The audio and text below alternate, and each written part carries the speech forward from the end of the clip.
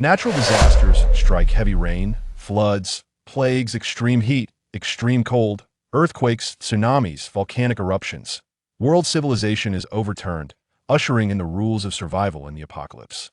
Fang Tingwan is reborn one morning, seizing the opportunity to reclaim her family assets from her worthless uncle's family.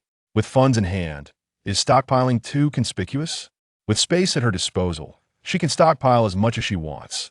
While others in the apocalypse look like vegetables, her skin is as smooth as cream, and her beauty is like a flower. As the worthless ones fight openly and secretly, Fang Tingwan raises her big machete, ready to sweep through. Yancheng stands in front of her with a Tang knife. Don't act, I'll handle it. Chapter 1. Reclaiming Assets. Has she woken up yet? Not why it is so annoying, this sickly thing, always fainting and acting like she's dying. What a nuisance. If it weren't for the things her parents left her, who would care about her? Fang Tingwan's eyelids fluttered slightly, waking up from a nightmare. She suddenly opened her eyes and, in a daze, found herself lying in a hospital room, empty, with voices still echoing in the corridor. She groped for her phone on the bedside table and turned on the screen. It was July 10th, 8 years ago. She was reborn. There were still 7 days until the heavy rain disaster that would destroy the world. But after that, calamities would follow one after another, and human civilization would disappear forever. Fang Tingwan scoffed coldly, listening to the criticisms and disdain from outside, her expression growing increasingly grim. Her parents died early, and she had been fostered by her uncle's family. Her uncle, aunt, and that spoiled cousin had tricked her out of her parents' inheritance. During the disaster years, they ignored her, verbally abused her, and provided her only with minimal rations, using her money while claiming she was a burden. Eventually, to ensure their family's stability, they pushed her into the hands of a group of rogues and bullies in exchange for food. In the end, she was tortured to death by those people. She had thought that her humiliating death would be the end, but unexpectedly, the heavens gave her another chance. The days she spent before were not in vain. At least they made her see clearly what kind of people were around her. This time, she must not repeat the same mistakes. Not long after, the door opened, and her uncle Yang Dahai, Aunt Li Guizhi, and cousin Yang Wenjing walked in. Cousin? Yang Wenjing tentatively spoke, and Fang Tingwan naturally pretended to just wake up, groggily opening her eyes. Ah Wan, you finally woke up. We were so worried about you. How are you feeling now? Yang Dahai feigned concern. She had congenital anemia and often fainted suddenly. Since childhood, her uncle and aunt had complained about her condition both openly and subtly. Fang Tingwan scoffed inwardly. She had been so foolish before, and they were indeed good at acting. I'm fine. No need for you to worry, Fang Tingwan replied, her tone noticeably colder. The expressions on the three faces froze for a moment. Did they sense something was off? Had she changed a bit? I'm fine now. Let's arrange for my discharge, Fang Tingwan said, turning her head and speaking on. There were many things to prepare for in the future, and she had a lot to clarify with them. Awan, your health hasn't recovered, yet you need to rest well. I'm perfectly fine. Is there any need for you to worry so much? Or do you have a guilty conscience? Fang Tingwan looked at them with a smile that didn't reach her eyes. Were they afraid she would have issues and not be able to access her inheritance? Ignoring their reactions, Fang Tingwan stood up and was about to leave. Just like the things your parents left you, we can help you manage them. Finally, they got to the point. What management? Wasn't it just about squandering? Fortunately, her mother had the foresight to stipulate that everything left for her could not be touched by anyone until she turned 25. Otherwise, they would have probably squandered it all by now. Fang Tingwan sat up straight, her eyes scanning all present with indifference, her lips curling into a smile that was cold as ice. Your words sound good, but it seems you're really concerned for me. How could it not be for your sake? Li Guizhi's smile stiffened a bit.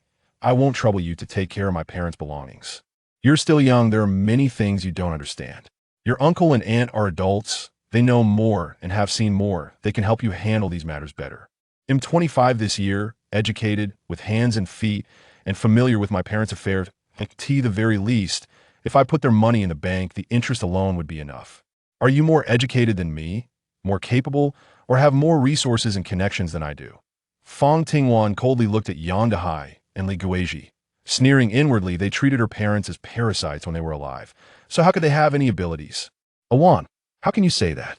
The more such people were, The more prideful and sensitive they became, her words must have touched a nerve. Li Guizhi was stunned for a moment, seemingly not expecting her to say this. The smile on her face looking worse than crying. If it weren't for her money, she would have probably flipped out already. She's not wrong. A cold voice suddenly echoed from outside the door.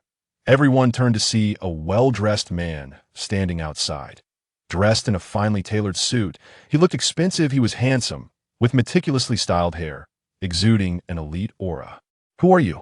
What right do you have to interrupt our family conversation?" Yang Dehai retorted angrily. "I am Yancheng, the attorney representing Ms. Yang Yusheng during her lifetime. I'm here regarding Ms. Fang Tingwan, daughter of Ms. Yang Yusheng." As Jiang Yancheng spoke, he took out a document. Ms. Yang Yusheng left a will stating that upon Ms. Fang Tingwan's graduation with a master's degree at the age of 25, all her assets will be transferred to her name. "What about us? That's my sister's stuff. Do we get nothing?" Ms. Yang Yusheng stated in her will that if your independent income and the money you invested in Ms. Fang do not reach 1/5 of her income during her lifetime, you have no right to take over, Jiang Yancheng said coldly. Fang Tingwan almost laughed out loud with her useless uncle's family. What capability did they have to compare with her mother? "You are being unreasonable. That's my sister's property. Who do you think you are to meddle in our family affairs? This will is forged, right?" Yang Dehai snatched the will, glanced at it, and then tore it to shreds, stuffing it into his mouth. Jiang Yancheng glanced at Fang Tingwan.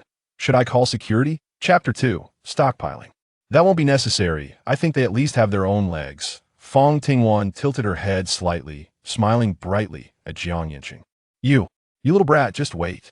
Upon hearing this, the two could no longer hold back. Yang Dehai's face turned ashen as he pointed at Fang Tingwan and cursed.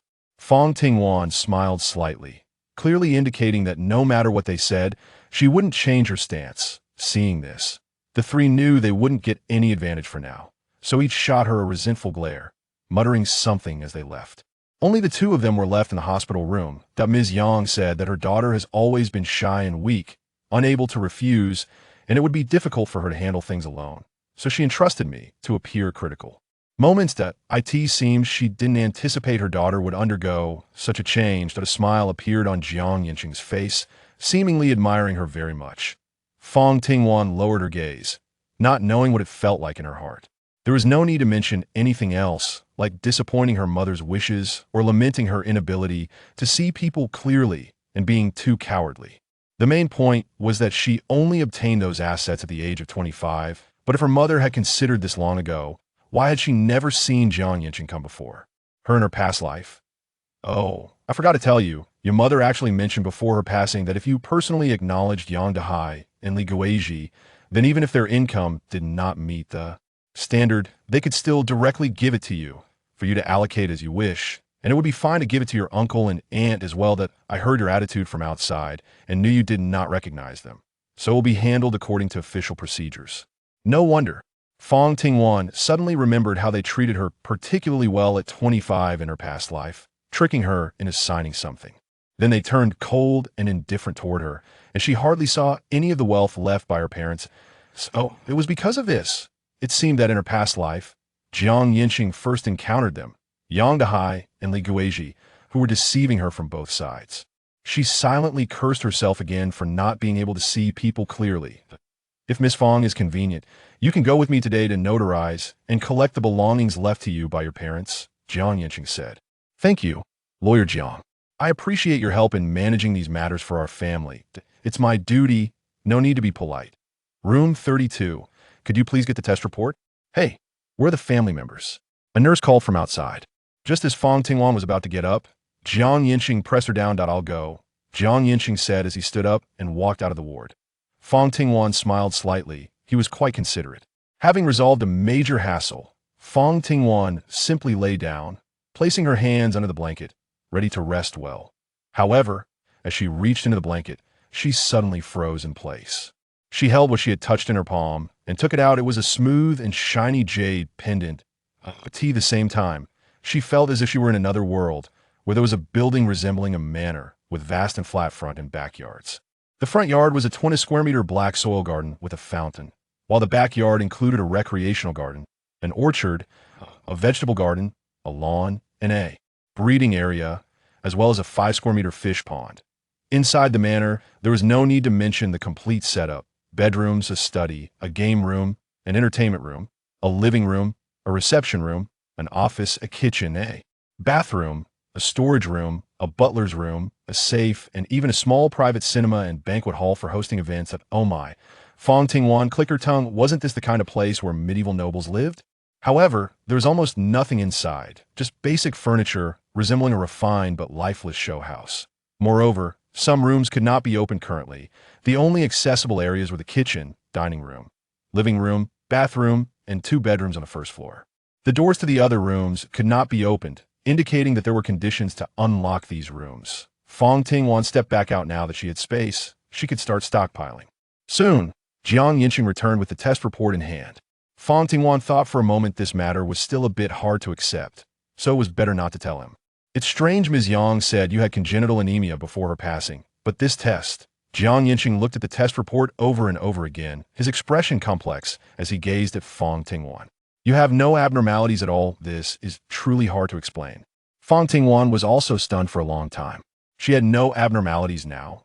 Could it be that rebirth could cure illnesses? Then let's hurry and get discharged. There's still a lot to do. Fang Tingwan immediately got up, ready to arrange for her discharge. No need to rush, just rest. I'll handle it, Yancheng said. Yancheng was reliable, efficient, and soon completed the discharge procedures, walking out of the hospital with her. Now I can go get the belongings my parents left me, right? Fang Tingwan asked. Yes, if you want, you can go to the notary office today, he replied. Then let's hurry. Fang Tingwan cheerfully called for a car, and Yancheng helplessly pointed to the hospital parking lot, indicating she could go with him. The notarization process went smoothly, and soon Fang Tingwan walked out of the notary office holding 5 property certificates, 5 car titles, 10 high-end jewelry, certificates, and a bank book with a 9-digit deposit. This money was enough for her to get through those days. Lawyer Jiang, can I entrust you with a few more things? Fang Tingwan carefully calculated and asked. You can say it. Fang Tingwan handed him the 4 property certificates for car keys and all of the jewelry certificates. I want to sell all of these. 10% of the sale price will be your commission. Yancheng was somewhat surprised. This is your property, you can handle it however you want. As for the commission, your mother settled it with me before her passing. I'm just doing my job. I can't accept this, that I know, but the amount is quite large, and I think having a lawyer help me would be good. So can I reintrust you? Yancheng thought for a moment and nodded in agreement. To be honest, Ms. Yang did me a favor, so if you have anything, as long as it's not illegal, you can come to me. That's all I needed to hear. Fang Tingwan smiled brightly, feeling ready to prepare. Next, Fang Tingwan sold all the houses, vehicles, and jewelry except for the one her family lived in and the car they used, keeping a small amount of the money in her bank card for bills in the coming days.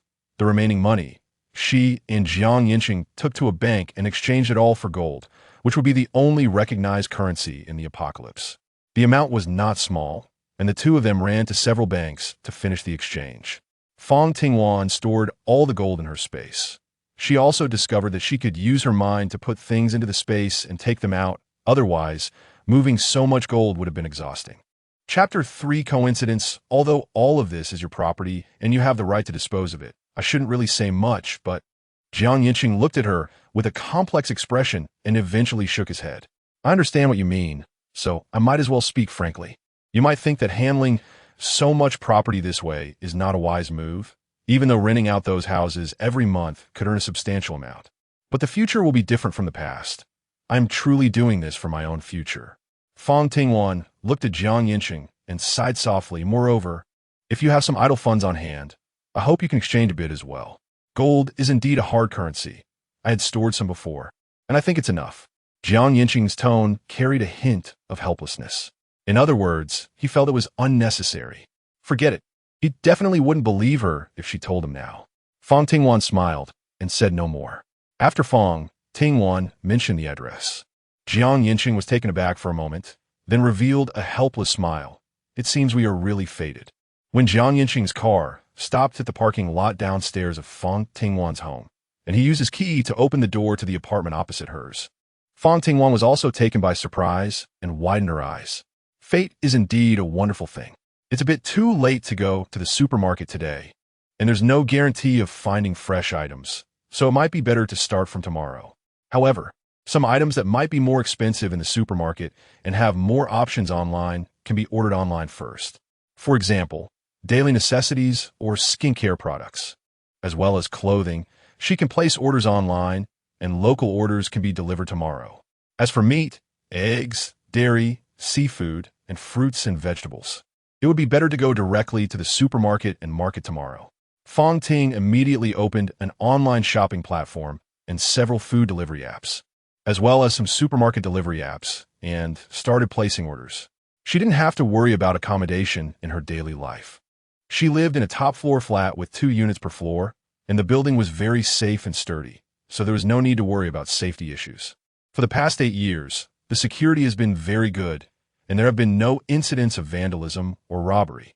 Fang Tingwan has always suspected that there are some high-ranking important figures living in this community, so despite the chaos outside, she has always kept herself aloof from it, believing it has nothing to do with her.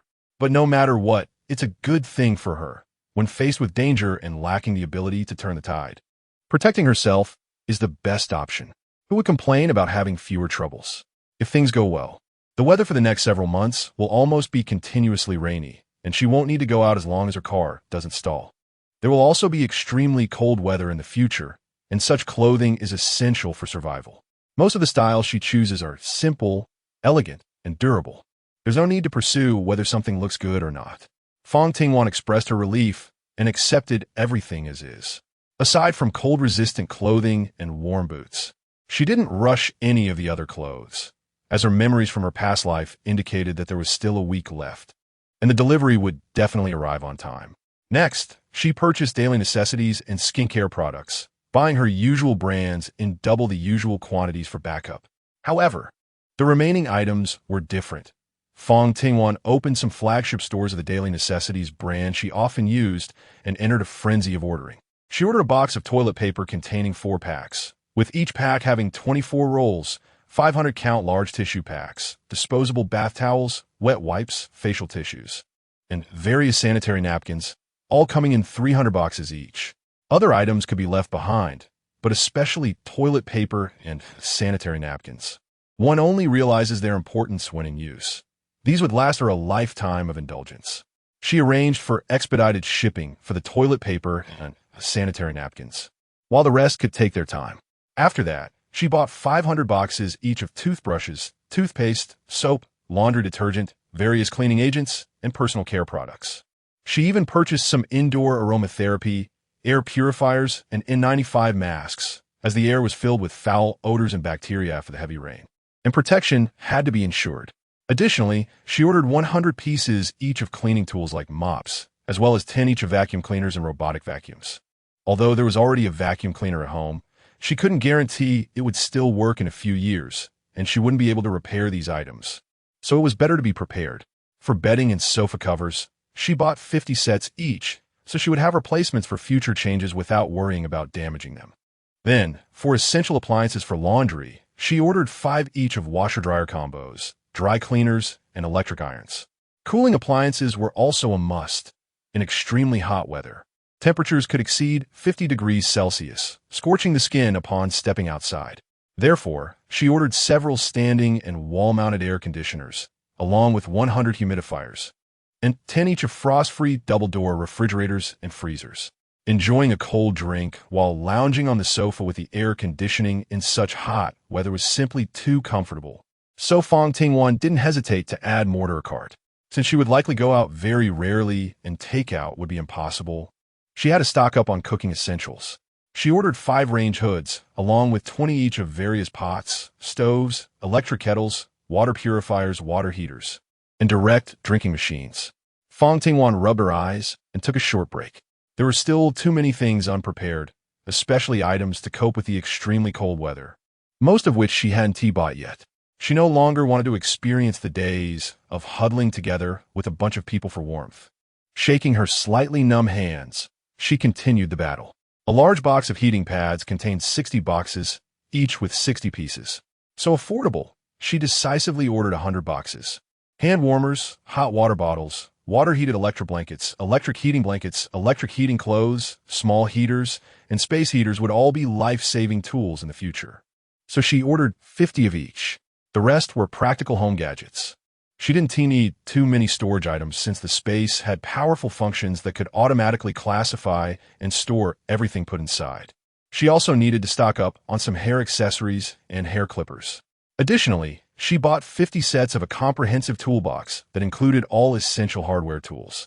And the seller included many replacement drill bits and various screws as gifts. Chapter 4. Prodigal opening an outdoor survival store. She knew these survival tools were essential. Climbing gear, signal mirrors, whistles, outdoor survival knives, etc. After a natural disaster, order would collapse, and murder and robbery would become commonplace. Bulletproof vests were banned from sale, so she could only buy anti-stab vests. She found a reputable flagship store and purchased 10 sets of soft anti-stab vests, which could at least resist ordinary knives and significantly reduce the risk. She also needed some self-defense knives and planned to go to the store tomorrow to choose better ones. Moreover, she bought some entertainment items: 5 televisions, 5 laptops, and 5 desktop computers. Most importantly, she invested in storage hard drives. Since the internet would likely go down nationwide in the future, these hard drives would be crucial. After browsing a lot, she decided to buy a certain brand of hard drive with a capacity of 200 terabytes. Although the price was a bit high, she realized it was indispensable for future life and made the purchase decisively. The seller also offered her video and music memberships for the entire network and helped her download all highly rated TV dramas, animations, documentaries, movies, as well as various music and single-player games, saving her a lot of time on downloads. Finally, she visited specialty stores like Certain Heaven and Certain Universal to buy game consoles like the Switch, PS4, and PS5, along with a bunch of console games. She also ordered 50 sets of watercolor pens, colored pencils, oil pastels, building block games, and telescopes from several art supply and toy brands. If she really had nothing to do later, she could pass the time with these hobbies. Emptying her shopping cart, her account balance instantly dropped by over 6 million. And most of her purchases were directly negotiated with manufacturers, who sold to her below market price. Online shopping was basically finished, and the stores she ordered from were communicating with her about inventory dispatch, addresses, and pricing issues. Subsequently, she took out her laptop, phone, and tablet and began downloading various novels, radio dramas, videos from her favorite creators, maps, recipes, guides on planting and breeding, tutorials on drawing, editing, and life hacks, everything she could download, filling several hard drives and USB drives. After completing all this, it was already late at night. Fang Tingwan stretched and quickly lay down in bed, falling asleep. That was enough for today. There was still more to do tomorrow. The next morning, she woke up, quickly tidied up and washed up without paying attention to anything else, and drove to the supermarket and market she often visited. Today was the day to prepare for food. Fang Ting first went to the supermarket and headed straight to the storage area. First, she focused on drinking water, purchasing nearly all the latest bottled purified water, drinking water, and mineral water available. Since the stock was limited, she only managed to gather 500 boxes from a few large supermarkets and needed to think of other solutions. After all, the continuous rainy disaster had the most significant impact on water resources. Tap water might not be reliable, but these supplies could be useful. Next, she turned to food that could only be bought at the supermarket. The main items were various grains. She purchased 1,000 pounds of rice, 1,000 bags of flour, 50 pounds each, 200 bags of low-gluten flour for baking, 2,000 bags of cornstarch, 1,000 pounds of millet, and 500 pounds each of various other grains. She didn't buy too much grain because she could plant in the available space, so there was no need to stockpile excessively. In the cold storage area, she bought 100 boxes of milk, 100 boxes of yogurt, and 1,000 bags of starter culture for making yogurt, along with 500 servings of cheese slices and cheese. She also stocked up on beverages like cola, Sprite, juice, soda, functional drinks, and various alcoholic beverages including white wine, brandy, tequila, whiskey, vodka, and rum. She planned to mix many flavors with these base liquors and also bought 100 boxes of fruit wine and rice wine. For hot pot, she got various meatballs, beef, lamb, chicken rolls, hot pot base, soup base, and frozen dumplings, glutinous rice balls, and fried foods, even purchasing 500 servings of imported Wagyu beef. which she wouldn't usually indulge in. Additionally, she bought 500 boxes of various instant foods, canned fruits, canned meats, and snacks. She stocked 500 boxes of various seasonings, table salt, cooking oil, sauces, yellow rock sugar, dessert ingredients like jelly powder, and gelatin sheets. Most importantly, she prepared an extra 200 boxes of salt, as it would be a scarce commodity in the future, and prolonged periods without salt could lead to various bodily functions declining. She had a fondness for tea, essential for relaxation and drink mixing, so she bought 100 boxes each of red tea, green tea, black tea, white tea, yellow tea, oolong tea, and various floral teas. When she reached the tableware section, she purchased 500 sets of various utensils and cups, along with many uniquely shaped glass cups that had a refreshing look, providing a healing effect just by looking at them. She visited several supermarkets to gather all these items, discreetly placing them into her storage space when no one was watching. She discovered that she could retrieve and store items with her mind in this space. Otherwise, she wouldn't have known how to move all these goods inside. With most of the supermarket shopping done, she immediately drove to the suburban farmers market, seafood market, and vegetable market, without needing to say much. She purchased as many vegetables and fruits as she could find. She also managed to gather various pork, beef, lamb, chicken, duck, fish, and eggs. All perishable items were placed in the freshness area, where time stood still. Whatever was placed inside remained unchanged and would never spoil. She sorted the remaining meat, pork, beef, and lamb, including ribs, spine bones, and belly meat, while chicken and duck were sorted into breast meat, legs, and carcasses. She had all the fish half gutted and half whole, with a small portion refrigerated while the rest was placed into the storage space. She also bought 500 pounds of spices like Sichuan pepper, star anise, dried chilies, green onions, ginger, and garlic, coordinating with the vendors to have everything delivered to the warehouse the next day.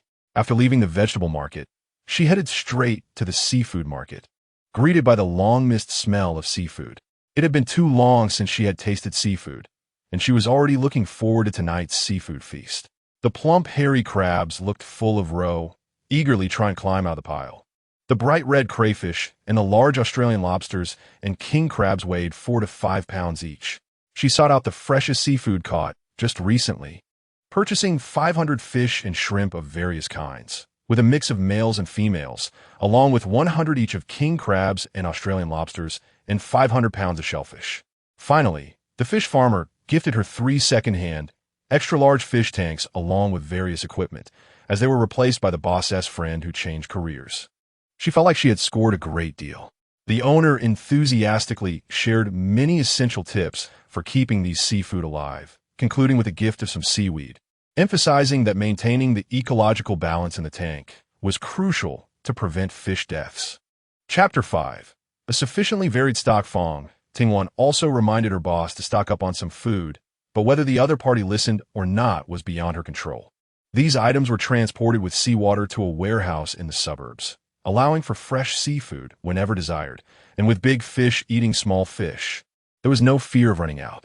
She then went to the agricultural market and bought a total of 100 chicks, ducklings, and goslings, both male and female.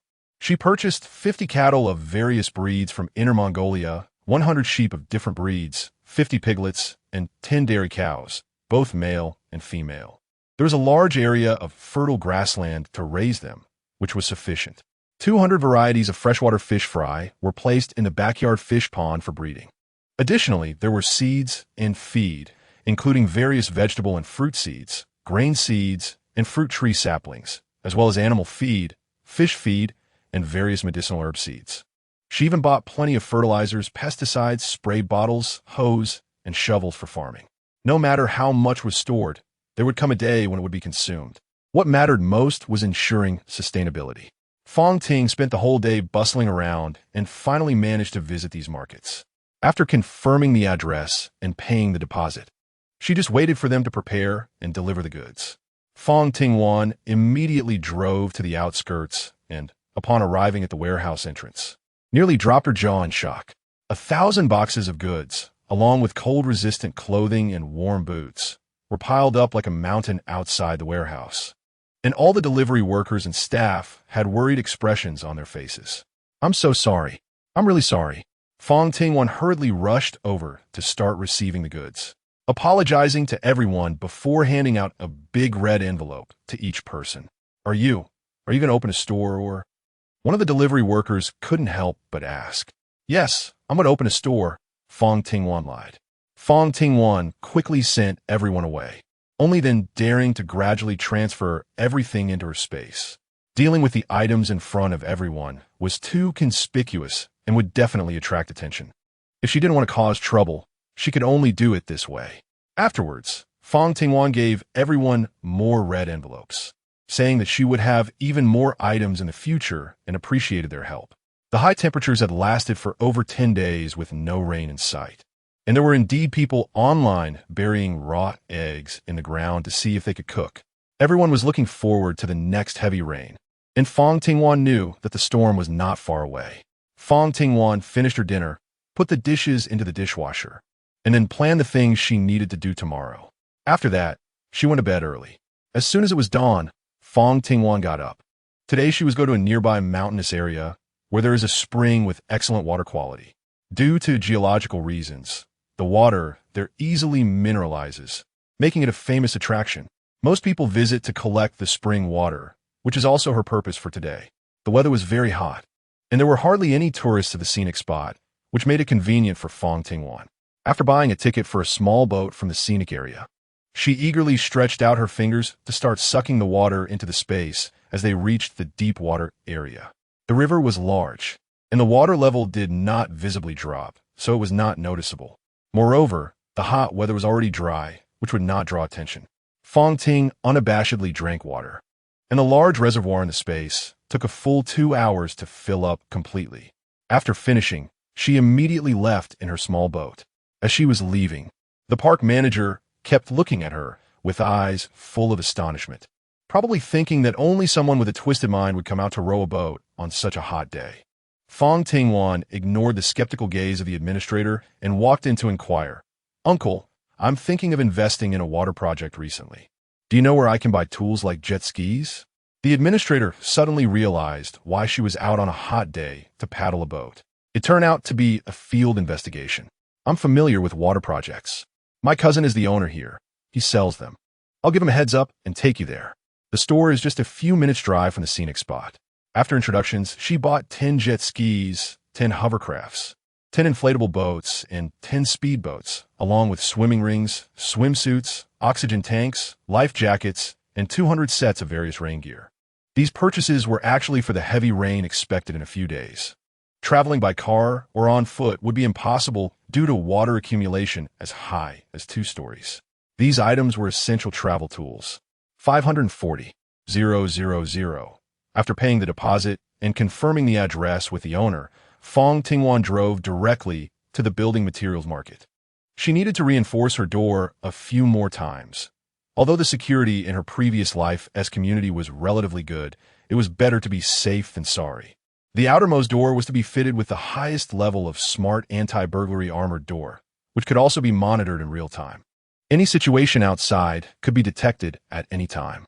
Inside, she was installing a fully protective special-level security door that was difficult to penetrate with any blunt object, firearm, or electric drill, and all the glass was replaced with military-grade explosion-proof glass. Spending money like water, the total expenses added up to nearly 20 million, which was a bit painful, but seeing the warehouse filled with goods gave her a sense of security. She casually had a bowl of ramen at a noodle shop for lunch and then set off again, with the next destination being the most important, and a necessity for the many stockpiled goods she had purchased. Electricity. During heavy rain, the national power grid would be damaged, rendering all electrical items useless. So what she needed to do now was to buy electricity in bulk.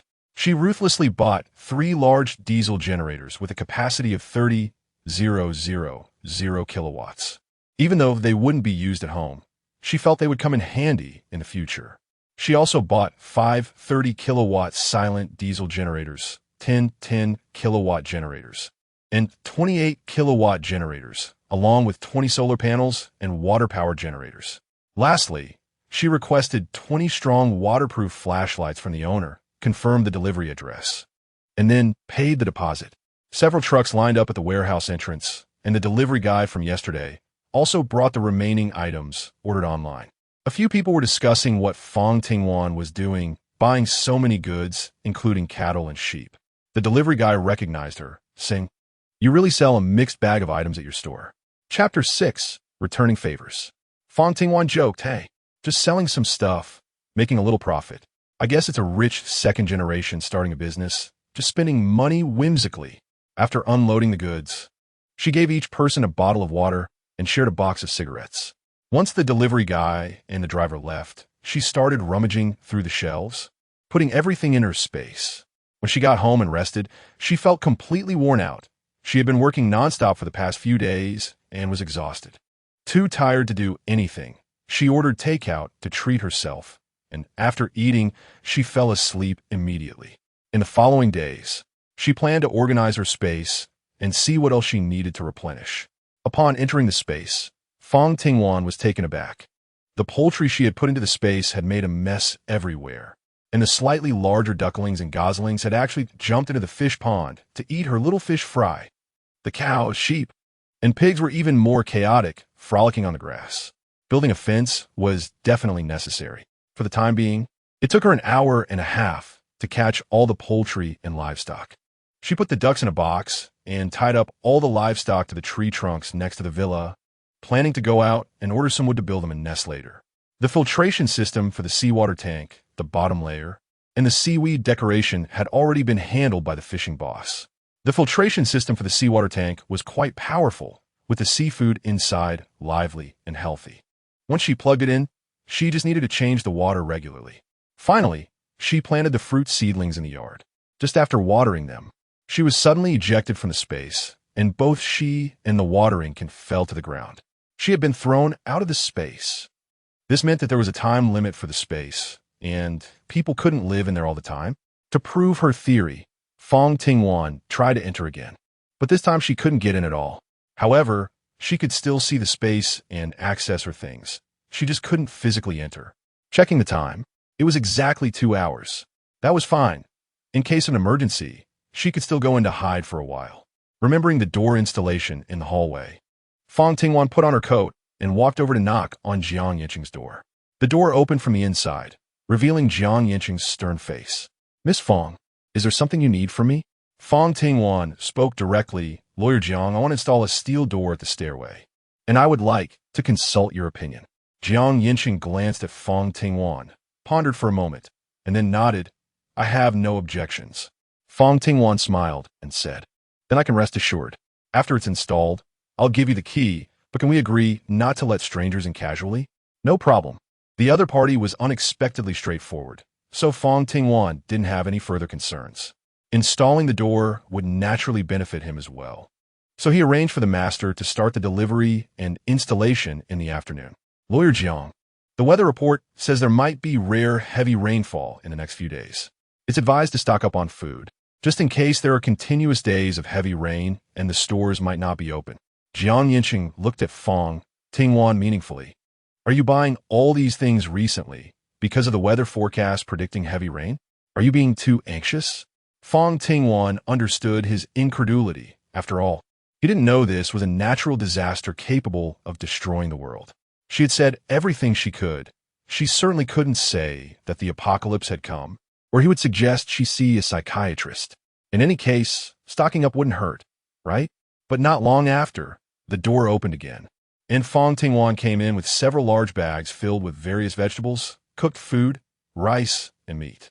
When she went to the building materials market, the owner had given her a business card, and Fang Tingwan ordered another batch of goods, mainly wood and materials for building cow sheds, sheep pens, and pigsties. She wasn't skilled in complex construction, so she bought easy-to-assemble stainless steel frames and fences covering the top with tarpaulin. This was quite sturdy and easy to disassemble. After finishing the phone call, Fang Tingwan didn't stop. She took out the water storage barrel she had bought, connected the faucet to a hose, and put it in the barrel, turning on the faucet to fill it with water. She took out vegetables and fresh meat from the refrigerator and began to get busy, kneading dough, fermenting, marinating meat, stewing meat, washing and steaming rice. Once all the meat and rice were cooking, the dough had also risen. So she put bread and cakes into the oven and placed oil cakes, sauce-flavored pancakes, scallion pancakes, steamed buns, flour rolls, and soup dumplings into the steamer. After starting the pancake maker, she began washing and stir-frying vegetables. Kung Pao chicken, fish-flavored shredded pork, braised eggplant, hot and sour shredded potatoes, stir-fried pig liver, broccoli, spicy dried tofu, and dry-fried green beans, boiled fish, spicy hot pot, boiled meat slices, sauerkraut fish, cumin lamb, beef, sweet and sour fish, meatball soup, seaweed egg drop soup, mushroom soup, lamb and radish soup, old duck vermicelli soup. Once everything was prepared, she placed it in fresh-keeping boxes and stored them in her space, ready to eat whenever she wanted. These dishes had strong flavors, and it was inevitable that they would attract attention later. Just after finishing, before she could clean up, the workers for installing doors and windows arrived. "Hello, are you here to install doors and windows?" "Yes, please install them in the most secure way. I can pay extra for the installation." "All right, don't worry, I've been doing this for over 10 years. And more than half of the doors and windows in this community were installed by me. I suggest we don't need to install a door in the hallway. Your door is of good quality. Recently, several thefts have occurred, and I'm not comfortable living alone. Money is guaranteed to be in place. Just install it." Since this was the top floor, she chose to install it this way. After communicating with the neighbor across, she didn't care about the rest. As for whether it was an illegal construction, she figured the property management would be too busy to notice. Indeed, the experienced worker worked efficiently. The 3 doors in the hallway and at the entrance, along with the explosion-proof glass, were installed in just 3 hours. She gave an extra 2,000 yuan for the installation fee, and looking at her house, which was as solid as a fortress, her unease relaxed a bit. After putting all the cookware in the dishwasher, Fang Tingwan went out to take out the trash, just in time to deliver the hallway key to the neighbor. She knocked on the door several times, but got no response, probably still not back from work. After throwing out the trash, she went directly to the courier point. She had spent almost all the recent days receiving parcels and shopping. She sent all the small items directly to her home, and the courier point downstairs was bustling every day with no one paying attention to her. Fang Tingwan slowly prepared everything in the space manner. Besides the main bedroom she designated for herself, which only had some simple supplies, the other rooms were basically filled with the things she had prepared. Just as she was admiring the goods in the space, someone suddenly called out to her. Fang Tingwan was not polite and opened the back door to sit down. "Thank you, by the way, the door in the hallway has been installed. Here is the key." Yancheng took the key and glanced at Fang Tingwan with a half-smile.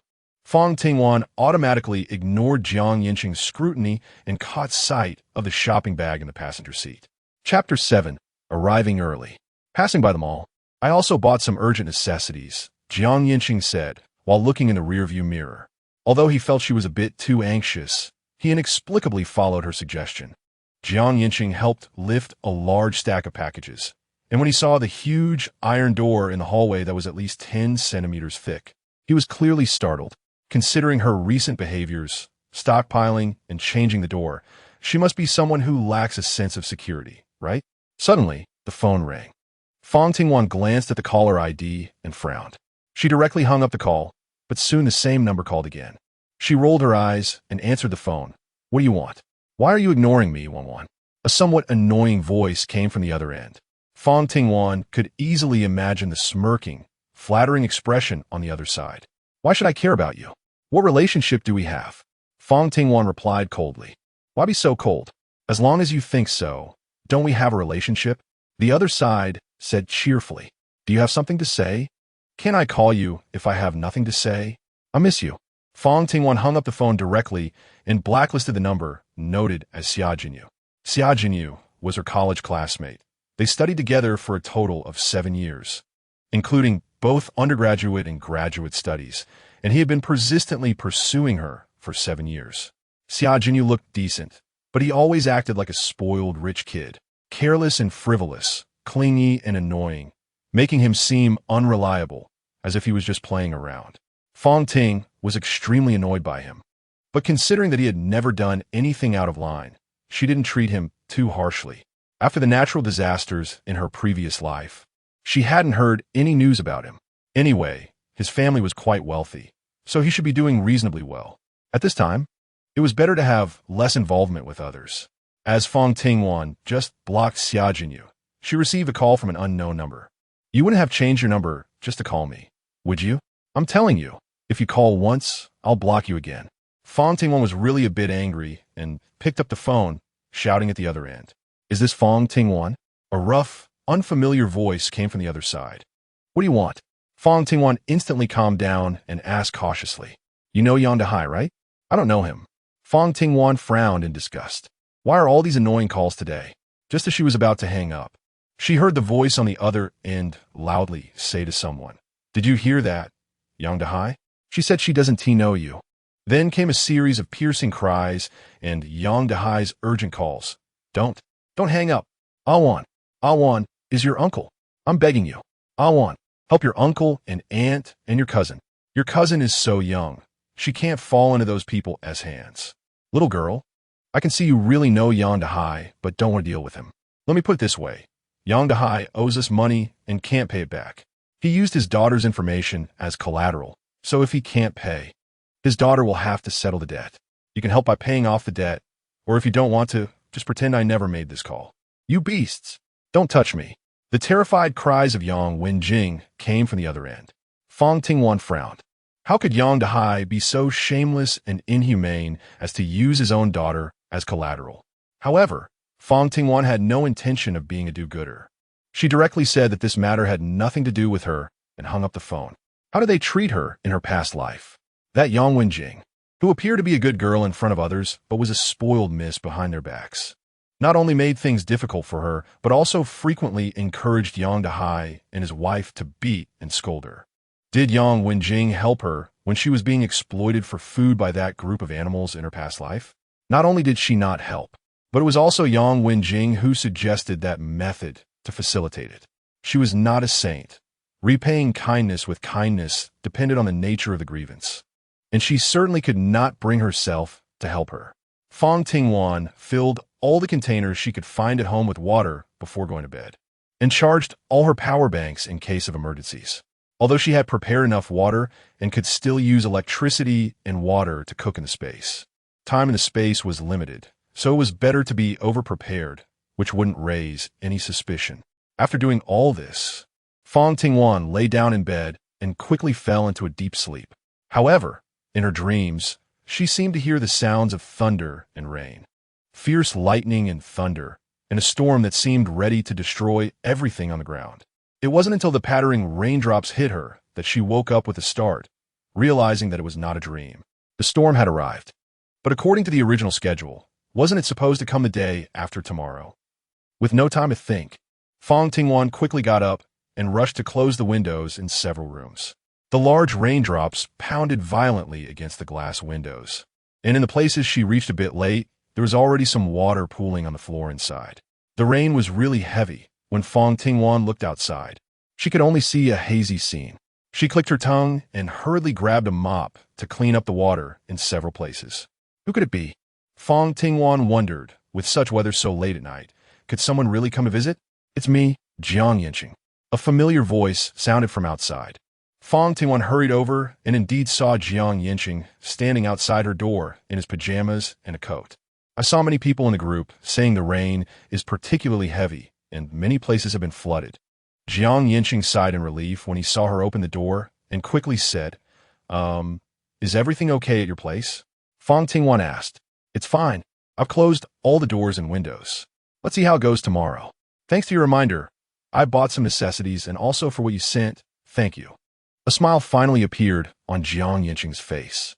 You're welcome. Yancheng nodded, and suddenly both of them didn't know what to say, making the atmosphere awkward.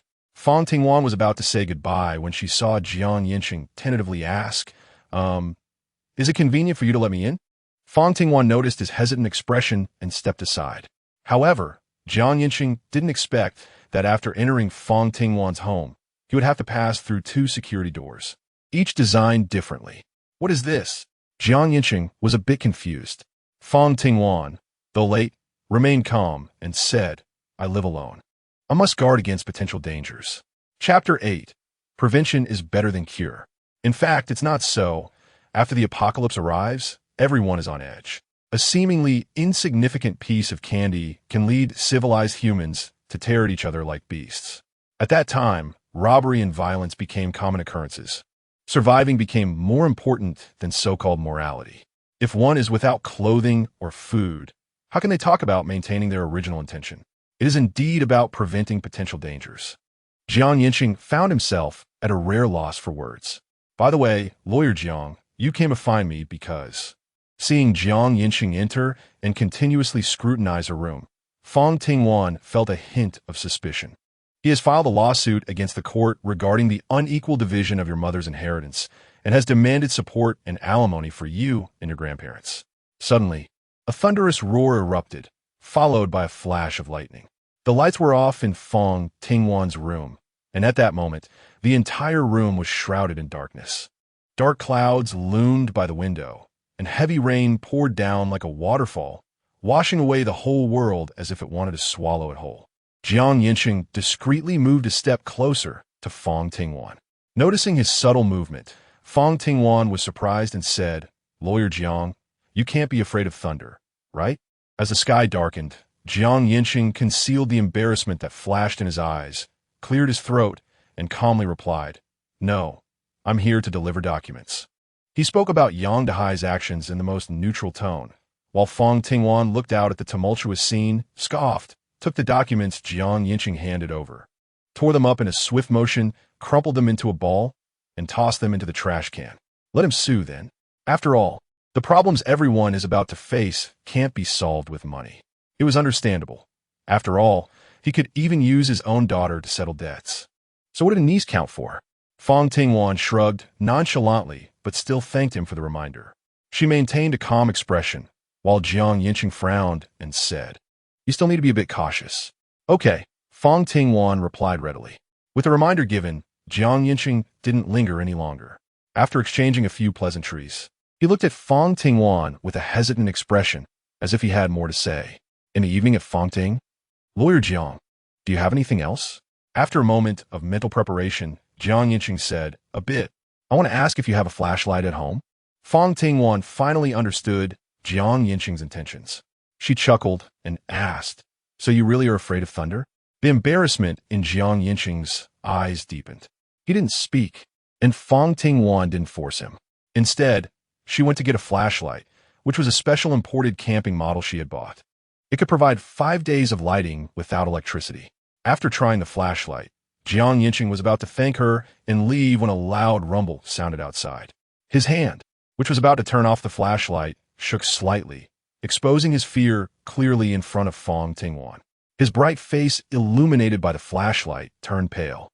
"Lawyer Jiang, that thunder seems quite scary," Fang Tingwan said, understanding and unable to suppress her amusement. Seeing her expression, Yancheng stopped pretending. After the thunder had quieted down a bit, he helplessly explained, "I experienced some unexpected situations when I was a child, so I'm quite sensitive to this kind of noise. I didn't expect this heavy rain to come so suddenly. And with my phone dead and no power at home, I couldn't block out the thunder with music, so I had to come to you for help." When a man nearly 188 meters tall sought her help, Fang Tingwan felt a surge of protectiveness. "I just happen to have downloaded a few movies on my tablet. How about Lawyer Jiang stays to watch a movie with me?" Yancheng hesitated for a few seconds before agreeing. As the movie started, Yancheng watched intently to avoid the disturbance of the thunder, but Fang Tingwan's attention was not on the film. She looked out at the torrential rain, watching the dense droplets bouncing off the ground like a water net. She knew this was the prelude to the apocalypse. The end of the world was coming soon. Feeling a bit tired of sitting, Fang Tingwan walked to the window and suddenly froze, rubbing her eyes in disbelief. The dark sky had been swallowed by yellow sand at some point, with one half turning into a scene of swirling yellow dust and the other half becoming heavy black clouds pouring down rain. Sand, a sandstorm, appearing simultaneously with the heavy rain. Fang Tingwan was stunned. Did this situation exist in her previous life? The current world was completely different from her memories, but the situation was obviously worse. Severe weather. Yancheng stood up at some point, frowning as he stood beside Fang Tingwan, and said, It seems that the excessive development by humanity and the overexploitation of nature have led to this severe weather. Fang Tingwan smiled slightly, but didn't speak. Mom, I want mom. Suddenly, a child's cry came from downstairs, the sound particularly soft. If one didn't listen closely, they might think it was the sound of rain outside. Duo was the child living downstairs. Her family was originally well off, but unfortunately, Duo's father got into gambling, which ruined their family fortune and disrupted the warm and harmonious family atmosphere. But why was Duo crying so hard at night, calling for her mom? After a while, the crying still hadn't stopped. After hesitating for a moment, Fang Tingwan opened her room door and was just about to go out when she saw Duo on the stairs. Duo, why are you here by yourself? In the past, Duo loved playing with Fang Tingwan, and now upon seeing her, she ran over quickly. Fang Tingwan opened the iron gate, and Duo tightly hugged her waist, crying out loudly, Mom. Mom is gone. Duo can't find Mom, and Dad is also missing. Well, she cried so hoarsely that it made Fang Tingwan's eardrums ache. Duo woke up, and Mom was gone. Speaking of sad things, Duo cried again. Fang Tingwan was once again in a flurry. But Yancheng keenly noticed that Duo was actually wearing a string of keys around her neck. He asked, Duo, are these your family's keys? Duo nodded. Chapter 9. Uneasy feelings after returning home. Fang Tingwan caught a strong, pungent smell of blood, but Duo seemed oblivious to it. She ran to her own sofa and sat down, inviting Fang Tingwan to join her. Sister Fang, come sit here and watch me paint, Duo said with a pitiful look. Fang Ting hesitated for a moment, but still chose to look around first. After noticing that the house was unusually clean and finding nothing out of the ordinary, she felt inexplicably uneasy. Lawyer Jiang, do you smell something? Yancheng nodded. Yes, I do. The two exchanged glances, but said nothing. In the end, they both sat down beside Duo, keeping her company while she drew. Perhaps it was because she had seen too much of humanity's ugliness in her past life that she was overthinking things. Fang Tingwan was lost in thought when she heard her phone buzzing incessantly. It was messages from her university group friends seeking help. It's raining and we've lost power. Our area is low-lying and the water has flooded the first floor. We can't get out. Is there a kind soul who can bring us some food? We have nothing to eat at home. Help, please. I just had a baby and we've run out of formula. Can we get some milk? Messages like these kept coming in.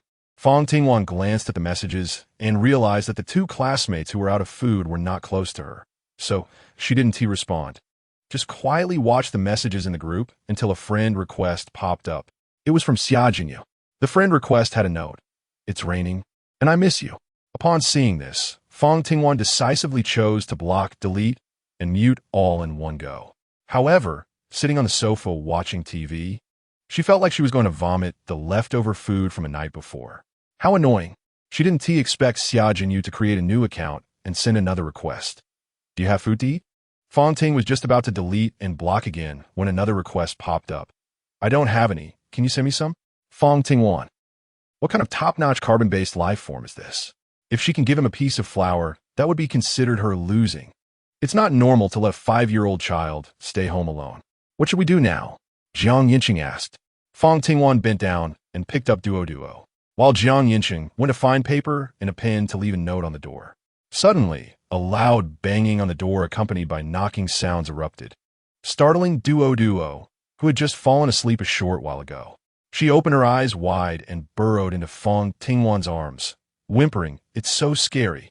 Fang Tingwan patted her back and opened the phone monitoring.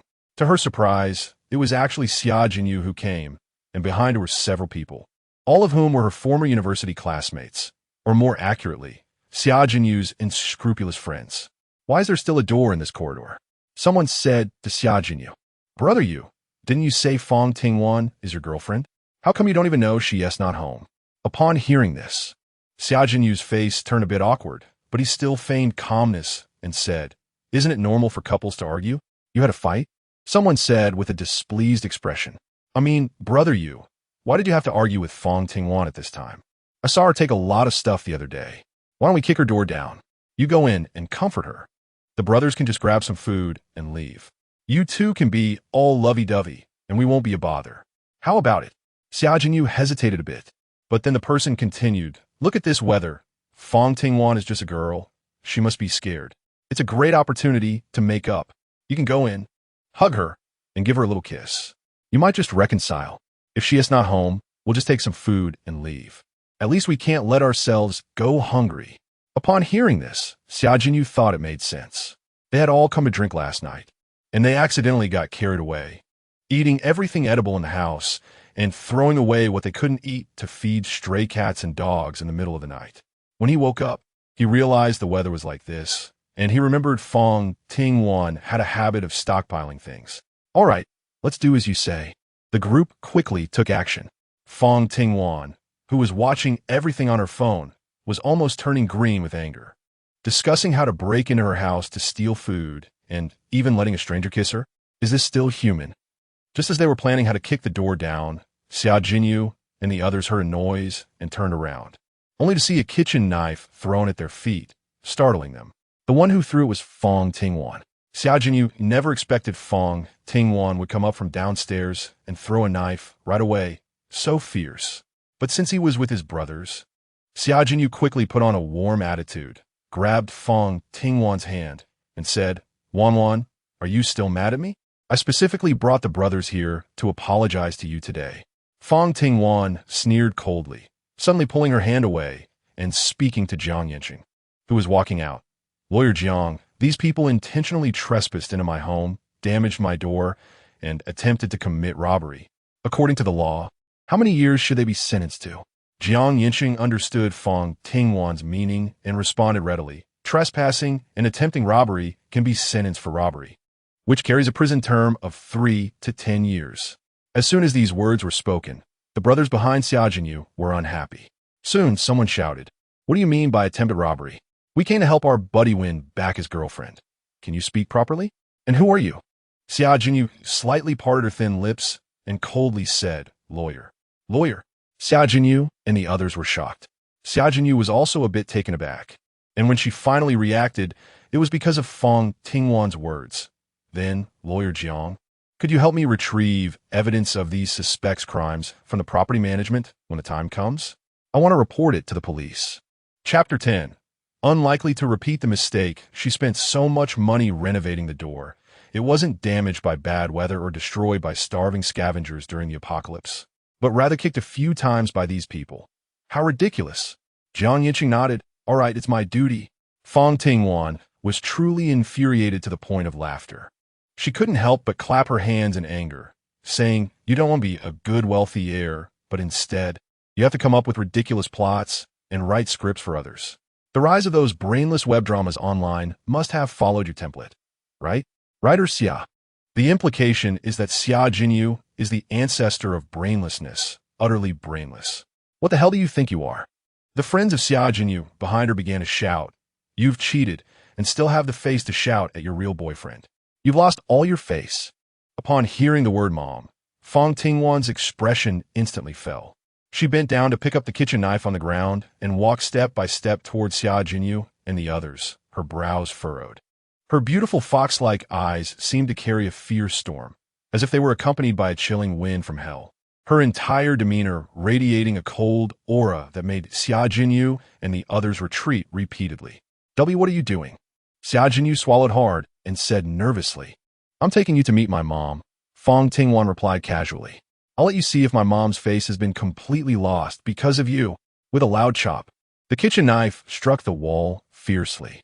Xia Jinyu, who was closest, could almost feel the sharp knife brush past his cheek before it landed in the gap of the wall.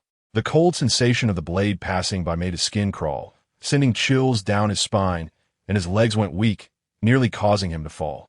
You. Xia Jinyu leaned against the wall, his face flushed as he struggled to stammer out. Fang Tingwan, are you crazy? Knowing that I'm crazy, why don't you hurry up and get lost? Fang Tingwan replied coldly. Or do you want to be chopped into meat paste? Seeing her undisguised fierceness, Xia Jinyu and the others exchanged glances and fled in a panic. Fang Tingwan coldly smiled and gave them the middle finger. Only then did the group leave, cursing. Turning back, Fang Tingwan saw Yancheng's complicated expression, The fierce look in his eyes solidified for a moment, turning into awkwardness. I'm sorry, Lawyer Jiang, for making you laugh, she said. It's just that my mother is my bottom line, and I won't allow anyone to make jokes about such matters. That's understandable, Jiang Yancheng replied, shaking his head. I just didn't expect you to have such explosive power. If Ms. Yang were aware, she would probably feel very comforted. The person she would miss the most when she left is you. Fang Tingwan knew all too well. It was laughable that in her past life, she had always been a parasitic flower, completely devoted to her uncle's family. Having experienced the coldness and cruelty of human relationships during the apocalypse, she had worked so hard to survive and protect her uncle's family, only to end up being bullied and losing her dignity. After enduring suffering and making a wrong decision once, how could she possibly repeat the same mistake? Suddenly, Duodwa's sobbing broke Fang Tingwan's thoughts. Looking down, she saw Duodwa's small body curled up in Jiang Yancheng's embrace, crying uncontrollably, her little face pale and covered in glistening tears, as if she had suffered some significant shock. Fang Tingwan and Jiang Yancheng coaxed for a long time, but Duo cried harder and harder. Finally, Jiang Yancheng pulled Fang Tingwan aside and whispered, Miss Fang, Duodwa's reaction seems like a stress response after being stimulated. A stress response? Perhaps it's not just from having seen something. Jiang Yancheng's expression was serious as he continued. I just noticed that there are wounds on Duodwa's arms. At first, I thought it was just a scratch, but now I realize that it seems to be a healing wound from being cut by a sharp object. Hearing this, Fang Tingwan took a deep breath, and her gaze towards Duo added a touch of sympathy. If that's the case, let's take Duo to my house first. Fang Tingwan said, at least I have some food there. To her surprise, when the door opened, she found Jiang Yancheng holding a medical kit. Seeing the medical kit, Fang Tingwan suddenly remembered that she had forgotten the most important medicine. They would have to see how things go tomorrow. While treating Duodwa's wounds, she realized that Jiang Yancheng was still there. Fang Tingwan looked at the time. It was already 11:20 p.m. Jiang Yancheng felt a bit uncomfortable under Fang Tingwan's gaze. Outside, thunder rumbled, and his shoulders twitched slightly, but it wasn't appropriate to stay here for too long, so Jiang Yancheng reluctantly decided to leave. If you need anything, call me. I'm always available. Watching him really leave, Fang Tingwan felt relieved to continue applying medicine to Duo. Don't blame her for being heartless. She had grown up in an environment devoid of love, which had long hardened her into a selfish character. If it weren't for this, she might not have survived to adulthood. Having experienced the apocalypse made her understand that protecting herself at all times was the hard truth. Even if Jiang Yancheng helped her, she couldn't let him stay under the same roof as her. The storm had just begun, and people's true natures had yet to reveal themselves. It would be hard to say what would happen later. She couldn't turn her back on a stranger she didn't understand. Duo, does it hurt? While applying the medicine, Fang Tingwan tried her best to be gentle, but Duo still cried out in pain. It hurts so much. Duo sobbed softly. To comfort Duo, Fang Tingwan went to get a lollipop. After all, she was just a child. After eating the candy, Duo obediently started watching cartoons on Fang Tingwan's tablet. Seeing Duo finally quiet down, Fang Tingwan thought about the behavior of Xia Jinyu and others today and realized that her small activity of stockpiling supplies had indeed attracted attention. If this continued, she would truly become a target for all the groups without food during the apocalypse. At that time, being outnumbered would be a major problem. Thinking of this, Fang Tingwan took out her phone and first found the community owner group. As expected, many owners were asking for food and trading food. She edited a message and sent it to the group. Looking for food, high price for food. Chapter 11, First Collaboration soon. Several owners recognized her and asked in the group, aren't you the owner who just stockpiled a lot of food a few days ago? Are you also looking for food? After this message was sent, the group fell silent. Fang Tingwan was exactly looking for this effect and nodded in satisfaction. After that, she sent a message asking for food every 15 minutes, raising the price from 5 yuan for a steamed bun to 50. However, despite this, no one said they would provide food. Fang Tingwan didn't care at all. She just slowly increased the price by 5 yuan each time, always adding a line like I'll pay you back when I make money, or I'll use my credit card to buy on credit. After she persistently sent messages for an hour, someone finally knocked on the door. Fang Tingwan put on a starving act and deliberately walked weakly to open the door, only to find that it was Yancheng standing outside when she opened it. In the evening, Fang Tingwan looked down and realized that the plastic bag at her doorstep was no longer the one Yancheng had brought at the beginning. It was obviously filled with several more steam buns. She felt a mix of amusement and confusion, but at the same time, a strange feeling arose in her heart. With Duo around, the things in the space couldn't be exposed. Fortunately, Duo was very considerate and devoured everything without leaving a trace, which surprised Fang Tingwan and made her curious about the child's appetite. However, she noticed that the note on the door was still there. Leaving a 5-year-old child alone at home and not returning all night? Fang Tingwan frowned and muttered to herself that the parents must have a big heart. Just as she was falling into a deep sleep, she heard a rustling sound coming from downstairs, as if something was dragging on the floor. The noise was not loud, but in the darkness of the night, it was enough to send chills down her spine. Fang Ting suddenly opened her eyes, as if she had thought of something. She pressed her ear to the ground, and sure enough, there were people coming from downstairs. However, the sound was clearly wrong. If someone had come to the house, they should have noticed that the child was missing and come looking for the child, right? Fang Tingwan was uneasy, so she quietly pushed the door open with an electric baton and stepped outside. Through the large iron door in the hallway, she discovered that the note at Duoduo's doorstep was missing. The note had fallen to the ground at some point, leaving behind 2 large wet footprints, one pointing inside and the other outside, clearly left by someone coming in and out. Next to the door, there was also a large black plastic bag. Fang Tingwan suddenly remembered the strong smell of blood when she went to Duoduo's house. She dared not look any further, slowly closing the door. Her back drenched in cold sweat, her heart racing in panic. It couldn't be, as she thought, could it? The entire night, Fang Tingwan hardly rested, her mind racing with thoughts. But in the end, she decided that if it really was as she feared, she would make sure to live well with Duo. Whenever she fell down, Duo always acted like a sensible little adult, cheering her up and sharing her limited treats. Duo was very much like her, enduring a harsh life every day, yet bravely moving forward. After finally falling asleep while holding Duo, Fang Tingwan heard hurried footsteps outside, followed by a knock on her door. Miss Fang, the water outside is almost 2 meters deep. Try not to go out recently. 2 meters deep in just one night.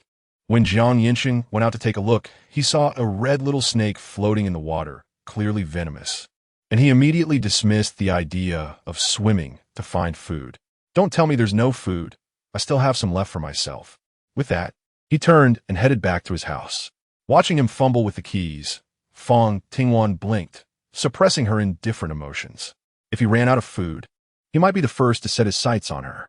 She asked in a low voice, "You shouldn't have stocked up much food. Is it enough to eat?" Yancheng's silence was the answer. "I have a rubber boat. I bought it before to go play by the river, and it should come in handy now. Shall we make a deal?" Her cold inquiry felt like that of a stranger, filled with strong wariness. Yancheng had explanations on the tip of his tongue, but felt it unnecessary and simply nodded. "What do you want?"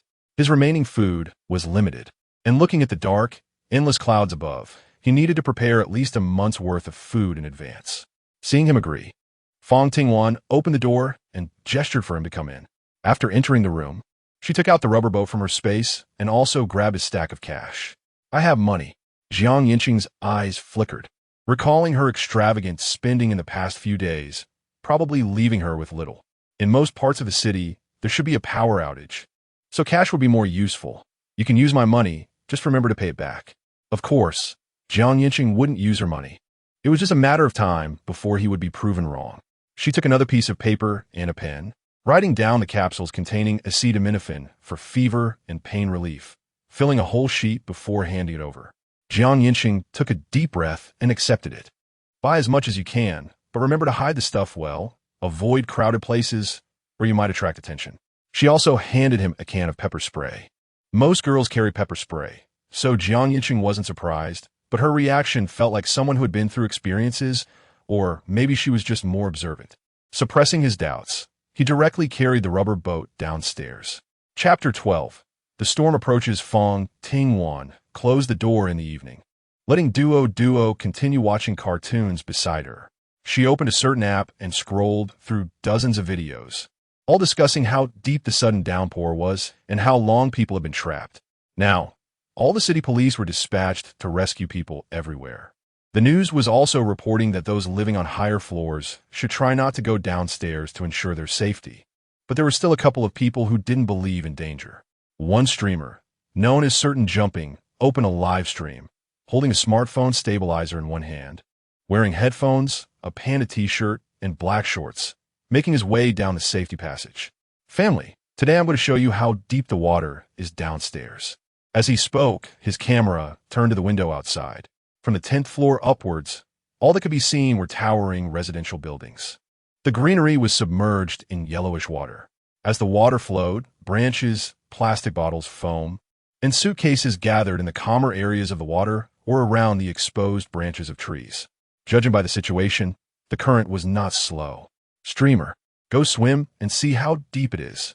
With this, I can swim 800 meters in a minute. Stop shouting. The streamer won't dare. There were bystanders cheering. Swimming at this time would just create chaos. It wasn't interesting anymore, so Fang Tingwan continued to scroll down. Someone was live streaming their vehicle being washed away by the water, drifting further away until it was out of sight. Such situations were likely happening all over the city. There were also people stranded on city landmarks calling for help. The police even dispatched helicopters. It was chaotic, just like in the previous life. Although it was 2 days earlier, everything remained unchanged. The proxy buying fare is 2,000. Why don't you go rob someone? You don't have to buy. One after another. The shouting continued. And in the end, that person simply created a proxy buying group. Fang Tingwan decided to act a bit more realistically and join the group. Spending 5,000, aside from the escape fare, the rest was used to buy rice, noodles, cabbage, and meat. So much money could have bought a lot before it rained. But now, it probably wouldn't be much. Just then, she happened to see that certain jumping streamer really was swimming in the water, with his phone left on the shore. And the streamer kept sinking repeatedly, testing how deep the water was. Ignorance. Fang Tingwan shook her head, and the next moment she saw Yancheng's rubber boat gliding by, indicating that the streamer was not far off. Just as she was thinking this, the bullet screen exploded with comments. She glanced at the time and realized that the streamer had been diving for over 3 minutes. Someone had called the police. Fang Ting turned off the live stream, got up to go to the kitchen to make lunch, and not long after, she heard the sound of police sirens. It seemed that the streamer had already gotten himself into trouble. Duo, this is for you. Yancheng had a half-meter-tall strawberry bear on his back, covered with a plastic bag to keep it dry. Given the current situation, this bear was worth 50 yuan, less than a cabbage. Duo was easily scared, so he thought of buying it to keep her company. He placed the items at the door and turned to go downstairs. Fang Tingwan brought the items from the entrance into the house. A large bag of medicines. Some boxes still had labels on them. A box of ibuprofen was surprisingly sold at a high price of 300. The rest were basically similar, with price increases of 2 to 30 times. Hurt. He was extremely grateful that he usually had the habit of working out and practicing martial arts. Taking down a few men wasn't too difficult. It sounded easy, but the situation at that time was definitely not optimistic. After all, they were extremely hungry, and some were even resorting to cannibalism. Fang Ting looked at his figure. The strong muscles seemed ready to burst out. Strength, character, if possible, he could help fend off those people, and he could also be a good partner. But human hearts are hard to read, so I still need to observe more. I casually fried an egg and some green beans. Are you coming to eat? Seeing him so anxious, he probably hasn't eaten. Yancheng is eating. Fang Tingwan, feeling bored in the evening, took out her phone and scrolled through several videos criticizing a certain streamer for their reckless behavior. While the police were trying to rescue the streamer, the person actually pushed the police into the water, risking their life. Not only did they abuse police resources, but they also nearly caused a death. They were directly banned from the internet, and people in the same building even smeared feces on the main door, which was quite disgusting. Ding dong. A notification popped up on WeChat. She clicked in and saw that the items she had ordered for someone else had arrived. Because there were too many items, home delivery was not provided, and she could only go downstairs to pick them up. The elevator had already stopped, so she had to take the stairs down.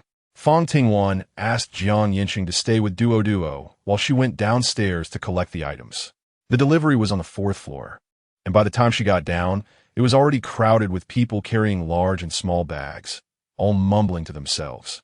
It's so damn expensive. 3,000 yuan 3 days ago could have bought me an electric bike, and now I can only get a few cabbages, a few potatoes, and 5 pounds of meat. It's worse than robbery. Keep it down. He's the only one in our building with a rubber boat. After a few days when we run out of food, we'll probably have to ask him for help. I know it's not just a salary issue, but the prices of vegetables are so high.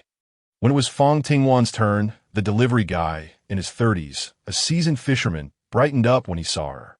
With skin as fair as snow and thick hair. He smiled, his eyes sparkling.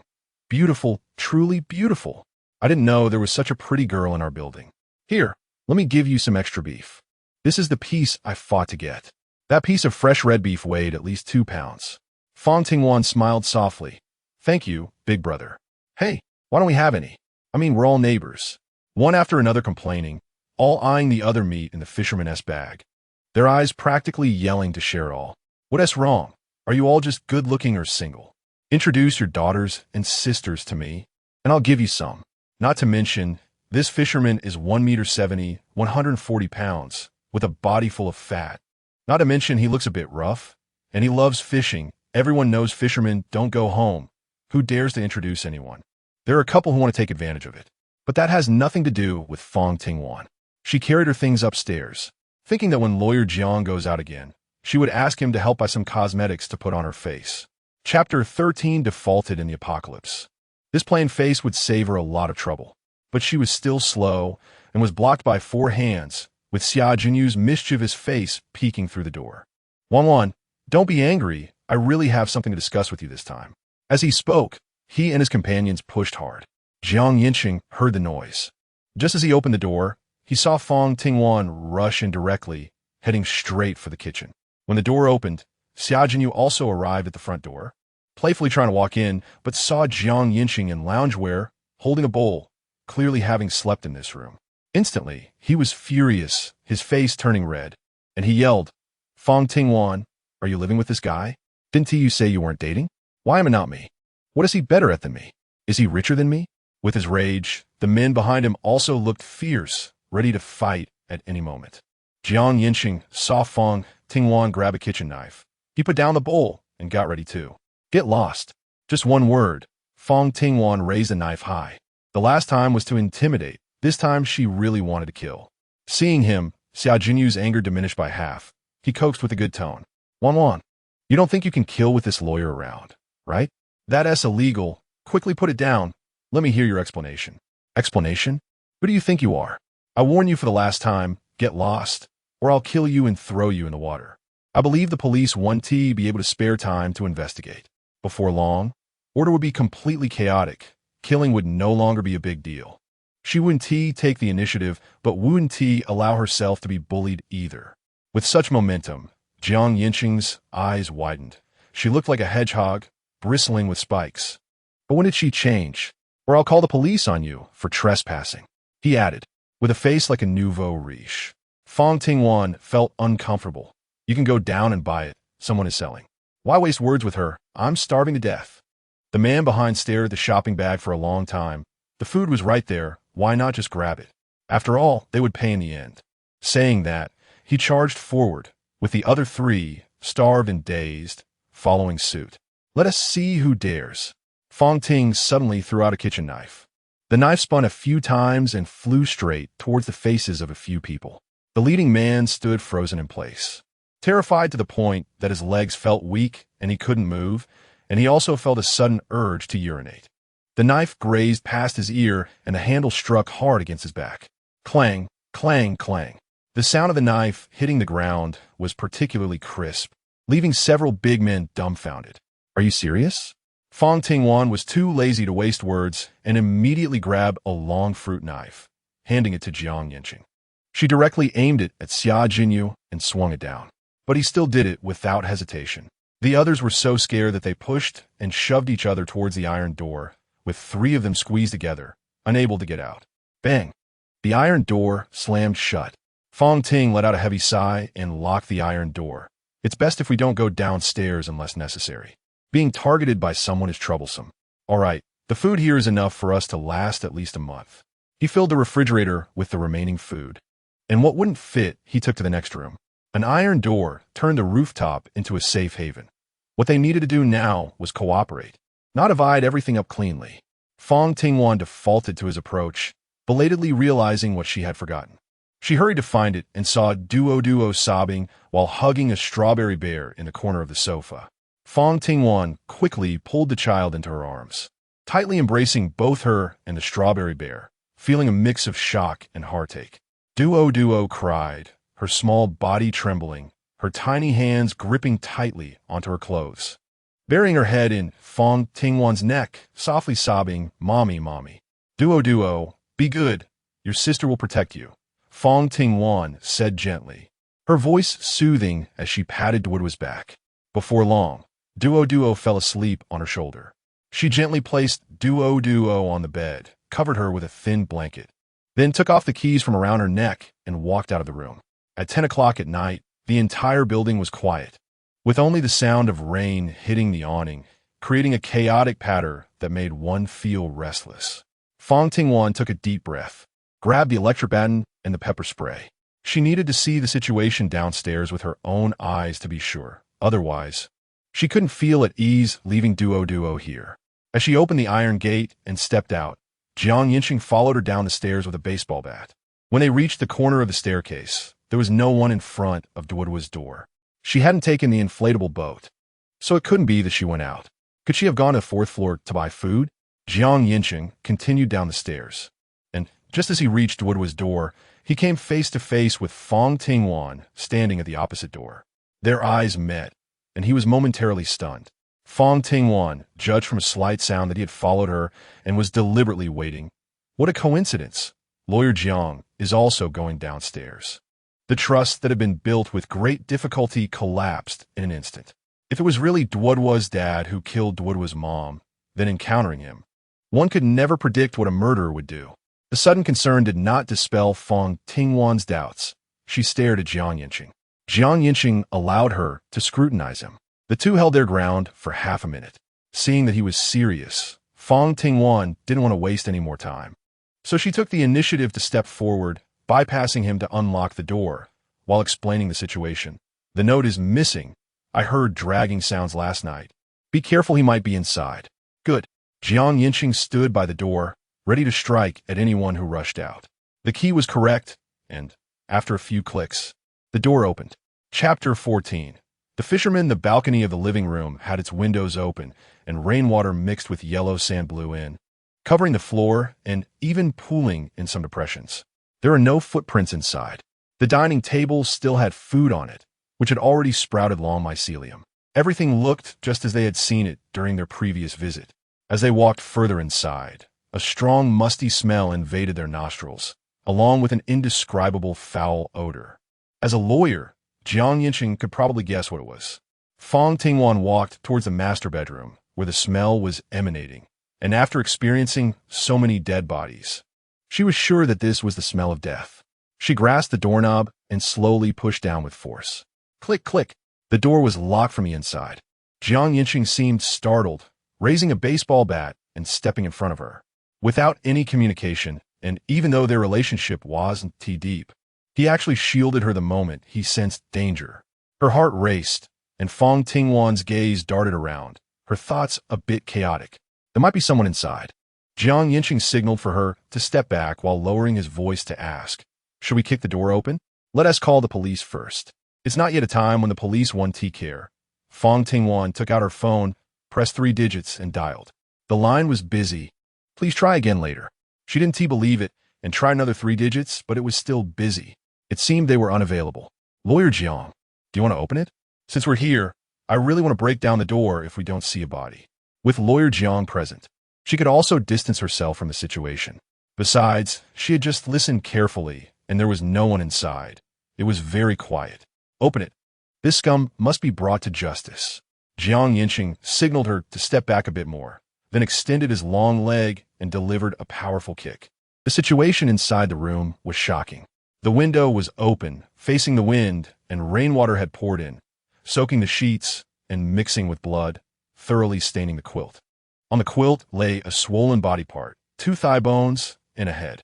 Soaking for too long, the skin of the corpse had wrinkled and peeled off. Even though Jiang Yancheng was used to seeing evidence photos from various cases, he couldn't control his physiological reaction, frowning and covering his mouth, tilting his head to one side. Out of the corner of his eye, he saw her, remarkably calm. The cut was made with a kitchen knife. They actually dismembered the body. How ruthless. Not to mention, Duo's mother had given birth to his child, and after 5 or 6 years of marriage. What kind of grudge could lead this man to dismember the mother of his child in front of the child? In Fang Tingwan's impression, Duo's mom is definitely a competent mother and wife. Don't tell Duo, she's still so young. Jiang Yancheng had already taken photos with his phone to document the evidence. He quickened his pace to leave the room, heading straight for the refrigerator, hoping to find some food. When he opened the fridge and saw the bloody heart, lungs, and intestines, he stumbled back, his legs going weak. It was an uncontrollable physical reaction. Fine. Staying here was of no use. Maybe the police would come later.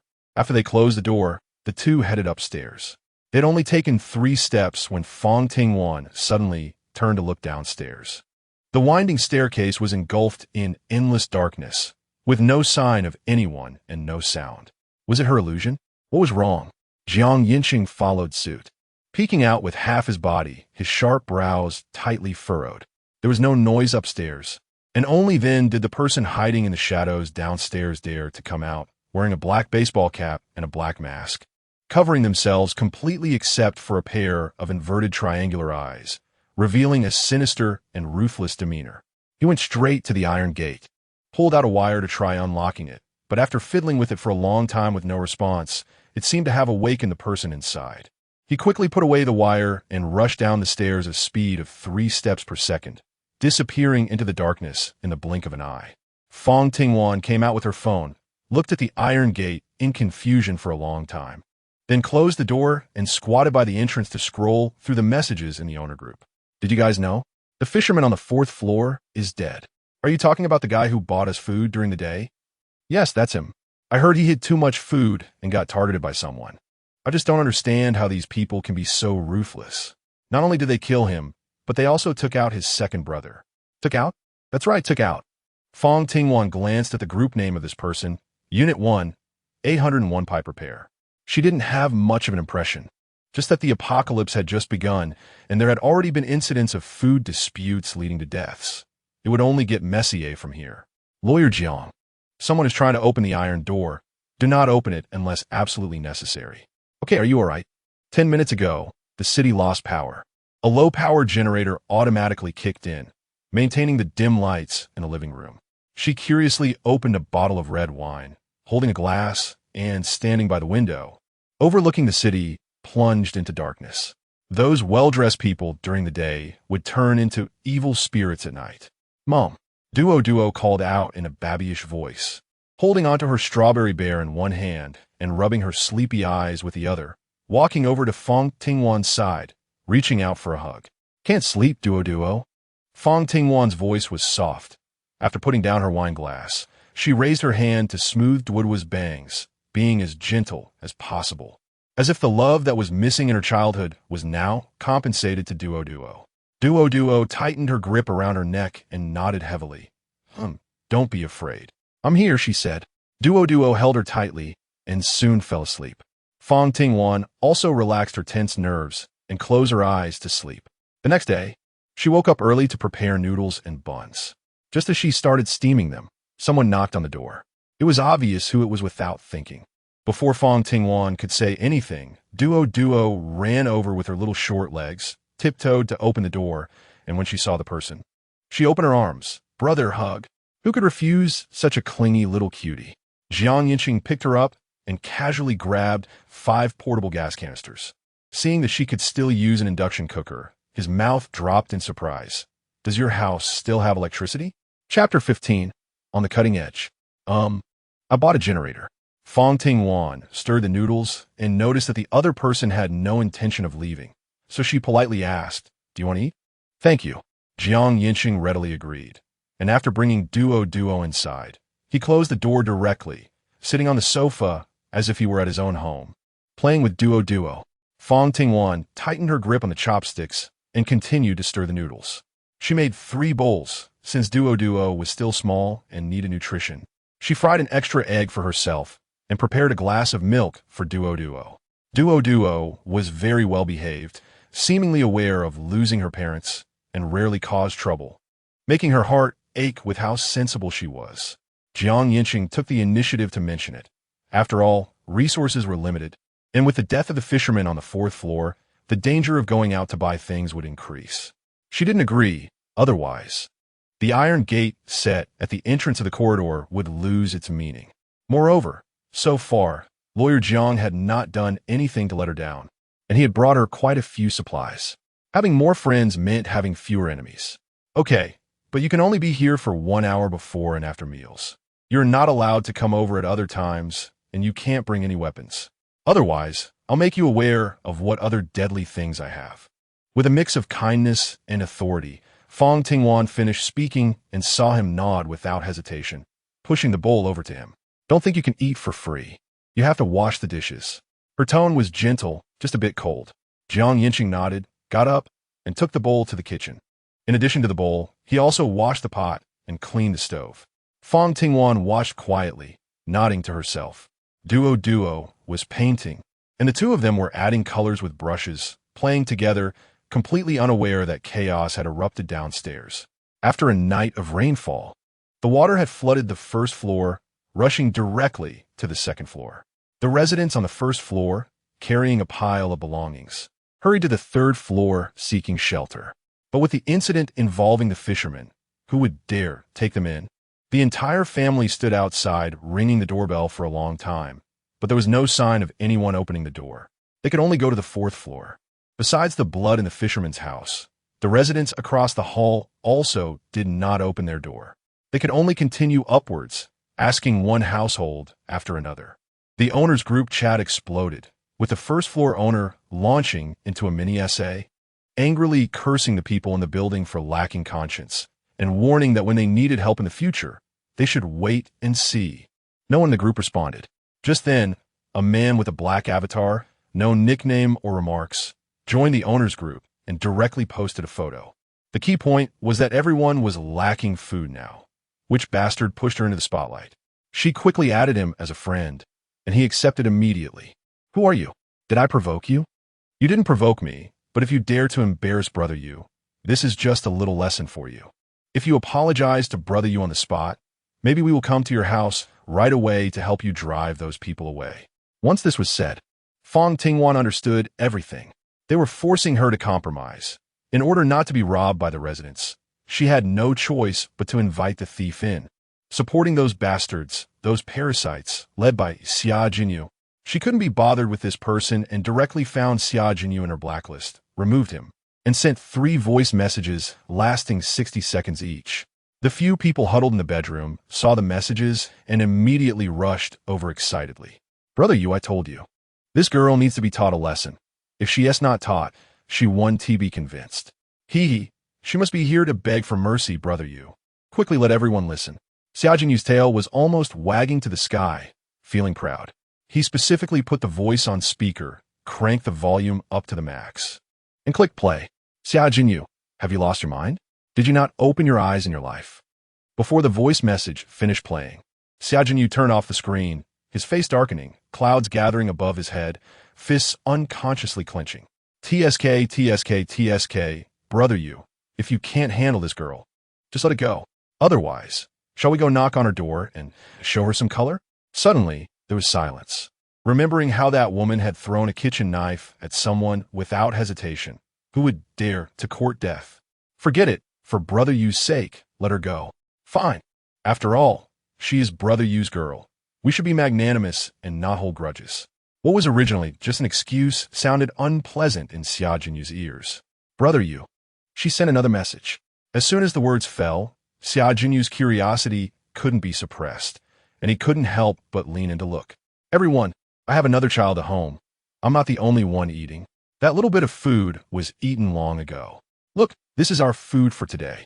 She accompanied it with a picture, half a bowl of noodles, half a cabbage, and the back of a small child. The child is young and needs nutrition. If anyone has surplus food, please sell some to me. She even added a crying emoji of a cute child, portraying her situation as very difficult. How is that possible? Did you eat all that meat? Yeah. What about the beef the fisherman sent you? Yancheng watched her expression change while typing on his phone, casually adding, "You definitely can't eat that much by yourself. It will just make them think you're lying. The kind neighbor sold me half. I thought I would be rescued soon, but it was all eaten." He accompanied it with a picture of a garbage bag filled with curry beef. Yancheng directly turned off his phone, laughing. The more you say, the less they believe you. Just leave it at that. Good. Fang Tingwan turned off her phone screen and put it on silent. Across from her, a group of younger guys looked at Xia Jinyu with sympathetic expressions. Brother Jean went to ask for food, but received a cold shoulder, and in the end, the food was given to the neighbor. As for whether she and the neighbor had a purely neighborly relationship, they had witnessed it with their own eyes when they went over. It was clear that the two had a much better relationship than with Brother Yu. Xia Jinyu's face darkened, and she threw her phone aside. Charge it when the call comes in. After saying that, she went into her room and shut the door. Messages in the owner's group continued. The first floor owner was successfully taken in by the owner of 801. Everyone continued to trade supplies in the group, but they could hardly buy anything. Minor disputes occurred, and they managed to get through the day peacefully enough. Chapter 16. Just in case this day seemed to last longer than a year. With the power outage, the backup lighting tools of the owners had drained their last bit of power, and at night, there was almost no light to be seen. Fang Ting closed the blackout curtains, and the room was dimly lit, making it hard to see, but at least there was some light. Duo, holding a strawberry bear, lay on the bed looking at a storybook, unable to understand it, just looking at the pictures. Fang Ting watched her quietly, sighed in relief, and went to the window. She looked at the torrential rain that had shown no signs of stopping for 5 consecutive days. It had already flooded to the second floor. If it continued like this, it was only a matter of time before it rose even higher. Boom! A loud thunderclap illuminated half the sky. Apart from the towering skyscrapers, the large trees by the roadside were no longer visible. Even those 2-story villas were reduced to just their rooftops. The rain would keep falling, and that top floor was everyone's hope. Fang Tingwan felt a bit uneasy until midnight, when she finally started to feel drowsy. This calmness lasted only until dawn. Early in the morning, someone started banging on the door, hitting the metal surface and making a loud, thudding noise. When Fang Tingwan opened the door opposite also happened to open at the same time, and both of them made a shushing gesture in unison. "Stop playing dead. We know you're in there. Hurry up and open the door. This top floor belongs to everyone, not just the two of you. What's the point of blocking it with a door? Shameless things. We're giving you a chance now, so hurry up and open it, otherwise I'll just break it down. Call the property management to come and take it apart," someone outside suggested, and a wave of agreement followed.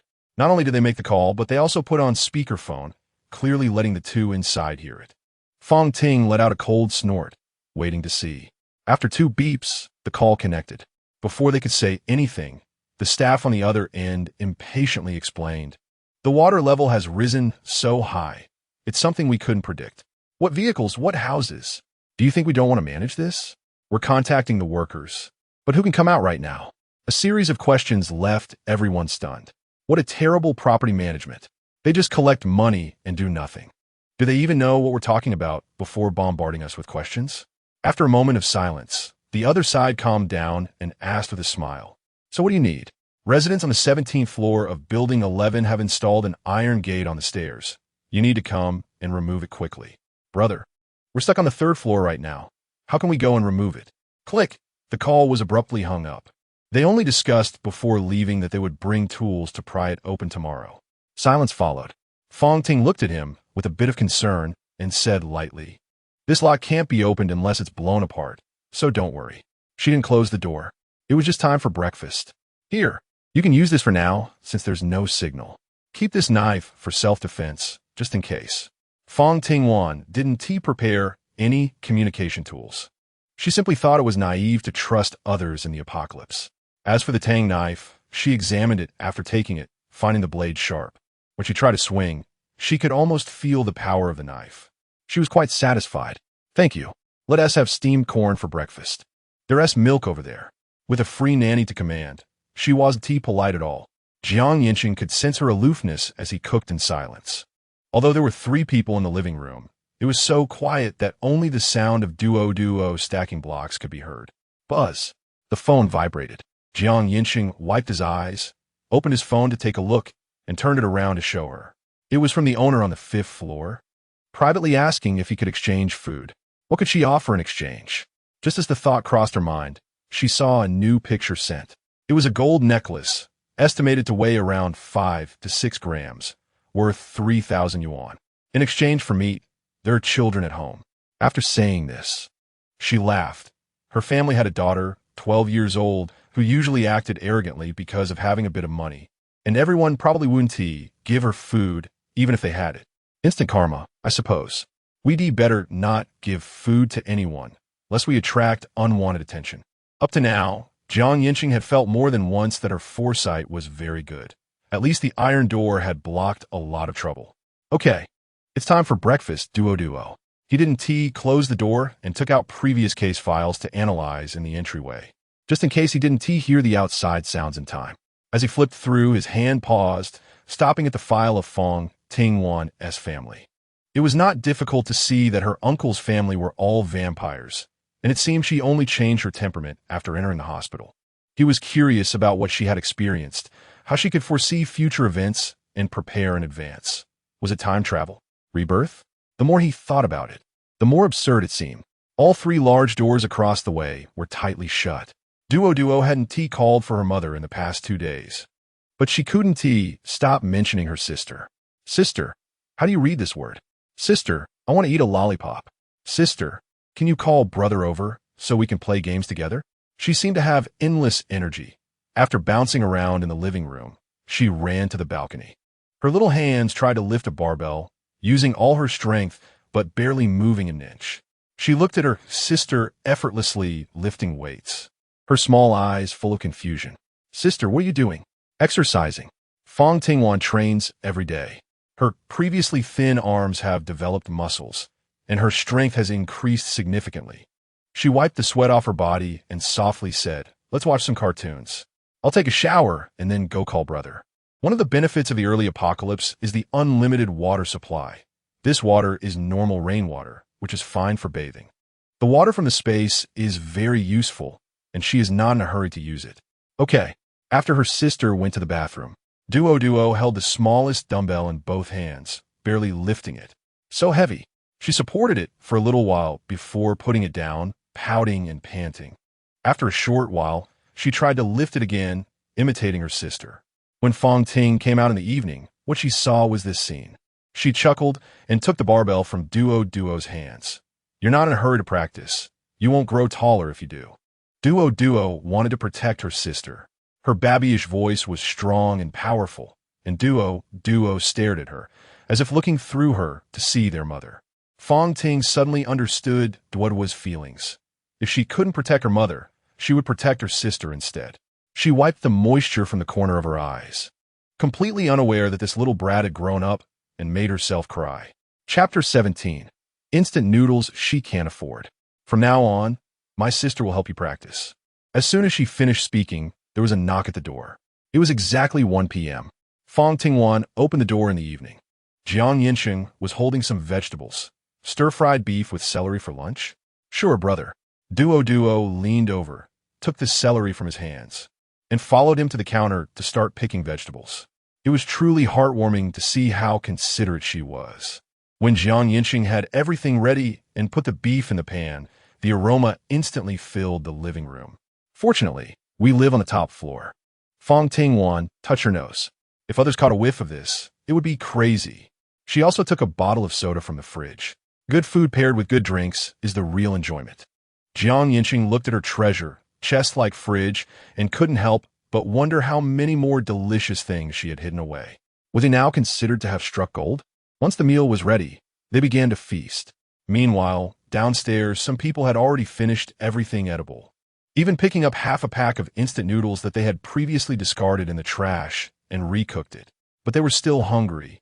So hungry that one of them started hallucinating, hugging his orange cat that he had raised for 5 years, his eyes losing their sparkle. Had the property management's phone line been connected? It wasn't just one man. 5 others were gathered together, all feeling famished. The call was directly unreachable. Relying on property management seemed like a hope for the next life. So what should they do? Just wait here to die? Wait, what is that smell? As soon as the words were out, 6 young people rushed to the window, all sniffing in unison, revealing their greedy expressions. Instant noodles. And with eggs added. Just from a few words, they couldn't help but drool. Shall we go downstairs and borrow some food?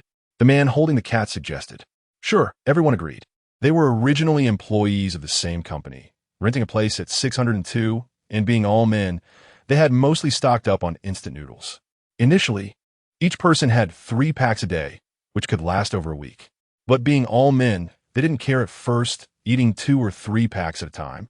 And now, on the 4th day, there was nothing left to eat. Now the water had reached the 2nd floor, and the residents on the 3rd floor were already seeking help upstairs. But the people on the 4th and 5th floors were still around. The group went down to the 5th floor, sniffing around one neighbor's place and checking another's, finally zeroing in on Unit 501. Knock, knock. Who is it? Inside, a family of 3 had just finished eating a pack of instant noodles when someone knocked on the door, startling the male head of the household. Bro, the man outside joked, his tone very friendly. We have no food left, but we have money. Can we buy a few packs of instant noodles from you to survive? Really, big brother, we only want to buy 3 packs. Please have mercy on us. 1,000 yuan per pack we'll buy. The people outside were reluctant to give up. But when they heard the companion shout out, 1,000 yuan per pack, all 5 revealed looks of refusal. The leader quickly made a shushing gesture. Inside, the male head of the household glanced at his kitchen cupboard. There was still half a box of instant noodles left. Accustomed to making decisions on his own, he walked to the door. 2,000 yuan per pack. The faces of the people outside changed instantly, anger spreading among them. The leader suppressed them. All right. The male head of the household opened the door and saw these people dressed very plainly. To put it bluntly, they looked poor, their eyes looking up, and he coldly snorted, "Pay first, then take the goods." Okay, the leading man readily agreed, quickly pulling out a stack of money from his pocket. It looked like there were 6,000. The male head of the household accepted it, but did not intend to let them in, coldly saying, "Wait." He turned to the kitchen. Just as he opened the cupboard door, the next moment he heard a loud bang. Pain shot through the back of his head. His eyelids felt heavy, his body collapsed straight down, and he completely lost consciousness. Big brother, he won't die, will he? The man holding the cat said, while reaching for the instant noodles. The others began to ransack the kitchen. The woman inside only opened the door slightly after hearing no noise outside, confirming that no one was really there. She locked the door again and immediately dialed 120. "I'm so sorry." The voice on the other end of the line quickly issued commands, and the nurse hung up the phone. The female head of the household stared blankly at the blood all over the ground, crying and trembling as she sought help in the owneress group. At this time, on the top floor, Fang Tingwan was still having dinner when she saw her phone flashing continuously. She opened the owner group chat to see the messages. Someone had been robbed of instant noodles, and her husband had been injured. He was now severely wounded and bleeding profusely, and death was just a matter of time. Everyone in the owner group was brainstorming ways to help. Even a few of the culprits from Unit 602 pretended to be shocked and offered suggestions in the chat. How about checking at the fisherman's house for a rubber boat? We can help get the person to the hospital. The woman had no idea that these people were the culprits and repeatedly expressed her gratitude in the group, hoping they would act quickly. The group fell silent for a moment. Fang Tingwan put down her chopsticks, frowning. "What's wrong?" Yancheng noticed that she seemed a bit down. "This homeowner, I'm afraid, is in for a lot of trouble." Fang Tingwan spoke lightly, not because she intentionally targeted men, but because some men indeed think only with their lower bodies. Plus, now that we are in the apocalypse, they have nowhere to vent. Yancheng had handled so many cases, countless rape and murder cases in a year. He knew what would happen without needing it to be spelled out. Is it about Hanger's family? 501? Duo suddenly chimed in. Her eyes filled with innocent confusion as she spoke to herself. Hayer said that his dad often hits his mom and him. Brothers and sisters, can you help Hayer? I'll take good care of him. It's quite normal for children to play together in the same building. Fang Tingwan gently rubbed Woodwa's head. Hayer's mom is here. It's okay. This was just to comfort the child. Yancheng had no intention of going downstairs to save anyone.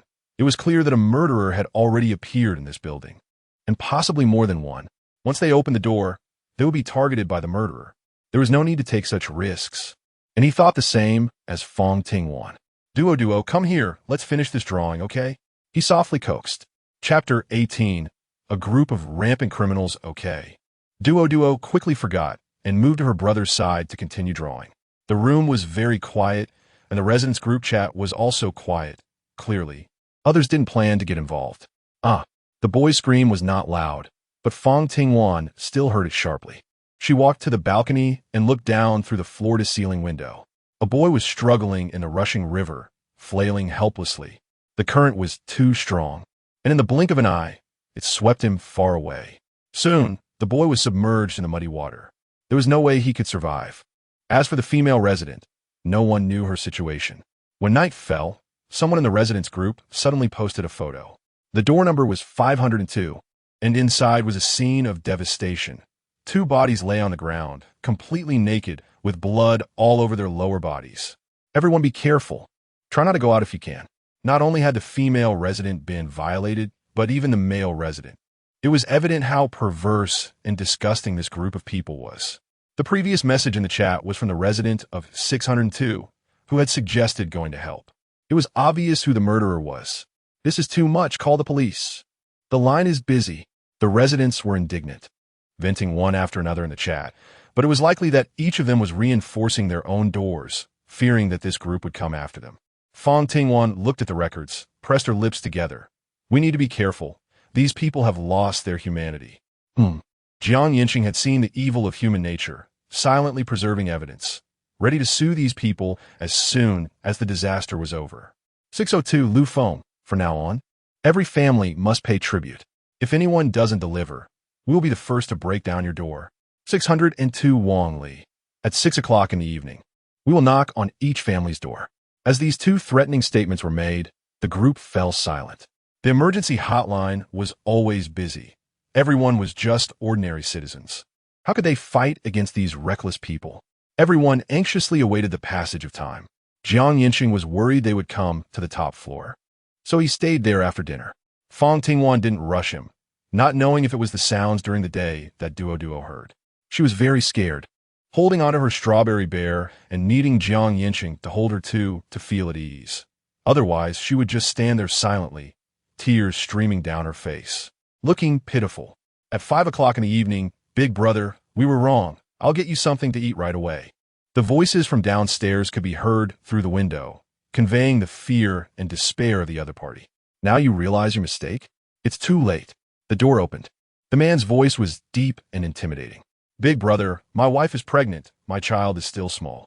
The pleading voices continued, but did not lead to any mercy.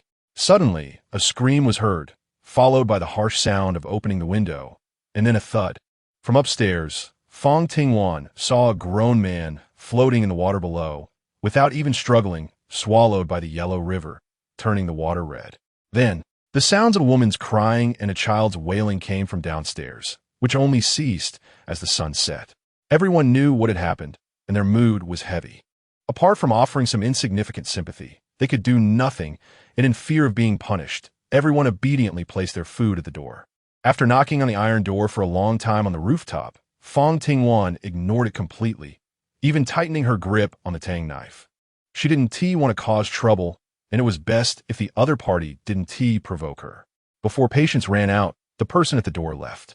This time, the 6 people returned with full harvests, all glowing with happiness, sprawled out in the house, smoking and drinking, feeling quite pleased.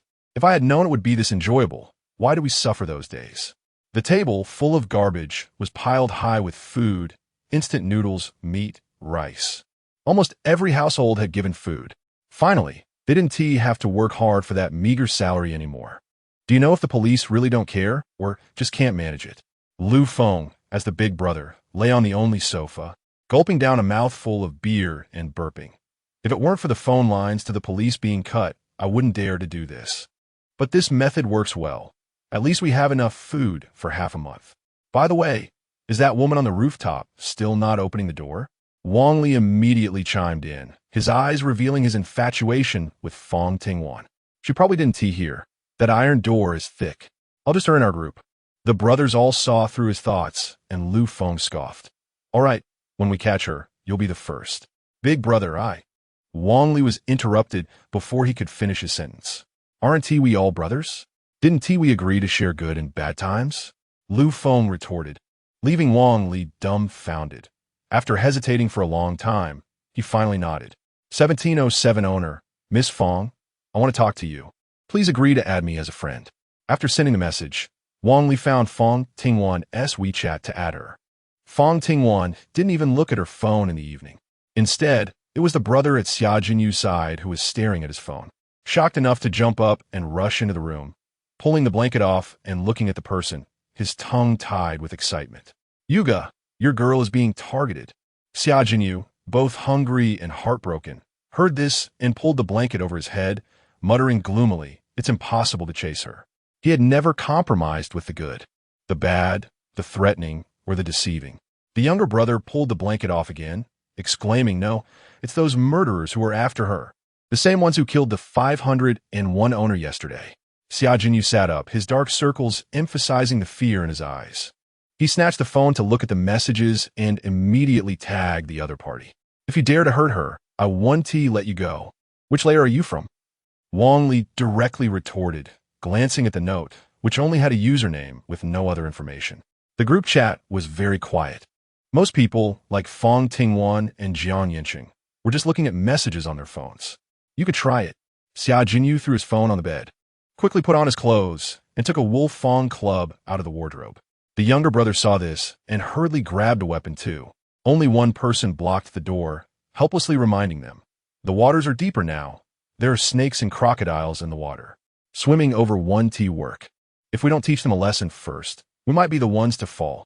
The impulsive brother calmed down. Yeah, Yuga, besides her big iron gate. With her terrible character, who could bully her? They hadn't fared well in their 2 attempts, and these few people probably wouldn't be any different. Xia Jinyu took a deep breath, sent a message to Fang Tingwan, and found he had been blocked again. He simply used his brother's phone to post in the group. Wan, if you need anything, call me. No matter the wind or rain, I will come to protect you. This statement was particularly abrupt in the threatening chat records. Chapter 19. Steal from me, death penalty. Fang Tingwan ignored the people on the 6th floor and didn't want to pay attention to them, pretending she didn't see, and turned off her phone to continue exercising. If there's something, call me. She kept her door open for convenience and simply moved the sofa bed to sleep in the hallway. The weather was stuffy under the heavy rain. After exercising, Fang Tingwan was completely soaked. After taking a shower, she went to the balcony to check on the vegetables. In just 4 days, a few tender sprouts had emerged. Whether they would grow was unimportant. What mattered was to confuse others. The group chat was in an uproar, with messages constantly popping up. She took out her phone to pass the time and saw that Xia Jinyu was continuously threatening the people on the 6th floor. Not only were the people on the 6th floor not scared, but they also provoked them, directly heading upstairs with kitchen knives and hammers. They occasionally posted photos in the group. Dodo, are you sleepy? Dodo was watching anime, and upon hearing this, she looked up with a hint of confusion in her eyes. The next moment, she rubbed her eyes with her hand and said, Fang Tingwan followed closely behind, placing the storybook flat by the bedside, softly reading the story while gently patting Duo's back. 5 minutes later, Duo fell into a deep sleep. Fang Tingwan got up, closed the room door, and then opened the front door to step outside. Outside, a hammer was pounding on the window repeatedly. It was the iron window that came with the iron door, about 15 centimeters wide and long, with 2 steel bars welded on. That was the only flaw of the iron door. At that time, Fang Tingwan had thought about welding it shut entirely, but due to time constraints and not being able to customize it, she made do with it. With each hammer strike, the iron window had developed serious dents, and with the final blow, the iron window loosened. The person outside pulled it hard a couple of times, and the iron window crashed to the ground with a loud, piercing sound. You little bitch, you really are inside. Looking at each other, Lu Feng gritted his teeth in anger, raising the kitchen knife in his hand. Open the door. Are you sure? Fang Tingwan raised the Tang knife in his hand. A cold light flashed across the blade, revealing its sharpness. Lu Feng took a step back in surprise, stepping off the staircase and almost falling flat on his face. If it weren't for Wang Li behind him catching him, he would have fallen hard. With his brothers watching, he felt embarrassed and shouted even louder, "Are you sure? If you don't open it, don't blame us for being forceful." "Big brother," Wang Li called softly, casting a guilty glance through the window and signaling with his eyes. Fang Ting suddenly laughed and looked at Jiang Yancheng beside her. "Lawyer Jiang, are we going to do it?" Jiang Yancheng walked to a vantage point outside, holding a Tang knife in his hand, his sharp gaze sweeping over several people. The outsiders visibly faltered. With just one glance, Jiang Yancheng knew it was unnecessary. He took out his phone from his pocket, directed the camera at the group, and coldly said, "Robbery, 3 years or life imprisonment. If you rob me, it's the death penalty." Lu Feng swallowed hard, and the kitchen knife in his hand obediently went behind his back. This man was a lawyer, a very formidable lawyer. And they had heard of him. "Continue, I'm recording this." Jiang Yancheng smiled faintly, clearly very refined and polite, yet he instilled fear in the outsiders. "Be brother." Someone was scared and instinctively retreated down the stairs. Go. Lu Feng angrily went downstairs, and halfway down, he threw the kitchen knife down. He couldn't swallow this anger. Sooner or later, he would make them pay. "Don't worry, brother, I don't believe they can go without food or drink. As soon as they move, we'll catch them immediately, and you can deal with them as you wish." The one speaking was Bao, a hot-headed young man. Lu Feng stared at him and said slowly, "Then you stay here to guard. As soon as they open the door, come call us." He had no choice but to look around and chose to sit at the stairway. Bored, he picked up a piece of paper from the ground. "Your daughter is very safe." What the hell? He crumpled it up and threw it away. Upstairs, Fang Tingwan knew that someone was waiting downstairs, watching the forcibly broken iron window. She looked at Jiang Yancheng and kindly reminded him, "You need to be careful. Something might be thrown in at any moment." "All right, should I go to your place to charge for a while?" Jiang Yancheng shook his phone, which was in a black screen state. Before she could ask, he explained, just to scare them, "My power bank is already out of battery." "Then let's bring everything over to charge." Fang Tingwan agreed to the matter he had just helped with, also worried that he would use this as an excuse to keep coming over, so she decided to keep things simple. Duo was already sound asleep. The two of them walked lightly. Jiang Yancheng was sitting and charging his device. They could see darkness outside. In her previous life, the heavy rain lasted for about a month, and since they were on high ground, it had flooded the second floor here, while other places were probably even worse. It would only get more chaotic. Fang Ting glanced at Jiang Yancheng, indicating him to check his phone.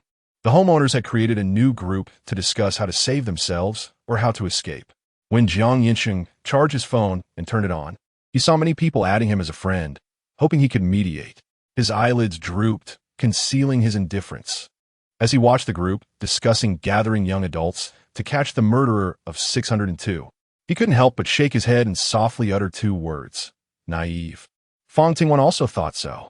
The few people on the 6th floor were originally thugs, ruthless and merciless, but many of the residents in this community had families and concerns. So how could they possibly fight back? Shaking his head, he noticed someone mentioning him, and Jiang Yancheng typed on the keyboard, his words very cold.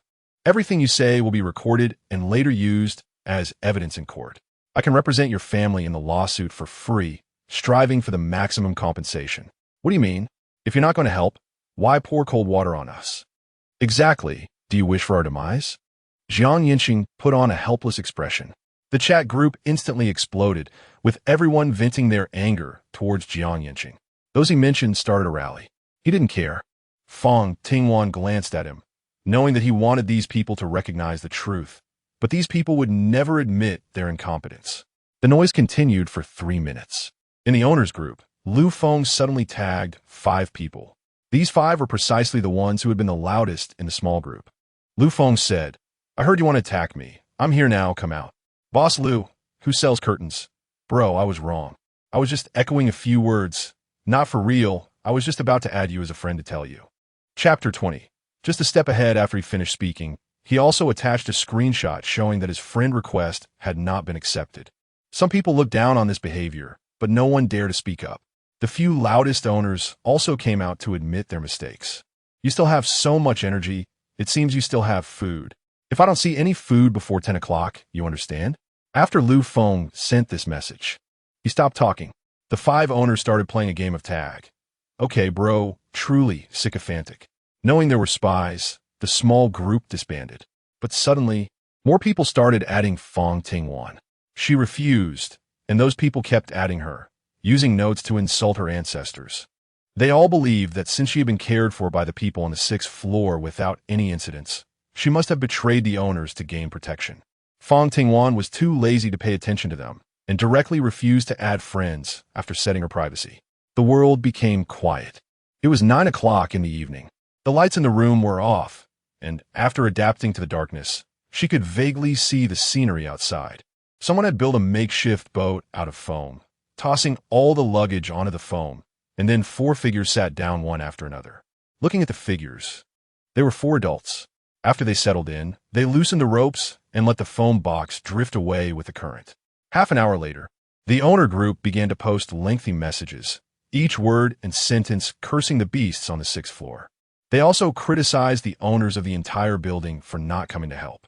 Looking at the owner with the nickname 301, Fang Tingwan suddenly remembered that this person had wanted to call for help when the water was about to flood. But no one in the building dared to let him in, so he had to leave helplessly. Lu Feng looked at the messages and directly instructed Wang Li, "You take someone to guard downstairs. Whoever dares to leave, kill them." He spoke about killing so casually. Wang Li was shocked. "Brother, are we really going to kill someone?" Lu Feng glared at him angrily. "If they run out to call the police will come, and you'll be executed, won't you?" "Executed?" Wang Li murmured these 2 words, unable to believe or accept it. "Of course, if we kill someone and commit rape. You were the first to charge in. Have you forgotten?" Lu Feng deliberately mentioned. If everyone was united, they would be a group of people. If someone wanted to betray them, he wouldn't mind having more lives on his hands. Wang Li, being sharp-eyed, noticed the murderous look in his brother's eyes and immediately pulled another brother downstairs. At this point, there was 1 person upstairs and 2 downstairs, leaving only 3 people in 602. Fang Tingwan was just about to go to bed when she heard a man's voice coming from the tablet connected to Yancheng's home camera. It wasn't hard to guess who it was. She quietly opened the door, gripping the dagger tightly, and at the moment she opened the door, she saw Yancheng sitting up in shock across from her. Their eyes met, and they both made a shushing gesture. Yancheng also grabbed a knife and moved to the side of the iron gate. Outside, the sound of someone climbing the stairs could be heard. "You, big brother. It's still warm." Lu Feng scolded coldly. "Damn it. You're not eating. Why do you care if it's warm? Which side does she live on?" "It should be 1701. "All right, the right side. Harder. You must throw it at the door. Make her sick." "Yes, big brother." As he spoke, a slender hand, almost like a woman's, reached in, holding a lump of feces wrapped in paper. Just as he was aiming, Fang Tingwan struck with her knife. Vivid red blood splattered on the iron door, presenting a chaotic beauty. In extreme pain, more than anything, he felt fear. He had never imagined such a consequence. He looked blankly at his brother and then at Lu Feng. "Stop the bleeding. Hurry, stop the bleeding." Lu Feng quickly pulled down his sleeve, frantically trying to block the arm's severed end. The other 2 helped each other continue to bandage, watching the blood seep out continuously, and the brother's face grew increasingly pale, his hands and feet trembling uncontrollably. "Big brother, what should we do?" The man rolled his eyes back, already fainting from fear and excessive blood loss, rolling down the steps. "I won't let you go, I won't."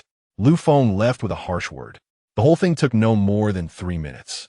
After they left, Fang Tingwan calmly bent down, and before she could pick up the severed arm, Yancheng picked it up first. "I'll handle it."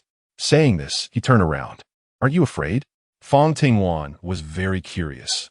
Her reaction just now was definitely not something an ordinary person, especially a woman, should have. "It was just that you were 1 step ahead of me." Fang Tingwan's heart trembled. At the beginning of the apocalypse, human nature had not fully revealed itself.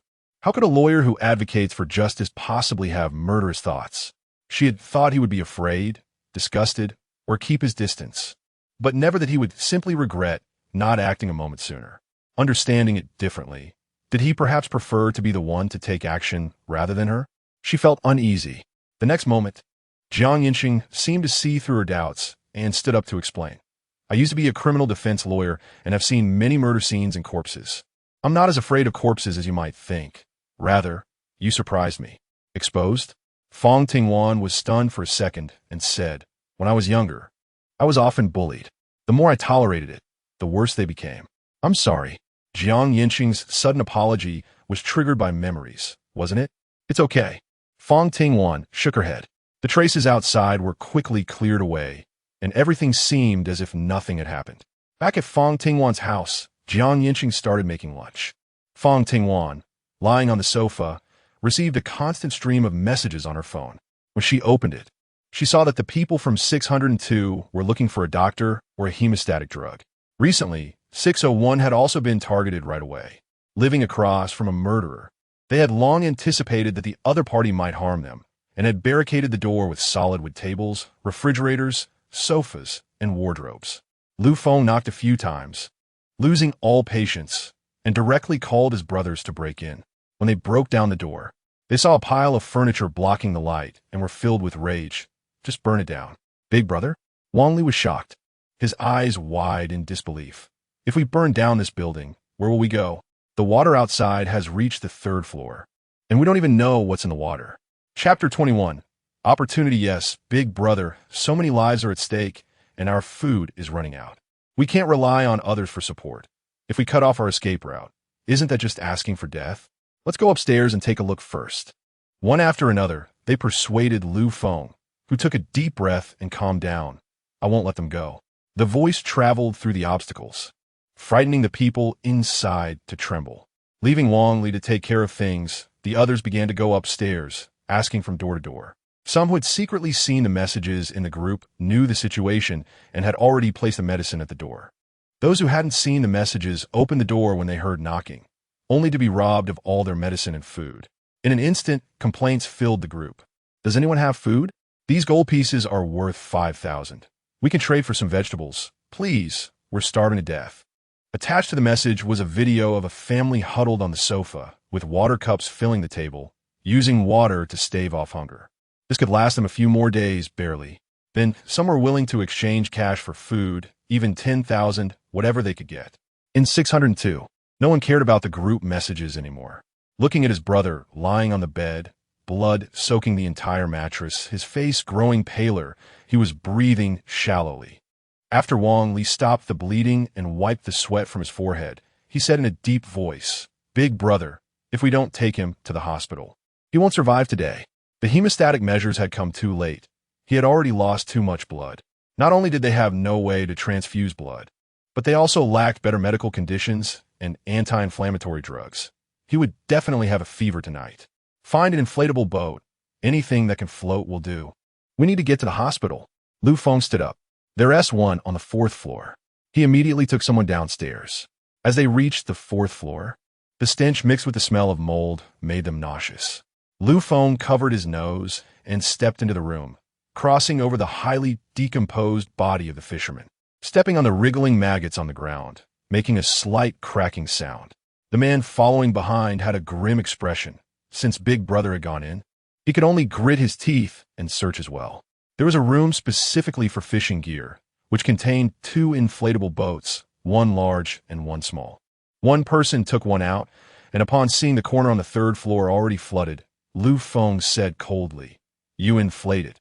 I'll go upstairs to carry the person." Okay. 10 minutes later, 6 people had gathered at the window. The larger inflatable boat carried one injured person, along with Lu Feng, Wang Li, and another person. The smaller one had 2 people directly entering the river from the 4th floor as water buffer. The current was not slow. As soon as they released the rope, the inflatable boat slid along the flow of the water. The good thing was that the hospital was downstream. In just a moment, the inflatable boat had drifted several dozen meters. The residents of Building 11, upon seeing the inflatable boat below, were a bit incredulous. And only after confirming did they exclaim, "They've gone, they've left? It must be them. This is the opportunity." Someone suddenly suggested, and everyone's eyes brightened. "We're starving. Starving to the extreme. The only ones with food are in 602. Since they're not here now, it's the best time to steal from them." Not just one person thought this way. Three groups met at the entrance of 602, and after a tacit nod, they kicked the door open and went inside to search. It was a mess. Inside it looked like a pigsty. Rummaging around, the best they could find were instant noodle seasoning packets. A dozen people exchanged glances. Did they eat everything? There can't be no food left in the entire building, right? Did they take it all with them? It seems so. I saw two of them with an inflatable boat carrying several large bags. It should be food. Hearing this, everyone's faces turned grim. Despairing as they sat down on the steps, with no food, they couldn't leave. Starving to death was only a matter of time. Forget it.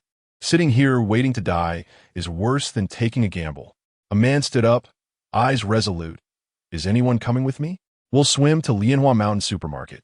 3 kilometers away. Once we get there, there will be enough food until the flood ends. No one responded. They had already seen the horror of the flood. The man snorted coldly. If no one is going, I'll go by myself. 15 minutes later, they saw this man from the window. He was carrying a waterproof bag and jumped directly into the flood. In just a moment, his figure sank down. Fang Tingwan was upstairs and naturally saw that figure. When she saw the person being submerged by the flood, she stepped forward to get a clearer view. After 2 breaths, the man surfaced from the water. Help me. Fang Ting murmured a few words, then turned to see Duo still watching the animation. She continued to lift weights. It was the 7th day of the heavy rain. The once quiet building suddenly echoed with cries. Before long, someone arrived outside the iron door on the 17th floor. She banged on the iron door, pleading, Wan, my child has fainted from hunger. Please give me some food. I won't take it for free. This is payment. Saying this, she threw in a thick stack of money, estimated to be 50,000. The money spread out on the ground, forming a thick layer. Fang Ting squatted down, sorted the money, and saw through the window that the woman's cheeks were sunken from hunger, tears in her eyes, looking very pitiful. As she handed over the money, the woman coldly said, We have no food either, sorry. How is that possible? Look at your rosy complexion. You don't look like you're starving at all. If the money here is not enough, I can give you however much you need. I beg you to help save someone. The woman was unwilling to leave and refused to take the money. Fang Tingwan loosened her hand, and all the money fell to the ground. If you throw it in again, I won't pick it up for you. She turned around. The woman, seeing that she was serious, pressed her face against the iron bars, her eyes wide open, bursting with hatred, and shouted, You heartless person, aren't you afraid of being struck by lightning? You clearly have food, yet you watch us starve to death. You won't have a good end, and even as a ghost. I won't let you go, The only response she got was the sound of the door closing. Unable to contain her anger, she went downstairs to pick up a pile of garbage, not caring about the dirt and trouble, and stuffed it through the iron bars, cursing for another 10 minutes before finally going downstairs. Group announcement. At 6 o'clock in the evening, a meeting on self-rescue will be held on the 10th floor. Those in need may go there on their own. Chapter 22. Leech. See probability. Guessing what she was about to do, Yancheng sat up straight, slightly tilted his head back, and closed his eyes, making it easier for her to draw. Fang Tingwan was not polite, quickly applying a layer of dark color to his face, looking at his gaunt cheeks, deep-set eyes, straight nose, and thin, slightly pursed lips. Even try to look ugly couldn't hide the charm of this mature man. She took a deep breath, averted her gaze, and when she turned the mirror to face herself, she noticed her cheeks were slightly flushed and her breathing was a bit off. I'm going to a room to put on makeup. After knowing each other for so long, it was the first time she showed a trace of shyness. Yancheng got up to play with Duo, a smile he couldn't hide in his eyes. Half an hour later, a dejected and listless Fang Tingwan appeared in the living room. She pointed to her face and asked, How is it? Yancheng seriously examined her. The pink tone was not heavy, and it was hard to notice unless looked at closely. He nodded. It's about right. We should go participate too. Fang Tingwan watched the sun already at the mountain top, with only half an hour left until darkness fell, around 6 o'clock. The light was dim, making it harder to see. If she didn't go out for a while, everyone would think she still had food, and it wouldn't be long before they targeted her. She didn't want to become a public enemy unless absolutely necessary. The time reached 5:50. The hungry residents had gathered in the corridor and stairway on the 10th floor, each one lying down if they could, sitting if they couldn't. When the couple brought duo down, they saw the ground filled with people. At the same time, everyone turned their gaze towards them. This family of 3 had finally come down, but why did they look so haggard? Don't you have any food left? Everyone's hope rested on them, but unexpectedly. Yancheng covered his mouth and coughed twice, revealing a weak posture. The child is small. We have to take care of the child. We've been fortunate to have a bit of soup to drink all day. Not all. The man persisted, and as he saw the couple's expressions, his doubts gradually faded away. Not at all, Fang Tingwan said solemnly, sitting down and holding duo in her arms. As soon as she finished speaking, a sigh rose from the crowd. What should we do next? We can't just wait to die. Questions arose one after another, and everyone looked towards the male owner of Unit 701. Everyone had been called by him, so naturally, they listened to him. But the male owner was also at a loss. Swimming wouldn't work, and there were no other means of transportation. Wait, didn't through.Jiang on the 17th floor have a rubber boat? It seemed someone had mentioned it before. He was about to speak when someone interrupted. Is there a nurse? Is there a nurse among you? A man suddenly ran down from upstairs, shouting twice but receiving no response. He burst into tears. Please. Who can help? My wife is in labor and bleeding heavily. Save her. It might not even be possible to save her in the hospital. Why didn't you go to the hospital earlier? A look of guilt flashed across the man's face. His family was poor, and staying in the hospital early would cost extra money, which he definitely couldn't agree to. But that didn't matter now. Is there no one here who is a nurse? A doctor? A group of people responded with silence. The man, angry and embarrassed, shouted, in such a large building with hundreds of people, there are actually no nurses or doctors. Don't you want to save my wife? I'll pay. Just name your price. Everyone looked at him as if he were crazy, and no one spoke. The man became even angrier, glaring at the nearest Yancheng, demanding, if they refuse to help, can I sue them? Yancheng raised an eyebrow, curiously sizing up the man. What nonsense are you talking? They are not obligated to save your wife, especially in a situation of heavy bleeding. If you sue them, they could countersue you for defamation or extortion. As soon as those words left his mouth, the man's face turned various shades of color, and in anger, he kicked the white wall and walked upstairs. The sky had completely darkened, and the owner of Unit 701 said to disperse, heading downstairs, vaguely feeling that he had forgotten something. Brother, how is your wife? You are all murderers. The group was filled with question marks. What are you robbing? This is my home. Get out, get out. A sudden voice came from outside the window. Fang Ting was still awake, stretching her head to listen. The noise came from downstairs. Are you trying to drive us away, so we can die? I kindly took you in, and you stayed in my master bedroom, but you even stole my mom's glucose. She's a patient, and if she doesn't have glucose, she'll die. She's almost dead, so why waste anything? The noise grew louder, and the voices trying to mediate from downstairs continued to come through. Fang Tingwan understood from the conversation that the ones arguing were the residents of Unit 801, who had taken in the first floor owner. They had taken in a group of leeches. This kind of situation had happened before, and quite a few times, as her kindness had ultimately led to her family's downfall. After seeing so much, Fang Tingwan had gotten used to it. Fortunately, her neighbor was the cold-hearted Yancheng. If it were a big maternal figure, she would probably have a lot to deal with. Knock, knock. Someone was knocking at the door. She didn't even need to think to know who it was. Duo quickly ran to open the door and jumped into Yancheng's arms, sweetly calling out, brother. Someone called me for help. No way, the slap in the face came so quickly. Fang Ting was still praising him a second before. But now looking at his expressionless face, she stared at him and said in a low voice, we only have that little food. If you want to save someone, take your share to do it. From now on, let's keep our distance and not interfere with each other. You should make it clear quickly, so as not to drag us down.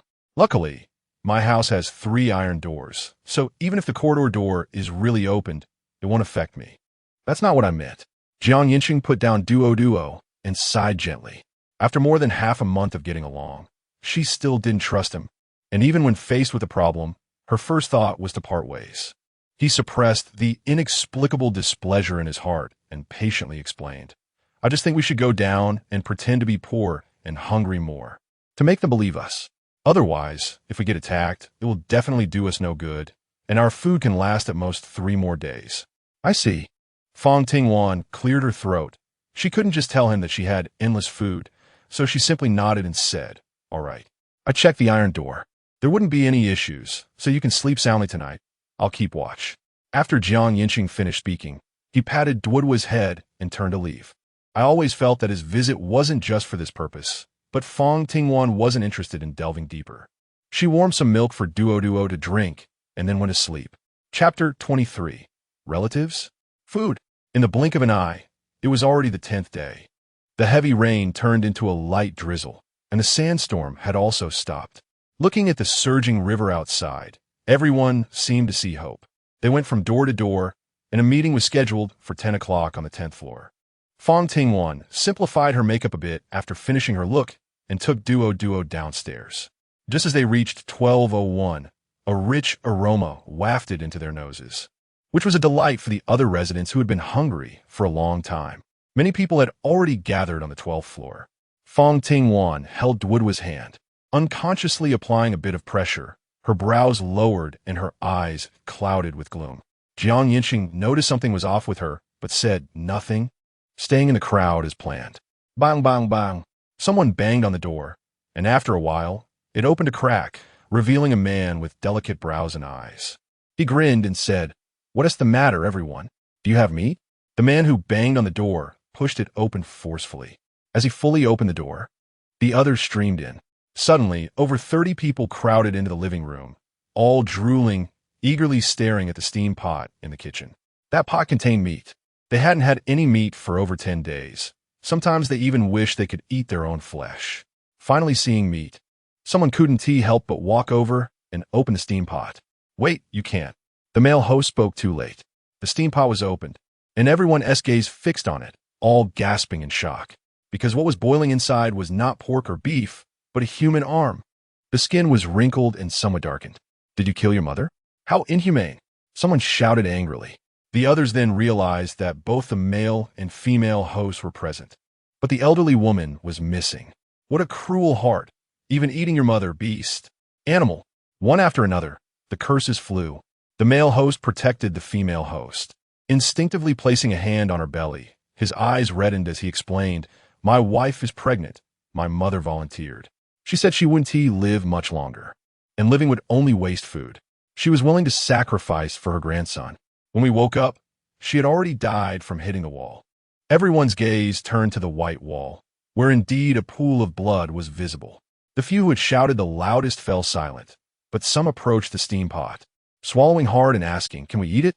The male host hesitated for a moment, and to avoid being criticized by others, he gritted his teeth and nodded. The man picked up the small arm and placed it on the cutting board, chopping it into a dozen small pieces, gesturing for everyone to take their own. Seeing that they were all hesitant, he picked up a piece himself, closed his eyes, took a deep breath, opened his mouth, and put it in, chewing a few times before opening his eyes and nodding. "The taste is okay. I'll try." One person took the initiative, and the rest followed suit. Some even kindly handed a piece to Yancheng and Fang Tingwan each. The human flesh in hand triggered Fang Tingwan's long-buried memories. A large pot, a dozen people playing rock, paper, scissors. She had never thought life could be so casual. The loser would be killed and cooked for eating. It had become a common occurrence. But she never expected that the usually kind people in this building, those who fed stray cats, could all turn into monsters. Originally, they were just discussing how to find food, and they could have waited a bit longer. "Why aren't you eating?" A slightly overweight man stared eagerly at the meat in their hands. There were too many people, and there was only so much meat in the steam pot. If divided, it would only be a small taste. He had a big appetite and hadn't even tasted anything yet. "Here." They both handed it over simultaneously. The fat man didn't show any disdain, took it, and stuffed it into his mouth, mumbling a thank you in a daze. After eating, most of them reluctantly went down to the 10th floor. A few felt nauseated and didn't touch any, heading down first to wait. Over 100 people crowded the stairs. Leading them was Yancheng, the resident of 1301, who had been elected as the manager. He looked at the people eating human flesh with a grim expression and said coldly, "Now we need to prepare to go out and find food. We need people who are good swimmers and strong, willing to participate. We will divide the food based on how many people go out.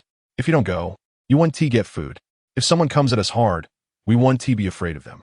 Women can also choose to participate. Life and death are their own responsibility, or they can join the fishing team. The fishing team has tools, and there's a river downstairs. I saw fish in the river before. We can give it a try. It's better than sitting and waiting to die. Sign up. I'll participate. I'll go too. There's nothing left to eat at home, with old and young. If we don't go, we'll really starve to death.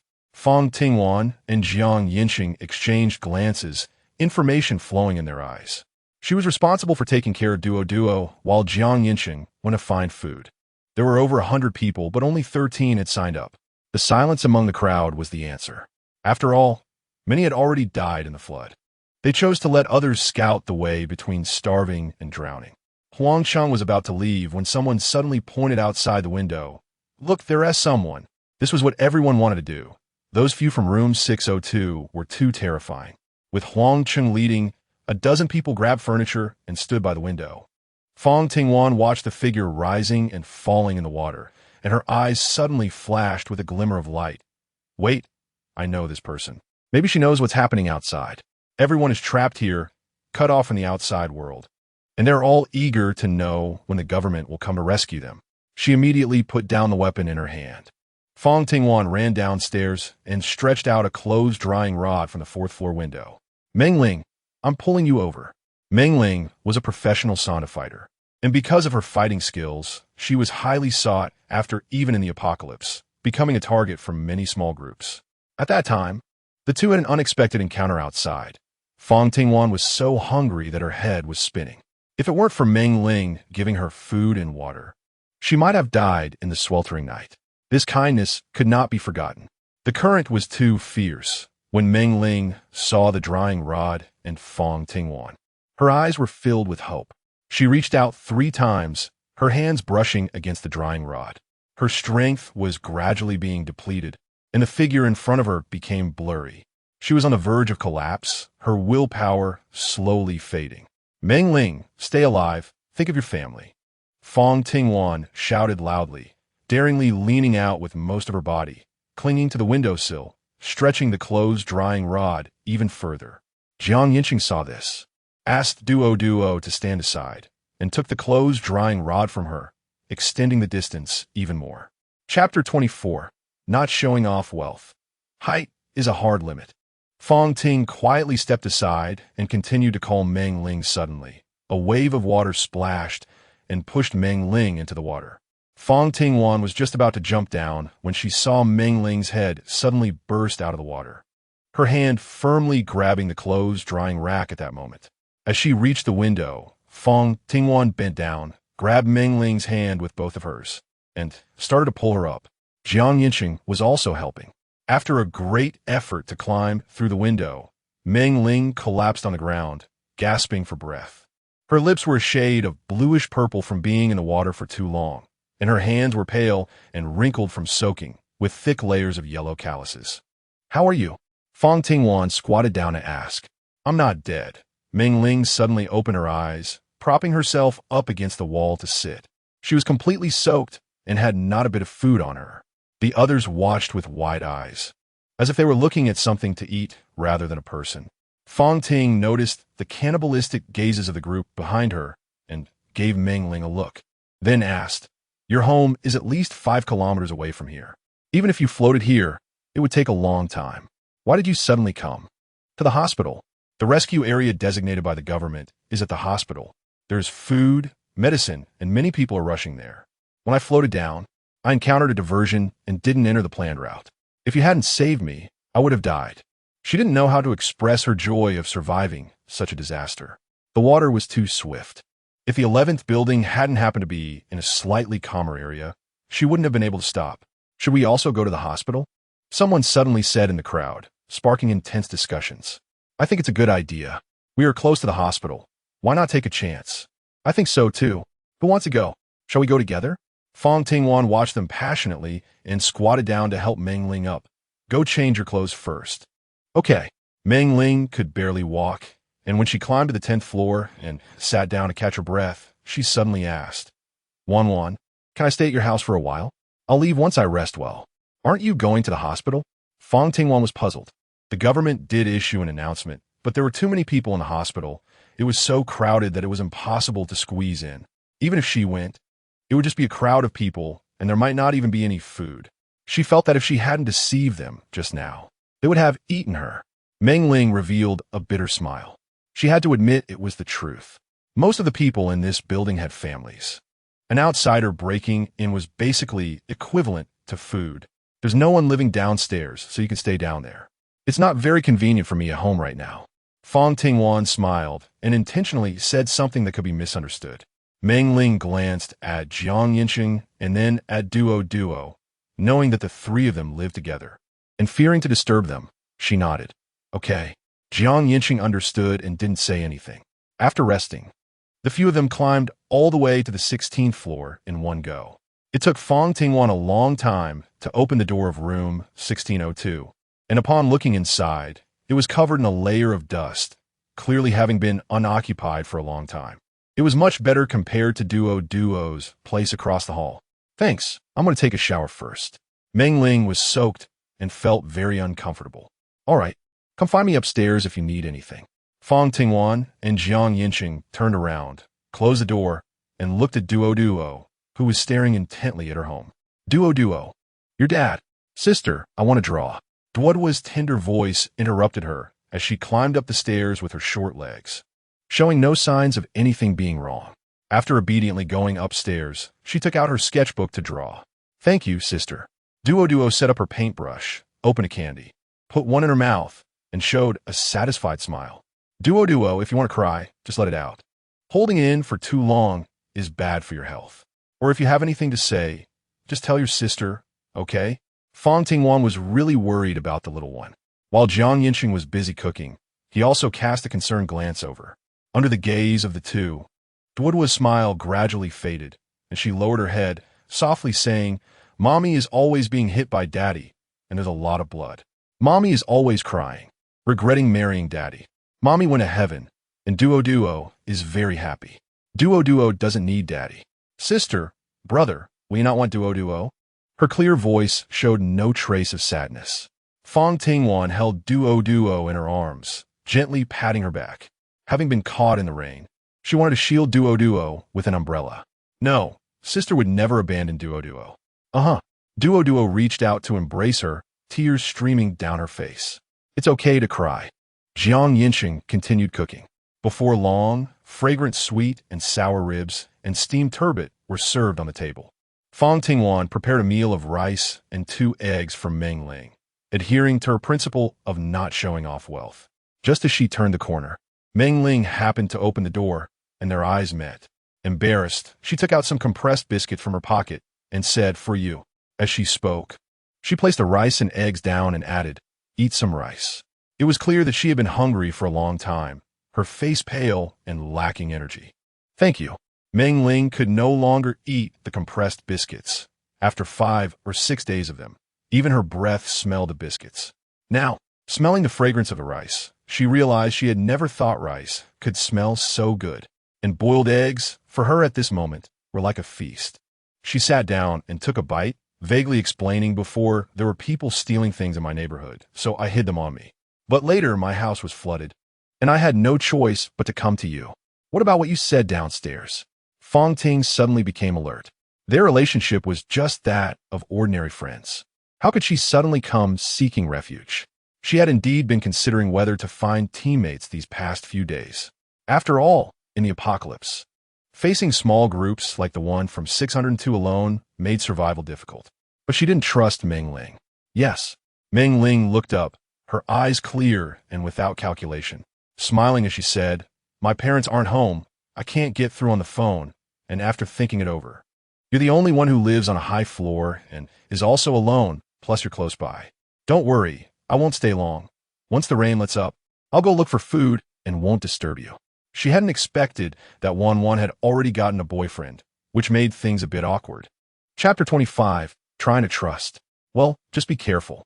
After Fang Tingwan finished speaking, she placed her compressed biscuit on the table and walked straight to the door. Suddenly, she added, don't open the door easily. Oh, okay.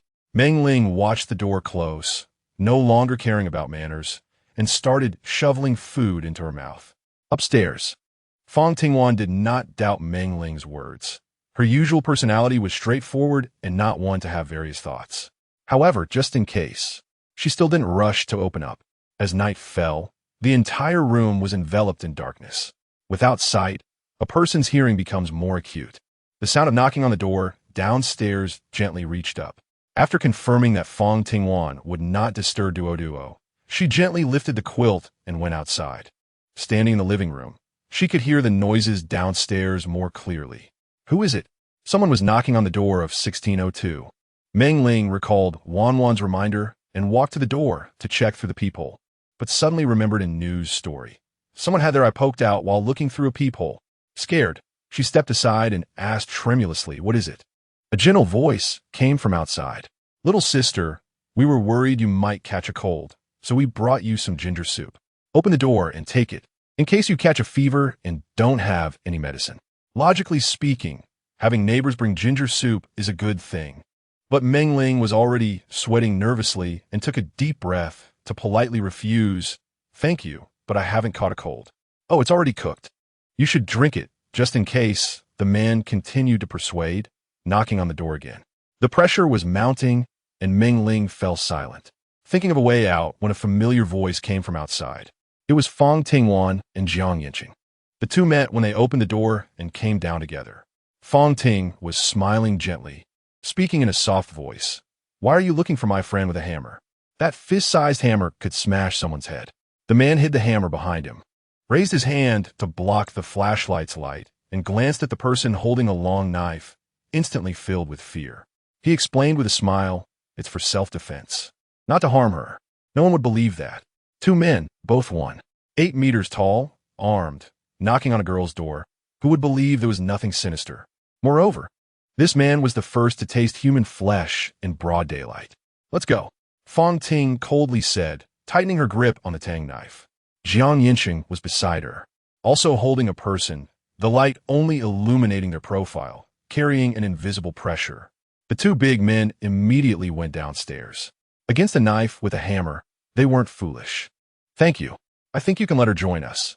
Having one more person would reduce a lot of danger for us." Yancheng, and she spoke at the same time, and seeing her hesitation, he immediately presented his analysis. "She is trained, at least stronger than an ordinary person, and she is simply good-natured. The heart of a person is hard to discern." Fang Ting's words had hidden meanings, and without waiting for him to ask, she directly closed the door. Even Yancheng said so, which proved that her judgment of people was good. Perhaps Meng Ling could become her first partner. Early the next morning, Fang Tingwan opened the iron door and went downstairs to knock. A minute passed before Meng Ling, with dark circles under her eyes, opened the door, looking warily towards the hallway. Only when she saw no one else did she let Fang Tingwan in and quickly locked the door again. Wan, did you hear it last night? Someone was crying nonstop. I couldn't sleep at all." She pointed to her dark circles and handed over a cup of water from the dispenser. "I didn't hear it. Don't scare yourself. Let's go up and have breakfast." "Go to your house?" Meng Ling asked, feeling a bit embarrassed when she nodded. "I won't be a bother, will I?" "No." For breakfast, they had noodles, each with a fried egg, mixed with some laogan ma. Meng Ling occasionally glanced at Yancheng, thinking how handsome such a stylish man was. Wan said he was a lawyer. He truly belonged in both the parlor and the kitchen, well matched with Wan. But she had a feeling that Wan seemed a bit different from before. "The food at home will only last until tomorrow. We need to find more. If we carry the rubber boat down, we'll definitely be robbed." Yancheng ate his noodles with an elegance that made it seem as if he were having steak. She couldn't reveal that they had a lot of food, so she had to follow them to find more. Going into the water is too dangerous. It's not suitable for Duo. Duo blinked her eyes, obediently eating her noodles, not quite understanding what the adults were saying. "Are you really bringing this child along?" Meng Ling couldn't believe it. Taking such a small child out was practically sending her to her death. She didn't realize, but Yancheng understood that Duo had psychological trauma and couldn't stay alone in the room, so they had to take her wherever they went. Currently in a dilemma, the best solution was take 2 people to find food and leave 1 to take care of Duo. The rain had started to lessen over the past 2 days. The yellow sand settled and visibility improved a bit. Then you stay home to take care of Duo. Jiang Yancheng decided directly.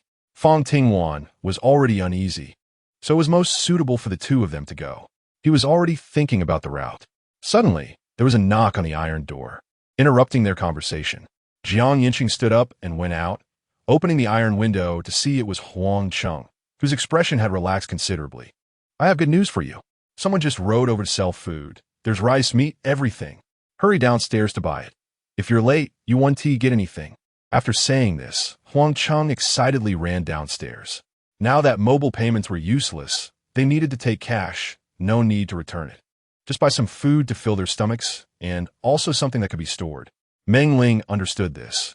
Since she lived downstairs, she naturally wouldn't eat with them, indirectly clarifying their relationships. She wasn't that thick-skinned, so she nodded and took the money, saying, "I'll pay you back later." Fang Ting made a sound of acknowledgement. "Let's go."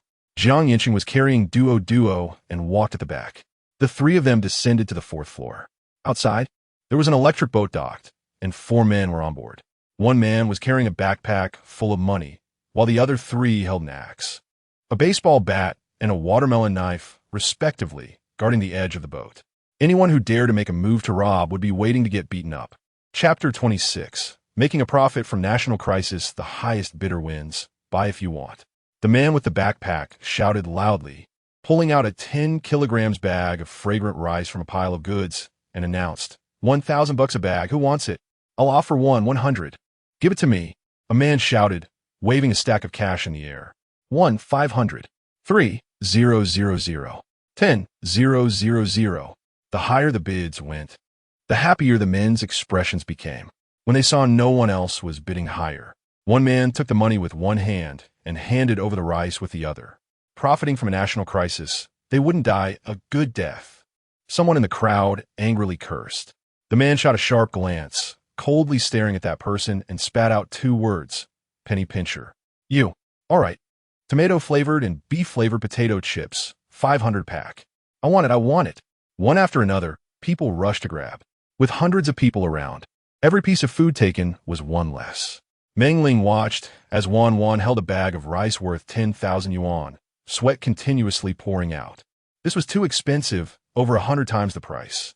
Just moments ago, she thought she had too much money, but now she realized it was too little, worth even less than paper money. Vacuum-packed cured meat, 5,000 bucks. 2 pounds of cured meat. Fang Tingwan watched as the price had already reached 8,000.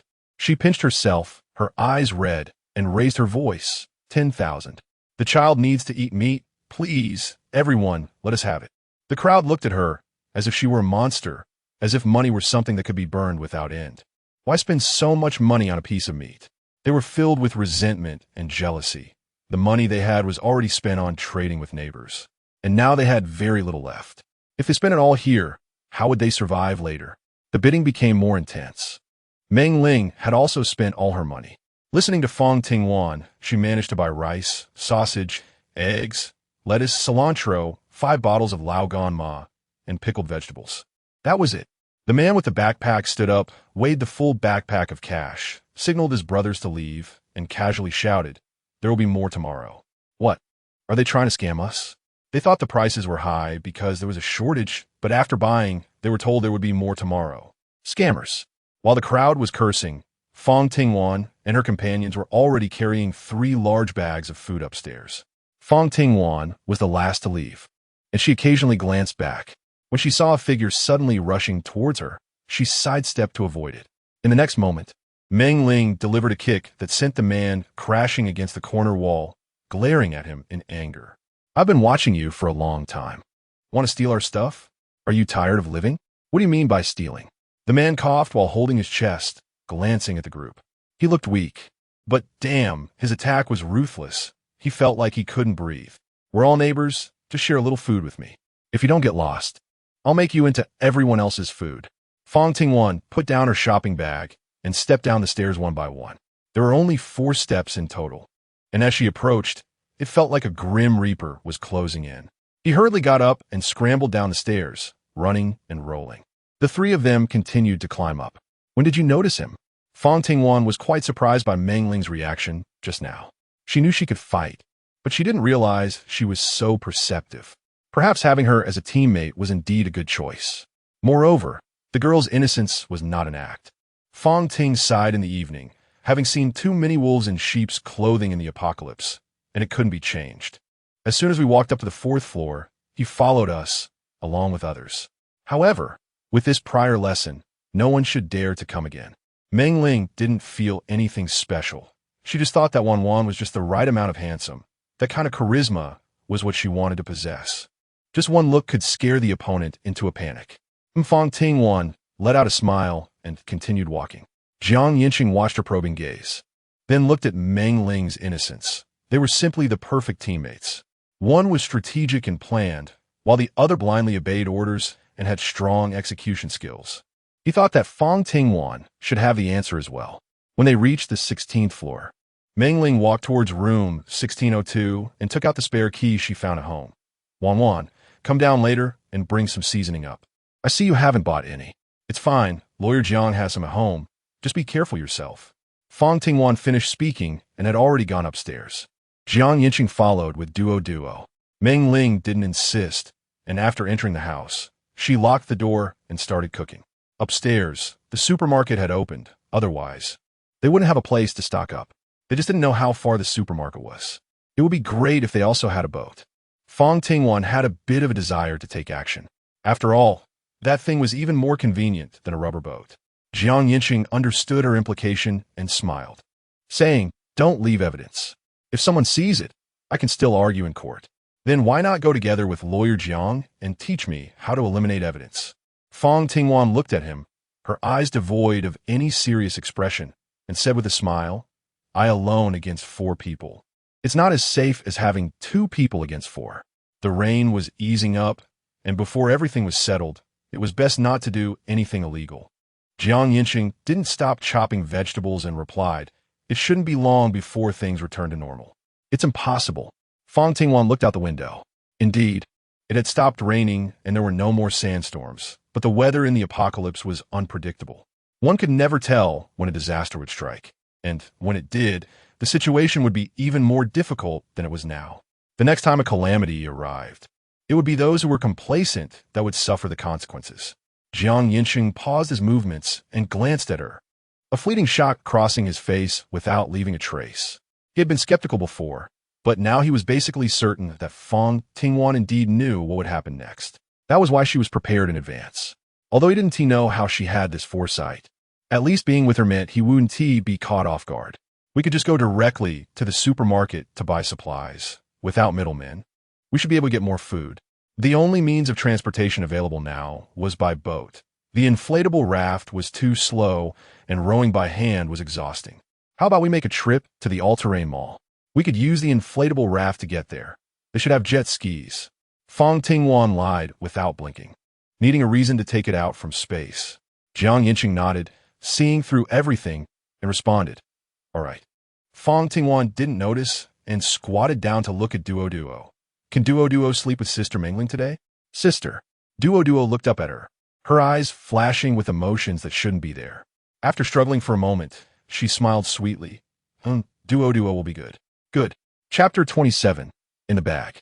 Rubbing her head, Fang Tingwan tidied up the table and, before starting to eat, took Duo downstairs. There was a distance of 16 floors in between, and everyone knew there was an iron gate above, so it was unlikely anyone would come down. She knocked on the door and called Meng Ling to come upstairs for dinner. Today they were having corn stew with pork ribs and stir-fried tendermelon. Yancheng's cooking was really good. The soup was milky white and smelled fragrant, tasting even better. The tendermelon was also very refreshing. Duo finished a bowl of rice. Fang Tingwan unusually ate half a bowl more than usual. After finishing, Yancheng took the initiative to clean up. Meng Ling wanted to help, but was held back by Fang Tingwan, who got straight to the point. "I heard them say the water level is receding. It's now 10 centimeters lower than before. Do we still need to scramble for food? It's too expensive. I've never had such expensive rice in my life. 12,000 for 20 kilograms, and that one bowl of rice is worth several hundred yuan. It hurts to eat it. What if the water level only recedes by that 10 centimeters? The prices will only get more outrageous afterwards. If we prepare more in advance, we won't suffer. You just keep an eye on Duo today." Fang Tingwan said, just today? What about tomorrow? Meng Ling felt that her relationship with Wan Wan had become a bit closer, but she still sensed a feeling of distance. Are you bringing it? Yes, I will bring it. Seeing this thing, Meng Ling's eyes widened like copper bells, having it made her feel much more at ease. You're lying. I've been very obedient. So why do you still want to abandon me? Meng Ling knew a little about her situation and continued to comfort her. Sister hasn't abandoned you. Don't cry. How about we play a game? Sister will sing for you? At that moment, on the other side, the sky had completely darkened, and two figures were stealthily making their way downstairs. In the blink of an eye, they reached the 5th floor. The two households on the 5th floor had long since gone cold, as the bodies had begun to smell and were disposed of by the neighbors upstairs, thrown into the river. Now, both doors were open, and a gust of cold wind blew in, instantly giving them goosebumps. The two hastened their descent. The 4th floor was already uninhabited, so they became bolder, placing the inflatable boat on the river's surface with Jiang Yancheng steadying it. Fang Tingwan didn't hesitate to climb over the window and lightly jumped up, sitting at the front to grab the paddle, just as Jiang Yancheng settled in. Releasing the tied ropes, the rubber boat began to sway on the water surface. They paddled quietly, and with the flow of the water, the rubber boat was pushed out 5 or 6 meters. Using the paddle to change direction, the rubber boat quickly disappeared under the moonlight. Arriving at the surface of the all-terrain mall, Fang Tingwan shone her flashlight down but couldn't see the bottom of the water at all. She took a diving mask out of her bag.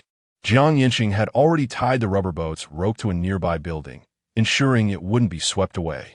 He also took off his shoes, put the flashlight on his head after taking it from the rubber boat, took a deep breath, and performed a perfect diving motion, plunging into the water. On the other side of the square, the water was a bit murky and visibility was low. Fang Tingwan floated up and took a few breaths before finding the entrance to the terrain mall. Inside the terrain mall, there were motorcycles, cars, and jet skis, all mostly submerged. However, the jet skis were still usable. Since she was already there, Fang Tingwan swept her flashlight around and spotted an upgraded waterproof mountain off-road vehicle. With a gentle motion, she added it to her collection. When she saw a military rubber boat, she wanted that too. After wandering around, she arrived at the back end and saw the cash register. Noticing that Jiang Yancheng's light was still far away, she swam upstream for a few breaths before sinking down again. Reaching the cash register, she opened the drawer and bills slid out with the current.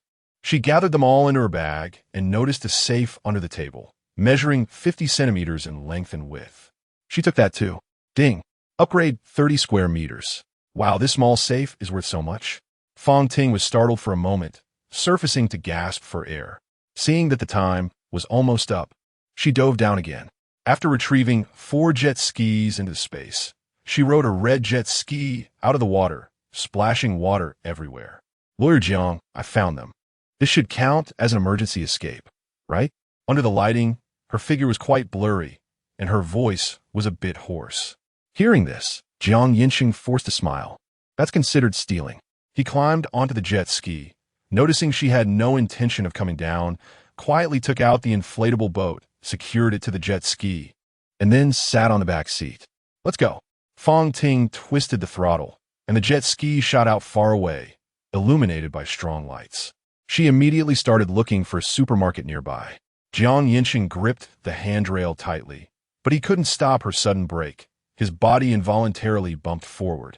He immediately sat up straight. Fang Tingwan didn't care at all. His attention focused solely on the bright light not far ahead. A 24-hour supermarket. He didn't expect it to really be open. However, there were too many people.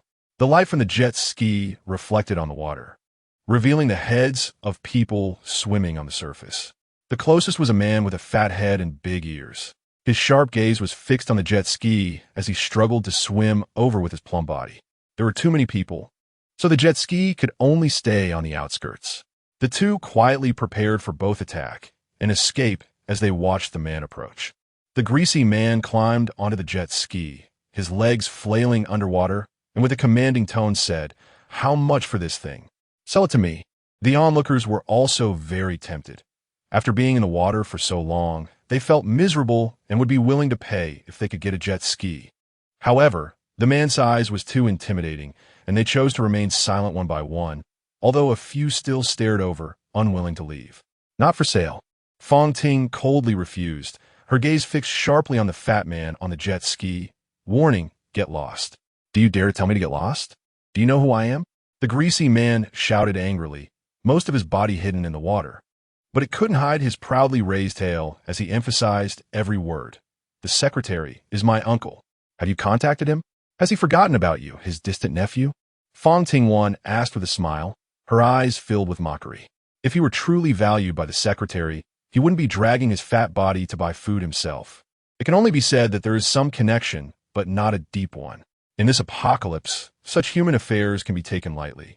The greasy man was hit where it hurt and immediately became furious, letting go of the food and trying to climb onto the jet ski.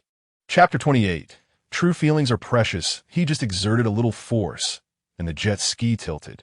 Another push, and both of them would fall into the water. The food scattered on the water's surface attracted several broke people, who scrambled and squeezed in front of the jet ski. If they moved forward, they would directly knock these people's heads open, but if they didn't, the jet ski would capsize. At this critical moment, Fang Tingwan and Yancheng both thought of the same thing. They simultaneously drew sharp daggers and scissors from their pockets, fiercely slashing at the greasy man's hand. The white fat quickly oozed out fat, and blood immediately spread, staining a small area red. After feeling the pain, the man let go of his hand, struggling in the water while cursing. You're looking for death. I will never let you go. Just wait for me when the flood recedes. My uncle will catch you and send you to jail for life. Which secretary? Yancheng suddenly asked calmly. Too serious?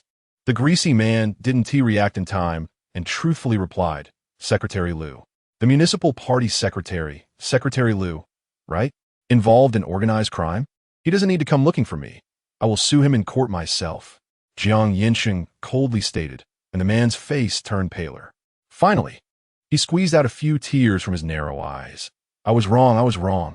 Who knew I offended someone I shouldn't have? He was timid and couldn't handle the scare. Yancheng shook his head, feeling that even searching for evidence was unnecessary. This guy was just a paper tiger, which meant the tiger behind him was big enough. He silently noted down this Secretary Liu.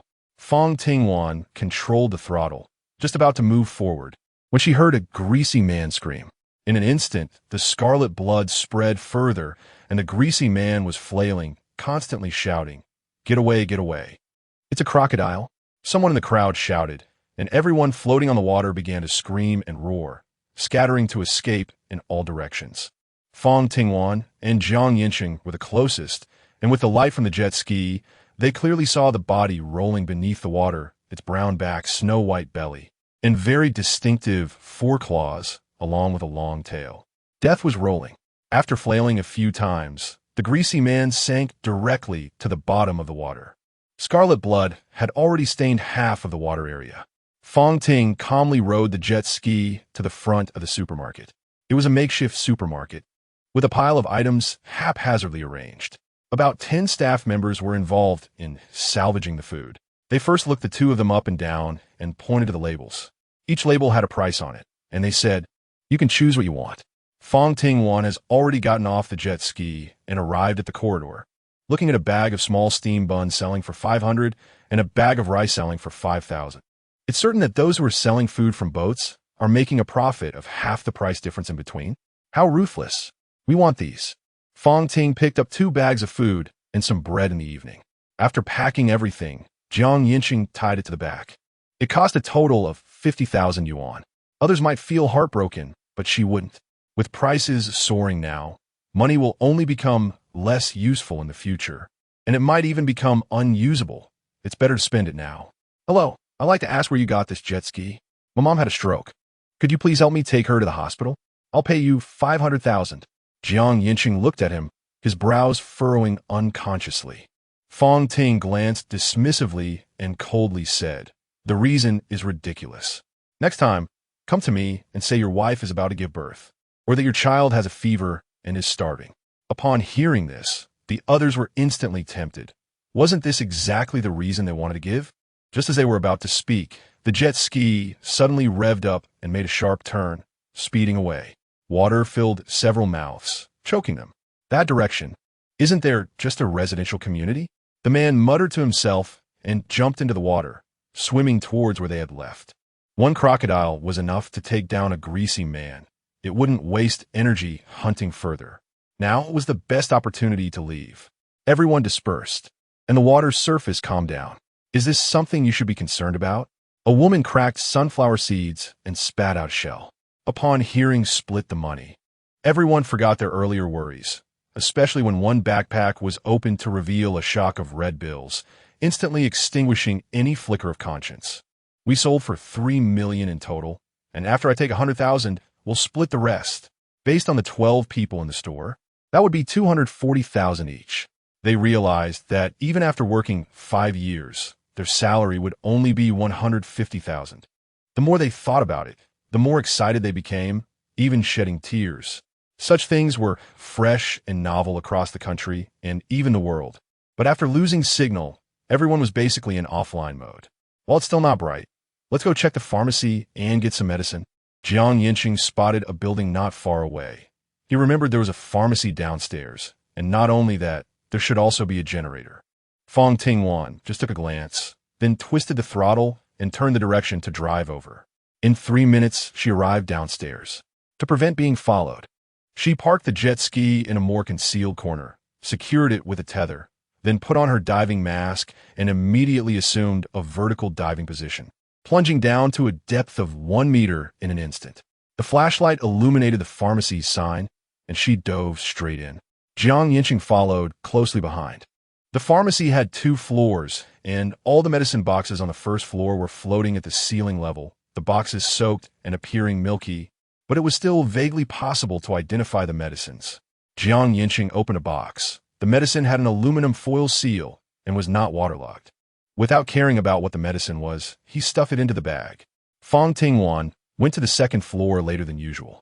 There were fewer medicines compared to the first floor, and she was sure Yancheng wouldn't come up, so she directly swept her hand over the medicine boxes.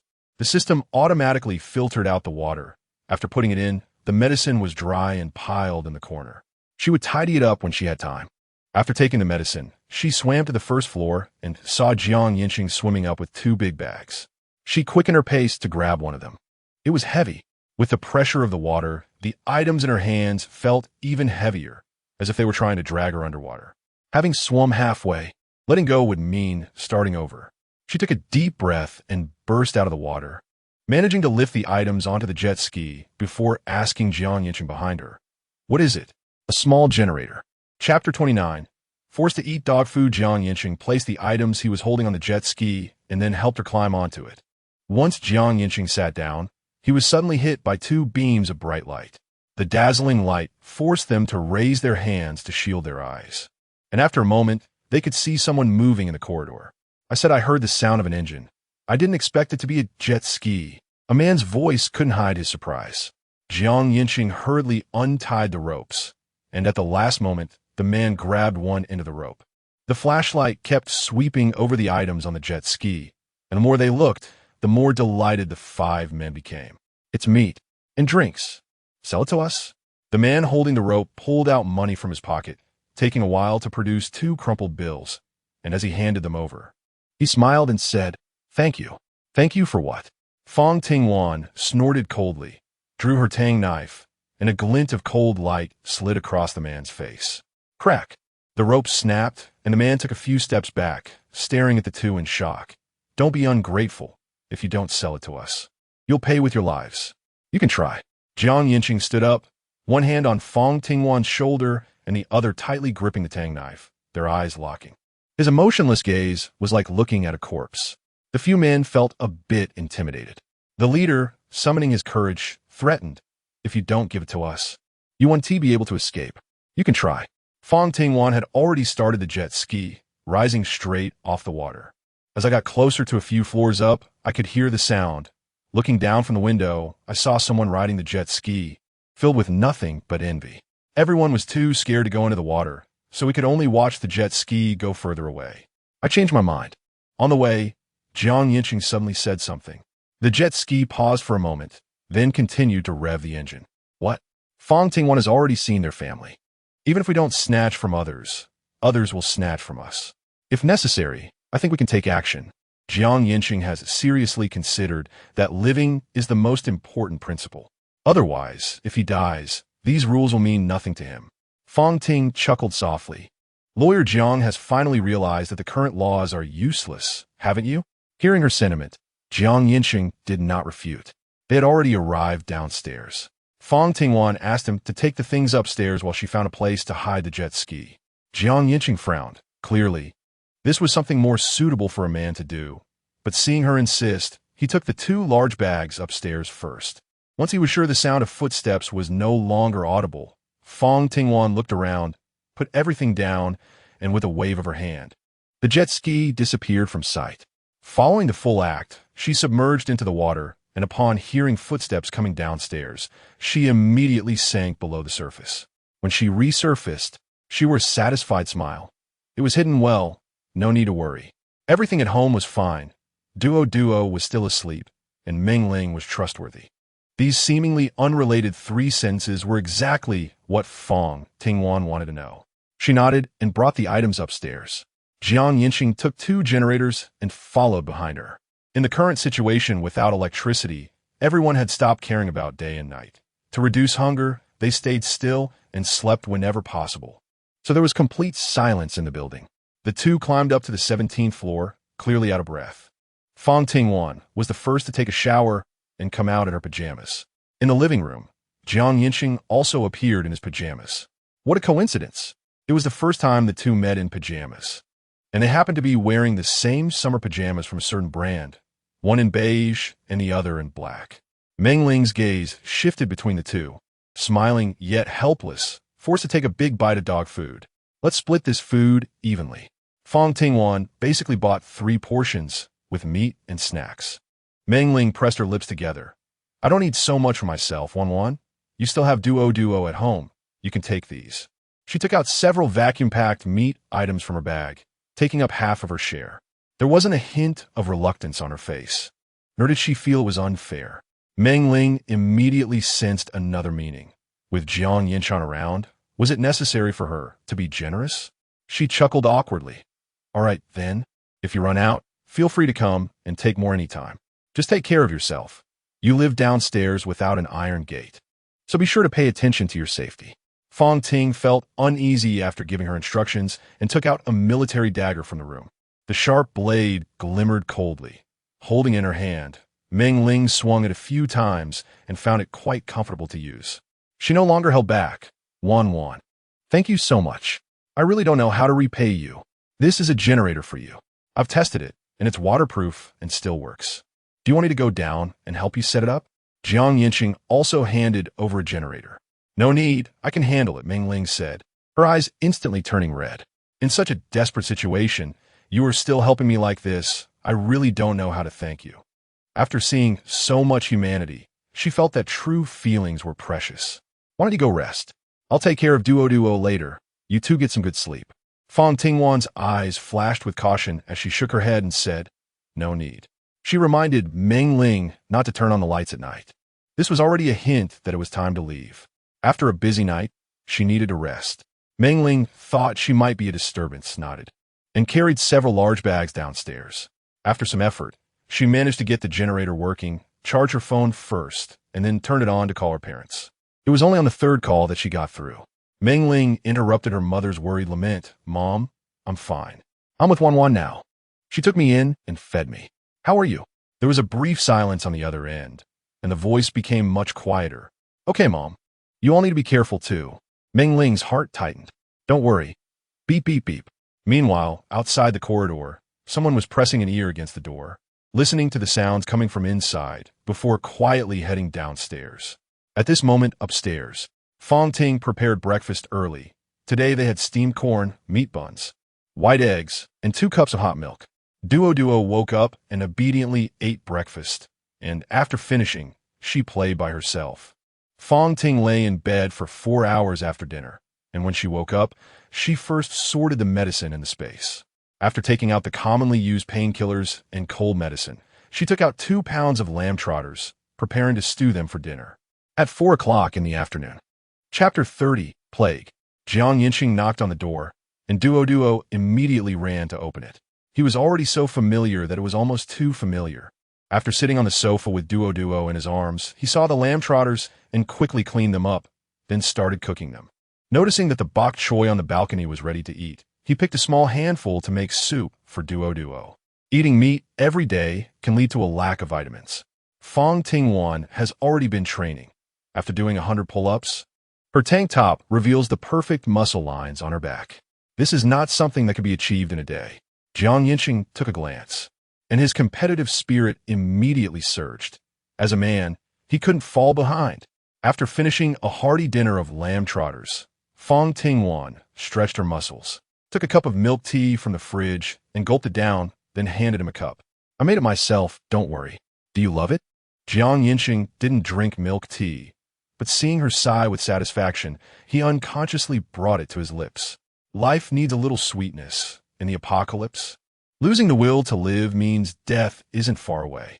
Fang Ting felt inspired in the evening, having experienced the suffering of the apocalypse. Those who do not have a strong will to survive find living too difficult. Every day is filled with fear, and they live from one meal to the next, feeling that it would be better to die and end it all. The apocalypse? Indeed.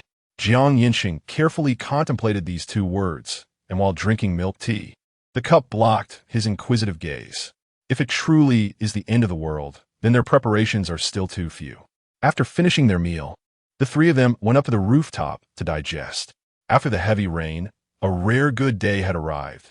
The evening glow was fiery, painting half the sky red, and its reflection in the water created a ripple of spots that flowed with the current. What was that? Fang Tingwan took out the telescope used for exploration, and after a quick adjustment, she could see clearly what was on the water surface. She was taken aback. How is this possible? Yancheng took the telescope, and when a mass of dead creatures appeared in the lens, his expression stiffened. Is the water contaminated? The two leaned over the wall and looked down, seeing the animal corpses floating on the water surface. Water pollution couldn't happen this quickly. The continuous heavy rain for a month had come early and ended early, with only the water volume remaining the same. If water pollution really has arrived, the entire city will be lifeless. It clearly still had at least 3 months left. Fang Tingwan was holding Duo as she went downstairs, followed by Yancheng. By the time they reached the bottom of the stairs, some neighbors were already trying to retrieve a body. In fact, they even started fighting over it. After they brought a black goat into the room, one person was pulling its head while another was pulling its legs, neither willing to let go. I saw it first, it should be mine. I fished it out. Does that mean if I saw your wife first, she would be mine too? You looking for a fight? Just as it seemed that the two were about to come to blows, Yancheng sensed something was wrong and immediately reminded them. This body is covered in dead flies. It might be toxic and not safe to eat. Upon hearing this, everyone turned to look at them, some in shock, some in disbelief, and others with ridicule. Fang Ting Fronet. Hey, you monopolized the rooftop, and no one has come to settle accounts with you. What nonsense are you talking about? You can't eat, but you have food at home. Why don't you share it with us? Eating can spread diseases, just like a plague. If you don't want to live, don't drag us down with you. By then, the whole building will be filled with viruses, and we won't be able to escape. Yancheng angrily retorted, adding, eat, and after you're done, I'll come down to burn. Burn what? Of course, the bodies. Watching their family go up, everyone stood still, feeling uneasy. Don't believe him. They have food, so it doesn't matter to them. How long have you been hungry? I'm going to starve to death anyway. If I'm going to die, I'd rather be full first. But what if there really is a plague? Will we all die? The rain had already stopped, and we would be saved soon. Why risk our lives? True, you guys eat. A small group directly gathered a household, skinning and gutting a sheep, and after cleaning it up, they started a big pot stew. Eating sheep is better than eating humans, right? Everyone felt it was fine, and they even began a plan to confront the 17th floor after their meal. Mengling was confused but obediently followed suit. Yancheng suspected she was prepared but couldn't help but worry. Is this plague really serious? Will it affect us? Fang Tingwan took a deep breath, nodded, and brought a mask from the room. After infection, one would feel weak all over, then decay. We have to endure it. We can't go out now. It came too quickly and unexpectedly. Food for over a month should be fine. Suddenly, Yancheng went to look for vegetable seeds and scattered them again in the previously emptied flower pots. It would be nice if we could grow vegetables later. 2 hours later, downstairs, the sounds of people singing and dancing still echoed, while they were still immersed in joy. Some couldn't bear it any longer and went downstairs to join in. A sheep weighing around 70 to 80 pounds, after removing the bones and internal organs, left not much meat. It was stewed in a large pot, smelling delicious, even more fragrant than usual meat, and it tasted no different from regular meat. Afraid it wouldn't be enough, something was pushed in by the water behind the door, including vegetables and a cat, which was also killed and thrown inside. Among them was a resident who had previously raised cats. He looked at the pot of cat meat, his eyes blinking, and he took some to eat. If someone had noticed, they would have realized that his cat had not appeared for a long time. At 1 a.m., Meng Ling was already half awake, hearing a soft crack, so faint that she almost thought it was an illusion. She jolted upright from her bed, grabbed her dagger, and tiptoed out of the room. Crack! The sound of a key gently turning was particularly clear. She dared not breathe, having reached behind the door, hiding her body, gripping the dagger tightly, and taking a deep breath. The door slowly opened, and the light from the stairs spilled in, elongating the man's shadow. He looked around first, then fixed his gaze in the direction of the room. A person had already entered, followed by 2 more figures. With so many people, Meng Ling knew she couldn't fight them off. Guarding. Seeing the figures on the ground, not advancing, Meng Ling stared at the man in front of her. 1, 2 act. With a strong shove, she slammed the door shut and thrust the dagger fiercely at the man before her. Chapter 31. Just as intended. The man barely had time to dodge, but couldn't avoid it. The cold dagger pierced his chest, bringing a chill, and the next moment, the pain in his heart spread rapidly. He kicked Meng Ling away. "Damn it, bitch, go to hell." Saying this, he pulled the dagger from his chest and rushed forward. The door must not be opened. She quickly calmed down, her gaze sweeping over the faintly reflecting dagger on the ground. She immediately crouched down, slowed her breathing, and slowly reached for the dagger. The man kicked hard but missed. "Big brother, are you okay? The door can't be opened from the outside. You open the door." The 2 little brothers outside whispered. Seeing this, the man stepped forward, but with a sideways kick. He directly kicked the dagger away to the other side of the living room. "Bitch, soon you'll know what it means to be wrong." Unable to find anyone, he didn't hesitate and reached for the door. In the next moment, a gust of wind blew through, and his wrist was brutally broken. "Ah, bitch, I won't let you go." The pain drove him insane. He kicked the shoe cabinet and punched an unknown object. The noise was too chaotic and loud. And Fang Tingwan upstairs realized something had happened to Meng Ling and immediately grabbed a Tang knife to go downstairs. Yancheng also took a Tang knife and met her at the iron door.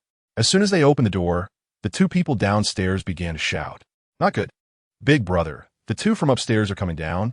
We need to retreat quickly. Big brother, hurry." Their voices were small and fearful. They all knew these 2 were the ones who had cut off the arms of the group from 602, causing them to leave, and they definitely couldn't provoke them.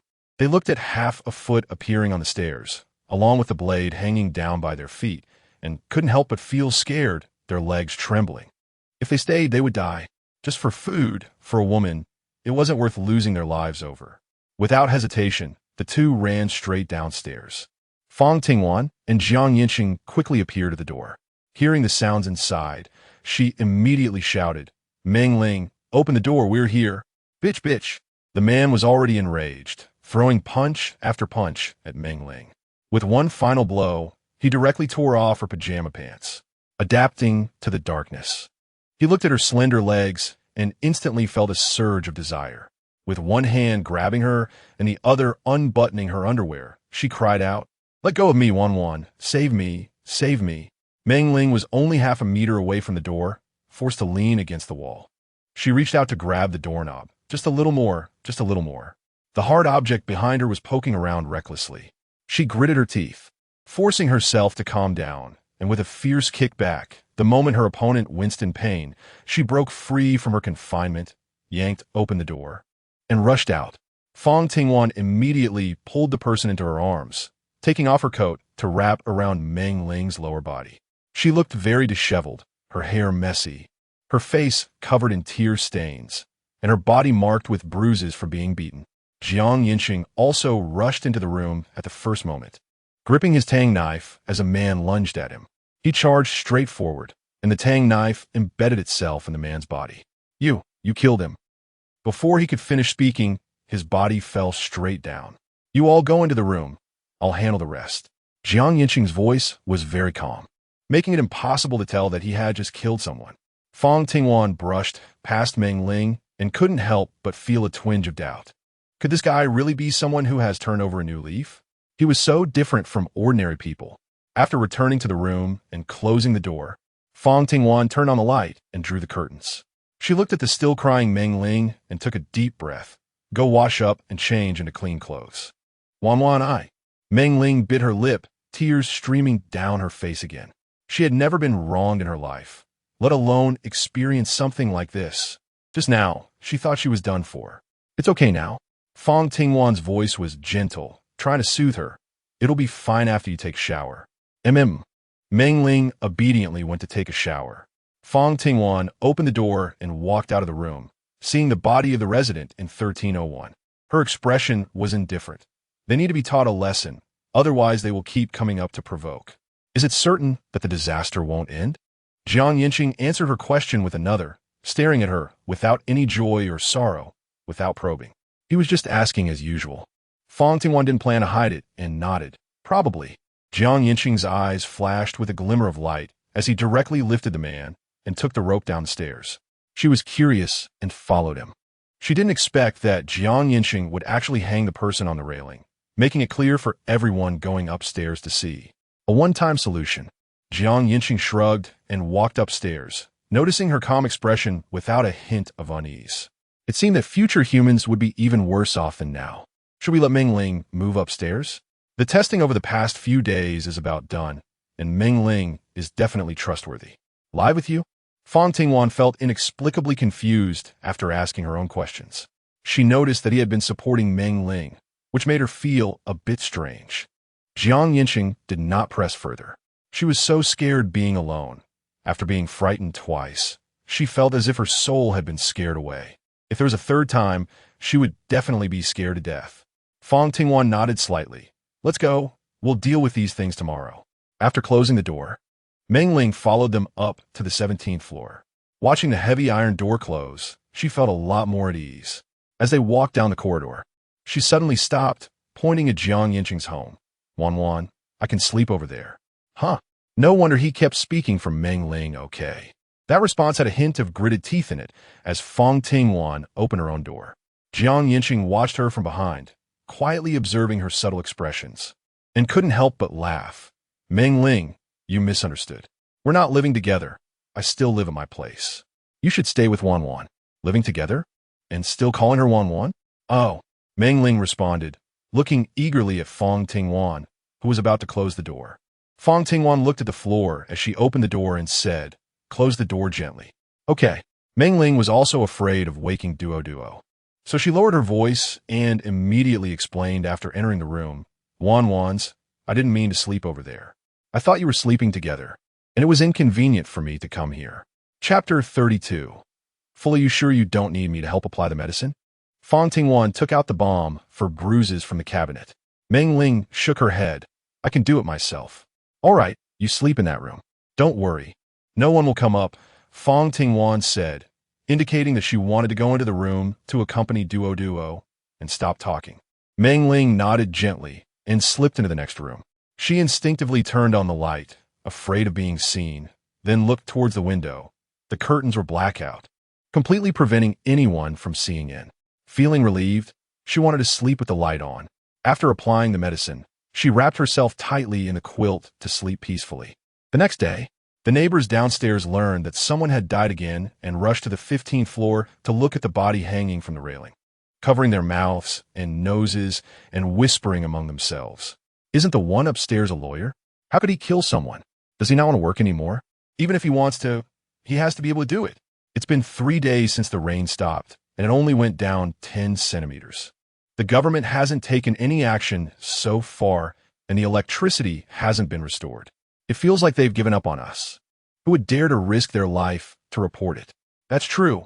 It's better to keep a distance from them. Of course, Otherwise, would you go up and seek death? As everyone discussed, the two lackeys who were present yesterday were so frightened that their legs went weak, and they fainted with their eyes rolling back. Hey, hey, hey, what's wrong? Someone immediately pinched them to check for a response, but there was none. I also ate. Why aren't they reacting? You guys are overthinking it. It should be fine. The noise outside gradually faded away. This morning, they had century egg and lean pork porridge, soy milk, and deep-fried dough sticks. The delicious food instantly lifted their spirits. With Meng Ling around, Yancheng wasn't in a hurry to go home. After finishing the meal, he watched Fang Tingwan train, while Meng Ling moved a chair to sit in front of the floor-to-ceiling window. He took a telescope and began teaching Duo how to use it. Brother, Daddy, Duo said in a milk-sweet voice, looking up and blinking her big, watery eyes without any emotional fluctuations. Fang Tingwan put down the barbell and picked up the binoculars to look over. It was indeed Duo's dad. He was standing at the bow of the boat, starting to retrieve the animal corpses from the water. More and more things were floating on the surface, initially animal corpses. But now there were human bodies too, just like dumplings falling into the water, making one's scalp tingle.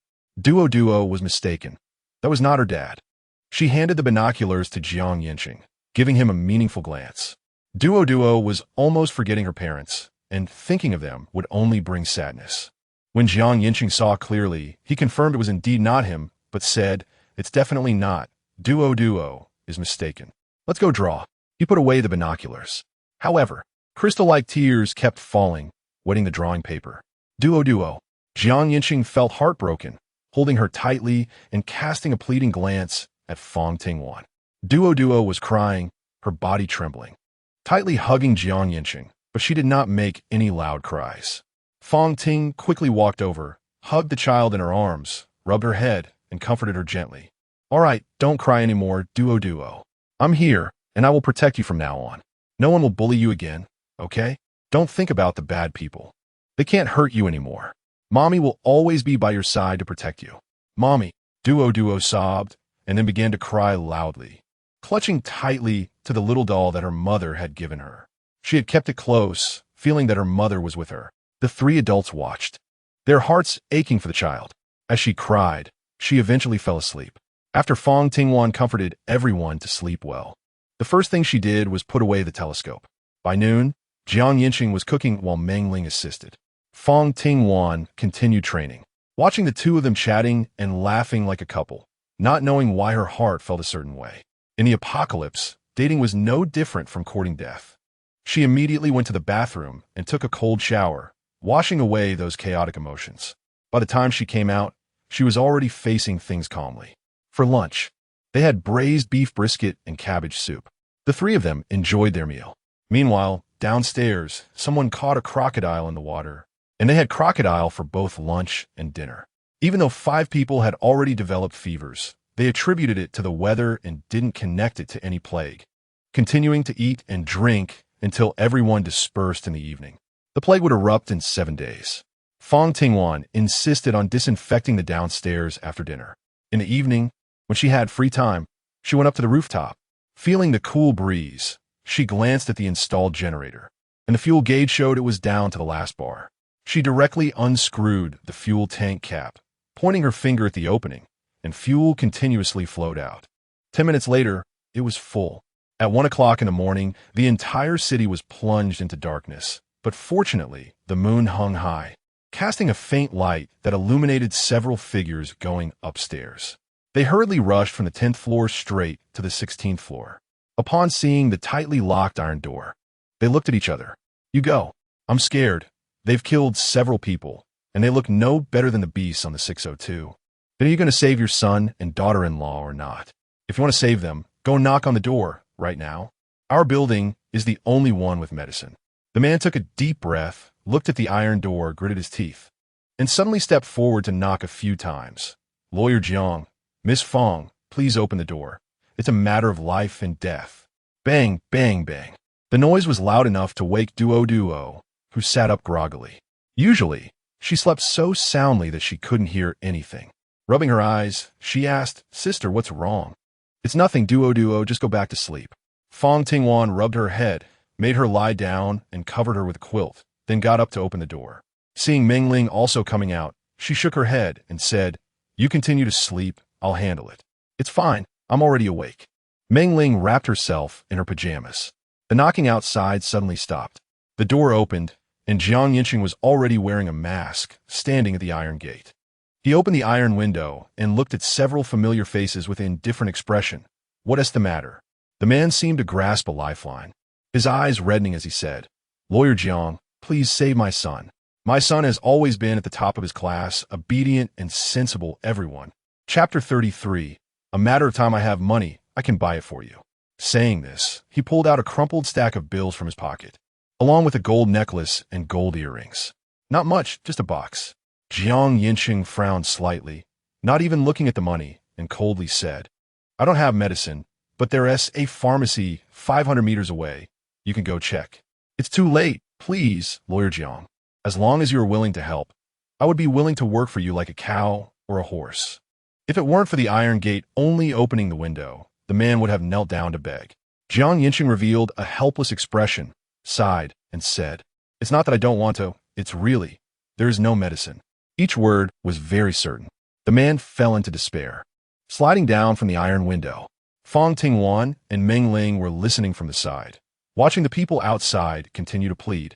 Giving Yancheng a look, "We can't save them. This building was basically fully infected, and they couldn't rescue anyone. Moreover, the pharmacy wasn't far away, but they knew the water was still unsafe and didn't dare to go in, putting their hopes on others. Lawyer Jiang, if you don't give it to us, I'll crash myself at your doorstep." The man suddenly stood up, looking serious. A few others beside him also started to persuade. "Lawyer Jiang, we really need to save lives. Just one box for all of us will be enough. We won't trouble you again, and we'll go find medicine at dawn." "Yes, we swear." "Sorry." Yancheng closed the iron window and locked it, signaling Fang Tingwan and the others to come inside to talk. But at the door, Fang Tingwan raised her hand to signal him to stop, took disinfectant from a shoe cabinet, and disinfected his whole body before letting him in. After closing the door, the smell of disinfectant became even stronger, filling everyone's nostrils. Although it was unpleasant, it was better than infection. "High fever, is it caused by the plague?" he asked Fang Tingwan, knowing she had the answer. Fang Ting nodded slightly. "This is just the beginning, and people will die. The government can't manage that many people right now. By the time the special medicine comes out, this might turn into a building of corpses." Meng Ling listened, her back breaking out in a cold sweat. The thought of a building full of corpses made her eyes involuntarily redden as she worriedly asked, "What about the hospital? Will it be any better?" Fang Ting guessed from her appearance that her parents were in the hospital and could only say, "It's a bit better than ours." But not by much. With so many patients in the hospital, the epidemic would only spread faster. Unless necessary, don't go downstairs or come into contact with others. Disinfect every day, and if you have to go downstairs, wear something to go out and then throw it away before coming back in. Fang Tingwan said. Glancing into the room, Dodo's development is incomplete, and her symptoms will be more severe than ours. She wanted both of them not to let their guard down. Meng Ling nodded seriously. "I understand, Wan." The two of them went to sleep, while Fang Tingwan stood in front of the floor-to-ceiling window, unsure how long that iron door could hold them back. Just then, an object was thrown up from downstairs and fell in front of her. By the moonlight, she saw clearly that it was a hook. These people actually want to climb to the rooftop and come down? She hurriedly knocked on Meng Ling's door. Meng Ling had just lain down and sat up in shock. "What's wrong, Wan? Look at this." Fang Tingwan gestured for her to watch the window, as there were security bars outside that could easily get caught. She needed to warn Yancheng and take a look at the rooftop. If those people knew they had electricity and food, they would not only try to rob them, but might even eat them. The reason was simple. They had food that had not been shared, which angered the crowd. Knock, knock. Yancheng quickly opened the door, maintaining the motion with an anxious expression, clearly realizing something was wrong. "Do you have it over there?" "Yes." Fang Tingwan didn't stop, immediately going downstairs. After a quick inspection, she found that they couldn't throw it up, and she breathed a sigh of relief. "They will keep trying. Sooner or later, they will hit something. We need to come up with a plan." Meng Ling muttered quietly, her gaze turning to the Tang knife displayed in the kitchen. "Force might be the best solution right now." Fang Tingwan shook her head, lowered her head, and thought for a moment, then murmured, How about we lend them the rubber boat? With a means of transportation, they won't keep staring at us. At this moment, would it be inappropriate to bring it out? Yancheng was worried it might raise their suspicions. After all, they had never taken out before. Fang Tingwan thought for a moment and had an idea. Will you come with me? Meng Ling, you protect Duo. Okay. Fang Tingwan and Yancheng immediately put on protective suits and took their Tang knives, without opening the packaged rubber boat. Yancheng guessed that she had hidden many treasures, so he wasn't surprised. When they went down to the 16th floor, they indeed saw these people throwing hooks. Ahem. 6 people turned around in unison, their eyes fixed on the 2 who could only be seen from their eyes, recognizing them from the Tang knives. Having been discovered, each of them looked left and right. We are looking for medicine. They were indeed looking for medicine, but they just wanted to go to their house to search. Are you serious? No problem. I'll share my medicine with you. The man immediately walked over. Fang Tingwan and Yancheng set down the rubber boat and quietly retreated to the corner of the stairs. The others watched the 2 avoid them like venomous snakes, their hearts pounding. Everyone breathed a sigh of relief, knowing that their recent actions had threatened them. One person stepped forward and said with a smile, "Then why not give us something to eat too? Otherwise, we won't have the strength to row, will we? We don't need much, just something to fill our stomachs." Greed is one of the inherent traits of human nature. Some people are content, while others are not. Fang Ting's gaze swept over the 2 people speaking, and she directly raised the Tang knife. The blade was sharp, glinting with a cold light. The oppressive feeling it brought made several people dare not speak anymore. You can certainly continue to try, but when you reach my floor, I will give you a stab. Don't come to blame me for what happens when you fall. I will wait for you on the rooftop. Yancheng added coldly, shaking the Tang knife slightly. The few people instantly froze in place, their eyes revealing fear. After all, these 2 were truly ruthless demons who killed without blinking. A lawyer and a young girl had made many people suffer. If they weren't left with no choice, they wouldn't have thought of using hooks to climb. It was too passive. Chapter 34. Barbecue. Fang Ting glanced around and called Yancheng to go upstairs. They closed the iron door, disinfected themselves, and hung the protective suits they had taken off nearby for next time. Meanwhile, several people on the 16th floor exchanged looks at their reactions. Is this for real? Is it really a plague? It does look real. Just look at how exaggerated they were when they threatened us, saying they would kill us. Yet they're hiding from us like we are ghosts. And everyone is having fevers, getting worse and worse. They couldn't help but recall her warning when they were eating lamb. If only they had listened to her back then. But forget it. We were starving to death at that time. Who was scared of the plague? That's true. As they talked, they carried the rubber boat downstairs, not doubting its origins at all. They desperately needed medicine, and as long as they could float on the water, they had to set off overnight. Upon reaching the 1st floor, they immediately inflated the boat and paddled into the water under the moonlight. They knew where the pharmacy was. And when they saw the medicine boxes on the water's surface, they all managed to haul them onto the rubber boat. They also collected the carcasses of other animals. Even though there might be viruses, they still didn't want to starve. With a sense of luck, they thought the plague was just a fever and a stomachache. And wouldn't kill anyone, so eating wouldn't be a problem. Before they even reached the pharmacy, they had already gathered a lot. 2 chickens, 1 duck, and 4 or 5 boxes of medicine, one of which was ibuprofen capsules for fever. They left 1 person to watch the rubber boat, while the other 2, who were good swimmers, dove down to get the medicine. Someone was already waiting. One of the 20-something college students with a ponytail squatted down to push up her glasses and checked what these medicines were for. She was studying pharmacy, but hadn't graduated yet, relying on her memory. She identified several types of medicine. These are all for fevers. She had the right of first choice and grabbed the ibuprofen capsules first. The others immediately reached out, and 7 or 8 hands scrambled for the medicine, unevenly distributed, so they shared 2 capsules each. After getting the medicine, the man pointed at the chickens and duck and asked, "Luyu, can you check if these chickens and duck are still edible, if they have the plague?" The others also looked at her expectantly. Luyu swallowed hard. Without any instruments, she had no idea if these poultry had viruses, but avian flu did exist. Hunger won over fear. She stepped forward, poked around, smelled and tasted, and found no difference in flavor compared to usual. She nodded. They are edible, at least if cooked. She could get a big portion and then her parents and younger brother would have something to eat. She stared intently as these people learned they could eat and immediately started boiling water and plucking feathers. From the 17th floor, smoke could be seen rising. The whole building had lost power, but a few families used gas, which had been burned clean for over half a month. Now, there was nothing left but people. They began to dismantle furniture to make fire. Didn't they say there was a virus? Are they still eating? Meng Ling stood beside her, looking puzzled. That's because no one has died yet. Yancheng, slicing potatoes, glanced at the two. The boat that sells food hasn't come in 2 days. Who knows if they've died somewhere? Fang Tingwan thought for a moment and said, I would rather be poisoned to death than starve to death. The process of starving to death is very long and painful. She had experienced a few days of hunger and had seen the state of those who were on the brink of death from starvation. It was indeed very painful. Meng Ling nodded, relieved that she had found Wan. Otherwise, she too would be in a situation where she was full one moment and hungry the next, not knowing where to hide. In the morning, they had potato mash and egg sandwiches. After eating, they each played single-player games on their phones to pass the time.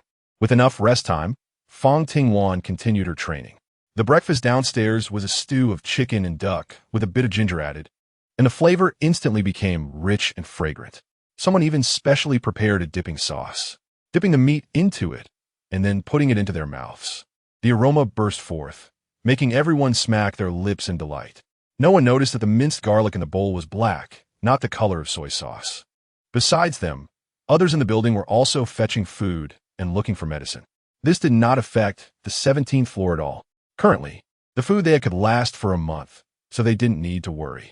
Fang Tingwan finished dinner and continued her training, lying on the yoga mat, letting the sunlight shine on her to disinfect. Duo also lay down beside her, her chubby cheeks resting on the mat, looking very cute. Sister, can I go play on the rooftop? Sure, let's go enjoy the breeze. Fang Tingwan knew the girl was itching to go out, so she immediately rolled up the yoga mat and thought for a moment before calling out to Yancheng, get the stuff ready. We're going to have a barbecue on the rooftop. Oh yeah, barbecue. I'll help. Meng Ling instantly drooled at the thought. Summer is perfect for barbecues and swimming. If swimming isn't possible, barbecue will do. Everyone got busy as if nothing had happened, a rare moment of joy. Fang Tingwan's room was like a treasure trove.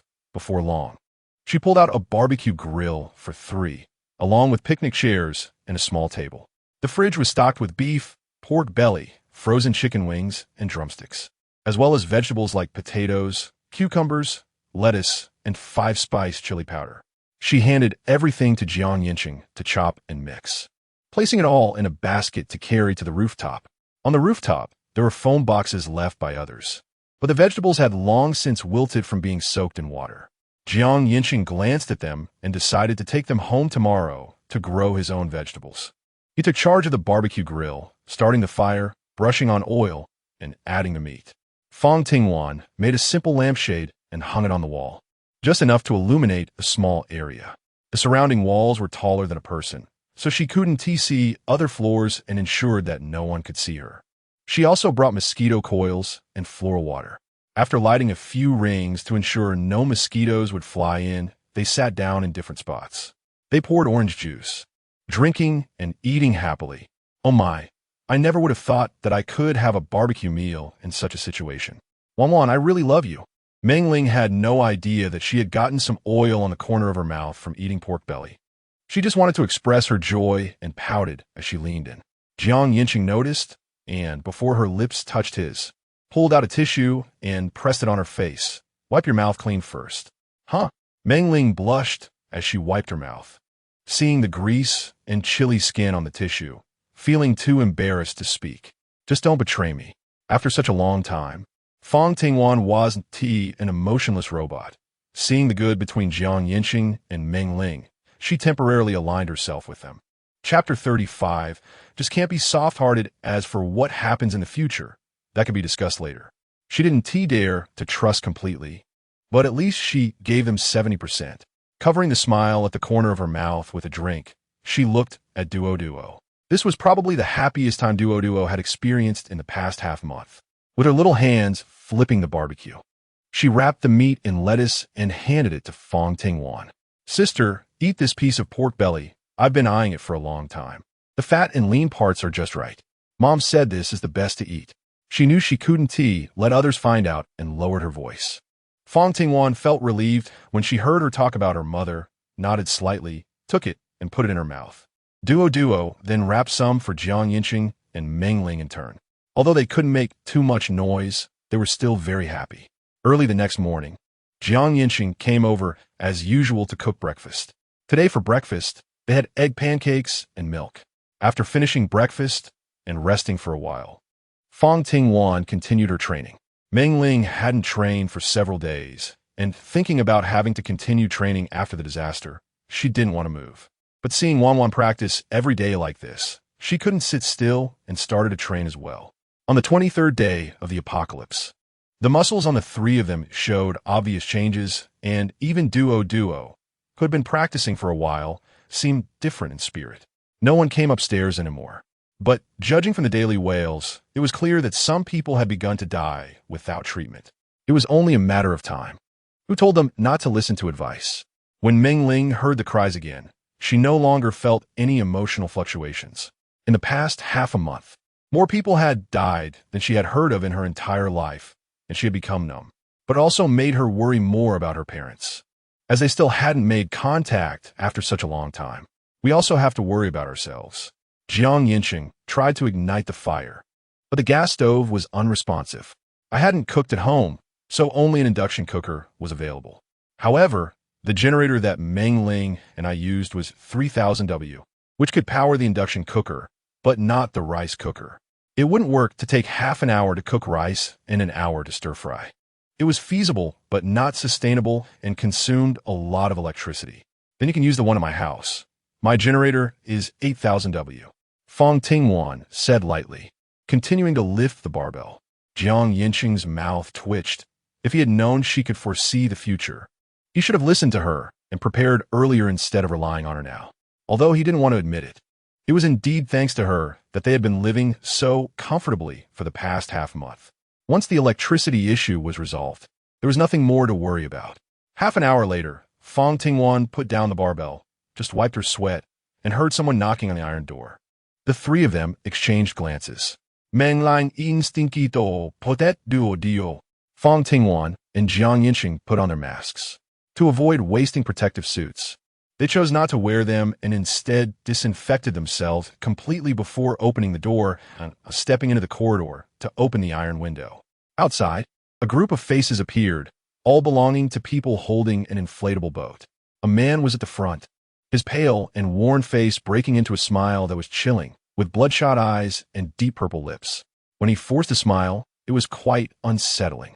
Miss Fang, I'll return this inflatable boat to you, but there's one condition. Is that okay? Returning something with a condition? I haven't heard of that.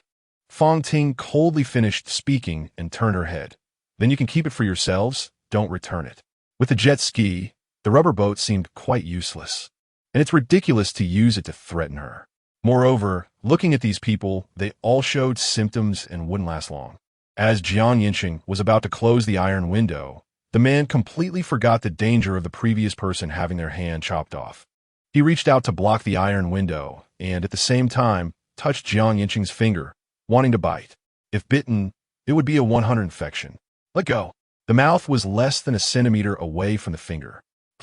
Fang Ting was in a hurry, moving even faster. She quickly pulled out the dagger from her leg and stabbed it into the man's mouth. The 20-centimeter blade pierced directly through the man's oral cavity, reaching the cerebellum. What kind of force was needed for that? In that moment of pain, the man's eyes widened, and in the next second he fell straight down, dead, without even knowing how he died. The others, witnessing their neighbor die before their eyes, were shocked and covered their mouths, screaming in horror. Someone's been killed. Someone's been killed. They ran downstairs. Wanwan, are you all okay? The door was closed, and Meng Ling could only anxiously listen to the commotion, wanting to open the door. Don't open the door. You and Duo make sure to close all the windows at home tightly. Be careful of the glass. We're fine. Fang Tingwan calmly finished speaking and gestured for him to go to her house. Jiang Yancheng knew she was afraid of being infected and didn't want to go home and spread it to Meng Ling and Duo. So he turned and walked toward his own house. He twisted the doorknob and went inside. Once inside, Fang Tingwan frowned and said coldly, "Burn it all," as she tightly removed her outer clothing and threw it on the balcony, leaving only her underwear. As she thought about it, she had already gone to the neighboring room, only then realizing she was also completely naked. But in the apocalypse, cohabitation between men and women was quite normal. When a safe zone could only accommodate 10 people. Yet there were 20 survivors, there was no choice. Even the need to relieve oneself was not a concern. If one were to care about such things, they wouldn't be alive. Knock, knock. The clothes were left at the door. Yancheng had already returned to his usual self. After placing the clothes down, he went to the balcony to rummage through the clothes to ensure they burned more cleanly. Fang Tingwan only then noticed that he lived alone. In this bedroom, there was merely a mattress, and even the plastic packaging had not been torn open. She opened the door, saw t-shirts and short sleeves, and directly put one on. Then she put on a new mask and handed him one as well. This plague is severe. Let's be careful not to infect each other. For these 7 days, we will stay here to prevent passing it on to Duo and the others. After saying this, Fang Tingwan went to the corridor to inform Mengling and Duo through the door. Mengling knew that this plague could be deadly and didn't want them to worry about her, so she immediately assured, "Don't worry, Wan. I will take good care of Duo. Just focus on yourselves. If you need anything, I will bring it to you." Yancheng's house had long been emptied, and even the generator for the induction cooker couldn't be powered. Fang Tingwan was glad that she had hidden many things under the bed to avoid being discovered. She could simply grab everything with a wave of her hand when she was about to leave: a portable stove, instant noodles, disinfectant, a bit of vegetables and rice, and her 2 sets of clothes. Chapter 36. I am willing, okay. Mengling immediately went to get the items. As soon as she opened the door after gathering everything, the strong smell of disinfectant rushed into her nostrils, making her cough and blurring her vision of the figure across the hall. "Just leave it there. I'll come and get it myself. Remember to disinfect yourself." "Okay." Duo nodded seriously. With a slight frown, her voice was cold and devoid of warmth. "Leave it at the door. We need to minimize contact for safety." "Okay." Yancheng saw her treating the situation with utmost caution and didn't dare to relax. He placed the sheets and duvet cover at the door. "You handle your room, and I'll cook." "Okay." Fang Ting didn't refuse in the evening. After all, her cooking skills were enough to keep her from starving. While his skills were comparable to those of a chef, it's hard to imagine someone like him not cooking at home. Could it be a gift? After hanging up her clothes and changing into a quilt cover, she heard the sizzling sound of oil outside. She lay on the bed and entered the space. The cows, sheep, chickens, and ducks on the grass had all grown, and there was a group of little chicks. Their droppings served as natural fertilizer, which was good. But the weeds had grown taller than the crops. She needed to find an opportunity to remove the weeds from the field. In the other areas, the food was all neatly piled up, just as it had been before, and looking at it eased her mind. However, when she saw the fish swimming in the aquarium and the king crabs, she couldn't help but smack her lips, craving a feast. Next time she went out, she would have to find a chance to take some out and satisfy her appetite. Knock, knock. Dinner time. Coming. Yancheng looked at the spicy stir-fried pork and a bowl of seaweed egg drop soup, feeling indifferent. He had never liked eating alone at home. The lights of thousands of families only made him feel lonelier. After only a few bites, he wrapped the dishes in plastic wrap and placed them on the table. The generator at home couldn't support the refrigerator. When Fang Tingwan came out after dinner, the dishes hadn't been touched much, and he only turned on a dim floor lamp. Gazing into the distance by the balcony, fully displaying a sense of loneliness. Why did he suddenly become emo? Did he lose his appetite because I didn't eat with him? Does this statement have 2 layers of meaning? Yancheng threw a glance over, ambiguous. When can we have a meal together? She didn't even think that Yancheng misunderstood. After all, her intention was just that it was hard to find a trustworthy teammate who cooks well. So she hoped he wouldn't starve. After all, if there was a next one, she didn't know how long it would take to accept someone else. Lying in bed, she entered the space. After finishing her tasks, she went to gather pig manure and spread it around the roots of the crops to help them absorb better. Busy with that, she was once again kicked out of the space. The time hadn't changed, but she was exhausted. Closing her eyes and directly falling into a deep sleep until dawn. It had been a long time since she'd slept so soundly. Working really is the best sleeping pill. Yancheng had already prepared breakfast, He took off his mask, looking lively. When he saw her open the door, he smiled. I'm not running a fever. What if I do have a fever? The remark was a test, and Fang Tingwan was surprised by herself, quickly adding, no need to accompany me to the grave. It's fine, I'm willing. Willing for what? Yancheng, why do I feel like you're acting strange? Yancheng stared straight at her, and as he saw her confusion deepen, he sighed. What I mean is, we are now partners who share life and death. Why are you panting while talking? Isn't living good? Fang Tingwan retorted while already carrying a bowl of vegetable porridge to sit down at the dining table, blowing on it before taking a sip. She didn't care whether he wanted to live or not. She wanted to live. There were still so many supplies to finish, and it would be a shame to waste them. Moreover, she felt she wouldn't have such good luck again to be reborn. Of course, it was better to live together. Yancheng brought the pickled vegetables to the table and sat across from her to eat. After finishing breakfast, Fang Tingwan rested for a while before starting to exercise with his home gym equipment. Time seemed to pass so slowly. She still missed duo a bit. After disinfecting herself again, she sat by the floor-to-ceiling window, sipping afternoon tea and gazing at the view outside. From his house, she could see the 10 buildings directly opposite, all lifeless. Occasionally, she would catch a glimpse of someone rushing by. The water level hadn't dropped. It remained at the 4th floor window level. The weather was gloomy, neither raining nor sunny, maintaining a constant temperature of 15 to 20 degrees Celsius, which was perfect for bacterial growth. She took a sip of tea and saw a figure moving in the opposite corridor. Peering closer, she saw someone half their body sticking out before they fell straight down from the 6th floor. The person didn't land in the water but smashed against the wall and then flipped into the water, surfacing within 10 minutes. It was a dead body, and one after another, there were more dead. A total of about 10 corpses were thrown in. The water flowed slowly, and they bobbed on the surface, densely packed, sending chills down her spine. They hadn't burned the bodies. This virus would spread far and wide. Fang Tingwan was not worried about other people's lives, but rather about her own travel. If she continued to stay in the 17th floor, her supplies would eventually be exposed, and what dangers would come after the exposure was unknown to her. The number of corpses was increasing, and some were copying each other. Yancheng opened the window and looked down at the building. The people in their building were also throwing things. Who would still go into the water now? They might as well wait for death. The visible dangers in the water had disappeared, but the invisible dangers were deadly.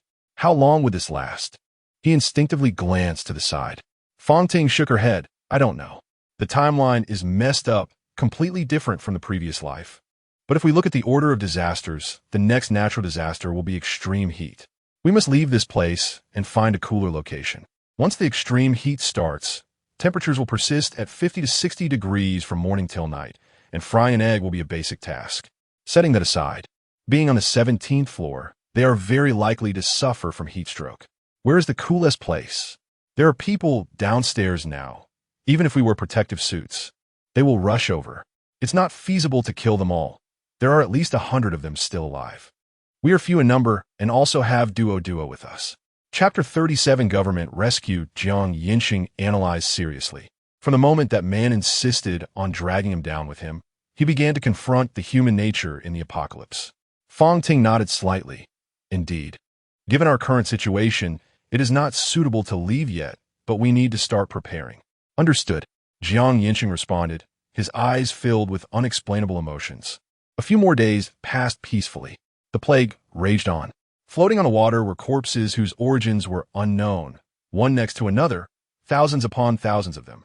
Finally, on this day, the first month of the apocalypse, everyone saw hope from the government. It was a helicopter. Someone finally remembered us. Quick, hurry to the rooftop. The sound of the helicopter pierced through the walls, and many initially thought it was an illusion. Once confirmed, they all frantically ran to the rooftop. The remaining rooftop was already filled with people, shouting one after another. We're here. Come save us.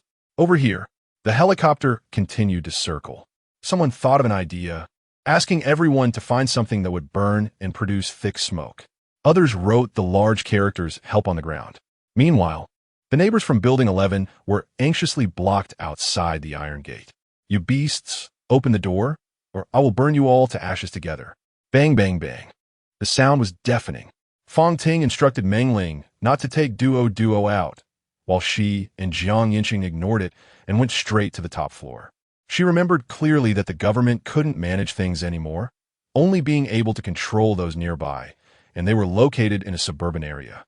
The next moment, a helicopter flew directly towards Building 11. The man leaned out half of his body again, making a gesture to retreat. After Fang Tingwan and Yancheng retreated to the entrance of the building, he protected her behind him. They don't look like they're here to help. Be careful. Don't act impulsively. I'll handle the negotiation. You be careful. Fang Tingwan saw that several of them were armed and fully equipped, looking more like they were here to silence them, which made her feel uneasy. After all, this had never happened in her previous life. The helicopter landed steadily, and 6 armed special forces soldiers got out. I ask, you answer. No lying, the leading man said, holding a gun and directly asking, how many residents are in your community? About 2,000, Yancheng replied calmly, without any detectable emotion. The man's brow furrowed as he muttered to himself, are all the bodies in the river from your community? That doesn't add up. There are over 10,000 bodies flowing into the city center. Yancheng glanced at her and immediately understood why these people had come. They were upstream of the river, and with so many bodies flowing down, it would certainly raise some suspicions. These people were just here to investigate the cause. Fang Tingwan took a step forward and said gently, there's a town ahead with a population of around 50,000. Most of them are residential houses. They might have come from that direction. Seeing the man nodding in thought, she asked, Big brother, when will the government come to rescue us?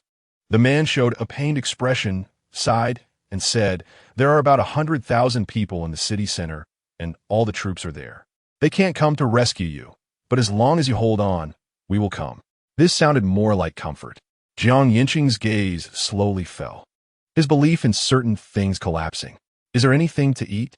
Fang Tingwan asked with a smile, wearing a loose long-sleeve shirt that made her look like she had no meat on her bones.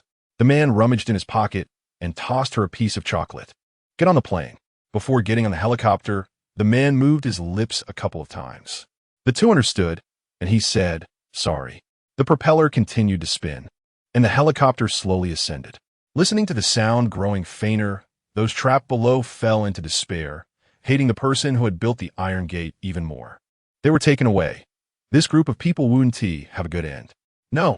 Fang Tingwan's cold voice pierced through the iron gate, and the outside fell silent for a moment before it erupted into chaos. No rescue for you? Why not? Didn't they stop on the rooftop? Right, what did they say? Were they here to scout the location? And would they come to pick us up soon? No.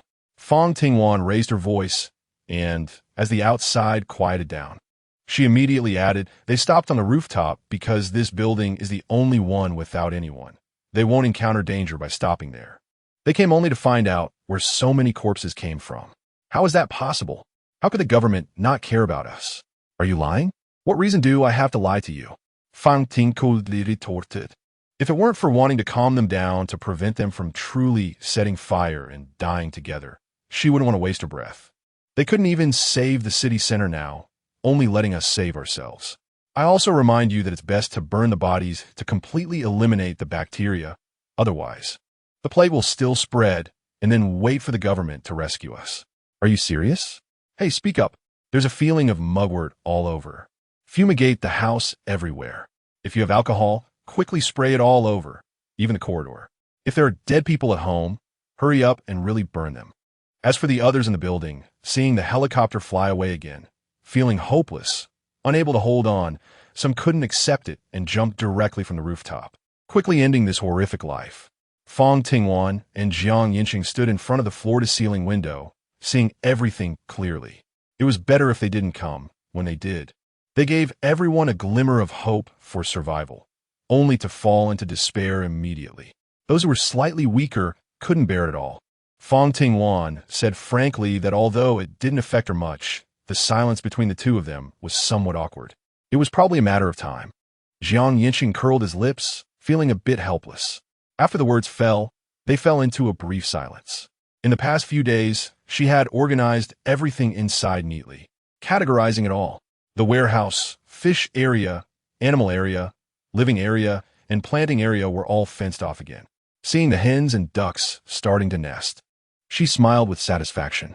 As long as the space doesn't collapse, she can live until her natural passing. The next day, the door finally opened. Duo rushed into Fang Tingwan's arms, red-eyed and muffled, saying, "Sister, don't leave me." Fang Tingwan subconsciously looked at Meng Ling behind Duo. Meng Ling waved her hand to indicate helplessness. Duo wasn't close to her and hadn't spoken much over the past few days, just playing by herself after finishing her meals. She tried to get closer, but felt there was still a barrier. Chapter 38. Sleeping on the sofa. Sister Meng Ling is also very nice. Duo should trust Sister Meng Ling. Fang Tingwan rubbed her head and, after a few comforting words, took Duo into the house. Yancheng followed. She leaned closer to Wan, and after exchanging a few greetings, suddenly her eyes sparkled with gossip. Wan, did you have a fight with Yancheng? No. Fang Tingwan shook her head. Why do you think that?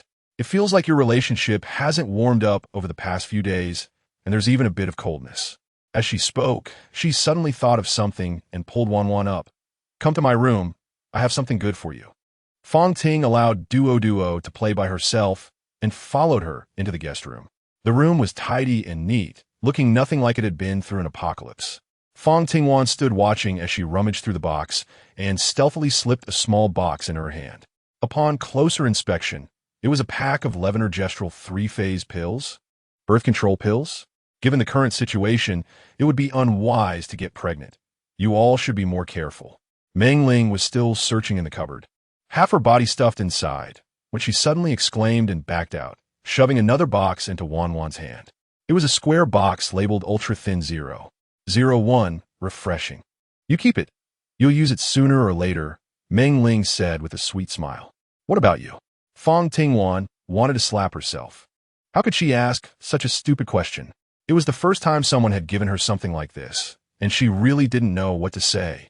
Meng Ling's cheerful tone contrasted with her worried expression, clearly not matching her words. He'll be fine.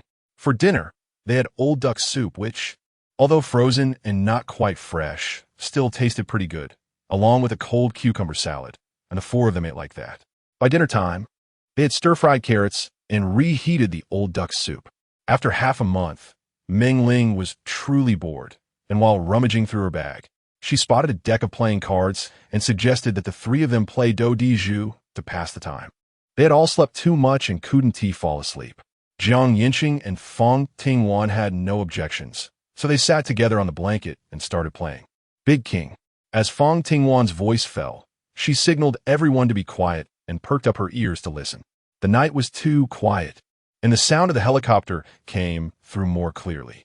The three exchanged glances, immediately sat up, and went to the floor-to-ceiling window. Sure enough, a beam of light flashed overhead. Fang Ting glanced at the time. It was 2 o'clock in the morning. What could make the government's helicopter circle at this hour? It couldn't be a rescue operation, could it? She headed to the rooftop. Immediately, she opened the door with Duo in her arms, and the two of them went out. Standing on the rooftop, they could see more clearly. There were a total of 5 helicopters, and their searchlights were shining on various floors. Suddenly, one helicopter hovered directly above them. Fang Tingwan pulled Duo to stand under the eaves. Then, the drizzling raindrops fell, and in just a few breaths, the entire roof was soaked. Fang Tingwan smelled a strong odor of disinfectant. The government was disinfecting. Could mean that the plague would soon be over? Meng Ling asked excitedly. Finally, they are here. We are saved. Ah, that's great. The others in the other buildings who had not yet fallen asleep also realized what the helicopter was doing and gasped. More and more people were waking up, and everyone's spirits were high. Fang Tingwan's heart grew heavier. As she walked downstairs to the corner, she looked at the iron gate and said softly, "Clean up the house. And don't open the door unless absolutely necessary. Otherwise, I'll come sleep on the sofa." Yancheng explained, "No one knows what they're going to do next. If I stay, we will have one more person. It can buy us some time if necessary. Although the situation probably won't be that bad. It's better to be safe." Meng Ling nodded in agreement, looking expectantly at Wan. "I think it's a good idea. Otherwise, we wouldn't know what might happen to him over there." Under the gaze of the two, Fang Tingwan didn't rush to make a decision and weighed the pros and cons. In her previous life, during the plague, the government's actions were not gentle. It could be said they forcibly broke down doors to administer vaccines. And she remembered that the vaccine didn't come out that quickly. So, if he stays, at least he can help defend the door. Then bring a few more sets of clothes. She took Duo into the house. Meng Ling followed. Not long after, Yancheng also came with clothes and his bedding, basically emptying his place. This was a one-bedroom, two-living-room apartment, and luckily the sofa could be made do with. Crackle, crackle. Fang Tingwan instantly opened her eyes when she heard the sound, seeing the sky outside faintly showing a hint of dawn. She picked up her phone and glanced at it. It was 7 in the morning. Who was sawing the door so early? Sawing the door? Someone was using a machine to cut open the iron door. And at this rate, it would be opened in less than 2 hours. Should we do something? Yancheng frowned tightly, turned around, grabbed a Tang knife, and handed it to her. As the 3 doors opened, sparks flew outside. A lot of iron shavings had already melted from the lock of the iron door due to the high temperature. Who is it? Fang Tingwan asked coldly. The cutting stopped, and outside was quiet for a moment before a stern and indifferent male voice came through. Residents inside, we are the SWAT team. Your privately installed iron door is illegal and affects the residents of the entire building. I need to dismantle it now. Please step back. Miss Fang, don't worry. It's because food distribution must be done from the rooftop. This door must be forcibly demolished, so please step back to avoid injury. The familiar voice of the man made Fang Tingwan and Yancheng's expressions darken. It was Huang Cheng. The situation with the iron door now seemed irreparable. There was no time to speak. The cutting outside resumed, the screeching sound drowning out any conversation. If the other party forcibly opened it, they would be in danger. Notify them, notify them. A loudspeaker sound came from the rooftop, audible within a 10-mile radius. The government is distributing bread for free now. Please line up in order and wait on the rooftop for your turn to collect. Chapter 39. The Holy Mother Repeat. The 3 people inside the room all had grim faces. If they went out, it would mean a risk of infection. If they didn't go out, they couldn't hide the fact that they had surplus food. The former concerns their lives, so it definitely can't be chosen. Eat breakfast. Fang Ting made a decision. At the very least, we have to wait until the vaccine comes out. All right. The 3 of them sat in the room, not starting a fire, fearing the smell would drift up to the rooftop, so they took out some bread and milk from the fridge and boiled a few white eggs. After eating and drinking enough, the sound of a helicopter came from the rooftop. Then footsteps echoed in the hallway, shaking as if they would collapse the corridor. Knock, knock. Someone was actually knocking on the door. Why are you still thinking about her? They must still have a lot of food hidden away. Hurry up and go. Or you won't have any either. Huang Cheng shouted again inside. Miss Fang, remember to call out to Lawyer Jiang. Then only the sound of footsteps remained outside. Fang Ting let out a long sigh, unsure of how to respond to Huang Cheng's kindness. In chaotic times, the first to be targeted is often the saintly, and with his behavior, it seemed, never mind. At this moment, on the rooftop, a helicopter was parked nearby, and 6 special police officers held weapons, with about 10 boxes between them filled with ration bread, eggs, and so on. They were instructed to take turns, no grabbing, no cutting in line. A man coldly spoke, confirming that his protective gear was fine before waving his hand. Begin. Everyone took their turn. However, when it came to one person, he stared longingly and was reluctant to move, pleading softly, Big brother, I have a sick wife and son at home. Can you give me one more bag? This small half bag is enough for me to stretch for 3 days. For 3 people, at most 1 day.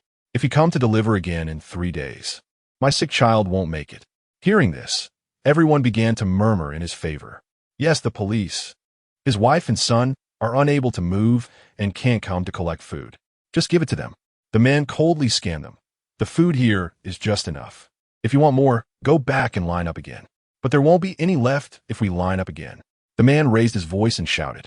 He was too lazy to waste words and signaled to the person next to him.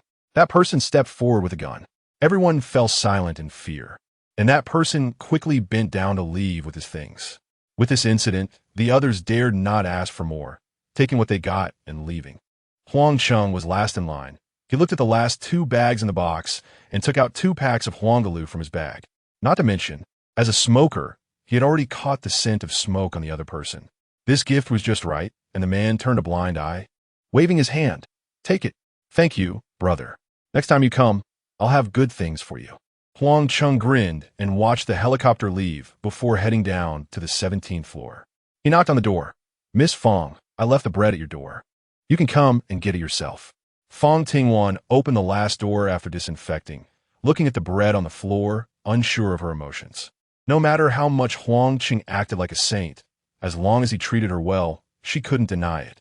After disinfecting all the outer packaging of the bread, she brought it into the house and put it in the refrigerator. Meanwhile, downstairs, his family had already died from the plague, leaving only him alone. The significance of this food became diminished. Brother Huang was Louis, who had just asked the police upstairs for an extra bag of bread. He awkwardly rubbed his forehead, licked his dry lips, and after a while, finally spoke. We don't have enough bread at home. Can you share some with us? Just take it yourself, Huang Chung smiled, his gaze still fixed on the family photo on the table. Louis noticed that Huang Chung didn't pay attention to him at all, his eyes greedily fixed on the bread. He licked his lips, opened the packaging, and stuffed 1, 2, and finally 5 pieces into his pockets. After adding 5 eggs, he bowed in thanks. Thank you, Brother Huang. When he returned home, he saw his worried wife waiting for him and immediately pulled open his pocket to reveal it full of food. That good guy Huang Chung would never refuse anything. I told you if I went to borrow from him, he would definitely agree, but you didn't believe me. The woman sniffled, her eyes reddening. We're saved. Her gaze turned towards the room. Knock, knock. Who is it? Lu Yi jumped, opened the door, and saw it was Huang Chung, instantly shutting the door again. Huang Chung quickly jammed his foot against the door, feeling embarrassed as he explained. You took too much. I know your family is in trouble, but at least give me 1 egg and 1 bread, okay? Just 1 bread and 1 egg. How will I last until the next rescue? The pure blue tones filled the room where a boy lay on the bed, the bedding almost covering his neck, revealing only a pale face. The child was already 10 years old, often playing downstairs, always calling Huang Chung uncle.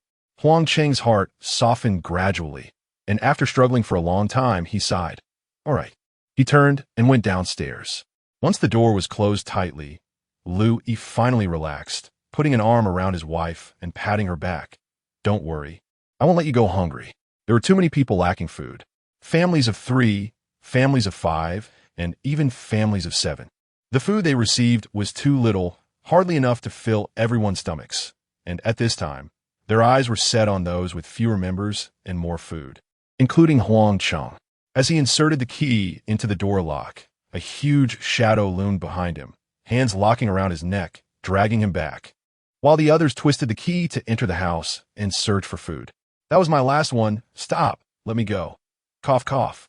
I've clearly helped you before. Huang Chung collapsed on the ground like a dead pig. Just a piece of bread and an egg. Whatever. It's better than nothing. The two turned to leave, but in the next moment, the last man walking paused, his gaze dropping to Huang Chung, who looked lifeless and was gripping his pant leg tightly. Chapter 40. Call for help, let go. The man struggled a few times, but couldn't shake him off. Give it back to me. Huang Chung was already weak and powerless. Give it back. The man shouted angrily and kicked Huang Chung hard in the forehead. The intense pain forced him to let go. The two didn't waste any time and went straight upstairs. They searched one by one, specifically tricking people to open the door before robbing them, or directly blocking them like Huang Chung, until they reached the 17th floor. Miss Fang, open the door. I know you still have a child to take care of. I can't finish it all by myself, so I brought you 2 eggs. The man's voice was gentle, devoid of hostility. Fang Tingwan opened 2 doors quietly and saw the silhouettes of 2 people through the peephole, one of whom was hiding by the door. No need. Thank you. Don't be polite, Miss Fang. We're all neighbors. We were worried about you since you didn't go to pick up the supplies, especially since you're so beautiful. If you're concerned, I can leave them at the door for you to pick up yourself.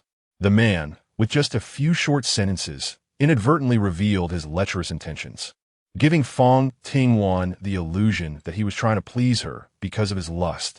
Footsteps were heard outside, growing fainter as if going downstairs. What clumsy acting! Less than a minute later, the footsteps returned upstairs, and at that moment, the man's voice carried a hint of urgency. Miss Fang, actually, this is sent by Huang Chung. He is worried about you. Then why doesn't he deliver it himself? Fang Tingwan's gaze instantly turned cold, with them mentioning Huang Chung. It was possible that the big saint had already been taken. The man thought he was making progress and continued. He went downstairs. We came upstairs. Fang Tingwan had already closed all 3 iron doors, completely cutting off the sound from outside. What's wrong? Meng Ling asked while practicing her punches. Jiang Yancheng also cast a puzzled glance.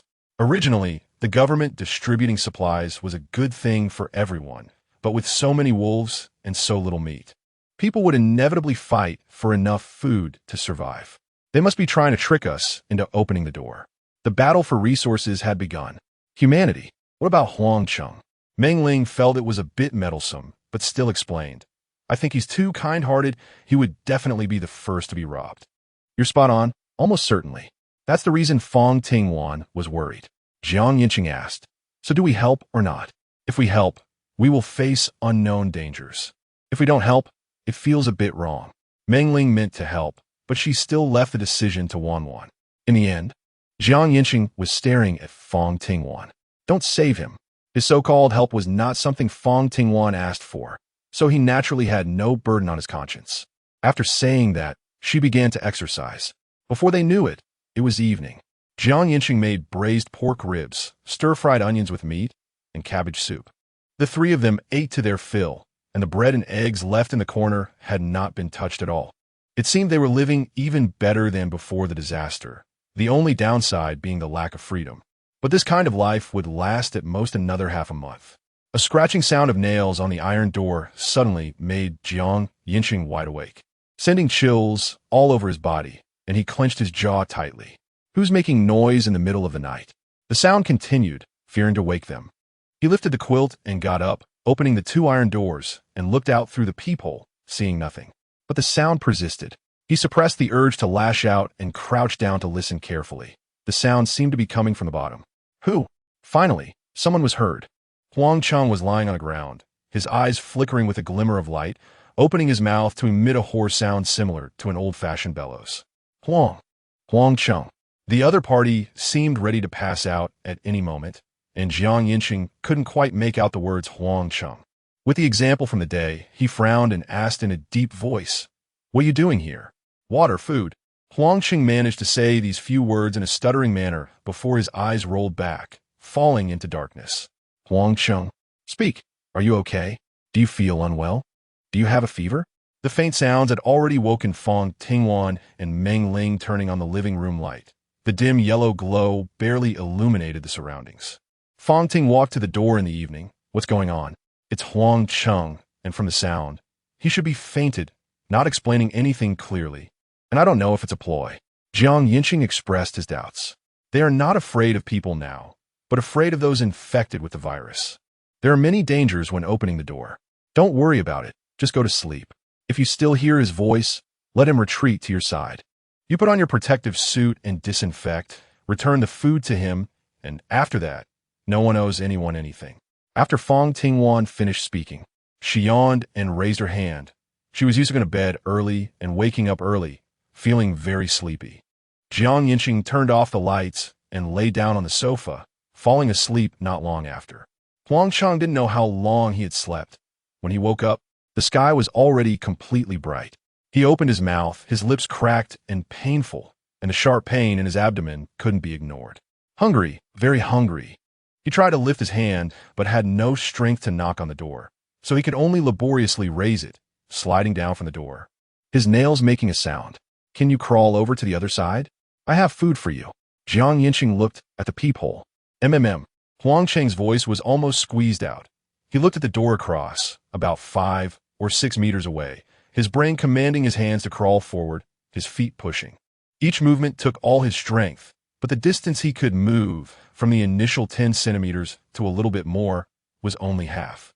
His vision started to blur at the edge of exhaustion. Through the peephole, Jiang Yancheng saw clearly. He put on his protective suit, first disinfected by the door, then opened it to disinfect the surroundings, went out and closed the door, and then placed a plastic bag next to Huangcheng, along with a bottle of mineral water. Huangcheng saw the source of life, staring eagerly at Jiang Yancheng. Unable to help it, he twisted the bottle cap open. Huangcheng gulped down half a bottle, regaining a bit of strength, then broke the bread into small pieces to put in his mouth. After the iron door closed, Huangcheng propped himself up to sit up. He took out 2 eggs from the plastic bag, tapped them, and after peeling, stuffed them into his mouth. If he couldn't swallow, he drank water and ate another one. The pain eased somewhat, but he still cried from the pain. If I had known this, I wouldn't have helped him back then, haha. He began to show signs of madness. Chapter 41. Kind people. He picked up the bread and eggs, stuffed them into his arms, and hurried downstairs to his home. After closing the door, he found a kitchen knife and a sharpening stone, beginning to sharpen it carefully. Someone was still coming out to scavenge today. Knowing full well that Huang Chang had nothing left, a few still came to knock on the door. Brother Huang, are you there? Can you lend me some water? When he came yesterday, he saw that Huang Cheng's water dispenser still had water, but he forgot to take it. Okay.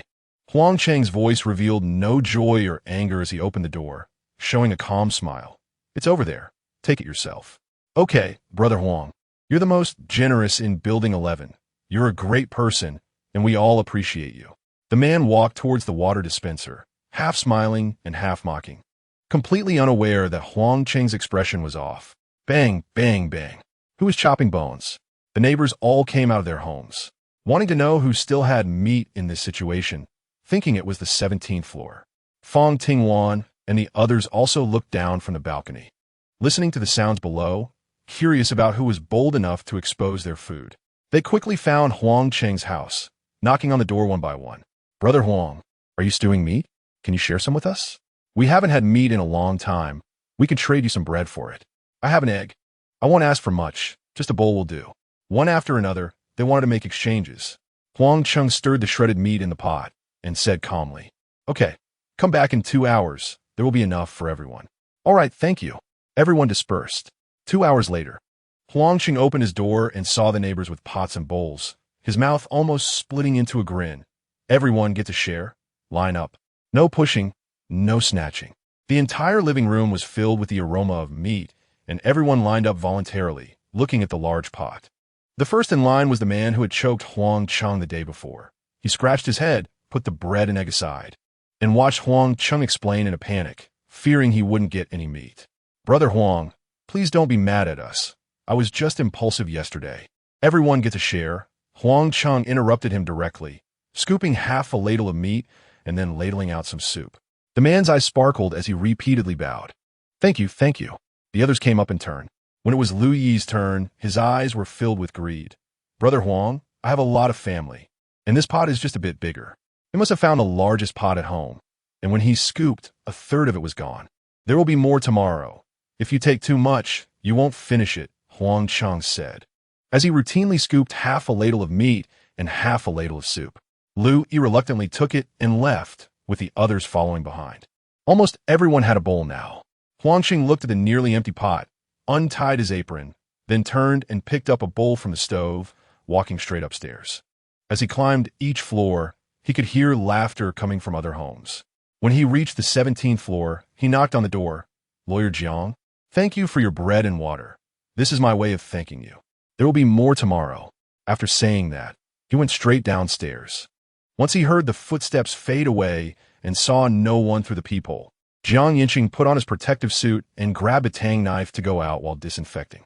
Confirming that no one was around, he lifted the lid of the pot. Having already disinfected, Fang Tingwan walked out directly, and upon seeing the pot of soup and meat, her expression darkened as she stabbed the knife into the pot, pulling out a piece of meat that resembled a chicken neck. Doesn't it look like a thumb? Yancheng took a closer look and could discern the texture of human flesh. Huang Cheng had killed someone and turned them into a pot of soup? Listening to the faint sounds from downstairs, could it be that he even shared it with everyone? Fang Ting nodded slightly, revealing a bitter smile. The consequence of offending honest people he has given us. Probably because we provided food during the day and didn't offer him redemption when he needed it most. Such a person is described as kind, to the extreme. Selfless for others, but when he turns bad, he has no bottom line at all. This meat, we don't even know which neighbor offended Huang Cheng. Today we had scallion-flavored crispy meat, along with sauerkraut and ribs. We were full and satisfied when the lights at home flickered. Is it a power shortage? Meng Ling asked while taking care of Duo's meal. If there is no electricity, they will definitely have to go downstairs. Yancheng also rarely felt nervous. Getting up to unplug some unnecessary appliances, including the rice cooker and induction stove that were heating the food. "It's fine, I'll go take a look." Fang Tingwan put down her bowl and chopsticks, put on her protective suit, and after confirming that there was no one outside, she went directly to the top floor. The pot in the corner was very conspicuous, and she quickly found the diesel engine. Seeing that it was almost empty, she continued to pour oil from her space into it. The 200-liter fuel tank, when filled, could last about 10 days to half a month, which was a significant consumption rate.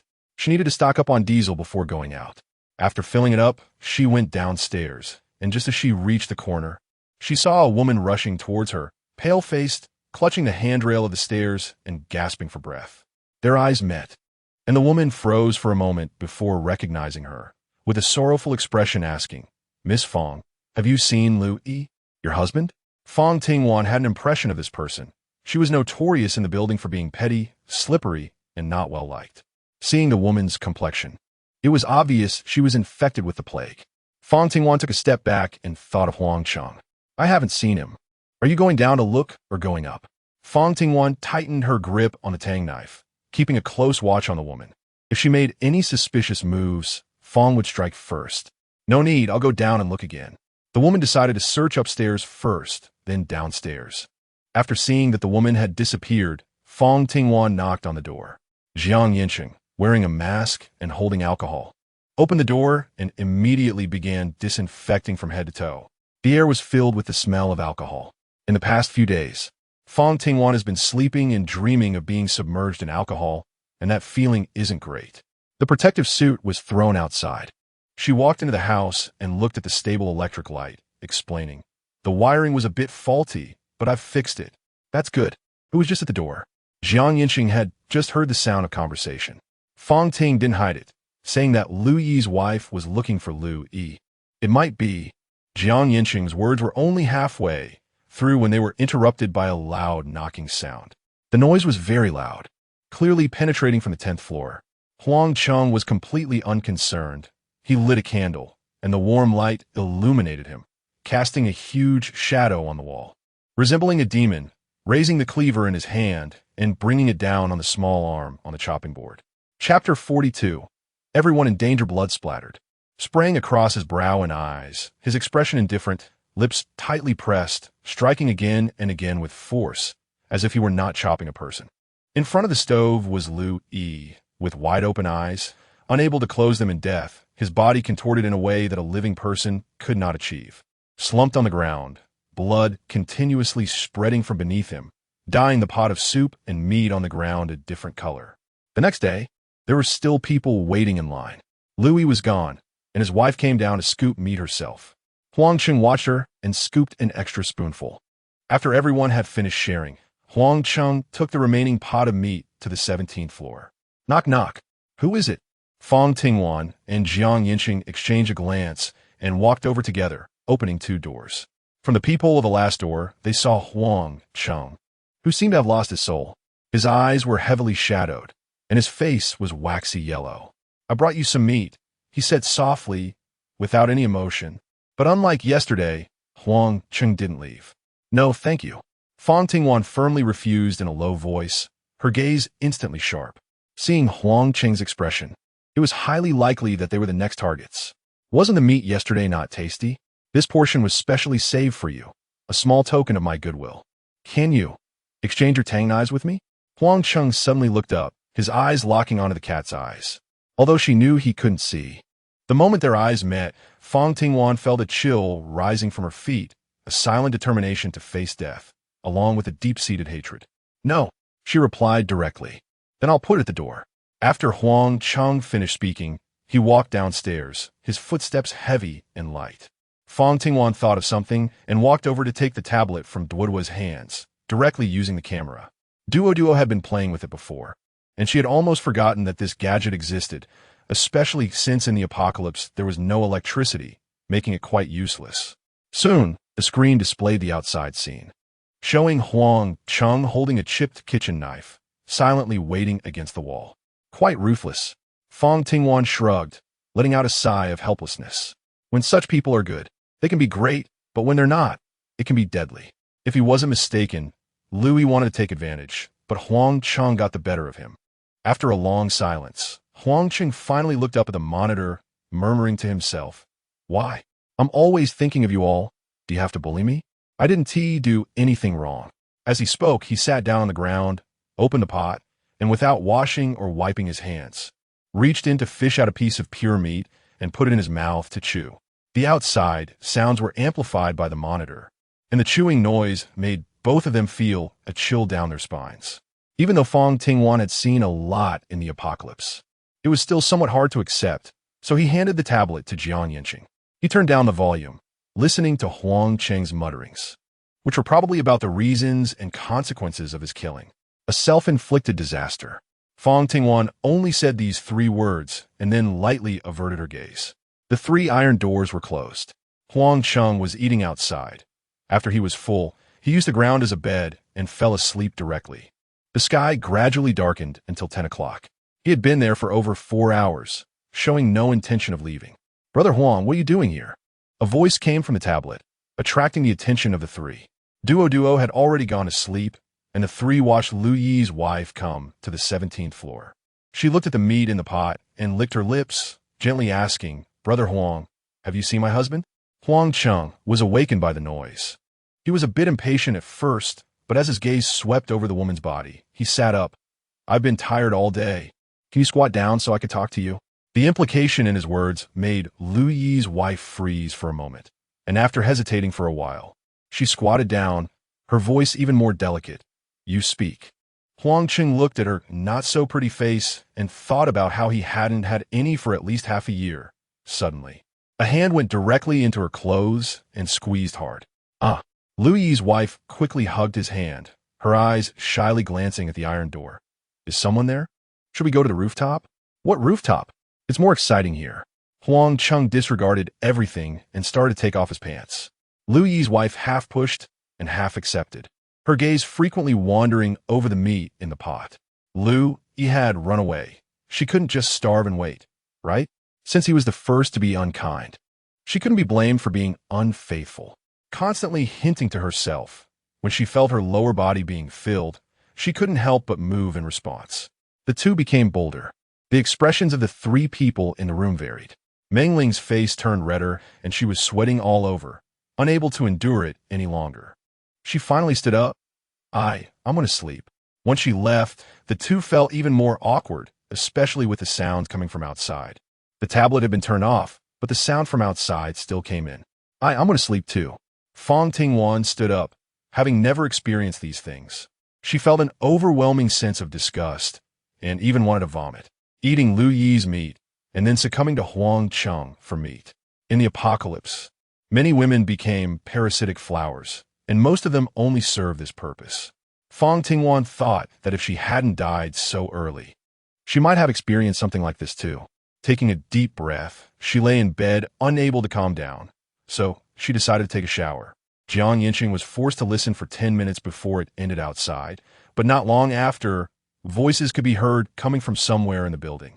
It was really frustrating. A month of heavy rain and plague had caused many people to lose hope. Yet, Huangqing and Lu Yi's wives were like a spring breeze, making many people feel hopeful. That night, he spent it wearing headphones. Early the next morning, the sound of bones being chopped echoed, and soon after, people lined up to eat meat. The 17th floor was completely unaffected. After 3 days, the plague worsened, with person-to-person transmission making the number of people who could move around dwindle. Half of those who were alive had directly fallen ill and died, leaving only about 50 people in the building. Everyone lived in fear. People were disappearing, vanishing without a trace. 1 transmitted to 10, 10 to 100. Everyone hid at home, not daring to see Huangqing again. As the instigator, Huangqing's situation was not good. His body had reached its limit before dying. He carried the remaining oil from home and a pile of bloody clothes, slowly moving down the stairs. When he reached the 4th floor, a musty smell filled the air. He spread out the clothes, poured oil on the flammable materials, and after lighting the clothes with one last fire, he stood in the flames, waiting for death. He no longer wanted to live, but in death, he wanted to take everyone with him. As the flames grew stronger and thick smoke billowed, he was being scorched by the fire. Unable to bear it any longer, he wanted to jump out the window, only to realize that the fire had unknowingly surrounded him. Facing death, he felt a fear that made him want to escape. Help! The fire is burning. Put it out! Put it out! Chapter 43. Pulling down the water, he shouted loudly, immediately attracting the attention of many. When someone noticed, the fire was already close to spreading to the 5th floor. Some thought about running upstairs or quickly jumping into the water to avoid being burned.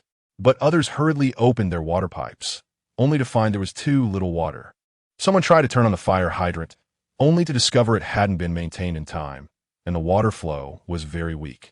There was no choice. Everyone had to escape first. Fang Tingwan heard deafening footsteps coming from the entrance. She used the camera to take a look and learned from their conversation that there was a fire below. Thick smoke was drifting up from the 5th floor, but it wasn't as dense, which was also the reason they didn't notice it immediately. Fang Ting watched as everyone reached the rooftop. There was water available downstairs, but it couldn't be used to put out the fire. Waiting meant certain death. I'll go take a look. When Fang Tingwan was putting on her protective suit, Yancheng was also getting dressed. I'll go with you. It's dangerous with so many people. Okay, Lawyer Jiang, I hope I can rely on you. Putting out the fire is no small matter. It's hard for Fang Tingwan to do it alone. After putting on the disinfectant, the two opened the door and immediately saw the people at the corner on the upper floor. Their greedy eyes seemed eager to see inside the room. Unfortunately, the door closed too quickly, and all they could see were 3 doors, which they couldn't break through. The two didn't have time to pay attention to them and went straight downstairs. As they rushed to the 6th floor, they could feel the heat hitting them. However, the fire wasn't that big. After being soaked for a month, the room was damp, but there was a lot of smoke. Fang Tingwan tried to go down to the 5th floor. After taking a few steps, she felt her protective suit tightening. So, she quickly found a fire hydrant, turned it on, but there wasn't much water. She had to turn around and, out of Yancheng's sight, drain water from her space. Luckily, she had the space.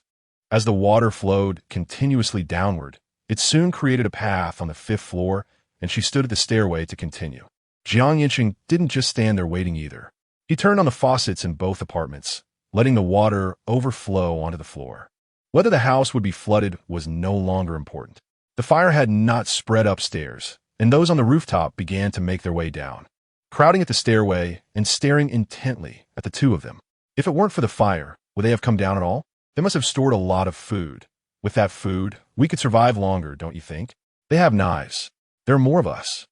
The quiet conversation was inaudible to the two, but they could see it. These people looked like they wanted to eat us alive.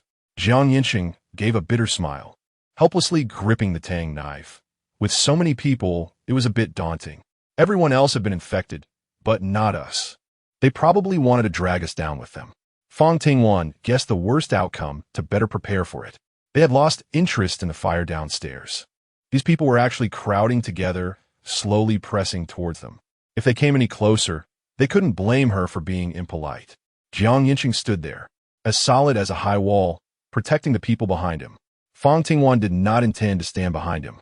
After entering room 601, the two of them stood there. Let's talk nicely. We just want food and don't want to do anything to you. You guys. As the man spoke, he took a step inside, and Tang Dao pierced through his heart. The rest of his words could only be spoken to Yin Wang. Meanwhile, the living Yin Wang, Fang Tingwan, pulled out the Tang Dao, and blood dripped from the tip of the knife. The excitement in her eyes was dancing. Just right, if we kill all of you, we can get out. No need to worry about any accidents. Yancheng raised an eyebrow at her words and smiled in agreement. Exactly what I was thinking. Let's go. Everyone, charge in together, rip off their protective suits, and let them taste our flavor. Go. The loud voices boosted their morale, and one by one, they rushed in. But the door was only so big, allowing only 2 people to enter at a time. Fang Tingwan and Yancheng each dealt with one, taking down 2. Killing a pair, leaving a pile of more than 10 corpses at the entrance, blocking a group of people outside. Are you still human? The old man looked at the bodies of his son and daughter-in-law lying before him, shouting hoarsely, tears streaming down his face filled with deep creases, disbelief, anger, and a torrent of hatred bursting from his eyes. This shout brought a momentary halt to the heated crowd. You actually killed so many people. I'm going to call the police. Call the police. Yes, bring them to justice. Give me back my son. I raised him with so much effort. Got him a wife, and he hasn't even had a child yet. Give me back my son. You really are disgusting. Fang Tingwan, red with rage, looked at them with indifference, her disdain and sarcasm unhidden. You wanted to kill us and rob us. How shameless can you be to shift the blame onto us? She was somewhat unwilling to waste more words and looked at Yancheng. This great lawyer stood there like a shura, exuding a chilling aura. Fortunately, he was still on her side. It is a fact that you killed so many people. We are all victims. We all saw it. There are witnesses. Do you have any evidence? This retort immediately rallied the crowd again. To be unable to refute is just like that. However, a few quietly left the ranks. The remaining 20 or so, led by the old lady, grew angrier the more they thought about it. And in the end, she simply raised her fist high, shouting, "Give me back my son's life," and charged straight ahead. Crack! Fang Tingwan held the knife with both hands, delivering a fierce horizontal slash. With a dull thud, the old lady's head, still maintaining an expression of wide-eyed cursing, rolled from the pile of corpses to the door. You've killed again. Those with a low tolerance for the sight of blood fell straight back. Run, run. Those who were still shouting suddenly realized that they could really die and turned to flee. In the blink of an eye, there was no one left in front of her, only the blood pooling on the floor, already overflowing the heels of her shoes. Fang Tingwan's tone was casual, as if she had not just committed a massacre. Yancheng, who was following her, finally relaxed his tense nerves and let out a long breath. His fingers, still gripping the knife, began to tremble uncontrollably, and even as he walked upstairs, his legs felt somewhat weak. Turning back to see the mountain of corpses, he couldn't help but feel horrified. They had killed people, many people. Fang Tingwan had likely trained for such situations, and if order were to be restored now, they could be executed 10 times over and still have time left. Chapter 44. Revealing the cards, but he could now be sure that what she said was true. It would not be restored. As if she had guessed his thoughts, Fang Tingwan paused, turned around, and looked down at him from a height, slowly saying, "The apocalypse has begun, and it will definitely not end. If you don't believe it, within 3 days, the heavy rain will continue, followed by extreme heat. And the moisture will evaporate at an even faster rate, but it will not be the end." Yancheng asked seriously, and if all went as expected, he would soon learn the very thing he most wanted to know. This kind of thing felt too fantastical, completely lacking any sense of reality. Fang Ting didn't beat around the bush and said directly, "I will die in a natural disaster a year from now. Human hearts are the least valuable things. If we want to survive, we must trust each other. I have always trusted you. It's you who don't trust me." Yancheng complained somewhat aggrievedly. Fang Ting let out a sound of hesitation, really not knowing how to continue the conversation, and awkwardly changed the subject. According to the timeline of the disaster, the day after tomorrow is when the government will come to administer the vaccine. With the vaccine, getting infected with the plague will be like catching a cold, or even less severe than a cold. It would be best for us to leave then. She had already turned to go upstairs. Compared to those unnecessary explanations, a cooperative relationship is much more reliable. Fang Tingwan nodded in agreement, tacitly acknowledging the current partnership. From a moment, he showed no hesitation in killing earlier. Fang Tingwan let down all her defenses. She could handle both the kitchen and the battlefield. Someone like that was a rare find in the apocalypse. With good luck, she had picked him up right at the start. After opening the door, the two entered, and Yancheng made a gesture of invitation. "You go first." "All right." Fang Tingwan opened the bathroom door without hesitation. After entering, she turned on the shower and stood by the door, starting to take off her clothes. From the living room, a vague silhouette could be seen. Yancheng rubbed his eyes, shook off the inappropriate thoughts, and turned to go into the room. Since he was leaving, he had to take everything he needed. The sound of the shower continued for 5 minutes. Fang Tingwan washed herself twice in the evening, her whole body fragrant with the scent of shower gel. She picked up the half-full bottle of shower gel, was about to put it away, but after a moment's thought, she didn't move. When she opened the door, Yancheng was in the living room arranging decorations. The walls were full of certificates and trophies, representing his glory. He chose the most ordinary banner to keep a memory. "Oh, you finished washing, take your shower gel with you. It smells nice. It's suitable to cover up the unpleasant smells of the apocalypse." Fang Tingwan thought of the smell of blood and wrinkled her nose. Okay. She let Yancheng go wash up. While waiting for him to come out, the air in the living room was filled with the fragrance of shower gel. Let's go. Calculating the time, it was time to make dinner. When she got home, Duo immediately rushed over. The child's keen perception noticed that this time she didn't look for her brother to hug her, but instead jumped into Fang Tingwan's arms and kissed her cheek. Sister, I learned to draw my brother today. Really? Fang Tingwan's heart softened. No matter when, the child's pure heart always brought her comfort. While asking in delight, she took Duo to the sofa. Yancheng also curiously leaned over. His extraordinary good looks would not look bad, even if drawn casually.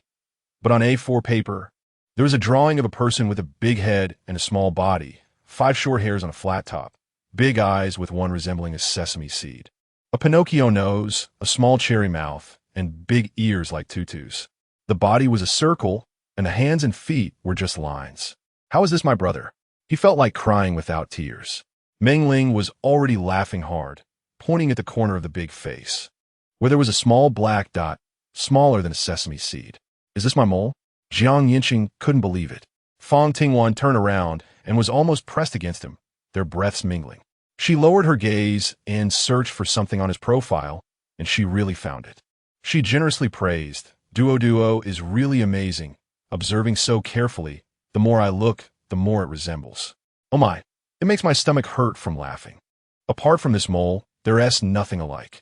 However, Duo explained very seriously, I hope both brother and sister are happy. After saying that, she noticed everyone was laughing and joined in the giggles. The joyful sounds in the room traveled downstairs. A group of people were furious but dared not act recklessly in the face of absolute strength. They waited, knowing that when the opportunity arose, they would make the 17th floor pay the price. The next day, that opportunity came. The sound of the helicopter pierced the eardrum at 8 in the morning. Everyone had been waiting for this day, and finally it arrived. Without waiting for the loudspeaker to announce it, they all rushed upstairs. Hearing the noise, Fang Tingwan leisurely ate her cereal and peeled an egg. Duo was also obediently eating. She had grown a bit taller in the past month. Her skin was fair and tender, and her baby fat cheeks were so cute that one wanted to pinch them at first glance. Her dark, round eyes, now filled with laughter instead of the previous silence, made her even more endearing. Especially Mengling, who had taken on a role of a full-time mother. Are we going up after eating? Yancheng looked at her with concern. Of course, we must get the vaccine. Fang Tingwan called a few people to finish eating and then changed into protective clothing. When they reached the top floor, the helicopter had just stabilized. More than 30 people immediately gathered to the sides in fear, keeping their distance. When the SWAT officers came down, they looked at their faces with some confusion. What is going on? At the same time, he looked at the 4 people directly in front of him, all in protective suits, clearly not infected. It was not surprising. There were others in different places who had made preparations early. Police, they are murderers. They killed dozens of people, and the bodies are piled on the 6th floor. Those are material evidence, and we are all witnesses. You must execute them quickly. Mengling hurriedly shielded Duo behind her and covered her ears with her hands. Fang Tingwan and Yancheng looked on coldly, unmoved. Really, we all saw it. She even threatened us, directly chopping off an old lady's head and kicking it like a ball. She's a psychopathic murderer, living with us, making us terrified. I didn't even dare to look at her. One person spoke up, and they all chattered, creating a headache. Quiet. The special police shouted with full force, and it fell silent. No wonder the number of people suddenly halved. It turned out some had died. In this past month, they had been on missions everywhere, seeing more dead bodies than ants. And could they manage? They couldn't keep up at all. Plus, the court was too busy to handle cases. And they had no enforcement capability. Line up, get your shots, no disorder. Seeing that the special police were not managing things, these people began to panic, feeling they were all in it together, especially since the people from the 17th floor had seen the police alone once before. With no one moving, Fang Tingwan was unceremonious. Walking straight to the front, looking at the well-protected doctor, she turned sideways. Chapter 45. Death as a cushion. The doctor disinfected her protective suit, then cut a small hole in it to inject into her arm. Next were Duo, Mengling, and Yancheng. After Duo got her shot, her eyes turned red. The four of them went downstairs after finishing their injections, and only after full disinfection did they enter the house. After taking off the protective suit, she handed Duo a piece of hawthorn candy. She popped it into her mouth, and the sweetness immediately overshadowed the pain, making Duo smile sweetly. "Are you scared, Duo?" Duo shook her head. Duo is 5 years old and can protect herself. She's just small, not foolish. Although some things that happened in this building were deliberately avoided, some things couldn't be avoided at all. Fang Tingwan rubbed her head and said, "Pack your things, we're getting ready to leave." As soon as she finished speaking, a gunshot rang out from upstairs. Everyone looked at the armed special police, standing frozen like wooden stakes. Some people were already trembling and lining up, one after another. "What do you mean?" "Sorry, we're out of vaccines," the doctor coldly stated, shouldering the medical kit before turning and climbing into the helicopter. "What? Why didn't you bring more? What should we do if we can't get vaccinated? Just wait to die?" The doctor shot him a knowing glance. "Why?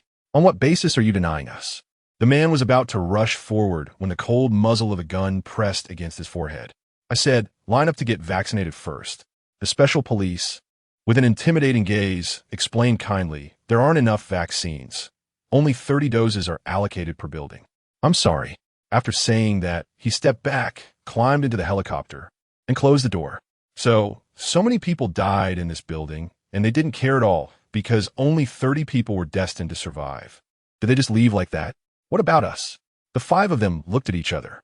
Who would have thought that a moment of anger could lead to losing the chance to live? "It's all your fault. Why did you listen to your words? Those people on the 17th floor could have died instead. Even if we die, I want to drag them down with us. That needs careful planning."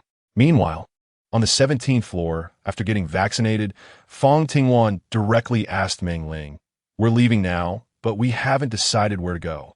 If you want to find your parents, we can take you to your hospital first. Can I bring my parents with me?" Meng Ling wanted to follow Wan.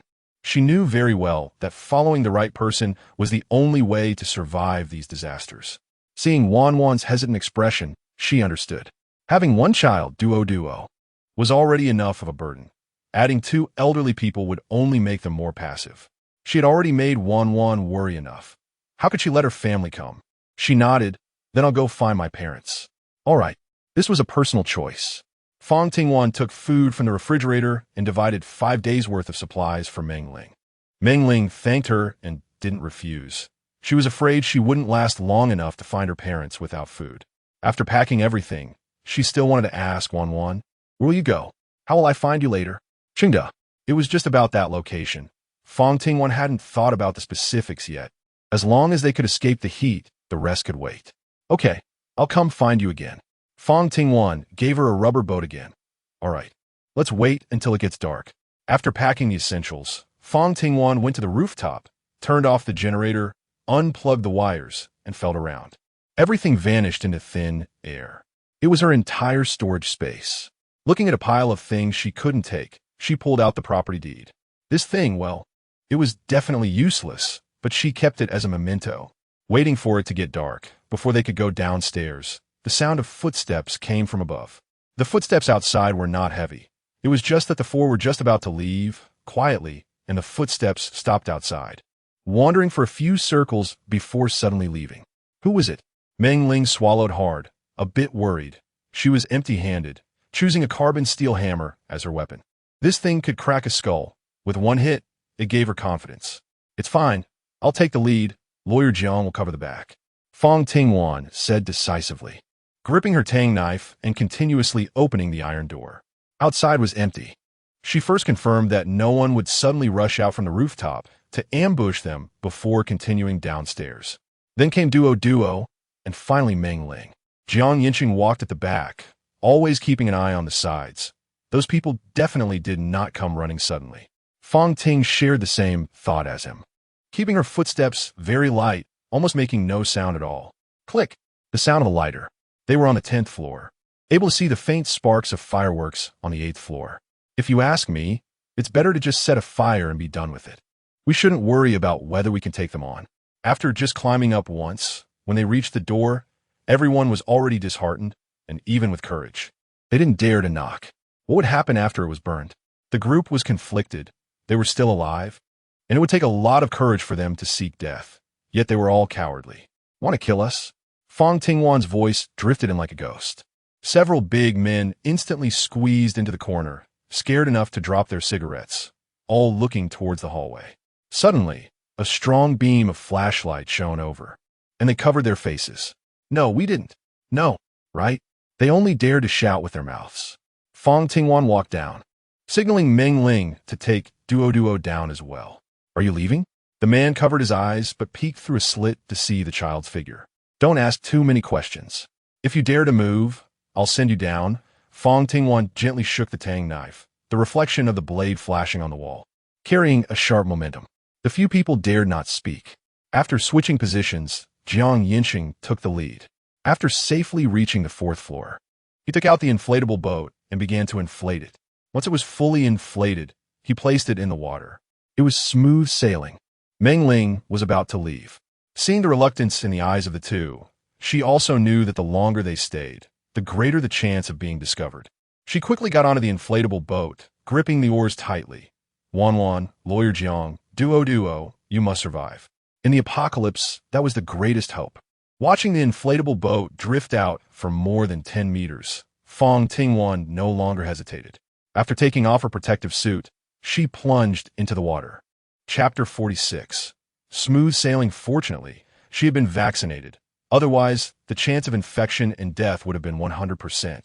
She dove to the 3rd floor, immediately took out the jet ski from her space, and in that moment, she sat on the inflatable boat and shot out of the water.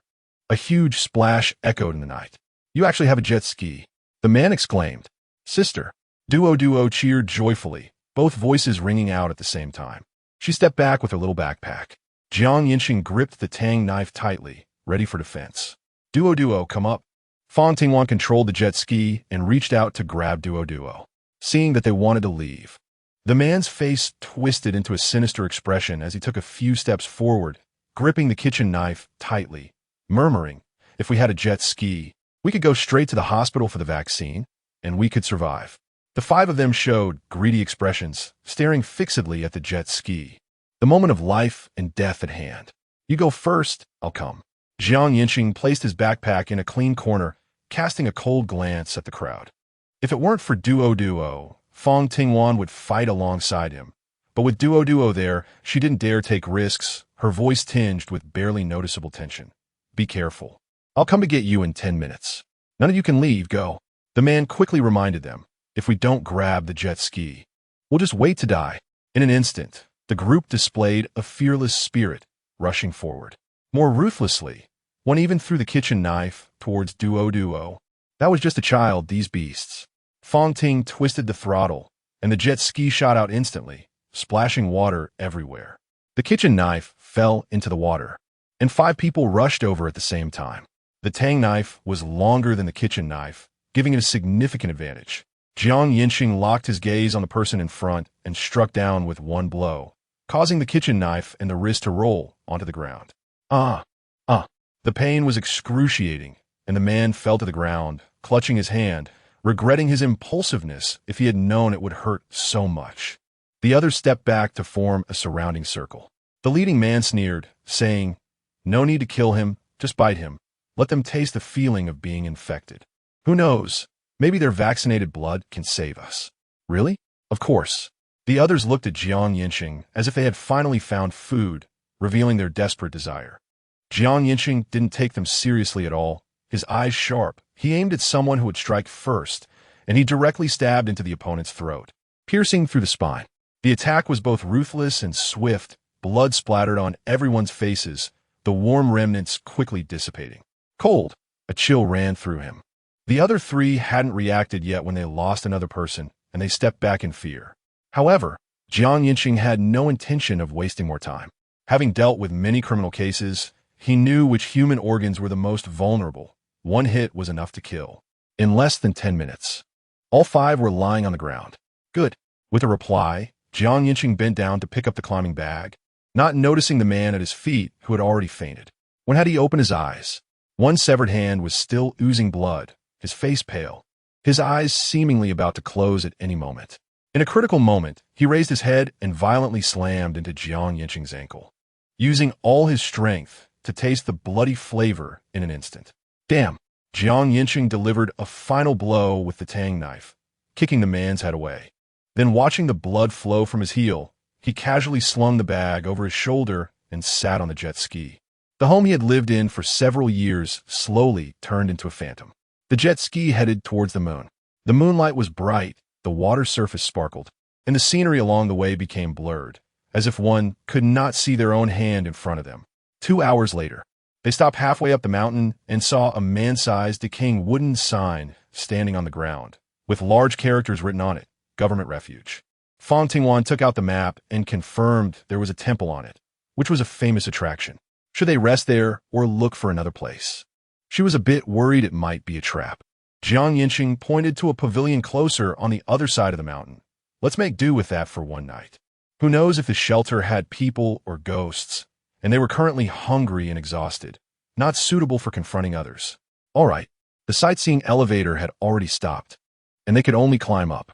After hiding the jet ski, Fang Tingwan walked at the back and immediately noticed a hole in the protective suit at Yancheng's foot. Are you hurt? Just a bite, no big deal. Yancheng had not felt any discomfort up to this point. Fang Tingwan nodded and continued walking. In 5 minutes, they arrived at the pavilion. The red-painted columns and benches had lost their paint due to continuous heavy rain, revealing mottled wood and mold spots, but at least it was dry. She placed her backpack on the bench, took out a soft mat and 3 sleeping bags. Duo was so tired that she could barely keep her eyes open. She curled up in the sleeping bag, and soon the sound of her even breathing could be heard. Fang Tingwan continued to take out the medical bag from her side pouch, which contained simple disinfection and hemostatic tools. She patted Yancheng and said, "Sit still." Yancheng was taken aback for a moment before turning around to sit still. Having just taken off his protective suit, he rolled up his pant leg, revealing a heel stained with blood. A piece of flesh had been bitten off, and it was too late to stick it back on now. Bear with it. I'll cut off the rotten flesh and then disinfect and apply medicine. Okay. Fang Ting acted quickly in the evening because, in the apocalypse, there were no good conditions to take things slowly. Yancheng had beads of sweat forming on his forehead. He wiped them away and focused on her to divert her attention. She was very serious, and the determination in her eyes had been there since the hospital. The hospital was the turning point for her. Considering her initial indifference towards herself, it was clear that in her past life, he hadn't helped her at all. So in this life, he had to make amends slowly. All right, go to sleep. I'll keep watch for the first half of the night. Okay, Yancheng said to sleep, so they slept. At 2 in the morning, he had slept for 4 hours and woke up to take over. The next morning at 9 o'clock, Fang Tingwan woke up leisurely in the evening, not knowing if it was the fresher air outside, but she actually slept more comfortably than at home. She stretched and saw that Duo was already eating bread and milk. Yancheng pointed to the wooden chair, saying hers was there. No need to wash her face or brush her teeth. The taste of milk was truly indescribable. We all need to get to Chengde as soon as possible. Fang Ting was stuffing food into her mouth. Eat slowly. No one is rushing you. Yancheng was already packing up the sleeping bag, waiting for her to finish so he could put on his backpack and head down the mountain. The sun was already hanging overhead, with not a cloud in the sky. The sunlight poured down, as if flames were scorching their bodies. In just 2 minutes, they were already sweating profusely. Yancheng felt the darkness in front of his eyes and quickly reached out to support himself, barely grazing her clothing before his body uncontrollably tilted, and he subsequently lost consciousness. Chapter 47. Testing. Fang Ting pulled quickly, and after such a long time of training, she managed to catch Yancheng's body, which was over 8 meters tall and weighed around 130 kilograms. Not bad. She could handle it. Brother, sister. What's wrong with brother? Duo rarely smiled, and her big eyes were filled with tears as she looked down. She used her small hands to support her brother's arm, struggling in her gaze. Brother is fine. Duo, don't worry. He just has a fever and a cold, and he'll be better in 2 days. Fang Tingwan calmly explained, throwing Yancheng over her shoulder and changing her posture to carry him on her back. She was 168 meters tall, and seeing him still dragging on the ground, she had to lift his legs up into her arms. Duo, go ahead. Carrying a person was one thing. But she also had 2 large climbing backpacks. She first stored them in her space and followed Duo up the mountain. The government shelter had to be temporarily left behind. Getting vaccinated could cause a fever and prolonged weakness for several days. In the wilderness, they could encounter even more unpredictable dangers, making the outside seem more perilous in comparison. 10 minutes later, they arrived at the temple entrance. 2 rusted iron doors had a gap wide enough for a finger, allowing a glimpse of the large courtyard inside, where leaves were piled up and no one could be seen. No one. She tried to push the door, and it opened easily. There was standing water, fallen leaves, and an open door facing a Buddha statue. Upon entering, she could see bloodstains on the ground and some food packaging. It seemed that someone had been there before, but after a struggle or something, without food, surrounded by mountains, they would probably die if they didn't leave. She felt somewhat relieved, carrying Yancheng directly to the temple's side room. The room was also filled with garbage, and after picking through about 10 places, she finally found one that was relatively clean and placed Yancheng on the bed. His face was getting paler, and sweat was continuously beading on his forehead. Fang Tingwan searched around and found clean bedding in the room. She took it outside to dry. In this scorching sun, 2 hours would suffice. After covering Yancheng with a thin blanket, she asked Duo to watch over him and went directly to the kitchen. In this mountain, there was no shortage of firewood. She boiled a pot of water, filled a thermos with it, then put the water into the space, closed the door, and covered it. 2 hours later, Yancheng slowly woke up, looking at the peeling, mottled ceiling, the corners of the wall filled with cobwebs, and the musty, decaying smell creeping into his nostrils. Duo was gone, and Fang Tingwan was also absent. He tried to prop himself up to sit up, but had no strength, only helplessly gazing towards the door. He had been abandoned. Although it wasn't entirely unexpected, the sadness was hard to control, and tears uncontrollably squeezed out from the corners of his eyes. "Sister, is brother crying because it hurts too much?" Fang Tingwan then walked in, and seeing him, she knew he thought he had been abandoned. She couldn't help but tease him. "If you can't walk any longer, we'll leave first." "I can. Do you want to follow me because you think I can help you live longer? Or do you just want to be with me?" Fang Tingwan stared at him closely, not wanting to miss his expression. There was nothing there that she felt attached to. "I grew up in an orphanage and have come this far on my own, with no one to think about." Yancheng spoke lightly, as if he were not talking about himself. A simple sentence covered up his life for so many years. And for some reason, Fang Tingwan felt a bit of bitterness in her heart. She immediately shoved the pill in his mouth, watched him frown in pain, and handed him water. After swallowing the medicine, it still tasted bitter, but in the next moment, he was given a piece of candy, and the sweetness instantly filled his chest. "You better get better soon. We still have a long way to go. The weather is getting hotter, and I put the bedding outside. It feels like it's going to catch fire." This room happened to have a big tree providing shade, so it wasn't as hot, but it wasn't exactly comfortable either. "You said extreme heat is coming? So soon?" Yancheng leaned against the wall, his gaze looking out the window. At noon, the sunlight was glaring enough to be blinding, and he could see the heat rising from the stone slabs. "It's just the beginning. Right now it's around 40 degrees, but later it will reach 60 degrees. Fang Tingwan did not leave behind any full information for him. Since they left the community, the relationship between the two of them had grown a little closer because of the recent answer. Yancheng pressed his lips together, unable to hide the sweetness in his eyes, but thinking about what came next. He pressed his lips together for a longer time before finally saying, "Is it meant to lead humanity to extinction?" Fang Ting nodded slightly. "Life is very resilient. We can survive, and so can others. The ones who make it to the end will be even harder to deal with." As she spoke, she let Yancheng rest, with Duo accompanying him, while she went to the kitchen. After thinking for a moment, she pulled a chicken from the space, cut its neck, scalded it with hot water, plucked the feathers clean, and then directly made chicken soup. She added some goji berries and ginseng roots to nourish Yancheng properly. Life in the temple was a little worse than at home, as there was no air conditioning and no electricity. Since she didn't plan to stay long, there was no need to arrange for those things. As for Meng Ling, she went to the hospital, which was not overcrowded. On the contrary, it was somewhat deserted. She found her mother in the 8th floor ward, her body filled with tubes. Upon hearing her daughter's voice, She struggled to open her eyes. Ling Mom, how did you end up like this? Where's Dad? Meng Ling's hands were trembling. She had thought about the possibility of her parents having an accident, but seeing it with her own eyes was still unbearable. Tears silently fell from her mother's eyes, giving her the answer. Is my dad dead? Seeing her mother close her eyes, Meng Ling could no longer control her tears. You're a family member of the patient, right? She's beyond saving now. We will have to remove the equipment. Will you take the body, or should we cremate it? The nurse said coldly as she began to dismantle the equipment. All medications are in short supply now. If it weren't for the rescue efforts yesterday, you wouldn't even see a living person now. There had been too many disturbances, and the nurse was too lazy to argue, directly calling security to remove people. Chapter 48. Uncle's Family Mom. Meng Ling shouted and turned to leave the room. She had no choice, no other options. The mortality rate from the plague was so high.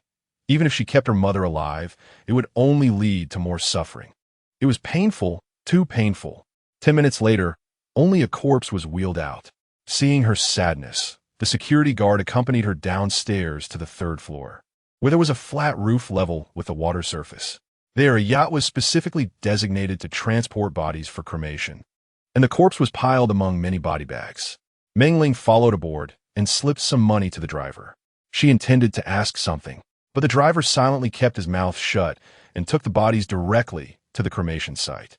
It was actually a hill surrounded by water, with many charred remains piled on top. The color and shape of the land had long been unrecognizable.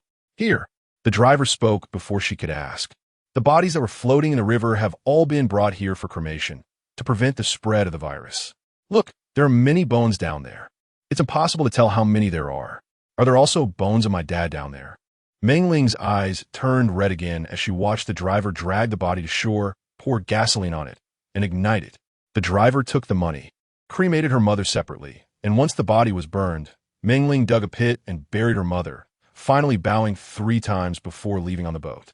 The driver took her to the outskirts of the city. As soon as they stopped, a few people approached. Master, I'll give you 10,000 yuan to take us for a ride, Yang Dehai shouted, waving a stack of cash. Where are you going? The driver was tempted and licked his lips. Xinhuan Garden. Hearing the familiar location, Meng Ling looked up and carefully examined them, asking in surprise, Are you Wanwan's uncle and aunt? I'm Wanwan's classmate. I saw you at the parent-teacher meeting. At that time, Wanwan said they took care of her very well. She didn't expect to run into them. Are you looking for Wanwan? Hearing that despicable person's name, the family's expression showed hatred, but Yang Dehai patted Li Guizhi's hand, signaling her not to rush, and with a worried expression, he said, Yes, we are going to find her. But Wanwan is not home. She went to Chengde. Meng Ling had no guard up and had no idea the family had already fallen out. Yang Dehai gritted his teeth in hatred. She actually ran away with the money. That little beast. Let's get on the boat quickly, Li Guizhi urged, pulling her daughter Yang Wenjing onto the boat. The driver, knowing they were acquaintances, didn't hurry them but waited for them to board before reaching out for the money. Yang Dehai handed it over directly. Good.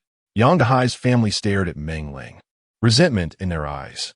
Once at the hospital, Yang Dehai and the others all got off the boat and followed Meng Ling through a maze of corridors to a corner of the hospital. The inflatable boat was hidden here along with some climbing bags. Yang Dehai saw food and immediately grabbed it, haphazardly tearing it open and handing it to his wife and daughter. Finally, he took a bread for himself and sat down to nibble on it. Meng Ling said nothing. After they finished eating, she pushed the inflatable boat into the water, supporting it as Li Guizhi climbed aboard first, followed by Yang Wenjing. Finally, it was Li Dehai and Meng Ling. Once the 3 of them were seated, the inflatable boat was full. Meng Ling's face turned pale. Uncle, how about we squeeze a bit? What does it matter to you? Yang Dehai sneered, reaching for the rope and a climbing bag. Meng Ling's expression changed, and she directly grabbed Yang Dehai's hair, smashing his head hard against her knee. In an instant, the sound of bones cracking echoed. You little bastard, just like Fang Tingwan, abandoning your family to live a good life for yourself. You even dare to hit your elders. You're just a spoiled brat without manners. Let's see if I won't teach you a lesson for your parents. As she spoke, she raised her hand. Yang Wenjing, sitting on the inflatable boat, felt uneasy and stepped onto the shore to help her father up, only to see his face bruised from the blow. Meng Ling looked at Li Guizhi, who was now in front of her, and directly grabbed her collar, delivering slap after slap to her face until blood streamed from her mouth. Finally, she threw her aside and then turned to Yang Wenjing, giving her 2 slaps as well. Feeling relieved, she slowly put on her climbing bag, boarded the inflatable boat, and paddled towards the setting sun. It was really hot. It was as hot as Wanwan said it would be. She needed to hurry to meet up. The sun had already set. The air was still unbearably hot. Fang Tingwan was sitting and drinking chicken soup, and the sweat was pouring out like water. Yancheng's body was weak. He was sitting on the bed eating, and by the time he finished, he was also drenched in sweat, feeling sticky all over and extremely uncomfortable. Duo was the same. The little child's sweat was quite a lot too. After finishing dinner, the 3 of them looked like they had just been pulled out of the water, glancing at each other. I noticed a small stream behind us. It should be safe. I'll take Duo there. You wipe yourself down with a cloth, rest for a while, and then take your medicine. Call me if you need anything. Fang Tingwan shook the cordless phone and prepared a bucket of water and a cloth for Yancheng before she took clean clothes and went to the back with Duo. Night fell, and the coolness of the stream was just right. As she soaked in it, she sighed contentedly. So comfortable. Sister, when will brother get better? Duo asked with wide, innocent eyes, wiping her body with the cloth in her hand. Fang Tingwan brought the person closer, wet her hair, and then squeezed some shampoo onto it. 3 days, usually 3 days. Does it hurt, brother? Duo showed a look of concern. Fang Tingwan was already rubbing her hair, lightly saying, it doesn't hurt, it's just an ant bite. Simple Duo thought it was just an ant bite, but in reality, it was thousands of ants biting. Yancheng had been holding on without showing it, quite strong. After washing her hair, she took a shower. The shower gel she had taken from Yancheng's house was used, and as soon as she used it, her body felt dry and fragrant, much more comfortable. Chapter 49. Finding trouble. The water and towel were untouched. Yancheng lay on the bed, calm to the point of being frightening. If it weren't for the rising and falling of his chest, she would have thought he was dead. Did you take your medicine? Yancheng replied weakly. Don't mind me. Call me if you need anything. Fang Tingwan first arranged for Duo to sleep, then came to the bedside and poked him. Do you want to wipe you down? Yancheng wasn't asleep. He'd been lying there all day. If it weren't for his lack of strength, he would have wanted to go wash up too. He could already smell the strong odor of sweat. With her help, he sat up, and she assisted him in taking off his short sleeves, then reached down to pull off his pants. She wasn't shy, so why should he be? He thought about it, and his ears immediately turned red. He stood up gently, cooperating to take off his outer pants, leaving only slightly damp underwear. You wash yourself, and then call me in to help you wipe the other places. Fang Tingwan didn't think much of it. She picked up the wet bedding and took it outside to dry, then brought in the dried ones to lay on the bed. Timing it just right. Yancheng had just finished putting on his pants when the bed was laid out, and he sat down heavily, so tired. That's normal, Fang Tingwan said while washing the towel, wringing it out, then using one hand to support his shoulder and the other to wipe his upper body. The upper body was fine. When it came to the lower body, Fang Tingwan wiped down from the thigh root. The towel kept swaying back and forth. Yancheng hurriedly thought about what they would do after arriving in Qingda. What about Wanwan? He couldn't think of her, think about the case. But after going around in circles, he still couldn't escape her figure. Fortunately, the torment was over. Get some sleep early. Fang Tingwan carried the bucket outside, and after all that fuss, she was sweating again. If it weren't for the fact that she couldn't sleep in the water, she would have done so. When she returned, she went straight next door to sleep with Duo. In the middle of the night, there were rustling sounds outside. There hadn't been any the previous night. And Fang Tingwan sat up in bed with a start, gripping her dagger as she approached the door. When she saw the flashlight beam, she turned around and heard someone call out. I was scared too. Li Jinyu? Fang Tingwan thought for a moment, and the next second, the strong beam of the flashlight was already shining on her face. She didn't raise her hand to block it, and coldly said, Move aside. Wanwan, it's you, our fate. Li Jinyu hurried over, and seeing that she was fine, a big man's tears fell uncontrollably. When I found out there were only over 20 people left in your neighborhood, I was worried you were gone. What about that man? Li Jinyu, if you keep messing around, don't blame me for being rude. Fang Tingwan threatened with a Tang knife. The four little brothers behind him retreated simultaneously, having witnessed enough to be scared. Li Jinyu swallowed hard. "What kind of relationship do you guys have?" he asked. And while shaking the flashlight, he caught a glimpse of someone in the room. It was a child. Then he looked beside him and saw that they were sleeping separately. Realizing he had misunderstood, he chuckled. "Wan, why don't you come with us to Qingda? My dad has prepared a refuge for me there. Everything is ready. You won't have to suffer anymore." "No need." Fang Tingwan decisively rejected. "What are you all here for?" "To sleep, and then set off tomorrow after waking up." Li Jinyu spoke candidly, even adding more. "After the power and internet went out, I wanted to find you, but then the plague broke out. I got vaccinated and only then realized you might have had an accident. I inquired around, and everyone said they hadn't seen you, so I left. You want to hold it against me, right? Hurry up and sleep."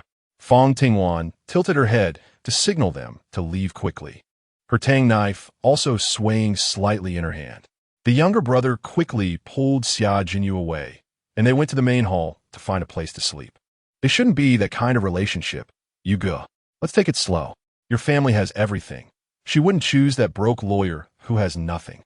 "Exactly. Times have changed. Looks won't fill your stomach. Are you saying I'm uglier than him?" No. Yugo has both wealth and looks." She needed to first confirm Yancheng's situation. Stepping outside to glance at the main hall opposite, Xia Jinyu realized they really hadn't come over, just because she and Yancheng were sleeping apart. Wasn't that a misunderstanding from the start? She suppressed the disgust in her heart and entered the next room. Yancheng was more alert. As soon as he heard a sound, he abruptly opened his eyes. His hand that was inside the bed tightened around the Tang knife, and upon seeing it was her, he immediately relaxed. "Are you all right?" Fang Tingwan shook his head, reached out to check his forehead temperature, which was already normal. "How do you feel?" He took out a capsule, opened it, and then handed him a bottle of water. In such a situation, if he hadn't encountered Xia Jinyu and the others yesterday, he might have already been harmed. Fang Tingwan nodded in agreement. "Then you continue to sleep. I'll go cook." As she just walked into the kitchen, she saw a figure busying about, but the knife was not used skillfully, and the shredded potatoes were neither shreds nor strips. The oil in the pan was smoking hot, and Xia Jinyu surprisingly hadn't managed to prepare anything. "Why don't you let Xiao Zhou do it? His dad is a restaurant chef. Making some home-cooked dishes is a piece of cake for him." Fang Tingwan couldn't understand. "You, a rich second generation, can manage this?" "I can manage it. Just wait for the food. Let me show you my cooking skills." Xia Jinyu wiped the sweat from his forehead and urged her to go out. Remembering what the brothers said last night, that to conquer a woman, you must first conquer her stomach, he decided to start from there. He didn't believe that someone like Yancheng, a big lawyer, living alone, could cook. Fang Tingwan nodded blankly and had just stepped out of the kitchen when she saw thick smoke billowing from it. A person rushed out of the smoke and headed straight for the main hall. It was Xiao Zhou, who, after tidying up the kitchen, looked quite disheveled and couldn't help but complain. "Yugo, didn't you say you could do it? It's been too long since I last stir-fried." Xia Jinyu scratched his head and explained, "The first plan has failed. Although they usually seemed unreliable and carefree, they surprisingly managed to survive until now in a critical moment. They were not entirely unprepared. In their luggage, aside from a few changes of clothes, the rest was food, and they were also looking for various weapons." Chapter 50. Rice soup. Half an hour later, steaming egg pancakes came out of the pan. Xia Jinyu took 3 large pieces and generously said, "Finish eating, and then call me to get you more." "Here." Accepting the pancake was a gesture of forgiveness. Fang Tingwan only took the egg pancake, saying, as an apology, "I won't hold it against you." In truth, there had been no substantial harm done to them before. Xiao Zhou sighed. "You go, we want. You have everything. Why bother? You don't understand. True feelings are revealed in times of trouble." Xia Jinyu's eyes sparkled with infatuation. The brothers looked outside to see Fang Tingwan coming out immediately after delivering the egg pancakes. The group fell silent. After finishing breakfast, it was only 9 a.m., and they were busy packing up their things. Fang Tingwan had been paying attention to them. Seeing that they were about to leave, she let out a sigh of relief, only to hear a commotion below. More than 3 or 4 people had arrived. Xia Jinyu and the others clearly heard it too and walked over to the temple gate from both sides, gripping their weapons tightly. The gate was pushed open, and Yang Dehai walked in while cursing. "This broken boat, damn it, doesn't anyone know to add more fuel? We can't leave now. It's still over 100 kilometers to go." The last word was drawn out by Li Guizhi as she saw Fang Tingwan, and she excitedly raised her hand, pointing at Fang Tingwan and stomping her foot. Here, yes, right here. Uncle Aunt. Xia Jinyu, seeing them, immediately approached with a flattering demeanor. It's so great that you're still alive. Duo is here too. I didn't expect to run into you here. What a fate. Yang Dahai and Li Guizhi recognized that this was the rich second generation who liked that little vixen, Fang Tingwan. He was very wealthy and had given them quite a few nice things while pursuing Fang Tingwan. His gaze was fixed on the egg pancake. Wan, what's wrong? Don't you recognize your uncle and aunt anymore? If you want to recognize us, then do it. After leaving this cold remark, she turned and entered the room, then closed the door. The egg pancake was shared among Yang Dahai and the others. Having been hungry for too long, they had no time to look for trouble with Fang Tingwan. Anyway, she was right there, so they would eat first. Is there any more? Li Guizhi wished she could suck the skin off all 10 of her fingers. Xiao Zhou and the others stood still. This food is our lifeline. We can't give them any more. Xiao Zhou's eyes flickered. Last time, Fang Tingwan was in her room when she saw a family of 3 waiting eagerly at the door. She opened the door, rushed past the 3 of them, and went straight to the main hall, stating bluntly, Xia Jinyu, my uncles are not good people. It's your business if you want to help them, but I must remind you to be careful of the clay Buddha crossing the river. You can't protect yourself. Xia Jinyu didn't know what had happened between them, but she was sure that they had quarreled, and it was serious. She tried to persuade her. They're your only relatives now. They're no longer family to you. Don't think that by trying to please them, I will see you in a different light. If it weren't for this reason, she wouldn't have bothered to come out and explain. Xia Jinyu was stunned for a long time and silently walked into the kitchen. Yang Dahai and the others waited outside for more than 10 minutes. And when the situation didn't improve, he couldn't wait any longer and walked into the kitchen. Looking at the pot where the rice porridge was simmering, it was not thick enough, and the rice was neither fresh nor plentiful. Uncle, you're here. Eat. Eat. ISNT, it's supposed to be egg pancakes? Yang Dahai questioned loudly. Li Guizhi then directly threw down her chopsticks. Is this porridge? It's clearly rice water. Where's the rice? Where is it? When a spoon was scooped out, there was just a large spoonful of water with a few grains of rice floating on top. Barely better than drinking water. If you don't eat, there's nothing I can do. Xia Jinyu waved her hand, saying it was already good enough to be able to cook porridge. But how could Yang Dahai be satisfied? He smashed the bowls and chopsticks into the pot and directly rushed towards the side room, Fang Tingwan's room. Fang Tingwan, your aunt and I have raised you. Do you think you could just cut ties with us? After Yang Dahai shouted, he was still unsatisfied. You ungrateful wolf, if you don't help us, that's fine. But you even prevent others from helping us. Are you trying to starve our family? Li Guizhi also had a dark expression, directly fixing her gaze on the egg pancake in Duoduo's hand that was not finished. If it weren't for us, you would have died long ago. You're using the money my parents left me. Shouldn't you support me? Can you earn this much by working? How much have you really taken care of me? Fang Tingwan asked slowly and in a low tone, her gaze fixed on the couple who were beaten so badly that their faces were bruised. Although their injuries had somewhat faded, it was clear that they had been severe at the time. Then there was Yang Wenjing, the cousin who had remained silent ever since, with visible injuries on her face as well. What nonsense are you talking about? You took all the money, didn't you? It was Yancheng who helped you, wrapping up all the money and hiding away. Do you have any idea how much suffering we have endured? Li Guizhi shed tears of regret, not for tearing her face apart with Fang Tingwan, but for raising her for so long. Yang Dahai added, if I had known this, I would have let you die. Enough, I don't want to waste my breath with you. If you want to take my things, think twice about it. She shook the dagger in her hand and approached them. Yang Wenjing stood at the back and was stepped on by the retreating Li Guizhi, causing her to yell in pain, Mom. Let's go. The knife was almost pressed to her face, and Li Guizhi pushed Yang Wenjing hard, causing her to stumble out of the doorway. Yang Dahai followed, his eyes wide open, staring at this brat who had been lurking for 18 years. Really good at pretending. Really good at acting. You've worked hard for these 18 years, he said, his words full of meaning. Fang Tingwan has always been clear about this family's character and knows she should hate them. But being denied by her only family after 18 years of trying to please them makes her heart ache uncontrollably. It's like something she cherishes is discarded by others as worthless. Don't take advantage and then act innocent. Just get lost.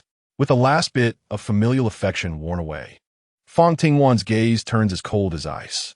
The family feels a shiver run down their spines, daring not to murmur again as they walk into the kitchen.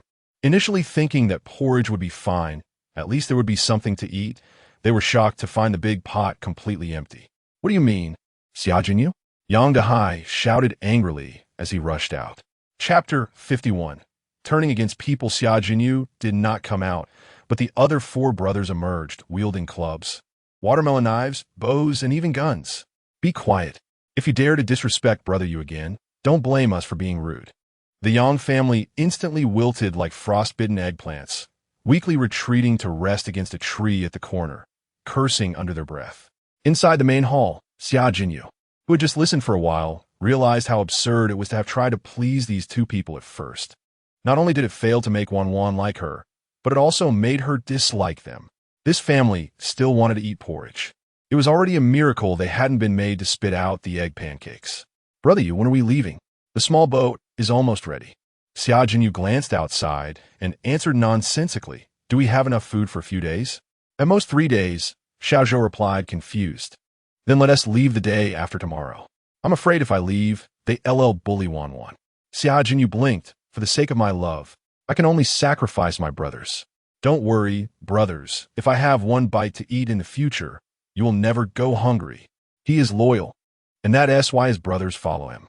Although it's not rational, they also understand that Brother Yu is the ancestor of love-struck fools. Waiting 2 days is enough time to get to Chengde. All right, Brother Yu, you better work hard while that guy is still lying in bed, Xiaozhou encouraged. Xiaojinyu nodded, feeling touched as he looked at his brothers. Fang Tingwan also noticed that they had no intention of leaving and immediately guessed Xiaojinyu's meaning. After all, it wasn't the first time. She let out a heavy sigh and brought Duo to the next room. Did you hear? Jiang Yancheng did not deny it. I'm dragging you down. Otherwise, you can go first, and I'll catch up with you once I'm better. The words were said lightly, and the expression was casual, but those starry eyes clearly conveyed, no. How come she hadn't noticed before that he was so insincere? Wait until you're better to leave. But just be careful tonight. If they come to trouble you, you just... Fang Ting made a gesture of cutting her throat, avoiding Duo a bit. Duo finished her meal and then drank milk, blinking her bewildered big eyes. All right, you can call me. Fang Tingwan treated him as a companion, naturally hoping for mutual help and support. Jiang Yancheng detected the closeness in her words, and a faint smile appeared at the corner of his lips. It seemed that coming out with her was the right choice. With her helping him up, he looked outside. More people were arriving. Given the severe flooding now, the surrounding low hills were basically submerged, and this temple was the only foothold amidst the vast waters, so it was normal for people to gather here. Fang Tingwan said this and leaned out to take a look. 5 people entered through the temple gate. They were a family consisting of 2 elderly people in their 50s, 2 young adults, and a 10-year-old child. Their outfits were all brand-name goods, and they carried themselves with the demeanor of successful individuals, suggesting they were wealthy. They first scanned the surroundings and then walked towards Fang Tingwan and the others. The young woman had been covering her nose since entering the temple, frowning as she scrutinized everything with disdain and contempt. When she saw the 3 of them, her eyes widened in shock. You're a family? Fang Ting looks like she's around 18 or 20.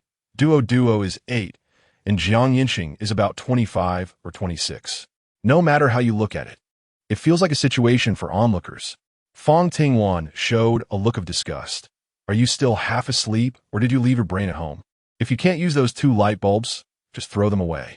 Wang Yin didn't expect the other person to speak so harshly, and her face turned pale, then red, as she couldn't find the words to retort. Jinda pulled Wang Yin back gently and spoke with a pleasant demeanor. She didn't mean it like that. We're all just trying to survive. There's no need for hostility. We're here to ask if you could give us the space next door. We have 2 elderly and a child. We really don't have much energy. This is considered a token of appreciation. He took out a gold bar from his side bag. A 200G gold bar, just like that.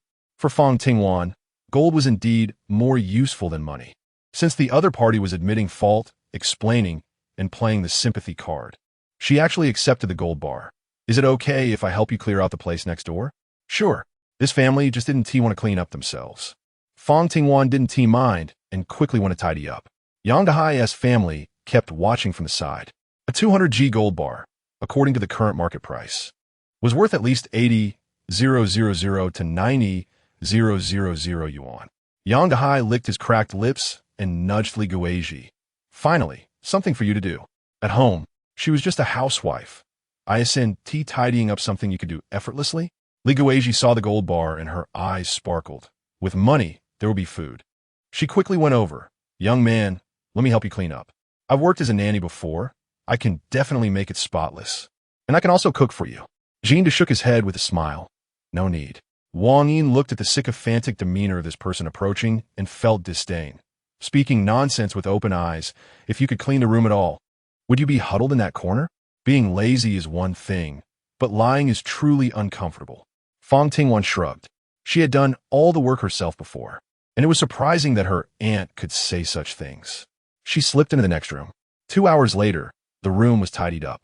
Wang Yin's initial resentment vanished, and she couldn't help but praise, it's really clean. You all can take a break. In the apocalypse, living without food or new clothes, the only thing one could do was to stay clean, which would make one feel like a human. Xia Jinyu came in with food, having steamed buns and pickles for lunch. Do you have any food left? Give it to us, and when you cook, you can make some for us too. It will reduce the chances of being robbed. For big white buns and pickled vegetables, and he even added a box of yogurt, without mentioning any other opinions. Having included Yancheng, it showed that he no longer harbored malice towards Yancheng. Confirming his inner thoughts, Fang Tingwan nodded. Okay, don't worry, with me around. They won't dare to covet your things, but you need to be careful of that family next door. Xia Jinyu kindly reminded her, people's hearts are hard to read. After these past 2 weeks, he had changed a lot, and his sincerity made Fang Tingwan reluctant to enjoy his kindness. I really don't have feelings for you. I'm willing.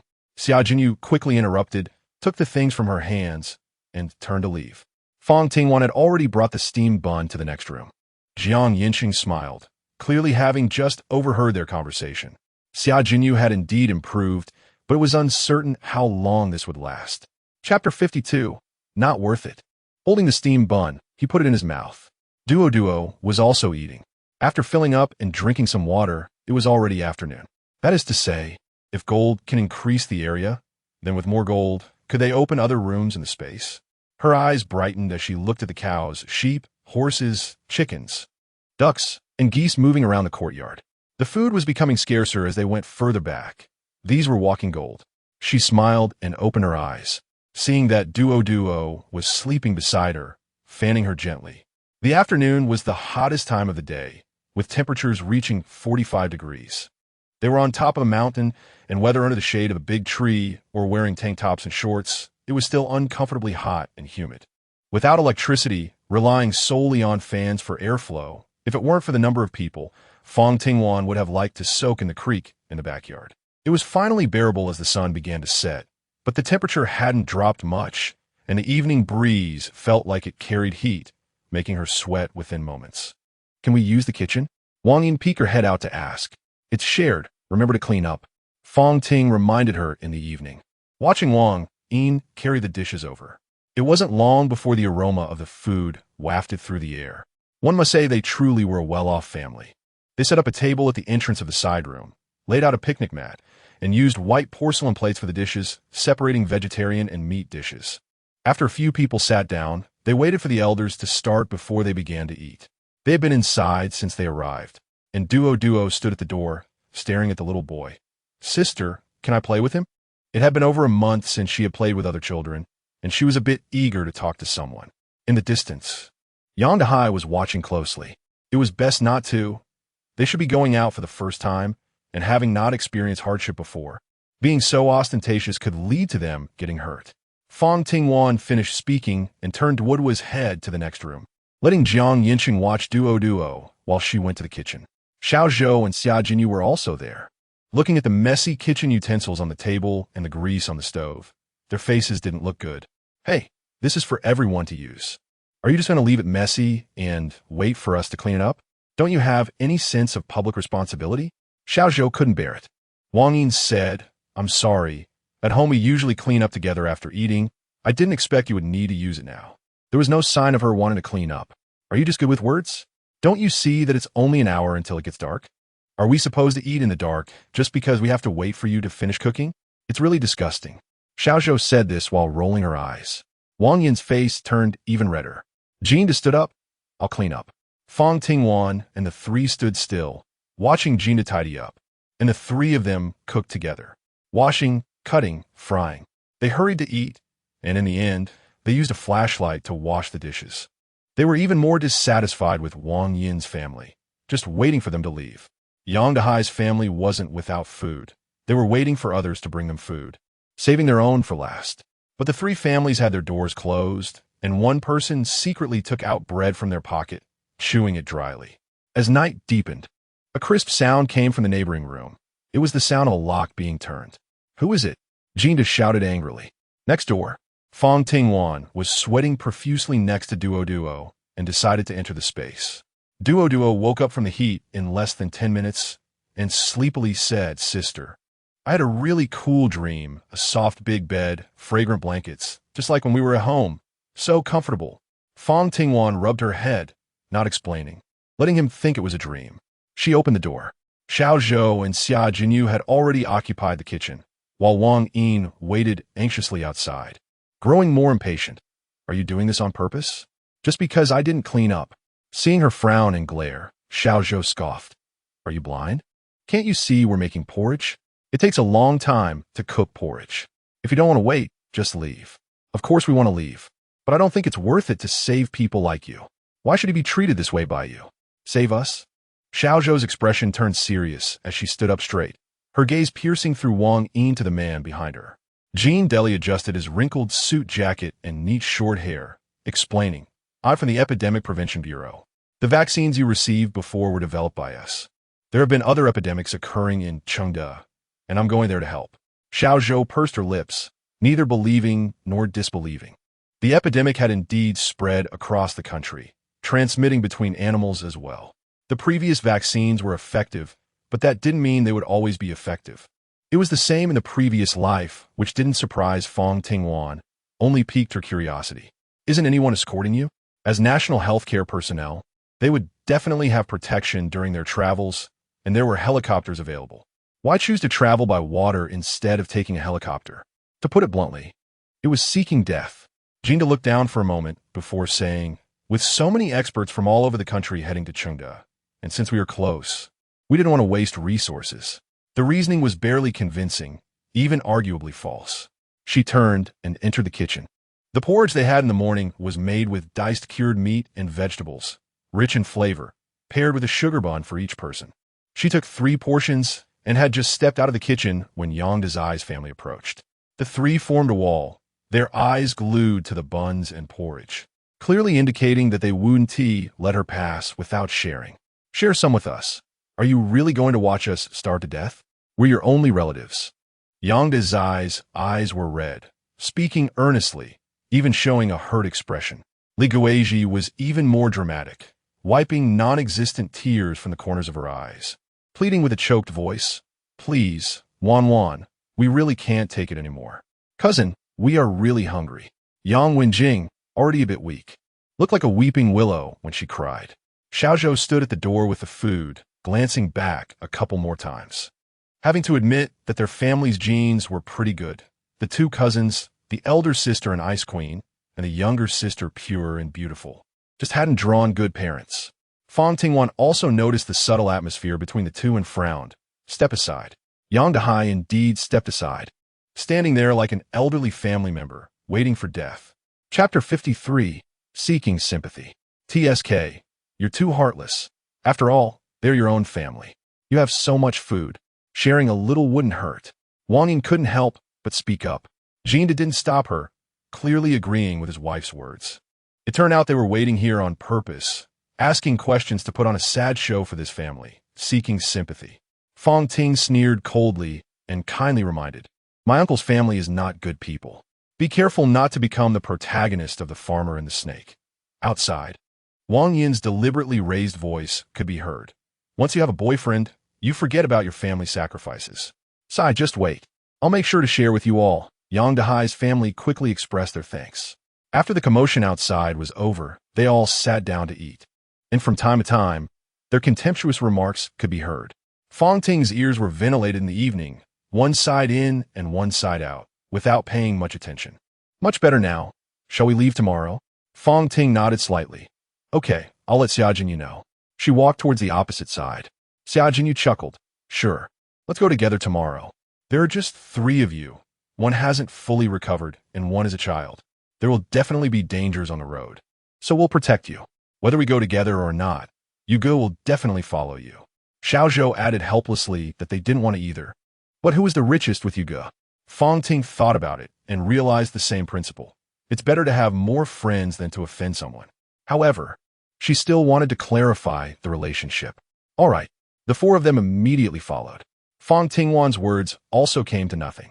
When she returned to the room, she saw Wang Yin and Li Guizhi sitting under the eaves, cracking sunflower seeds, just like the gossiping women at the village entrance, pointing and whispering while watching Fang Tingwan.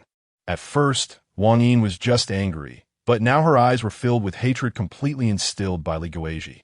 Can you help me out for a walk? Jiang Yancheng had been lying down for 2 days, feeling sore all over and wanting to move around a bit to relieve it, but he couldn't do it alone.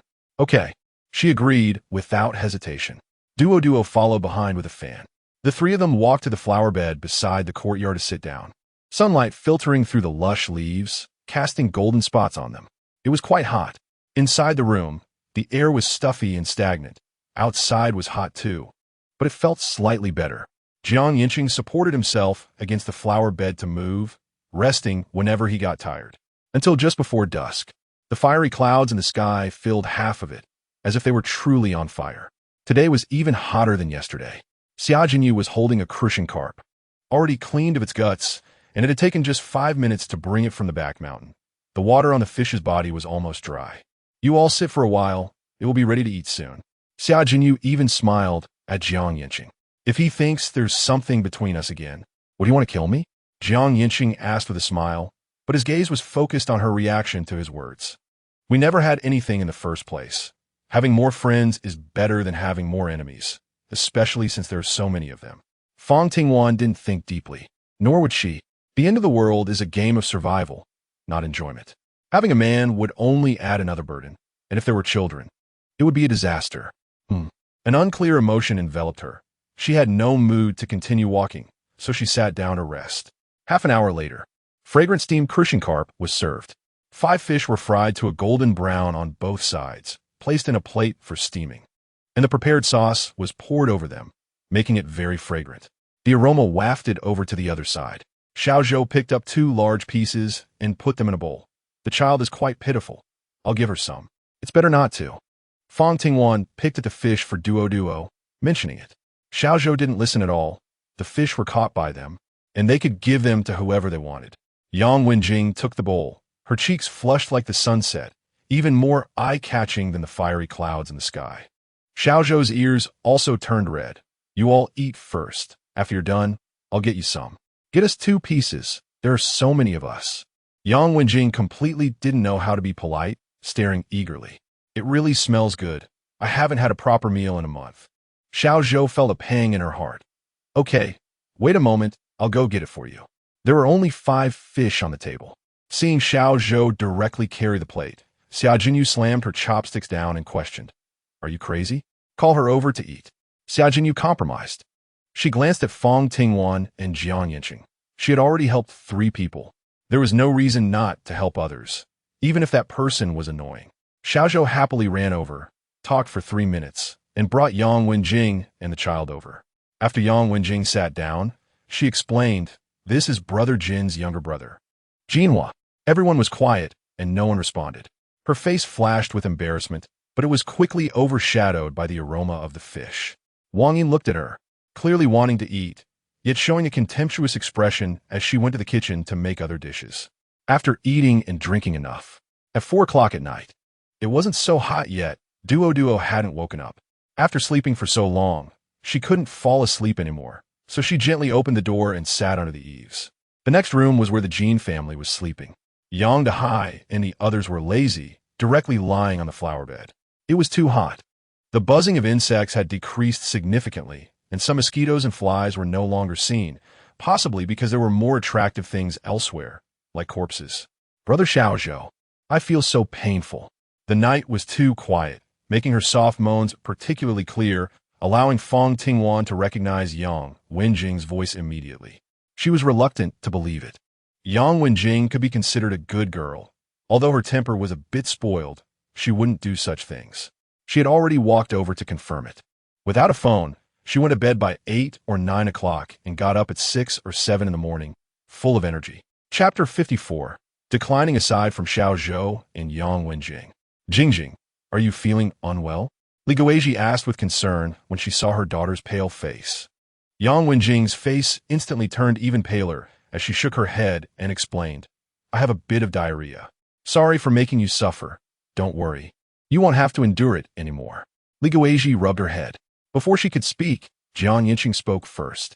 Thinking the same as her. Let's take the jet ski and go separately. Looking at Xiaozhou and Yang Wenjing's reactions, it seems something has already happened last night. They want to bring the whole family, but we don't need to put ourselves in danger. Yang Dehai's family was like a ticking time bomb. They were too selfish to guarantee what they would do. Okay, will you drive later? No problem. When they were ready to go out, Xia Jinyu and the others were also ready, along with the Jin family. It seemed they had silently discussed it. Xia Jinyu leaned over. Wan, I don't know how to explain it to you, but I can't. I understand. Fang Tingwan smiled lightly. It's good that you're not angry. All right, let's get ready and head out. Xia Jinyu spoke with the tone of a leader, and as he was the first to leave the temple, everyone followed one after another. Yang Dehai and Li Guizhi kept an eye on the large amount of money in Fang Tingwan and Jiang Yancheng's backpacks. They were certain it was packed inside, along with gold bars. Money, after all. They didn't want much, just the expenses for the past 18 years. They thought it was only natural. Fang Tingwan wasn't oblivious. She just completely ignored it. By the time they reached the foot of the mountain, the river had receded by 2 steps. Tied to a nearby tree trunk was a yacht, which was clearly theirs as Xia Jinyu and the others walked straight onto it. Next to it was a slightly dilapidated yacht, which, compared to Xia Jinyu's, was of much poorer quality, and it was marked with the words Hospital Incineration Boat. It seemed this family had already harmed others. Wan, come up. Xia Jinyu waved. The small boat had already helped Yang Wenjing board, followed by Yang Dehai and Li Guizhi. The Jin family had arrived in a rubber boat, using both paddles and a motor, and they quickly made their choice. Under the pretense of going to rescue someone, Xia Jinyu did not refuse. We have a jet ski. We can follow you. Fang Tingwan held on to Duo and walked into the thicket with Jiang Yancheng. 5 minutes later, the sound of the engine started, and Jiang Yancheng brought the two around the corner. Shall we go ahead? Okay. The boat was already full of people. Xia Jinyu reassured herself that it was just because there were too many people as she started the boat. Jiang Yancheng merely greeted them, and then twisted the throttle, charging towards the vast water.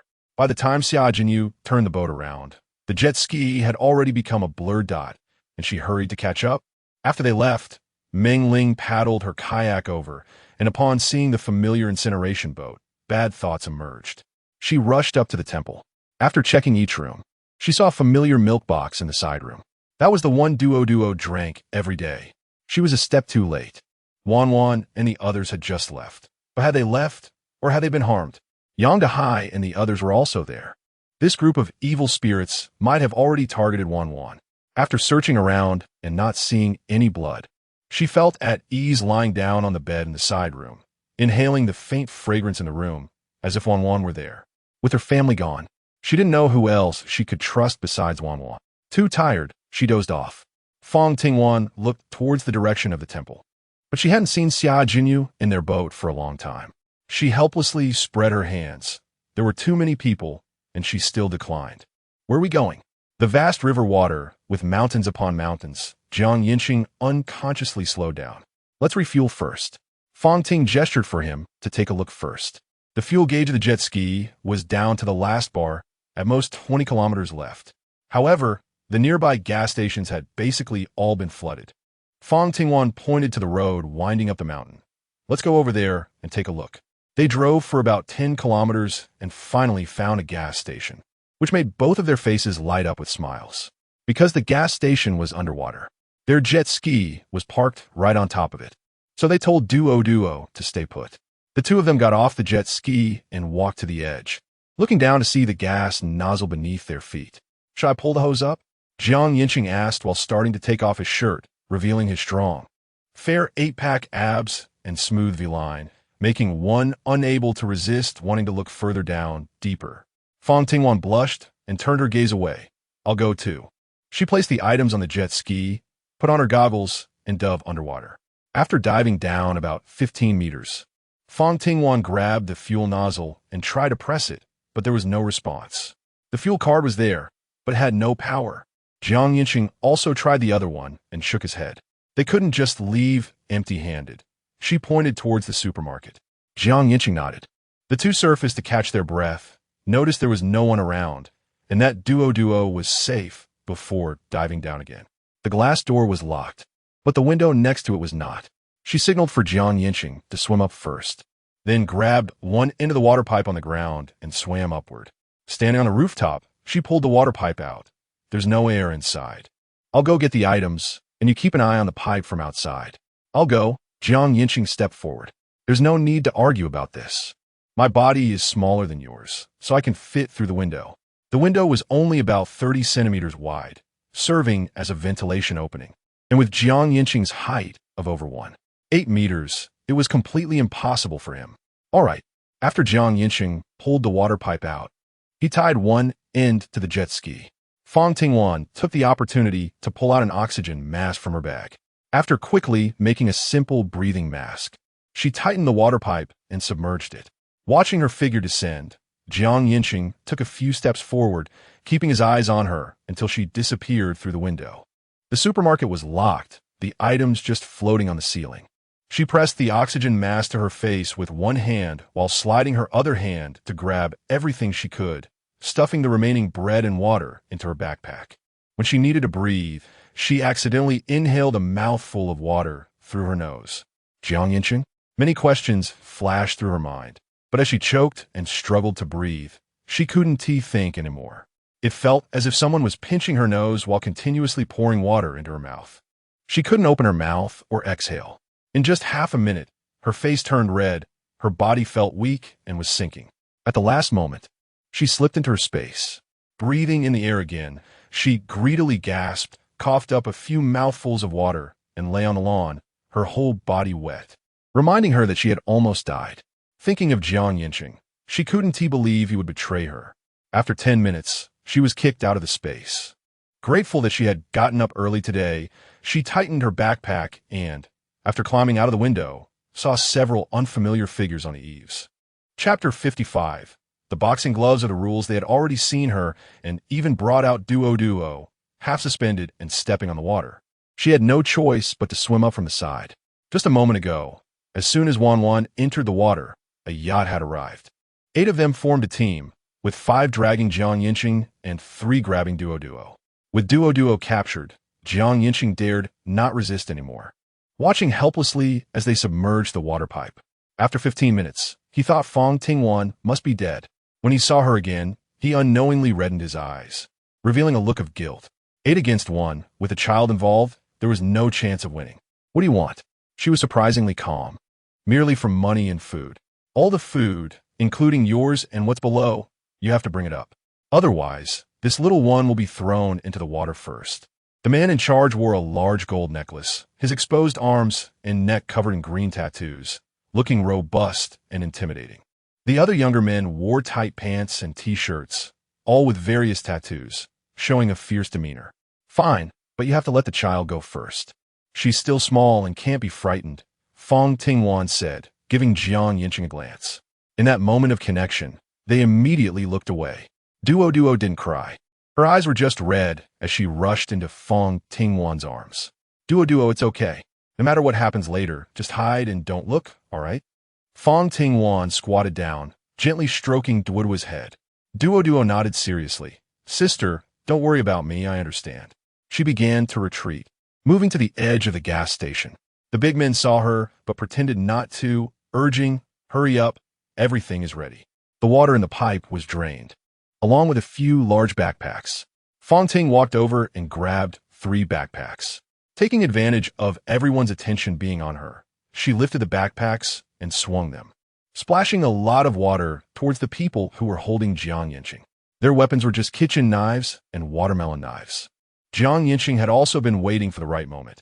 In an instant, he broke free, kicked one person, and quickly rushed to the side of the jet ski, drew out a Tang knife, and threw one over. Fang Tingwan gripped the Tang knife tightly, letting out a cold sneer from his nostrils. Did you leave the things behind? Where should I send you off? With us 8 people, what is there to be afraid of? The man at the front tightened his grip on the kitchen knife, taking a few steps and causing the muscles on his body to ripple. He looked strong and quite intimidating. Fang Tingwan kicked directly, her hand striking like a knife. Her arms sank into the roof, blood continuously gushing out, staining a section of the water. The speed was too fast, and her methods were ruthless. The other 7 were so frightened that none dared to move. The older brother, who had been injured, covered his arm and shouted angrily, "Come on, you can't even handle a woman?" A man tightened his grip on the watermelon knife, shouted to bolster his courage, and rushed forward. Jiang Yancheng had already approached her, flipping the Tang knife in a different direction and striking it hard on the man's shoulder. The man fell into the water, flailing and shouting, my head, my head. It's still here, feel for yourself." The partner, seeing the sequence of events clearly, pulled him up, feeling a chill in his heart. If it hadn't been the back of the knife, his head would really be gone. Now it was just swollen and painful. One move from each of the 2, and all 8 had retreated. Who would have thought they would encounter such a tough opponent? "Brother, should we leave? Let's go." Just as the man was about to board the yacht, he saw Fang Tingwan move even faster, directly jumping onto it, gripping the Tang knife and smiling at them, as if she were a demon from hell. "What do you want to do? The yacht is ours." The boss tried to negotiate, but quickly fumbled to take out chocolate and bread from his pocket. "We're out of fuel, but if you want it, fine." They were actually here looking for fuel. The boss's face was more unpleasant than if he had bitten into something bitter. "Isn't a life ring enough?" Fang Ting nodded slightly and threw down the life ring. The boss put on the life ring, picked up the severed hand, and urged the brothers to swim quickly. It was still 10 kilometers to Chengda. Swimming there? That was a foolish dream, right? The 7 of them swam on, each with their own thoughts. In the end, they didn't expect that fist would be the rule. Jiang Yancheng was once again grateful that he had bought a Tang Dao for self-defense and had maintained the habit of boxing and fitness. Fang Tingwan practiced at home for so long, and it finally became useful. Duo. Fang Tingwan asked him to pack these things and take them onto the yacht, then walk towards Duo. "Sister, I will adapt as soon as possible, and I won't let you worry in the future." Fang Ting chuckled and said, "Then sister should find a handy weapon for Duo. How about this?" Jiang Yancheng had just gathered some items from these people, and one of them was a military dagger. 5 inches long, very small and sharp. Duo took it with both hands and said, Duo likes it very much. Fang Tingwan gently touched her head and silently began to pack things up. If it weren't for the apocalypse, she would be willing to protect Duo and make her happy. If they were at home, she would let Duo eat and sleep every day, waking up to play. But they were fleeing, not knowing what dangers lay ahead. And there would always be times when she couldn't protect Duo. Being able to ensure her own safety was definitely better. But Duo was too young. She had no way to accept or refuse, so she could only remain silent. After packing everything, Jiang Yancheng and Fang Tingwan managed to lift the jet ski onto the yacht as well. They would definitely need this later. As they watched the sun climb to its zenith, the 2 of them, unprotected, could already feel their skin burning. Duo curled up beneath the seat, able to catch a bit of shade. "Let's go rest over there by the mountain road." Fang Tingwan pointed to a half-visible mountain peak not far away, which was only about 2 stories high but had big trees and a road winding around it, making it suitable for a temporary rest. Jiang Yancheng turned the yacht in that direction. It took just 5 minutes to reach the edge of the mountain. After Fang Ting went down in the evening, she took over Wan, waiting for Jiang Yancheng to tie the rope securely. Several types of food were already laid out on the ground: potato chips, bread, drinks, and chocolate. Fang Tingwan was completely soaked, having been blown by the wind and baked by the sun on her way here, feeling sticky and uncomfortable. She went to the corner to change clothes. Chapter 56, A Small Matter. Watching the fair and strong body pass by, she couldn't help but let her gaze linger for a few seconds. She sat down to eat. It was too hot, hot enough to make one feel drowsy. Duo also couldn't hold on, closed her eyes, curled up on the ground, and fell asleep in no time. Fang Ting fell asleep not long after. Yancheng arrived and quietly ate something, his gaze scanning the surroundings, ensuring that he would notice any signs of movement. Otherwise, what just happened might happen again. From noon to 4 in the afternoon is the hottest time. Fang Tingwan slept for 2 hours before swapping with Yancheng. She couldn't sit still, and after wandering around, she unexpectedly discovered a small cave. It wasn't big, shaped like a triangle, with the top angle being only about 30 degrees and the bottom roughly 1 meter wide. It was very narrow, but once inside, it opened up a little, enough to sit 3 people and barely lie down too. The only advantage was that it was cool. The breeze coming from inside was comparable to an air conditioner set at 26 degrees. The basements in the city were definitely flooded now, and the tall buildings had no air conditioning, so there was no real need to go there except to find food. Why not go to the summer resort? Yancheng didn't understand why they didn't just go to the nearest one. Everyone wants to go, but we don't need to take the risk. Fang Tingwan smiled bitterly, saying, "What if we run into Yang Dahai and the others? It was hard to shake them off. I just want us to survive. As for Meng Ling, don't worry, she will be fine." Yancheng had already started moving things. They directly hid the necessary items in the crevices of the rocks, taking food and sleeping bags into the cave. The moment Duo entered, she happily laughed. "It's so cool in here, sister." She stretched lazily. Fang Tingwan was just stating, not discussing. She had already come down the mountain. Yancheng knew that Duo needed someone to protect her, but he also wanted to protect her. "Brother, is Duo really useless?" "Not at all." Yancheng patted her head. "Shall we practice throwing daggers?" "Sure." Duo was very interested. While they were learning over here, Fang Tingwan had already reached the shore. She touched the jet ski, then placed it in the water, ensuring no one was watching.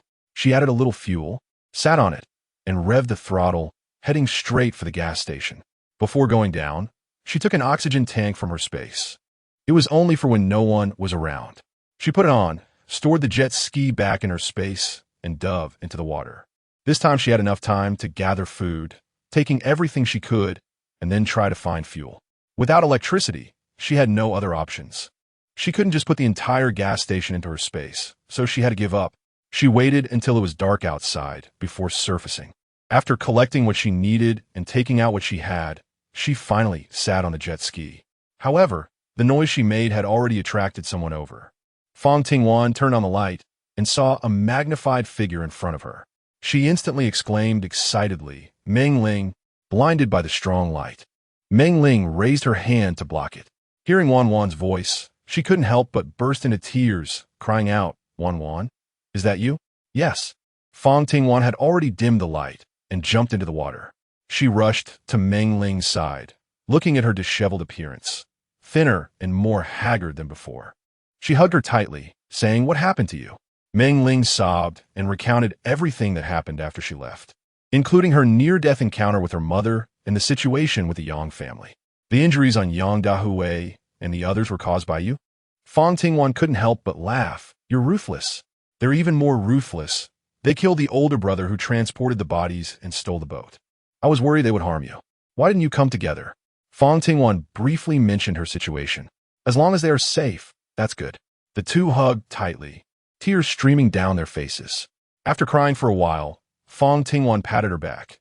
"Let's pack up the inflatable boat and go meet Lawyer Jiang." "Okay."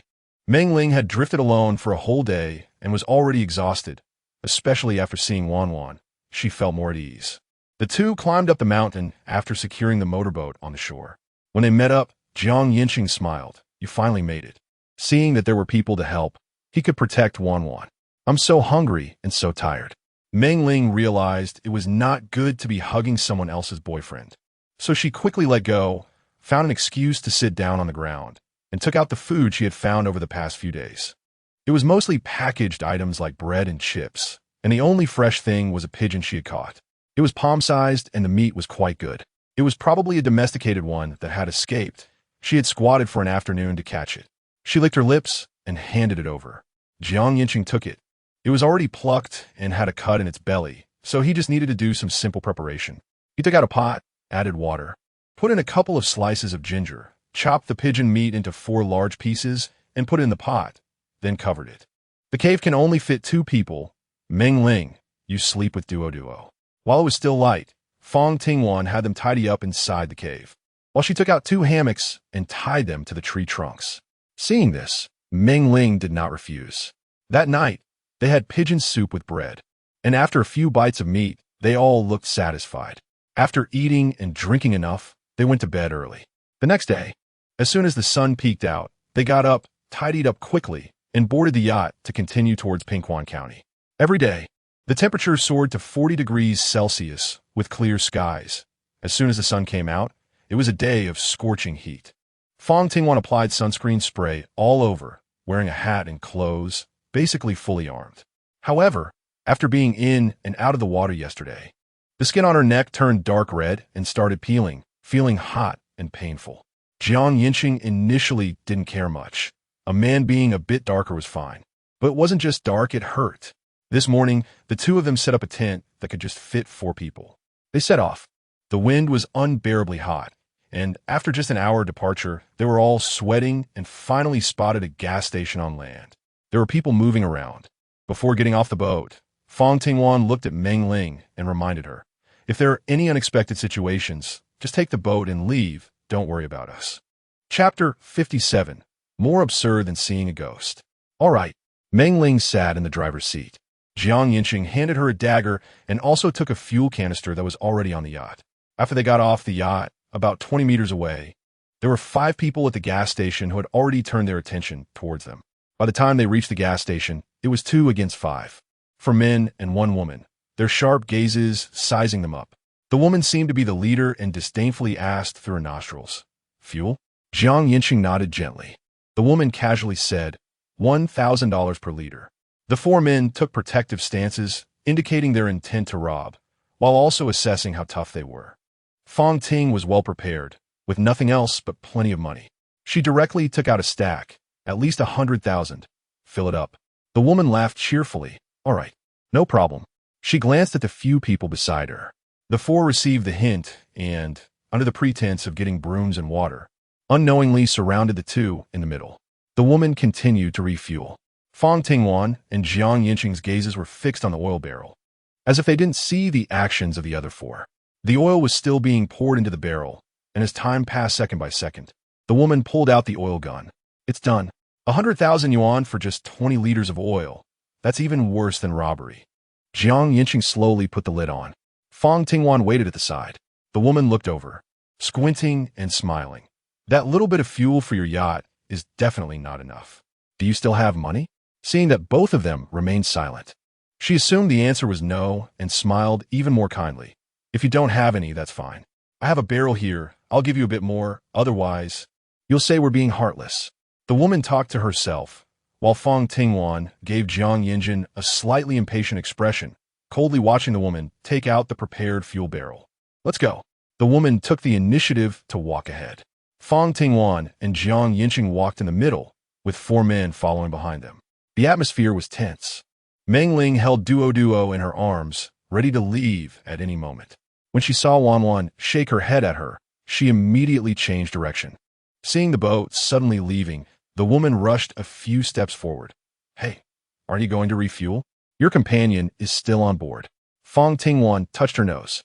Yancheng put down the oil barrel, drew the Tang knife from his waist, looking somewhat helpless. If people don't offend me, I won't offend them.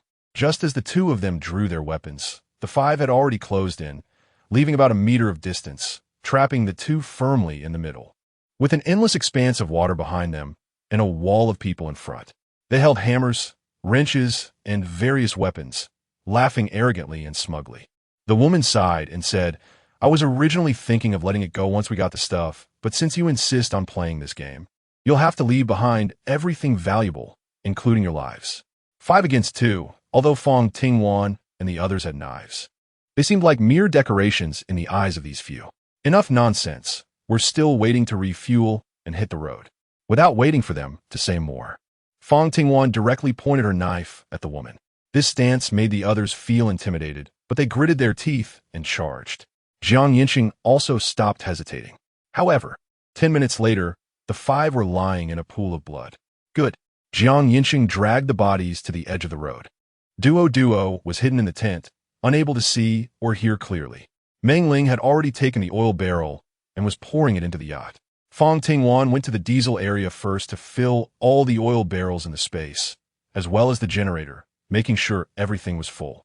After Jiang Yancheng finished his tasks and washed his hands, he walked over.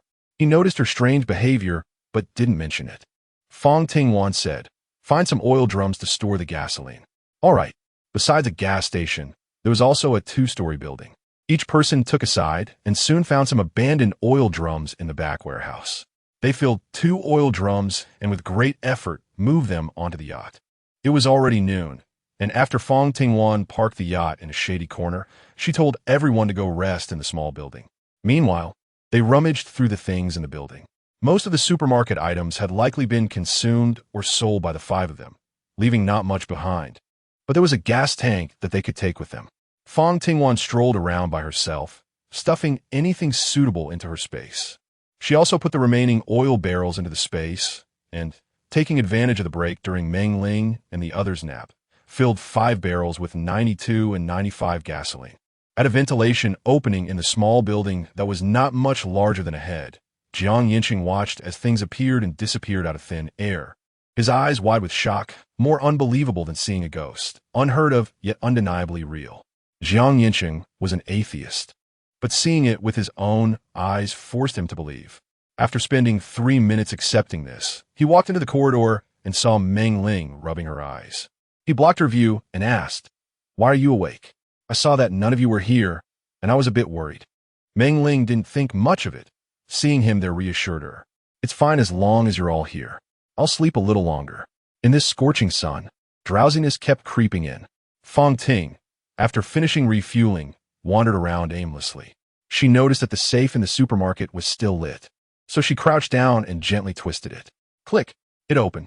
It wasn't even locked. A pie really fell from the sky.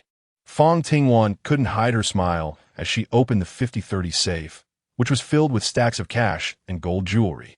It looked like she had collected it from others. After taking everything, she entered her space and tried to open the kitchen door on the first floor. It opened. This meant she could cook in the space from now on.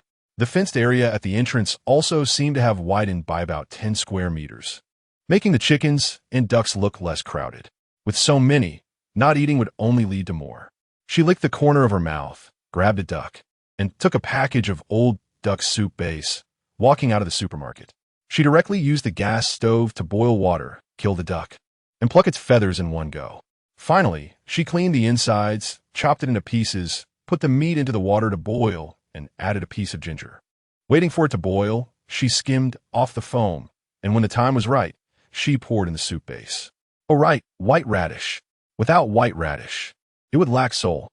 She took it out from her space, washed and chopped it, boiled it for a while, then added the radish and covered the pot. The gas station had a backup generator, so the rice cooker was still usable. She cooked rice with their rice. By 2:30 in the afternoon, the meal was ready, and they had also woken up. Chapter 58, A Narrow Path for Enemy Sister. It smells so good. Duo took a deep breath and rushed into her sister's arms, her small red face still looking sleepy.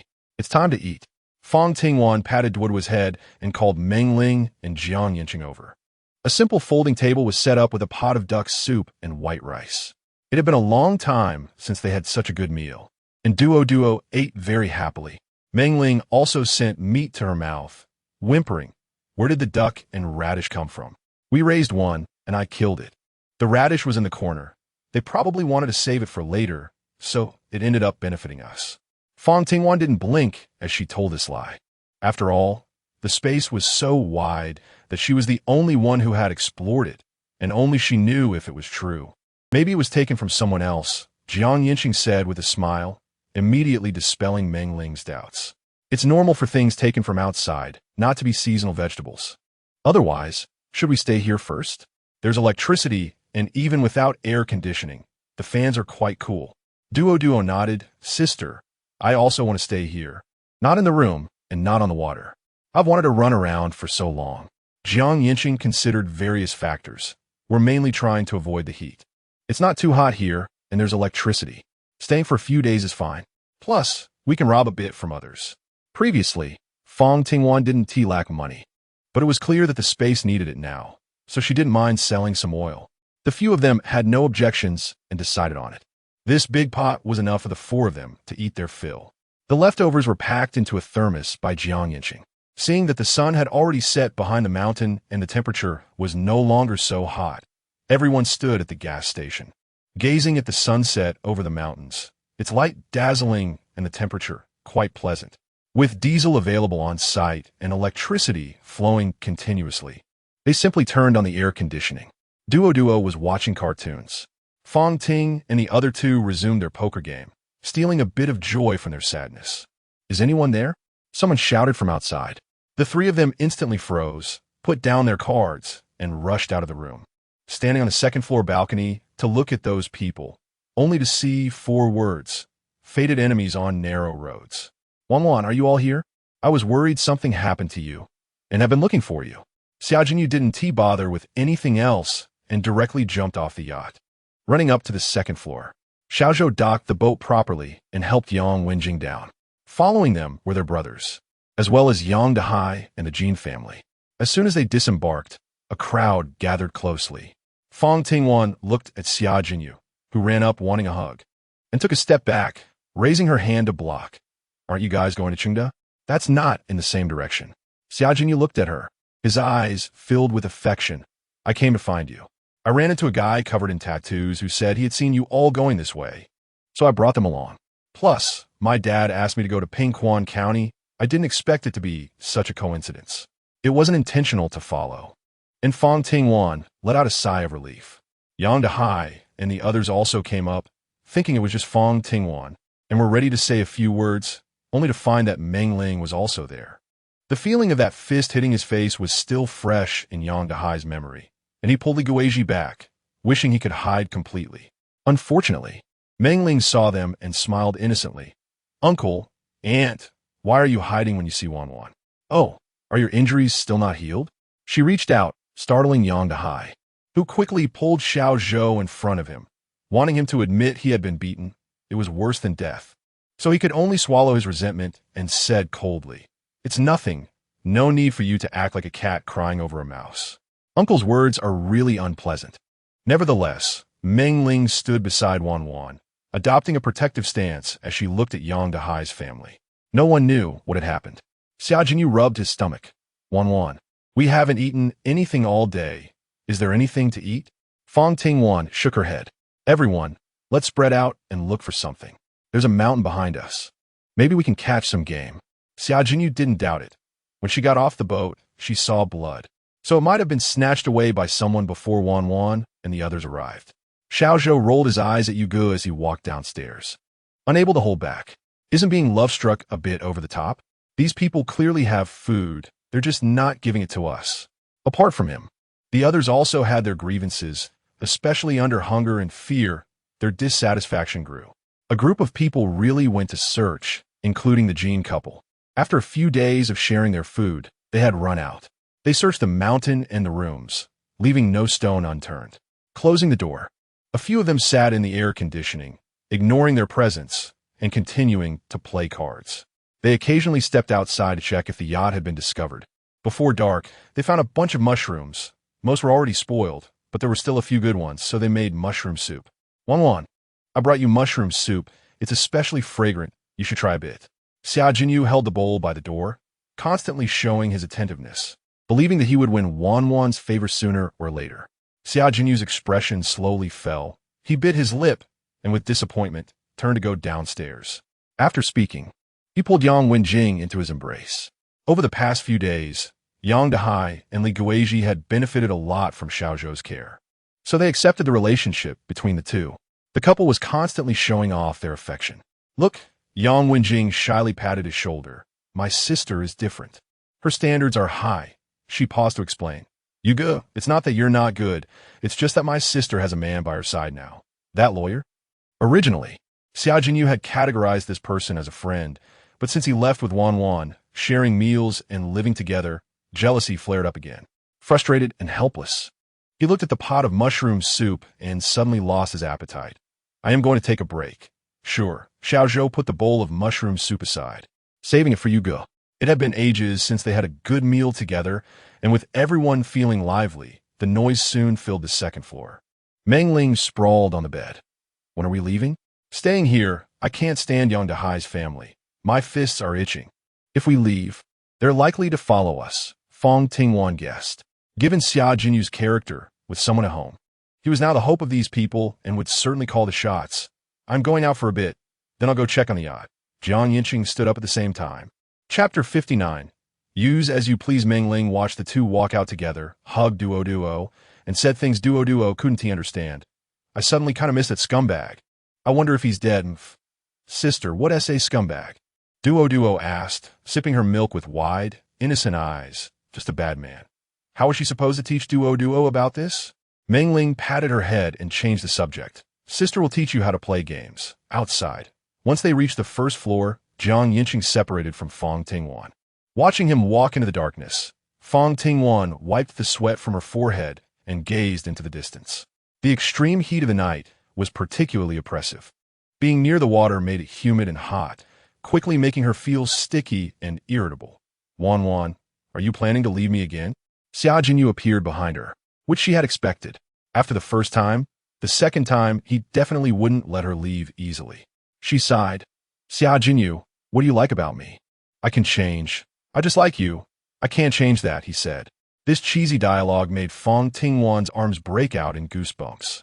Meeting his sincere gaze, she felt even more trapped. It's unnecessary. It won't lead to anything. Do you like him? Xia Jinyu asked anxiously, his fingers pinching his own leg, unable to control himself a bit. Him? Jiang Yancheng. Fang Tingwan instinctively thought of him, as they had a connection through the inheritance and lived across from each other. Unknowingly, he had transformed from cooking at home to living in her house, and she appreciated his unconditional trust and obedience. However, she felt that there was no love. She only saw Xia Jinyu becoming increasingly agitated due to her hesitation, so she simply admitted, I like him. The figure in the darkness paused. Xia Jinyu took a step back in disbelief, unable to accept the truth, feeling wronged for himself, and also heartbroken. He retreated step by step to the door, said nothing, entered the room, and closed the door. Fang Tingwan can only hope that he can really let go this time. Sorry, I used you. She lowered her voice, making sure that Jiang Yancheng in the dark could hear her. She had practiced for so long. If no one noticed, she would have been doomed. Jiang Yancheng stepped out with big strides and smiled. I'm happy to be used by you. Consider it gratitude for taking me away. In the future, you can use me however you like. Aren't you worried about not being able to find a girlfriend later? As soon as she asked, Fang Tingwan regretted it. If she had asked earlier, it would have just been a joke, but asking now was like probing, right? As soon as he finished speaking, the two of them instantly looked warily toward the supermarket. Two figures slowly walked from the darkness into the light of the corridor. It was Xiao Zhou and Yang Wenjing. The two of them clearly had just gone through a fierce battle, with dry leaves still clinging to them and a lingering flush. Yang Wenjing clenched her small fist, staring at Jiang Yancheng beside Fang Tingwan, wishing she could crush her back teeth in hatred. Why did she have such good luck? Born with a fortune waiting to be inherited, and she also had an excellent man by her side, without needing to exchange her body? Unlike herself, who could barely live a good life relying on the money that trickled out from Fang Tingwan's fingers, and had to deal with selfish parents and Xiao Zhou, a thug who couldn't even compare to Xia Jinyu in looks, let alone to the lawyer in front of her, and he had no money. But for the sake of survival, she had no choice. Fang Tingwan, if you don't like Yuge, then just decisively refuse. Don't keep him hanging. Xiao Zhou threatened, his respect stemming from Xia Jinyu. Fang Tingwan nodded. Okay, no problem. Just be nice to my sister. What a hypocrite. Yang Wenjing's face turned red with anger, and Fang Tingwan's condescending demeanor made her feel heartbroken. The word sister was the one she despised the most, especially coming from her lips, which annoyed her even more. She dragged Xiao Zhou away, more like fleeing. Jiang Yancheng saw through it at a glance. It seems like your sister really hates you. She was very well behaved when she was young. I can't even remember how she became like this. Maybe it started when her uncle taught her to trick me out of pocket money. Fang Tingwan recalled the past and understood the reason. Her uncle wanted money and didn't hesitate to use his own daughter. With a preference for sons over daughters, Yang Wenjing's life wasn't that easy either. She couldn't say she hated this family. She just regarded them as clowns jumping around in front of her, like watching a show. Mengling had already taken Duo to sleep on the upper bunk. "You sleep on the lower bunk, and I'll sleep on the floor," he said, moving lightly. It wasn't surprising that Fang Tingwan was on guard. These people were not trustworthy, and it was likely a trap. Yancheng took a Tang knife and went out with her. The people outside had already been awakened, Xia Jinyu and the other 5. Along with Yang Dehai's family of 3 and Jinda's family of 5, all 15 of them crowded at the entrance on the first floor. The ones in trouble were Jinda's parents. They lay on the bed, their faces pale as if they were dead, frothing at the mouth, and their eyes rolled back. "What kind of fungus did you eat?" Fang Tingwan asked. Xiaozhou brought over the bowl that was left for Xia Jinyu, which contained edible items. But there were several white fungus slices floating in it. She picked up a piece, put it in her mouth, chewed a couple of times, spat it out immediately, and rinsed her mouth with water, coldly rebuking the brown-scaled ringed mushroom. "One of the top 10 poisonous mushrooms. You all ate it without recognizing it?" Wang Yi mumbled. "I thought it was a chicken mushroom, so I picked 2. It seems they were in my parents' bowl. Aside from being white, it doesn't resemble a chicken mushroom at all. Even if eaten in small amounts, it has certain toxicity," Fang Tingwan said. "Damn it. Do you hate my parents that much? It's not enough that you take care of their food and drink. You actually poison them. You bitch." Jinda slapped Wang Yin, sending her sprawling on the ground. But he didn't vent his anger. Instead, rationality took over. He leaned closer and pleaded in a low voice, "Miss Fang, please save my parents. I can give you money." He took out a backpack, and surprisingly, there was a bag full of gold. It dazzled everyone's eyes, including Fang Tingwan. Everyone could basically confirm that his identity was fabricated. But how could he have so much money? Was he a hidden wealthy person? "You all hurry and take a boat to the city to find a hospital. There might still be time. You've all eaten it. The older people's constitutions are weak, and the onset is fast. You should be feeling it soon." Chapter 60. Does it have other effects? Fang Tingwan pressed down her upturned lips and scanned the surroundings. She had initially been thinking of ways to leave them, but she didn't expect them to act like this. She rummaged through her pocket and took out a small bottle of vitamin C. Handing it over. "Try eating this to see if it helps. Just hold on until we get to the hospital." Jinda quickly exchanged a gold bar for the medicine, stuffing the vitamin C into his parents' mouths, and after giving them a bit of water, they surprisingly vomited it back up. He stubbornly tried again, but they still vomited. "Dad, Mom?" The 2 elderly people had already lost consciousness. "Dad, Mom!" Jinda knelt down and shouted in anger, suddenly looking at Wang Yin and rushing over to punch her repeatedly. It was only when Xia Jinjian and a few others saw that it was about to turn deadly that they hurriedly pulled him away. "Do you guys feel anything uncomfortable?" He hadn't eaten it, but everyone else had, and although they seemed fine, it didn't mean they were really okay. Xiaozhou held his stomach, his face looking a bit pale. "I feel a pain in my stomach too."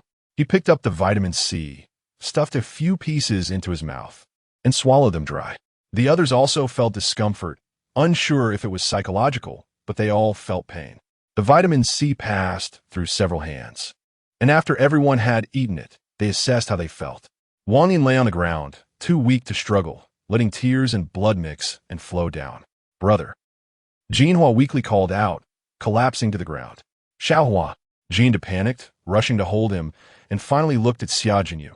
"Brother, I beg you. Take us to the hospital. I can't lose my brother too." Xiaozhou also felt the pain in his stomach intensifying. "Yuga, should we go to the hospital?" But Xia Jinyu hadn't eaten it. He looked at Fang Tingwan, not really wanting to leave, but now everyone was looking at him. "Wan, aren't you coming with us?" Fang Tingwan shook her head. "Yuga, it's this late, and you don't care about our lives or deaths." Xiaozhou was so angry that his forehead felt dizzy. Even at a time like this, he was still thinking about women, disregarding his brother's lives. The others also expressed some dissatisfaction, showing resentful looks. The rest quickly gathered their things, and after 5 busy minutes, everyone was on the yacht. Xia Jinyu took one last look in Fang Tingwan's direction, feeling that this departure might be very difficult to return from. He had no choice but to set sail. They left behind the half-dead mastermind. Wang Yin struggled for a while before propping herself up to sit up, realizing that they didn't care whether she was dead or alive. And her heart sank. "Are you all watching my joke?" She sneered repeatedly, like a madwoman. "I've served those two for 3 years, and because I didn't get pregnant, they kept making things difficult for me, even forcing Jean to divorce me. Before marriage, they treated me well, but after, they made me a housewife, hitting me at every turn. Death would be better. Death would be better. You little bastard, clearly a biological son. Yet you lied to me saying he was a younger brother, making me raise your illegitimate child with my own hands, treating her as my own brother." She was like an inflated balloon, filled with resentment, wanting to let it all out in one go. Wang Yin paused, staring at Fang Tingwan, genuinely confused as to why she saved her again. "You don't hate me? Are we familiar?" Fang Tingwan retorted. Wang Yin thought for a moment. They were indeed not familiar. The first unpleasant encounter was because of her loose tongue. She whispered, "I'm sorry, I was just shocked at first and didn't think much about it." Seeing her turn to go upstairs with Yancheng, Wang Yin hurriedly called out, "Your uncle's family talks bad about you every day. If you meet them again, be careful." "Okay." Fang Tingwan did not stop her movements as she went upstairs. "You should take care of your sister. She has been hanging out with Xiao Zhou and hasn't taken any precautions. If she gets pregnant, it would probably be hard for her to survive, and both of them would suffer." Wang Yin shouted again. Fang Tingwan slowly turned around and asked with a smile, "Did you remind her?" "I wanted to remind you. Definitely don't get pregnant." Wang Yin took the initiative to show kindness. It seemed that when Jinda was not around, her emotions were very stable. She pulled out a box of contraceptive pills from her bag and said, "I don't need them. You can keep them." Fang Tingwan's face instantly turned red, completely caught off guard by the situation. Yancheng went down to take over, consider it a reward. After he got the medicine, he went to the second floor with Fang Tingwan and explained, "Beside contraception, it has other effects, keeping it just in case." "Huh?" Fang Tingwan didn't react at first, wondering what other effects there could be. "Why did you suddenly save her?" This wasn't like her usual behavior. The topic shifted too quickly. Fang Tingwan said, "I just thought that if someone had reached out at that time, maybe I wouldn't have died. I did many bad things to survive."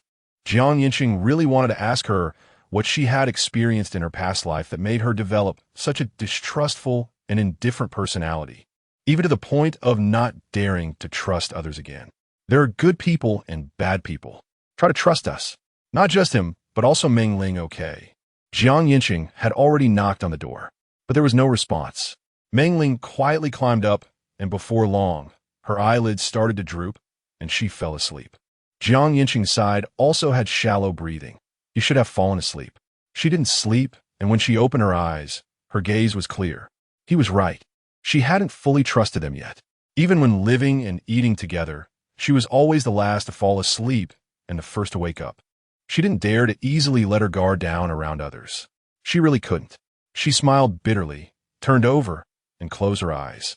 Yancheng waited until the time was about right before opening his eyes, hazily looking at her, with a hint of pain in his eyes. This night was a secret. In the morning, it was as if everything had returned to normal. Yancheng got up to make breakfast for them, and when he went downstairs, he saw Wang Yin sleeping against the wall and asked, "Are you dead?" Wang Yin smiled with her eyes closed. "Did I disappoint you?" "Not yet. I don't like eating mushrooms, but it wasn't intentional. I thought that was what they really were. I only saw pictures online a few months ago." She opened her eyes, trying to let the other person see the sincerity in her gaze. Yancheng didn't have time to think about the truth. He just added more rice and boiled an extra egg while cooking porridge. Chapter 61. Favor Wang Yin saw Fang Tingwan come down and quickly got up, but she got up too abruptly and almost fell over. She leaned against the wall until her vision cleared before explaining again. It turned out that one bed can't produce two types of people. She was also ignored by Fang Tingwan. "Are you guys leaving?" Meng Ling looked over. "What? Do you want to follow us?" Yancheng knew it was impossible. The rejection was evident, and suddenly Wang Yin knelt down. Her expression serious. "I know I've done a lot of wrong things, but I can't leave here. I don't want to die. As long as you can take me away, I'll do anything." "You mean Xia Jinyu?" Yancheng stirred the porridge faster, showing his impatience. "I can cook, sew, and take care of children." She listed her strengths. "What about her?" Wang Yin pointed at Meng Ling. Meng Ling directly lifted her t-shirt, revealing the muscles on her forearm. "I can knock you out with one punch. What do you think?" Wang Yin wanted to mention duo, but realized that this child was definitely important if she could follow, so she shut her mouth. The vegetable porridge was ready, and after everyone was full, they began to move their things onto the yacht. Wang Yin silently watched them board the yacht and then really leave. There was a room for women with cosmetics, even if she died. She wanted to put on a beautiful makeup and die prettily. She didn't know that on the other side, someone had landed and found a gas station. Hearing voices, they immediately surrounded the entrance. "Those inside, come out." A rough man's voice called out. Wang Yin, confused, walked out with the noose she had prepared. The bald man was looking for Fang Tingwan and had not expected to see other women. She was wearing a red spaghetti strap dress that outlined her curves, exposing her fair legs and arms. Looking up, seeing her lightly made-up face, he was instantly captivated. He swallowed hard. "Do you want to come with me? I guarantee you won't have to worry about food and drink." Wang Yin understood his implication. Initially feeling lifeless, she was suddenly doused with a bucket of water, sprouting new life. "Kumin." The bald man grinned, wrapping an arm around her as he entered and closed the door.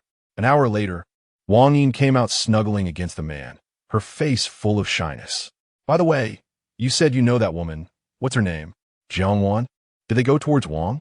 Wang Yin nodded with a smile, pointing in the opposite direction, saying without blinking, "That way. Let's go, we'll chase after them." Once on the yacht, they were moving further away from Fang Tingwan. Even the name Wang Yin had just made up. Facing the wind, she smiled. "Thanks for your medicine." Before the noon sun could roast them, Fang Tingwan and the others arrived at their next stop, resting until the afternoon before continuing towards Pinquan County. They found a place to rest, and then continued traveling the next morning and afternoon. Finally, after 3 days, they entered Pinquan County. The terrain here was relatively high, with the water only 2 stories deep. Looking down, they could see fish swimming. The water even had a faint smell of disinfectant. It seemed the government had disinfected the water. Although the fish survived, there weren't many. They had not entered the city, but instead followed the edge toward Mayun Mountain. The further they went in, the more they could feel the temperature dropping. They were sweating less, and since it was morning, there was even a hint of coolness. "We came to the right place. This temperature should be fine after experiencing extreme heat. Let's find a place to settle down." Yancheng was steering, looking around. In Pinquan, it was only about 30 degrees at noon, still within an acceptable range. They continued on until they reached the Mayun Mountain scenic area. This area was not open. Looking around, they could only see mountains and no signs of civilization. Once they reached the top of the mountain, they could see the bare mountaintop with stones. They needed to go up to Longmu Cave. "You guys take the things first. I'll hide the yacht." Having reached the shore, Fang Tingwan volunteered. Meng Ling was confused. Why not let lawyer Jiang drive it to hide? It would be tiring to walk so far. Knowing what she was planning to do, Yancheng had already cooperatively put the things on his back. "There are so many items. It will probably take 2 trips. I'll go first." "Okay, then be careful, Wan. Meng Ling also had a pile of things on her back. She led duo, let's go. The previous training came in handy. Even duo, who had been practicing for so long, could climb the mountain without relying on others, just climbing up by herself. Meng Ling didn't exert much effort either. Fang Tingwan confirmed that they were no longer visible before putting everything into the space. Then she shouldered the remaining items and walked towards a mountainside. It was rumored that there was a mountain spring dripping continuously inside the Longmu Cave, hoping it was true. After reaching the top of the mountain, they followed a small path and saw a cave entrance beneath a giant rock, with a red door that had the words Longmu Cave written on it. "We will set up our tent right next to it." Fang Tingwan pointed to the shaded area under the giant rock. "Okay."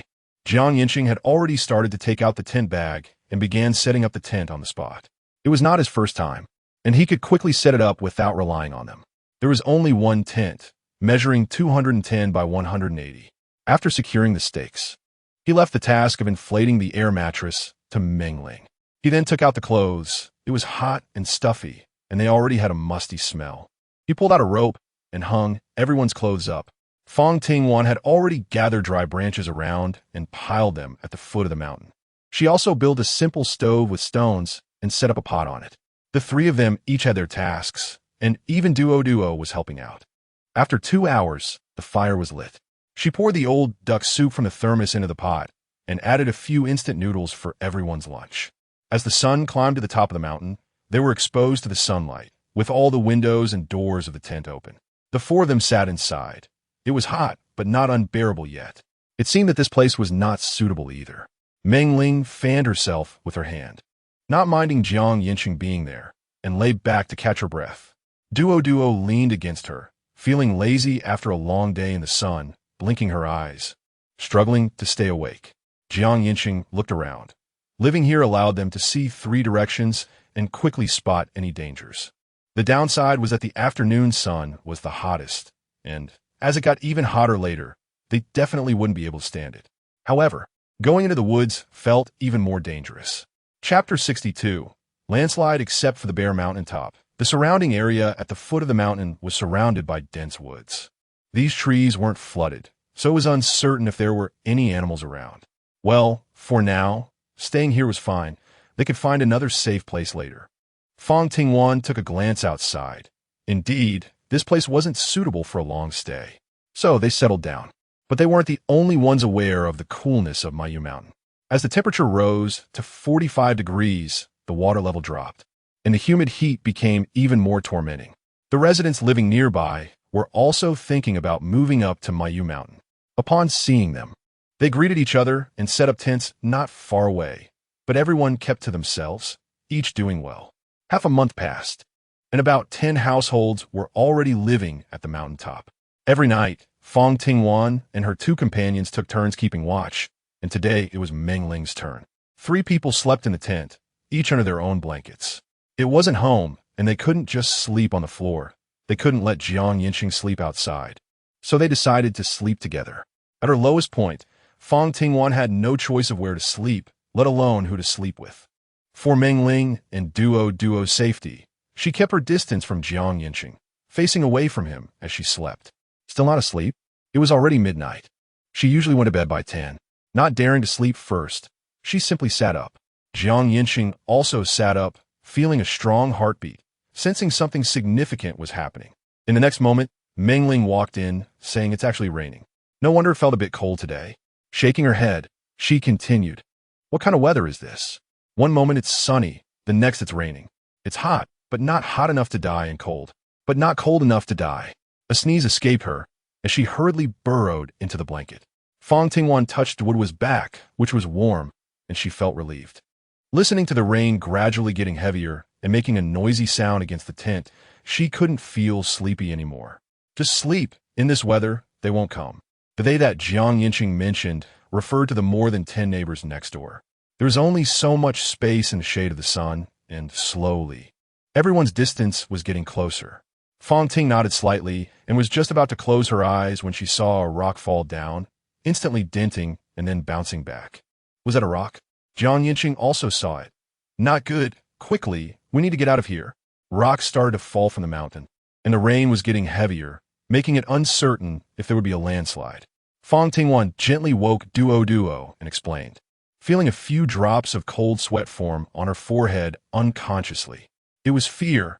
If they moved slowly, they might get buried here. The rain was getting heavier, pounding on the tent as if it wanted to break through. Everything that could be taken was packed into the climbing bags, and the things that couldn't be packed were carried by a few of them. Wearing raincoats, Yancheng was the first to step outside. Then came Meng Ling, Duo, and Fang Tingwan. The tent was definitely a lost cause. As they stepped out, lightning flashed across the sky, casting shadows over the 6 tents on the hillside. Calling out, Yancheng had already gone to wake the nearest one. Meng Ling hurried to shout as well. Fang Tingwan watched without stopping, just holding on to Duo. "Don't be afraid. Just walk to the left. That side has a high slope, no stones. It's the safest place. If possible, it's best to go deeper into the woods, where the tree roots are intertwined, making it less likely to collapse. How could there be a landslide? With such heavy rain, if you want to seek death, don't drag us down with you." A man's angry shout came from the tent. Yancheng withdrew his hand and continued to the next tent, finishing his shout in a minute. He looked towards the mountain top. A lightning bolt struck, illuminating a few loose stones as they fell. "Hurry, it's starting." Meng Ling quickened her pace to run. The few who had been awakened were startled by a thunderclap, and when they suddenly saw the rolling stones, they didn't have time to think about anything else, just grabbed a bag haphazardly and ran. They had to brave the elements, even if it rained knives. More and more stones were falling. The thunder sounded like a countdown. Boom! The mountain suddenly collapsed, and in just a breath's time, it buried all the tents, including that family who had just ignored the warnings. With such massive stones and mud pressing down, there was surely no chance of survival. The others were still in shock. Thank you, thank you.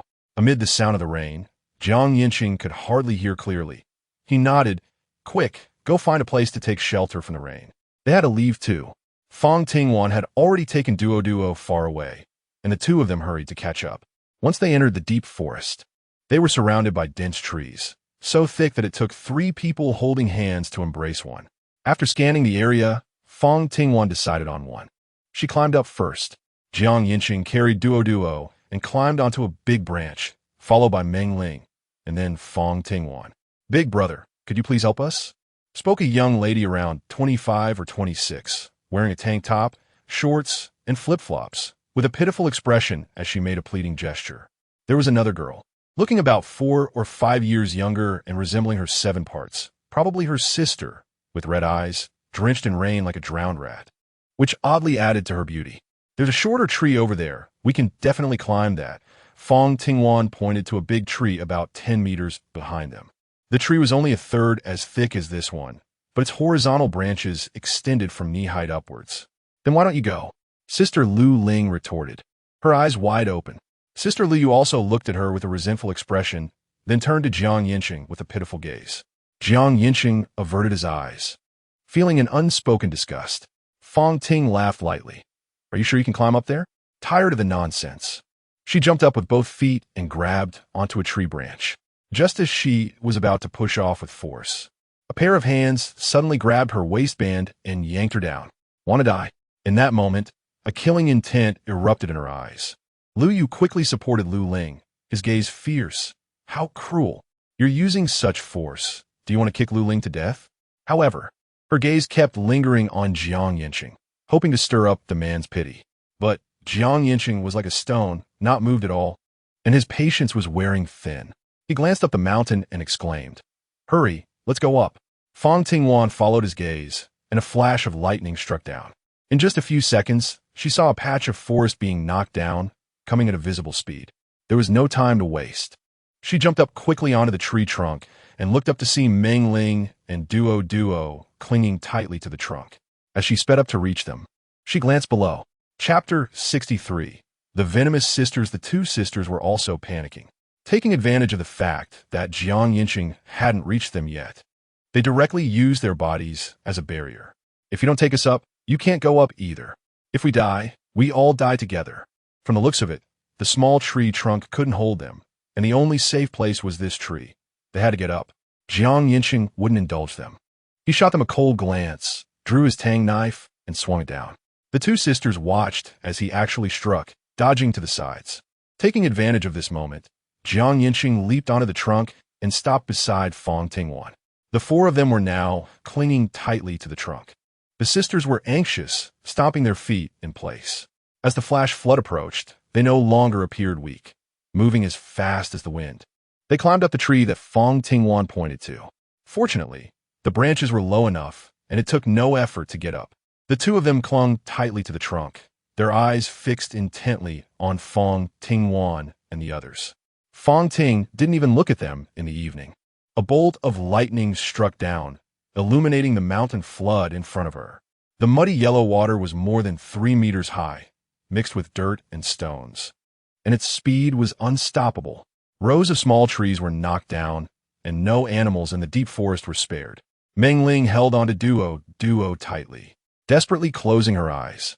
At this moment, she could only pray, Heaven, spare us. Fang Tingwan stared at the flood, appearing calm, but in reality, she was so nervous that she forgot to breathe. Yancheng looked at her, and as the flood shook the tree trunk, he reached out, placing his palm over the back of her hand. Noticing her slight shiver, he smiled and said, Don't worry, this tree is sturdy enough. Fang Tingwan wanted to move away, but the tree shook, and the trunk as thick as an arm cracked with a deafening sound. In the next moment, it was swept away by the rushing flood, disappearing from sight. If it were a person, they would undoubtedly die. Help! Gurgle, gurgle, help! A figure surfaced on the water, reaching out to grab something, but catching nothing. The speed was too fast. In the time it took to shout for help, he was already pushed several meters away. Fang Ting felt that she recognized this man. He had also set up a tent in Longmu Cave. He usually shouted loudly at everyone, as if they owed him something. Even when Yancheng called him to leave, he ignored him. It was only a matter of time before he was swallowed by the flood. But he was extremely lucky. The tree where the two sisters were located had not been knocked down, and the man happened to crash into that tree, holding onto the trunk with half his head above the water. The two sisters gasped in surprise and held on tighter. This tree could not support 3 people. You need to let go, Liu urged with red eyes. The trunk was swaying violently, ready to be uprooted at any moment, as if they would also be submerged in the flood the next second. Lu Ling stood on a trunk below Lu Yu, watching the man cling to the trunk, wanting to climb up. No, he was already exposing his shoulder. If he came up, they would be in even greater danger. She took a deep breath and moved down. The man thought someone was there to pull him up and smiled. Thank you. Thank you. You saved me. Whatever you want, I will agree to it. A villa, a sports car, or luxury goods, you can choose anything. He was desperately trying to make promises. Lu Ling was already above the flood. Looking at the man's hands clinging to the trunk, she reached out her hand. The man smiled but realized that the other party was bending his fingers. Suddenly shocked, and his features twisted in fear. No, I can give you money. Is 500 enough? 20 million? 100 million? I have a listed company. I can agree to whatever you want. We just want to survive. Lu Ling had bent his last finger, her sweet voice more terrifying than Ashura. Good luck. Maybe you'll soon find a second tree. You bitch, I'll kill you, I want to. The remaining words were drowned out by the flood, and his figure quickly disappeared at the end of the mountain torrent. It was hard to tell, but she was ruthless enough. Fortunately, it didn't let him come up, otherwise this tree wouldn't be able to withstand it, and they would definitely find a way to push us down. Meng Ling just thought about it, and felt a chill, swallowing hard. Fang Ting nodded slightly. Indeed. Yancheng then looked at Tang Dao, saying that special circumstances require special treatment. What are you looking at? If it weren't for you abandoning us, we wouldn't treat him this way. Liu complained with a tearful voice. This is outrageous. You killed someone and can still shift the blame onto us? How thick-skinned. No wonder you've managed to survive until now. You must have killed quite a few people, right? Fang Tingwan sneered in the evening chill. From more than 10 meters away, she saw the two sisters, looking like 2 female ghosts in the night, dressed in beautiful and seductive attire, specifically targeting men with ulterior motives. Fortunately, Lawyer Jiang was not one of them. When she noticed Yancheng looking at her, their eyes met, and Fang Tingwan quickly turned her head away, feeling that his gaze was intense and meaningful, but she didn't want to break this unspoken barrier. The 2 sisters, having been poked at their innermost thoughts, instantly fluffed up like agitated cats. Fang Tingwan revealed a chilling smile. Not many, just around 100 or 80. You guys. They carried knives and were skilled. It was clear they weren't joking, and the 2 sisters instantly wilted. The flood would eventually pass, and they would surely come down from the trees. Offending the other party now would mean certain death. The 2 sisters didn't want to provoke anyone, and Fang Tingwan wouldn't waste her energy talking nonsense with them. She took out a rain cover from her backpack and wrapped it around the tree trunk to block the rainwater, then took out some clean clothes. Now completely soaked. If they didn't change, they would definitely suffer from hypothermia. First, she helped Duo change. The little girl was so cold her lips turned purple, but she didn't utter a word. After changing into dry clothes and putting on a raincoat, she obediently leaned against the tree trunk. Yancheng moved to the next tree trunk and took out his own clothes to change. Meng Ling and Duo couldn't look, but Fang Tingwan did. She just looked with no reservations. However, across from them, the 2 sisters could only see the strong arms and muscular legs, which made them restless. Fang Tingwan was changing her clothes. After quickly getting dressed, she took out some bread, chocolate, and milk. Eat up, a Ling. You and Duo can sleep first. How do we sleep? Meng Ling looked at the tree trunk, which was as thick as a person's torso. It was a bit difficult for her to adapt to sleeping there. She was afraid of falling down. It wasn't that she would definitely fall, but the fear was there. Duo curled up and didn't say a word. We have to stay in the tree for at least a few days. We can only adapt to the environment. Fang Tingwan said calmly. The Earth's environment will only get worse from here on out. The consequences of not adapting to the environment will lead to elimination. Mengling instantly understood what she meant and nodded. When you're extremely tired, you'll fall asleep. Because Mengling couldn't sleep, Fang Tingwan went to sleep first. She fell asleep, almost pressed against the tree trunk. She needed enough strength to ensure her survival. Duo was also sleeping, but she was nestled in Mengling's arms, obediently not making a sound. Chapter 64. A plan in mind. Wow, Wan, you didn't move at all. Mengling, on the upper tree trunk, couldn't help but exclaim in admiration when she saw that Fang Tingwan was awake. You all sleep. Gimme Duo. Fang Tingwan stretched her limbs and stood up to greet someone. Duo woke up but didn't cry. She continued to nestle in her sleep. Mengling tried to lie down and close her eyes, but she felt the emptiness on both sides and didn't dare to really sleep. Her eyelids were so heavy that she simply laid down on her stomach, hugging the tree trunk tightly. In this way, she fell asleep, her consciousness becoming muddled. Yancheng, meanwhile, lay down and quickly fell asleep as well. As dawn approached, the two sisters didn't dare to close their eyes. They were both hungry and tired. They huddled together for warmth, hoping that seeing Fang Tingwan would help diminish the pain of their other senses, making it disappear. Do you have any food left? Lu Ling asked boldly. Fang Ting glanced at him and didn't respond. Saving a life is better than building a 7-story pagoda. Can you watch us die in front of you without feeling any guilt? Lu Yu tried to awaken the other person's conscience. Fang Tingwan rubbed her forehead, not wanting to give a single glance this time. She sat on the lowest tree trunk, waiting for food to fall from the sky. They had limited food supplies, and while she could take some from her space, taking out too much would still attract attention. After being left empty-handed, the two sisters realized what she was doing and immediately followed suit, moving to the tree trunk closest to the flood, waiting with eager anticipation like hungry wolves waiting for sheep. But they waited until dawn. The heavy rain lightened, the dark clouds dispersed, and the sun seemed to be about to break through. There was no one at the mountaintop, and only tree trunks and stones came rushing down. Lu Ling, starving, even started to hallucinate, seeing something furry and reaching out to grab it. In that instant, she nearly got pulled into the flood, but fortunately, she held onto the tree trunk. Sister. Lu Yu quickly came down to help. How do we eat this? Lu Ling looked at her sister and then at the tree trunk across from them. Duo was sitting on the tree trunk drinking milk. Fang Ting had good luck in the evening, catching a small wild boar weighing over 20 pounds, enough to eat for a few days. The two sisters were so jealous that their eyes turned red. Bitch, if she hadn't caught it, it would have come to us. Lu Yu gritted her teeth, making a crunching sound. Lu Ling looked at the flowing water. Even if they hadn't caught it, it wouldn't have gone to them anyway. Not wanting to argue with her sister, she changed the subject. Can you eat it raw? Impossible. Lu Yu refused without a second thought. Eating it raw was worse than starving. Lu Ling didn't press her, pulled out the tree trunk, and started to pluck the hair. But since it couldn't be plucked cleanly, she decided to strip off the skin as well. Looking at the blood-red meat, she swallowed hard, bit off a piece of the chicken breast, chewed a few times, and swallowed it down. Fang Tingwan was also paying attention to them. The greater the level of acceptance, the higher the chances of survival. These two sisters were indeed extraordinary.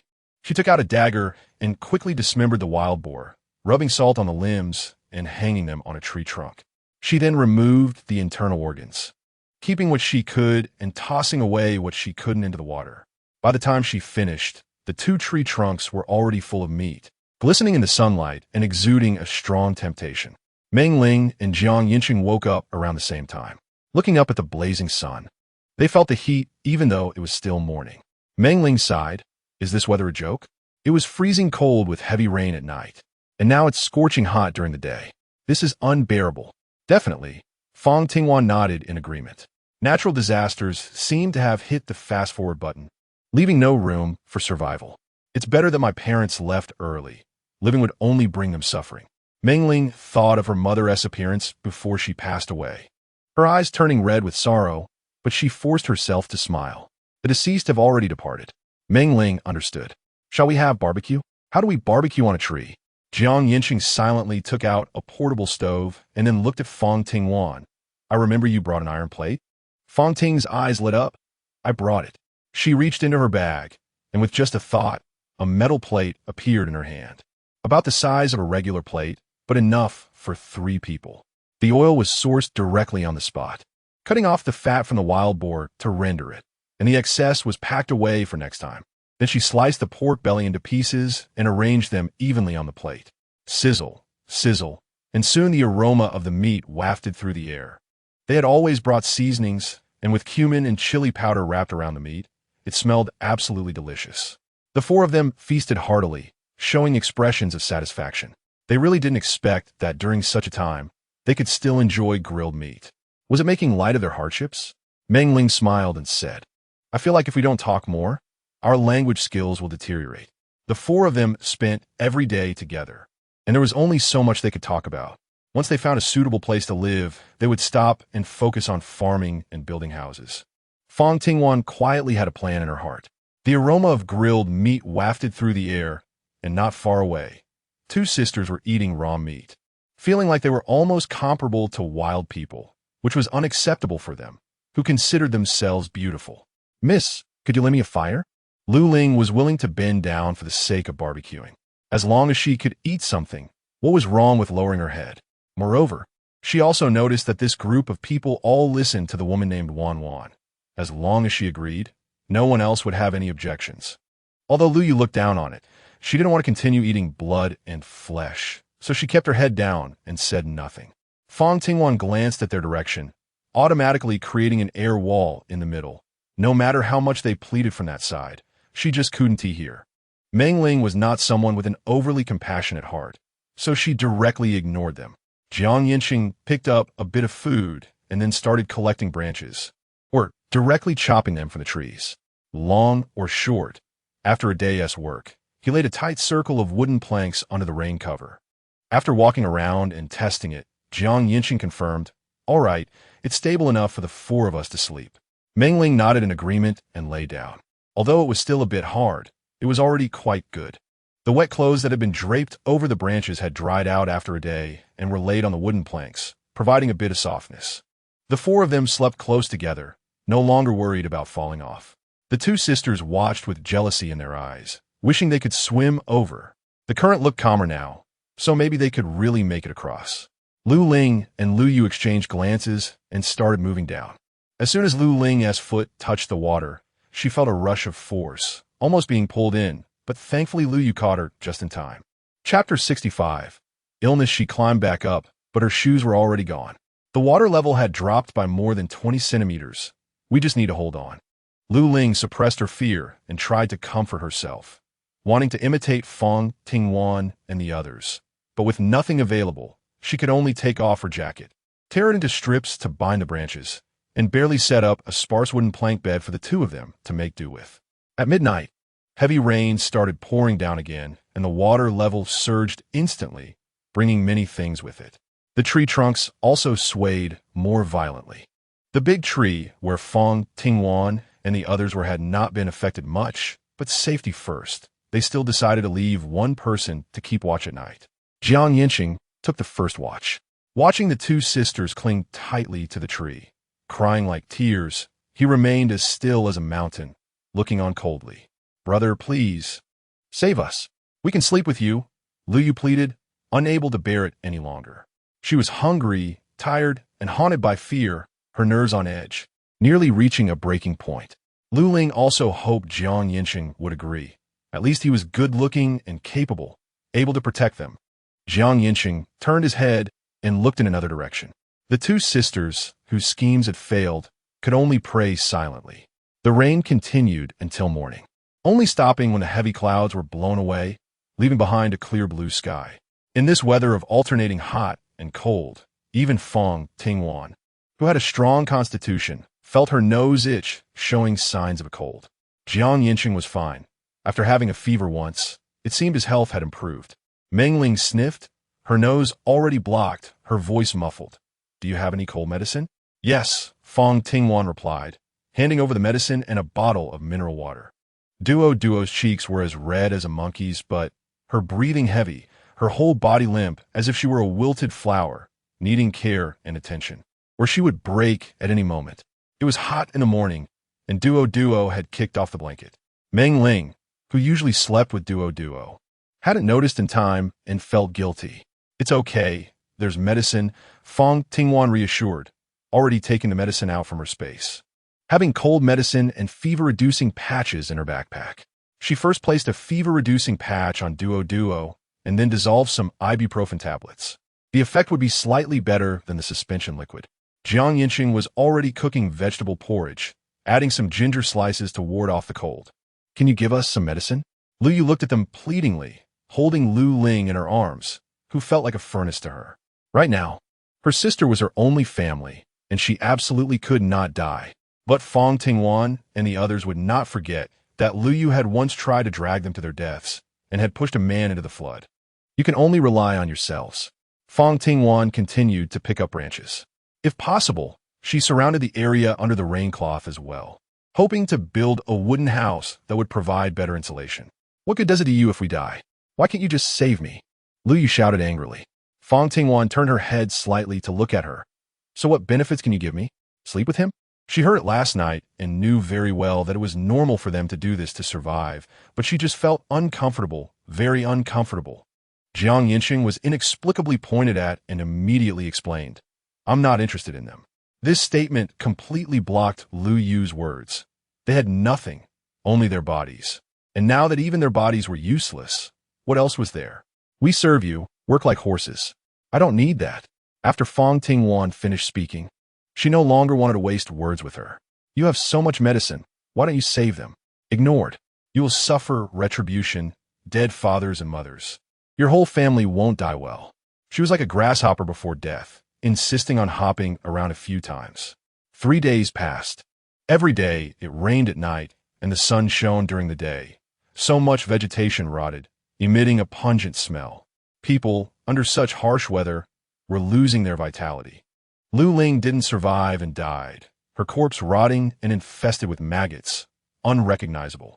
Lu Yu didn't throw her into the flood, but placed the body where Fang Tingwan and the others could see it, letting them witness that they had caused Lu Ling's death. You killed me. I will make you pay with your lives. Meng Ling was tortured to the brink of collapse. She wasn't afraid of ghosts, but after being disturbed for so long, her mind couldn't help but wander. Holding the already improving Duo, she leaned against a tree trunk, her eyes wide open. Yancheng was fine. Having killed so many people, one more death was nothing special. He continued to sleep and cook, unaffected in the slightest. Not to mention Fang Tingwan, who was sleeping right next to the corpse.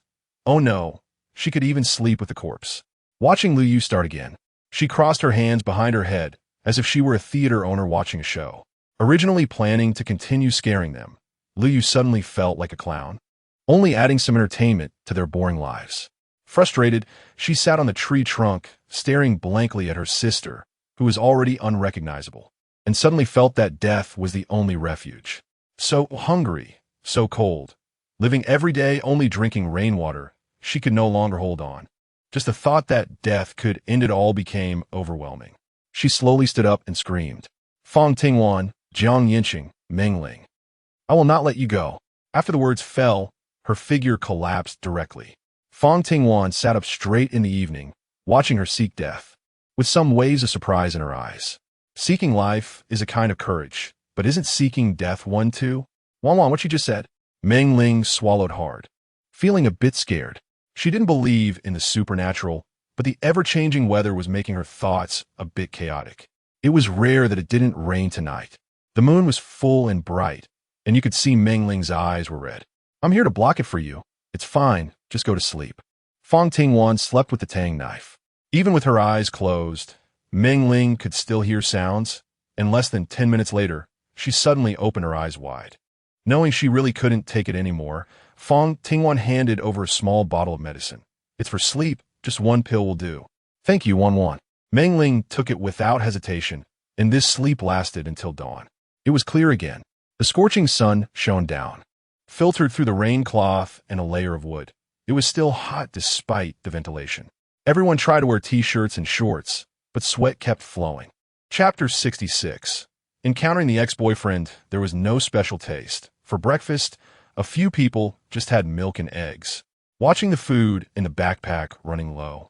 Everyone silently tried to eat less. Now in the trees, without consuming much energy, it was better to eat as little as possible. After staying for 3 more days. At 6 in the morning, when it was just starting to get light, the flood had dried up under the scorching sun, leaving only pockmarked areas with standing water. Yancheng was the first to climb down from the tree. He took a few steps. Although he would sink a bit, it was only about 2 centimeters deep, which was acceptable. Come down. He first hugged Duo, then helped Meng Ling down from the tree. When he reached Fang Tingwan, his hand slipped a bit, and she fell into his arms. He quickly set her down, showing no signs of error. Let us go. A strange feeling emerged, seeing that Fang Tingwan had no reaction. She could only suppress this emotion and led the way down the mountain. After the flood washed the forest, there were no small trees or bushes left.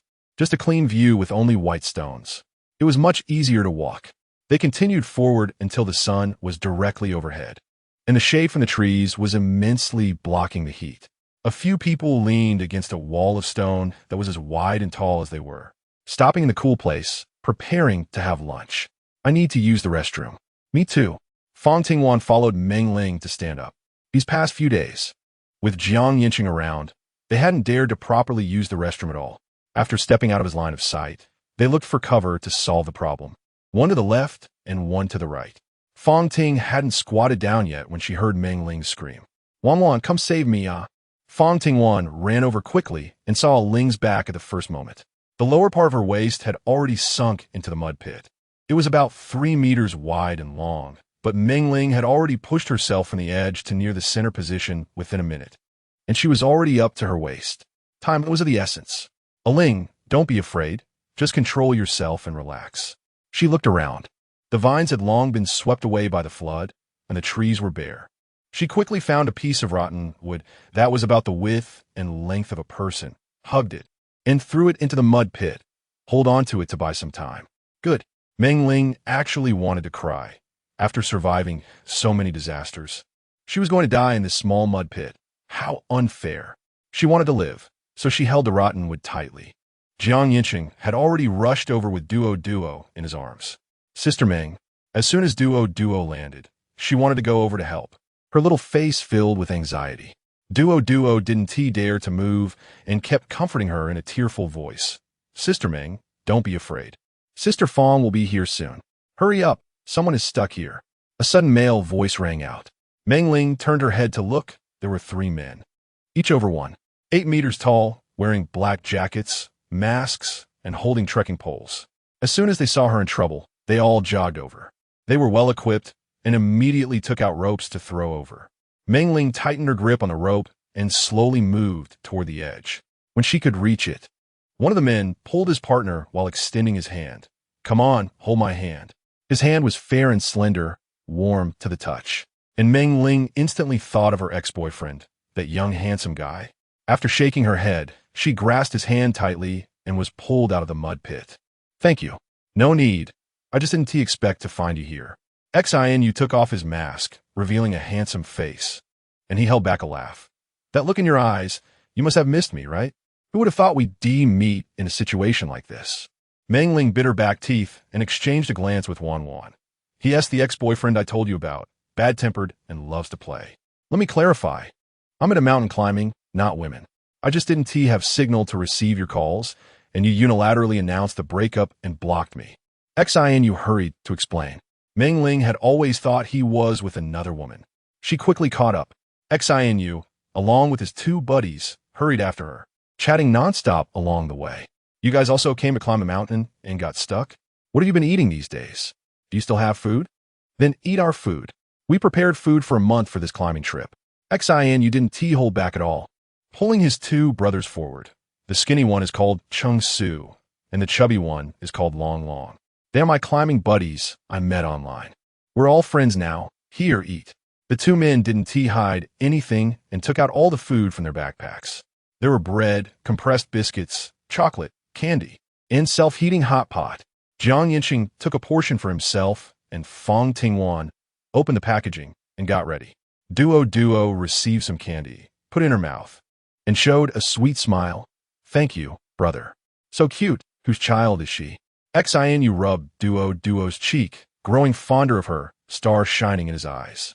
Meng Ling quickly nudged him and lowered her voice to explain. "She's the daughter of the neighbor downstairs from Wan. Her parents are both dead, and she has been following Wan. Xianu breathed a sigh of relief, knowing she wasn't his, and liked her even more. "What are your plans next?" "We're planning to make a raft to leave. If you don't have any other options, do you want to join us?" Meng Ling first looked at Wan, who was focused on the self-heating hot pot, and didn't dare to mention the yacht, awkwardly laughing a couple of times to change the subject. "I'm so hungry." Xianu noticed the relationships among the group and didn't ask further, proactively opening the self-heating hot pot for Meng Ling. Just like when they were dating, he habitually took care of her. Meng Ling's gaze softened by 3 points.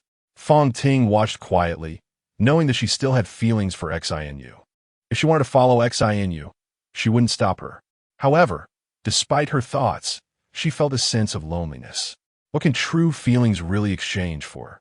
Jiang Yancheng said, "Meng Ling is a person, an independent person.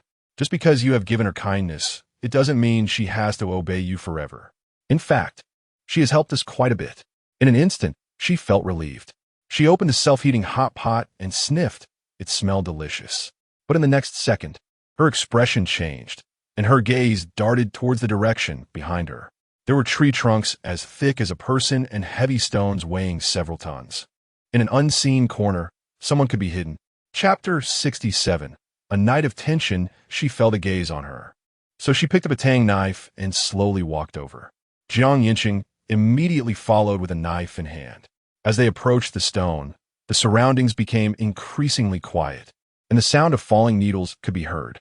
Fang Ting could hear her, and Jiang Yancheng slowed breathing even in the evening.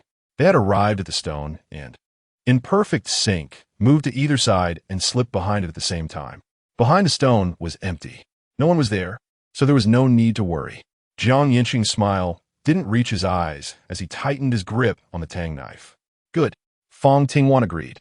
Her gaze swept over the footprints on the ground, noting that they should belong to a man weighing around 120 pounds and wearing size 41 or 42 shoes. The person had just been here. The two spoke to lower each other's guard, and after their eyes met, they immediately began searching their bodies. Meng Ling's face turned crimson as she instantly recalled her moments with him. Realizing it was a misunderstanding, Fang Tingwan said coldly, "There are other people on the mountain. Isn't that normal? This mountain is a scenic area, not far from the village." Xianu didn't understand what the problem was. Jiang Yancheng added, "But this person is sneaky, probably too afraid to show themselves, and is likely plotting to steal food. Everyone, be careful." "All right." Xianu appeared easygoing, but had encountered situations before, so he quickly instructed his brothers. Fang Tingwan had already sat down to eat the self-heating hot pot. Jiang Yancheng followed and sat down. Meng Ling was protecting Duo, her gaze warily scanning the surroundings. Birds occasionally chirped, heightening the tension. 20 minutes passed without any sign of trouble. "You all sleep, I'll keep watch." Fang Tingwan stood up, tightened her grip on the Tang knife, and moved to a shaded spot on another stone. Meng Ling could no longer refuse. Quickly took out something to place on the ground, and lay down to sleep with Duo. Jiang Yancheng also leaned against the stone and closed his eyes. Chung Su and Long looked at Xianu. They had encountered many dangers and people along the way, and their survival relied entirely on Xianu. So they naturally obeyed his words. "You all sleep, I'll go take a look."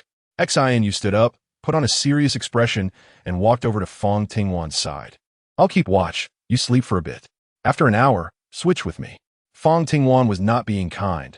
She was also tired, but she preferred to be the first to keep watch. With only one person, the possibility of the other side taking action was high. Men naturally tend to look down on weaker women, making her the best target. She also preferred to trust herself. Time passed second by second, and she kept her eyes closed, but her ears remained alert. There it was. Very faint footsteps came from behind her, and she instantly opened her eyes to see a man about 10 meters away looking shocked. He frantically gestured, lowering his voice. "She's awake, she's awake." Just one woman putting on a show. Were you afraid of Go? As the two men spoke, the three formed a circle around her. But seeing that she didn't shout or seem afraid, they hesitated and quietly stopped in their tracks. The leading man's face turned red, and the wooden stick he held dropped to his side, as if the little person in his heart had fought and now had a result. We don't want to hurt you. We just want food. We've been hungry for several days, living on water and raw meat, and have almost forgotten what rice tastes like. If you give us food, we'll leave immediately. Another stout man added. In fact, the three of them could easily overpower one woman, but they just didn't make a move. You, don't toast to me and then drink the penalty wine, the man shouted angrily. Not far away. Xianu and the others had already woken up and wanted to help, but were stopped by Yancheng. Are you really her boyfriend? She's in danger. Xianu truly felt that the man in front of him, besides being good-looking, was just a burden. It wasn't right to listen to a woman. If you go, you'll just be a liability. Just watch from the side. He stood up himself, tightened his grip on the Tang knife, and walked over. The two men looked at him fiercely, silently swallowed, and stepped back, forcibly making way. The two stood on either side, each holding a Tang knife, exuding an overwhelming sense of pressure. Seeing these men looking so pitiful, Xianu sighed. What do you think they're doing here? In the city? At least the government distributes food. Fang Tingwan pointed the knife at the man's eyes, 3-2. Before she could call out one, the three men took off running. Their speed suggested they were clearly starving. They arrived quickly and left just as fast. The small incident passed quickly. At 4 in the afternoon, the sun wasn't as hot anymore. They packed their things and continued down the narrow path. As soon as they left, the three men appeared at the original spot. They picked up the pile of trash, and even if there was only a grain of rice on top, they would pull it up and put it in their mouths, licking the grease off the lunchbox clean. Hungry, too hungry, to the extreme, they even thought about eating humans. And they actually did. The female corpse hanging from the tree, severely decayed, was nibbled on by each of them to barely hold on. Otherwise, they would have starved to death long ago. Now that they thought about it, how delicious it would be to have rice to eat, or even living people. They simply licked a bit of the flavor, propped themselves with their canes, and continued to follow the dense footprints. After walking for almost 2 hours, as the sun was setting, they still hadn't exited the woods. The original narrow path had been washed away, and looking around, it was just yellow earth mixed with sand, relying solely on the sun to determine the direction. It'll be unsafe when it gets dark. Let's rest here for today and continue our journey tomorrow, Fang Tingwan said, already searching for a suitable large tree trunk to sleep on, as it would be more comfortable than the damp ground. The others had no objections, including Xianu, who unexpectedly found herself following her lead without realizing it. With 3 more men around, they took on many of the heavy tasks, collecting firewood and preparing dinner. The wild boar meat they had hunted earlier was still not finished, so they put it in an iron pot and boiled it in plain water. Soon, the aroma of the meat wafted through the air. Chapter 68, Stirring the Tongue. Fang Tingwan and Meng Ling set up a makeshift wooden bed in the trees. By the time they finished cooking dinner, they had also prepared 2 trees, which would be enough for everyone to get through the night. Time to eat, Jiang Yancheng called out. After the two came down from the tree, he handed over 2 bowls of pork soup. The soup was floating with greasy oil, and the meat had both fat and lean parts. If it were before the apocalypse, it would surely feel greasy, but now it felt insufficient. Everyone's taste buds had become so bland that they finished a large iron pot of meat sitting around the campfire. After eating and drinking their fill, Fang Tingwan yawned. Are you guys on watch for the first half of the night or the second half? Xianu looked at his exhausted brothers and expressed helplessness. Let's take the second half. They're too tired. How about the 2 of us take the first half? Wan and the others haven't had a good rest for many days. It's fine, we're not tired. For Fang Tingwan and Jiang Yancheng, they had already gotten used to it. Even if they felt there wouldn't be any danger, they still maintained someone on watch. Meng Ling also held onto Duo, and ever since she was entrusted to her care, she had been enjoying life with Duo, having no use in everyday situations. Wan, just let us keep watch. I don't want to feel useless. Then you two be careful. Fang Tingwan left the Tang knife and flashlight with Meng Ling. Xian, you also took Jiang Yancheng's knife. The two sat around the campfire, whispering softly. Meanwhile, Fang Tingwan and Jiang Yancheng climbed back up the tree, with the two protecting duo in the middle as she slept, with a slight tilt of their heads. They could see the two people leaning against the campfire. Wan, don't you have? After waiting for a long time without a follow-up, she asked, What do you mean? It's nothing. This is fine too. Yancheng smiled. Go to sleep. The answer was clearly on the tip of his tongue. Fang Ting closed her eyes, blocking everything out, and her heart returned to calm. At night, only the crackling sounds of the fire could be heard. Meng Ling and Xianyu each kept watch over half of their surroundings, and nothing unusual happened. As it approached 2 o'clock, fatigue reached its peak. Meng Ling briefly closed her eyes, her consciousness becoming a bit hazy, and she vaguely saw a shadow. She immediately became alert, stood up, and turned on the flashlight. Under the strong light, 3 men holding sticks had nowhere to hide. You again, really haunting us, she said.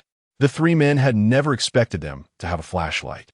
They originally planned to sneak in and grab something to eat. Unable to bear the hunger, the leading man walked straight over and extended his hands, saying, Either you tie us up, or we'll come back. I don't believe you can stay awake forever. Then let us tie you up. There were plenty of climbing ropes, and Xianyu not only tied them up, but did it in a way that left them thoroughly bound. Once the 3 men were tied to a log next to the fire, they stared at the two, and after a while with no response, one suddenly blurted out, Aren't you going to give us something to eat? It's too heartless to let us starve to death. Their stomachs also cooperatively rumbled in agreement. So that was their intention. They had overthought it. Meng Ling coldly told them, No way. The man struggled a few times but couldn't break free at all. Xianyu rubbed Meng Ling's little face and couldn't help but give her a kiss, saying, What should we do? I like you even more now. He didn't like the weak type, and Meng Ling like this was simply to his taste, though the current situation wasn't very suitable. Meng Ling's face turned bright red. We broke up. Stay away from me. Xianyu instantly felt playful. You asked me to keep watch with you. Didn't you think about doing something? Since they're all tied up, how about coming over with me? The blunt invitation left Meng Ling at a loss. It was clear she felt that since they had broken up, they shouldn't act in any other way. Fang Ting sat up in the evening, actually waking up when she discovered someone, a Ling, come up and sleep. Yancheng also got up and walked towards the tree. When the two of them arrived, Xianyu went to another tree, not showing any signs of disappointment. He was just teasing her.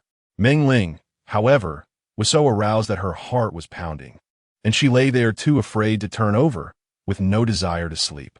The two below clearly noticed this. Fang Ting lowered her voice. Do you think I should keep them? It's Xianyu and the other two. Her team doesn't need to expand. With fewer people, there are fewer resources to manage. A Ling obviously still has feelings for Xianyu, and Xianyu is quite capable. At least his wilderness survival skills are top-notch. He can start a fire in various ways, knows different herbs, and is familiar with where to find water sources, and so on. We have a lighter to start a fire, but we don't know about herbs, and we lack a complete sense of vigilance in the wilderness. Otherwise, we wouldn't have let the tent and some supplies be washed away in the flash flood, and a Ling wouldn't have fallen into the mud pit. They complement each other perfectly. As for Cheng and Long, they're just add-ons. They might not necessarily stay, so there's no rush to make a decision. Yancheng calmly provided her with an appropriate response. The two of them didn't avoid the 3 men in their conversation, and upon hearing this, the leader immediately struggled to speak up. I want to join. I can do anything. Just give me food. Me too. I'm as strong as an ox. Carrying things is no problem. The other one took a long time, but couldn't come up with a single advantage. If you keep talking, I won't mind cutting off your tongues and frying them to eat. The 3 men immediately shut their mouths, but they were too hungry. The leader, Lu Ji, couldn't help but say, We are all human. We could be cannon fodder too. Please, just give us a little food, or we'll really starve to death. The flames flickered, and the faces of the 3 were pale, making the dark circles under their eyes look even worse. Due to lack of water, each of their lips was cracked and peeling, even bleeding. In the apocalypse, seeing people like this is as common as grass by the roadside. Fang Tingwan ignored a few people, fiddling with the firewood and watching the flames. By 8 in the morning, the sky was already bright. Yancheng had prepared minced meat porridge in advance, and adding a little salt and ginger made it very delicious. Xianyu and a few others held large bowls for eating, scooping them full and happily eating nearby. Duo also had a box of milk. Perhaps because she often drank milk, she hadn't lost weight despite being outdoors, but had only become a bit tanned, losing some of her cuteness. Mengling just picked up her bowl and ate. Where are we going after this? Xinu asked while eating, looking at Fang Tingwan. It was generally accepted that Fang Tingwan was the speaker. What are your plans? Fang Tingwan asked seriously. I don't care. I'm an orphan, Xinu said lightly. Pouring water into his bowl and rinsing it as if washing the bowl, then shaking it and turning it upside down to let the water drip out. Chapter 69. Red-eye disease. Xinu looked at him. A flash of heartache in his eyes, but it quickly turned into a playful expression. Then how about this? Since we have no destination anyway, let us go to Chengda, to Longlong's house, and replenish our supplies. His family runs a chain supermarket. Mengling stared at Fang Tingwan, clearly hoping to follow Xinu. Compared to needing Xinu, Fang Tingwan thought of the troubles of going to Chengda, the bald man, Xia Jinyu, and the Yang family. The sudden mountain flood had left Mayun Mountain full of scars, and the nearby residential buildings at the foot of the mountain would also suffer significant damage. There would definitely be rescue teams. All right, then we'll first go to Pingquan City. Xinu had no objections. Long, fearing to trouble everyone too much, readily agreed. With the route confirmed, everyone's gaze inevitably turned to the three people who were already so hungry they were dizzy. They no longer had the strength to beg. Should we let them fend for themselves? Xinu asked. Please take us with you. We live in Pingquan City. We can give you money, food. My house can accommodate people. My house has medicine. The three could no longer shed tears. Their eyes were red, with large patches of white discharge around the corners, looking very disgusting. Not only that, their eyelids also felt a bit swollen. Have you eaten something unclean? Fang Tingwan stood up to question, her imposing manner forcing attention. The sudden serious tone startled everyone, who turned to stare at the three. You better tell the truth. You've already been infected. Red eyes are the most obvious symptom. Before Fang Tingwan noticed that their eyes were red, she thought it was just because they hadn't rested for too long and were hungry, not realizing it was this illness.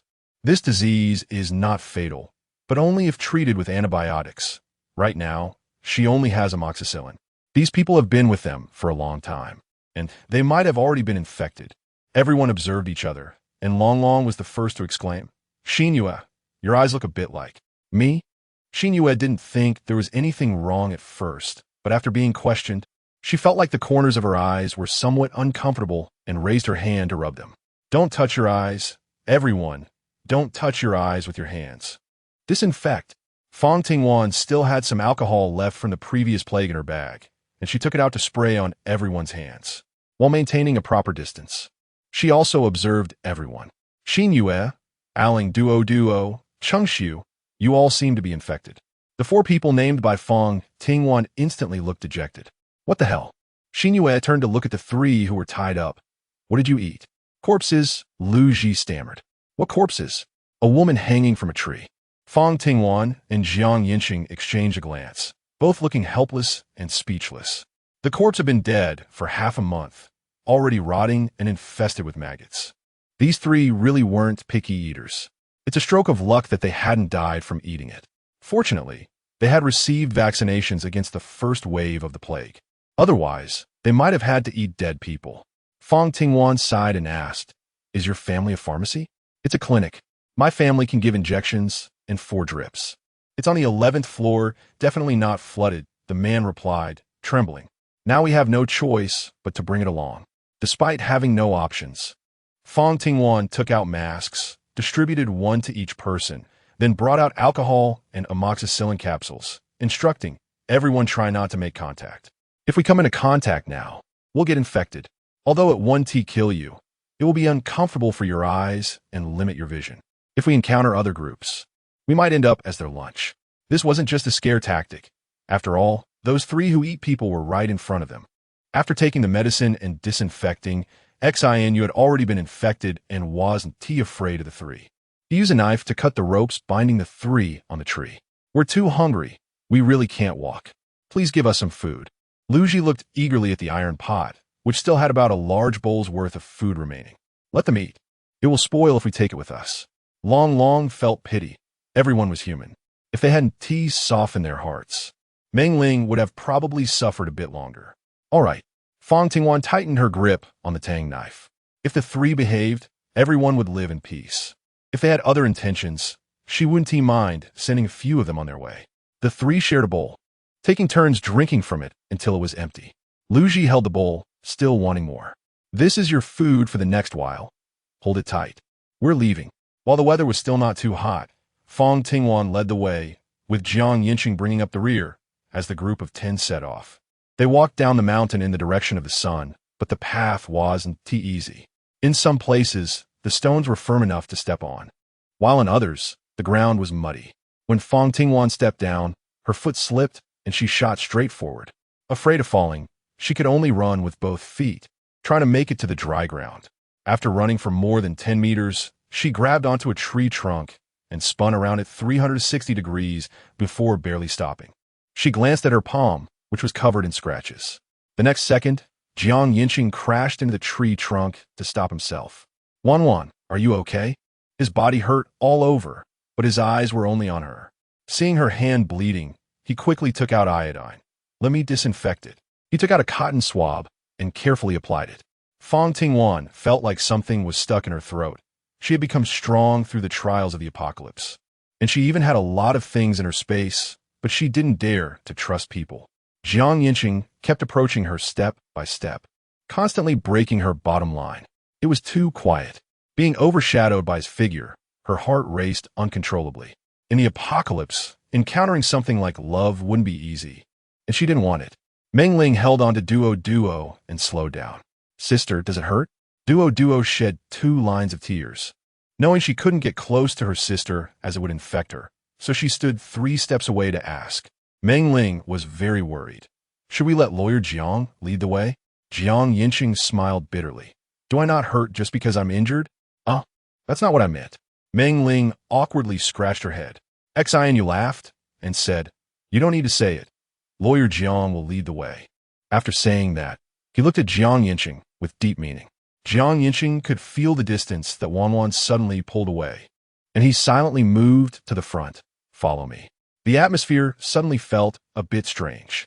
Meng Ling's gaze shifted between Wan and Lawyer Jiang, making it hard for her, who had little romantic experience, to understand. You patted her head and whispered, just take it slow. There's no need to rush. His words seemed more directed at Yancheng in front. After 2 hours of walking, nothing unexpected happened again. Chapter 70. The man-eating pig. The sun hung overhead, and the temperature reached 40 degrees. It seemed as if a mountain flood had washed away the heat. The few of them sat under a big tree to cool off, and it felt like a sweat lodge. In no time, they were drenched in sweat. Yancheng and Xianyu were even more exaggerated. Their t-shirts were soaked, clinging to their skin. The prominent 8-pack abs made Meng Ling blush. Fang Tingwan sat in the farthest seat, claiming it was to avoid getting infected, but her gaze couldn't help but drift towards Yancheng. She needed this teammate, as they had the longest relationship. It would be better to find an opportunity to clarify things. She cooked a pot of meat soup and made rice for lunch. To keep going, they needed enough calories to sustain them. Lu Ji and the others couldn't help but drool while waiting for it to be ready. Even after it was cooked, Fang Tingwan still controlled their portion sizes, ensuring they could eat just enough to feel somewhat full. Why? Lu Ji felt like he hadn't eaten enough. His stomach was empty. Eating too much could lead to wandering thoughts and give them energy for other things. After shoveling some rice into her mouth, Fang Tingwan cleaned the bowl and packed it into her backpack. If you think it's not enough, I can leave you here. Lu Ji and the others immediately sat obediently in a row. A full meal could make a lifetime pass. But being hungry for a meal meant they still had a lifetime ahead of them. They knew what to choose. After finishing their meal, everyone spread out to rest. Fang Tingwan originally wanted to find an opportunity, but Yancheng was the farthest away from her, closing his eyes to rest. They still had to continue their journey later, so she really needed to rest. Fang Tingwan sat and scanned her surroundings. There were more than 20 people who had set up tents at the foot of the mountain, not including Xianyu and the others she hadn't seen, and she no longer knew why Lu Ji and his companions were up the mountain. Danger was everywhere. 2 hours passed, and Yancheng woke up on time, making a slight noise. Fang Ting turned to look immediately and saw him lying in a sleeping position. Just as she was about to say something, he averted his gaze. Was he angry? Fang Tingwan didn't know and wasn't in the mood to care. If they had to leave, she wouldn't hold them back, even though this teammate was quite good. She closed her eyes to rest. 2 hours later. It was 4 in the afternoon. A damp smell filled the air, and the next moment, a huge dark cloud covered the sky. Is it going to rain heavily during the day too? Meng Ling stared wide-eyed as if she had seen a ghost. The recent weather was like a newlywed bride. Unpredictable and hard to understand for her family. We need to find a place to settle down quickly. Fang Tingwan looked anxiously at the sky, and she heard a rustling sound, as if shoes were stepping on sand. She couldn't help but look in the direction they had come from. Yancheng also became alert. Xinu and Meng Ling noticed something was off at the same time. The sound grew closer, and they saw several figures gradually come into view. It was actually wild boars. A mother wild boar was with 5 piglets, each about 30 pounds, searching for food. They didn't seem afraid of humans, and in fact, they made excited grunting sounds. Be careful, quickly get up the tree. Fang Ting lowered her voice and tightened her grip on the Tang knife. Little Pig was not afraid. But the wild boar looked to weigh around 200 pounds, with a massive body and powerful limbs. Its sharp tusks were the most intimidating feature. Lu Ji and the other 2 had already climbed up the tree. Meng Ling also quickly took Duo up the tree. 5 people were left on the ground, ready to confront the wild boar. The weight of 200 pounds was enough to sustain them for a month, and it was all meat. The wild boar grunted, focusing on Long, as if it valued her for her meat just as they valued it for its own. Long swallowed hard. I'm scared. Climb up the tree. Just as Long finished speaking, the wild boar charged toward them. Fang Ting only had time to shout before the wild boar appeared in front of her. She gripped her Tang knife and stabbed towards its neck. But the wild boar seemed to anticipate her move, suddenly stopping and charging at her with its rear. There was no way to dodge. The impact sent her flying 5 or 6 meters, and the moment she hit the ground, she immediately stood up and climbed onto the nearest tree trunk. Her whole body ached, and she realized she had underestimated the wild boar. It might have already been targeted by someone, knowing that people would stab at its most vulnerable neck. Those people had probably been eaten by it, which is why it viewed humans as food. Be careful. It's not that easy to deal with. Its target was Long. After avoiding Xinu, it charged straight at him.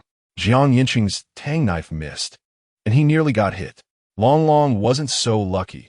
He was directly knocked into the air by the wild boar and then tossed down to the ground. Chung Su, holding the knife, wanted to help, but his hand brushed against the boar's face, and in the next moment, its toothy mouth clamped down on Chung Su's thigh, its tusks piercing through flesh. In that instant, the sound of bones shattering accompanied Chung Su's scream. Hurry! Fang Tingwan anticipated what the wild boar was going to do and quickly shouted. At a distance of 5 to 6 meters, the Tang knife she threw embedded itself in the ground. Xinu and Yancheng were a step too late. The wild boar bit onto the thigh of the programmer and wouldn't let go, pulling him down to the ground, and then it took off running. 5 piglets ran off, making excited grunting sounds. This left Xinu and Long behind. Fang Tingwan and Yancheng went after it. The figures of the 2 vanished in the blink of an eye, disappearing with the wild boar from the sight of the others, leaving only a long trail of blood and shredded meat, glimmering with a glaring scarlet hue. Xinu wanted to help. Among those left behind, only he and Meng Ling could resist. If he also left, no one would know if there was just this one wild boar or if other fierce beasts would come as well. Ling, let's hide behind a bigger tree trunk. He took down the blossoms from the tree, then moved everyone up onto it. Meanwhile, Fang Tingwan and Yancheng split into 2 directions to encircle the wild boar, their 2 legs running faster than the 4 of its legs. Finally, they cornered the wild boar and its piglets in a hollow at the base of a mountain. They were in a low-lying area, emitting low growls as a warning. Realizing the danger, the wild boar lowered its head, its white tusks turning red as they emerged from its thigh, and it stomped its front hooves on the gravel, glaring fiercely at Fang Tingwan, making a cracking sound. It had already regarded Fang Tingwan as food, which it couldn't consume alone for long. This thought coincided with Fang Tingwan's. Over 200 pounds and without the internal organs. It could last 3 months with meat alone. She tightened her grip on the Tang knife, gave Yancheng a look, and charged at the wild boar. The wild boar's carotid artery could be taken down with just one strike. She sidestepped the wild boar's ferocious charge while aiming the knife tip at its neck. The tip grazed past the wild boar's head, carving a bloody line from the corner of its eye to its cheek, flesh tearing outwards. The wild boar let out a roar, going mad and charging even more violently. It relied solely on brute force, crashing around wildly. Chapter 71.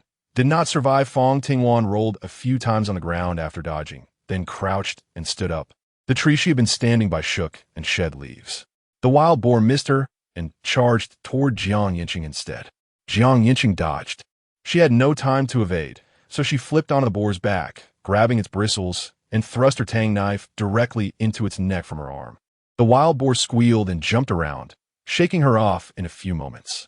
Just as it was preparing to charge again, another Tang knife plunged into its neck. This time, it staggered and ran over to its piglets, grunting as if saying its last words. The piglets, watching their mother fall, ran around cluelessly, clearly not understanding what had just happened. Fang Tingwan walked over and gave the piglets a quick end. Nearby, the bodies were piled into a small hill. Yancheng immediately went to check on the situation, dragged by the wild boar for such a long distance. The skin and flesh were scraped off the back of his head, back, buttocks, and elbows with blood spreading around him in a large patch. His skin turning a deathly pale. He had lost too much blood and needed to stop the bleeding and get a transfusion quickly, or he would die. Fang Tingwan inspected him and frowned at his thigh. The wild boar had bitten through a major blood vessel, which was the most serious injury. Cheng Yu's eyes gazed at the blue sky, filled with deep longing, and 2 lines of tears slid down. I don't want to die yet. As he opened his mouth, blood poured out, and his unfinished words turned into sobs. All right, don't talk.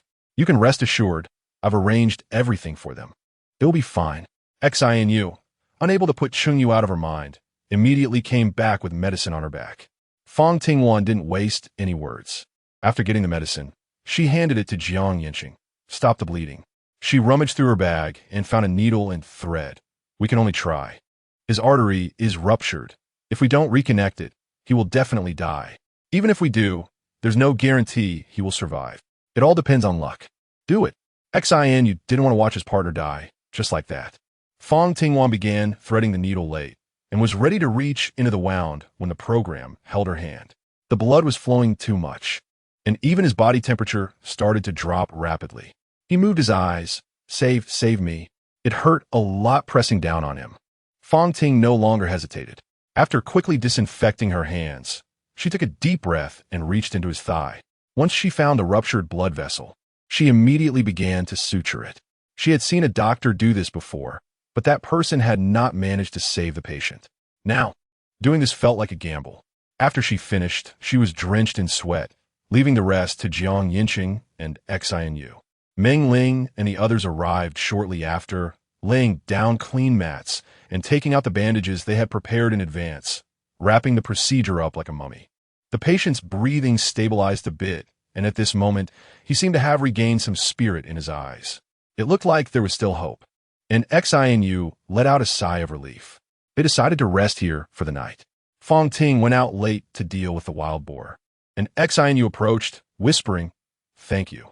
It was not in his usual joking tone. He was genuinely expressing his gratitude. Fang Tingwan shook her head. If we get through tonight, we can still save it. If we can't, the remaining words didn't need to be spelled out. Xinu nodded. Then thank you. Fang Tingwan didn't say anything else and first skinned the small wild boar. After cleaning it up, Meng Ling had already started gathering dry firewood to make a fire and set up the pot. The rest was up to Yancheng, who sliced the meat and put in the pot to stir-fry, then added chili and garlic. Soon, the aroma of the meat mixed with the smell of garlic wafted through the air. It smelled delicious. Everyone was holding bowls, waiting nearby. There was no rice left, so they could only eat meat. Normally, they would find it greasy, but now everyone was enjoying it immensely. After finishing one small piglet, everyone went to rest.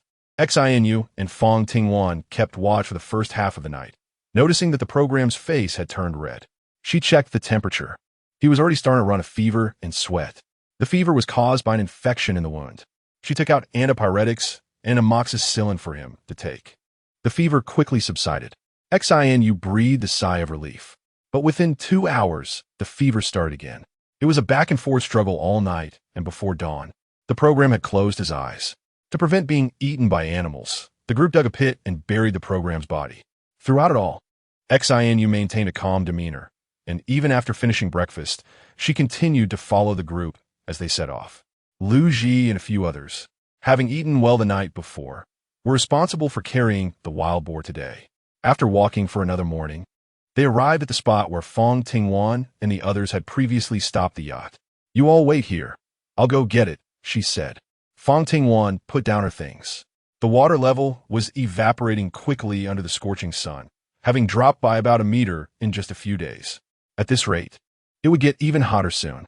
Xin watched as Fang Tingwan approached on a yacht, her eyes widening in surprise. "You guys, you actually have a yacht. Not only has it not been washed away by the flood, but it also looks quite clean."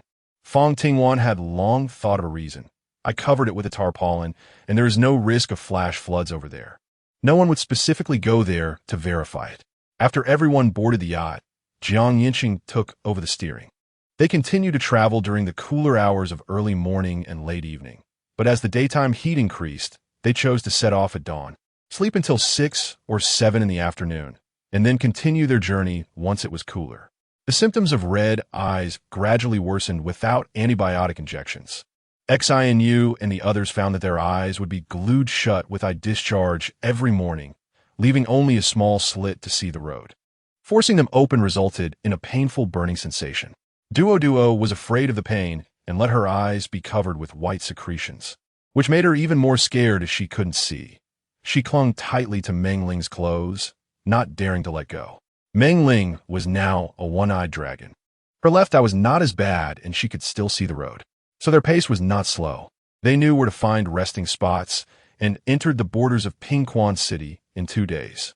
The flood had lasted for 2 months, and under the extreme heat, the water evaporated quickly. The original floodwaters could recede by half in a day, leaving behind endless mud and sand. And the houses in the suburbs were mostly filled with debris washed down from the mountains. The yacht could only go this far. As they got off the yacht one after another, 4 or 5 people had already surrounded them. From their clothing, it was clear they were locals from the suburbs, and they stared eagerly at the Group's climbing bags. Chapter 72. Strong-armed robbery. One of the men, already in his 50s, had gray hair and looked emaciated, with only wrinkled skin covering his bones. His bulging eyes appeared large and terrifying. Seeing their bulging bags, he couldn't help but swallow. "Do you have any food? Please share some with us. We've been hungry for more than a month." He reached out to grab them. "If you're not afraid of dying, come forward. One of our companions has an infectious disease." Fang Tingwan stepped aside to let the encircling people see clearly. Xin and Meng Ling cooperated by tilting their heads back to reveal their eyes. Upon seeing that they all appeared somewhat blind, some retreated in fear. It'd be fine if they had food, but if they didn't risking their lives for it didn't seem worth it. Yet they were reluctant, each still eyeing the climbing bags.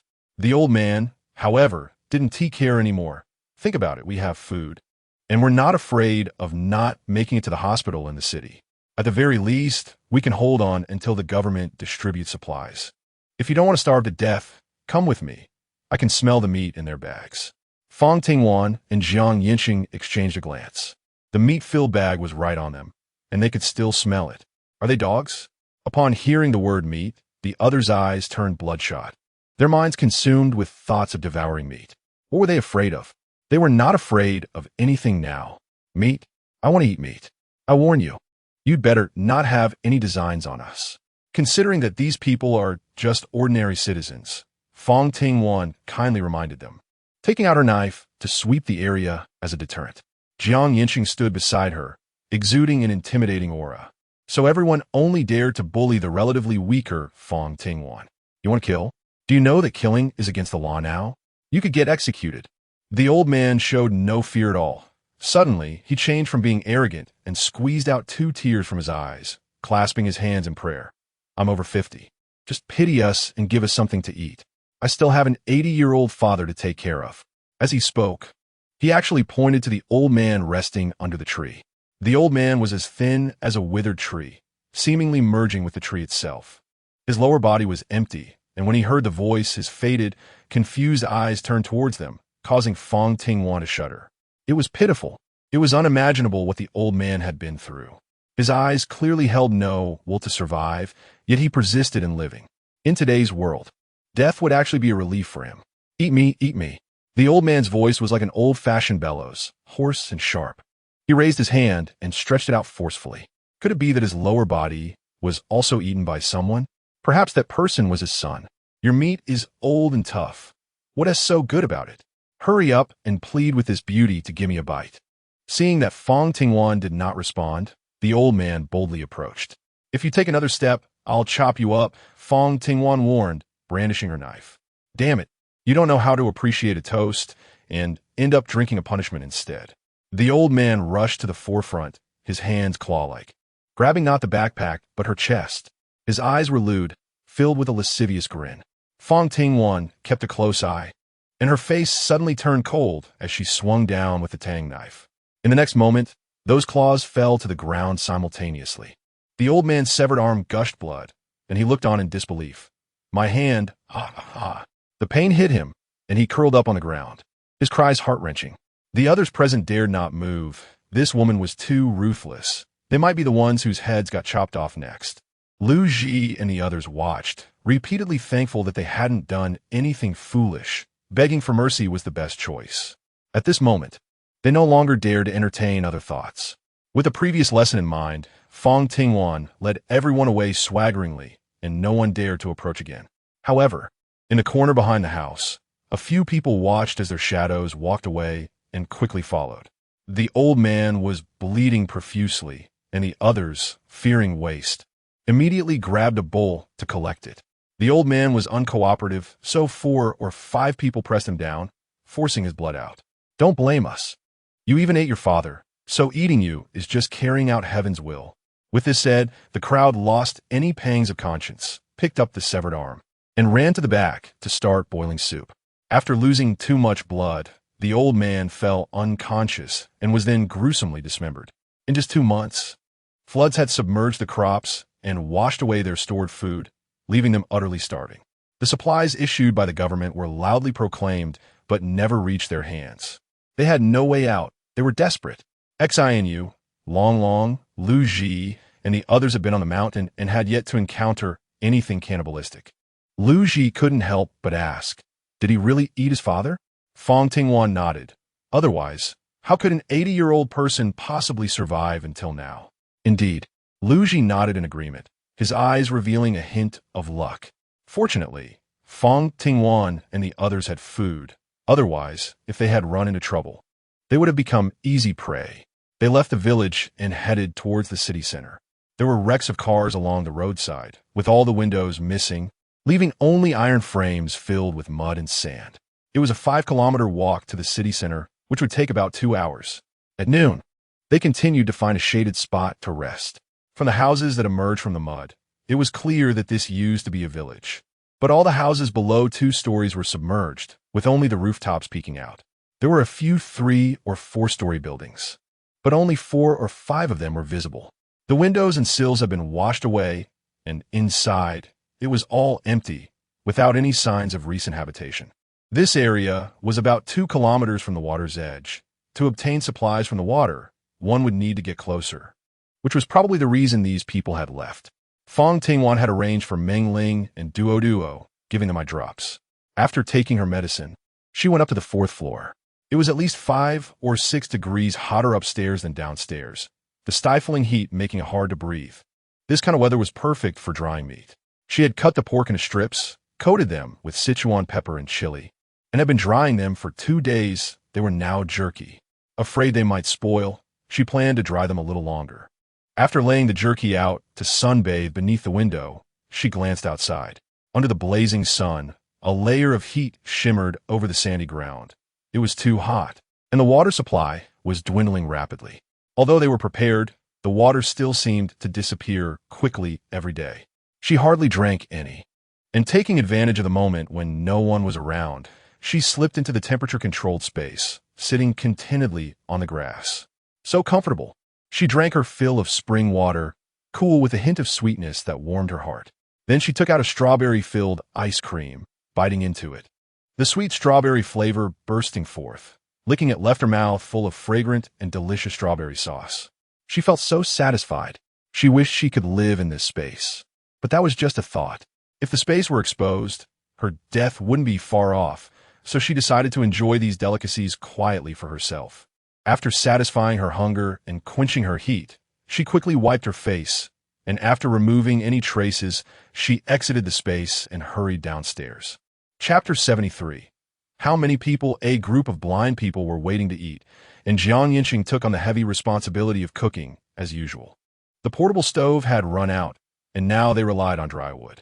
Fortunately, there was nothing around but plenty of dry branches, easily found everywhere. After starting a fire and setting up the pot, Yancheng took out the pork. Lu Ji and the others, who were already eating jerky, suddenly felt that the jerky didn't taste as good, revealing looks of anguish. But when hunger reached its peak, he wanted to eat meat every day, big bites of meat. Now he had to eat it, but after several days, he couldn't stand the taste of meat anymore. He slapped himself, thinking, did he even have the right to be picky? Everyone's gaze shifted over. Lu Ji chuckled, just a bit tired, try to wake myself up. After eating, everyone would rest and continue their journey at 6 in the evening. Fang Tingwan looked outside. It was now 1 in the afternoon, the hottest time of the day. Let us eat. Yancheng had already cooked pork porridge, first serving Meng Ling and Duo, then scooping 2 bowls and walking over to hand one to Fang Tingwan. Upon receiving the bowl, the heat instantly hit her face, and within minutes she was sweating, her appetite halved. To dispel any doubts, even if she didn't want to eat, she felt she had to. At our current speed, it will take 2 days to cover the 15 kilometers to the city. We've been so conspicuous on the way, it's easy to attract attention, Yancheng said while tugging at his t-shirt. Although they had been through life and death together several times, he still looked good. After all, it was bought for several hundred yuan and of very good quality. His sweatpants were also from a small, trendy brand. In any case, they stood out, making it clear he wasn't poor. Fang Tingwan is also dressed well. In standard hiking gear, looking fully equipped, which indicates she is wealthy. Meng Ling is also a sports enthusiast, and her clothes are not cheap. Not to mention Xinu and Long. The group walking together is just short of holding a sign saying come and rob us. It didn't matter when they were on the mountain, but once they enter the city, they need to be on guard against people. Fang Tingwan nodded slightly, in agreement. And our climbing bags, these people can't stand them. After finishing their meal, the 2 of them held up a piece of tattered cloth for shade and walked out of the room. Xinu was responsible for patrolling. Because this ruthless person had pulled off the discharge from his eyes today, leaving his swollen red eyes the clearest among the group. He watched as Fang Tingwan and the others disappeared from view, eagerly looking at Meng Ling. Unfortunately, Meng Ling couldn't see him. Ling, let's get back together, be companions? Watching couples around him, Xinu couldn't help but feel envious. He leaned in and couldn't resist pecking her lips. So sweet. You. Meng Ling hadn't finished speaking when Lu Ji interrupted. Bro, there are other people here, keep it low-key. They hadn't touched a woman in so long that they had forgotten what women were like. Just thinking about Sister Fang made them lose interest in women altogether. What if the other party was pretending to be weak and turn out to be fierce? They could be in serious trouble. On the other side, Fang Tingwan and Yancheng had been picking up trash, collecting clothes that didn't look too bad and were barely wearable, and they changed into them. Instantly, they resembled those refugees. If one didn't pay close attention, it was hard to tell the difference between them and the 2 whose skin had already tanned. They continued searching and soon had several sets of clothes in their hands. Sweaty and with hair sticking to their faces, they looked even more disheveled, making it easier for people to mistake them. Are you hungry? A cheerful male voice suddenly rang out, very familiar to Fang Tingwan and Yancheng. The 2 lowered their heads and turned around, not daring to raise their eyes. Fang Tingwan asked in a hoarse voice, Yes, do you have something to eat, big brother? At first glance, Wang Li thought this person looked familiar, with a familiar build, but upon seeing the dirty figure, he confirmed it wasn't her. He curled his lip and pointed to the west. A group of people came from that direction. Their bags are full of food, leftover meat. If you wait too long, you won't even get scraps. Hurry up. Was he trying to lure them to rob? How do you know they have it? Yancheng asked in a low voice, his fist clenched under his dirty sleeves. They had let them go back then because the law still applied, but that didn't mean they would let them go now. Wang Li laughed. I saw it. There's a lot of meat and water. If you don't want to starve to death, hurry up. He was very certain. Fang Tingwan immediately realized that they had also gathered other people. The building was full of patients, and although these crowds were powerless, they were still human. How many people did you call in total? She asked coldly, her figure swiftly rushing over. With a horizontal kick, she knocked Wang Li, who was about to run away, to the ground, then sat on his back, forcing his hands behind him. Her tone and demeanor were like that of a couple who had reunited after a long time apart. Fang Ting woke up with goosebumps and coldly asked, how many people are there? Wang Li's mind calmed down as he thought, and he had an answer in his heart. Those people are you? The older brother should have recognized you, but he didn't tell me. His sincerity was evident, and there was no need to lie. More than 100 people. They trampled over Xi and you, Meng Ling, and the others. You still haven't told me where you went after you left. How did you end up in Tingwan City? After they successfully arrived at the hospital, they felt the crowd. The corridors were almost full of people. Moreover, those patients who were not seriously ill were all crammed into the wards waiting for treatment. Their brother only had a severed hand. In that hospital, where dozens or even hundreds of people died daily, he couldn't even get in line and could only wait until the blood ran dry. Went into shock and died. They originally wanted to cause trouble for the hospital, but before they could, an epidemic broke out in the hospital, and people were dying one after another. So they hurriedly left. They searched for food and drink along the way and eventually arrived in Tingwan City, where they have survived so far relying on government food supplies. Fang Ting did not believe the last sentence. If the government really provided enough food, there couldn't be so many people starving to the point of eating anything. Chapter 74, The Oil Bottle. Miss Fang, come with us. That group of patients is just a burden. Wang Li sincerely invited. They had already arrived in front of the residential building. Fang Ting glanced at Yancheng's Wang Li and directly walked over to pull him up. Outside the residential building, there were already a crowd of people, like ants encountering sugar, surrounding it tightly. Some attempted to enter, but Xin Yue and Meng Ling were guarding the entrance. Meng Ling had also torn off the secretion from her eyes red and filled with a strong murderous intent, different from cruelty. It was the deterrence that came after killing. The rest of the people had hidden upstairs. Lu Ji gripped his dagger tightly, standing at the entrance of the hallway, with two of his brothers beside him, all three showing traces of blood around their eyes. Long Long was holding Duo, hiding in the innermost room, barricading the shaky door. Because everyone was on high alert, these people only dared to watch from a distance outside. Fang Ting glanced over and immediately spotted Lu Feng outside the crowd. He looked thinner than before, wearing a black vest that had faded, just standing there. His aura was different. For example, the biceps he revealed were frighteningly muscular, clearly indicating he had been through a lot. Wang Li said, Miss Fang, with me here, my brother won't make things difficult for you. Just trust me and come with me. I will definitely treat you well in the future. Fang Tingwan directly ignored him. After observing, she noticed that there were 11 people around Lu Feng who should be his underlings, and they were obviously not the kind of useless people. There might even be his people in the crowd. Just as she was thinking, someone rushed forward, heading straight for the entrance of the residential building. As long as one person charge is over, it will be like a dam breaking, and it will inevitably spiral out of control. Fang Tingwan immediately lifted Wang Li and stood on a 1-meter-high rooftop, shouting angrily, whoever dares to rush over will end up like this. She raised her Tang knife high and severed Wang Li's left arm. Wang Li wailed, clutching his severed arm in disbelief. Fang Tingwan, what are you doing? I'm doing this for your own good. If it weren't for you all, this wouldn't have happened at all. Fang Tingwan was cold and merciless. Looking down at the refugees before her, a few recognized her. Yes, it's them. Survival is the priority. A few timid ones, fearing the same fate as the old man, quickly slipped away. Some who witnessed the killing realized she was not to be trifled with and began to have thoughts of retreat. Aren't you hungry? Think of your wives. Think of your children, your families. There are so many of you. Would you be afraid of her? Someone in the crowd repeatedly emphasized, they're the only ones with food. If we leave, we'll have no choice but to eat our own kin to avoid starving. Can you bear that? Indeed, Dozens of people stopped, staring at Fang Tingwan. Let's go. She is the leader of this group. If we kill her, all this food will be ours.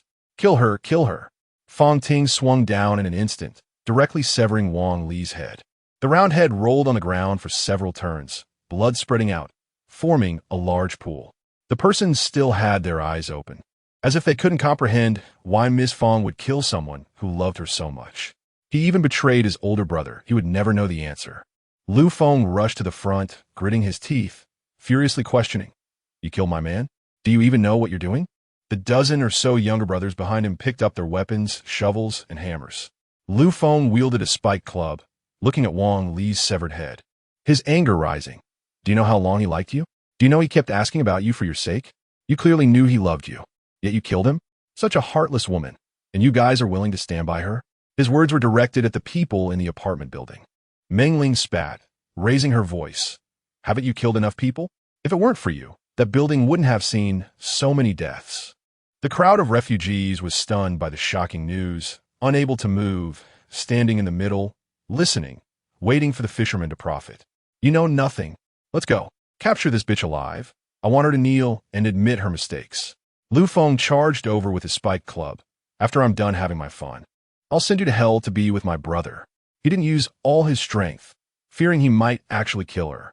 Fang Tingwan was pulled back by Yancheng and used her Tang knife to block the fierce attack of the spiked club, causing her hands to go numb.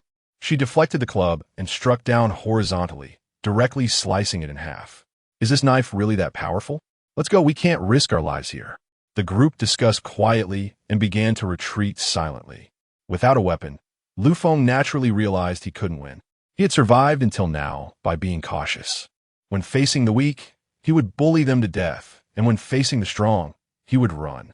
He turned around and shouted, "Retreat." The younger brothers who were just about to charge in for a desperate fight paused for a moment, standing still for a few seconds before starting to run. The others were even more hesitant. Should we chase after him and kill him? Xianu leaned against the wall and stepped out, and at his feet, there was also a body that had tried to force its way in. Meng Ling was beside him. Fang Tingwan felt helpless. "If we fight, we will suffer losses. We have too many burdens." Lu Ji found a quiet place to sit down, seriously offering suggestions, but he couldn't help but feel worried. "Things are like this here. I wonder how it is in the city. It can't be too good. I hope nothing is wrong at your home." Fang Tingwan said frankly that she left the city because of the malice of human nature there, but encountering a flash flood in the mountains was unexpected. In her memory, there were indeed landslides caused by continuous rain, but communication was cut off at that time, so she could only rely on hearsay. Most of the affected were villages. Moreover, the extreme heat had arrived, and she only sought refuge from the heat, not expecting heavy rain. Lu Ji looked worriedly at the two brothers beside him, falling into silence. With the incident of Wang Li's sacrifice, the villagers basically dared not come anymore. A few would observe from a distance, looking for opportunities. Xianu sat at the door with a dagger. Like a mountain, no one dared to crash in. After safely finishing lunch, everyone took turns resting before setting off again. As soon as they left, many people rushed into the house, searching for food. Lu Feng, leading a group, had been watching them. Seeing that people had left, someone couldn't help but ask, "Brother, are we just letting them go? Their bags are definitely full of food." Leave, Lu Feng interrupted directly, leading his people away. Whether they could snatch food was irrelevant. What mattered was Fang Tingwan. While at home, Wang Li had been kind to her, but what about her? Not only did she cause the death of her own brother, but even Wang Li died at her hands. If he didn't take revenge for this, he would be letting down the brothers of 602. If it weren't for sending his brother to the hospital, it wouldn't have ended with just him left. Chapter 75. Cement Factory. Only one of them could survive, him or Fang Tingwan. He took the lead onto a narrow path. The original path had been submerged. This was newly created. His younger brother asked, "Brother, are we going to the cement factory? Those people are so exclusive. We won't be welcome there." They weren't willing to let us hide when the landslide happened. Going there would just be pointless. Another person echoed. Lu Feng knew that person was not easy to deal with, but after more than 2 months, even if there was a lot of food inside, it should be running low by now. He chuckled lightly and quickened his pace. Meanwhile, Fang Tingwan and the others were following the footprints on the path. As more people walked, It became noticeably different from the surrounding sandy ground. As they got closer, they discovered that the cement factory was built on a flattened hillside, with buildings and factories showing no damage from the disaster. They could even hear the sound of machines running from outside. There was electricity inside, and the surrounding walls were built 3 meters higher than the mud and sand, creating a perfect refuge. Fang Tingwan's eyes brightened. Instead of searching for a place to live everywhere, it would be better to build one herself. However, there must be a lot of people at the cement factory. Otherwise, she would really want to live here to save effort. She raised her voice and shouted, "Do you sell cement?" "Yes." "How much is a bag?" Fang Tingwan asked. "It depends on what kind you want. The regular ones are about 30 to 40. The medium ones are 70 to 80. And the good ones can be 1 to 200. Come in and take a look." Tan Ming smiled and said a few words to someone else, then handed over a ladder and leaned it against the wall. Fang Tingwan slightly frowned and smiled as she politely declined. "No need. Let's go." She turned and walked forward, seeing more than 20 figures emerge from behind the sand mound. Lu Feng was at the forefront, flanked by others, surrounding them in the center. "Come in for a cup of tea before you leave," Tan Ming said with a warm smile. If only he wasn't holding a gun pointed at Fang Tingwan and the others. "They actually have guns?" Xianyu was stunned. This was a prohibited item. But at the same time, he realized that things were different now, and he could no longer think according to the old rules. Lu Ji and the others were so scared their legs felt weak, but they still mustered the courage to ask Fang Tingwan, "What should we do? Should we take a gamble and rush out?" Fang Tingwan turned to look at him. Although she was afraid, she still stood in her camp. She smiled wryly. "Aren't you afraid that the first shot will be fired at you?" Her words were meant for everyone. They were in a weak position, and it was best not to act recklessly. Lu Ji instantly shrank back, lowering his head. "We'll listen to you." After spending so much time together, it seemed that Fang Tingwan had become their backbone. "Let's go. Don't do anything without my orders." Fang Tingwan spread her hands and lowered her voice, taking the lead onto the escalator. Once over the wall, her eyes couldn't hide her shock, and her hand unconsciously tightened around the railing. The cement factory's wall was surprisingly 3 stories high, and from the outside, it was impossible to tell that the factory was in a dip. From what she could see of the half circle of the wall, there was only the staircase where Tan Ming stood, over a meter wide, with no railing, and the steps were densely packed, almost at a 60 to 70 degree angle. If one were to slip, they wouldn't die, but they might break a leg. For anyone outside wanting to get in, they must be tired of living. Tan Ming walked calmly at the front, smiling. "Don't be afraid. Please come in. Our general manager, Su, just wants to meet you. We won't harm you. Be careful." He turned and extended his gentlemanly hand, indicating for Fang Tingwan to hold on to him as they descended. Yancheng was quicker, reaching her side and taking her hand. Their fingers intertwined, silently declaring his claim. Fang Tingwan didn't break free and moved closer to him, checking if they were being followed. Duo was on Yancheng's back. Fortunately, her eyes were still hidden, quietly holding tightly onto his neck. Meng Ling was being pulled by Xianyu, the two supporting each other. The remaining Long and Lu Ji walked in front, moving down slowly side by side. Lastly, it was Lu Feng and the others. For the first time inside the cement factory, Lu Feng was incredibly grateful he hadn't recklessly barged in at night before. Otherwise, he would have been dead by now. "Brother, I'm scared." The younger brother tugged at Lu Feng's sleeve, too afraid to let go. Behind them followed a long line, like a hen leading her chicks. Everyone's pace was slow as they descended, and by the time they reached the cement floor, many people's legs felt weak and they collapsed on the ground. "Let's go." Tan Ming didn't stop and continued to lead the way. Fang Ting pulled Lu Ji up without saying a word and continued to walk forward. That tug gave Lu Ji an invisible boost of strength. He stood up and urged his brothers to follow. The cement factory was large, with various machines, office buildings, dormitories, and a canteen. There were also many workers inside. About 150 to 60 workers stood together, looking blankly at the strangers approaching, several of whom had hostile glares. Fang Tingwan was puzzled, her gaze sweeping over the faces of several women, but there was no hostility in their eyes. Where did the hatred come from? She continued walking. The workers quietly formed 2 lines, and some even whistled. "Manager Tan, where did these girls come from? They are really something." The man speaking revealed a lewd smile, openly sizing up Fang Tingwan. With curves in all the right places, her exposed arms were muscular, clearly strong. The man immediately thought of what could happen in bed. At least they wouldn't get tired after a night of fun. This factory really lacked women like her. Yancheng stepped forward, blocking the man firmly, turning his head to look at him, his gaze turning into an icy blade directed at the other party. The man stiffened. Clearly he shouldn't be afraid, but his legs felt weak. An inexplicable shiver ran through him, and he unconsciously lowered his gaze, no longer daring to joke. At this moment, Tan Ming stepped forward to explain. Everyone in the factory has been locked up for 2 months, so it's inevitable that they might say some reckless things out of restlessness. Don't take it to heart. Lao Chi turned around and walked away.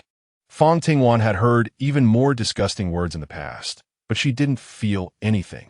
It was just that the women here made up a large portion, while outside, it was the opposite. Among the displaced crowd, women were a minority. Could it be that these women came from outside? If so, then as girls, she and Meng Ling, Duo were in great danger. The way those men looked at them was like they were prey. Ling, no matter what happens, you must protect yourself and Duo. Chapter 76 suffered a little loss. Meng Ling's intuition told her it was dangerous, and she quickly nodded seriously. Don't worry, we won't get into trouble. Xian, you chimed in. And I'm here too. And us, Lu Ji and the other 3 echoed in unison, their voices very soft. As men, they understood very well what those workers were thinking. You all stay here, drink some water, and eat something. You are their boss. You go in, Tan Ming said, just waving his hand. And someone brought over water and meat buns. The aroma immediately made people salivate. Xian Yu, Meng Ling, and the others did not react. Sitting in a very guarded manner close to them, Tan Ming noticed and made a gesture to invite them in. Jiang Yancheng said, I am the one they want to see. It's only her. Tan Ming got straight to the point. Among this group of workers, there was also a security team. More than 20 of them, holding crowbars, unknowingly blocking several entrances. In fact, even without blocking, they couldn't get out. I'll go, don't worry.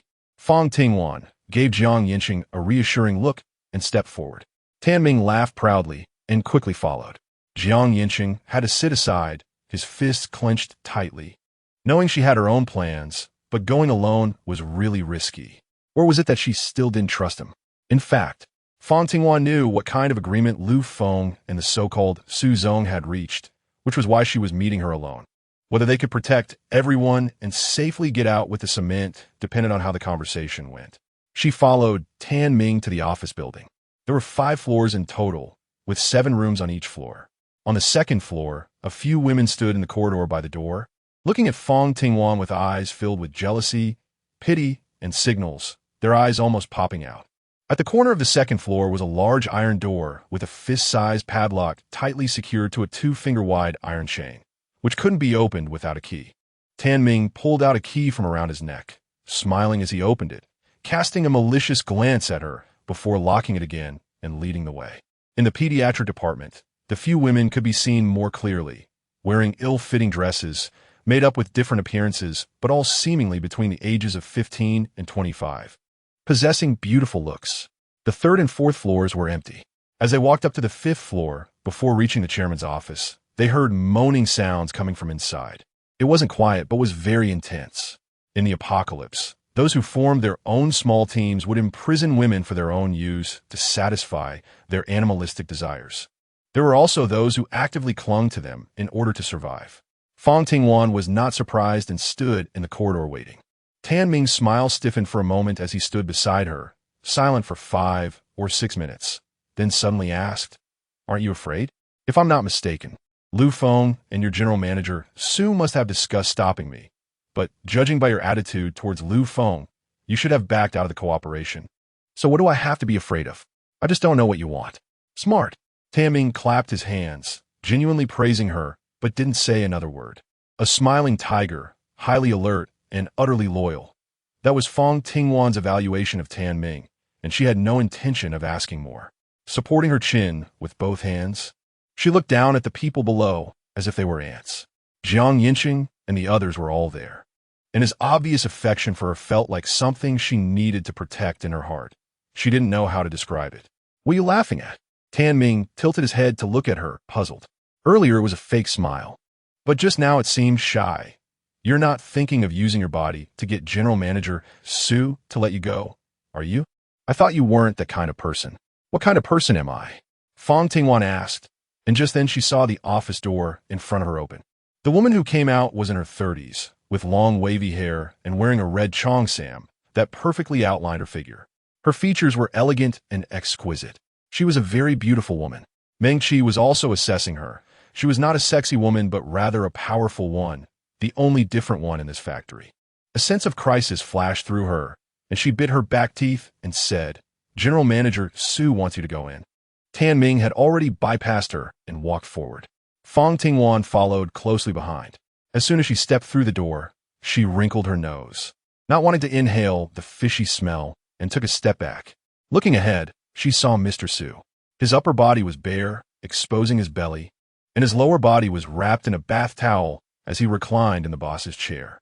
Tan Ming immediately went to light a cigarette. He exhaled smoke, and through the hazy mist, his deep-set, elongated phoenix eyes, which were around 30, seemed to be brewing tenderness. With sword-like eyebrows, a high-nose bridge, and thin lips, his handsomeness couldn't be concealed by his weight. Su Zong was very pleased with her gaze, smiling as he adjusted the air conditioning and even opened the window to let the air disperse more quickly. What enmity do you have with Lu Feng? Why would he go so far as to become my subordinate just for your life? His voice was warm, like a friendly older brother next door. If this were before the apocalypse, how many people would flock to him? Fang Tingwan felt that the air had mostly settled. So she walked in and sat down on a chair that looked relatively clean. We live in the same unit. They have killed many people and robbed a lot of food, and they've had their eyes on me, causing me some losses. If it were just a small loss, Lu Feng wouldn't be so determined to take her life. Yet Lu Feng couldn't do anything to her, and this woman was definitely not as simple as she appeared. Moreover, she now had her own small team. If she weren't ruthless enough, she wouldn't have survived out there. He really needed someone like her. Su Zong smiled as he took a puff of smoke, gently exhaling the mist before saying, Lu Feng's condition for me is to serve him as my subordinate. What about you? If your terms aren't enticing enough, I can't just let you go.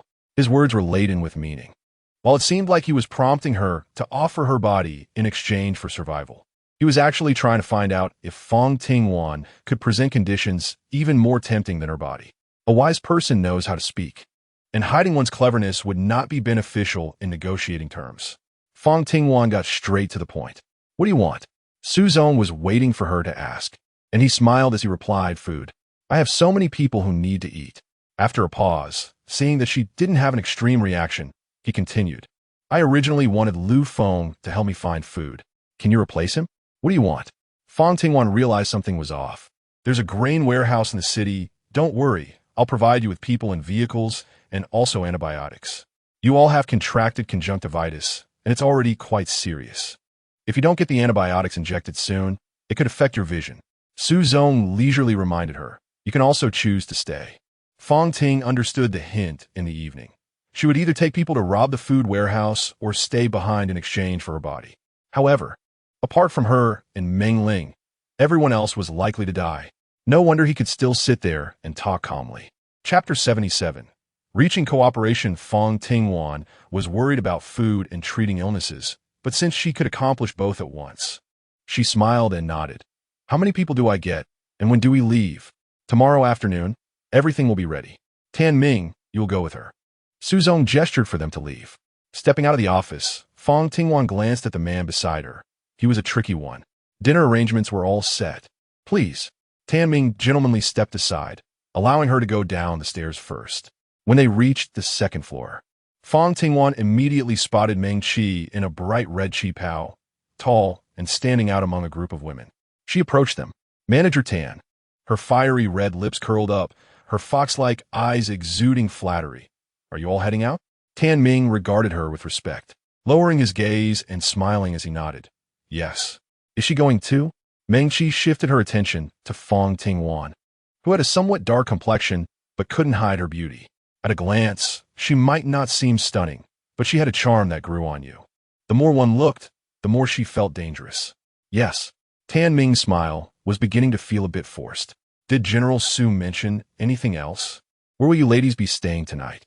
Meng Qi asked excitedly, completely unaware that Tan Ming was already displeased with her overstepping. You'll be staying on the 3rd floor of this building. Tan Ming replied coldly, turning to let Fang Tingwan continue walking.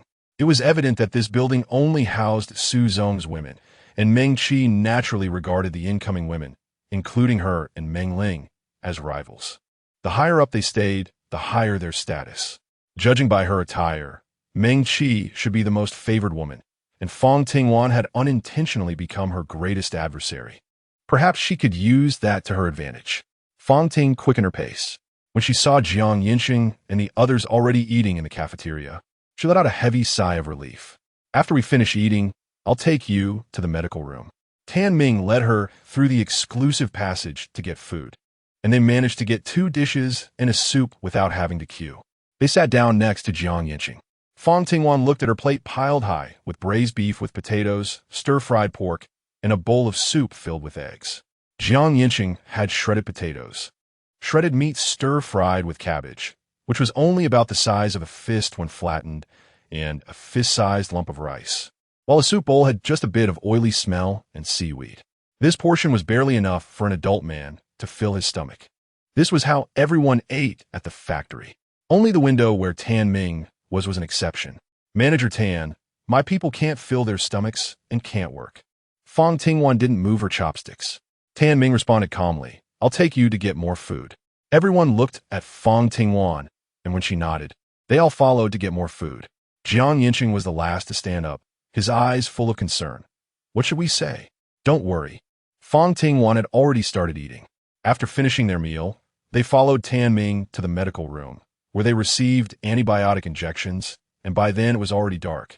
This was a signal to turn off the lights. Tan Ming explained and led them straight to the office building. Lu Feng and the others are living in the staff dormitory. If you live there too, some unexpected incidents might occur. President Su hopes you can coexist peacefully. Okay. Fang Ting agreed readily, and how to persuade Lu Feng was their business.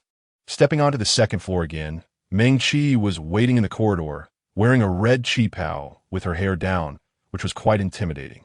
Yancheng stepped forward, his gaze direct. As their eyes met, realizing that they might be a couple, Meng Qi quietly sighed in relief. If you need anything, just tell me. I'll bring it to you. However, Lu Ji and the others were not very discreet and couldn't help but glance at her a few more times. Tan Ming merely nodded to acknowledge her before leading his group further up. Rooms 301 to 302 were where they would be staying today. Inside, there were 4 bunk beds, accommodating 8 people. Fang Ting and the others slept in room 302. The public restroom is at the corner of the 2nd and 3rd floors. Closing the door and turning on the light, it was bright. With only 30 watts, the dim yellow light barely allowed one to see the situation in the room. 2 beds were already made with bedding, and there was water and a few candies on the table, seemingly prepared for duo. No wonder those women were willing to serve Su Zong. They received preferential treatment compared to the workers, only having to serve one person, and not even every day, which is indeed quite good. Wan, what did you talk about today? Meng Ling had always been curious, but hadn't found the opportunity. Fang Tingwan opened the door and saw that Tan Ming had already left, so she took Meng Ling and Wan next door. After receiving antibiotics, everyone's symptoms had eased somewhat. Sitting by the bed or on chairs, when they saw her come in, each of them looked serious. After all, she was someone who could take down a 200-pound wild boar and didn't blink an eye when killing Wang Li. Fang Tingwan got straight to the point and stated the conditions she had promised to Su. There will be dangers on this road, and without my permission. You must not act rashly, understand? Lu Ji and the others nodded simultaneously. Xinu then asked, will he agree to any other conditions from Lu Feng? Given how much Lu Feng hates me, the only way to temporarily appease him would be to hand me over to him after the matter is accomplished. Fang Tingwan chuckled lightly. Xinu said, then why do you still agree to him? There are too many people here. A sea of people strategy could definitely cost you your life. Aren't you going to help me? Fang Tingwan asked lightly but very seriously. If you want to leave, I can arrange for you to go at any time. We won't leave. Lu Ji and the others nodded firmly. Their eyes filled with a determination akin to wanting to join the party. Xinu immediately explained, of course, we will help you. We just need to think of a way to cope. Meng Ling said, I will definitely stand by you. As for Yancheng, there was no need to say much. Before he could speak, Fang Tingwan already smiled and said, That's good. Follow my arrangements, get some sleep, and remember to lock the door at night. After saying that, she walked towards Yancheng. Lawyer Jiang, can you do me a favor? All right. He agreed too readily. Fang Ting looked up at him, her gaze colliding with his eyes filled with deep affection, and she shyly turned away. Everyone tidied up and then went to bed. Fang Tingwan and Yancheng stood at the corner, surrounded by walls on all sides, away from prying eyes. The two faced each other, with dim yellow light casting a hazy glow around them. One was about 1.8 meters tall, and the other around 1.7 meters, both with great figures and looks, standing there like a beautiful scene. Meng Qi couldn't help but whisper with a sigh, You two are truly a perfect match. Fang Tingwan heard it and was waiting for her. With her level of suspicion, she would definitely come to confirm whether she and Yancheng were a couple. In order to dispel her doubts, should she be a bit more proactive and kiss him? Is it okay to kiss? Her normally calm heart suddenly leaped with excitement, almost bursting out of her chest. Chapter 78. Selfish and independent. Looking at her like this, with her red lips slightly parted, Yancheng was overtaken by impulse and suddenly leaned down to peck her lips. After the kiss, he panicked and didn't know where to look, feeling the suppressed love surging uncontrollably out. Stammering, he explained, Wan, I didn't mean to, I just wanted to. I understand. Fang Tingwan raised her hand to cover his mouth and looked down at Meng Qi, who had been watching the show. Have you seen enough? Meng Qi didn't hide it, stepping forward generously. I didn't expect your relationship to be so good. Does Sue always know? That's Sue's own. If he likes a woman who already has someone she likes, like those women with boyfriends among the workers, he wouldn't touch them. You care about him so much. Why can you still tolerate your group of neighbors? Don't be angry. I'm just curious. Don't you want to leave? With a series of questions, Meng Qi fell into distress before she could get angry. Her smile faltered for the first time, and she lowered her voice to ask, Are you leaving tomorrow? What's it like outside? Can I survive if I go out? I also want to leave, but I came in here because I was left with no choice. At least I have food and drink, and I'm living pretty well. She compared herself to the workers in the dormitory building, but she still longed for the outside world. Fang Tingwan could see her dilemma. After thinking for a moment, she said, I can help you escape. I don't know what it's like outside, but the cement factory is in an open area, exposed to the sun all day. It will definitely get hotter, and you won't be able to stay there for long. You should have a sense of it. You can consider it slowly and give me an answer tomorrow. After saying this, the two turned and went upstairs. Suddenly, Yancheng blocked her in the hallway. Are you just using me to gain her trust? Is there nothing else? His eager and hopeful gaze was too intense. Fang Tingwan suppressed the emotions she shouldn't have, pinched herself to calm down. I'd rather let it go on like this for a long time, with interests as the bond. So I won't betray. Okay, if you need me in the future, I will cooperate. Yancheng took a few steps into the room. The sound of the door being locked came from behind. Fang Ting leaned against the wall in the evening, her hand covering her chest, her heart still racing. Seeing his sad expression after being rejected made her feel a little heartache. One plan after another formed in her mind, only to be overturned by her, until it was nearly perfect. Only then did she feel too tired and closed her eyes to sleep peacefully. At 7:30 in the morning, sunlight streamed into the room, and the warm wind from the open window made it impossible to feel sleepy. Wan. Meng Ling's eyes had improved a lot, with discharge only at the corners, and they weren't as red anymore. Duo's eye discharge was also falling off. What's wrong? Should I go with you and Duo? Or stay to take care of Duo? She wanted to ask this yesterday, but didn't have the chance. It's dangerous on the road. I'm worried we might become a burden. Meng Ling was fine, but Duo wasn't. Fang Tingwan thought of Meng Qi. I'll take a look later. After a simple wash-up, they walked out of the room, and Yancheng and the others also came out. He only glanced at Fang Tingwan and remained silent as usual. The conversations were becoming fewer. Fang Tingwan looked at his back and sighed softly. Tang personally came to pick them up. When he reached the two of them, Meng Qi was still standing in the corridor, but with less hostility.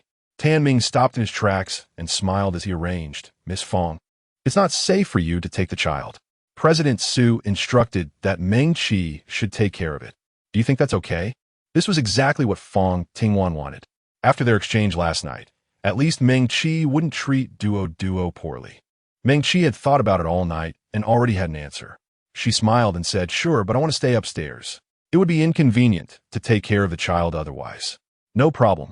Tan Ming's smile didn't reach his eyes. This woman climbs higher when given a stick.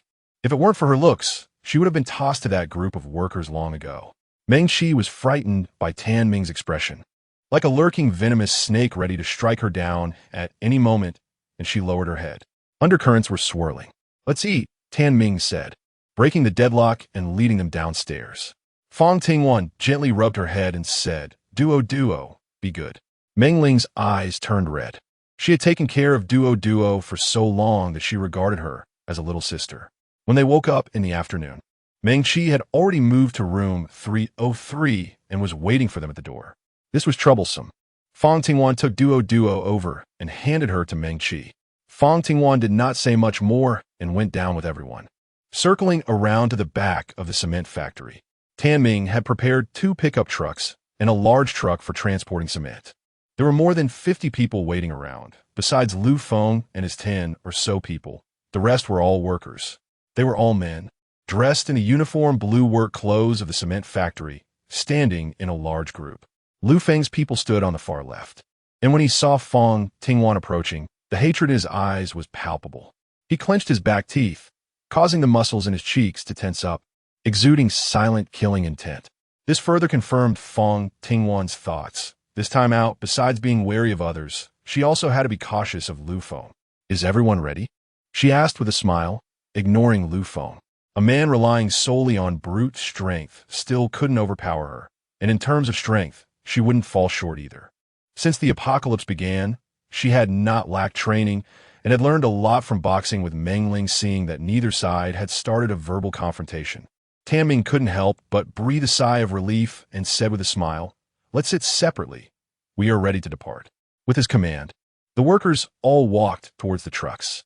Fang Tingwan, Yancheng, along with Lu Feng and Tan Ming, sat in the first pickup truck. Yancheng was sandwiched between the two, with his hands crossed on his knees, staring straight ahead, his body like a mountain completely shielding Fang Tingwan. Lu Feng couldn't see her, his fists loosening and tightening, finally turning his gaze to the window. The car started moving. Fang Tingwan saw Xinu and Meng Ling sitting in the middle of the pickup truck, while the other 4 got into the big truck. She didn't worry too much. Before finding food, everyone would be fine. The cement road extended upward at a steep incline. She leaned back, watching the height slowly increase. When she reached the top, she closed her eyes. Not being able to control the steering wheel made her feel anxious. Fortunately, they successfully drove onto the sandy ground, about 5 or 6 meters away. There were 5 or 6 people defending, armed with a rifle. Anyone who dared to come close would likely lose their life. After the big truck completely reached the sandy area, the pickup accelerated, racing across the sand, and in the blink of an eye, the walls of the cement factory had turned into a blur. At this speed, they would likely reach the city around 10 o'clock. The vehicle was very quiet, and after a while, one could easily feel drowsy. Less than 10 minutes after setting off, Fang Tingwan closed her eyes to rest. Yancheng just turned his head and could see her calm, sleeping face. Without opening her eyes, she couldn't see the indifference that filled her gaze. Friends. He carefully pondered these 2 words, feeling only heartache and more curiosity about what she had experienced during the apocalypse. The vehicle jolted, and soon he closed his eyes as well. Lu Feng had been waiting for this perfect opportunity. Just as he drew his dagger, he received a warning from the passenger seat. He moved his lips. "Do you want to die?" Lu Feng's expression was serious. He wanted to live and also seek revenge for his brothers. If he made a move, the brothers in the truck behind would also be in danger. Fang Tingwan's lips curled slightly. That smile felt more like an illusion. The speed of the car slowed down, beginning to wind through the streets. Fang Tingwan opened her eyes and was met with towering buildings. On the ground, people were still picking up trash, with no signs of the pre-apocalyptic scenery. Like beggars, they would fight over food when they saw it. They continued on. The city granary was in the southern part of the city, and they entered from the north. Fang Tingwan held the map and pointed to the location of the granary. What are your plans for the heist? This is government property. Although there were no rules in the apocalypse, offending the government was definitely not a good decision. I'll inform you of the plan later. Just be patient. Tan Ming wore his formulaic smile, only glancing at her through the rearview mirror before continuing to study the map in his hands. Everyone had a copy of this map, but jumping off the truck would mean abandoning their companions. The few of them exchanged glances and remained still. The car traveled about 20 kilometers before stopping on the east side of the Daijing Haoyuan community. This was a neighborhood where apartments and villas coexisted, with the apartments in front and villas built on the hillside, all surrounded by high walls, well-landscaped, and fortified with protective nets to prevent landslides and floods. This was the most expensive housing in Pingquan City. You get what you pay for. The developers had anticipated natural disasters from the very beginning and took protective measures. From their perspective, they could still see people playing golf or taking walks, exercising. Not too affected. What are we doing here? Lu Feng asked impatiently. Simply because only the pickup truck had arrived, and he was worried about where his brothers in the big truck had gone. Tan Ming waved his hand. They're fine. What we need to do is figure out where the food is hidden in this villa area. What do you mean? Could it be that the food isn't in the granary? Fang Tingwan realized too late why there were so many refugees. Tan Ming stopped beating around the bush and said directly, Mr. Qian lives here. Before the floods occurred, he bought all the food from temporary workers at high prices and stored it in his warehouse. He is responsible for the deaths of so many people and for others starving. It's not excessive to rob him. You don't need to feel guilty. People like him specialize in unethical businesses. He sells food at high prices to the rich while watching the poor starve. If we manage to obtain the food, we'll distribute it to those in need. We're eliminating harm for the people and doing good. Apart from the workers in blue clothes, the others didn't absorb this brainwashing talk. So the people in the villa area could live so leisurely because they monopolized the food. Fang Tingwan has a deep understanding. During the end times, those who are often more selfish tend to live the most carefree lives. Let's go. There's a back door over here. Tan Ming led the 10 of them along the wall, and after seeing a painted exclamation mark on the wall, he pushed aside the weeds on the ground, revealing a dog hole. Is this the back door? The expressions on several faces were not good. The security here is very strict. Everyone be careful. Tan Ming signaled the driver to go through first. Following him were Fang Tingwan, Jiang Yancheng, Xinu, and Meng Ling. Then came Lu Feng and his 2 little brothers. Tan Ming and the 2 workers were last. Once the 10 of them entered, they found themselves in a small grove with a dozen osmanthus trees, the dense leaves perfectly hiding them. The 10 split into 3 groups, each standing in their own formation. After explaining, he smiled and said, I, Fang Tingwan, and Jiang Yancheng form one team. Lu Feng and Xinu and Meng Ling form another team. The remaining 4 will be one team. Let's go. Chapter 79. Push out to save lives, everyone dispersed. Jiang Yancheng led the way in front while Fang Tingwan brought up the rear, safely protecting Tan Ming in the middle. It was broad daylight, and the more timid they were, the easier it would be to be discovered. They walked openly under Building 3, and when they saw security coming, they quickly slipped inside. Keep a close watch. If anyone seems suspicious, catch them first. Yes. The low growl of voices grew closer, and then they entered Building 3. Luckily, this wealthy area didn't have a power outage. The elevator was still operational and just arrived at the first floor. Otherwise, surrounded by walls, if security came in, they would be done for. The 3 slipped inside, and Fang Tingwan frantically pressed the door close button. Just as she saw the door was only a palm's width wide. Security came in, the leading guard staring at her, his expression shifting from confusion to shock, and then he shouted angrily, They're not from this community. Quick, catch them. Security immediately rushed to press the elevator button, but it was too late. They saw the elevator going up. The leader walked out of Building 3, and on the side was a manual passage. The 8 of them rushed upstairs. Meanwhile, security patrolling elsewhere quickly surrounded them. Seeing the direction of their movement, Lu Feng showed a smug smile. Serves you right. Are you sick? What good does it do you if they get caught? Don't you want to get out alive? Xinu cursed as he led the way. Meng Ling shot him a glare, really wanting to hit someone. If she dies, I'll be happy. Lu Feng didn't hide his emotions at all and laughed even more joyfully. Meng Ling couldn't hold back anymore and threw a punch. Just as she was about to throw a second punch, Xianyu grabbed her, stepping on the struggling Lu Feng, looking down at him. Hey, don't provoke my girlfriend.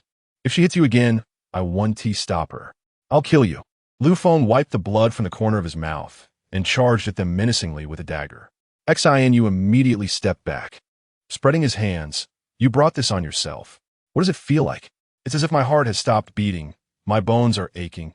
How? How is this possible? He had been training, conquering his little brothers with brute strength. Why is he so useless in front of a woman? Meng Ling rubbed her fists. You're just swinging blindly, scaring those people. Sigh. I can't even beat them. Lalone Wan. I'm really overthinking this. She smiled and took Xianyu's hand, instantly transforming into a loving couple, happily continuing forward. Lu Feng lay on the ground for a few seconds, realizing that if he didn't follow them, he might not be able to get out of here, so he quickly followed. A gentleman takes revenge. 10 years is not too late. At this moment in Building 3, the residential area has a total of 27 floors. Fang Tingwan decisively pressed 15, 21, and 27. She wanted to confuse the security and buy time to think of a way out. The houses here are 2 units per floor.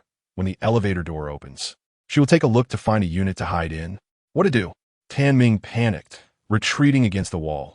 Even now, he couldn't figure out why things went wrong when there was clearly no mistake. The more he thought, the more desperate he became. Looking at the 2 people blocking his way, he suddenly had a plan. They didn't see me just now. You 2 admit it, I'll hide. And if you expose me, that kid won't survive. He stopped smiling and frantically found a corner, shrinking his body into it, not minding the dirt and mess. Covering his figure with some tattered rain cloth. There were a total of 20 people, which was the elevator's weight limit, not just a few of them. The leading security guard, holding an electric baton, surveyed them. What are you here for? Looking for food. Fang Tingwan lowered her head, showing a little girl's fear. Tightly gripping Jiang Yancheng's sleeve, her figure shrinking. Jiang Yancheng immediately understood, swallowing hard, stuttering. We are from the opposite side. We saw that the people here had food to spare, so we sneaked in. Where did you come in from? The guard's voice trembled. Dijing Hao Yuan claimed that not even a fly could get in. If the big shots found out, wouldn't they be finished? If they leave this place, they would definitely starve. Take them away. With such a big commotion, they would definitely be discovered. He could only take them to the security office first.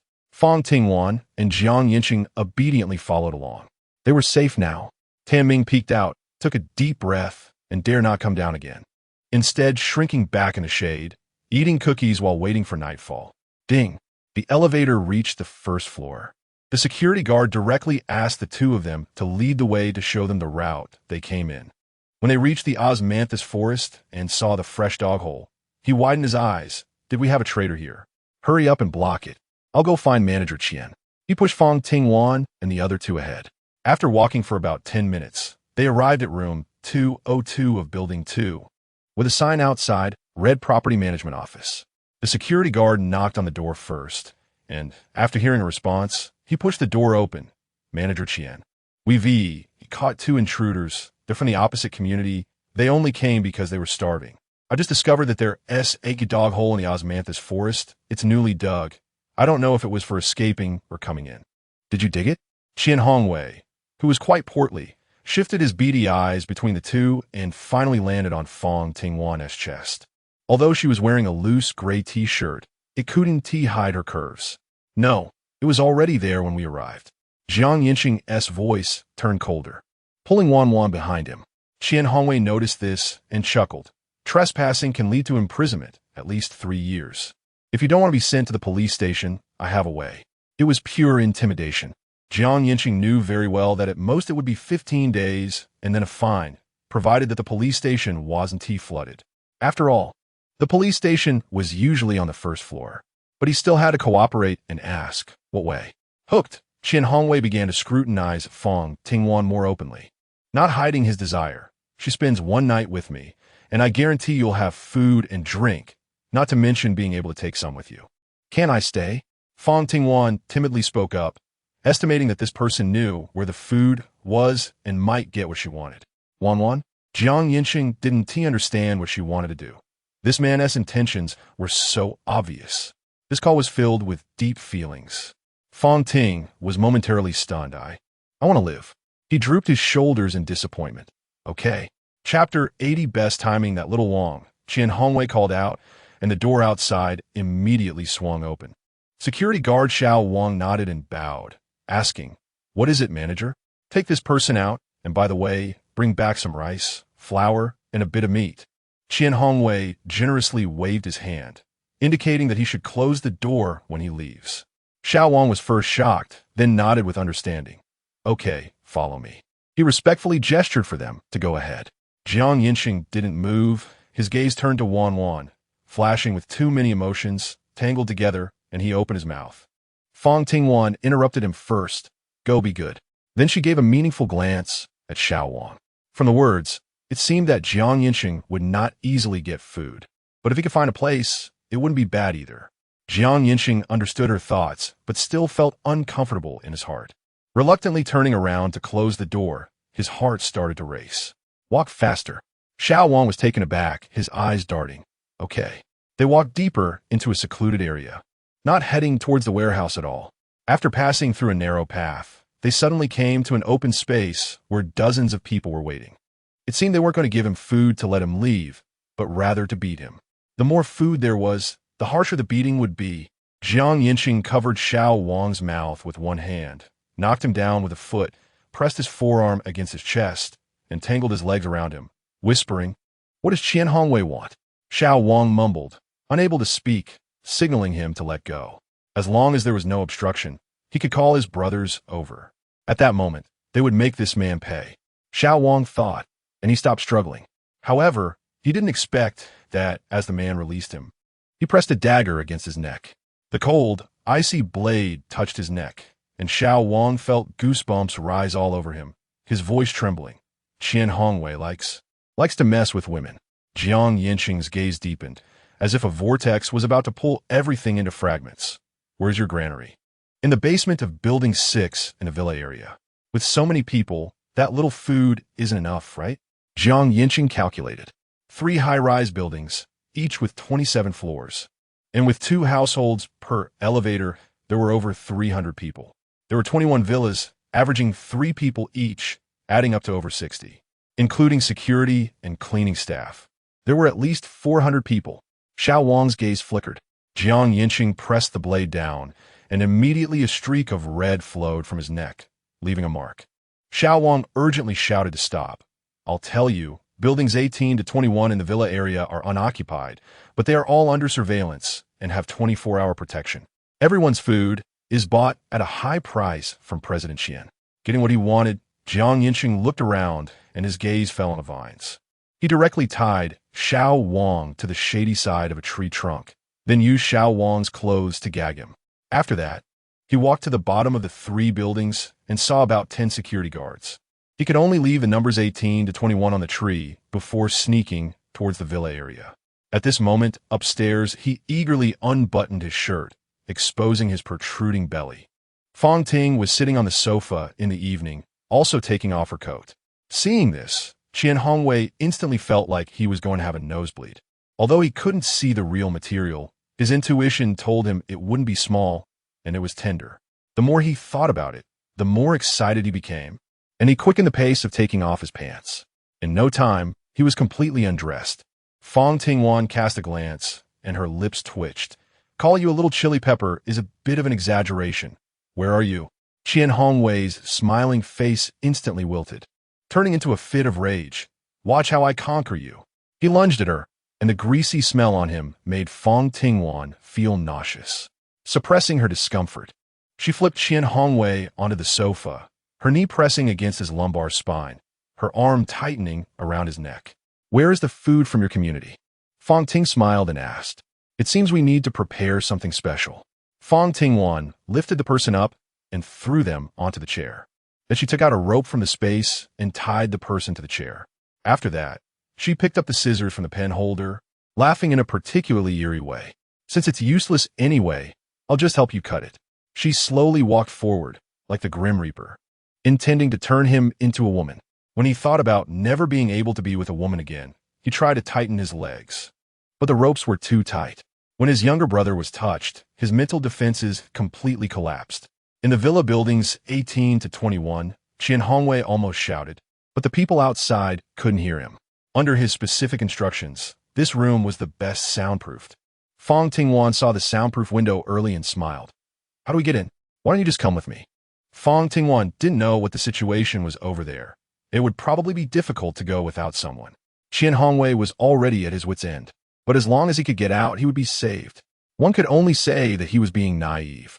Fang Tingwan tied a rope around her brother, and although it was troublesome, it was definitely secure. As long as he tried to run away or make any inappropriate moves, Fang Tingwan would make him regret it.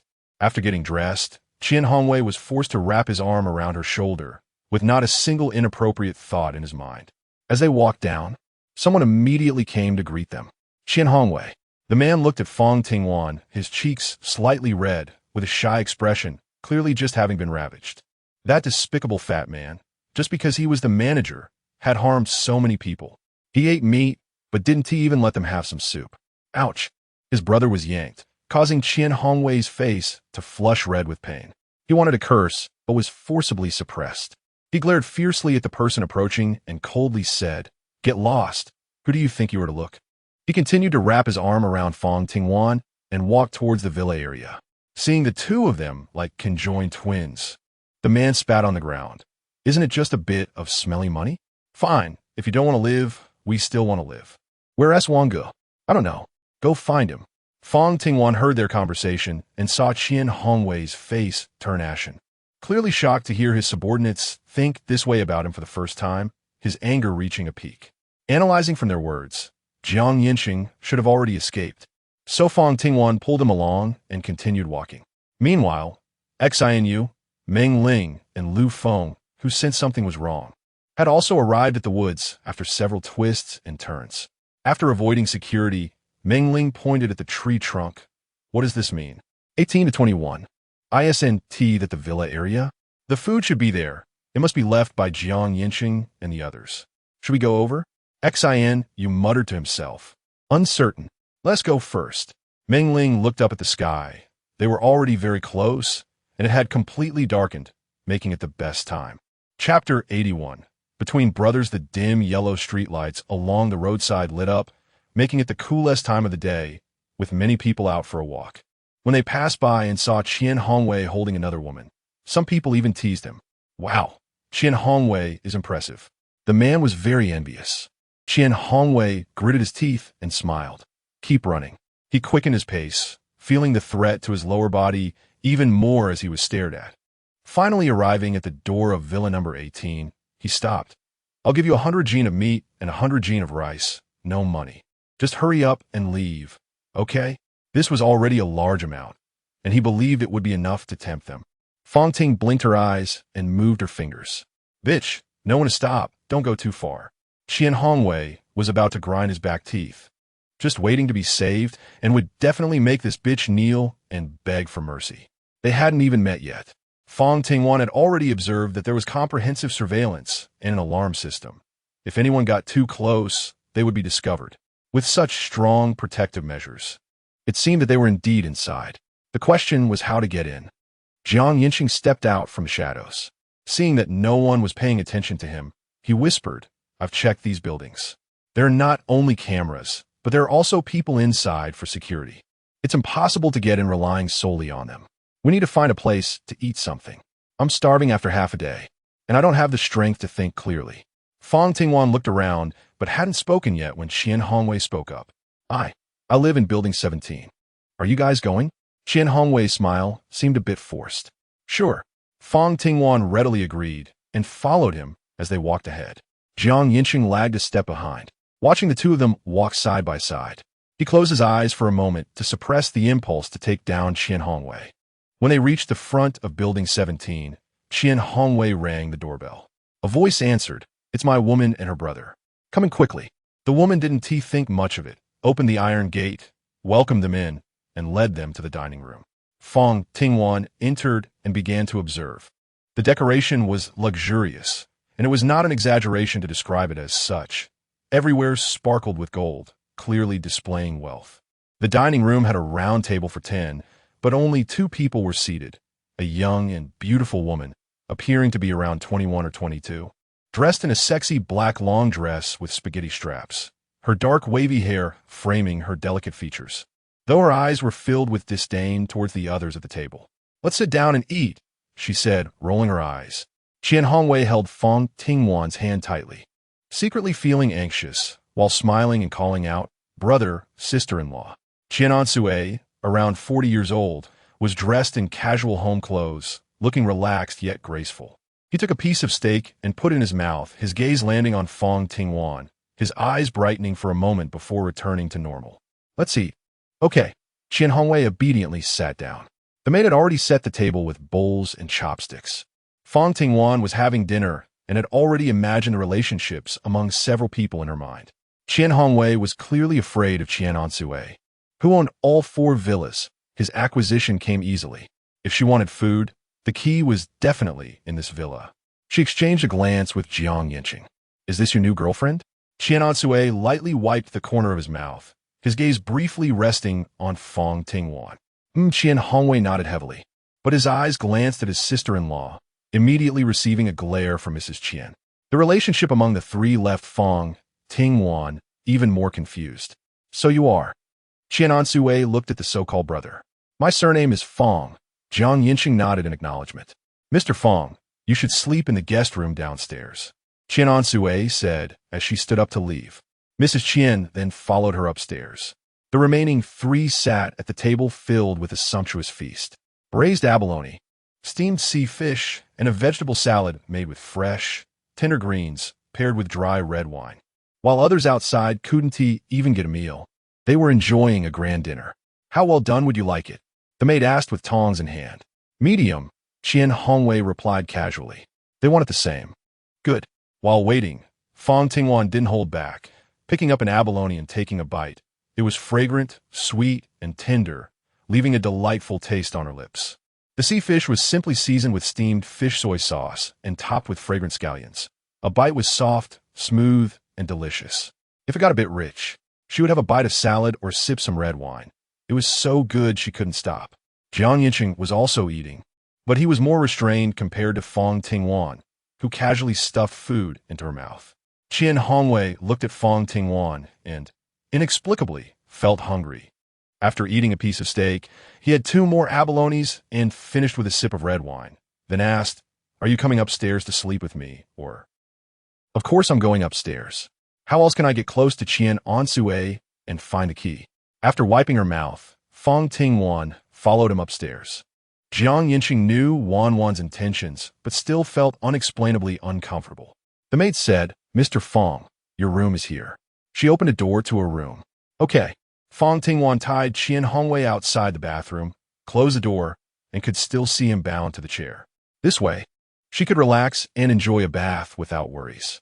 After finishing her bath, she pushed Qian Hongwei to the bedside and lay down on the bed to sleep. Just as she was about to doze off, she heard moaning from the next room. She sat up with a start and saw Qian Hongwei looking unfazed. She rubbed her forehead and said, "You and your brother are really different." "That's why she chose my brother," Qian Hongwei suddenly blurted out.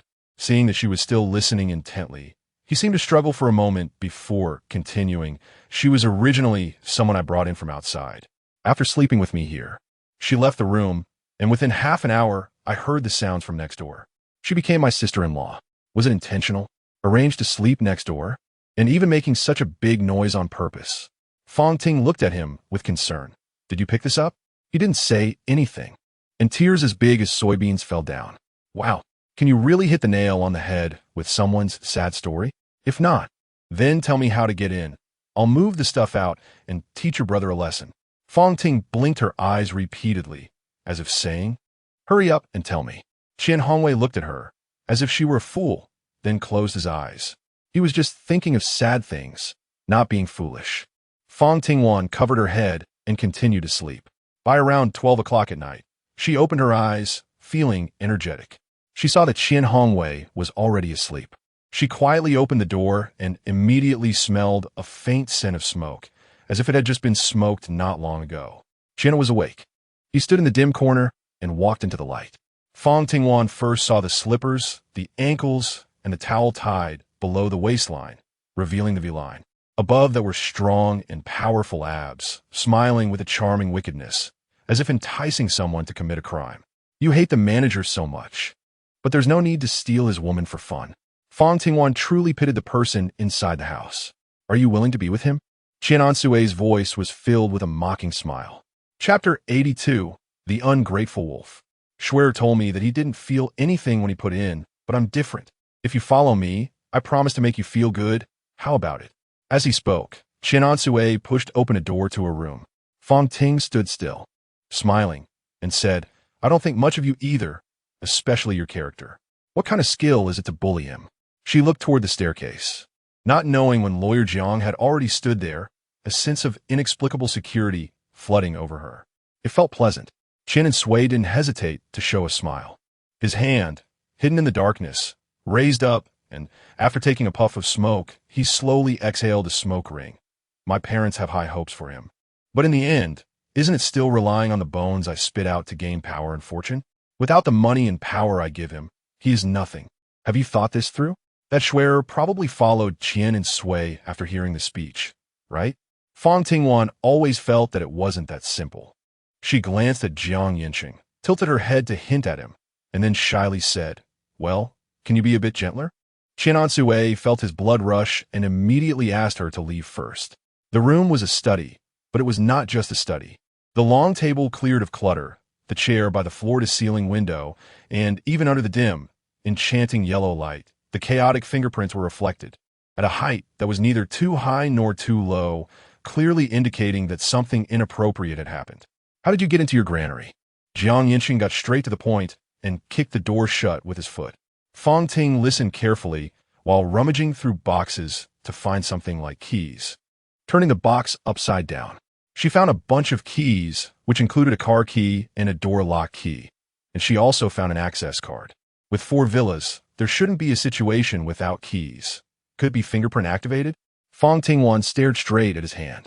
Jiang Yancheng asked a few questions, and the blade cut across the neck, but Qian Anshui showed no intention of speaking. Now that someone had been killed, he would still have to go to jail. Qian Anshui was very confident that if they wanted food, they would definitely keep him alive. Was a safe. Fang Tingwan has already found a safe under the wall-to-wall bookshelf, which is 1 meter high and 50 centimeters wide. It looks like it contains quite a lot of things. Wait a moment. Fang Tingwan opened the door, glanced left and right, and under Qian and Sui's deliberate arrangement, the corridor and even the entire villa were silent. When she pushed open the door, she happened to see Qian Hongwei cutting the ropes with a small knife. Their eyes met, and Qian's terrified gaze made him gulp nervously. Hiding the knife in his hand and weakly saying, I just wanted to go to the bathroom. If I cut it, I won't want to go anymore. She stepped forward and untied the ropes, binding him to the chair, leading him to the study. The 2 brothers were tied together, facing away from each other, and Qian Hongwei couldn't even lift his head. Qian and Sui was filled with disgust. After struggling and failing to break free, she angrily scolded. What do you want to do? I only want food. If you give it to me, I'll leave your hands and feet intact. If you don't, I'll have to use some special methods. Fang Tingwan leisurely spoke as she approached with a dagger in hand. Qian Anzui's hand shrank back slightly, while Qian Hongwei stood frozen as if his soul had been drawn away. When his hand was stretched flat on the ground, he said, 321924. Qian Anzui's body trembled, and a look of confusion flashed in his eyes. A password? Jiang Yancheng tried the password, and with a ding, it opened. Fang Ting walked over in the evening, and on the lower level were 100,000 in cash, a Rolex watch, a gemstone necklace, and a set of gold bracelets, rings, and necklaces. The gold necklace hung down like a spider's web, transitioning from large to small, adorned with diamonds, and was very exquisite. The bracelets were a pair, carved with dragon and phoenix designs, and the rings were also a pair. Looking at Qian Ansui's indifferent expression, one could actually find the answer. He was the adopted one. If you want the possessions of the dead, then go ahead and take them, Qian Ansui said lightly. Fang Tingwan naturally wouldn't hold back and continued to flip through the documents. At the bottom, she saw a few files. When she picked them up, Qian and Sui suddenly burst with hatred in her eyes and shouted excitedly, People are dead. What's so interesting about those things? But she still looked. She directly opened them. Inside were some yellowed old documents and 2 family photos. One should be a childhood picture of Qian and Sui, with her parents looking plump and healthy, while the frail Qian and Sui appeared malnourished. In the corner, there was a date, March 21st. The other family photo featured Qian Hongwei and Qian and Sui together. Their parents sat closely together, holding the baby Qian Hongwei, while Qian and Sui, standing in the corner, seemed more like a stranger than a family member. The date in the corner was September 24th. So, are those the birthdays of the 2 people for the password? Qian and Sui didn't know. Was the safe left behind by her parents? She continued to look and found 3 sheets of paper, torn from a primary school Chinese homework book, carefully preserved. Mom and Dad. The crooked handwriting was locked in a frame, just like me, arranged by them. I don't want this kind of life. I would rather be in an orphanage. Fang Tingwan glanced at Qian and Sui, quickly looked away, and finally couldn't help but clench his fists. The second year after he was adopted, his mother became pregnant, and his father happily revolved around his mother every day, forgetting about his parent-teacher meetings, forgetting to take him to play soccer, forgetting his birthday. He thought, if it were a sister, he would love her too. If it were a brother, just a poke would make him cry endlessly, causing him to be scolded by his parents. People always said that younger brothers resembled their parents the most. But he was adopted. In his youth, these words were like a thorn, stuck in his throat, festering, leaving a scar that would never heal. What I do can't compare to blood relations. Qian and Sui murmured, not knowing who he was asking. Qian Hongwei suddenly scoffed. Mom and Dad told me. The company is left to you. I just want to eat and be happy. I never thought about fighting you for the company. With all the questions answered, his eyes dimmed. You don't deserve the surname Qian. If I had known you were an ungrateful wolf, they should have left you in the orphanage. Don't look at me with that kind of eyes. I ordered someone to make sure to hit you hard, so that Mom and Dad wouldn't suffer. Ungrateful wolf. You're just an ungrateful wolf. Mom and Dad love you so much. By the end of his shouting, Qian Hongwei became powerless. His body slumped down, but his gaze grew even firmer. Chapter 83. Secrets It Doesn't Matter Anymore, I Won. Qian and Sui looked up, the blurry figures of his parents appearing in his eyes. Tears streaming down. In Qian Hongwei's eyes, it was like a weasel wishing the chicken a happy new year. He thought of how his parents had accumulated a lifetime of good reputation, only to be robbed of their resources by this ungrateful wolf, involved in all sorts of dark deeds, creating a toxic environment.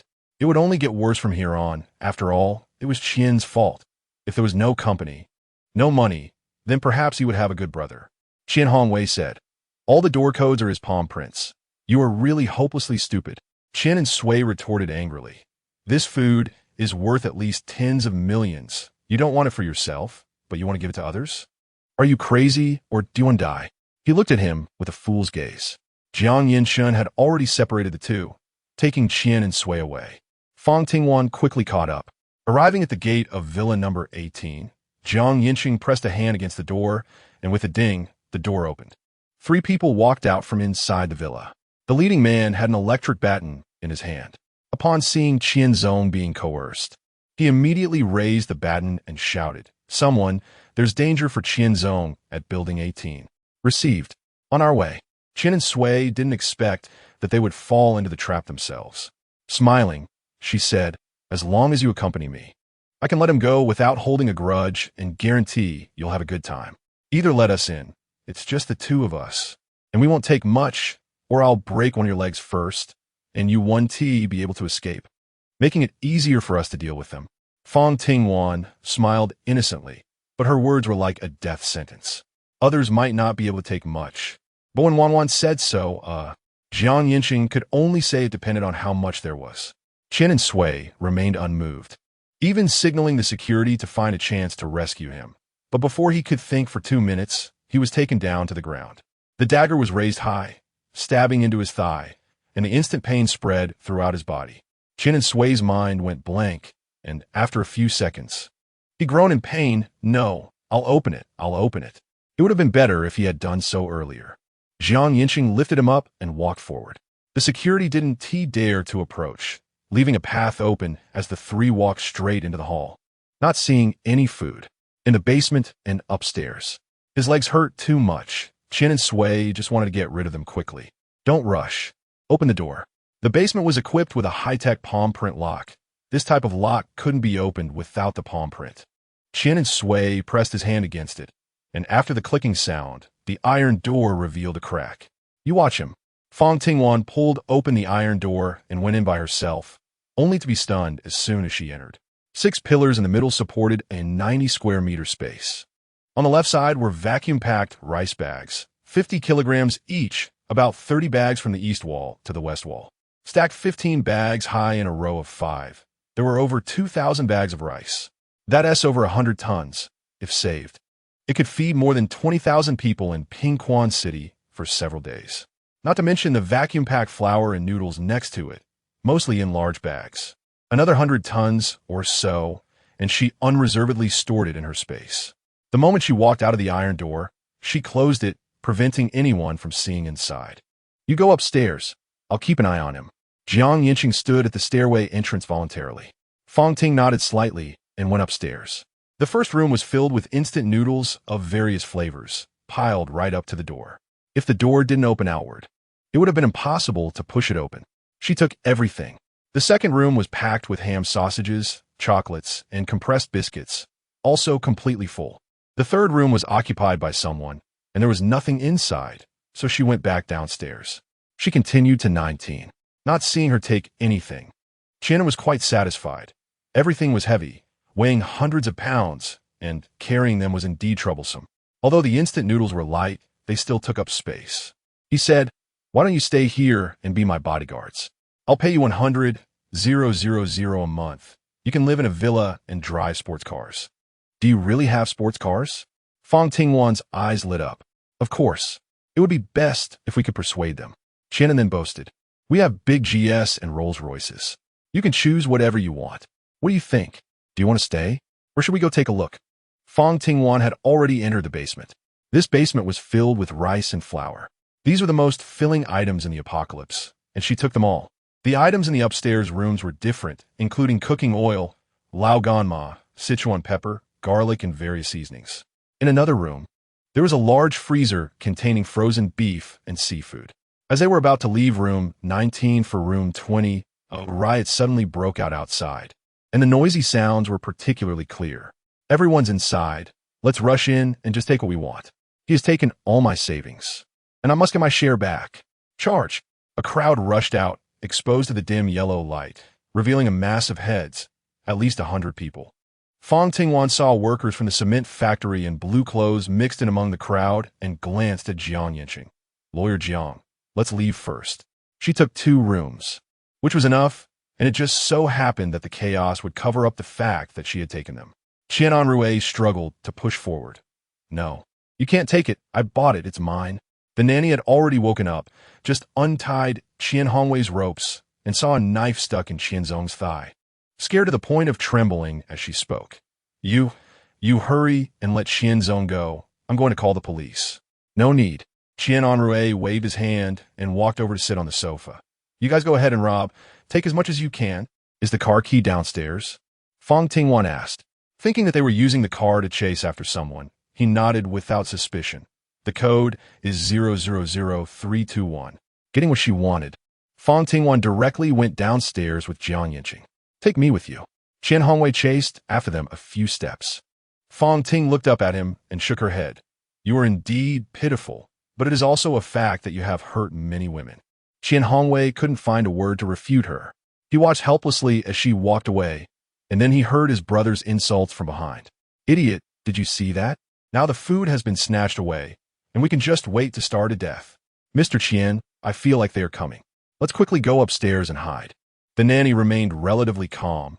Hearing the noise, she immediately went to help. Seeing his brother like this, Qian Hongwei also reached out to assist, and they went upstairs, into the study's partition. Meanwhile, in the basement, Fang Tingwan saw 6 cars, her eyes sparkling with excitement.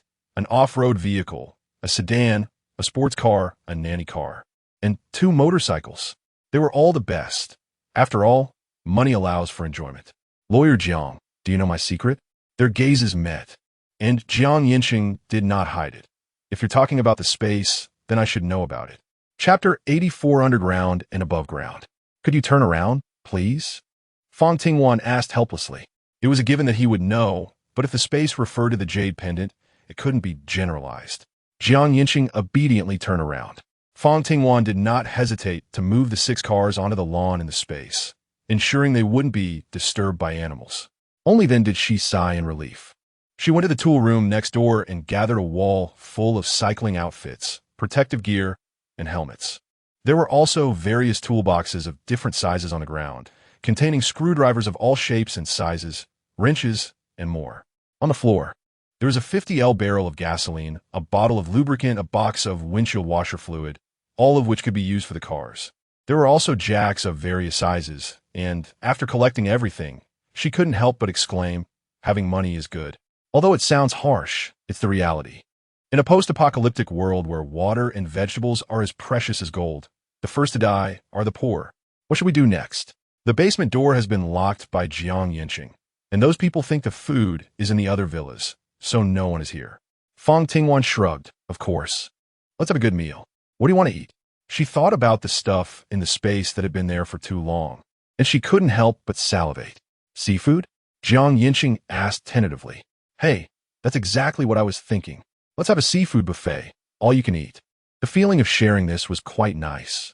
Fang Tingwan took out pots and pans, a bucket of water, and then brought out lobsters, shrimp, orchid crabs, hairy crabs, and king crabs, filling the table. There were still many more that couldn't fit. Hiding it from them? Fang Tingwan felt excited yet a bit guilty. After all, Meng Ling and Duo had been with her for a long time. Seeing through her thoughts, Yancheng reminded her, it's best not to. It's all what she wanted to eat. If everything is steamed, it would get monotonous. Yancheng thought for a moment and asked her to bring out garlic, small chili peppers, vermicelli, lemon, and sauce. Knowing she had them, he could then start cooking. With his back turned, whatever she needed, Fang Tingwan handed over. And when there was no more space, she brought over a table from the tool room, setting up the portable stove and steamer. Yancheng first steamed an orchid crab, 2 female hairy crabs, and 5 or 6 shrimp. While steaming, he chopped up the small chili peppers and garlic, poured in a bit of soy sauce, added some cilantro, and mixed it all together, making it smell great. He put that bowl aside and began cleaning the king crab, removing the shell intact, washing it clean, then drizzling oil over it until it turned red. He mixed the crab roe with 3 eggs and poured it into the crab shell, watching as the high temperature gradually shaped the eggs, then placed it into the steamer. The ones he had steamed earlier were done, and he took them out and placed them on a plate, pushing in front of the eager Fang Tingwan. Eat first. A man who cooks is indeed handsome. Fang Ting sincerely praised, especially since the other person was handsome, and every move felt pleasing to the eye. Did she miss something? Knowing she was watching, Yancheng couldn't help but smile, and his movements became even more nimble. He split the crab legs in half, coated them in starch, and deep-fried them. Then took them out, added scallions and ginger to release the aroma, and stir-fried the crab legs before serving. Fang Tingwan was eating crab meat. The tender and smooth texture paired with the fragrant spiciness of millet pepper and the saltiness of soy sauce made it a heavenly delight. The steamed egg melted in her mouth. She couldn't finish it. Simply couldn't. Let us eat together. Okay. Yancheng sat down and started peeling shrimp, handing them to her. Compared to their intimate affection, Meng Ling and Xianyu upstairs were also envious, even forgetting their hunger. The doors of the 2 villas had no fingerprints, and they couldn't find Manager Qian and Manager Qian, so they simply drove their car straight through the wall, creating a hole.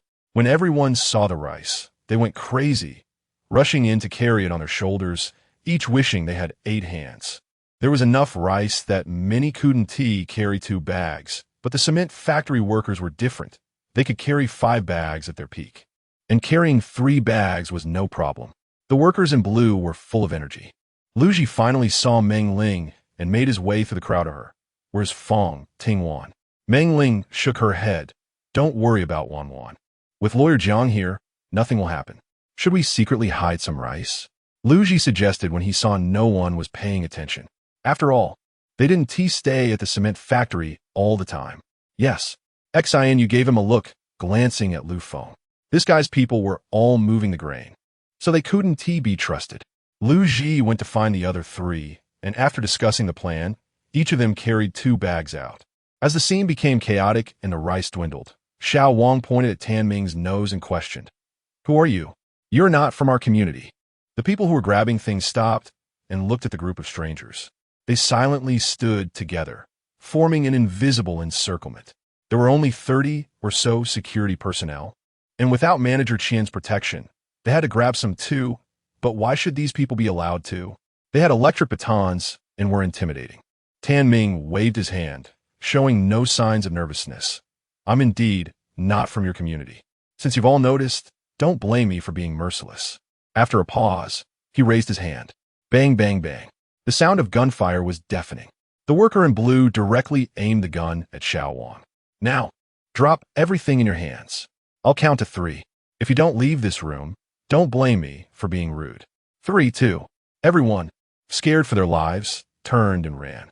The security personnel were also human, squeezing through the crowd to leave, but one walked over to Tan Ming. So many people had barged into the Imperial Scenic Garden right under his nose. This had never happened even during the previous floods. Xiao Wang stared hard at that person, murmuring, "Lao Lu, are you a traitor?" Lao Lu didn't deny it and explained, "My sister and brother-in-law, my parents are all at the cement factory. They're still waiting for food. I'm sorry, Wang Ge." "What about these people? Don't they need food?" Xiao Wang had a pile of questions to ask, wanting to question his professional ethics. But just as he opened his mouth, he heard a bang. His chest went numb, and 2 seconds later, a sharp pain surged through his entire body. Tan Ming's tone halted. Xiao Wang fell straight to the ground, warm blood gushing from his chest.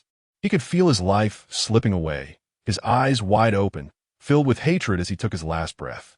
Manager Tan, Lao Lu wanted to say something, but thinking of his family still starving, he could only apologize in his heart. Meng Ling also passed by him carrying rice. Chapter 85. Everyone agrees Manager Tan. We're Wan Wan and the others. They're a team. They should have clues. Although I know they're strong, I still can't help but worry. Tan Ming instantly thought of his own predicament and remembered Lao Lu saying that Manager Qian had taken Fang Tingwan away. He knew very well what could happen as a man and could only indirectly suggest they should have hidden. Let us look for them later. You carried 3 bags and had a bucket of oil in one hand to keep up.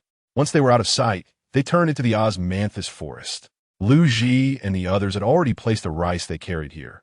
Adding in the bags Meng Ling and you carried, there were a total of 13 bags. Meng Ling said, "Let us go find Wan Wan. You all figure out how to hide this rice first. Don't move anymore. Tan Ming will get suspicious. Just leave one person to watch." After you reminded them, he followed Meng Ling's lead. Lu Ji and the others finally left behind the brother named Su Er, who ran a clinic at home. The rest continued to move. Tan Ming, not seeing them, knew they had gone to find Fang Tingwan. After all, she was their leader. He casually rubbed his chin, his eyes darting around. And finally his face turned cold. Were Lu Feng's people. He hadn't seen even his dozen or so brothers. Go find them. Tan Ming had a bad premonition and took his men to the south gate, the closest entrance to Villa 21. Lao Lu followed. Meanwhile, in the basement, Fang Tingwan was full and rubbing her round belly. She let out a sigh. "Comfortable, should we go out now?" She was still thinking about Meng Ling and the others. Yancheng finished tidying up. "Let us go. If you want to rest, go upstairs to rest. That way, it'll be easier to explain later." He shook the things in his hand.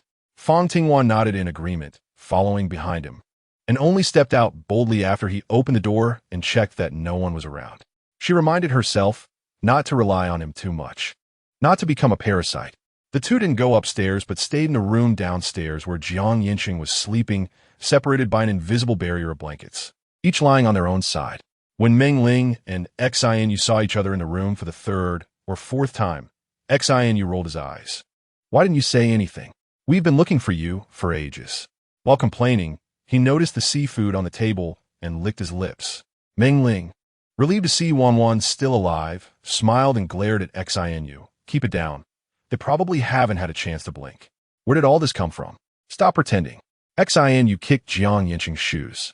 Yancheng, with his hands crossed behind his head, turned to look at Wan Wan, who was still recovering, and said with a smile, "I cooked for you. It's a rare feast I found for you to replenish yourselves. Then I won't be polite, Xin said, unable to wait any longer. Leave some for them. Got it. Since the portions were based on head count, Xin took 2 servings, peeled them, and gave them to Meng Ling. Meng Ling enjoyed the food immensely. Her mood lifted. The sound of her chewing was particularly clear as she ate while Xin shared their situation. After they came in, they had been searching, constantly dodging the security guards. And then they learned that there was an insider from the cement factory among the guards. As long as they got it, that's fine. Stop eating. We need to find Lu Zhilong and the others. Fang Tingwan quickly stood up straight, forcing herself to focus. While Yancheng was still sleeping next to her and had learned the secret, she didn't show any signs of being on guard, but pretended to sleep. Once she confirmed that Yancheng was truly asleep, she dared to sleep herself. Tension had kept her awake. She was alert every time Xinu and the others came in, but since they didn't enter, she continued to pretend, which left her a bit sleep-deprived. Let's go. Xinu wiped his hands, packed everything up, and carried it out. Meng Ling followed. The 4 of them exited the villa, and the sky outside was already showing a hint of dawn, with a quiet atmosphere surrounding them. Isn't anyone waiting for us? Xinu felt something was off. Our stuff is hidden over here. We need to get it first. In the osmanthus forest? You guys go find Lu and the others and bring the seafood with you. The cement factory people are probably over there. Lawyer Jiang and I will hide first and then use the flashlight to communicate. If it's light out and we can't see, we'll gather at the south gate. Fang Ting was late to pack things into the space. Hiding them was unrealistic. Yancheng agreed. You go left, we go right, faster. All right, in the last corner. Xinu was worried about Long. He protected the program well, and absolutely couldn't let Long have any more accidents. Fang Tingwan and Yancheng circled around the osmanthus grove. Confirming that no one was watching, she put 10 bags of rice into her space. Looking at the remaining 3 bags, Yancheng understood what she intended to do and placed the seafood on top as well. Their tacit understanding deepened his unease. Fang Tingwan lowered her head in thought, and after a moment, she walked towards the tall building without saying anything. Just 10 minutes later, they saw flashing lights at the south gate, 3 long and 2 short. They had found it. The 2 immediately rushed over. At the south gate, Ming was also there. Seeing that the 2 were fine, his expression was ambiguous. Lu Feng had run away with his men, taking over 20 bags of rice with him. Don't let me find him, he threatened openly. His words were not without reason. Otherwise, Lu Feng wouldn't have chosen to run away with people. Brother Xin, Long was a bit scared, and he believed Xinu. I'll go with you. That made 3 of them. Fang Tingwan pointed to Lu Ji and the other 3. This time, Fang Tingwan, Yancheng, and Meng Ling sat in the first vehicle, while Xinu and Long sat in the vehicle behind. Lu Ji and the other 3 were left behind, watching the vehicles drive away. Su'er suddenly turned red-eyed. Although we haven't been together long, I really don't want to part. Brother Lu, neither do I. When they arrived at the osmanthus grove, the 3 searched around the corner and found not only 3 bags of rice, but also cooked seafood. Sister Wanwan really hasn't forgotten us. Xu visperet, tears streaming down his face. Lu Ji remained silent, but silently remembered. Let's store the supplies at home and wait for them to come. Okay, everyone agreed. Chapter 86. Robbery on the way back. There were people lined up on both sides, eagerly watching the big truck pass by, knowing it was food. But most of them lacked the courage. There were also a few who had already set their sights on them. As the pickup truck was about to leave the city, the driver suddenly slammed on the brakes. Tan Ming, in the passenger seat, fastened his seatbelt and lunged forward. Fang Tingwan, sitting in the back, didn't react in time. When her head hit forward, it didn't hurt. She looked up to see Yancheng's hand blocking her, and she crashed between the 2 seats with a loud thud, letting out a muffled grunt. That wasn't all. The wheels ran over something, the steering wheel became uncontrollable, and after turning sharply, it crashed into the wall. In a critical moment, Yancheng pulled her into his arms, making her sit on his lap, and he lunged towards Meng Ling Bang. The left door was completely caved in. If a person had been pressed against it, their bones would have shattered. Fortunately, Yancheng had pulled her back just in time. Fang Tingwan reacted quickly, using her strength to lunge forward while pulling Yancheng with her. He was sprawled in front of her, his breath hot and heavy against her face, making her feel both warm and tingly. Are you okay? Did you get hurt anywhere? Her eyes and tone were filled with unrestrained concern, clearly insincere. Wan. Meng Ling had been watching outside and pulled her back. If it weren't for that thing, the car wouldn't have drifted and crashed into the wall. Tan Ming glanced at the driver who had crashed and was bleeding all over, opened the door, and jumped out of the car, looking at a group of thugs with a cold smile. What do you want? Food. You'd better have your people put away their guns. That way, there will be fewer casualties. Otherwise, the first one to die will be you.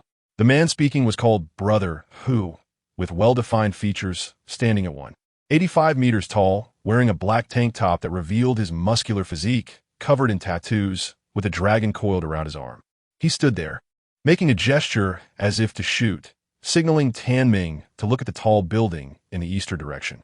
There was someone directly across, aiming at Tan Ming. He could even feel the heat at his brow, as if he would be shot at any moment. The workers instinctively huddled together, confronting those surrounding them, waiting for his command. Put down your guns and let them take it. Food can be dealt with later, but I don't want to die yet. The workers hesitated, but thinking of Manager Tan's words, that their families in the cement factory would suffer, they couldn't utter a single word of refusal. In a cement factory, most had family, either parents or siblings. There was also one person, watching the rice and oil they had worked hard to move being taken into the alley. Their eyes turned red as they held back their emotions. Brother Hu, a man stepped forward, knowing that everyone called him that. He shouted loudly, and even under Tan Ming's glare, he didn't flinch, lowering his head as he walked in front of Brother Hu. I want to join you. Brother Hu was clearly surprised, glancing at Tan Ming's grim face, and he laughed, patting the man's shoulder. Haha, no problem. Our Tiger Head gang warmly welcomes you. Go on, let us carry the food together. Is it that easy to join? A group of people began to be tempted and started to step forward. Tan Ming was about to grind his back teeth to dust. His threatening gaze was no longer effective. Those who know how to adapt are the wise. The door of our Tiger Head gang is open for you. If you want to join, just go help. Brother Hu provocatively looked at Tan Ming, mockingly clicking his tongue. Most of the people had already left, and the remaining ones were those with attachments. Watching as less than 20 remained, Tan Ming retreated, leaning against the pickup truck. Brother Hu's gaze then turned to him. You're Fang Tingwan? He was actually looking at Meng Ling. Though they had never met, he knew her name. Fang Tingwan immediately thought of Lufeng and interrupted Meng Ling, saying, I am. Oh, the momentum is indeed different. Come down and follow us. Someone wants to see you. Brother Hu opened the car door, his eyes fixed on her, unable to look away. The more dominant he was, the more satisfying it was to overpower her. He thought of something and couldn't help but laugh even more happily. Yancheng immediately said, I want to go too. Meng Ling quickly followed up. I want to go too. No problem at all. Welcome. Brother Hu swaggered towards the big truck, not knowing what he said to someone, and the driver was pulled down, followed by their own people getting in. Tan Ming watched, his fists clenched tightly, and said to Fang Tingwan, who had just stepped out, You guys find a way to leave a signal. I'll find a way to come rescue you. It must be for looting food. Fang Tingwan saw through it, but didn't say anything. After all, she really needed external help. No problem, but don't go back on your word. The three of them only stayed for less than 30 seconds before they walked into the crowd of the Tiger Head gang. XINU and Long Long originally wanted to follow, but were stopped by a glance from Fang Tingwan. After moving the last few bags of rice, Brother Tiger ordered the big truck to be driven away and walked at the back. The sides of the alley were lined with tall buildings, dark and cool, and there were no iconic buildings ahead. It ended in a fork in the road. It was hard to leave any trace while following behind. Meng Ling's shoelaces came undone, and as she squatted down to tie them, Brother Tiger stood beside her, looking down with narrowed eyes. Any hint of something being off, and it seemed like he could twist her neck in the next second. This created an opportunity for Fang Tingwan. She took a small lump of clay from her space, kneaded it into a ball less than 2 centimeters in diameter, and tossed it into a corner. Just one, and if not looked at closely, it wouldn't attract attention at all. Waiting for Meng Ling to stand up, Brother Tiger scanned the area and looked around on the ground, stepping on a clay ball to flatten it. After a smile, he suddenly changed his expression and coldly threatened, Don't pull any tricks again. I'm not a good person. All right, Brother Tiger. Meng Ling obediently nodded. Her appearance also belonged to the sweet type, but after practicing boxing for a long time, her eyes exuded a killing intent. Brother Tiger completely didn't believe it and coldly dismissed her. Hurry up. He shot a glance at Fang Tingwan. The group had already disappeared, and they quickened their pace, with Brother Tiger behind them, his sharp gaze fixed on them. Fang Tingwan exchanged glances with a few people, and no one looked for a reason to stop. They walked out of the alley and into the underground mall, navigating through it until they entered a pitch-black door. Once inside, it was even darker. Brother, who was used to this, and after a few steps, he turned right to see a security door, blocking his body to input the password. After 6 beeping sounds, the door clicked open. On the first floor, the design was empty, with the cement floor covered in dust, showing no signs of anyone having walked there. However, after they passed, they left footprints on the ground, which was strange. Moreover, at a glance, there was no visible staircase. As they navigated through the place, Fang Tingwan realized Brother who was leading them in circles, so she stopped trying to remember the route and just followed. After 10 minutes, they reached a slanted corner, and the staircase was tucked away in a dark corner. They had to feel their way up. Meng Ling stepped into empty space, her body quickly falling backward. She flailed her arms and grabbed onto a strong arm. In the next second, Fang Tingwan caught her and said, "Be careful." Meng Ling calmed her racing heart and slowed her steps. They successfully reached the corner, where the hallway was illuminated, revealing a newly installed copper security door, with screws tightly embedded in the wall, featuring a face and fingerprints. Brother Hu stepped forward again. With such tight security, it was confirmed to be their old hideout. There was another door on the second floor, outside of which was a construction site with footprints, but it was clearly an unfinished community, with not a single person in sight. There was another door at the corner leading from the second floor to the third. Fang Ting's eyes flashed with worry as she entered the door. Noticing someone in the corridor, she stopped in her tracks. They had already arrived home, and Brother Who was not guarding them as strictly anymore. Walking ahead, he peeked around the corner and someone called out, "Yeah, keep an eye out. Things might be a bit unsettled lately." Brother Who continued to move forward. When Fang Tingwan and the others approached, they saw 6 men at the entrance of the hallway. They wore walkie-talkies on their waists and had weapons in their hands. Anyone who dared to barge in would be shot to pieces. It seemed that this Brother Who was indeed involved in the underworld, managing to gather so many interesting items. What she lacked the most were these self-defense tools, and she couldn't help but take another look as she quickened her pace to catch up. The third floor of this building was also commercial space, but no businesses had moved in yet. With each ascending floor, there were 6 guards and an additional door. Even a mosquito wanting to enter would have to ask for permission. Meng Ling held Wan Wan's hand, trembling. "Wan Wan, what should we do?" She couldn't help but worry. "Don't rush." Fang Tingwan glanced at Lawyer Jiang, giving him a thumbs up in her heart.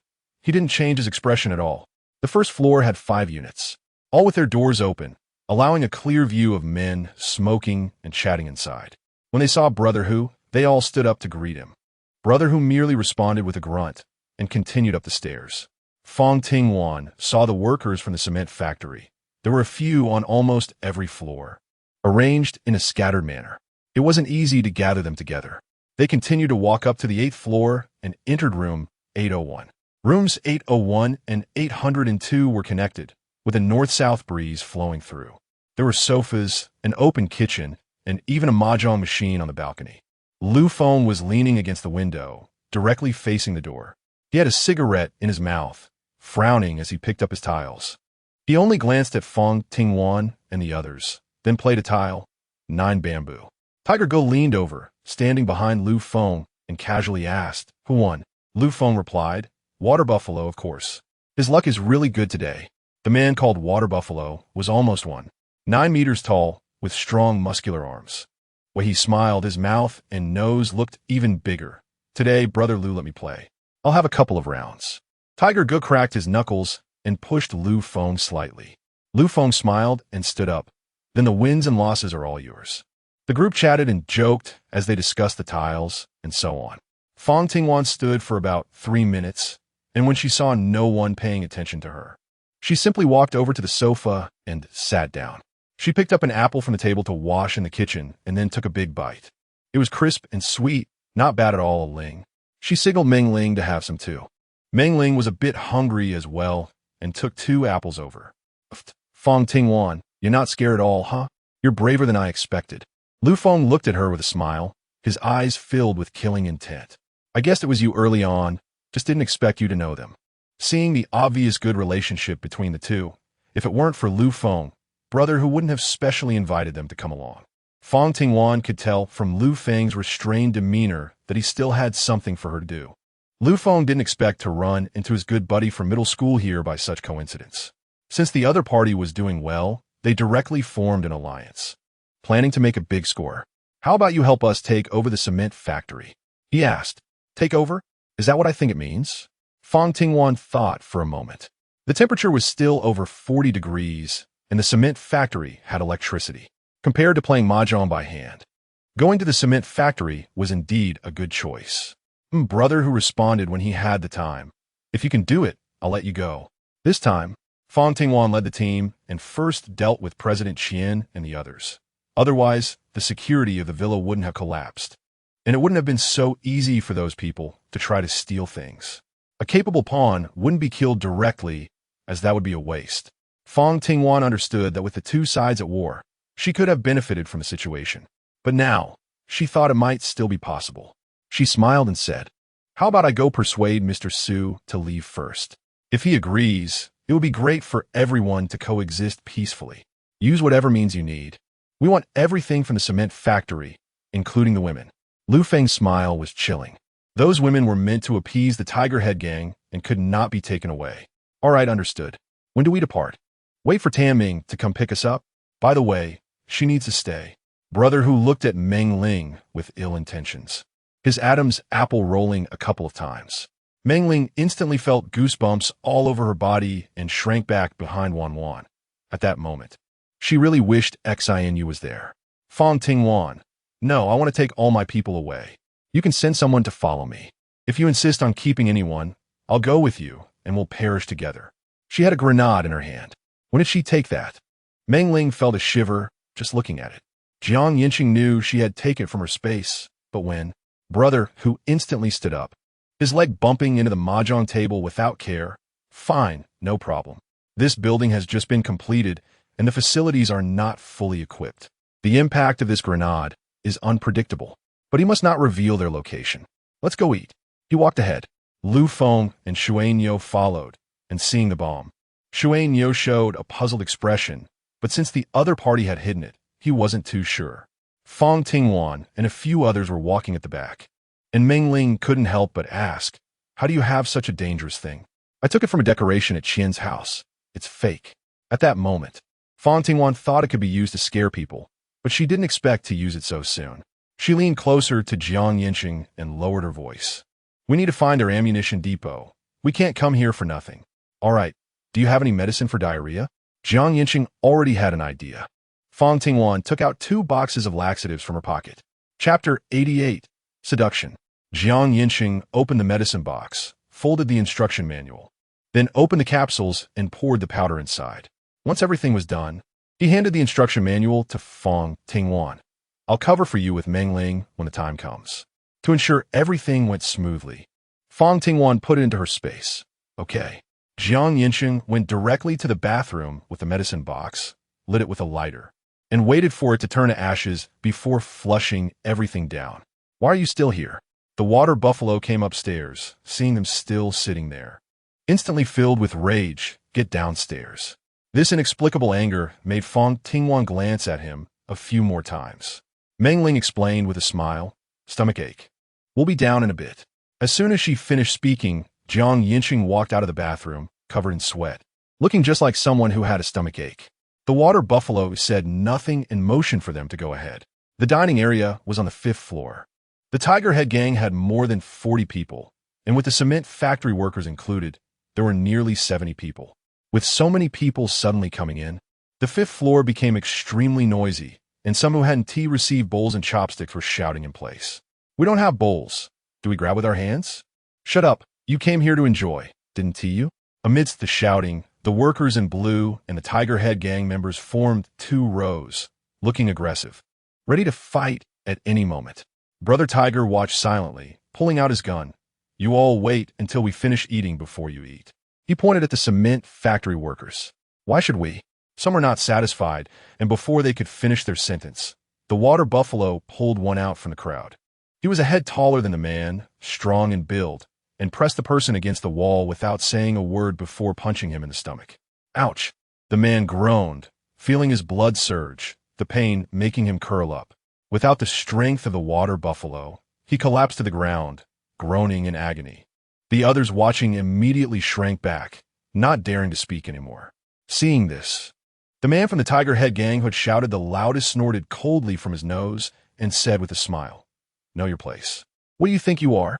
Everyone could tolerate the previous remarks to some extent, but this sentence undoubtedly rubbed against their pride. If it weren't for the food, how could we come here? Exactly. Without food, we'll leave. Brother Tiger raised his gun, sweeping over the loudest few. Who among you can cook?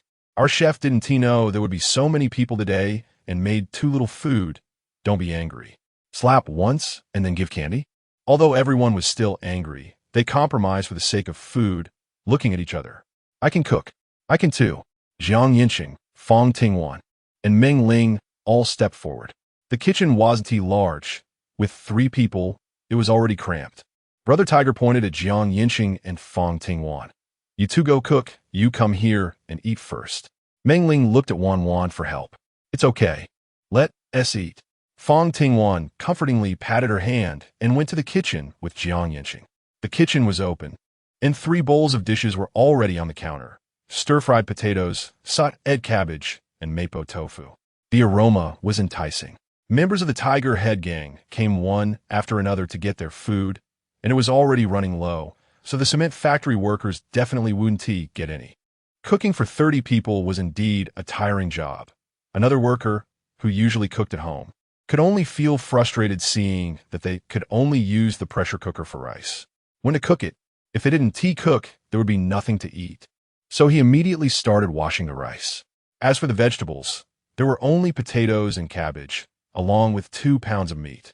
The tofu had already been eaten. Yancheng started tearing the cabbage. Fang Tingwan peeled the potatoes. After the 3 of them divided the work and prepared everything, Yancheng placed a large iron pot on the gas stove. Once the water boiled, he added the shredded potatoes to blanch them for 5 seconds before taking them out. The members of the Tiger Head gang, who were eating, suddenly found the shredded potatoes in their bowls unappetizing. The person responsible for cooking was a woman in her 40s. Usually, the food was acceptable, but the soy sauce shredded potatoes in this bowl were simply incomparable. Everyone started to look forward to the next dish. The meat was placed in the pot to fry out its fat. After adding through.Jiang and garlic to stir-fry until fragrant, he added the napa cabbage, light soy sauce, dark soy sauce, and oyster sauce, then covered the pot and let it simmer for about 5 minutes. When he lifted the lid, a rich aroma of sauce wafted out. The cabbage was soft and fully coated with soy sauce, looking quite appetizing. The Tiger Head gang members ate the shredded cabbage, which was simply stir-fried with oil, tasting only of the vegetable and salt. The cooking skills were good. Brother who genuinely praised it and was the first to get up to serve 2 plates, inviting. Come over and eat once you're done. He first took the dishes to Meng Ling. Lu Feng looked quite disapproving. After all, Meng Ling was not exactly a good person. However, seeing his good brother's unbothered look, he figured it wouldn't make a difference to say anything. After serving the dishes, Yancheng poured the egg drop soup that no one was eating into the pot, adjusted the seasoning again, and glanced at Fang Tingwan. It was time to eat. The workers rushed to line up. After Fang Tingwan and Yancheng finished preparing the meal, they went to join Brother Hu's table. After a few bites, Fang Tingwan found the food tasteless.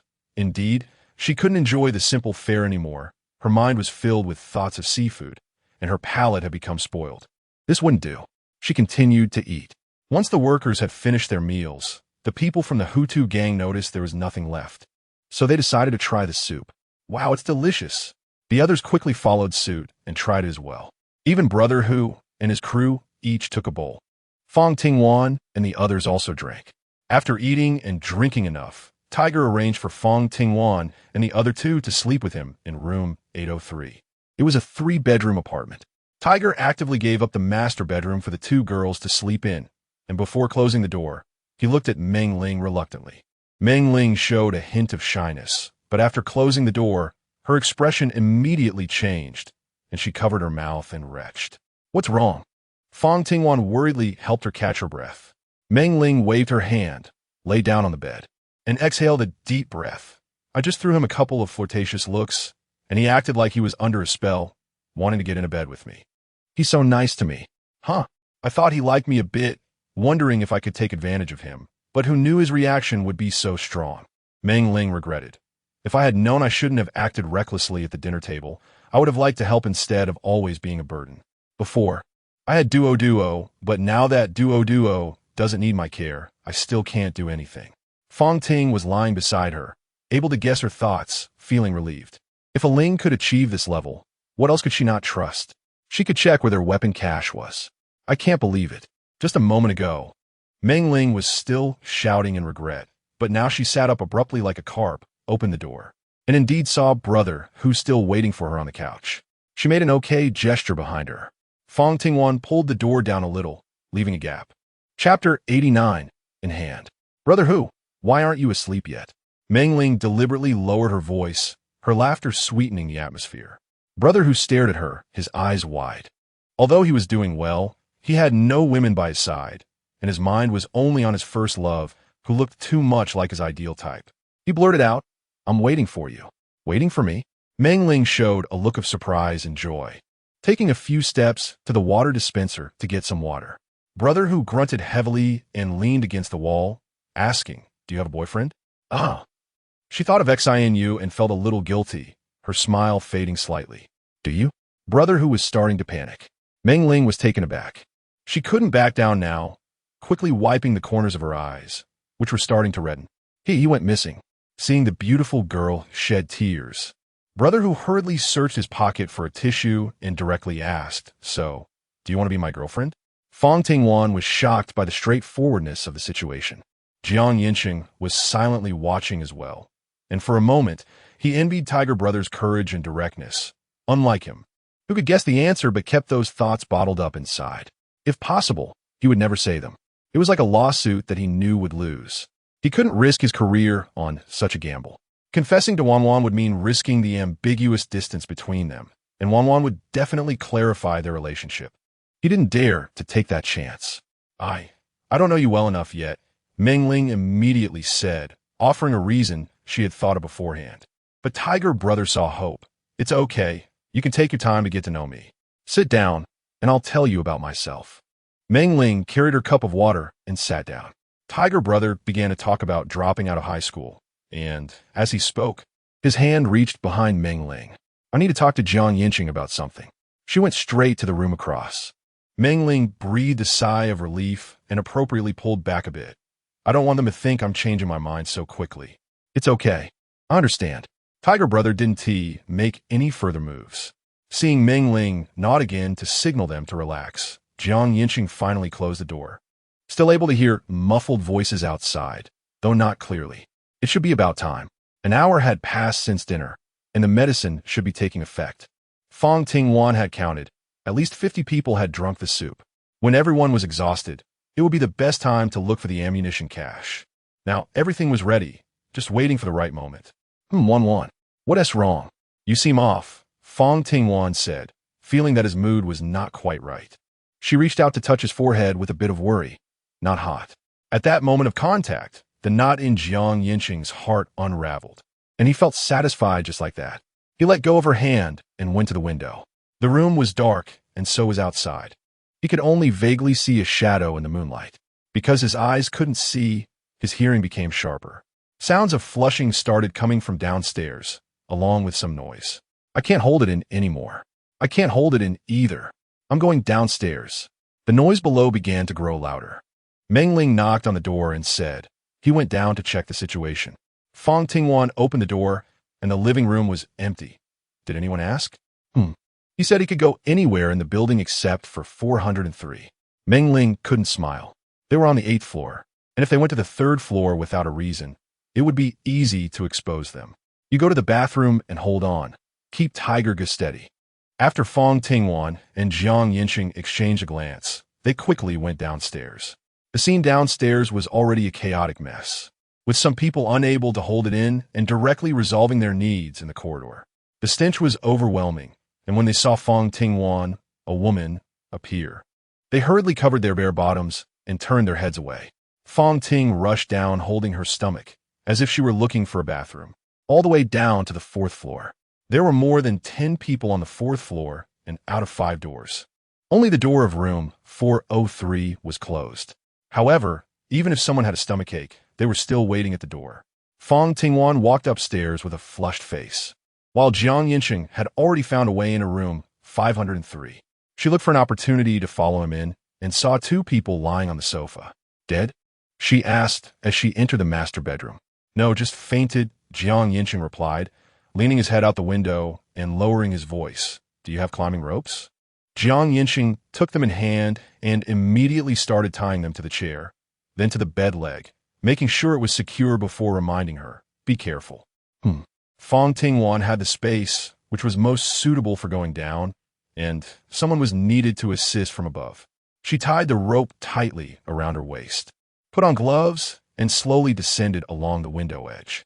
When she reached the 3rd floor, she confirmed there was no one inside before she cautiously approached the window. The window was locked, so she moved to the balcony.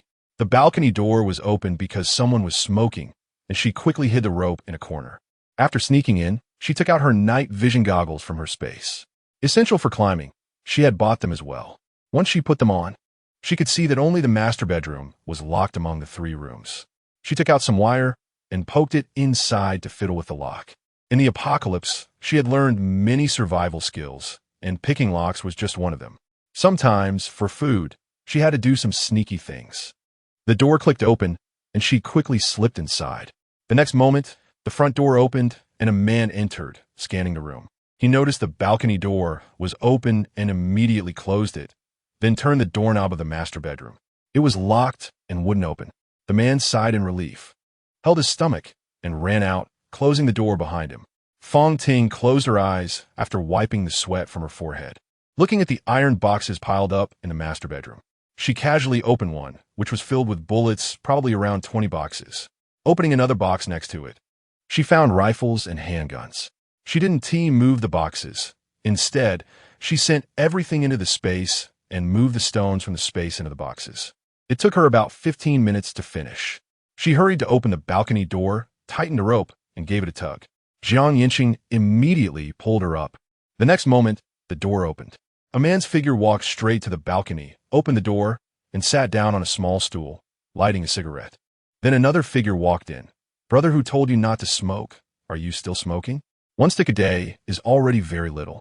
The man exhaled smoke. Of course. We've been eating Annie's, cooking for a month with no problem. But that man poisoned us in 1 meal. Is everything all right? Brother who pushed the door open, just in time to see the spark from a subordinate that hadn't been extinguished. He rushed over and kicked. Didn't you hear what I said? He kicked fiercely. Chapter 90. Enjoy what you should enjoy. The drug effect wasn't strong. About 2 hours later, it became quiet downstairs. The next morning, Fang Tingwan and the other 2 woke up early to wait for food on the 5th floor. In the morning, they had porridge with pickles. One by one, people arrived, and the looks directed at Yancheng were filled with hatred. Aren't you guys having stomach issues? Brother who also came down. He got his porridge and sat next to Mengling. You have to stay. The 3 had discussed it the night before. Whether it was because brother who had taken a liking to Mengling, or because one of the 3 had to be a hostage. Mengling had to stay and face the danger alone. Mengling's eyes turned red, and she asked softly, can I go too? Seeing brother who shake his head, she immediately sat up straight and looked at him seriously, saying, then you have to guarantee their safety. Lu Feng and Xuanyo couldn't stand it anymore. Did this woman forget her identity? She could still make demands? If you say another word, I'll pull out your tongue. Xuanyo leaned over the table, his shadow directly looming over Mengling's small frame. With an oppressive and murderous aura, this was no joking matter, and Mengling shrank towards brother Hu. This stirred brother Hu's protective instincts, and he shot a glare at Xuanyo. Enough, I have my arrangements. Then his voice softened by 3 degrees. Don't worry. As long as they remain loyal to the Tiger Head Gang, I won't let anything happen to them. Okay. Mengling pushed the pickles towards brother Hu. Knowing his gaze was glued to her, it was almost nauseating. Just a little sacrifice could save everyone. She endured. Lu Feng watched silently, not expecting his brother to become love-struck. Since he couldn't rely on him, he would have to depend on himself. The beads of calculation had all but burst on his face. Fang Tingwan sighed. The reason Lu Feng had survived this long was that he prioritized interests above all else. Otherwise, he wouldn't have repeatedly abandoned his brothers or allied with the cement factory, simply for food, for survival. It was in his nature. Fang Tingwan didn't take it seriously at all. After finishing the porridge, she stood up and asked, "Is the car ready?" Brother, who put down his bowl and chopsticks, smiled as he spoke harsh words, and when he stood up, Lu Feng and Water Buffalo also got up. "You keep eating." Brother, who gestured for the two subordinates beside him to keep an eye on Meng Ling, and then he walked out the door first. Fang Tingwan and Yancheng followed him downstairs. By the time they reached the third floor, their heads were covered with a black cloth bag by the Water Buffalo. It was already dark, and now they couldn't see anything at all, but they could be sure that they didn't continue going down the stairs after reaching the third floor. After winding around for almost half an hour, both of them were sweating. When they heard the rumbling sound of the rolling shutter door opening, a strong light dazzled them, and the hoods were removed. They were on the street, with an alley behind them and tall buildings all around when they looked up. Fang Ting glanced around and confirmed that none of the buildings were the one they were in. It was really quite secretive. She wondered if XINU would be able to find it. Go ahead. In front of them was a white SUV worth around 100,000, with the protective film still on. Huga tossed the keys to Yancheng. He directly opened the driver's side door, got in, and started the engine with the key. Fang Tingwan also sat in the passenger seat, turning her head to stare at Tiger. Take good care of Ling. Her parents died after the disaster began, and she has been alone, needing protection. Tiger's body trembled, and it took him a while to squeeze out a good from between his teeth. As the car drove further away, Yancheng turned to look at her. Do you trust Tiger? In the apocalypse, there are good people and bad people. It depends on whose perspective we stand from. Besides, he has a bit of a macho attitude. If he plays the victim a bit, he will protect Ling a little more. What's your plan? Yancheng had not asked until now. Fang Tingwan lowered the seat, lay back, and looked at the scenery passing by outside, her eyes blank. She advised General Su to give up the cement factory. That's fine. Yancheng nodded in agreement, glanced at those who were watching them, and continued to step on the gas. Let those people not even get a whiff of it. The gas was sufficient, and with the air conditioning running inside the car, it was simply too comfortable. Fang Tingwan took out cashews, pine nuts, and walnuts she bought from the supermarket from the space and placed them on the middle box. She also took out some spicy chicken feet and spicy strips as snacks. While taking them out, she remarked, "It's been a long time. I didn't dare to take them out to eat. What do you want to eat?" Yancheng was taken aback and unconsciously blurted out, "If it's just the two of us, wouldn't it be enough to eat until we die?" Fang Tingwan nodded in agreement. Without hesitation, she handed him the peeled cashew, and after he ate it, she peeled another one and put it in her mouth. Not bad. But with only the two of them, it would be very lonely, and living would have no meaning. Wan, was that what you were thinking back then? Yancheng's grip on the steering wheel tightened, but his anxious feelings did not show on his face. She could live well alone, but it seemed she had lost the motivation to go on, and when faced with danger, how despairing it was to be alone. Knowing that no one would come to rescue her, yet still hoping for it. Lawyer Jiang, if something happens to me, will you definitely come to save me? The smile on her face looked like a joke. I definitely will. That's enough. At noon, during the hottest part of the day, the car's air conditioning couldn't handle it, and the water tank temperature rose sharply. They could only stop in a cool place at the foot of the mountain, waiting for the sun to set. Along the way, she took out beef jerky and ice cream. We should enjoy ourselves. Yancheng observed the surroundings while eating. Basically, no one would come by. At 3 in the afternoon, it wasn't as hot anymore, and the two continued on their way. They drove all the way to the back door of the cement factory, only to be met by 6 people pointing guns at their heads. Chapter 91. Back to the cement factory. Fang Tingwan said, "We need to see General Su. There's something important." Every time they crossed that slope, Fang Tingwan felt anxious, and after they safely reached flat ground, there were already 70 or 80 people gathered around. Ming rushed over from the office building after receiving the news, confirmed it was really them, and noticed there were only 2 people. He suppressed his desire to ask questions and urged, "General Su is waiting for you in the office building. Come with me." The workers were eager to ask what happened to those who went along, whether they were already living a happy life with food and drink. Could they go too? The cement factory had run out of supplies for a day, and they had only been drinking thin porridge and eating potatoes, barely filling their stomachs. Under the scorching sun, they didn't want to stay there for another minute. If it weren't for someone blocking them outside, they probably would have rushed out already. Their eyes couldn't help but focus on the off-road vehicle. With a car, what was there to fear about not reaching the city? But Yancheng didn't get out of the car. After Ming got in, he drove straight to the office building. Hiding in the shade, he locked the car before going up to the office building with Fang Tingwan. On the 3rd floor, Fang Tingwan didn't see Duo, and a sense of unease flashed through her mind. "Let's go." Yancheng pulled her along. It was very possible that Duo had been locked up after all. That was a tool to threaten them. They rushed up to the 5th floor in one go. Su Zong had been waiting in the office for a long time. His meticulously styled hair had a few strands out of place, his stubble was shaved, but not clean, and although he was still dressed in a suit, he lacked the previous calmness and ease, now showing signs of irritation. Yancheng sat down to the side, blocking Ming's view. Ming stared at Fang Tingwan fiercely. "Negotiation? Were we negotiating? They've taken away all our food. Do they know how long we've been planning this?" For a moment, he directed his anger at the 2 of them. Fang Tingwan looked at him. "It's your mistake to trust Lu Feng. What does it have to do with us? In the end, it's just self-inflicted suffering." Ming was choked up and clenched his fists. Su Zong impatiently waved his hand. "Stop arguing. What negotiation? You need to give up the cement factory."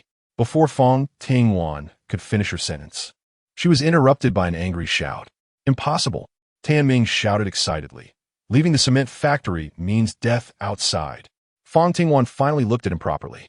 The person was still the same, but there were many more emotions in his eyes, insecurities and fear.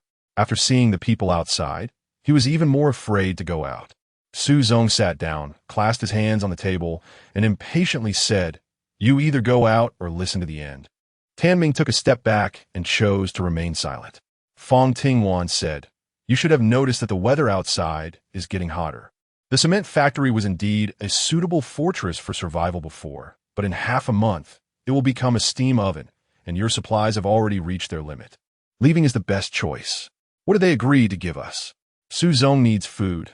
Otherwise, going out won't be beneficial at all. They are indeed businessmen, always with conditions. No, you can choose to leave with your people and find a cooler place, or you can stay here. They have a warehouse full of weapons. With pistols and rifles, taking the cement factory would be a matter of minutes. Let me persuade you. It's just because those things are rare. Once used, they're gone. So it's better to negotiate first." This is why Fang Tingwan guessed correctly. Duo is with Meng Qi. I will give you an answer later."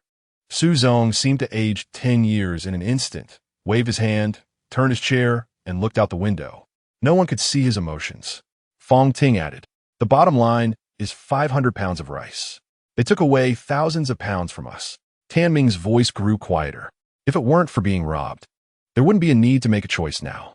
Fang Tingwan and Yancheng had already left the office and went directly down to the 3rd floor.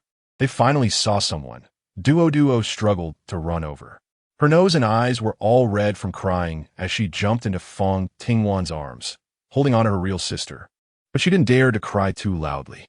She remembered that in the community, everyone was very quiet, and making noise could lead to a lot of danger. When she chose to leave Duo behind earlier, it was out of reluctance and sadness, but it wasn't as intense as when she saw her in person. She thought she was cold-hearted enough, but no matter how strong her rationality was, it couldn't compete with human nature. She took a candy from her pocket and put it in Duo's mouth, unable to resist kissing her forehead. "Is it sweet?" Duo's longing was drawn to the question, and after tasting it, she revealed a sweet smile, strawberry flavor, and we can eat it every day. Having comforted the child, Fang Tingwan looked at Meng Qi. "Would you mind sitting in your room for a while?" Meng Qi hesitated and glanced at Yancheng. In the end, Yancheng stayed in the hallway while the 2 entered the room. A large bed, 8 meters wide, was covered with pink Patrick Star sheets, and there were several cute rabbit plush toys at the head of the bed. The table was also pink, and the cups were all pink, with one wall displaying Duoduo's drawings of Fang Tingwan, Jiang Yancheng, Meng Ling, and Duo. There was an empty space on the left, which seemed intended for a drawing of Meng Qi. In just a few days, they had reached this point, and it was clear that Meng Qi was not a bad person. Thank you. After a pause, Fang Tingwan stated her purpose. This time, Su Zong and the others are moving away from the cement factory. If you are willing, you can come with us. If you don't want to, I can also provide you with food, including a vehicle downstairs. Meng Qi happily raised her eyes but quickly lowered them. But I don't know anything. I might hold you back. People can grow. Fang Tingwan did not intend to let her continue being a decorative vase. In desperate situations, people can unleash abilities they never knew they had. Then I'll go. Meng Qi nodded seriously, and after some internal struggle, her eyes showed determination. Duo was eating candy and suddenly laughed out loud. Realizing it was a bit inappropriate after the fact, she blinked her big, pitiful eyes. Do you like Sister Meng Qi? Fang Tingwan asked. Duo nodded. All right, then you help Sister Meng Qi pack up, and I'll talk to Brother Jiang about something. Fang Tingwan left 2 candies for Duo before walking out. Chapter 92. Human nature is very real, standing in the 3rd floor corridor. One could see the cement processing plant not far away, filled with huge pipes. At the end of the pipes was a gray warehouse, 3 stories high, topped with blue metal roofing. Since the cement factory was no longer in operation, there were not many people in the southeast. Jiang Yancheng asked, should we wait until it gets dark to act? How do we get past the iron gate on the 2nd floor? Or should we climb down like before? Fang Tingwan thought for a moment. It's safer to go down using the climbing rope. What do you think? Okay, for the 3rd floor, let's assign rooms 301 and 302 to those 2, 1 for each. Fang Tingwan let Duo sleep with Meng Qi first. When it was dark, she quietly opened the door and looked around at the dim surroundings, the yellow lights in the corridor, and the entire office building, which was pitch black. This indicated that the cement factory had indeed reached its limit. Lu Feng and the others didn't know and were eagerly wanting to move in. She touched her nose, hiding a trace of schadenfreude in her eyes, and pushed open Jiang Yancheng's door. Are you feeling at ease now? Meng Qi and Duo had been waiting for a long time. They agreed to go to sleep after 10 o'clock, and just 5 minutes before 10, they saw it. Duo understood it as her older siblings being in love and wanting to sleep together, so she felt it was inconvenient for her, just like how her parents would only go to the same room after putting her to sleep. That time, her mother didn't put her to sleep and just went out, and after that night, she never had her mother again. Good Duo, come here for a hug. Seeing her about to cry, Meng Qi quickly hugged her and closed the door to comfort her inside. At this moment, 2 figures were slowly moving down the outer wall, and after quietly landing, Fang Tingwan and Jiang Yancheng walked along the wall. The cement factory was as solid as a fortress, and the guards had become lax. After lying on the steps for over an hour in the dark, one fell asleep. The snoring was not loud, but particularly clear in the quiet night. The 2 went straight to the warehouse. There were a total of 3 large warehouses, with only 1 large frame for a door, no iron gate.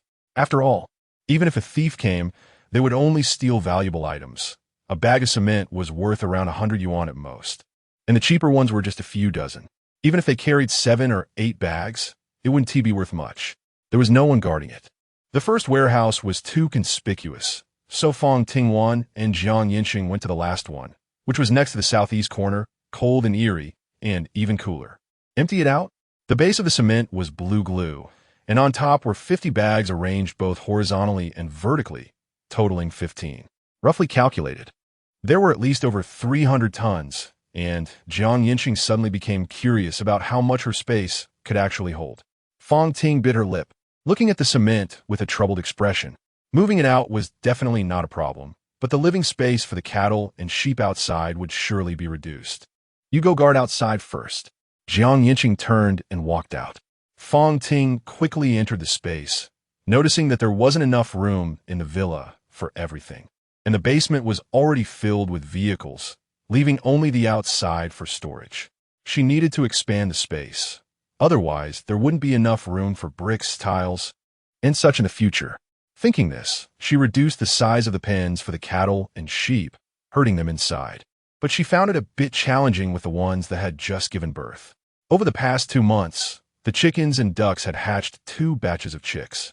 And the cattle and sheep she bought had also given birth to a couple, making the space feel cramped. Expanding the space was urgent. She decided to endure for now. Looking at the empty warehouse, only traces of their previous existence remained on the base. If the people from the cement factory saw it, they would surely think it was a ghost. After all, who could move so many things? They then went to the second warehouse, and after moving 3 spaces, it really couldn't accommodate any more. Yancheng nodded. She had been woken up by the broadcast in the morning, hearing Tan Ming's voice calling everyone to gather at the office building. She rubbed her sleepy eyes and got up to open the door. Duo immediately rushed over. Sister. She hugged her leg tightly with her fingers. Fang Tingwan picked someone up, rubbed their head, and looked down. Except for the ones guarding the gate. All the workers had come, gathering below and discussing among themselves, most of them asking when they would have food. Suzong walked to the second floor, looking at these workers with a sympathetic gaze. He suppressed his sadness, cleared his throat, and said loudly, "Everyone be quiet. I have something to say."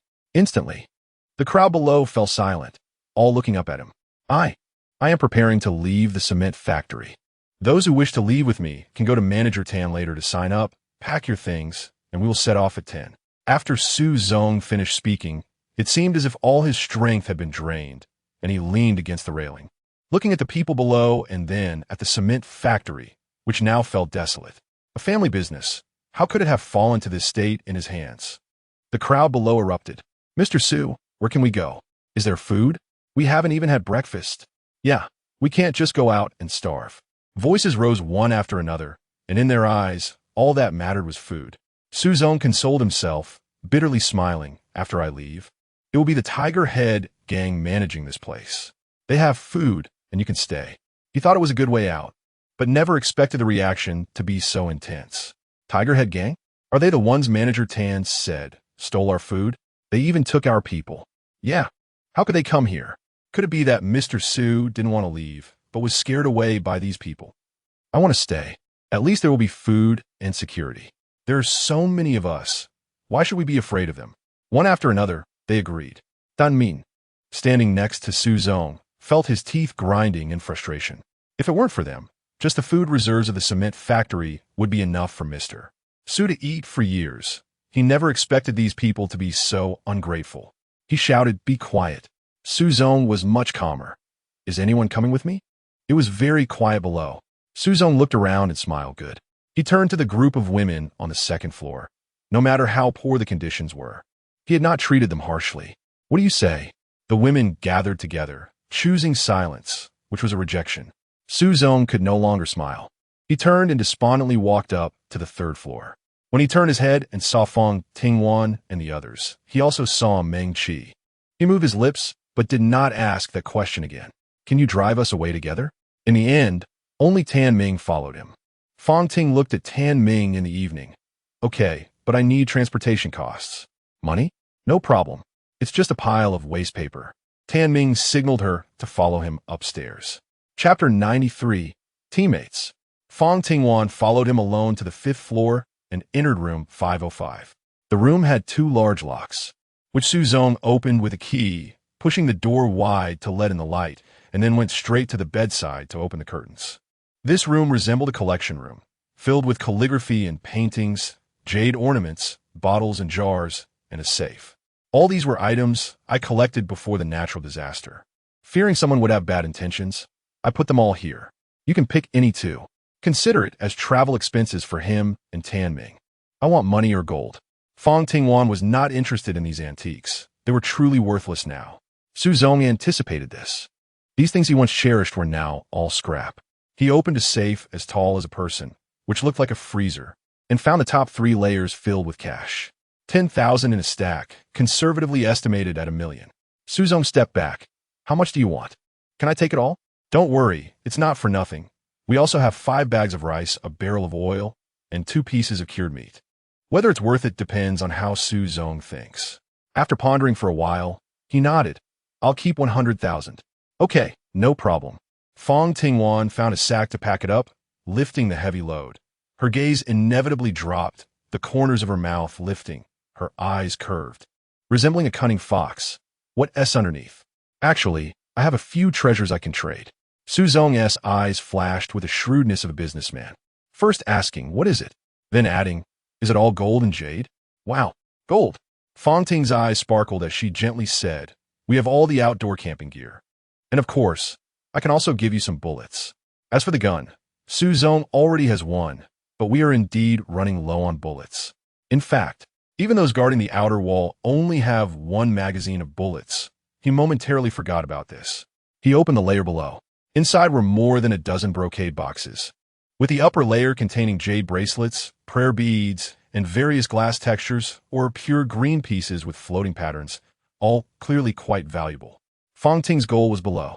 After opening it, it was a golden pai shio, weighing at least over 10 grams. She opened another one and found a large gold bracelet, weighing over 50 grams. There were a dozen small pieces, the most valuable being a gold cicada ornament, palm-sized. She tapped it with metal, and it was solid. She weighed it in her hand, just a little over 4 pounds. Su Zhong directly told her, if you want this, you have to give me 100 shots. There isn't that much. Fang Tingwan was indeed moved. Putting this into the space could at least increase 50 square meters. Perhaps it could even unlock other rooms, but 100 is too much. 80 is my bottom line. Su Zhong didn't waste words. Deal. Fang Tingwan, unwilling to let go of the golden cicada, directly placed it into the cache, then carried a bag of items out of the room, just in time to see Tan Ming. Their eyes met, and his gaze naturally fell on the items she was carrying, his smile momentarily stiffening. How can you take so much? I was given it. Su Zhong spoke from behind Fang Tingwan. Come here, see what you want. Tan Ming walked past Fang Tingwan and lowered his voice. Don't be too greedy. Mind your own business. Fang Tingwan strode away. Tan Ming entered the room, saw the tightly closed safe, then looked at the 2 pieces of gold jewelry and the 100,000 yuan on the table, his expression darkening. Take it. This is more valuable now. Su Zhong gestured for him not to be polite. If he hadn't seen Fang Tingwan carrying a bag, Tan Ming might have actually felt fortunate to get these items. He smiled and accepted them. Meng Qi and Duo were also there. The backseat was crowded with 4 people, taking advantage of the absence of others. Fang Tingwan filled up the gas tank, watching the group of workers behind her looking eagerly, their figures growing smaller. Upon reaching the top, she saw the members of the Tiger Head gang blocking the way, about 50 of them, creating a bottleneck. The sun was directly overhead, making it very uncomfortable. Behind them were 3 large trucks and 5 SUVs, which must be carrying all their possessions. Brother Tiger got straight to the point. Is it done? Fang Tingwan got out of the car in the evening and nodded, saying, the cement factory is yours now. Let my people go. The water buffalo showed no signs of releasing his grip. Brother Hu chuckled lightly. Fang Tingwan, I think you guys are not bad. Why not stay? He turned to look at Meng Ling, having exhausted all sweet talk over the day and night, yet she still didn't want to stay. Therefore, he could only settle for second best and keep Fang Tingwan in her group. This was different from the plan. Lu Feng quietly clenched his fists. Fortunately, he had reserved a backup plan. Thanks, but no thanks, Fang Tingwan declined politely. Meng Ling also struggled to get up. Let me go over. The water buffalo looked at Brother Hu, and upon receiving a nod of approval, he finally released his grip. Meng Ling stumbled a couple of steps and quickly ran to Wanwan's side. Get in the car. The backseat was cramped with 4 people, and seeing the 3 of them, Meng Ling was a bit surprised, but with Wanwan leading them, there must be a reason. Duo immediately threw herself into Meng Ling's arms. Su Zhong was holding Meng Qi. The atmosphere in the car was somewhat strange. Yancheng stepped on the gas, and after exiting the opening from the Hutua gang, he glanced at the rearview mirror, his frown showing no signs of easing. There is no way they let us off so easily. Fang Tingwan was prepared and seeing a fork in the road ahead. She instructed Yancheng to take the originally planned alternate route. The atmosphere in the car grew tenser. After about 5 minutes of driving, Fang Tingwan saw the glint of light reflecting off the sand ahead and sneered. Here we go again. Spike strips. They might fall for it once, but not a second time. Yancheng hit the brakes and stopped in front of the spike strips. Tan Ming felt a lingering fear. Can you handle it? We definitely can't do it alone. Meng Qi, just protect Duo and yourself. After Fang Ting finished her instructions, she got out of the car with a Tang knife. Jiang Yancheng followed. Su Zong and Tan Ming had guns and handed one to Meng Ling. By the time they got out of the car, they hadn't seen anyone, only hearing a howl. Coming up from behind a small hill was Xianyu. Meng Ling immediately rushed over, hugging him tightly and questioning with a choked voice. Why did you come so late? I've been waiting for you. It was so hard to find you. We kept going in circles and only found that building hidden among several high-rises. We hadn't even entered when we saw them getting ready to move. Xianyu explained while patting her back, silently comforting her. When we saw someone ambushing here, we thought they might be setting up to ambush you. So we took care of them first. Then Long, Lu Ji, and Su Er all came out. Chapter 94. Slap in the face. Lu Ji said. When we were going downstairs, we ran into Brother Xian. Knowing that you guys had been captured, we helped look for you. Just when we found their base, we happened to see them getting ready to leave, so we followed them, and unexpectedly, it turned out to be at the cement factory. Fortunately, you all came. Meng Ling had already calmed down from her tears. Just as everyone was about to say something to express their joy, Jiang Yancheng interrupted them. Let's go first. We can talk in the car. All right, there's another vehicle behind. Not sure what it's for, but it's loaded with a bunch of food. Xianyu pointed behind the pile of sand. Take 2 people over. Fang Tingwan has already gotten into the off-road vehicle. There was originally one that Xianyu and the others were driving, and now Lu Ji and Su Er have gone to drive the one loaded with food. Su Zong sat in the back seat and realized belatedly what kind of disaster he had invited into the cement factory by bringing so many people with Fang Tingwan. What role did Fang Tingwan play in the middle? A fisherman? The 3 cars drove away one after another. And after the cement factory was completely buried by the sand pile, they had already traveled 10 kilometers. Fang Tingwan asked Jiang Yancheng to stop the car. The cars behind them also came to a halt one after another. Bring them 5 bags of rice and oil, Fang Tingwan said, motioning for Su Zong to follow her. The 2 walked behind a sand pile, where they couldn't see anyone and couldn't hear anything. Tan Ming felt a bit uneasy, always thinking that Fang Tingwan would speak ill of him, but when he saw the bags of rice being loaded onto the car, his expression became conflicted. Su Zong treated him very well. 5 bags of rice, 500 pounds, could last him a whole year if he ate sparingly, even longer. Su Zong couldn't drive, couldn't cook, couldn't do many things. Having him around felt like carrying a burden. While he was lost in thought, Tan Ming had already sat in the driver's seat, and as soon as the trunk closed, he started the car. Hearing the sound, Su Zong had already packed all the bullets in his backpack, took a deep breath, and said firmly, Tan Ming won't betray me, I believe in him. Once they left the sand pile, he immediately looked for Tan Ming. Their eyes met, but he saw Tan Ming smiling with guilt, and in the next moment, the wheels kicked up sand as the car sped away. Watching the white car turn into a white shadow and finally disappear into a dot, Su Zong couldn't help but chuckle at himself, never expecting the slap in the face to come so quickly. Fang Tingwan, can I join you? If he stayed here, death was just a matter of time. Realizing something, he handed over his backpack, which contained 80 bullets and the gold bars he had brought out. It was heavy. Would they accept him? Or would you take me to the government's rescue site? Su Zong settled for the second option, as long as he could be safe. Taking the opportunity, he put it into the space and shouted, get in the car. She sat in the passenger seat, glanced into the space, and saw that the fish pond had expanded from 10 square meters to 30. Nice. The little fish were swimming even more happily. She leaned back happily, gazing ahead. Just let Tan Ming go. Meng Qi had known Fang Tingwan for so long and felt that she wasn't someone who would let things slide. Su Zong also cast a hopeful glance, wishing to see Tan Ming fall into Fang Tingwan's hands. Fang Tingwan looked at Su Zong through the rearview mirror and smiled. It's not like I stole it. This remark was like a sharp ice knife, piercing Su Zong's heart, leaving it riddled with wounds. The car moved forward. On the other side, Tan Ming had appeared in the refugee area. The white SUV was too conspicuous, and he was immediately surrounded by people who recognized him as the manager of the cement factory. Manager Tan, what are you doing here? Tan Ming smiled and replied, the cement factory is open now. There are thousands of tons of rice and some cured meat. It's first come, first served. If you want to go, head to the back mountain of the cement factory. There's a slope that leads inside. Is there really rice? I don't even dare to hope for meat. Just having something to eat would be enough. Can we really go in? We couldn't before, but I want to eat meat. They were so hungry they felt like they could eat people. Enduring a day was already difficult. Suddenly hearing there was rice and meat, their eyes lit up. The sounds of joy rose and fell among them. For them, the cement factory, which had survived the flood and landslide, was the best safe haven. Yes, but whether you can go in depends on how much you want to live. I'll notify others. The earlier you go, the more likely you'll get something, Tan Ming said with a grin before stepping on the gas, forcing those who wanted to stop the car to move aside, and he sped away. The Tiger Head gang wants to occupy the cement factory? Fine, let them have it. Let's see if they can handle it.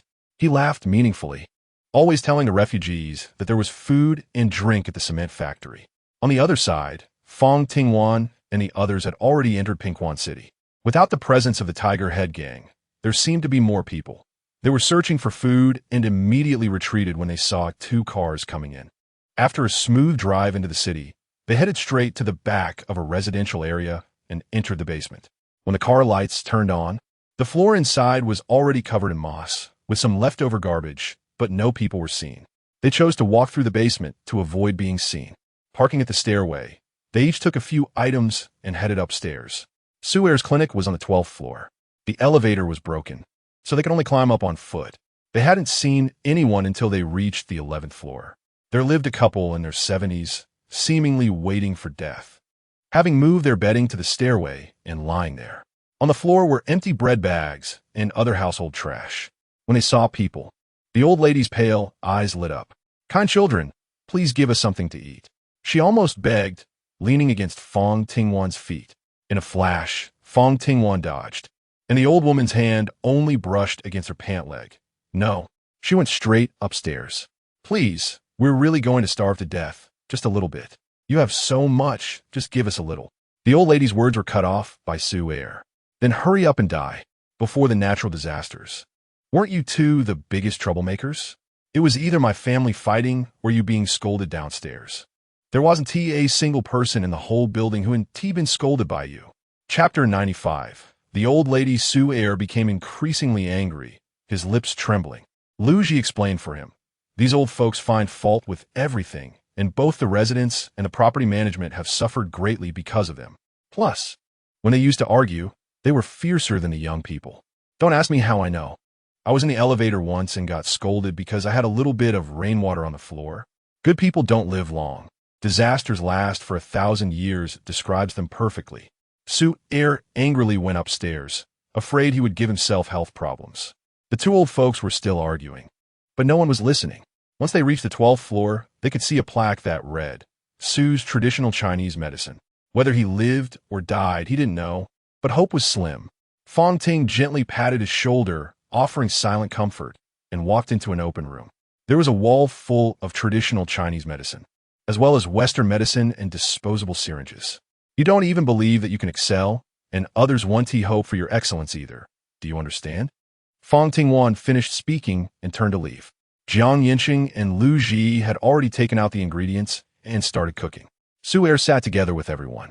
Fang Tingwan looked at the ordinary door, her expression darkening. "Xinu, let's go upstairs and take a look. If there's no one there, we'll temporarily block the staircase just in case. I think that's a good idea. Otherwise, we won't be able to sleep peacefully at night." Xinu called Long Long and Suer to join him. Meng Ling and Meng Qi took Duo to their room, while Su Zong sat on the sofa, unsure of what he could do. Everyone was busy with their own things. As it got dark, the hallway had already been blocked with sofas and tables, and the smell of food wafted from the room. The fragrant rice was soft and just right, accompanied by a pot of stir-fried cured meat, which was a delicacy for everyone who hadn't eaten meat in a long time. Su Zong had already scooped some rice and sat down, making himself inconspicuous. The airs of being a boss were certainly not as important as staying alive. After eating and drinking enough, Xinu and the others cleared out the adjacent room, finding it unoccupied, so they naturally went into the room. At night, Fang Tingwan and Jiang Yancheng took the first half of the night watch. Sitting on chairs in the corridor, she held a map of Pingquan City that she had taken from Suer's house. studying it carefully and tracing several spots with her finger. "What are you thinking?" Yancheng asked. "I'm thinking about where we should build the base, or if we should find a ready-made place to stay. We need to guard against natural disasters and also against others. So we have to choose whether to be in the city or outside it. There are definitely more dangers in the city since it's crowded. Outside the city, there aren't any suitable locations. Being exposed to the sun isn't as cool as being in a basement of a community. How about going to the basement downstairs?" She muttered to herself, actually feeling it was feasible. The building where Su-er lived was surrounded by several small communities, receiving less than 8 hours of sunlight. And if it were in the basement, it should work. I think that's possible, but this community still has residents. If there's an earthquake or collapse, we would be in danger. There are too many natural disasters that could happen, and Yancheng had to consider more. What she said made a lot of sense. Fang Tingwan thought for a moment. "How about we just take a look around these days?" Fang Tingwan asked. After all, they didn't have a destination at the moment, so staying here was fine. "All right," Yancheng agreed, and the two fell silent. They sat together in such quietness, as if they were each other's solid barrier. Once things settled, "Don't feel burdened." The two voices suddenly broke the silence in the middle of the night. Fang Tingwan smiled and said, "I want you to stay by my side. You know, a woman in love, no matter her past, will always be a bit different. There will be arguments and conflicts. I just want to live. I don't want to reproduce. Take it slow. This is my first time dating." Fang Tingwan forced a smile. She wanted a date, but having been pressured to divide her inheritance right after becoming an adult, and having seen the darker side of human nature after experiencing the apocalypse, she was even more reluctant to pursue a relationship. But Yancheng was just too good. So good that she couldn't refuse. "This is also my first time." Yancheng chuckled awkwardly, rubbing his fingers together. "They used to call me a bookworm, but I've learned to be much smoother since then." "Really? I can't tell." Haha. They reminisced about their time in the dormitory, as if they had opened a floodgate, chatting for over 3 hours at the doorway, finishing a bottle of water and snacking quite a bit. As time passed, Fang Tingwan put the trash into her space. Keeping watch through the night were Xinu and Meng Ling. Noticing the obvious tension between the two, Xinu chuckled. "Oh, looks like something's going on with you two. So what's the deal? Are you together?" Meng Ling nudged him quickly, trying to remedy the situation. "You guys should go to sleep. Don't mind him." The next morning, Lu Ji and Su-er were cooking. Everyone understood that Fang Tingwan didn't tolerate freeloaders. This was their chance to show themselves. Meng Qi brought Duo along. The others were occupied with their own tasks, while Su Zong stood there alone, feeling helpless. "Do you need me to do anything?" Su Zong. "If you keep this up, you won't last long," Lu Ji joked. Su Zong suddenly understood why Tan Ming had given up on him and sat down in silence. After breakfast, Fang Tingwan and Yancheng planned to go out. They went from the 12th floor down to the 11th floor, climbed through a window, and saw an elderly couple defecating in the corner, which was truly discomforting. Looking at the filth in the room, it was hard to understand why these two people were unwilling to move. "What are you looking at? Didn't your mother give birth to you without taking a dump? You've already had shit smeared on your face, so what else with that smug look?" The old woman scolded with full force. Fang Tingwan's expression darkened directly as she walked over and drew out a Tang knife, aiming it at her forehead. The old lady was startled and sat down in fright, making a loud sound. TSK. Chapter 96. Lifting a stone to drop on one's own foot. Fang Tingwan coldly watched the old lady's face turn pale, her mouth full of creases opening but unable to utter a word. It was just a matter of being afraid of the strong while bullying the weak. Before, she could act so arrogantly, relying on her age, and everyone endured not out of fear, but because of the rule of law. But now it was different, which was why the old couple dared not come downstairs. The old man wanted to help, but Yancheng's Tang knife was not just for show, and he immediately pointed at him. "Don't move." The two elderly people huddled together, still finding it hard to accept the situation. The old lady, used to being domineering, felt both embarrassed and angry at her current predicament, her slanted eyes filled with blazing fury. However, given the circumstances, she rationally chose to back down. "We are old, and we don't speak properly. It's not what you think. Please don't take it to heart." The old man chimed in. "Yes, you suddenly appeared and scared us." Speaking of this, Fang Tingwan looked at Yancheng and asked nonchalantly, "What if they find out? Should we just throw them down from upstairs?" Yancheng nodded, his gentle voice chillingly stating, "I think that's fine. After all, it's not a big deal if 2 people die now." The 2 elderly people trembled all over, truly scared, immediately going from sitting to kneeling, crying and begging for mercy. "We were wrong. We didn't see anything. Please let us go. We don't have much time left to live anyway. We swear, we will definitely not tell anyone about seeing you." They kept pleading. Fang Tingwan put away the Tang knife and said, "If I hear you curse again, I'll have your tongues cut out." The old man and woman quickly covered their mouths with both hands and shook their heads vigorously to show that they dared not. It was not that they could not, but that they dare not. "Let's go." Killing 2 elderly people who couldn't even fight back wouldn't cause them any real harm. So Fang Tingwan felt it was unnecessary. After the 2 of them went downstairs, they went directly to the basement. Fang Tingwan pressed the key, and the car lights flashed twice, illuminating the basement. Fang Tingwan glanced at something and decided to take out her flashlight. On the thick layer of dust, there were quite a few footprints. Driving was still too conspicuous. Fang Tingwan had already taken the passenger seat. Yancheng got into the driver's seat, and after starting the car, he could see many waterlogged cars in the rearview mirror, all in a state that couldn't be started. Among those jagged scrap cars, there might be a pair of eyes watching them. There was no real threat. For ordinary people, they didn't need to worry at all. It was still relatively cool in the basement, but as soon as they stepped out, it felt like entering a steamer. The arms exposed to the sunlight instantly became scorching hot. The air conditioning was on in the car, but it felt even hotter than before. It was only 9 in the morning, and a layer of heat was already rising from the ground. No one came out to move around, but they could hear voices from the buildings, and some people peeked out to look. "It's a car. Hey, can you take me to Chengda? I have money. I can pay you." The voice grew fainter, and the 2 continued to ignore it, starting to search. At this time, at the cement factory, since last night, all the workers have been sitting under the office building waiting, not coming out to demand anything, just shouting, "Hungry, we want to eat." The shouting made Tiger Brother dream at night that people were chasing him for food, making his sleep uneasy. Early in the morning, hearing the cries from below, he clenched his fists and walked out.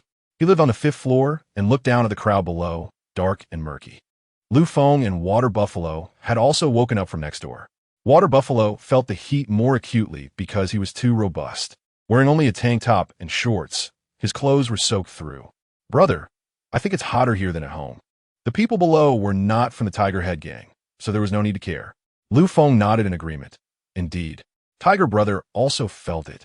Looking up at the sun in the east and then glancing towards the west, he cursed, "Damn it, Lu Feng, you said the cement factory was good.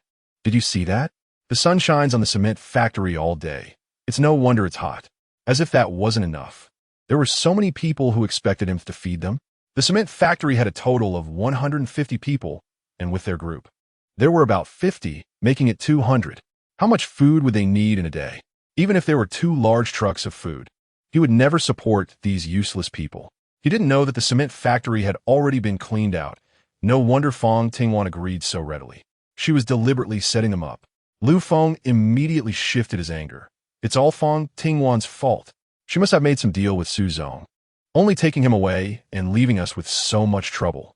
Water Buffalo echoed. "I thought she wasn't a good person from the start. Brother, let's go catch her. Otherwise, we can't swallow this anger." They squeezed through the crowd and saw that there was indeed a slope leading down to the cement factory, and they rushed forward eagerly. But there were no guardrails on either side, and it was unclear who got pushed, but someone fell off to the side. Then the second, the third.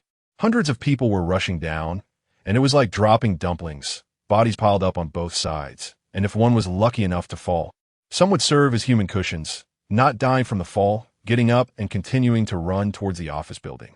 The trucks were all parked next to the office building, and on the 2nd, 3rd, and 4th floors were members of the Tiger Head gang. Seeing this scene, someone immediately grabbed something to block the iron door in the corridor. Open the door, let us in." The workers shouted. "Guard it with guns. No one is allowed up." Tiger Brother urged anxiously, leading people to the adjacent room to retrieve weapons. Water Buffalo opened a box and froze in place when he saw several large stones. How could this be? Lu Feng hurried to open the others. They were all stones. Brother, we've been guarding it well. We don't know when they were stolen. The guard man was stunned for a moment and immediately said, only Fang Tingwan and her group could hide them secretly. The last time they had taken weapons was only a few days ago. And only Fang Tingwan and her gang had appeared. Where were they hiding? In their bellies? Tiger Brother knew they were the most suspicious, but those were guns, not small items. How could they carry so many away? Hold the position. After about 10 minutes, when he went out again, the office building was already surrounded tightly. Everyone shouting for food, even throwing stones to the second floor. Now they couldn't leave, and he could only order people to retreat to the third floor and think of a way. Chapter 97. A matter of convenience in a remote suburban area on the map. It hadn't been affected by mudslides yet, and the community, backed by a mountain, was located quite far away. Yancheng drove for almost 30 kilometers and stopped under a large tree. The weeds that had sprouted after the heavy rain had turned yellow due to the scorching sun in recent days. The shade under the tree was still cool because the roots were deep enough to keep them alive, but the leaves had already begun to turn yellow. It was only a matter of time before they withered.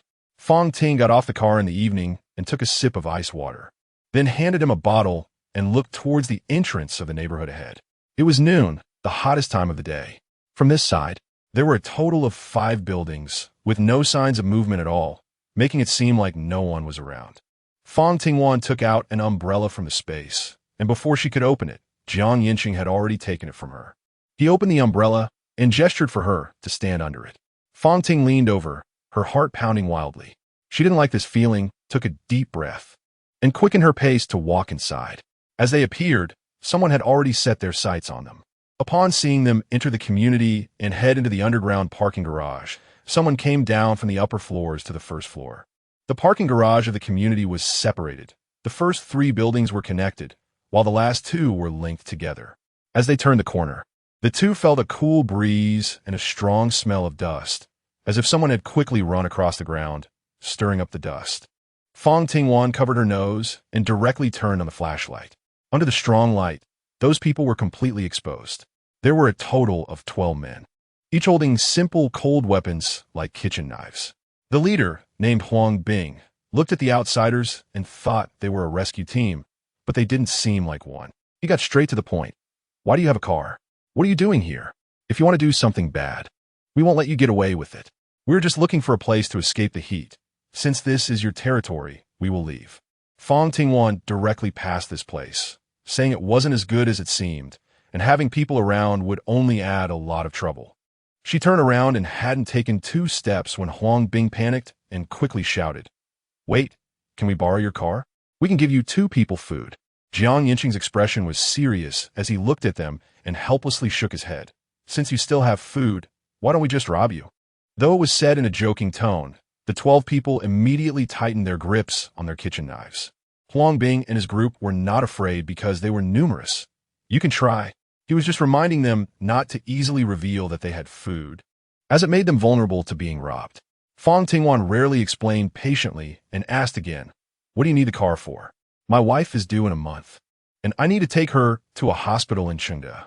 Without a car, we can't get there at all." Huang Bing's worried expression was genuine. "What do you want? We will try our best to meet your needs." Fang Tingwan and Yancheng exchanged glances, both knowing each other's thoughts. Long and Su Zong also needed to go to Chengde, and they had been thinking of going quickly, now that they could conveniently send 2 people in exchange. She agreed. "Okay, we want the underground parking lot at the back. No matter what we do, let's keep our own business separate." Fang Tingwan didn't want to wait long. Once the surrounding area was built up, it didn't matter whether there were people or not. Huang Bing gathered everyone together, and after a low-voiced discussion, he nodded in agreement. "All right, then you all bring the people down, and we'll go check out the back." Fang Tingwan had already started walking outside. Huang Bing also called for people to go upstairs to carry the others down. The garage at the back was smaller, filled with many cars and garbage. With a little cleaning, it would be fine for living. The weather was hot, so it wouldn't be damp. However, after just a few steps, Fang Tingwan discovered a major problem. On the wall next to the mountain, there was a crack about 5 or 6 meters long, and the outer wall had fallen away, exposing the bricks inside. It would definitely collapse with a tremor. Yancheng sighed. "It's too big outside, Sealing it all up would be a big project. Actually, I think through.Jiang is quite good, but going there might offend some people. Fang Tingwan smiled wryly. That was my initial thought too. It's at a high elevation and sturdy enough. I thought these places could barely be lived in, but you're right. What if the next natural disaster is an earthquake? In her previous life, she hadn't encountered it, but this time there had already been some changes and she didn't dare to take the risk. Yancheng nodded in agreement. Then let's go there. The security only knows the two of us and doesn't know them. Besides, through.Jiang probably won't be an option now. The two discussed as they walked outside. When they reached the main gate, Huang Bing was already supporting the pregnant woman, waiting under the tree. The pregnant woman had a large belly, moved slowly, and was sweating profusely with a pale face. Fang Tingwan initially wanted to cancel, but seeing the situation, she gritted her teeth. Let's help, it's on the way. Yancheng knew she was afraid of helping the wrong people, but the man looked decent, and the woman indeed seemed honest and simple. The others were waiting nearby, and when they saw the two coming, there was kindness on their faces. Thank you so much. You are really good people, different from those we encountered before. You are lucky. Blessings were heard continuously. Can we take 2 people? I'll accompany my wife. Huang Bing had already thought of what to exchange. Besides the food we have enough of, we can give you a bag of rice. He was a bit worried. Get in the car. Fang Tingwan sat in the passenger seat. After Huang Bing helped his wife into the car, he reminded the others, you all be careful. Wait for government rescue. Once I get there, I'll find a way to contact you. It's fine. Don't worry about us. Just take good care of your sister-in-law, stay safe, and have a good trip. Once the car drove away, they could no longer hear those people's voices. It seemed that these people had not experienced hunger after the natural disaster. Otherwise, they probably wouldn't be so harmonious. Haven't you been robbed here? Fang Tingwan looked at them in the rearview mirror, a bit curious. Huang Bing immediately opened up. We have land and a vegetable market behind us. Because it's far from the city center, everyone usually prepares more food at home. When we noticed the heavy rain kept falling, we went out to buy more food and picked all the vegetables from the fields, saving what we could eat. The occupancy rate was already low, and once the rain stopped, many left, leaving only about 20 households now. No wonder. With fewer people, there was less to fight over. And since every household had prepared food, there wouldn't naturally be any conflicts. The car continued driving, and by 4 in the afternoon, they arrived at the underground parking lot of the community. I'll go upstairs and call them down. Yancheng got out and headed to the stairway. Chapter 98. Too lazy to waste words, I'll go up with you. You all wait here for a while. Fang Tingwan pocketed the keys and asked before leaving, do we need to lock the car? Her sixth sense detected danger, and when she heard Huang Bing say to lock the car door, she hesitated and still spoke up. Forget it, you all come down and wait on the first floor. But there were no footprints at all on their first day here. Leaving the two alone on the first floor wasn't safe. You go up and take what you can. I'll guard here. Yancheng suggested actively. You could take everything, especially the medicine from Su Er's house. Fang Tingwan nodded slightly and walked upstairs. On the 12th floor, she climbed up without much difficulty, only slightly out of breath. Her expression darkened, and she rushed forward, wedging her knife into the gap of the door just before the old lady could close it tightly, applying more force. The old lady collapsed onto the floor, exclaiming, "Old man, run." The door swung open completely, and Fang Tingwan clearly saw the scene inside.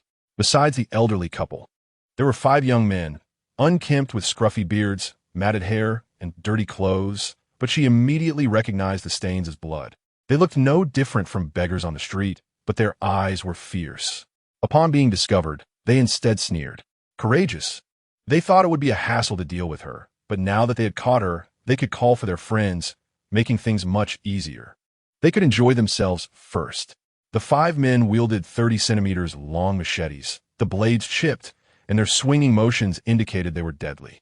Aimed at the neck or the stomach. They didn't underestimate a woman who had survived the apocalypse. However, they still underestimated her. As the men rushed forward, she drew a handgun and shot one of them in the forehead. The first man hit squarely, widened his eyes, unable to close them as he fell straight down. The second and third were shot in the heart, feeling the hot liquid in their chest before their fingers began to grow cold.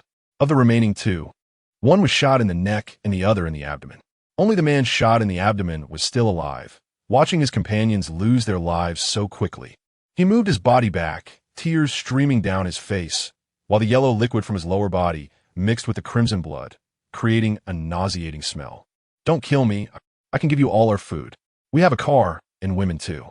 It's enough for you for a long time. Where do you live? As she asked, Fang Tingwan quickly searched the bodies and actually found a set of keys.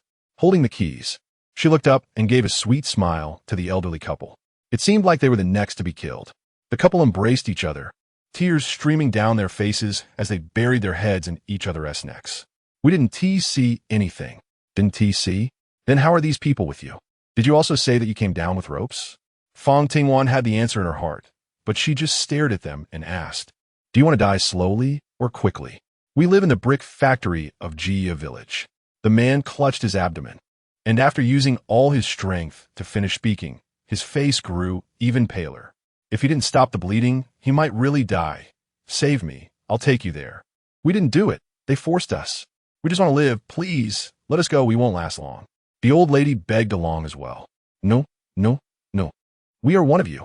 Hearing the gunshots, the few people upstairs became restless. After some discussion, they decided to let Xinu come down to take a look. As soon as he came down, he saw a pile of corpses, those two elderly men with white hair, and a man who still had a breath left, which left him shocked and confused. Suddenly, he was pointed at with a gun, and he almost fell. They must have been watching us for a long time. Wanted to go up to find you while we were away. After Fang Tingwan briefly finished speaking, she prepared to send the man off to the afterlife. After all, she had already gotten the location. If you don't save me, don't expect to find that brick factory. It's very hidden. The man used all his strength to say this, and then his eyelids couldn't open anymore. Xinu, you know first aid, right? Fang Tingwan didn't care about anything else. It was just the bricks that were exactly what they needed. I'll go up and call everyone down. We need to change places. Okay. Xinu didn't hesitate and immediately walked to the man's side. He saw the hemostatic medicine that Fang Tingwan handed over, opened the package, and fed the man 2 pills. Then took out the bullet, stopped the bleeding, and bandaged him. Fang Ting had just landed on the 12th floor, and everyone gathered in the hallway. Those gunshots were too terrifying. Is Lawyer Jiang okay? Meng Ling asked. Fang Tingwan shook her head. After they agreed to Huang Bing's conditions, she realized it was inappropriate and wanted to discuss moving to the Imperial Scenic Garden. Long, Su Zong, let's pack up and go. Can the car fit 6 people? There's also a pregnant woman. It won't be good to squeeze together, right? Su Zong was used to sitting alone in the back seat. It was uncomfortable with 3 people before, and now with 4. If anything happened to that pregnant woman, it would be a whole lot of trouble.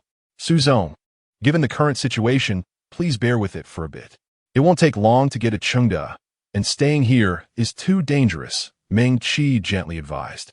Su Zong didn't say anything in agreement, but quietly started to pack his things. However, when he saw the alluring Meng Qi, he couldn't help but invite her. Xiao Qi, come with me to Chengda. You can't handle the hardships of traveling with them. His voice was soft, avoiding the others. Meng Qi thought about her life outside and shook her head. At least I won't have to trade my body for food anymore. She was referring to the time when she was with Su Zong. The harder she worked, the more she received. If she followed him now, she would still be unable to escape that fate, right? No, we will get married, Su Zong solemnly assured. Meng Qi smiled bitterly.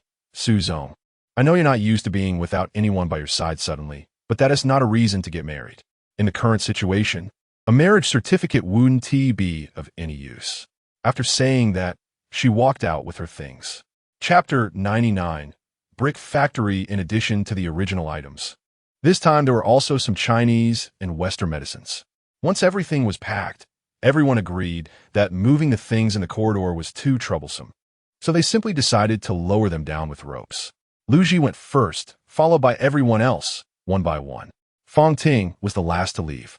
Looking at the many pots, bowls, and pans in the house that she couldn't take, she silently stored them in her space, along with a set of sofas worth over 20,000. It would be too much of a waste to just leave them behind. So she directly put them in her space. Then she walked to the window and descended to the 11th floor. Xian Yao had already wrapped the person up like a mummy. They wouldn't die for now, but if they had a high fever at night, it would be hard to say. As long as they could make it to the brick factory, That was all that mattered. Let's go. Everyone continued walking downstairs.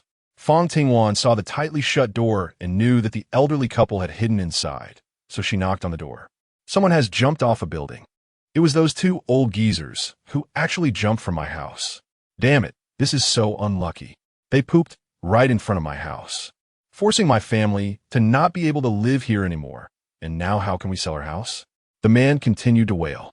Everyone had already tacitly accepted the existing rules. Fang Tingwan took a glance and then walked downstairs. Meng Ling, who had come down first, told Yancheng about what happened upstairs. His brows were furrowed, but he relaxed when he saw her. Next time, no matter where we go, I'll go with you. His worries were written all over his face. Fang Tingwan nodded and smiled. Okay. After putting everything into the car, Xinu, standing aside, said, why don't we all go together? It's better to have some support. Just the two of you, and if something happens, there won't be anyone to help. Meng Ling agreed with a nod. In her arms, Duo also showed a reluctant expression, but she didn't dare to say anything for fear of upsetting her sister. She could only obediently let her sister feel at ease. On Fang Tingwan's car, 3 people were already sitting in the back seat. Long was a bit chubby, leaving only a palm-sized space visible, and he still didn't know how to step in. Moreover, there was another person lying next to him. There were a total of 13 people, 2 5-seater cars, and with 1 patient and 1 pregnant woman, they took up a lot of space. Yancheng took a look around and shouted, there's also a van here. He pulled the car door hard a few times, but it wouldn't open. Fang Ting walked over and tried to open the door with the keys she found in her pocket. With a click, the door opened. She got into the old van and found a business card with the brick factory's address and phone number on it. The location was in the direction of Qingda, but it took a slight detour, adding about 20 kilometers. So shall we go? Now that we have the car, Lu Ji can drive. He'll take the wheel, and Su Air will sit with him. Xinu's car had Meng Ling, Duo, Long, and Meng Qi. No matter how much Su Zong disliked the van, he still sat in it. It was better than sitting next to a pregnant woman, as he was worried about bumping into her. On Jiang Yancheng's side, there was the injured man and the Huang Bing couple. He first drove out of the basement, followed by Xinu and Lu Ji. When the 3 cars drove out, they attracted a lot of attention.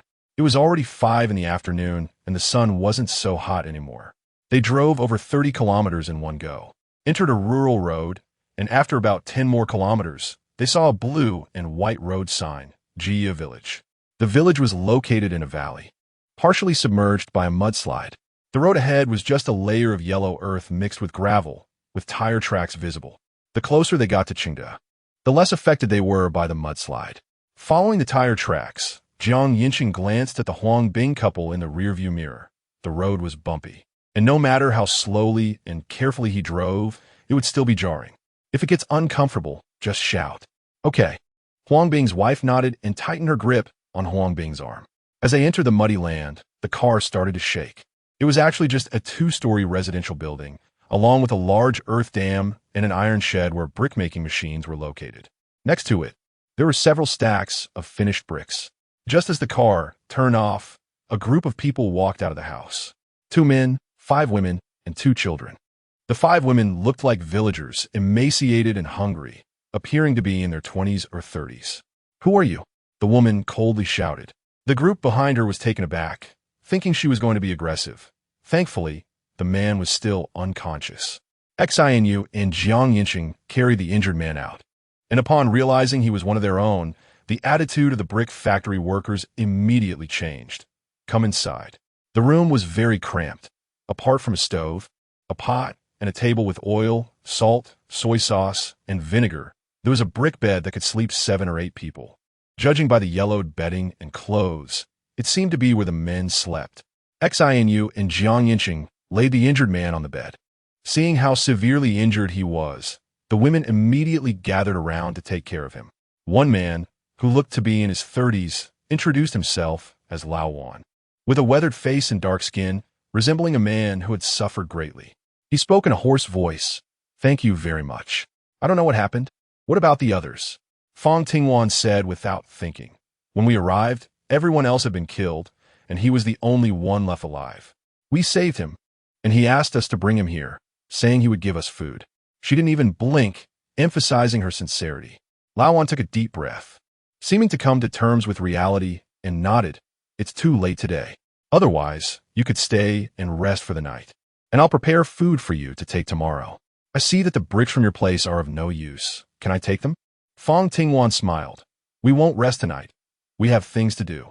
The environment of the brick factory is really not suitable for living. But there are still houses in Jia village that haven't been flooded, so temporary accommodation should be fine. Everyone had no objections.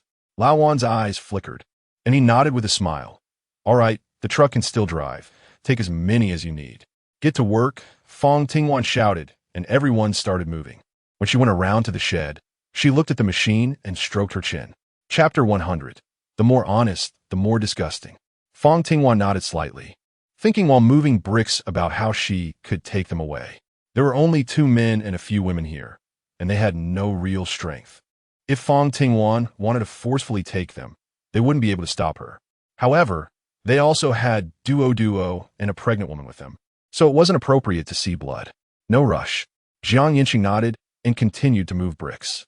While they were busy, Old Wan's wife had already started preparing dinner.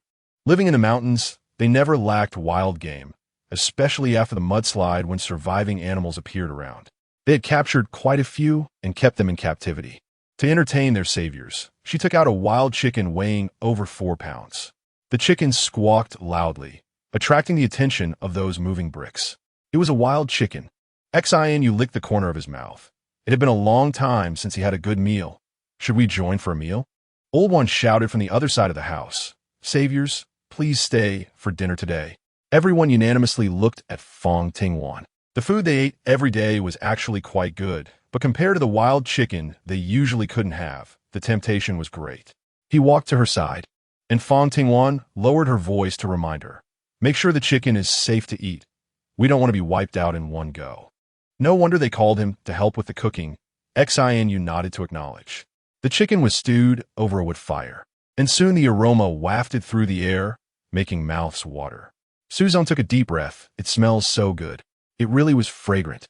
Cooking over a wood fire was different. Lu Ji echoed. The truck was already half loaded with bricks, and Fang Tingwan clapped the dust off her hands. Let's take a break. We'll continue after dinner. As she spoke, she walked over to Huang Bing's wife. How are you? Is there anywhere uncomfortable? Huang Bing's wife shook her head. I'm fine. Don't worry about me.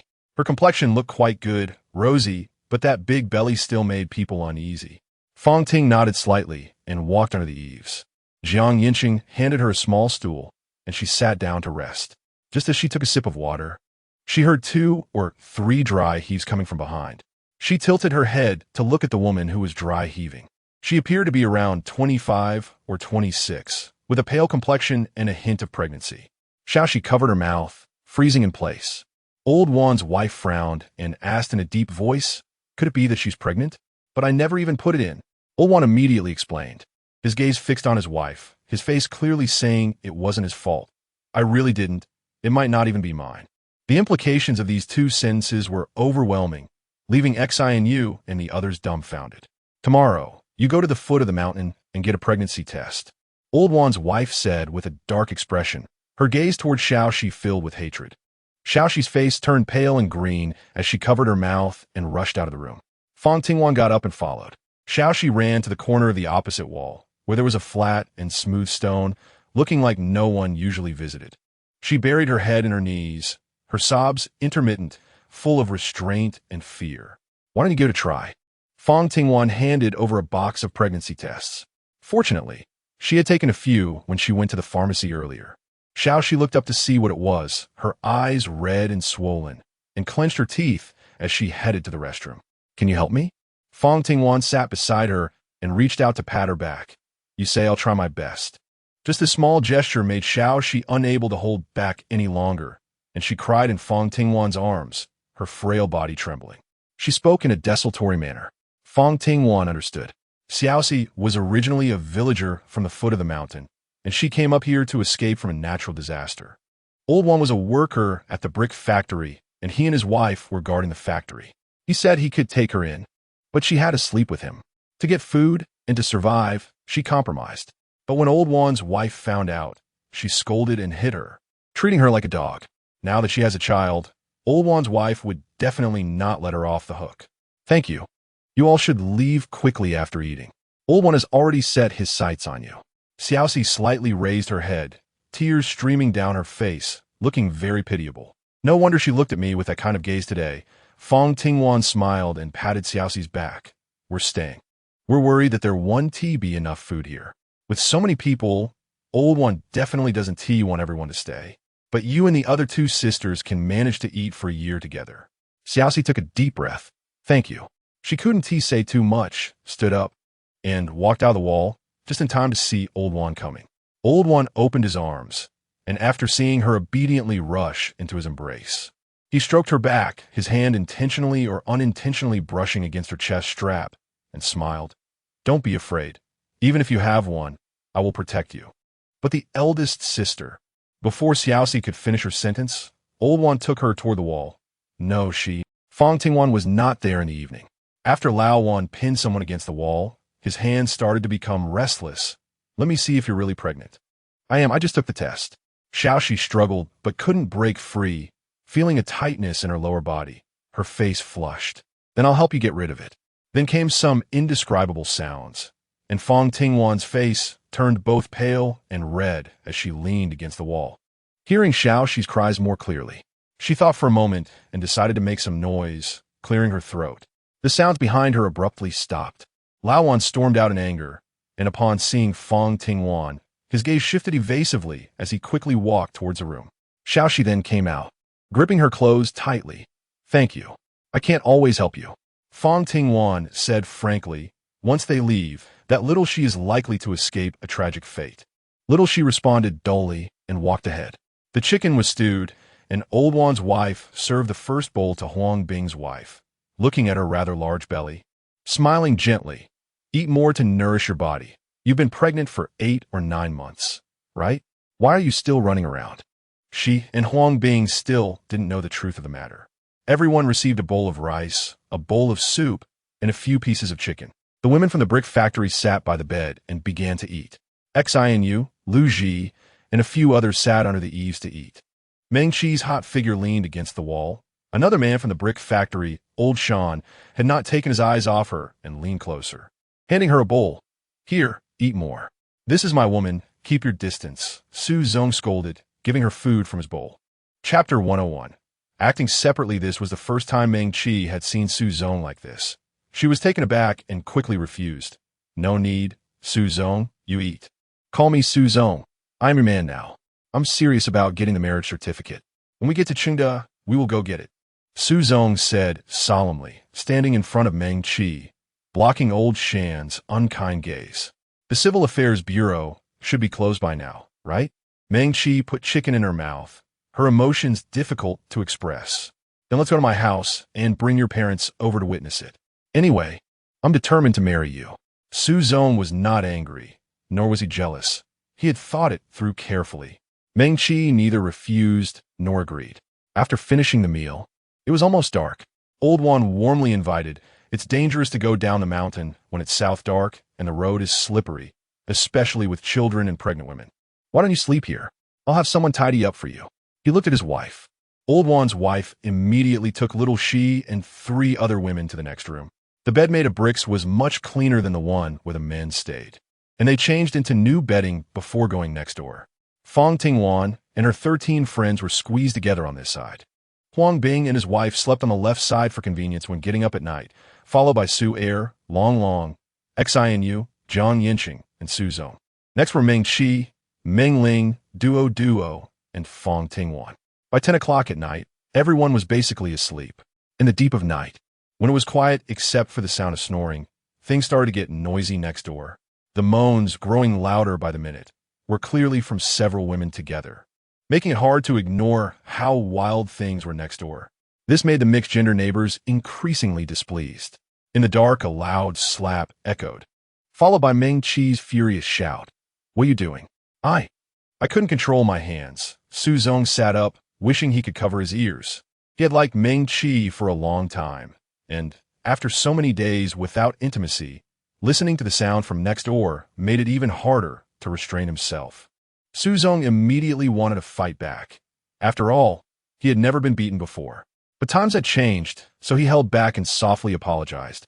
I'm sorry. I really didn't mean to. Before Meng Qi could respond, the noise next door suddenly escalated again, with someone shouting that something was wrong, followed by a knock on the door. Sleep was completely out of the question now. One by one, they got up. Xiaoxi opened the door, wearing a long t-shirt that reached her thighs, clearly in a hurry and wearing it inside out. She said, "Does anyone know first aid?" Xian reluctantly crawled out of bed to guard the door. In this remote mountain area, it was rare to even see a ghost. So what was there to guard against? Next door, as soon as the door opened, a strong smell of post-lovemaking filled the air, pungent and nauseating. Fang Tingwan entered, holding her nose, and saw the man's abdomen oozing blood, his face pale, wearing loose pants, while the second brother was standing. You guys are really something. You've killed him. She truly hadn't realized that these people were so idle, their minds filled with nothing but desire. He was beyond saving, and there was no need to save him. If she had known it was so easy to find this place, she wouldn't have wasted the hemostatic medicine. She had previously worried that he would wake up and expose them, which now seemed unnecessary. Really can't be saved? Lao Wan's voice carried a hint of hope and happiness. Yes. After saying that, Fang Tingwan quickly went outside to breathe fresh air. Yancheng also prepared to follow, but Lao Wan called out to him, "Brother, help me out. Throw him off the cliff, okay?" Afraid of not being able to see, he even turned on the flashlight. No. Yancheng flatly refused and quickly walked out of the room. Desolate mountains and rivers breed wicked people is not just a saying. In less than 10 minutes, Lao Wan and Lao Shan each lifted a part of the body, one by the head and the other by the feet, and carried him out. Lao Wan's wife shone the flashlight as they walked to the far right edge of the cliff and threw the body down. Witnessing all this, Fang Tingwan closed her eyes, suppressing all her emotions. "Aren't you guys going to sleep?" Lao Wan asked meaningfully at the door, and seeing both of them nod, he smiled and said, "You're welcome to join us anytime." Yancheng got goosebumps. Fang Tingwan took a deep breath, watched the door close, and soon it became lively again. She called Yancheng to walk towards the back. Behind was the pig pen, where 2 pigs were raised, and a chicken coop with 5 chickens that clucked when they saw people. However, those people were too busy to pay attention. Wait a minute. Xiaoxi said there was a lot of food here, enough to last a year. She adjusted the flashlight to a lower beam and carefully went to find the cellar. Yancheng was also searching. Logically, it shouldn't be far, but after searching the backyard for a long time, the commotion inside the house had ended, and they still hadn't found it. They would have to stay another day. Fang Tingwan had originally stayed for the food, as it was visible food, making it less awkward when she took it out from her space. Should I send it over to Huangbing first? They can wait, and, for a pregnant woman, staying an extra day increases the danger. Yancheng thought it would be better to split up. This way, it wouldn't delay things. Hug. Yancheng took the gun, opened his arms. He smiled calmly. It was just a hug between friends, right? Fang Tingwan did some mental preparation before taking a few steps forward to hug him. It was less than 3 seconds. Luckily, it was night. Otherwise, Fang Tingwan's face would be flushed red. Early the next morning, after breakfast, Yancheng set off with Huangbing, his wife, and Long. Su Zong changed his mind. Meng Qi was unwilling to leave, and he stubbornly insisted. "I won't raise useless people," Fang Tingwan reminded him kindly. "Then what can I do to stay?" Su Zong asked, full of fighting spirit, willing to do anything for Meng Qi. "Catch some wild game, like rabbits or pheasants. Anything edible will do." Fang Tingwan pointed to the traps in the corner of Old Wan's room. There were only traps. How could they catch anything? Su Zong didn't move. "While they're not far away, you should hurry and go," Meng Qi urged with a grim expression. She had long decided to start over and didn't want to see Su Zong every day, reminding her of how disgusting and awkward she had been just to survive. Damn it. Provoked, Su Zong went into the house to grab an animal trap and, after asking Old One how to use it, headed up the mountain.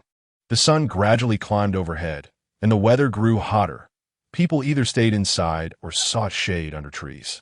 Taking advantage of no one paying attention, Old One and his group all went up the mountain. Fang Tingwan looked at the half of the mountain covered by trees, unable to find any trace of Old One. Chapter 102, Taking the Initiative. Fang Ting jumped off the stone slab and walked out from the shade, looking at the anxious Meng Qi. She smiled and asked, "Do you want to go find Mr. Su?" "I don't want to," Meng Qi quickly refused, but a hint of regret soon flashed in her eyes. She nervously picked at the area around her thumb, hesitated for a moment, and then quickly found a suitable reason for herself. "Let's go after all. He stayed because of me. If something happens, I won't be able to ease my conscience. Coming to find Mr. Su is a good reason." Fang Tingwan didn't expose it, allowing Xinu and Meng Ling to watch everyone before she led Meng Qi along the small path into the mountains.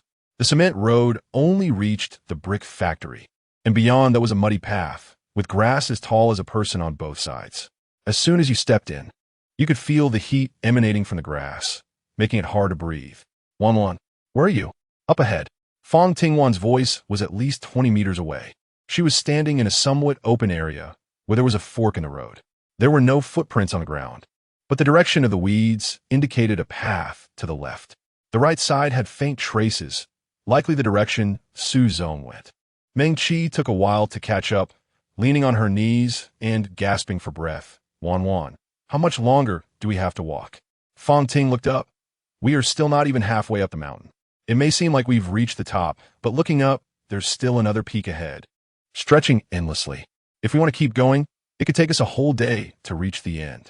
Suddenly, she covered her mouth with both hands and shouted, "Su Zong! Wan, weren't you coming to find Su Zong? Why is Wan angry?" Meng Qi realized something and suddenly covered her mouth. "I'm sorry, I didn't know you were looking for Lao Wan and the others. We've exposed our location. What should we do?" Fang Tingwan was neither angry nor annoyed. She really wanted to see if there were any secrets that Lao Wan and the others had on the mountain. Since she had been discovered, she shrugged and decided to look for them openly. They walked to the left. Meng Qi quickened her pace, and despite being drenched in sweat and her legs feeling weak, she didn't dare to stop or say another word. After a short walk, Fang Tingwan heard the sound of flowing water. She moved forward a little and saw a small creek about half a meter wide, with water flowing at the width of a palm. It would probably dry up soon. She squatted down, dipped her fingers in, and felt the coolness. Drinking a sip, she found it sweet. She smiled. Meng Qi felt a chill down her spine, and, after gulping down a few handfuls of water to regain her composure, she asked, Wan, is there something special about this water? Is it good?" Fang Tingwan splashed some water on her face, stood up, and looked upstream. The withered yellow leaves obstructed her view, but it shouldn't be far. Looking down the mountain from here, the distance was about 1 kilometer, neither too far nor too close. "Sweet," Meng Qi said honestly, feeling exhausted but revived after drinking enough. "Let's go find Su Zong." Fang Tingwan began to walk to the right. Su Zong had never dealt with this kind of thing before, and his cursing could be heard from a short distance away. Meng Qi hurried to catch up. As the two walked away, Lao Wan and Lao Shan emerged from behind a withered tree upstream. Lao Wan's brows were tightly furrowed, growing more and more irritated, and finally he cursed, "Damn. What's wrong?" Lao Shan wiped the drool from the corner of his mouth, thinking about the sight of the two women sweating charmingly, and felt a tightening in his lower body. Seeing Lao Wan glare at him, he quickly explained, "They didn't discover us. What are you worried about?" Lao Wan spoke slowly, considering the possibilities of these assumptions. But the more he spoke, the more fearful he became. "Has Laoli betrayed us?" Lao Shan exclaimed in disbelief, concerned about their lives and fortunes. He put aside his lustful thoughts and pondered carefully. If Laoli exposes our location, they wouldn't just want bricks. No wonder they haven't left. The lustful thoughts were troublesome. Why did they keep them around last night? Lao Wan was filled with regret, punching the tree trunk in frustration, causing him to howl in pain and curse several times. "What should we do?" Lao Shan asked. "Take the initiative." Lao Wan turned and walked uphill, and Lao Shan immediately followed. Meanwhile, on the other side, after a whole morning had passed, Su Zong was squatting beside the trap and was almost falling asleep, having not seen even a shadow of a bird, let alone any rabbits.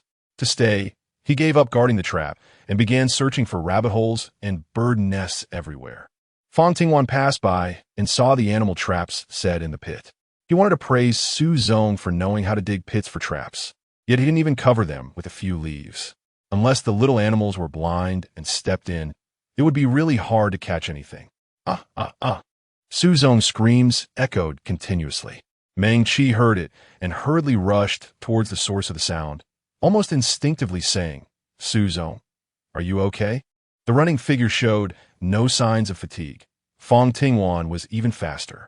He overtook Meng Qi and quickly spotted Suzong running down the hillside, his face full of tears. Snake, snake. Upon hearing snake, Meng Qi was so frightened that her legs went weak.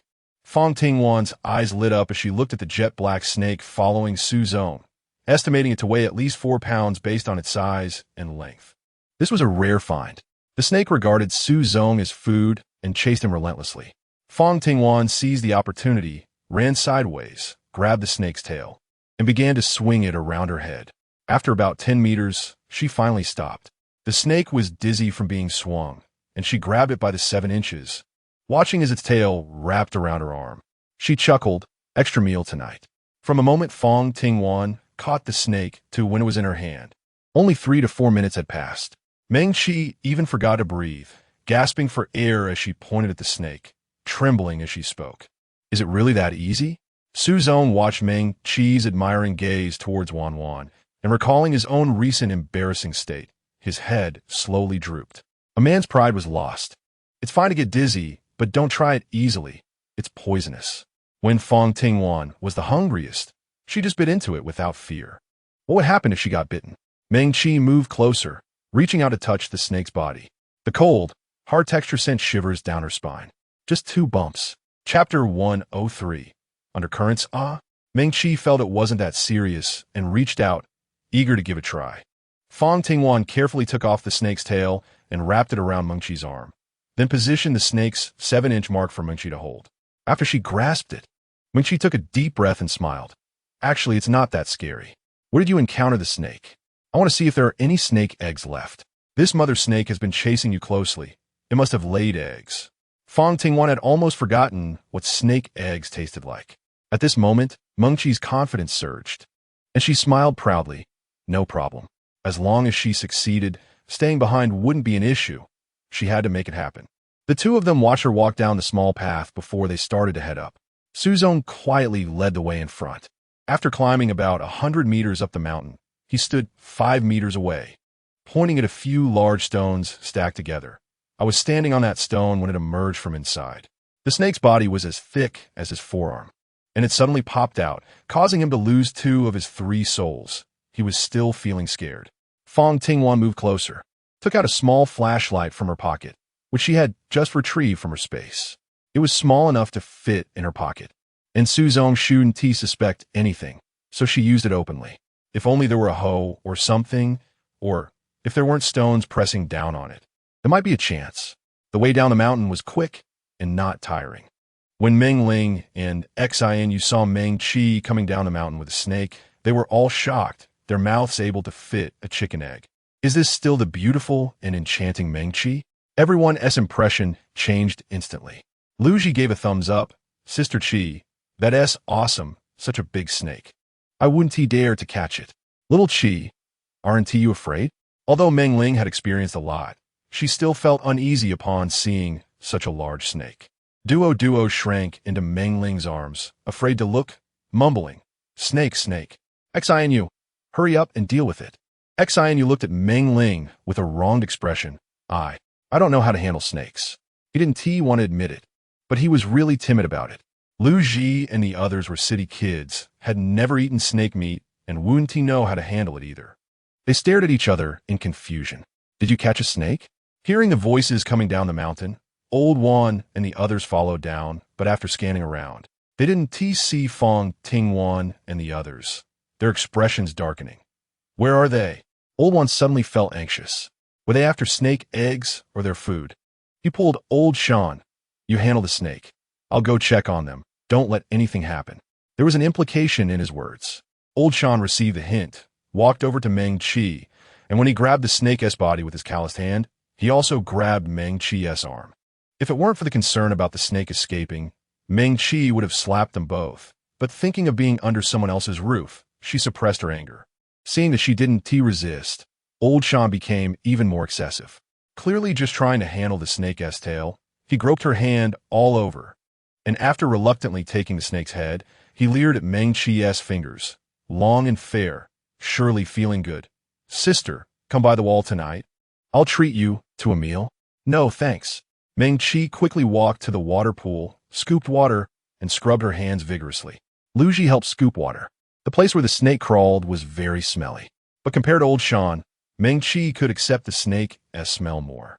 Watching her wash her arms continuously, Su Zong rushed over in a panic, almost tripping. Seeing her hands red and worried about being bitten, he quickly squatted down to check.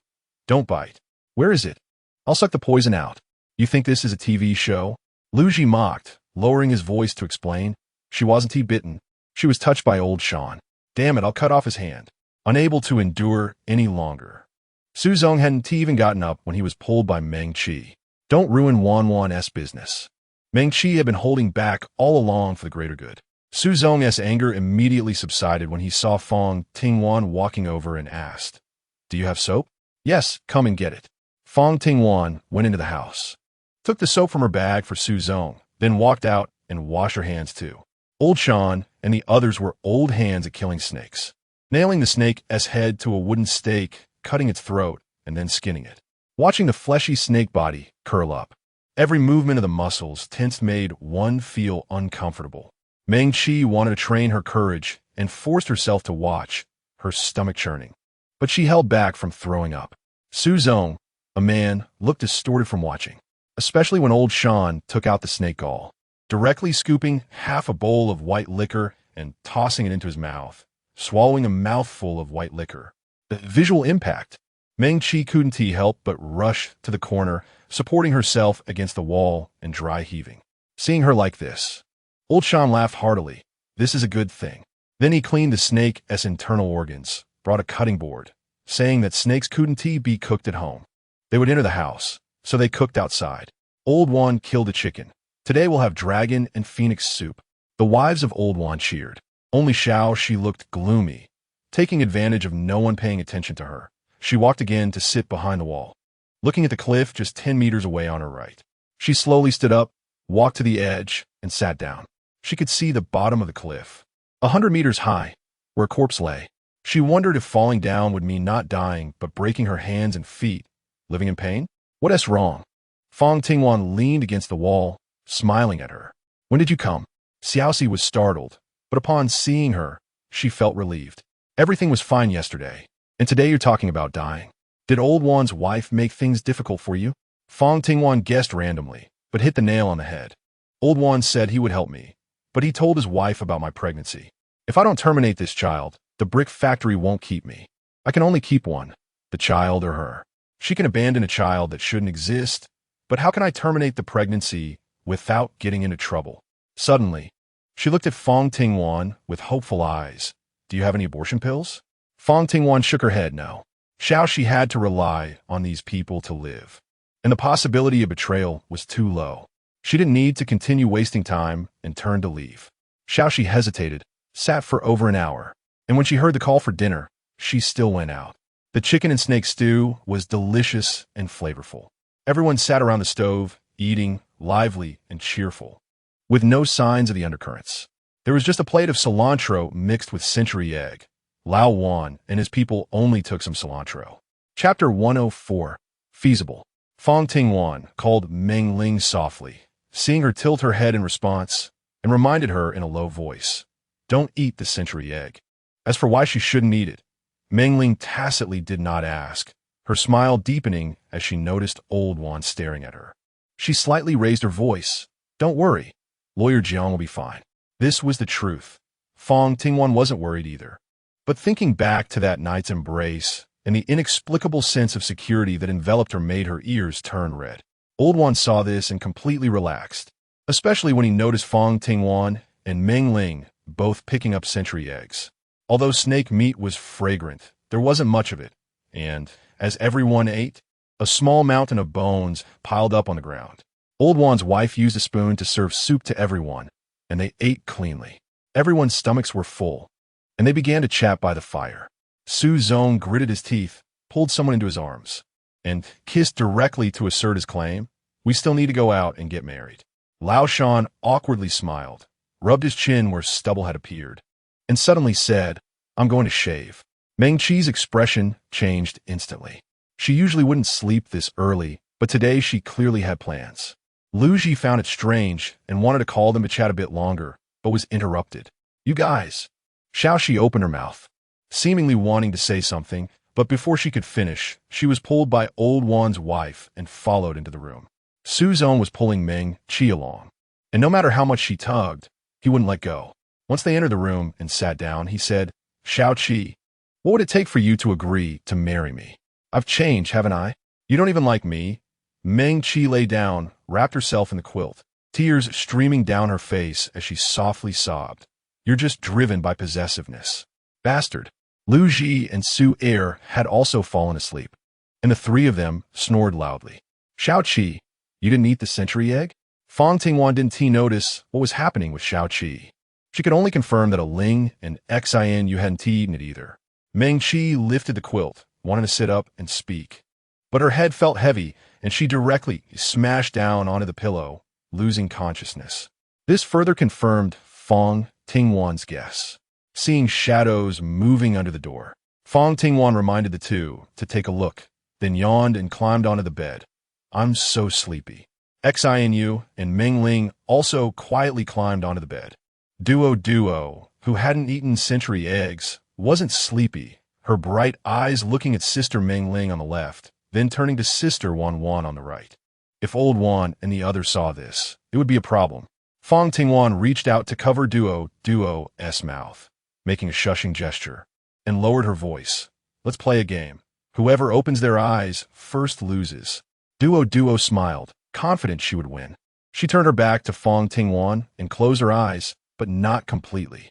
After an unknown amount of time, Duo slowly opened a crack in her eyes, and without turning her head, saw the door open, moonlight shining through, elongating two shadows like big monsters, pouncing towards her.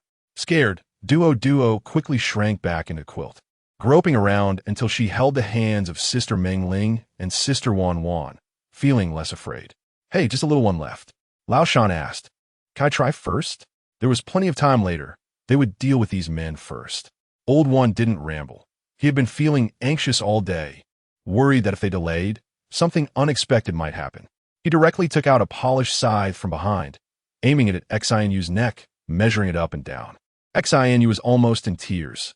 Aren't those guys sleeping even better? Why pick on me? Fang Tingwan, when are you going to make your move? I'm going to die. As he swung the third time, Old One used all his strength. Xinu didn't dare to wait any longer. He kicked his legs up, knocking the scythe away and immediately flipping over to hide at the foot of the bed. In the moonlight, Old One's fierce features were visible. You didn't eat the century egg? You're good at pretending. Lao Shan. Old One finally understood the reason for his eyelids twitching and instead felt relieved, stretching his muscles and bones with a cracking sound. Lao Shan was ready to deal with Su Zong, as this guy kept ruining his and Meng Qi's good things. But since they were asleep, he wasn't in a hurry and decided to deal with the immediate situation first.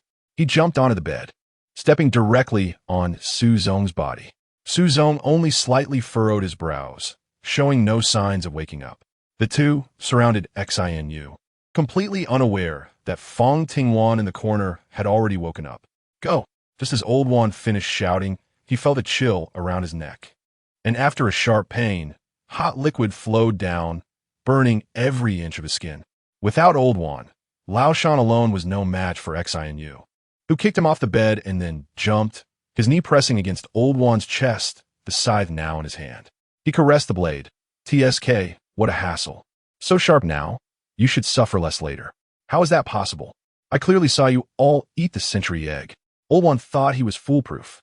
The century egg was mixed with a powerful sleeping pill, and the strong taste of the egg would completely mask it, making it impossible to be discovered. Lao Shan also had a face full of bitterness, tears streaming down. We were wrong. It was just a moment of confusion, thinking you would harm us. So we struck first. Stop acting. It's useless. Xinu poured cold water over them. Old One stared fiercely at Fang Tingwan.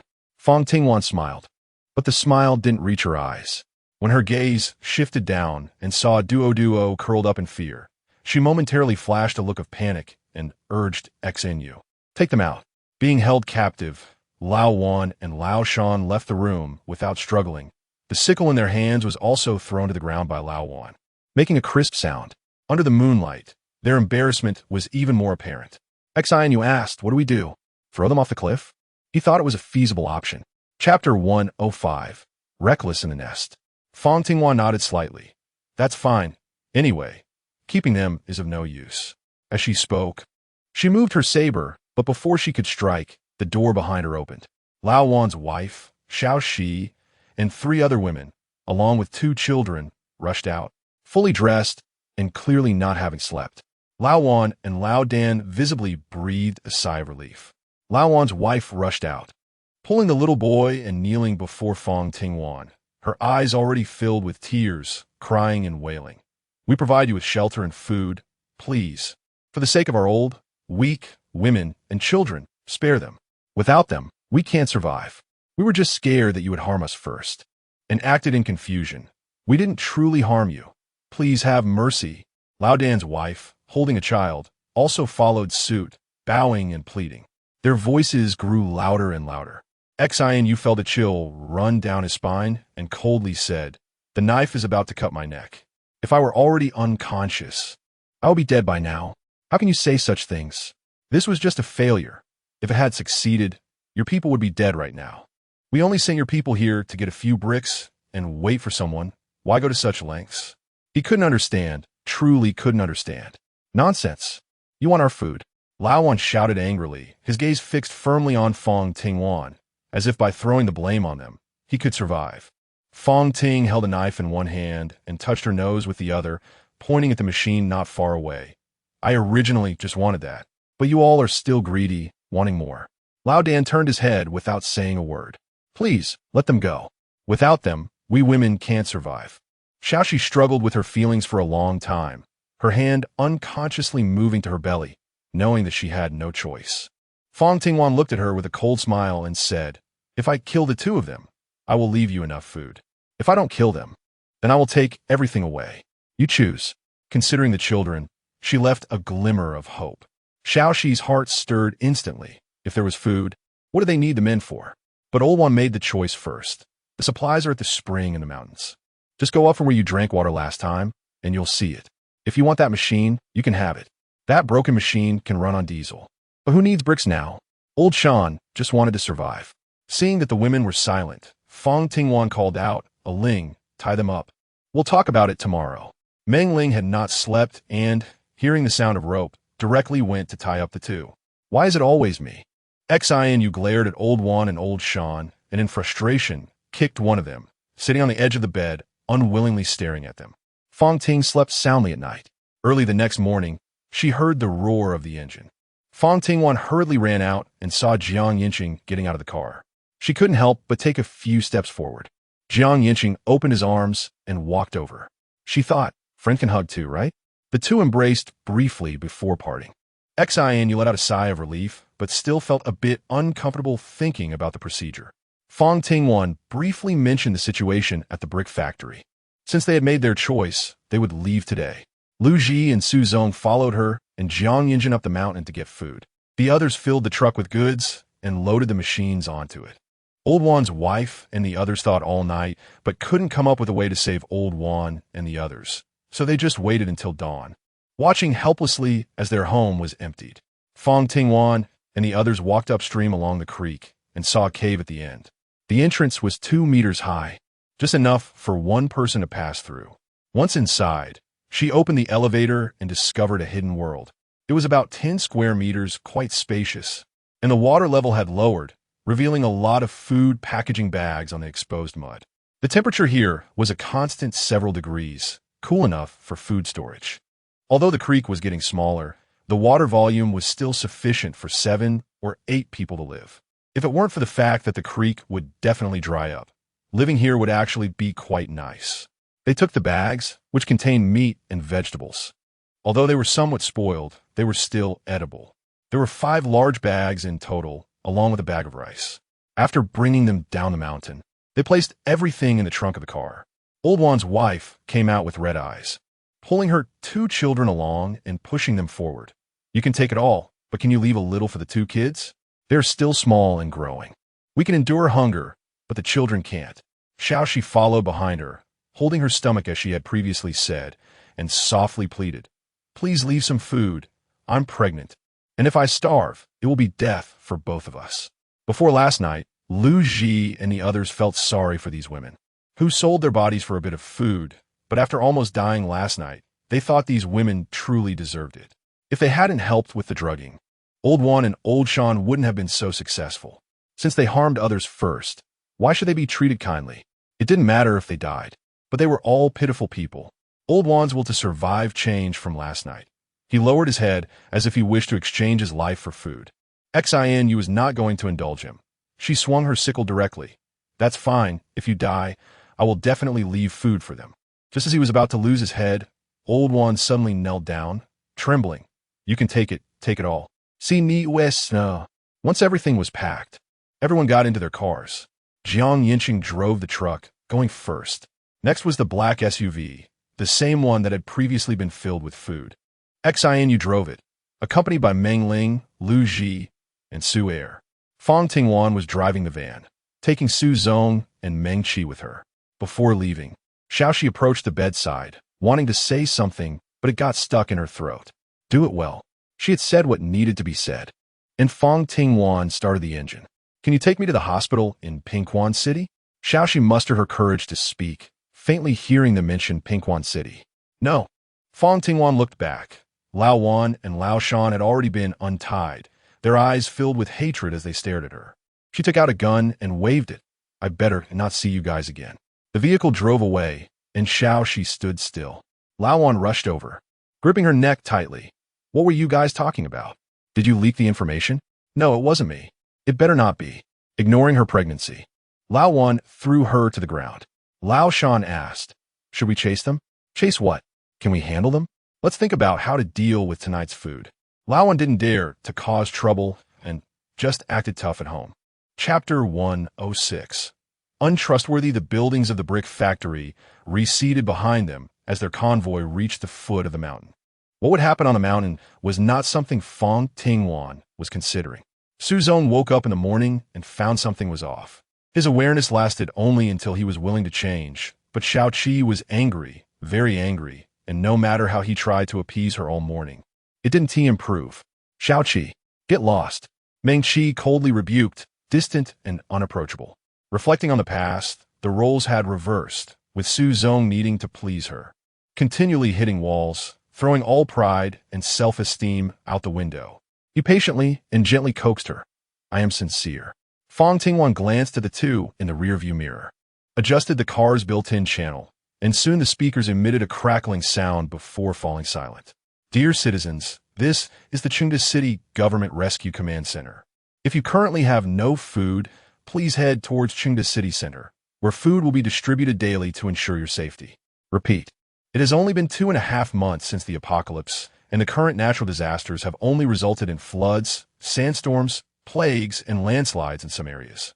Various severe weather conditions are expected next, and the government's food supply will not last long." Su Zong listened to the mechanical female voice repeat the message and couldn't understand. "Fang Tingwan, isn't it better for us to go to the rescue site? No need for fighting." He paused at the end, feeling it was not quite right. If the other party hadn't acted with ill intentions first, they wouldn't have retaliated. And they hadn't truly intended to take lives. If everyone goes to the rescue site, how long do you think the food will last? The more people there are, the more fierce the competition for resources will be. Fang Tingwan explained, unscrewing a bottle of mineral water and taking a sip, shrugging indifferently. "I can drop you off at the fork in the road, give you 2 days' worth of food, and walking to Chengda won't be a problem. It's only about 30 kilometers to Chengda from here. You can definitely make it on foot." Meng Qi immediately snorted coldly. "He can go, but I'm not going." "I won't go either. I'm just curious." Su Zong gently coaxed, having gotten used to it, and suddenly didn't feel anything unusual. Fang Ting slightly pursed her lips. If it weren't for her concern that Lu Ji, being a novice, might not drive well, she wouldn't want to drive herself. Sitting together with a couple was quite torturous. There was nothing else encountered along the way. Fang Ting would occasionally change the radio channel in the evening, and sometimes she would hear calls for help on public channels. With kind-hearted people going to rescue, it was all too normal. However, Su Zong listened to the sounds, his brows slowly furrowing, and he muttered to himself, Why do I feel like the people going to rescue aren't good people? Can you tell? It was rare for Meng Qi to say something properly, and her tone was filled with sarcasm. Fang Tingwan looked at Su Zong through the rearview mirror with interest and asked with a smile, "What is the deal?" When inquiring about the address, the number of people, and even specifying genders and supplies, the person on the other end clearly had a somewhat negative attitude when mentioning 5 men and 2 women. However, upon realizing that there was enough food for them to last 7 or 8 days, he immediately said he would take action right away, appearing rather anxious. Su Zong was seriously analyzing the situation. Meng Qi had been at the forefront, but upon hearing this, she said, "Aren't they in danger? Given the current situation, one could only take care of oneself." Su Zong dismissed the thought of leaving this group. Fang Tingwan didn't respond in the evening, and by the time they reached flat ground, the vehicle in front picked up speed, and she stepped on the gas to catch up. Upon entering Pingquan City, someone noticed them, but with the previous intimidation from the Tiger Head Gang, they didn't dare to approach recklessly. After smoothly entering the Dijinghao Yuan, it was completely different from half a month ago. Without security, there were far fewer people, and the road was covered with weeds and dead leaves. Although they could still see someone wandering downstairs, but their mental state wasn't good. They drove directly to the front of Villa 21. The gate opened, and after being emptied out, there were many signs of damage left behind. However, this villa was located at the back, with only one road leading in front, and a yard behind it. If enclosed with a wall, it could reduce the likelihood of encroachment from next door and wouldn't be so conspicuous.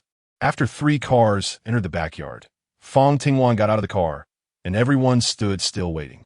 Is this it? Meng Ling was worried that the Qian brothers would cause trouble. The others shared the same concern. Those 2 brothers had made so much money illegally before. How could the people here possibly let them off? Fang Tingwan turned around to push open the villa's main door, and a cloud of dust rushed at her. She waved her hand in front of her, surveying the empty interior. "You all tidy up a bit. I'm going with Lawyer Jiang to your house to move some things." She looked at Su Air. "All right." Meng Ling had already taken Duo inside, followed by Xianyu, Lu Ji, and the others. At that moment, the benefit of having many hands became evident. With everyone doing a little, the work was reduced. Fang Tingwan and Yancheng have already set off in the off-road vehicle. Just out of the villa area, Yancheng spoke first. "Don't call me lawyer anymore. It feels a bit distant." "Yancheng? Or Aiken?" Fang Tingwan asked. "Let's go with Aiken." Yancheng replied. "What do you want to go get?" Fang Ting gazed out the window, feeling that the lack of a car was a bit inconvenient. With all the large items, an SUV definitely wouldn't work. Where could they find a truck? The Tiger Head Gang. Yancheng turned his head to look at her. Their eyes met, and they already had a tacit understanding of the answer. Previously, Lu Ji and the others had mentioned the specific location. They bypassed the tall buildings in front, and after entering the basement and finding an exit, they went up and saw the low-rise buildings. They got out of the car and started searching the area. There were still many cars in the underground parking garage, most of which had been flooded, and the Tiger Head Gang had taken over this area. They had brought quite a few vehicles when they went to the cement factory, so there should still be some left. Fang Tingwan circled around half a turn when she heard Yancheng calling her. She jogged over and, as expected, found 3 brand new trucks, 2 in the front and 4 in the back, with cargo boxes about 4 meters long, which was more than enough to fit sofa. "Can your space still hold this much?" Yancheng was curious. She had already packed a lot of things. Could she still fit more? "Do you want to know? Or do you want it?" In the blink of an eye, Fang Tingwan had built high walls in her heart, pushing him outside. The relationship that had been hard to establish had dropped to freezing point. Yancheng didn't expect that a single sentence would cause her trust to crumble. The corners of his eyes turned slightly red, as if he were a deity pulled down from the altar, experiencing the sufferings of the mortal world. Fang Tingwan was stunned, not expecting his reaction to be so intense, leaving her at a loss for words. "You were better before." She stumbled over her words. Yancheng's eyes glimmered with moisture as he softly asked, "Am I not worthy of your trust?" Chapter 107.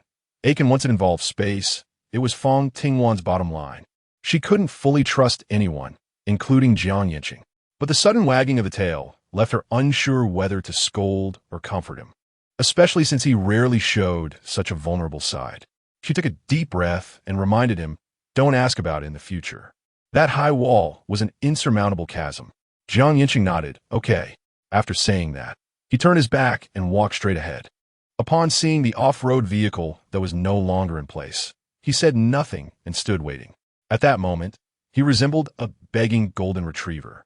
Fang Tingwan was aware of her changing desire to comfort him, suppressing the possibility of lowering her guard. After putting both vehicles into the space, she got into one of them. The key was missing, so she used tools to take off the casing and pulled out 2 wires to try connecting them. After a few sounds, the engine became stable. It's ready. Get in, she called out. Yancheng came over and got into the passenger seat. His gaze directed out the window. It truly felt like a little wife moment. Fang Tingwan ignored everything and made her way to Su Er's house, parking the car in the underground garage before heading upstairs. The bodies were already gone. She and Yancheng went up together, and she directly stored the sofa and cabinet blocking the hallway into her space.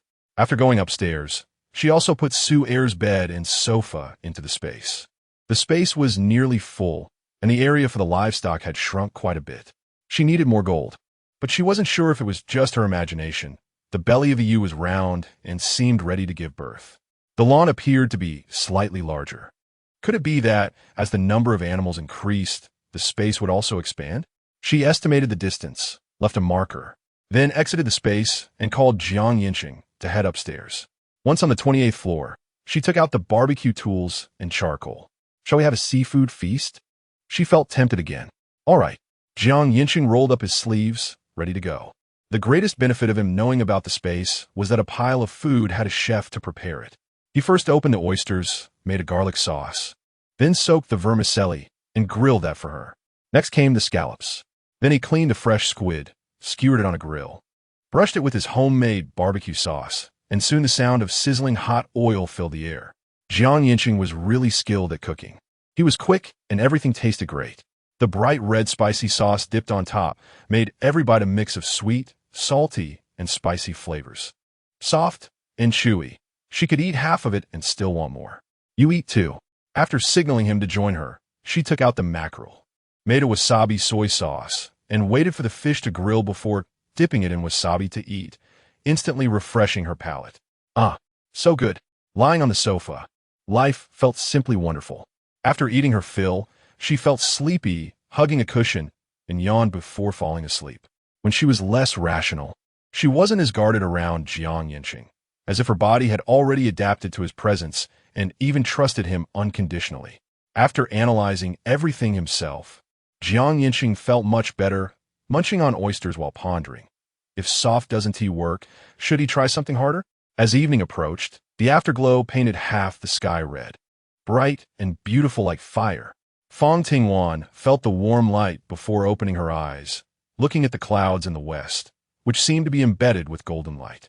She had once dreamed of watching the sunset and sunrise with her lover when she was young.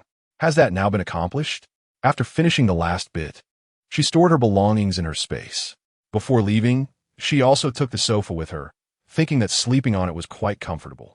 After going downstairs, she reset the original furniture, blocking the corridor on the 11th floor, as if she had never been there. Once in the basement, she crawled into the cargo box. Yancheng then took the driver's seat and suddenly felt the car shake, clearly sensing that there was more cargo in the back. Fang Tingwan moved one sofa and adjusted it until all the sofas and beds were arranged properly. Only then did she jump down from the carriage, lock it up, and go sit in the passenger seat in front. Let's go. As soon as the car stopped, everyone gathered around, and upon seeing the truck, XINU exclaimed in delight. Where did you get this? With this thing, they only needed one vehicle at the back, which saved fuel and was safe, without worrying about accidents happening to those in the back. In the basement, they unloaded the items. Fang Tingwan didn't say much and opened the lock on the back door. When they saw the truck full of furniture, everyone could only admire the execution and strength of the two. With so many people, they moved the items in pairs or groups of 4, and within just over an hour, everything from the truck was moved into the rooms. Since they would be staying for a long time, everyone cleaned thoroughly. For the 4 rooms upstairs, they unanimously agreed to leave the master bedroom for Fang Tingwan, who would share it with Duo, while Yancheng would be next door. Across from the master bedroom were Xianyu and Mengling. Upon learning this arrangement, Fang Tingwan's eyes lit up. It was indeed hard to argue against this reasoning. Next door were Su Zong and Meng Qi. What happened on this day? Fang Tingwan was genuinely curious. The two had been quarreling during the day, so how did they end up sleeping together at night? Meng Qi couldn't say anything, her face turning red, while Su Zong also used Xianyu's reasoning for moving in. There were only 2 rooms downstairs, one for Lu Ji and one for Su Er. The distribution was settled. The meals were ready as well. Tonight, there was finally some fresh cabbage, cooked by Lu Ji. Beef stir-fried with cabbage and a seaweed egg drop soup. Everyone ate until they were full and sat on the sofas. With 2 sets of sofas and no TV, they didn't care much about the arrangement. It would be nice if there was electricity. Xianyu almost forgot when the last time he watched TV was. The others agreed. I will go look for a generator later, but before that, we need to build the wall at least 1 meter wide, and it must have rebar. Fang Tingwan even felt that 1 meter was not thick enough. Later on, she had no idea what dangers they might encounter, so it would be better to reinforce the steel bars a bit. Lu Ji took out a map and placed it on the table, pointing to the location of the cement factory with some discomfort. The people from the Hutu gang are here. We can't get the cement. Leave this to me and Aiken. Chapter 108. Eating a big melon. Oh, Aiken, you just went out once and you're already so close? Xianyu raised his eyebrows, looking like he had just heard some juicy gossip. Su Zong also cast a curious glance. Mengling looked as if it was only natural, after all. They had walked so many roads together. Even Duo showed a happy smile. To the west of Pingquan City, in Lazigo, there's a sand yard. Tomorrow, after we unload the bricks, you guys take a few people to get sand. When it came to serious matters, everyone immediately became serious. Now, there were 4 men, 2 women, and a child. All the supplies were in the basement of the villa, and someone definitely had to guard it. Otherwise, Su Er, Meng Qi, and a Ling. You 3 can stay at home with Duo while the 3 of us go get sand. Xianyu analyzed carefully. This was the most appropriate arrangement. I also want to go. I need to train, Meng Qi said solemnly. Among the 3 women, she didn't want to feel useless except for her looks, as that would only lead to being abandoned. Su Zong instantly felt ashamed. Leaving 2 people in the villa is fine too. I'll give you guys guns. Fang Tingwan wasn't too worried. Although their arrival had caused quite a stir, those ordinary people wouldn't dare to come. Plus, with the government notifying people to go to Chengda, the population was already reduced by more than half. All right, it's decided then. They all went upstairs, and before Meng Qi entered the room, Fang Tingwan called her, Xiao Qi. Aling, come to my room for a moment. The 3 entered the room, leaving Su Zong and Xianyu looking at each other, feeling a bit guilty. Inside the room, Fang Tingwan had Duo go wash up, then rummage through her bag, taking out 7 or 8 boxes from the space. She held 4 in one hand and handed them to the 2. Wan, Mengling said shyly, gripping the box tightly. Meng Qi's face was stiff. Being pregnant at this time was not a good thing. Just a reminder, if you get pregnant, you must leave this group. Fang Tingwan spoke very harshly. She had witnessed a woman endure so much suffering during 10 months of pregnancy, and now the situation was not suitable for having a child. Moreover, after giving birth, the real suffering would just begin, and it would be endless. Because of this, Xiaoxi's unpredictability had worn down her last bit of kindness. If one couldn't even protect oneself, why bring a child into the world to suffer? Fang Tingwan hadn't held Wan asleep for a long time. Before leaving in the morning, she patted Duo's head and gave her some candy. Duo didn't take it. Instead, she rolled up her sleeves and flexed her muscles. Sister, look at my muscles, she boasted, pulling both sides up, and when she flexed, her muscles bulged. Wow, impressive. Have you been practicing all along? Fang Tingwan didn't expect her to be so strong-willed, actually persisting for so long. Yeah, I don't want to hold my sister back, Duo chuckled. It's unavoidable for such a young child to be forced to mature. Fang Tingwan turned around and rummaged through her bag, pulling out a small dagger, 12 centimeters long. It's very dangerous. Be careful. She wouldn't say anything like she's just a child or I'll protect her, because who knows, one day she might not escape death. Sigh, thinking too much. Her sister had left. Mengling took Duo into the basement. Xianyu and the others had already moved all the bricks down and were now driving towards Liazgo. Fang Tingwan and Yancheng went to look for rebar, and as for the cement, it had already been prepared in the space. The map indicated a rebar factory covering 7 to 8 acres in a town 50 kilometers away. After confirming the route, Fang Tingwan took the wheel. Just as they left, 2 people sneaked into the villa. They had been watching for a whole day and night, seeing these people continuously moving things in. Surely there was food. Only a man, a woman, and a child were left behind, and the 2 of them were completely confident they could handle it. The 2 immediately raised their hands, dropping the pancake on the ground, and begged with a cry, "Sister, we were wrong. We just came to find something to eat." In a peaceful society, why would weapons like this exist, which they had only seen on TV? The 2 were so scared that their legs trembled, and when Meng Ling approached, they immediately knelt down with a loud thud, bowing their heads in plea. "We were really wrong. We'll leave right away. Su-air, tie them up." Meng Ling glanced outside, confirmed there were no other people, and then breathed a sigh of relief. Su-air quickly tied them up and obediently asked, "Sister Ling, what should we do next?" "First, gag them and throw them over there." Meng Ling walked over, brushed the dust off the pancake on the ground, and neatly placed it in a bowl. The man realized something was off and began to struggle a bit. Meng Ling looked down at the 2 of their faces. "Ah, I came too early. I should have let you eat first. This rat poison is quite powerful." Su-air silently added, "I put one out before, and it killed a whole nest of rats." The 2, now realizing this, wanted to vomit but had their mouths stuffed with socks, so they could only cry out in muffled sobs. After dragging the 2 to a corner, Su-air took turns resting with Meng Ling. Meanwhile, on Xianyu side, the sand field was built at the foot of a mountain, empty and deserted, with only piles of sand stacked there. Sand wasn't worth much, and no one wanted it. They smoothly backed the car next to the sand pile and began shoveling sand with shovels. As for Jiang Yancheng and the others, after driving for 2 hours, they finally saw the rebar factory. At a glance, the ground was covered with rebar, but a blue steel frame shed covering 500 square meters seemed to hide countless dangers, causing the 2 to only dare to observe from a distance and not approach. In the middle of the day, even with sunscreen and a jacket, the sun could still burn their skin painfully.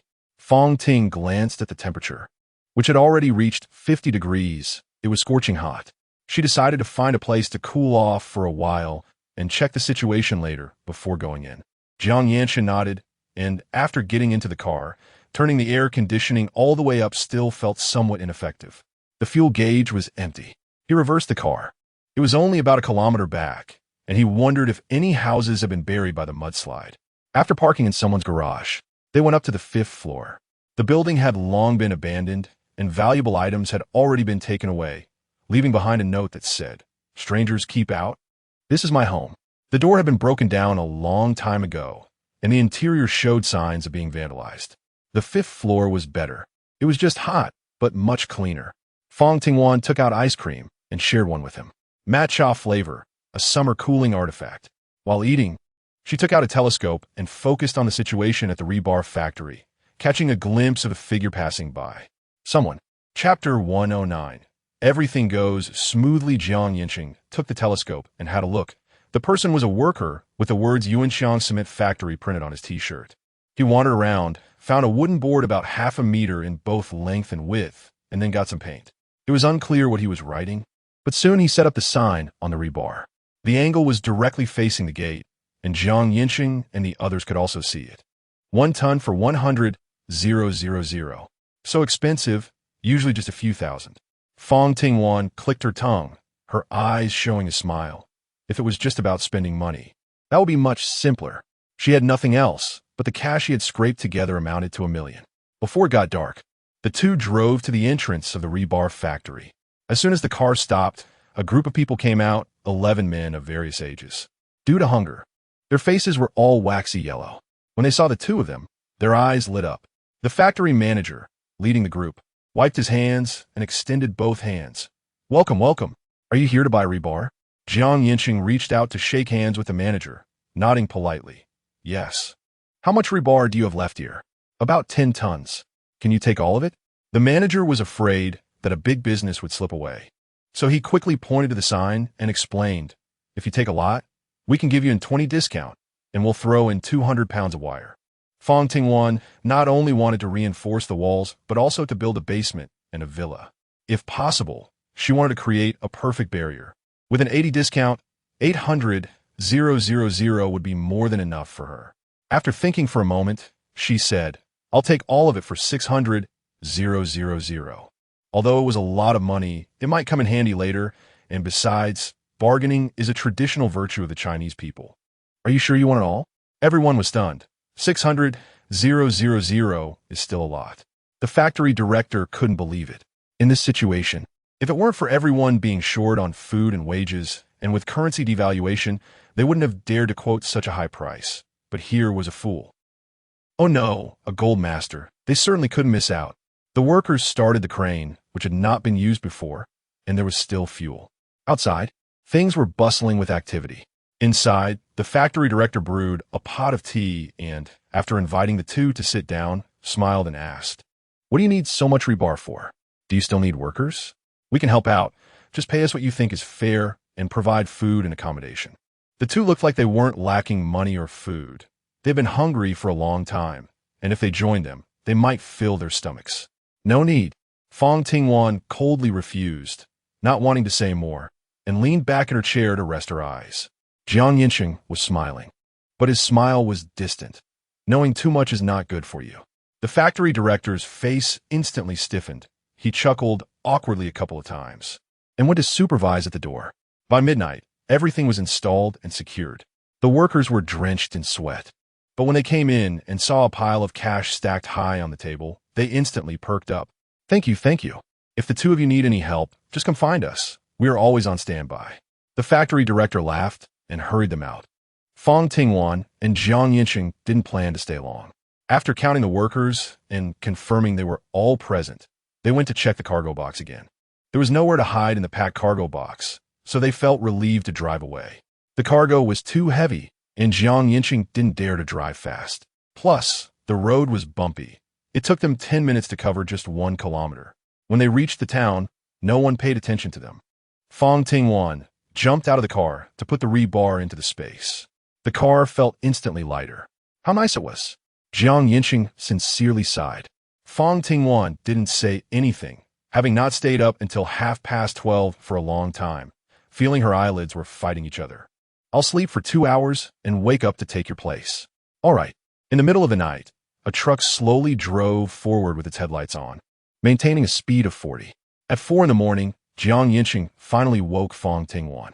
The sky was starting to brighten, and they were approaching the intersection to Pinquan City. Just a few steps away, there was no need to change. It was just that Fang Tingwan felt warm inside when she looked at him. The two didn't speak, but both breathed a sigh of relief. As soon as the engine was turned off, a beam of light shone over. "I've left food for you on the table. You can eat now or have it when you wake up in the morning." "XIN," said, closing the flashlight and walking outside. He needed to check if anyone had noticed the truck following them. Seeing him like this, Fang Tingwan felt reassured. After entering the house, she saw a thermal lunchbox on the table, and upon opening it, she found rice and stir-fried cured meat. Only cured meat can be preserved for a long time. The fresh meat probably came from a pig brought by the brick factory, which had been stored in the trunk, causing the whole truck to smell of pig dung. And upon arriving at the villa, it was directly placed in Building 21. In the dead of night, she could still hear snoring from next door. She still needed to build a couple of circles and a fish pond, and she had to move things out of space, as well as the generator. She didn't feel like eating. She just wanted to sleep. Duo and Meng Ling were asleep, and Fang Tingwan lay alone on the bed, her brain working until the last moment. It was 8 in the morning. Fang Tingwan's biological clock woke her up on time. After washing up, she went downstairs, where Yancheng had already prepared breakfast. They had clear soup noodles, with 2 slices of greens and a fried egg in each bowl. Looking at the oil floating on top of the bowl, everyone felt satisfied. "Wan, what are we going to do next?" Meng Ling asked. Everyone's gaze turned in unison. "We need to reinforce the walls. Don't skimp on the steel bars. The more solid, the better." Fang Tingwan thought for a moment. "Leave some reinforcement for the basement.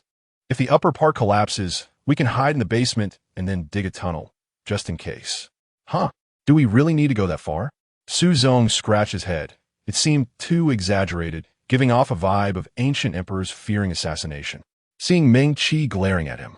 Su Zong immediately lowered his head and sulked, just asking, it's not a big deal. Fang Tingwan felt the need to explain. We have to guard against outsiders and the Tiger Head Gang. We must make thorough preparations for everyone's safety. Then draw up a blueprint, and we'll follow it. Meng Qi agreed. The more we do, the safer we'll be. Okay. After finishing the last sip of soup, Fang Tingwan noticed the two drooling men in the corner. Meng Ling remembered and mentioned the two who barged in yesterday, then asked, they know our secret. It's safer to kill them to keep it quiet. Xinu. Take those two outside. Chapter 110. Monster Xinu obeyed without question and immediately walked over.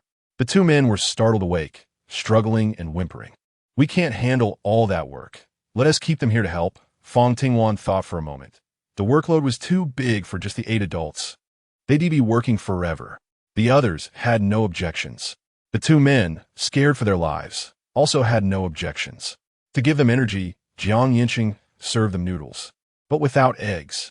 As long as you feed us, we're willing to stay and work for you. One of the tall, skinny men shouted, his eyes firm, introducing himself. My name is Zhou Hai. I'm 24 this year. The other man, half a head shorter, unwilling to be left behind, immediately chimed in. I'm Zhou, also 24. I'm strong and can endure hardship. We come from the same village. They spoke in unison. Finish eating and then get to work. Fang Tingwan didn't want to hear any more nonsense. Yes, with 2 more people that made 10. Only Lu Ji knew how to lay bricks. And he taught Yancheng and Xinu, the 3 of them working together. Meng Qi and Meng Ling were in charge of mixing cement. After pouring sand and cement together, they dug a pit in the middle. There was plenty of stored water in Dijinghao Yuan, and the water pipe could still produce water. After mixing it well, Su Zong and Su Er would carry it for Lu Ji and the others to use. Fang Tingwan took the 2 brothers from his Zhou family to roll rebar, forming a mesh to attach to the original wall. Yancheng and the others then began to lay bricks, each fulfilling their own roles. By noon, the temperature had reached an exaggerated 51 degrees. In the open areas, there was some shade, but everyone was already drenched in sweat, their faces dark and red from the sun.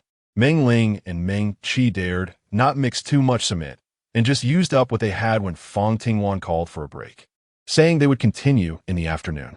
The wall, about 10 square meters, was just beginning to take shape, while the courtyard was nearly 200 square meters. Back in the villa, Yancheng continued to cook. Everyone was sprawled on the ground. In such harsh weather, only the stone slabs provided a bit of coolness. It was too hot at noon, so they had rice, cold-tossed lettuce, and vegetable soup. Then everyone lay on the ground to sleep. Duo saw her older siblings exhausted and lying down, so she took a dagger and sat in the cool shade of the courtyard, taking on the task of keeping watch. At 6 in the afternoon, with the sun slanting to the west, everyone who had rested well had dinner and started to build the wall again. They worked until midnight, slept for 2 hours, then continued until 9 in the morning. Duo did not adjust to the time difference and automatically took on the defensive task. Sitting on the 3rd floor balcony, where she could see almost a 260-degree view, she held a whistle in her hand and would blow it immediately if anything happened. She didn't doze off all day.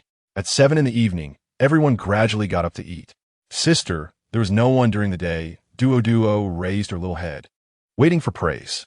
Fang Tingwan rubbed her head and said, "Good baby, go to sleep after dinner. We'll continue tomorrow." Okay. Duo has also become a useful person. She absorbed some knowledge and somewhat understood why Sister Wan would leave so many people behind. After dinner, everyone continued working. They worked continuously for a month. 5 layers of bricks and 3 layers of steel bars built the walls of 21 villas to a height of 3 meters. From the outside, it was already impossible to climb over, especially since the walls were covered with broken beer bottles. Once the wall was completed, everyone no longer had to turn day into night. They built 2 pens next to the west wall, covering an area of about 20 square meters, and drove the 2 pigs into the pen while using the outside area to raise chickens. At Fang Tingwan's request, they also dug a 5-square-meter pond nearby and connected a pipe to bring water in. It was roughly completed. Fang Tingwan looked at the weakest door in terms of defense, thinking about how to reinforce it. Before that, she called Yancheng and went out. During the day, the temperature had already reached 65 degrees, and eggs could be completely fried on the floor. They stayed in the spacious living room on the first floor during the day, which was much cooler. The basement was planned for everyone to rest before further construction. At 6 in the afternoon, after dinner, Fang Tingwan drove the large truck aimlessly. After wandering for about half an hour and confirming that no one was paying attention, she glanced at the map and drove into a home improvement supply store. There were 3 buildings in total, each connected by corridors. The first floor sold flooring and doors, all for home use, with a low level of theft prevention. They continued to the second floor, which sold curtains. The people had all fled, the glass doors were smashed, and there were some mottled dark bloodstains on the floor. Fang Ting seemed oblivious as she walked in and began selecting curtains like any other customer. The light in the room was too strong, so she needed curtains that could block it out. She looked at several options and finally chose the prominently displayed ink wash bamboo leaf pattern curtain. It was very elegant. Yancheng helped her take down the curtain, then selected the adjacent full ink wash landscape curtain. They continued browsing, picking up anything they liked, and then went to the third floor, which was the top floor. The top floor had a water heater, refrigerator, and fan, all electrical appliances. At this time, the temperature at night was 40 degrees, and sleeping naked on the floor was the only way to get any rest. Fang Tingwan had long wanted to install an air conditioner, but there was a big problem. There were too many people, and even with a generator, the diesel fuel wouldn't be enough. Running the air conditioner would consume too much electricity. But now, if we don't do something, we will have to get used to it sooner or later. Let's get an air conditioning cabinet so everyone can sleep in the living room. Then what's the point of building a wall? Living in the basement would be much cooler. Fang Tingwan refused verbally, but her hands honestly picked up a cabinet air conditioner, looking at the fan and refrigerator, unable to move her feet. How about we look for photovoltaic panels? The sun is so strong right now. These would be just right, Yancheng suggested. Fang Tingwan immediately clapped her hands. Hey, why didn't I think of that? Let's go. There must be none left here. It can't be that there are none, right? After looking around again and still finding nothing, she suddenly thought of something and stared at Yancheng, asking, on our way to Mayun Mountain before, we saw solar panels. We should be able to dismantle some for our use, right? At that time, they could only see the panels on the mountain. The area below had long been submerged by water. It was no wonder Fang Tingwan was anxious. The weather was unbearable, and as she glanced, she saw the words small sunshade net on an advertisement board. She jumped out of the car and walked straight over. Yancheng followed. It was a warehouse of over 200 square meters, but the glass door was locked. She pushed the door open. Her figure just fit through. Upon seeing 3 large bundles of sunshade nets piled in the corner, she stored them all in her space. Strange monster. Chapter 111. Almost there. Is anyone there? Fang Tingwan quickly pulled out her pistol and flashlight, shining it towards the source of the sound, only to see a figure running away. If someone found out she had space abilities, it would be 100 over for her. She quickened her pace to chase after the figure. In the blink of an eye, the figure vanished from Yancheng's sight. Wan, he shouted anxiously, but the sounds inside grew fainter. Not good. Wan is in danger. There was no sound inside anymore, and Yancheng took a deep breath, forcing himself to calm down and analyze the situation. He tightened his grip on a stone and struck the lower left corner of the glass with a sharp edge. With just one hit, the glass shattered, and pain shot through him as pieces hit his body. He didn't have time to care and hurriedly rushed inside. It was too dark. The stacked goods created a maze inside. He could only hear a faint sound ahead and walked quickly towards them. Wan. That wasn't Wan. He held his breath, drew the Tang knife he carried, and stepped lightly, making no sound at all. The sounds grew closer and clearer, and suddenly his expression turned grave. He turned the knife upwards. The blade plunged into a body with a sizzling sound, warm liquid wetting Yancheng's hand along the knife edge. He had already stepped back, and a sharp dagger fell vertically from above, clattering on the ground. If Yancheng hadn't reacted quickly, he would have been ambushed from above. He withdrew his knife. The body that lost its support rolled to the ground, and a beam of light illuminated it. It was Fang Tingwan. After chasing for a while, she realized the other party was too fast, so she turned off the flashlight, playing a game of cat and mouse. Are you okay? She approached. only able to see the back of the corpse, with yellow hair and wearing a white tank top. She squatted down and rummaged through the body, finding a set of keys, but nothing else. Although he was thin, his skin had a sheen to it, indicating he might have food hidden away. Be careful. There might be others. Yancheng listened cautiously. Although there was no sound, he couldn't be sure there was really no one else. Fang Ting gathered her full attention and continued to walk forward. She turned on a flashlight to carefully observe the surroundings. The ground was already covered in dust, but a series of footprints could be seen leading from the iron gate ahead. Yancheng reached out to pull her. "Let me do it." Fang Tingwan handed him the key. After trying a few times, the door opened. As soon as the iron door swung open, Fang Tingwan shone the flashlight inside, revealing a 20-square-meter space with a large bed measuring 1.8 meters, on which lay two naked women, their hands shackled with iron locks, their hair matted with dirt, obscuring their faces, showing only their pale jaws and the bodies below. Yancheng immediately averted his gaze, surveying the rest of the room. There was rice and various instant food products, instant noodles, self-heating pots, and ham sausages. Looking at the trash, it was clear they had been living here for quite a while. Suddenly, he noticed the two women.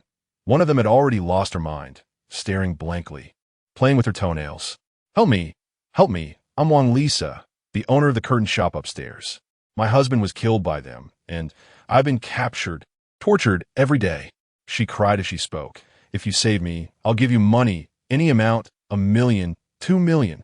From her appearance, she clearly had no idea that the world outside had changed drastically. That wasn't the point. She mentioned they? Besides the blonde guy, who else? There are also 2 thugs. The 3 of them often sneaked around here. In the next moment, a scorching sensation came from behind. The place was filled with flammable materials, and in the blink of an eye, the entire warehouse was ablaze. "Damn it, go die, haha." A man's arrogant voice came from the opposite side. Save me. I don't want to die." Wang Lisa shouted anxiously, struggling to break free, but it was useless. She counted quickly. Chop. Just before she shouted it out, Wang Lisa closed her eyes. Before she could react, a sharp pain shot through her wrist, so intense it made her feel like she was about to faint. Fang Ting threw her a piece of clothing from the bedside. "Stop the bleeding. Go." Ignoring the pain, Wang Lisa just wanted to survive. She ran out first. There was a door ahead. She rushed to lead the way. Fang Tingwan gathered all the food on the ground into her space and ran outside. "Aiken," she shouted urgently, seeing a Molotov cocktail thrown in from outside. In that moment, she took out her gun from the space and shot at the glass bottle flying through the air. With a bang, the bottle shattered and gasoline spilled onto the cargo, igniting immediately. If it fell on Yancheng, even if he survived, he would suffer severe burns. Yancheng noticed the deep worry in her eyes and rushed over, grabbing her hand and running toward the door. There was indeed a rolling shutter door behind them. After unlocking it, they tried to lift it up, but it wouldn't budge. It was blocked from the outside. They could hear a man's triumphant laughter. You filthy bitch. We treated you well, and you still betrayed us. When you come out, I'll make sure to kill you." Wang Lisa, terrified, stepped back, her head lowered in despair. As the fire grew stronger, thick smoke filled the room, making it hard to breathe. The 3 of them were already crouched down, trying to break through by ramming into the door several times. But it wouldn't budge at all. "What are you planning to do?" Yancheng remained calm as he looked at her. "We can use the car to break down the door, but..." Wang Lisa saw it, and of course, it couldn't be left alive. Who would have thought that she would collapse directly from extreme weakness and blood loss? Fang Ting tried to push him a few times, but he didn't wake up. So she directly put him into the space. Then she took out the off-road vehicle from the space, sat in the passenger seat, and pulled out her gun. Yancheng started the engine, revved it a few times, and murmured, "Crash." The car swiftly reversed and then surged forward violently, easily crashing through. The 2 young men outside hadn't even reacted when they felt a sharp pain in their chests. Before they could see what had happened, they both fell to the ground, eyes wide open in death.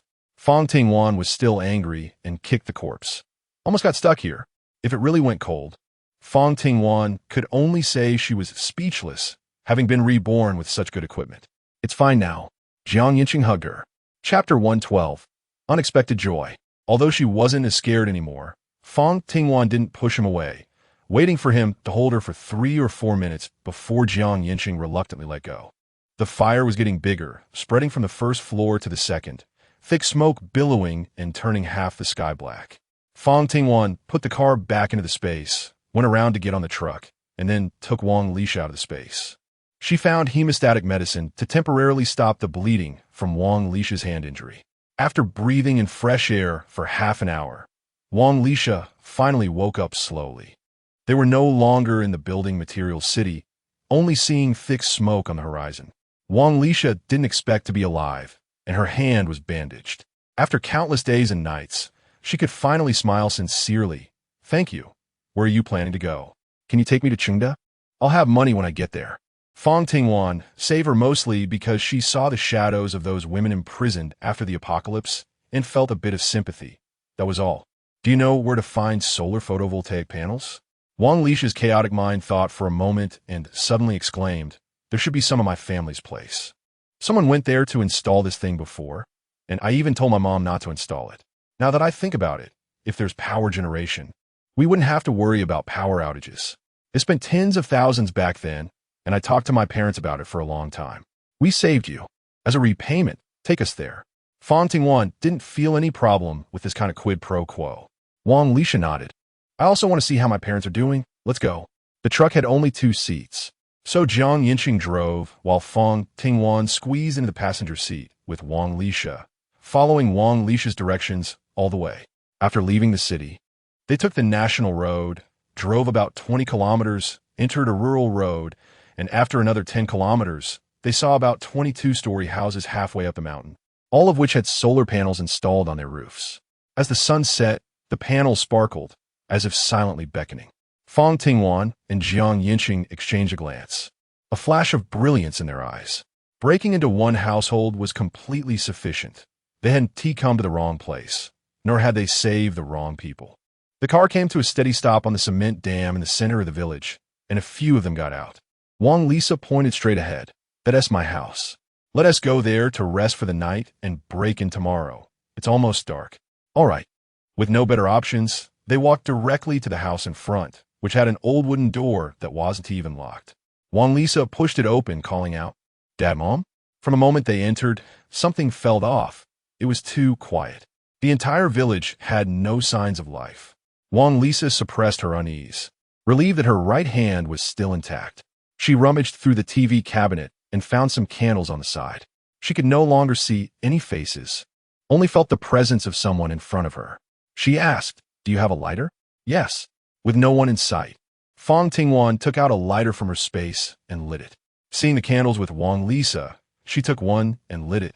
After dividing one candle for each person, 3 dark shadows crawled up the wall, like evil spirits ready to swallow them whole. The atmosphere was oppressive and cold. With each step, the chill behind them grew. It felt as if someone was watching. Wang Lisha felt fear even in her own home, wanting to walk behind Fang Tingwan. As they reached the main hall, they could see the incense offerings on the wall and the black and white memorial portraits hanging to one side. Fang Tingwan didn't linger, making her way to the staircase at the back. The staircase was tiled, and beneath a layer of dust, they saw dark bloodstains. As they went upstairs, a nauseating stench hit them, like standing in front of a wind tunnel, filling Fang Tingwan's nostrils and making her gag. Wang Lisha, feeling even worse, leaned against the wall and vomited up the water she had just drunk, tears streaming down her face as she cried, "Are my parents dead?" In the living room upstairs lay 2 corpses. Judging by the gaping mouths and decayed food, they had been killed during a struggle for food. Analyzing the degree of decay, they had been dead for at least 2 months.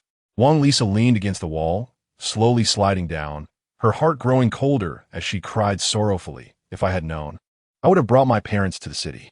"Dad, Mom, you're not here anymore. What is the point of me earning so much money?" Suddenly remembering something, she rushed to the staircase, turned around, and dove under the stairs. Fang Tingwan and Yancheng were puzzled as they squatted down the stairs with her, watching her pry open the coal blocks. After she moved the inner wooden board, a door was revealed. It had one of those locks that cost just a few bucks, which could easily fall off with a tug. But it was clear that no one had discovered this place. "Can it be pulled open?" Wang Lisha couldn't do it with one hand, and looked towards Yancheng. Yancheng stepped up and loosened it with a knife. With one more hit, it fell off.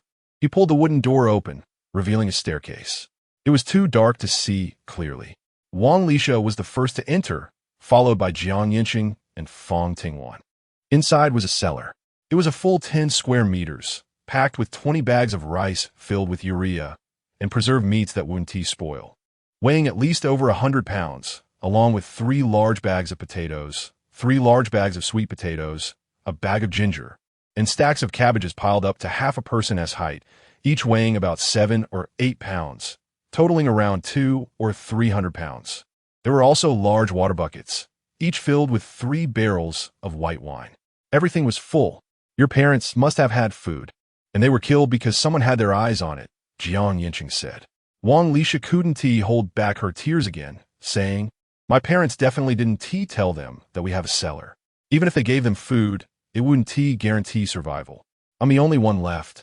Wang Lisha sat limply on the ground. "You guys can take it and leave." "What about you?" Fang Tingwan asked. "Whatever." Wang Lisha suddenly felt that living was meaningless. The food was right in front of her, and Fang Tingwan had no reason to refuse it. "I'll go with you." Wang Lisha was a businesswoman and quickly calculated the benefits. She needed medicine for her injuries. They had it. She needed protection, and they were strong. For just food, she was willing to give it up to ensure her own safety. "Then we'll move it tomorrow and sleep here tonight." Fang Tingwan thought it would be safer here. Yancheng nodded. "There are rooms next door, with blankets and such." "All right." Yancheng and Fang Tingwan went out, and as they passed the main room, they felt a cold wind blowing. She instinctively grabbed Yancheng's arm, her hand trembling slightly. "Are you not afraid of living people? Afraid of dead ones?" Yancheng pulled her hand into his palm. The warmth transferred over, calming Fang Tingwan's slightly frightened heart. In a way, she seemed like a ghost too. Chapter 113. A pile of gold. When they reached the room, it looked like it had been inhabited by an elderly person, exuding an old atmosphere. In the cabinet, there were 2 beds with a heavy moldy smell, and they felt slightly damp to the touch. Yancheng picked up 1 blanket, and Fang Tingwan took the opportunity to stuff 3 sleeping bags into her backpack. When they returned to the cellar, Yancheng did some tricks outside to make it hard for anyone to notice the entrance before he felt safe going down into the cellar. The air in the cellar was already stagnant after they extinguished the candles and spread 1 blanket on the ground. The 3 of them wrapped themselves in sleeping bags and fell asleep. In the cramped space, Fang Tingwan lay in the middle, facing a sobbing Wang Lisha. She decisively chose to face Yancheng instead. Unable to use candles, she lit a small flashlight to admire the handsome features of Lawyer Jiang up close. She couldn't help but lick her lips, and when she saw his sexy Adam's apple move, she was so startled that she closed her eyes. "Go to sleep." Yancheng's voice was a bit hoarse. They safely slept through the night until dawn. Yancheng rubbed his numb arms, got up first, and opened the cellar door. "Shall we move the stuff first?" With Wang Lisha there, Fang Tingwan had to obediently help move. All these things took up a third of the cargo space, and took them all morning to move. After Yancheng parked the car in a shaded area, the 3 of them rested in a house on the first floor of a nearby family. This house looked much cleaner. Once the dust was wiped off, it was acceptable. The 3 of them sat down to drink water, and after finishing the pork floss bread, they lay down on the sofa for a nap. This village was halfway up the mountain. The people had already left, so there was not much danger. After sleeping until the afternoon, when it was a bit cooler, the 3 of them climbed to the rooftop. Wang Lisha could only hand over tools with 1 hand, while Fang Tingwan and Yancheng took down the solar panels and stacked them aside. By the time they finished dismantling 20 solar panels, it had already turned dark. They couldn't stay for another night. Wang Lisha took Yancheng to dismantle the inverter, the power grid, and the machines and batteries while leaving Fang Tingwan to carry the stuff. Time was tight and the task was heavy, so Wang Lisha didn't think much.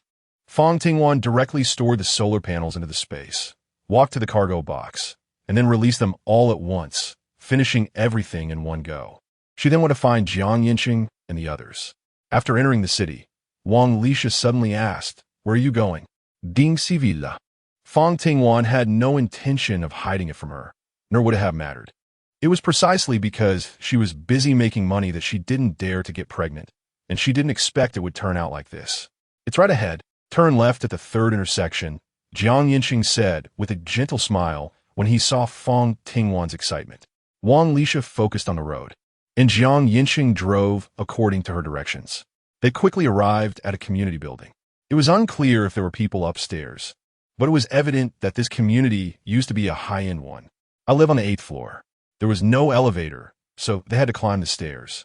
Wang Lisha, worried about the dangers, hoped someone would accompany her up. I'll stay here to guard the things. You go? Jiang Yancheng guessed that was Fang Tingwan's plan. Wang Lisha turned to go, and Fang Tingwan immediately gave her a thumbs up, silently saying, "Great. Good teamwork." They climbed the stairs all the way to the 3rd floor, and Wang Lisha was already exhausted. It was only with Fang Tingwan half dragging her that they made it to the 8th floor. When they saw the fingerprint lock and the door of the downstairs resident that had been broken open, they feared their home had also fallen victim, but fortunately, Fang Ting closed the door in the evening and got straight to the point. "You promised to pay me." Now, money was far less important to Wang Lisha than being alive. She opened the study door, and beneath the desk was a square safe. After entering the password, the door opened to reveal stacks of cash neatly arranged in 2 layers, estimated to be over 2 million. In the gaps between the cash, there were gold bars. There were 10 bars marked as 500 G each. "Can you give me the gold?" Fang Ting's eyes sparkled with excitement. "The upgrade space. Do you want gold? There should still be some." Wang Lisha got up to go to her room, and before leaving, she said, "You should pack these into your bag first."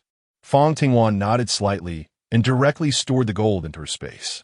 She focused her mind and thought, expand the warehouse, and surprisingly, a warehouse was actually created, estimated to be about 100 square meters. Wow, it became so much more spacious in an instant. After finishing storing the cash, Fang Tingwan contentedly went to the master bedroom next door. Wang Lisha found her 2 ancient gold bangles, one weighing about 50 grams, along with a gold necklace and earrings, as well as her husband's big gold chain, leaving only the pichio he often wore, giving the rest to Fang Tingwan. This added about 200 grams, which Fang Tingwan didn't use and put in the space. After collecting the money, Wang Lisha began to take out clean clothes, her gaze occasionally drifting to her left hand, her expression turning pained. The villa's door had been reinforced with steel bars, and there were guards at the entrance and exit.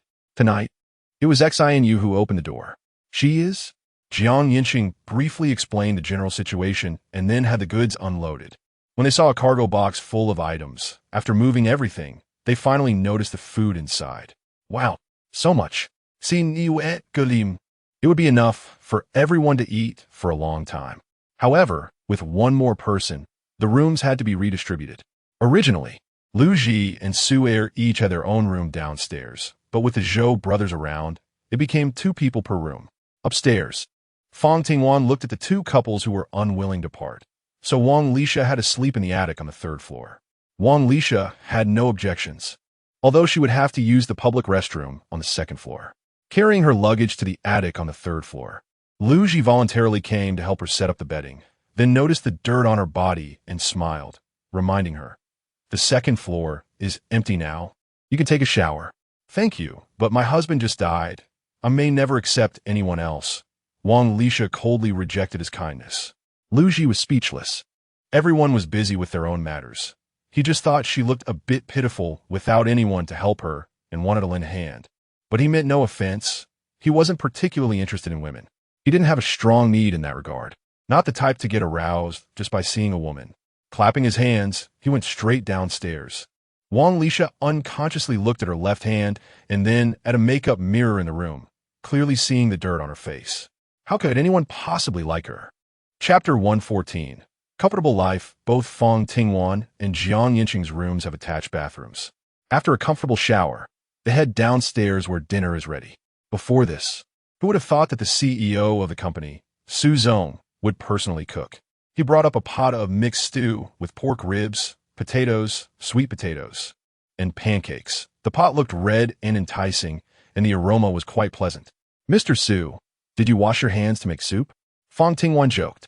Meng Qi glanced at him, her annoyance long gone, and explained, "Everyone was working today, and he didn't do much, so he made dinner for everyone. It's his first time, so I'm not sure how it will taste." She seemed to hope everyone would say something nice. Lu Ji was the most cooperative. It smells great. Saying you're a chef wouldn't be an exaggeration. I took a bite. Xin directly picked up a piece of rib and put it in his bowl, blowing on it a couple of times before putting it in his mouth. It was hot, and he took a few breaths before giving a thumbs up. Delicious.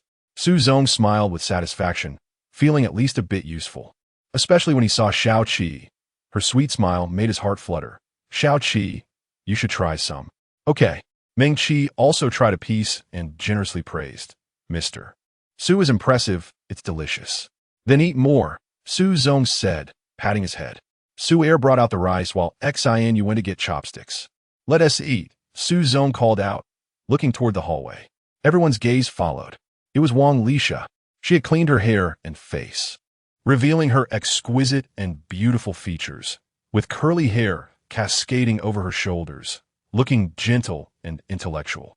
She was a far cry from the beggar-like appearance she had before. Lu Ji swallowed silently, arranged his chopsticks, and called out, Dinner is ready. Okay. Wang Lisha wasn't quite used to this big family. Before the disaster, she could talk freely. But now she had been through too much, making her feel like she had to force a smile. Everyone sat down, and as Fang Tingwan started using her chopsticks, they began to eat. Wang Lisha only had her right hand. Her bowl was on the table, and as she looked at the pot of dishes, a piece of rib landed in her bowl. Lu Ji gently said, What do you want to eat? I can help you pick it up. No, I can use my hand. Wang Lisha had previously thought this man was not interested in her, but now she felt he must have some ulterior motive. She stood up to pick up dishes and place them in her bowl, then lowered her head to start eating. It felt a bit awkward, but she wasn't at the point of being unable to feed herself. After refusing twice, Lu Ji didn't push further and focused on his own meal. Before bed, she took out a small dumbbell to continue lifting, showcasing the perfect lines of her arm muscles. Sister, how am I doing with my training? She proudly rolled up her sleeves. After training for a long time, there were indeed results. Fang Tingwan patted her head and said, Great, go take a shower and sleep. Duo went to take a shower, while Fang Tingwan took the curtains out from the space, replaced the old ones, and tossed them aside. Then put up the new ones, which looked much more comfortable. She walked out of the room and knocked on Yancheng's door. Yancheng opened the door for her to enter, then closed it. In the next moment, both doors across from them opened, and 8 eyes met, all sensing the big news. After making 2 quiet gestures, Xin quietly tiptoed over to the opposite door. As soon as Fang Ting entered in the evening, she turned around and handed him the curtains. Do you want me to help you change them? Yes. This was the first time she took the initiative, and Yancheng couldn't miss this opportunity. Seeing others in pairs, he also wanted to move to a different room to free up one for someone else. But it was just a thought. Fang Tingwan had already found a chair to stand on, took down the curtain rod, and removed the old curtains. She finished in 20 minutes and left the other curtains here. I'll give them to you tomorrow. Good night. You're leaving? Yancheng instinctively asked, realizing too late that he had promised her last time. He took a deep breath and said, Good night. Fang Tingwan quickly opened the door and saw the empty doorway, then turned and went back into her room. Across the hall, the 4 of them only dared to speak after hearing the door close. Should we create some opportunities for them? Xin felt that if we don't help a little, it might be unlikely for Yancheng to pursue Fang Tingwan. Why? Meng Ling didn't understand. They just haven't stated it outright. No, it's that Fang Tingwan is too calm. She doesn't want to engage in anything other than surviving and living better. Romance and having children do not serve her purpose. Xin saw through it clearly. After the 2 left, Su Zong, who had been silent, began to undress. Meng Qi was not one to be shy, and in the dark, it was hard to see. You all better not get pregnant. The voice was not loud, but Fang Tingwan heard it. At this moment, she was so tired that she could hardly keep her eyes open and had no time to think about it. Duo finished her bath and obediently lay down next to her to sleep. At 6 in the morning, the sky began to show signs of light. Fang Ting woke up on time, having gone to bed early and waking up right on schedule. She entered the bathroom and looked at herself in the mirror, noticing that her complexion had darkened by 2 shades.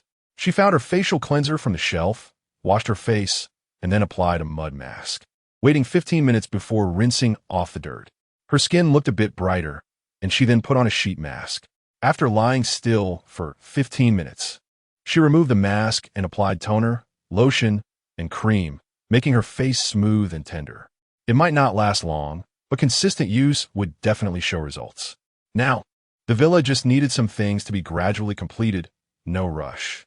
She yawned and walked out of the room. Yancheng was also awake. Good morning. Fang Tingwan got straight to the point. It seemed that there was nothing else to say between the two of them. All right. They went straight downstairs and into the kitchen. They were so familiar with each other, even to the point of having some tacit understanding. Once breakfast was ready, they didn't say more than 10 words. And every word was related to the food. For breakfast, they had scallion oil noodles, along with some pickled white lotus root to refresh the palate. When everyone came down, they each took a bowl and served themselves noodles. Wang Lisa had not been living like a human when she was in the warehouse. Opening her eyes was met with insults, and closing them was still the same. Even in her dreams last night, she was struggling. Now, seeing everyone in reality and smelling the fragrant scallions, she felt that was already a thing of the past. Here, Luji handed over the noodles he had mixed. Thank you. Wang Lisa didn't take them, stubbornly serving herself and mixing her own. Chapter 115. Reality. Luji stuffed a large mouthful into his mouth, wishing he could slap himself twice for being so pathetic. Why was he still trying to get close when she wouldn't even accept kindness? It was pitiful, yes. He only felt sorry for her. After finishing breakfast, they hung up the sunshade net. Fang Tingwan pointed to the large rolls of black sunshade net in the corner, saying that because of this, they had almost been burned to death. All right, the others echoed in unison. After finishing the noodles, Xinu, Su Zong, the Zhou brothers, Su Er, and Yancheng began to hang the net in the sunlit areas of the yard. Fang Tingwan didn't go. In their words, it's enough to have men now, and women can enjoy life. Mengling's morning exercises are quite a lot, with Duo and Meng Qi following her closely. Exercising can strengthen the body and pass the time. Meng Qi is learning enthusiastically. After hanging the sunshade net, the yard suddenly became stuffy. Although it wasn't sunny, the walls and sunshade net blocked the wind, making the inside feel like a steamer. The plants along the yard path couldn't take it, while people could go to the basement to cool off a bit. Fang Tingwan, standing at the door, was already sweating profusely. In the fish pond that hasn't been stocked yet, 2 pigs were half lying in it. Let's go. After Yancheng finished, he came down to drive the truck. Are you guys going out? Xinu climbed down the stairs from the wall and looked at them. Just fixing the solar panels isn't enough. We need to get a generator. Fang Tingwan was already in the passenger seat. Yancheng drove the car out of the iron gate. As soon as they went out, the sun blazed down. It felt like the temperature of a magnifying glass burning on the skin, ready to roast their hands at any moment. And it quickly reddened their arms. Originally not fair-skinned, she was now even darker. Just stepping into the sun, Fang Tingwan looked at her hands and forearms, which were dark and red, and silently took out a piece of clothing to cover them. Yancheng turned his head to look at her and immediately noticed the change in her face, smilingly asked, "Did you put on a face mask?"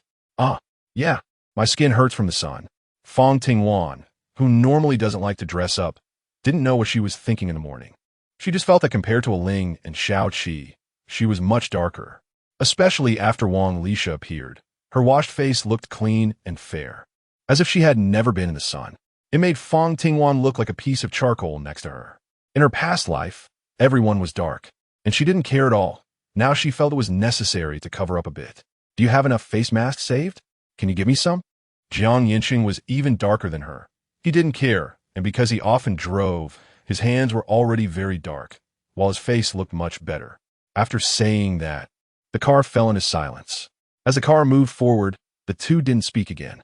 They arrived at a hidden underground parking lot. Fang Tingwan threw the generator into the truck bed and then walked towards the residential building. After finding a few households, she found a fish tank.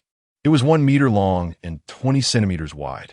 She caught dozens of small fish fry from her own space's fish pond, added water, and it was perfect. Only after finishing did she let Yancheng see. "You wanted to build a fish pond before, just to raise fish?" Yancheng then understood that one of the purposes of the sunshade net should also be for preparing to raise fish. Chirp, chirp, quack, quack. As sounds came from behind the fish tank, Jiang Yancheng leaned out of the car to look. Chicks and ducklings?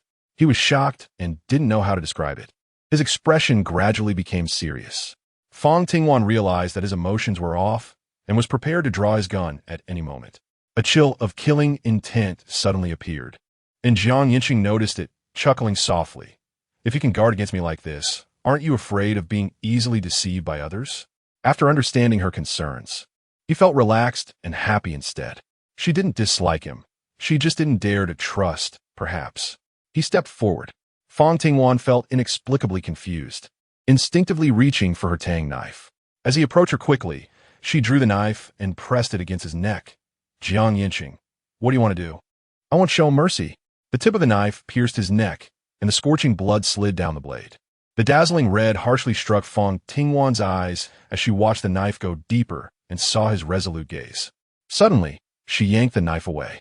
In the next moment, Jiang Yancheng wrapped his arms around her, unable to help but bury his head in the crook of her neck, murmuring softly, Wan, I will never betray you. As long as you want, my life is in your hands. Fang Tingwan didn't move. The angel and devil in her heart were at odds. The angel said, promise him. Promise him. After such a long test, isn't it enough to see his heart? He loves you.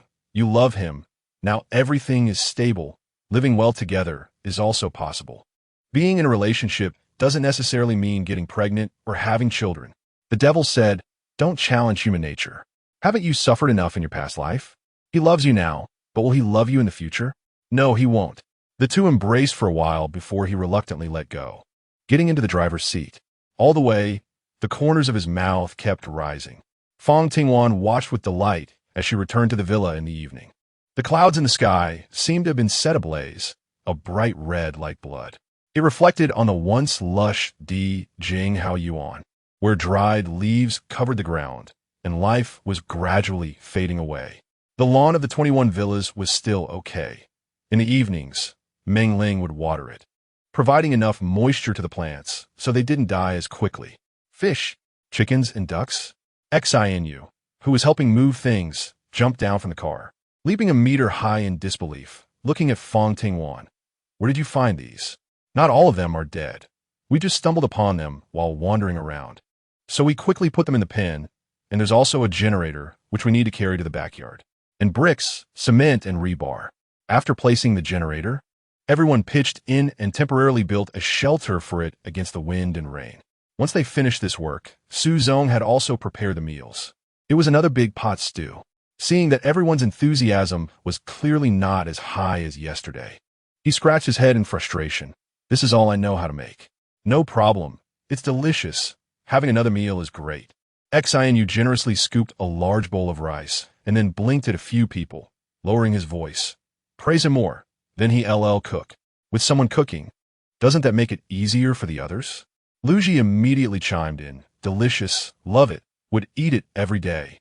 Su'er couldn't pretend. He never liked eating in the first place. The Zhou brothers had always been low-key, just working and eating, taking care of their own stomachs. Meng Qi said, I'll cook with you tomorrow. Su Zong immediately cheered up. Wang Lisha was still adapting to using only her right hand and hadn't gotten used to it that quickly. Everyone sat together, and the cheerful atmosphere during the meal felt like no disaster had occurred. They were just friends at a gathering. Chapter 116, Body Originally. They planned to set up the generator tomorrow, but everyone had been without power for 3 months, feeling hot and bored. Unable to withstand everyone's requests, Fang Tingwan and Jiang Yancheng went to the generator room to connect the wires. After half an hour of fussing, Fang Tingwan flipped the switch on the generator. And in that instant, the refrigerator lit up. Everyone crowded in front of the refrigerator, staring at the bright screen, so excited that they shed tears. Lu Ji wiped his face. Finally, we can use the air conditioning. Every night after falling asleep, I feel like I've been fished out of water. I've been sleeping on the floor. It's unbearable. Aren't we all? I want to hold Meng Ling to sleep, but don't dare. It feels like holding a charcoal fire. Xianyu stared at Meng Ling, making her face flush, and he chuckled. Enough, enough, stop showing off. We single dogs are here. Su'er rolled his eyes, consciously avoiding looking at Xianyu in them. Why don't you pair up? Xianyu teased, his eyes narrowing meaningfully at a few people. The only single woman here is Wang Lisha, and just thinking about it gives her the creeps. If anyone touches her, she'd kill them, even if these people had indeed helped her. In that moment, many wicked thoughts flashed through her mind. But no one was saying anything about her. Su'er really looked at Lu Ji, clearly wanting to try something, but how could his own brother do that? Looking at the Zhou brothers, he patted his face. Xinu, stop talking nonsense. We have a pure brotherly friendship. Exactly, Lu Ji echoed. The Zhou brothers remained silent. As long as they had food and shelter, they were satisfied. Now that they had electricity, they felt extremely fortunate to have come here that day. Otherwise, they might have already died in the wilderness. Hearing this, Fang Tingwan's ears turned slightly red again, and she shot him a glance. Don't even think about it. Sister Wan, Brother Chun, you guys are amazing. We really followed the right people. Lu Ji said with admiration, genuinely impressed. Su'er echoed, thankful that he had gone to help Lu Ji that day. Otherwise, he would be stuck at home, not far from starving. Even Xinu, who had stayed behind for Meng Ling, now genuinely admired them. Meng Ling had known from the start about Wan Wan and Lawyer Zhang's abilities, but felt a bit useless now, as she was just taking care of the kids every day. Meng Qi felt even more inferior, realizing she was truly of no use at all. Su Zong thought simply. Later, he could use a rice cooker to make meals, which would make things much easier for him. Then he thought that having electricity seemed like they couldn't go online, and he wanted to learn how to cook. Fang Tingwan, can you give me a cookbook when you go out? Implying that you plan to take over the cooking duties? Fang Tingwan asked with a smile, turning to Yancheng. This was his job, and it would be good to have someone share the burden. Otherwise, he would be exhausted from working nonstop. Wait, was she feeling sorry for him? I don't have much strength. I'll just cook. Su Zong had tried doing other things, but having been pampered since childhood, he found it hard to stick with anything. Only cooking interested him a bit, and it happened to require little effort. All right. It seems that there really isn't a fan in Fang Tingwan's space, so let's go look for one next time.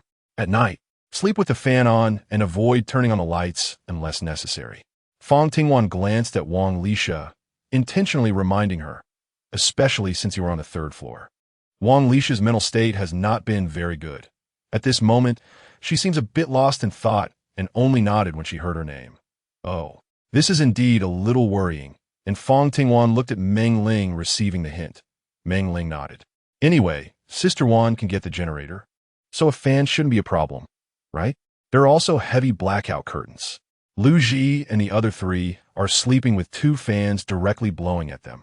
Originally, they would have to stay awake for an hour or 2 to fall asleep, but now they all feel it will take only half an hour. Lying in bed, Lu Ji muttered, it would be great if we had a phone and internet. I have a phone, said Zhou Hai, reaching under his pillow to pull out his black phone. It was already black-screened, but it was their hope, so they kept it, even brought the charger. It has been 3 months, and they still don't know if it can be used. Zhou Hai said while charging the phone. He pressed the power button, but there was no response, and the phone screen remained black. Let's wait and see. They are still waiting. Upstairs, Fang Tingwan started watching cash dramas on her tablet. Duo was next to her watching cartoons on her phone. However, it always felt like something was missing while watching. Fang Tingwan got up and opened the door to the next room. When Yancheng saw her at the door, he looked excited. He had just asked about that kind of thing during the day, and now she was coming over at night. His Adam's apple bobbed, and his voice was low. Is Duo asleep? Fang Tingwan shook her head. Not yet. Do you want to go watch a TV show? As she spoke, she walked inside, looked around, and then picked a cardboard box. After removing the lid, she started putting in dried fruits. While saying this, she passed by Yancheng, and then heard him hurriedly say, Look, buffed. Fang Tingwan secretly smiled, not expecting that teasing him would provoke such a strong reaction. Yancheng changed into his pajamas and followed her to the next room. The people in the 2 rooms across were dumbfounded, with nothing to do at the moment. They all focused on the progress of the couple's relationship. You guys lost. Xinu laughed and spread his hands. Come on, give me a suit. Su Zong bet that Fang Tingwan wouldn't come out tonight. Missing one means losing a chance. He reluctantly stepped back. You bet for an hour. Didn't you lose 2? 10 minutes. Do you think it's close to an hour or a whole night? Xinu's eyes were fixed on Su Zong's pocket. Su Zong directly pushed Xinu out of the room. Get lost. Oh, getting bolder. Xinu lowered his voice. If Wan Wan found out they were betting on her, He didn't know how angry she would be. Inside the room, a detective drama had already started. Watching the three of them bicker without any hint of friendship beyond that, Fang Tingwan felt a bit envious. It was so nice like this. Why do men and women have to spark romantic feelings when they come together? Complaining aside, having a stoic, abstinent male god like him liking her did make her feel a bit proud. After all, she had the figure. Chapter 117, I'm going to save. Wearing loungewear, one could clearly see her collarbone, sun-kissed skin, and well-defined muscles, looking strong in every way. Fang Ting was savoring the sweet pine nuts, satisfying her craving, and other desires began to grow. Her eyes showed no hint of concealment. Don't look at me. I can't help it. Yancheng had been holding back for a long time, and his forehead was even sweating from the tension. He wiped it away with a tissue, crossed his legs, leaned back a bit, and continued watching the drama, trying to distract himself. Fang Ting did not look again, her eyes darting around, then unable to sit still. She got up and moved to the window. She had already used the old curtains to block off a section of the room's light, which did not penetrate through. Looking outside again, the moon was particularly round and bright, illuminating a shadow on the 3-meter-high wall. Aiken. Her voice was serious, and Yancheng quickened his pace to walk over. When he saw the figure outside, his expression darkened. It was only a matter of time before someone was watching. How do you plan to deal with it? The wall, which could only be climbed over with broken glass, seemed to have been planned for a long time. It was just unclear whether it was an individual or an organization. If it was the former, she wouldn't need to worry, but if it was the latter, the villa would not be very safe. The tunnel had only been dug a little over 3 meters, just reaching the perimeter of the wall. If someone threw a firebomb in, it would all be over. Oh right, she almost forgot to take precautions against arson. Not only had they discovered this person, but Lu Ji and the others downstairs had also noticed. After charging their phones, the group began searching for a signal in the room. The window was the best spot to reach the outside world. When Lu Ji raised his phone high and saw the fleeting shadow on the wall, he immediately lowered the phone and signaled for everyone to be quiet. Confirming they hadn't been detected, they left Zhou Hai to keep watch, while Lu Ji, Su Er, and Zhou quietly exited the room, surrounding the area and slowly edging towards the bottom of the wall. Seeing a rope being lowered beside them, Lu Ji clenched his fists. Zhou seemed to see his past self in that person, but this individual was not so lucky, encountering the soft-hearted girl, Meng Ling. The moment the person's feet touched the ground, they were covered and slammed to the ground, followed by another person pressing down on them, making them feel as if their insides were being crushed. They wanted to groan in pain, but were threatened instead. If you make even the slightest sound, I will send you to your grave. This statement was not a joke at all. There were still others outside providing support.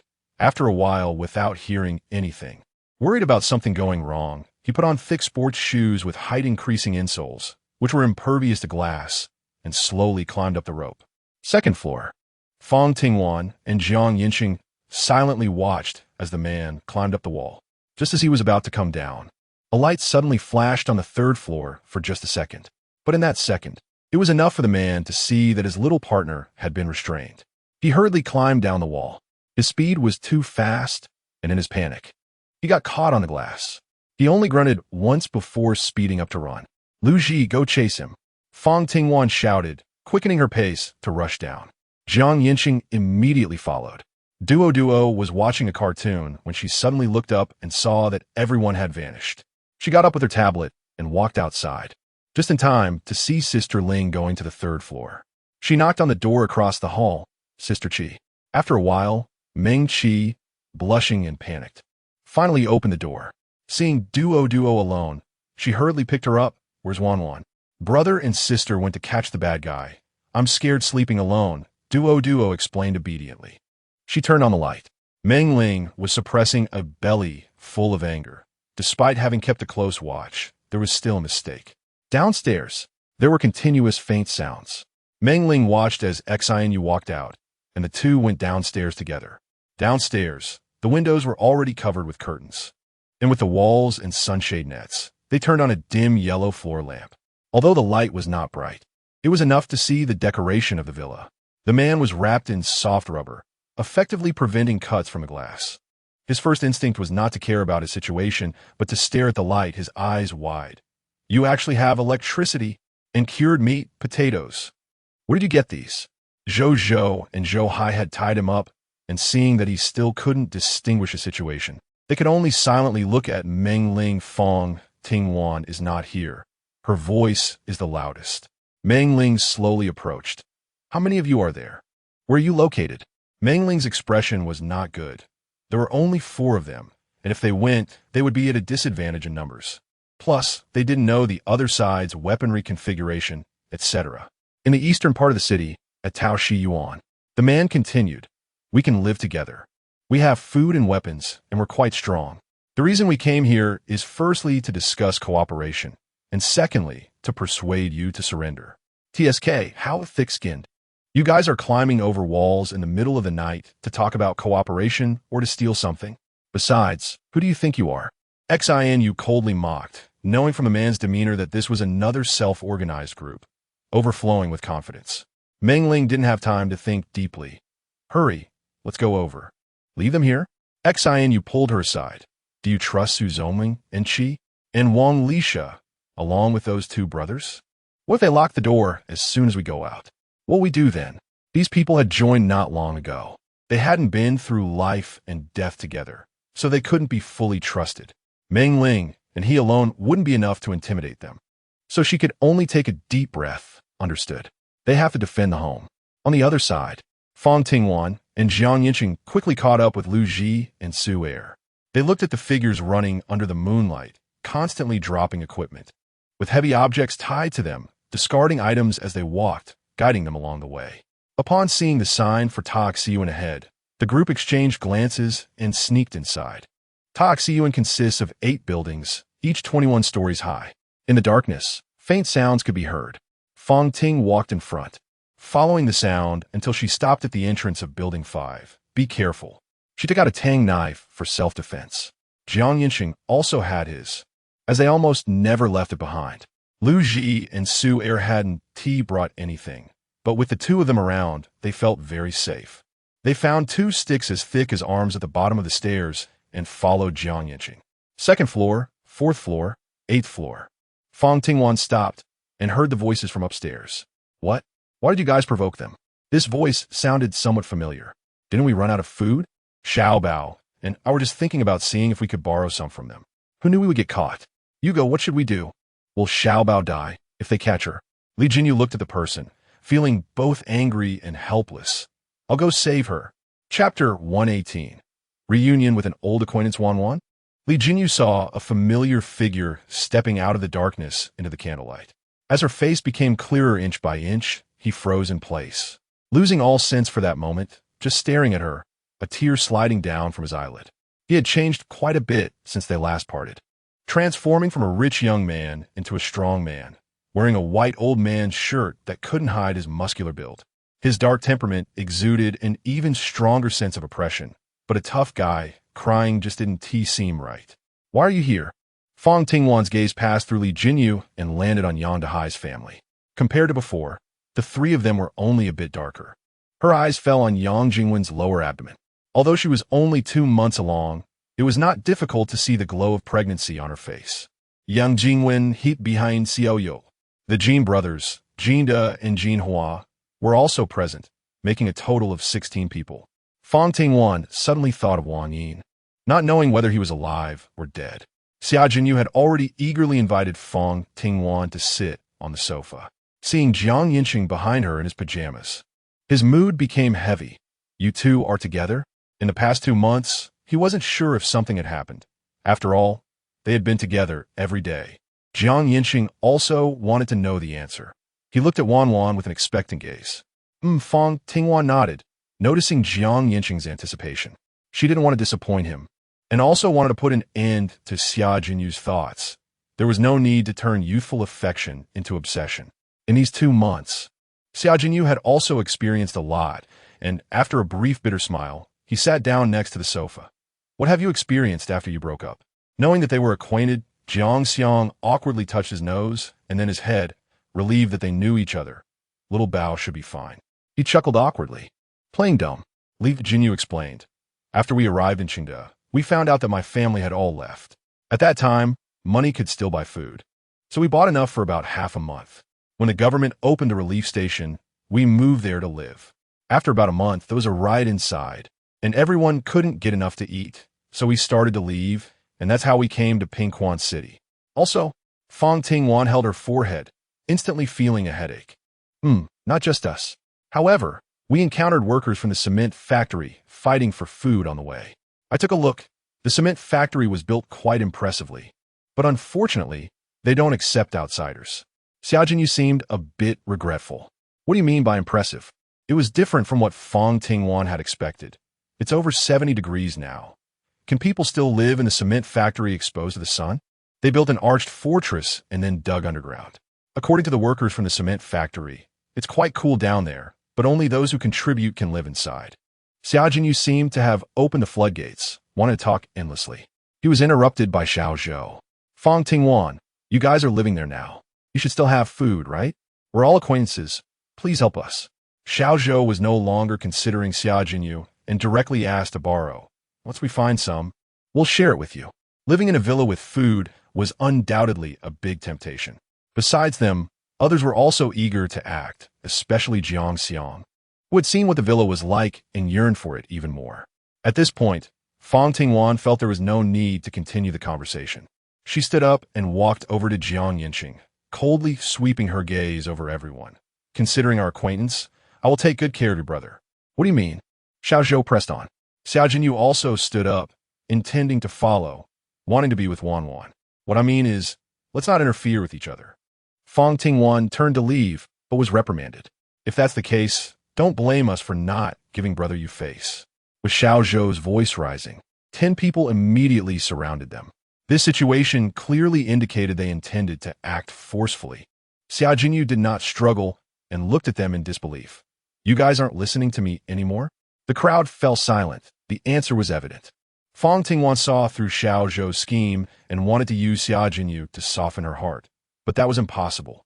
Watching those people pull out knives and sticks, she only took out her gun. When the gun was pointed at Xiao Zhou, he pulled Xiaojinyu in front of him as a shield. Fang Tingwan, what do you want? He warned the others, don't challenge my bottom line.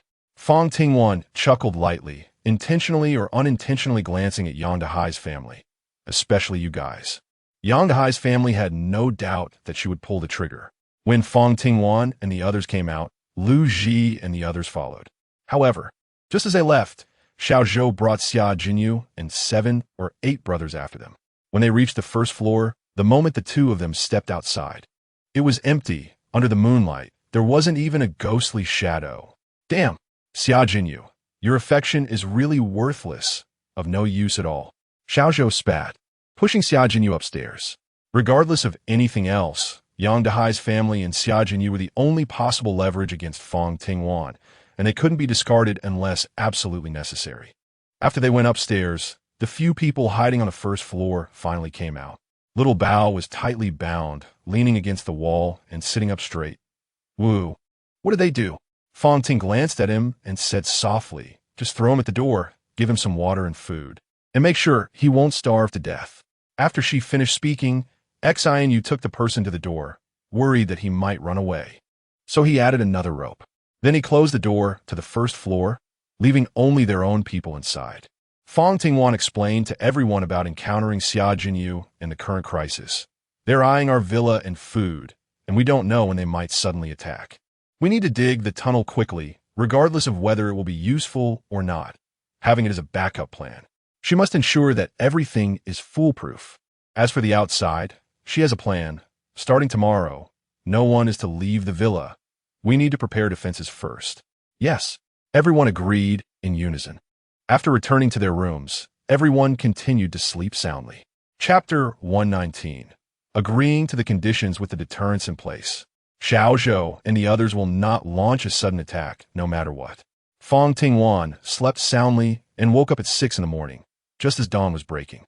The temperature outside had already reached 60 degrees, and she started to sweat as soon as she stepped away from the fan. She went downstairs. Suzong was already making breakfast. They had meat buns and eggs for breakfast. He was covered in flour, and the steamer was already steaming, clearly having woken up quite early. As Fang Tingwan walked out the door, she saw Xiao Bao leaning against the wall, lying on the lawn, soaked through. His eyes flashed with many emotions, and he was sobbing, not knowing what to say. Fang Ting walked around him to look at the chickens, ducks, and fish in the pen. The survival rate was quite good. One small fish had died, so she picked it up and tossed it into the duck pen.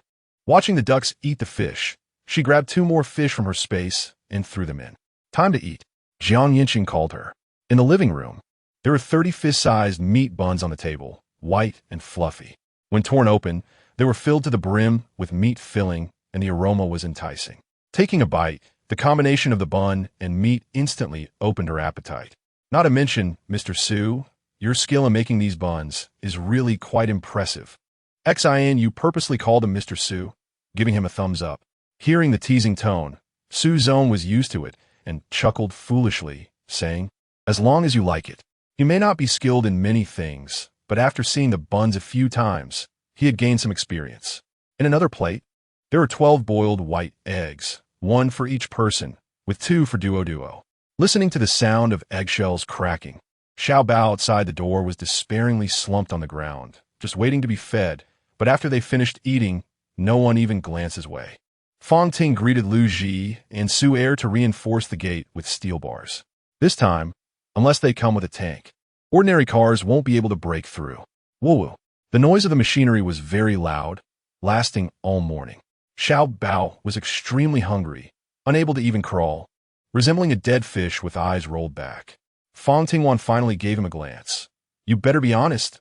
I can still spare your life. Only humans can be kept alive." She had Su Er fetch a glass of water. After removing the rag, Xiao Bao's upper and lower jaws were already numb. After drinking a glass of water, he still spilled a few drops. He opened his mouth wanting more, only to see Su Er with the rag. And he immediately turned his head and shouted wildly, "Let me go. I won't dare again. Or just let me go. I can help you all. I beg you. Don't torture me like this." His body was one thing, but his mental state was on the verge of collapse. Fang Ting waved her hand, and Su Er immediately tightened it firmly. The tasks outside were left to Lu Ji and Su Er as she walked downstairs. The first stop was the garage, which housed trucks, SUVs, and vans. Walking further left, behind a reinforced iron door was the basement. TSK.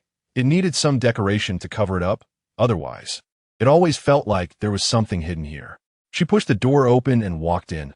It was bright inside. Aside from duo playing upstairs, everyone else was here. The walls were reinforced again with rebar and cement. On the left, a circular tunnel had been excavated, 1 meter in diameter, too low to stand up in, so they had to crouch to move forward. It was only over 3 meters long, and one could see inside at a glance. The Tuzhou brothers were digging hard, while Xianyu and Meng Ling were taking the soil out. Su Zong and Meng Qi were building several square patches of land on the ground, and the waste soil could all be used for planting vegetables. Fang Tingwan also took out cabbage, coriander, green onions, and some vegetable seeds that could be harvested in about a month. She divided the soil into rows and scattered the seeds accordingly. The basement maintains a constant temperature of 20 degrees, which is perfect for growing vegetables. Just a few days later, sprouts as long as fingers have already emerged. In just a few days, fresh vegetables will be ready to eat. Fang Tingwan sprinkled some white radish seeds beside her, thinking she could make old duck soup later. While she was still contemplating the menu, a shadow suddenly loomed beside her, startling her. Wasn't he mixing cement to build a few more columns for the basement? Why did he come over all of a sudden? "What do you think about getting a dog?" His eyes conveyed a message. "I want to keep one. Who knows where to find a dog now? It might have already been eaten by someone. Nowadays, people probably can't stand seeing a living creature." Fang Tingwan was just stating the facts.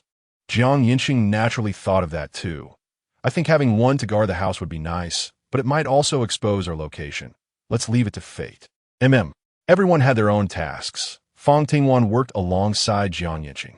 They were busy until the afternoon when Lu Ji came down and called out, "Sister Wan, they've arrived."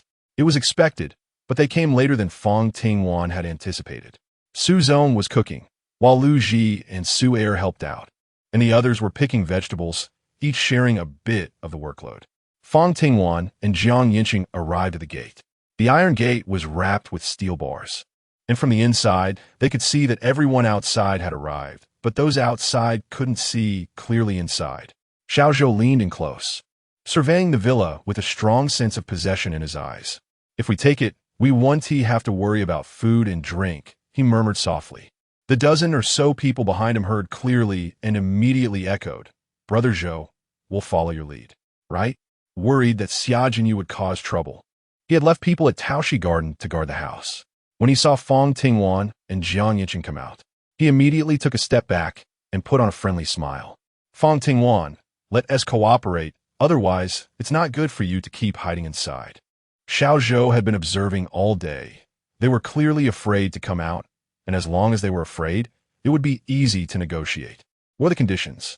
Fang Tingwan patiently asked, seeing the little Bao struggling and squirming beside her, trying to crawl over.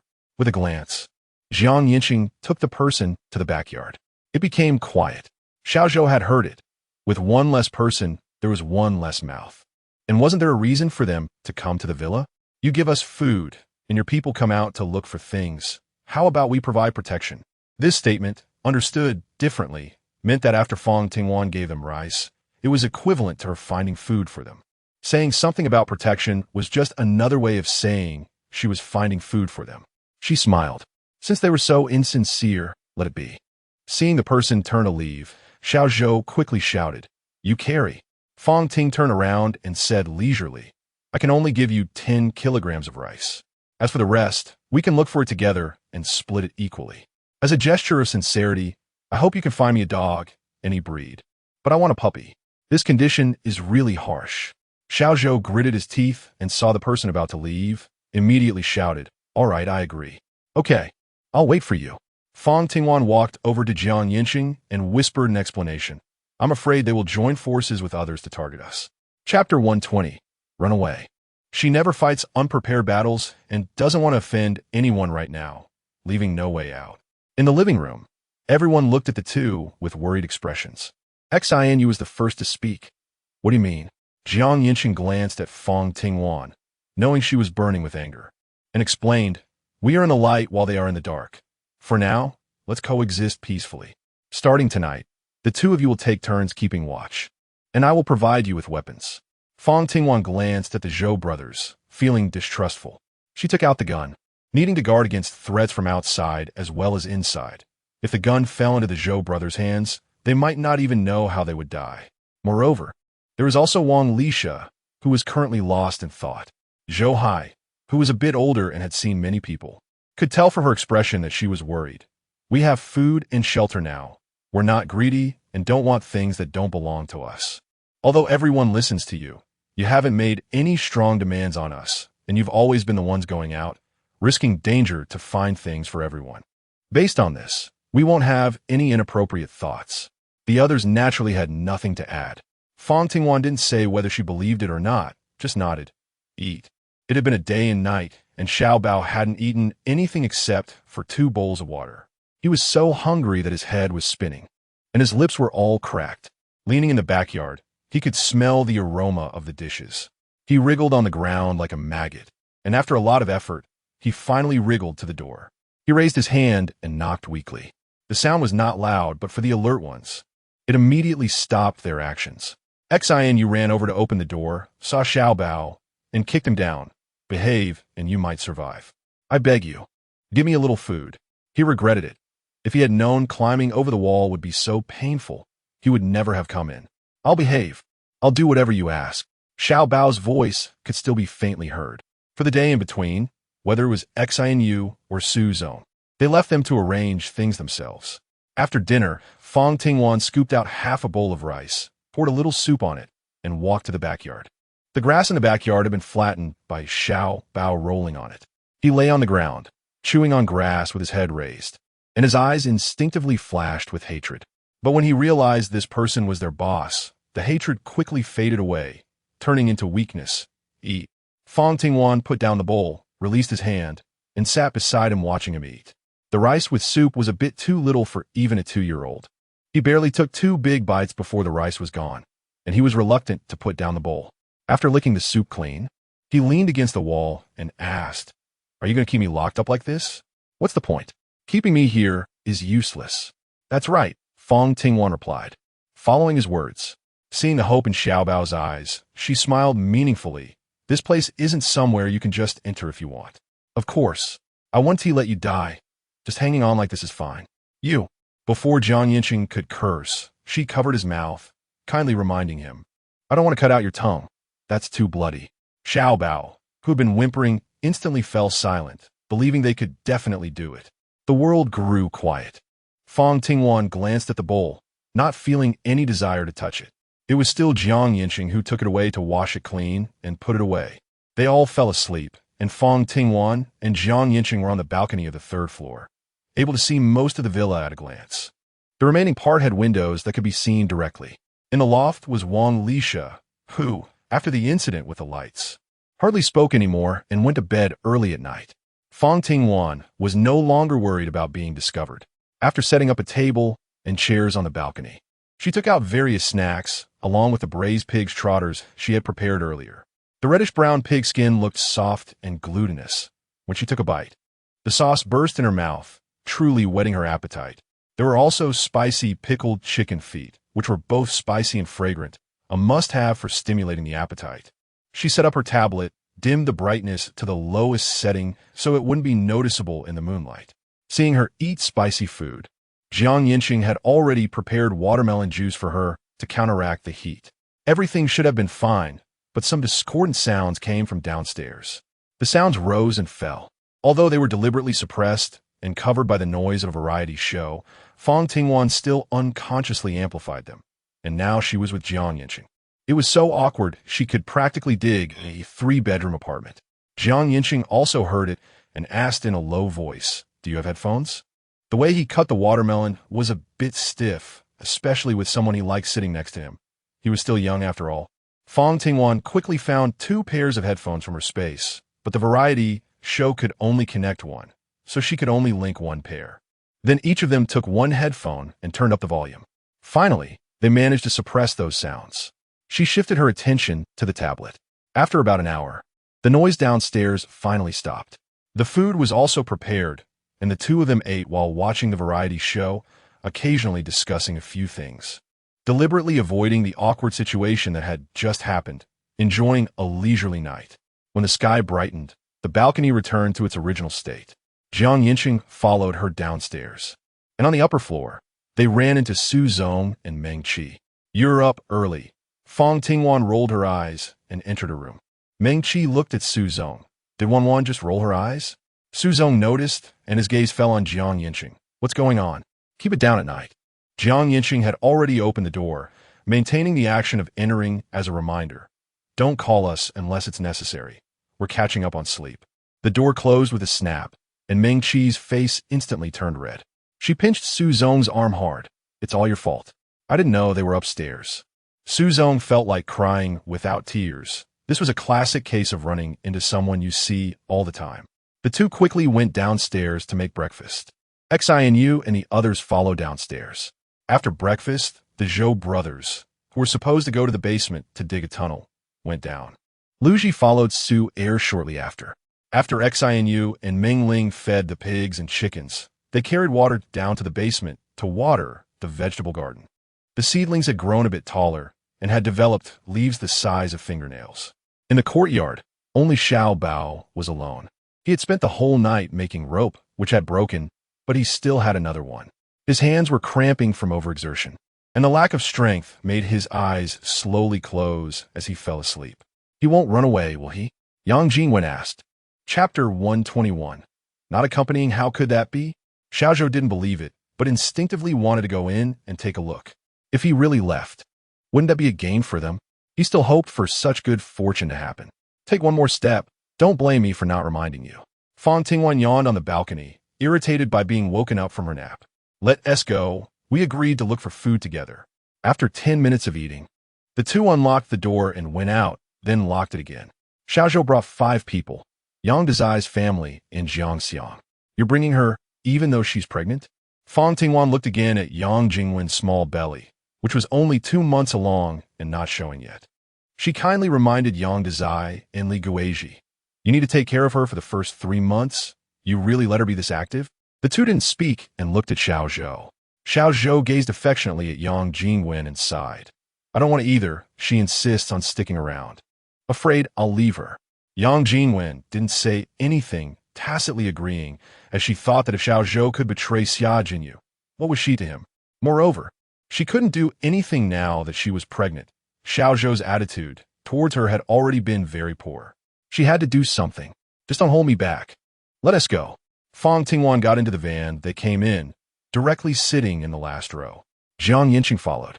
The two sat upright, hands holding the Tang knife, and their imposing demeanor made Yang Dezai and Li Guizhi a bit uneasy as they sat in the front row.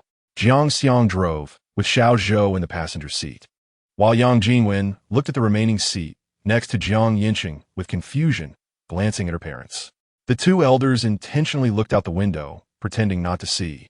Forget it. This wasn't the first time Yang Jingwen realized her parents were selfish. She quietly walked to the back to sit down. As she was about to sit next to Jiang Yancheng, it felt as if she had grown thorns, and he immediately jumped up, crossing over to the trunk. Seeing a small stool, he sat there. The disdain was almost written on his face. There was a neighborhood that was relatively remote, about 30 kilometers away. People coming from there said they had surplus food. Shall we go there? Too far. Based on the description, it was on the outskirts of the city, and Fang Tingwan thought of Huang Bing's neighborhood. There were no other options, so they decided to go.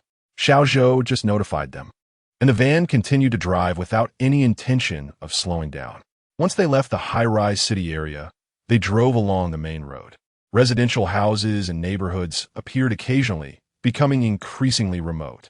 This broken van had a malfunctioning air conditioner, and to save fuel, they were only in first gear. Aside from the front being a bit cooler, the back felt completely hot. With the windows down, all that blew in was hot air, and it was still 4 in the afternoon. Can we turn up the air conditioning? Fang Tingwan's underwear was already soaked, and she was still sweating profusely. Jiang Yancheng, sitting at the back, felt even worse, thinking to himself, how nice it would be to be at home with a fan. Fang Tingwan glanced at Xiao Zhou and then looked at Yang Jingwen. Her reaction was even more intense. She had already dry-heaved twice by the window. Her face pale as paper, and she appeared to be in a state of weakness, as if she would faint at any moment. That wasn't the main point. She looked under Yang Jingwen's waist and saw that her dark jeans were actually soaked with red, which was a sign of a miscarriage. Xiao Zhou, she's in bad condition. It's best to go to the hospital for some medicine. Looking in that direction, it was towards Huang Bing's neighborhood, where people lived peacefully, and Fang Tingwan didn't want to disrupt that, at least not her doing the disrupting. Xiao Zhou looked at Yang Jingwen's lower body, thought for a moment, and said, the hospital has long been emptied out. Do you know where there are any medicines? I don't know. Fang Tingwan shook her head. Yang Jingwen had already looked at her crotch at the first moment, her expression darkening. She never expected this day would come. No matter how calm she tried to be, or how much she tried to persuade herself, she couldn't stop trembling. She was only 19. How could she have experienced this? She could only look to her parents for help. Yang Dehai was also startled. He pulled Li Guizhi and exchanged positions with her, filled with fear and not a word of concern. The already bland feelings had vanished completely in the apocalypse. Li Guizhi had only heard about it. She had never really seen it. But now, being pregnant was inherently a bad thing. She murmured, it's better to lose it. At least my daughter can still stay with Xiao Zhou. They can continue to wait in line for food and drink without having to suffer out here. Yang Jingwen saw through them and could only look at Xiao Zhou. My lower abdomen hurts. All right, but this shortcut was not easy to navigate. With pits and obstacles appearing from time to time, coupled with the speed, the back seat felt like a roller coaster. Xiao Zhou even said he was racing against death. However, in such a bumpy ride, the one suffering the most was Yang Jingwen. What started as a slight discomfort grew into a significant pain, and her face became increasingly pale, even letting out soft whimpers. Not good. Zhou Ge, we're out of gas. Jiang Xiang exclaimed, slamming on the gas pedal, but there was no response. After the van slowly moved forward and stopped, it happened to be at the east gate of Dijing Haoyuan. Xiao Zhou glanced around, his expression serious. We're still 5 or 6 kilometers away from Taoshi Yuan. How do we get there? He looked at Fang Tingwan, seemingly blaming her for turning off the air conditioning. Jiang Xiang echoed, isn't it because they turned it off? We're only a few hundred meters from your villa now. Let's go save someone there first. So that was the plan. It sounded nice, and they were quite willing to do it. Sister, please help me. Over the years, Mom and Dad have wronged you. I'm sorry for not speaking up for you, but the child is innocent. I don't want to die. Yang Jingwen cried like a helpless child, already weak, and this crying made her even more pitiful. Fang Tingwan looked at her and shook her head. There's a pharmacy about a kilometer to the east. Although it has been robbed, there should still be some life-saving medicine available. We want to accompany you any further. Chapter 122, Renegotiating Terms. Fang Tingwan. Yang Jingwen cried in fear, urgency, and excitement as she reached out to grab Fang Tingwan, but was dodged. The inertia forced her to lurch forward a step, and in the next moment, she fell to her knees. The asphalt was both hot and rough beneath her, causing her knees to hurt. But it was nothing compared to the pain in her lower body, which was already soaked on both sides of her thighs. She looked back desperately for help. If Fang Tingwan really left, she might lose her life. Dad, Mom. Yang Dahai had already witnessed Fang Tingwan's indifference, but he still mustered the courage to speak. No matter what, we are blood relatives. Can you really bear to watch your sister die? Wan, I'm begging you like an aunt. Please save Jingwen. Li Guizhi cried, banging her thighs, her voice loud but her tears few. Yang Jingwen closed her eyes, her gaze shifting to the small boat. Seeing him standing there, indifferent and without a thought for her and the child, the warmth in his eyes gradually turned to ice. Everyone's gaze turned to Fang Tingwan. Jiang Xiang said, "We are all family. Why be so ruthless?" It was as if disagreeing was Fang Tingwan's fault. Moral coercion requires a morally upright person to be effective, but unfortunately, Fang Tingwan was not one of them. If you leave early, there might still be some hope. Afraid they would follow her into the villa, Fang Tingwan called Yancheng. Let's go to that pharmacy and see if there are any medicines. The two really left. The small boat saw that Yang Jingwen's family was having no effect and angrily kicked Yang Dahai. You still say you're family, but can't you show a little compassion? I see your family is even worse than a stranger. The more he thought about how he hadn't deceived Fang Tingwan, the angrier he became, looking at Yang Jingwen with growing impatience. How are you? I really need medicine and a doctor. Yang Jingwen had to endure the pain to say a complete sentence. Where can we find a doctor now? Jiang Xiang, let us go find the medicine. As the small boat finished speaking, he took a crossbody bag from the passenger's seat, put it on, and walked east. He thought they were really going to find medicine. But after walking through a street, the small boat led him upstairs.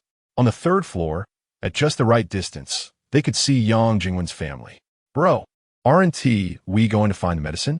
Find what? The small boat took out a piece of bread from the bag, threw one to Jiang Xiang, and unwrapped it for himself, putting it in his mouth. These three have been useless, just hanging around to eat and drink. If it weren't for Li Jinyu's soft heart, I would have kicked them out long ago. Isn't that your woman? Jiang Xiang had known from the start when he joined the group that Yang Jingwen was the small boat's woman. Everyone could see that. He had no idea the small boat would say, "There are women everywhere now. If I just give them a piece of bread, they let me in." And they're more obedient than Yang Jingwen, without throwing tantrums. Xiang, remember, you must not spoil women. The more you spoil them, the more they take advantage. Family ties are useless. Only desperate measures remain. If that doesn't work, there's no need to keep this family. Jiang Xiang listened to the small boat's words, looking down on such people from the bottom of his heart, but still hoping he would save Xiao Bao. So he said nothing and stared into the distance. Yang Dahai and the others did not linger and moved Yang Jingwen to the nearby first-floor living room, where there were sofas. As soon as Yang Jingwen lay down, the red blood soaked into the white sofa cushion. She was already drenched in sweat from the pain and had no strength to struggle, only able to look at Li Guizhi. "Mom, help me." Li Guizhi had never seen such a scene and was scared out of her wits. Waving her hands like a fan and retreating, I can't do it. I don't know how to help. Let us wait for them to bring a doctor." Even her own mother acted like this, and Yang Jingwen realized too late how weak family ties were, that she should have placed her hopes on them. "What are you going to do?" Yang Dahai had already started to walk out, pretending to inquire. Li Guizhi followed closely behind him. If there hadn't been a child, how lovely would these two be as a couple? Why do we have to give birth to her? Yang Jingwen had already lost hope, closing the door. Whether she lived or died, she could only take a gamble and rely on herself. After Yang Dahai and Li Guizhi left the room, they headed towards Taoshi Garden without stopping. Jiang Xiang saw this and hurriedly called to the small boat. It's fine, just wait for Yang Jingwen. The small boat was in a half-asleep state, feeling too sleepy and in urgent need of a nap to regain strength. Seeing him asleep, Jiang Xiang moved a rocking chair to the balcony to lie down, side-sleeping, just in time to see the room where Yang Jingwen was. At that moment, Taoshi Garden, Fang Tingwan brought Jiang Yancheng into the second unit, climbing all the way to the top floor. After reaching the first unit, they rested for 5 minutes before heading downstairs. Upon reaching the 10th floor, they could hear sounds from below. They were having dinner, and after finishing, 2 people stayed to guard while the others went to sleep. After waiting for about an hour, Fang Tingwan and Jiang Yancheng exchanged half an hour of sleep to recharge their energy. The two tightened their grip on the Tang knife and headed down. After dealing with the 2 sentinels at the entrance, Fang Tingwan gestured for Jiang Yancheng to wait, and she went in first. By the light of a candle, she saw 2 people lying in the living room. Just as she was about to deal with one of them, Xia Jinyu spoke up. "Don't hurt him." At the sound of his voice, everyone woke up, and they stood in a row with sticks, facing Fang Tingwan. Xia Jinyu had been sitting in the corner, and at this moment, he moved his fingers and easily broke free from the ropes. Seeing Wan, the deep affection in his eyes shone brightly in the candlelight. She sheathed her knife and noticed that 2 of the people were Xia Jinyu's brothers, while the others were unfamiliar. She asked, "Are you just going to let Xiao Zhou run wild? You still came to save me." Xia Jinyu's reply was off-topic. He was deeply moved and even saw hope, but the next moment felt like a cold splash of water. "You have posed a threat to us. I am here to kill you." Fang Tingwan was not joking. After realizing that Xiao Zhou would not coexist peacefully, she decided to take action first. Xia Jinyu's eyes darkened, revealing a bitter smile. Xiao Zhou is selfish and ruthless, and everyone is dissatisfied. Now, let's renegotiate the terms. Before she could speak, Xia Jinyu continued, "We won't interfere with each other, but in necessary situations, we are allies. When times are tough, I hope you can lend a hand." Chapter 123. Destruction. It was obvious that we were not the ones in need of help. From beginning to end, Fang Tingwan's voice was cold and emotionless, completely destroying Xia Jinyu's eagerness. This feeling was too heavy for her and also a burden, especially since she was already with Jiang Yancheng and didn't want to give Xia Jinyu even a glimmer of hope. So I said, "In necessary situations," she said. Wan, please help." Xia Jinyu pleaded almost desperately. To the onlookers, it seemed that Xia Jinyu was fighting for everyone. But in reality, he was fighting for the connection between him and Fang Tingwan, not wanting to cut ties too cleanly. I know. Xia Jinyu understood his brother very well. Watching the 2 disappear into the darkness, he clenched his jaw and closed his eyes. Time and time again, he let her leave right in front of him. "Brother Yu, what should we do?" Previously, everyone thought Xia Jinyu was too gentle to achieve anything. After Xiao Zhou took over as the leader, he acted unilaterally, as if he really considered himself a king. This made many people dissatisfied. They stopped looking for food and only thought about robbing the villa. As food became scarcer, their grievances grew, and now they were more inclined to listen to Xia Jinyu. His mind was filled with thoughts of Fang Tingwan, leaving no extra brain cells to think about Xiao Zhou. When Fang Tingwan reached the first floor and tried to let go, she found he was holding her tightly. She turned her head to look at him. Jiang Yancheng rarely showed a wronged expression, questioning her. "Are you just going to throw me away after using me?" "No, it's just really hot." It felt strange. That warm temperature, combined with his calloused palm, made her heart race. Because of this, even though she was just going downstairs, she was covered in sweat. "All right." Jiang Yancheng reluctantly let go. Relying solely on walking, the 2 wove through the alley, and when they heard voices, Jiang Yancheng had already pulled her against the wall. It was Yang Dahai and Li Guizhi. The 2 were exhausted from walking and still hadn't seen the entrance to Taoshi Yuan. "What are you afraid of? Xia Jinyu is a good person." The good person in Yang Dahai's mouth was a derogatory term. After discussing a few more trivial matters, Li Guizhi suddenly asked, "Jingwen won't die, right? Having been abandoned by Xiao Zhou, if she died, so be it. At least she wouldn't look down on them with her nostrils every day. We are her parents, not her slaves," Yang Dahai said, his voice filled with anger. Li Guizhi also thought about it. Ever since Jingwen followed Xiao Zhou, she no longer saw her parents. She treated them like servants and often went without food. After giving birth to such a daughter, the two had silently decided to act as if they had never given birth. Watching the two get up and leave after resting, Fang Tingwan walked into the moonlight, holding Jiang Yancheng's hand and continuing forward. One could only say, you reap what you sow. Fang Tingwan was worried about something happening at the villa, so she hurried along with Jiang Yancheng towards the villa. As they reached the iron gate, she cautiously glanced back. After waiting for Xinu to open the door, she quickly stepped into the villa. Is everything okay? Xinu shook his head. Nothing happened. How about you outside? Fang Tingwan let out a sigh and briefly told everyone about the events of the day. So after that, can we go out? Lu Ji scratched his head. Although it's quite safe in the villa, with food and drink, it feels stifling. Is the tunnel dug? Fang Tingwan stared at Lu Ji. Don't let those two do all the work. Let's dig together. If we finish early, we can feel more at ease. Okay. Lu Ji obediently replied. Everyone had finished dinner and left some for Fang Tingwan and Jiang Yancheng. Except for Lu Ji and Zhou Hai, who were on night watch, the others went to sleep. Outside, what was the plan? What plan? He yawned and took out food from his bag to stuff into his mouth, glancing across to see nothing but darkness. Let's go check if Yang Jingwen is dead. There was a large group of people in Taoshi Garden waiting for food. His mind was a jumble when something hit his head. He looked down and saw it was a half-eaten chocolate bar. Not going to eat it? Resources are scarce now.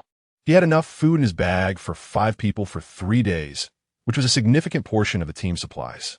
Jiang Xiang picked it up and stuffed it into his mouth. It was bitter coffee-flavored chocolate and hadn't expired. When they reached the first floor, Jiang Xiang lit a candle. And by its light, they followed the blood trail and pushed open the door behind the TV. As soon as they opened it, a strong stench hit them. Flies buzzed around, flapping their wings. She's dead. Xiaozhou covered his mouth and nose and ran outside. Jiang Xiang, holding the candle, saw Yang Jingwen's tragic state. Her pants were already down, something was stuck in her lower body, and flies crawled all over her. In the exposed areas of her skin, tiny maggots wriggled continuously. The weather was getting hotter, and the flies were unknowingly increasing. This was not a good sign. We've lived together for so long. Should we burn her? Jiang Xiang asked.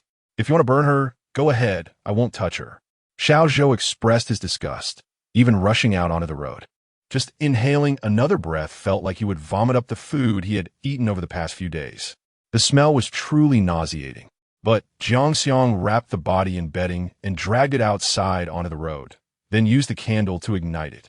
The bedding quickly caught fire, along with Yang Jingwen's corpse. The sound of the maggots bursting was louder than firecrackers. Are you still going to save Xiao Bao? Jiang Xiang asked hopefully. Of course.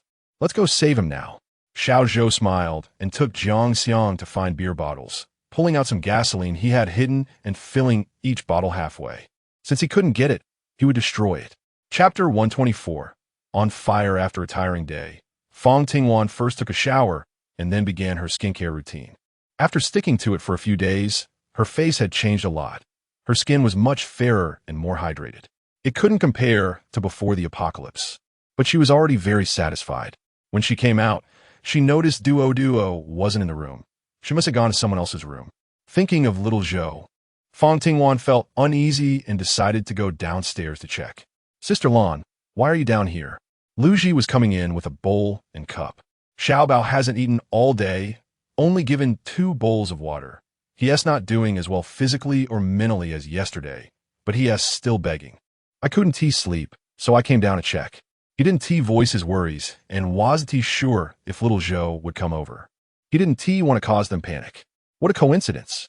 Jiang Yancheng also came, bringing Duo with him. She had gone to his place. Be a bit more vigilant tonight, and watch out for that one in the yard, Jiang Yancheng signaled to Lu Ji. It's been so long. They'll probably think of a way to rescue him. Brother Chung, Sister Wan, you two don't worry. Dahai and I will definitely keep a close watch downstairs tonight. We'll catch even fly that comes in. Lu Ji joked and waved for him to go upstairs. Just now, he had clearly seen Jiang Yancheng's gaze was always on Fang Tingwan. This was a great opportunity in the deep night, and he had to hurry. As they went upstairs, Jiang Yancheng deliberately walked over and took her hand. They'll find out sooner or later. Just consider this a spoiler. He smiled and leaned closer, looking very eager to please. Fang Tingwan couldn't stand this. Shot him an annoyed glare, but still allowed him to hold her hand. The two downstairs craned their necks to look up, wanting to confirm their progress. Did Brother Ching succeed? I don't know. Let me see. Don't push, don't push. The sound from downstairs kept coming. Outside, little Zhou and Jiang were already close to the villa. Brother Zhou, how do we save him? His heart was completely tied to this. Xiao Bao was his brother. Trapped inside, and he didn't know what tortures he was enduring. The villa was surrounded tightly, but with just the two of them. Jiang looked up worriedly, unable to see anything in the pitch-black night sky. Use him. Little Zhou raised the gasoline bottle in his hand. Jiang couldn't see his sinister smile, but out of trust and support, he followed him. He pulled out a lighter from his bag, pressed it gently, and the flame burst out. He nodded in satisfaction. Throw all these bottles in. As he spoke, the two bottles in his hand had already been thrown into the villa yard, followed by two more. Brother Zhou, you're not really going to set it on fire, are you? Xiao Bao is still inside. Jiang realized too late. He hadn't thrown his bottle yet, and was even trying to stop little Zhou. Suddenly, little Zhou got angry, kicked him to the ground. Stop being so wishy-washy. Just do as I say. While saying this, he kept throwing bottles inside. After throwing everything, he went to grab the two that Jiang was holding. Jiang wouldn't give them up, and another kick came. He used all his strength, not treating Jiang like a brother at all. The last two gasoline bottles were thrown in, and next came the lighter he had just tested. He was about to set it on fire and throw it in. Little Zhou, are you crazy? Xiao Bao is still inside. Jiang shouted, his voice a bit hysterical. That was his brother. Little Zhou didn't care, but he did.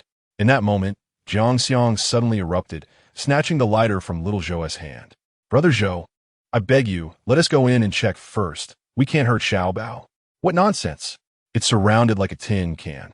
If I don't cause a ruckus, where will you go to ask for help? Hurry up. Little Zhou impatiently moved forward to grab it, and the two quickly started fighting. Fang Tingwan and Yancheng had just reached the door when they heard sounds coming from outside the villa. The two quickly reacted. Yancheng rushed downstairs. Duo, go find Sister Mingqi. After giving the instructions, she turned and went downstairs as well. By the time Fang Tingwan arrived outside, the gasoline had already been thrown in bottle after bottle, and the pungent smell immediately hit her. These bastards were trying to destroy the place. The weather was dry, and with gasoline here, a flame could ignite in an instant. Then the fire would be impossible to control. They wanted to burn them alive here. Lu Ji tightened his grip on the gun. They must still be here. I'll go look for them. Zhou Hai followed closely behind. Yancheng didn't stop them. But the gasoline was the key right now. Just then, the sound of crackling filled the air as Meng Ling and the Zhou brothers came down. Mengqi was also holding Duo, standing at the corner of the stairs. The only person left in the villa was Wang Lisa, still in her room. Besides Mengqi carrying Duo downstairs, everyone else had picked up a bunch of items. Anything usable, from pots to bowls, was being utilized. Fang Ting turned around and went to the storage room. He remembered that there seemed to be a water pipe in the space, which he had received as a gift when buying something, and it was just right for use now. The fighting outside was nearing its end, and Jiang didn't intend to resist. He was just trying to wake up Xiao Zhou. Someone like Xiao Zhou really wasn't suited to be the boss. Stop talking nonsense. I'm going to destroy this place today, and I don't believe they won't come out. He already had the upper hand, and with Jiang being hesitant, the final victory naturally belonged to Xiao Zhou, but the lighter had already been thrown somewhere unknown. If you still want to stay, don't stop me, he threatened him. Taking advantage of the moment, he pulled another intact lighter from his backpack, lit it, and tossed it inside. The gasoline ignited with a bang, and the entire villa was lit up like daylight. Several basins were splashed with water, and everyone was running in and out carrying basins. But the fire was too fierce, and a single basin of water had a negligible effect. Fang Tingwan walked over with a hose, connected to the faucet, and spray water outside. It will be faster. A few people hurriedly got to work, with two boys holding the fixed joint, while the others laid the hose out towards the fire outside. Chapter 125, Firefighting. Once everything was ready, Yancheng turned on the faucet. The fire outside had already spread, but fortunately, they were quick, and it was still within a controllable range. The water flow from the hose was small, making it difficult to suppress the raging flames. Mengling walked over with a frown. Wan, what should we do? There are animals and plants in the yard. If anything gets damaged, we would be heartbroken. Go get water. There was no better option now, and Fang Tingwan didn't waste time, turning to grab 2 basins and running to the kitchen. The others followed suit. Halfway through pouring water, Wang Lisha finally sauntered down, and upon seeing them busy, joined in to help. Lu Ji and Zhou Hai circled around from outside when the two had just finished fighting.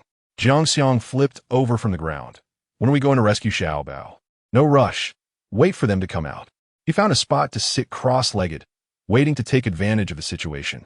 Deep down, he felt that those people would definitely not be able to control such a large fire, and when they escaped, they would be in a sorry state, which would give him the chance to take in a few people and strengthen his own power. Lu Ji and Zhou Hai stealthily moved closer, using the noise from inside as cover. By the time they were discovered, both sides were already very close. It's really you, how shameful. You actually want to destroy our home. I'll kill you. The gun was cocked and pressed against Xiao Zhou, who was too scared to move. In this apocalypse, the one with the strongest fist is right. Seeing Xiao Zhou being held at gunpoint, Jiang Xiang turned and ran back. But he didn't expect Zhou Hai to specifically flank him from behind, blocking his escape route. After finishing saving the fire, she was still worried about not seeing anyone. While she was mumbling, Zhou Hai came in, walked to Fang Tingwan's side, and whispered, "We caught someone. How should we deal with him?" He was overwhelmed. With one person locked up in the backyard, and now there was another one. She stood up and walked outside with him, but took out a Tang knife from her space and held it tightly. She didn't trust Zhou Hai. Unexpected things are most likely to happen in such chaos. It's him. Lu Ji's gun was pressed against his head just outside the villa. It was Jiang Xiang, and he was alone. Xiao Zhou had run away. Taking advantage of Lu Ji's distraction, he broke free and ran, disappearing into the night in an instant. Lu Ji raised his gun and scanned the surroundings, but couldn't he find him and had to give up. He briefly explained the situation to Fang Tingwan. That bastard is too cunning. I didn't keep an eye on him for a moment. He tied Jiang Xiang up with a rope, but since he hadn't entered the villa, he didn't know what was happening inside, so he could still be released. However, they couldn't let him go easily. According to Xia Jinyu's character, he should be able to bring back a lot of things. But where to keep him was a dilemma for Fang Tingwan. What about Xiao Bao? What have you done to him? He questioned as soon as he opened his mouth, his voice filled with hysteria. Fang Tingwan was too lazy to listen, so she let Zhou Hai block his mouth. You two shouldn't stand outside anymore. Take him to the door first. It won't be long before Xia Jinyu and his group arrive. It's not safe to leave Lu Ji and Zhou Hai out here like this. As for that, Fang Tingwan took out a piece of cloth to cover his eyes and ears. If he can't see or hear, it will be fine after a while. The fire in the yard was put out, and everyone was tidying up. No one saw Fang Tingwan's figure outside, and when they saw the main door open, Jiang Xiangchen ran out. Never mind that for now. Just bring him in and tie him up. You all hurry inside too. Okay. Lu Ji agreed and, along with Zhou Hai, covered Jiang Xiang's eyes and ears, even providing a service to block his mouth to prevent him from being noisy. Jiang Xiang was pinned to the door, and the yard was almost tidied up. Looking roughly, the sunshade was destroyed, but there were no other particularly obvious issues. They would take a closer look once the lights were on. How unlucky! Why did we run into such a bunch of bastards? Lu Ji couldn't help but curse softly. After putting out the fire, everyone was covered in dirt and ash. Fang Tingwan sat down at the dining table and briefly told everyone about what had happened outside. Someone must have gone to call for help, as Ming Qi also brought Duo up. The little girl was well protected and had no idea what was happening outside. She nestled in and sat in his lap obediently. This situation was too passive. If we wait any longer, we might not be able to react. Xianu brought over some water and casually said. Everyone reached out to grab it. After putting out the fire, everyone was soaked in sweat and already parched. Why don't we take the initiative to strike? Lu Ji was probing. He had seen Xiao Zhou's cunning and was not at ease with that group. Fang Tingwan remained silent, and Jiang Yancheng sensed her thoughts. She still wanted to give him a chance. This was similar to what he was thinking. Everyone should first consider how to negotiate this time. The losses this time were shared by everyone. And although Fang Tingwan was the leader, she did not have the habit of acting unilaterally and gave everyone enough respect. He recalled the last time with the puppy. Xiaozhou didn't manage to complete it, but Xia Jinyu might be able to. As for the sunshade, the damaged items had to be compensated. Other than that, it was just food and supplies. It might be better to let them bring some bells over. While she was thinking, a voice suddenly came from beside her, startling him to his feet. Duo stared at him with her big, watery eyes. Sister Wanwan, what's wrong? He reached out to ruffle Duo's hair, which was still as delicate and smooth as before. Sister is fine, just startled me. What about you, Duo? No. The little girl obediently shook her head. Yancheng had come over at some point and was standing beside her. I want to make an alarm device, so they can find some bells that can be used. His eyes and face were filled with eagerness. That thing is hard to find, but I'll try to help you look. She was just speaking the truth. Currently, bells were not very useful, and there had been little production before the apocalypse. Whether they could be found depended entirely on luck. It's not urgent. Let's see if we can find some. I still have some things I haven't figured out, Yancheng explained. He had discovered a flaw when the fire broke out earlier. If everyone didn't hear the noise and didn't come down, he could only shout layer by layer, which was too time-consuming. But if there was an alarm, it would be different. Chapter 126. Escape the old electric ones wouldn't work anymore. That thing was too loud. And if it were used, everyone around would hear it. But he thought about using ancient methods, replacing the sound with bells, just as he had seen in a video before, which was now perfectly applicable. On the other side, a figure stood up in the darkness. Where is Jiang? The voice was too familiar, sending a shiver down his spine. He turned to run, and at the same time, everyone stood up, surrounding him with sticks. What do you want? Are you rebelling? Look at who I am. Have you gone mad? Someone nearby raised a torch, illuminating their faces. They weren't mad or rebelling. It was just that Xiaozhou, you have lost the trust of the people, and this team will be led by me in the future. Xia Jinyu still held onto a glimmer of hope, hoping that Xiaozhou hadn't done anything excessive and that there was still a chance to turn things around. He suddenly stepped forward. Xia Jinyu, aren't you capable? Why don't you save Jiangxiang and Xiaobao? What did you do? Xia Jinyu was a bit flustered, and a bad premonition arose in his heart. For the first time, he had the thought of driving someone away, letting them fend for themselves. Save them. Xiaozhou finished speaking and began to laugh maniacally, like a madman. He only stopped after he got tired of laughing. It's nothing much, just set that villa on fire. But unexpectedly, they were lucky and managed to put it out, and even caught that idiot Jiangxiang. I think you really are mad, the kind that's beyond cure, he said through gritted teeth. He called over 2 trusted people to hold him down and gather the others. Everyone rest well tonight. Tomorrow we'll go take a look. Jiangxiang and Xiaobao are our brothers, and we can't give up on our brothers no matter what. He and Xiaozhou were 2 types of people. Xiaozhou always believed in his own supremacy, enjoying himself once he gained power. Xia Jinyu was different. He was a good person in Yang Dehai's eyes, and most of the time, he thought about others. Looking at her soot-covered reflection in the mirror, Fang Tingwan felt a bit helpless. Her shower was all in vain. After washing up again, she went to bed and slept soundly with Duo all night. The next day, she woke up a bit late. Not just her. Everyone in the villa had also gotten up quite late. Why are you the only one up? When she went downstairs, she only saw Su Zong busy in the kitchen. At this time, the weather was hot, and he was sweating even with the fan on. The others haven't woken up yet. Lu Ji and Zhou Hai went back to catch up on sleep. She saw that the meals were almost ready, and others were gradually coming down. She stepped outside. The big fire last night had started in the middle of the yard, which was also the most severely burned area, entirely blackened. The sunshade had been almost completely burned, with only a few clips still hanging on. The plant cups had dried out significantly, and the remaining ones were all drooping, with minimal losses among the animals. They had discovered it in time last night, and the fire hadn't spread, but it still caused quite a stir, keeping them busy until dawn. It seemed that when making demands, an additional sunshade should be added, Yancheng said beside her. Hearing that he was joking, Fang Tingwan ignored him. He reached out to pull her, and she naturally extended her hand. She hadn't thought much of it until a group of scrutinizing gazes came over. Fang Tingwan was too lazy to explain and directly sat down to eat. This morning, he still had steamed buns, which was Su's specialty, but with a different filling. He also made porridge, and his cooking skills had improved significantly, though the only downside was that the porridge was a bit too thick. It was his first time cooking it, a mistake. No worries, just keep trying. Xin hurried to comfort him, fearing that he would give up cooking after the setback. He chuckled, not as fragile as Xin thought.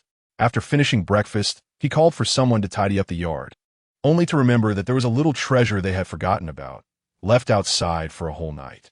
Meng Ling and Meng Qi were watering the plants and filling water for the remaining animals, while Xin was figuring out how to go out with the Zhou brothers to see if they could find another shade awning. He went to the backyard and saw someone lying on the ground, not knowing if he was dead or alive. As he got closer, he noticed the rising and falling of the man's chest. Fang Tingwan kicked him and took out the stuff stuffed in his mouth. Please give me some water. I beg you, spare me a little.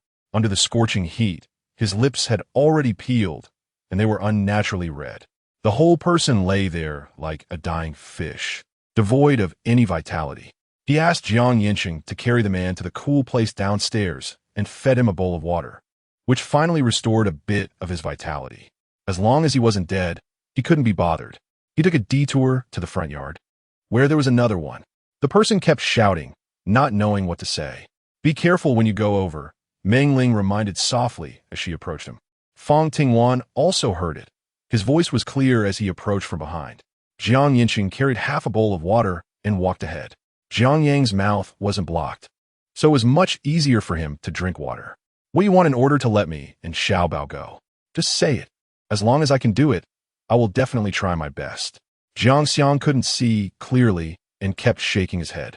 Fang Tingwan actually admires him a lot. At this time, he's still thinking about his brother. There aren't many people like that anymore, at least she can't do it. What about Yancheng? She instinctively glanced over. Realizing how dangerous her thoughts were, she quickly turned her head away. Don't worry, I'm waiting for your brother to come and save you. They should have what I want. Brother. Xiang snorted coldly. He didn't think that Xiao Zhou would specially come over for him and exchange something. Fang Tingwan was still a bit too naive. Chapter 127 Negotiation. After lunch, they all went to the basement, where it was cool. Going down during the hottest part of the day allowed them to avoid the heat and get work done at the same time. It was a win-win situation, and everyone had long been accustomed to this lifestyle. Sister Wan, the people are here. Let's go. In the past couple of days, they had developed a habit of leaving 2 people upstairs even during the day. Glancing at the time on her phone, it was 6 o'clock in the afternoon. This timing was just right. It was bright outside and not too hot. She and Yancheng walked up together while the others continued with their unfinished tasks. Xiaojinyu pondered for a moment. I will do my best. This hesitation appeared as indecision in the eyes of others, indicating that Xiaojinyu wasn't very confident either. The iron gate of the villa opened, and Fang Tingwan and Yancheng stepped outside to see quite a few people standing across from them, creating quite a scene. Speak. Her voice carried a hint of coldness, and her attitude towards Xiaojinyu was not good. Wan, let us talk. He got straight to the point. Having come to understand Fang Tingwan more deeply, I know you want to keep the peace, but that is clearly impossible. It didn't matter that she didn't know where he was before. Now that she had found him, there was no way to avoid interaction. Yancheng silently stepped forward half a step, positioning himself at almost the same level as Fang Tingwan to assert his claim. Xiaojinyu noticed his action, but ignored it. Continuing to speak to Fang Tingwan, Wan, it was my brother's fault before, and I apologize on their behalf. He was trying to create a connection with her. But to the group behind him, it looked like Xiaojinyu was bowing down for them. I saw it, but I want to accept it. They had indeed threatened her safety. If such things happen once, they could happen again. Fang Tingwan was not so naive as to keep a group of bombs around her. When he mentioned them, he was naturally referring to her and Yancheng. Fang Tingwan didn't notice the changes. He only felt uncomfortable with the heat outside and thought it was much more pleasant to stay indoors with a fan. When he saw someone about to leave, Jinyu hurriedly said, Xiaobao and Xiang are our brothers. No matter what, I won't give up on them. Wan, you set the conditions. When asking someone to do something, one must have the right attitude, and Xiaojinyu was doing very well at that moment. He looked eager to tell Fang Tingwan that she could say whatever she wanted.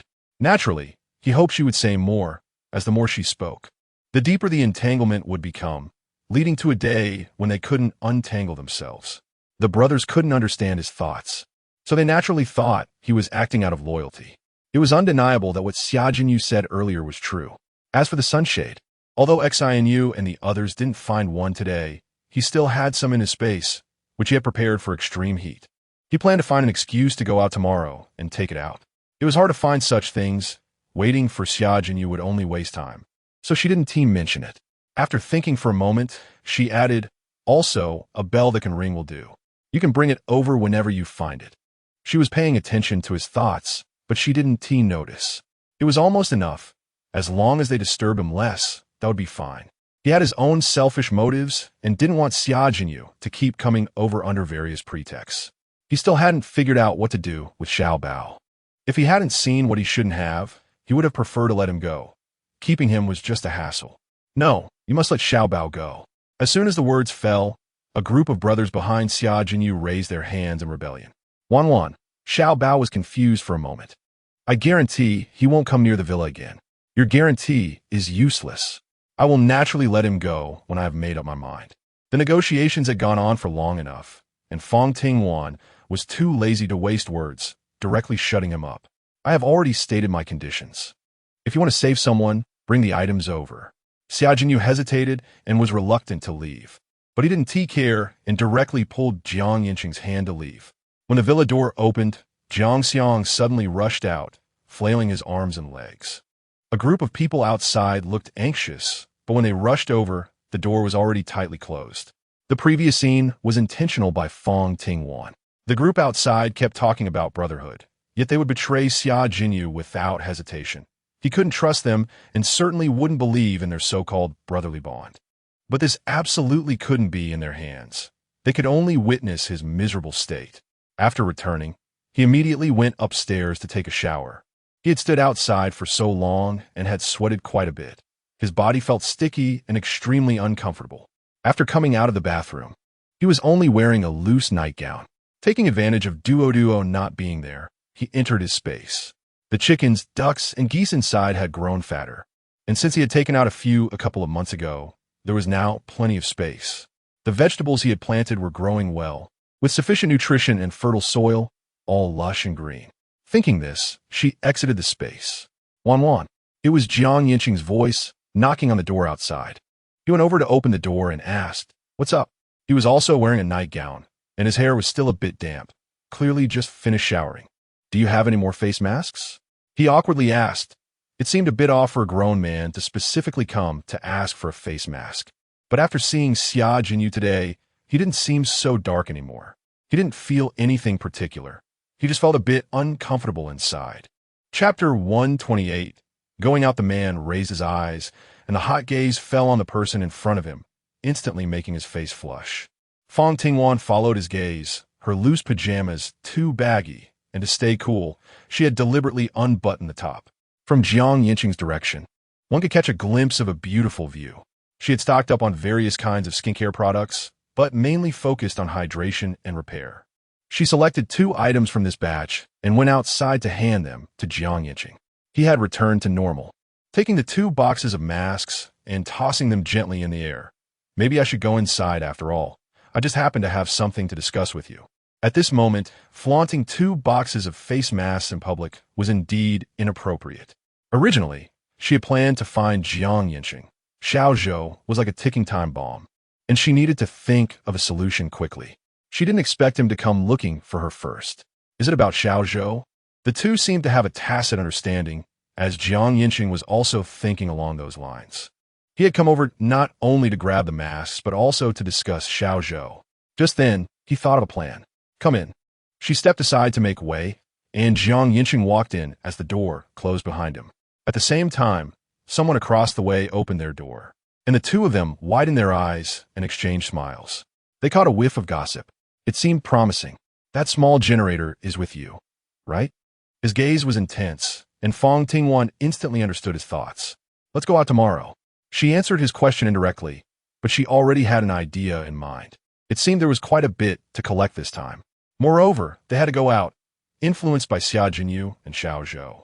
They had been consuming their supplies without replenishing them for the past few days. After discussing business, Jiang Yancheng didn't want to leave and weighed the masks in his hands.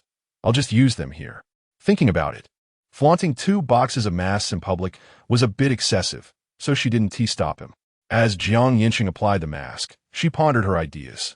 The fire from last night had reminded her that this extreme heat would last for a while, causing moisture to evaporate, leading to more fires in the future.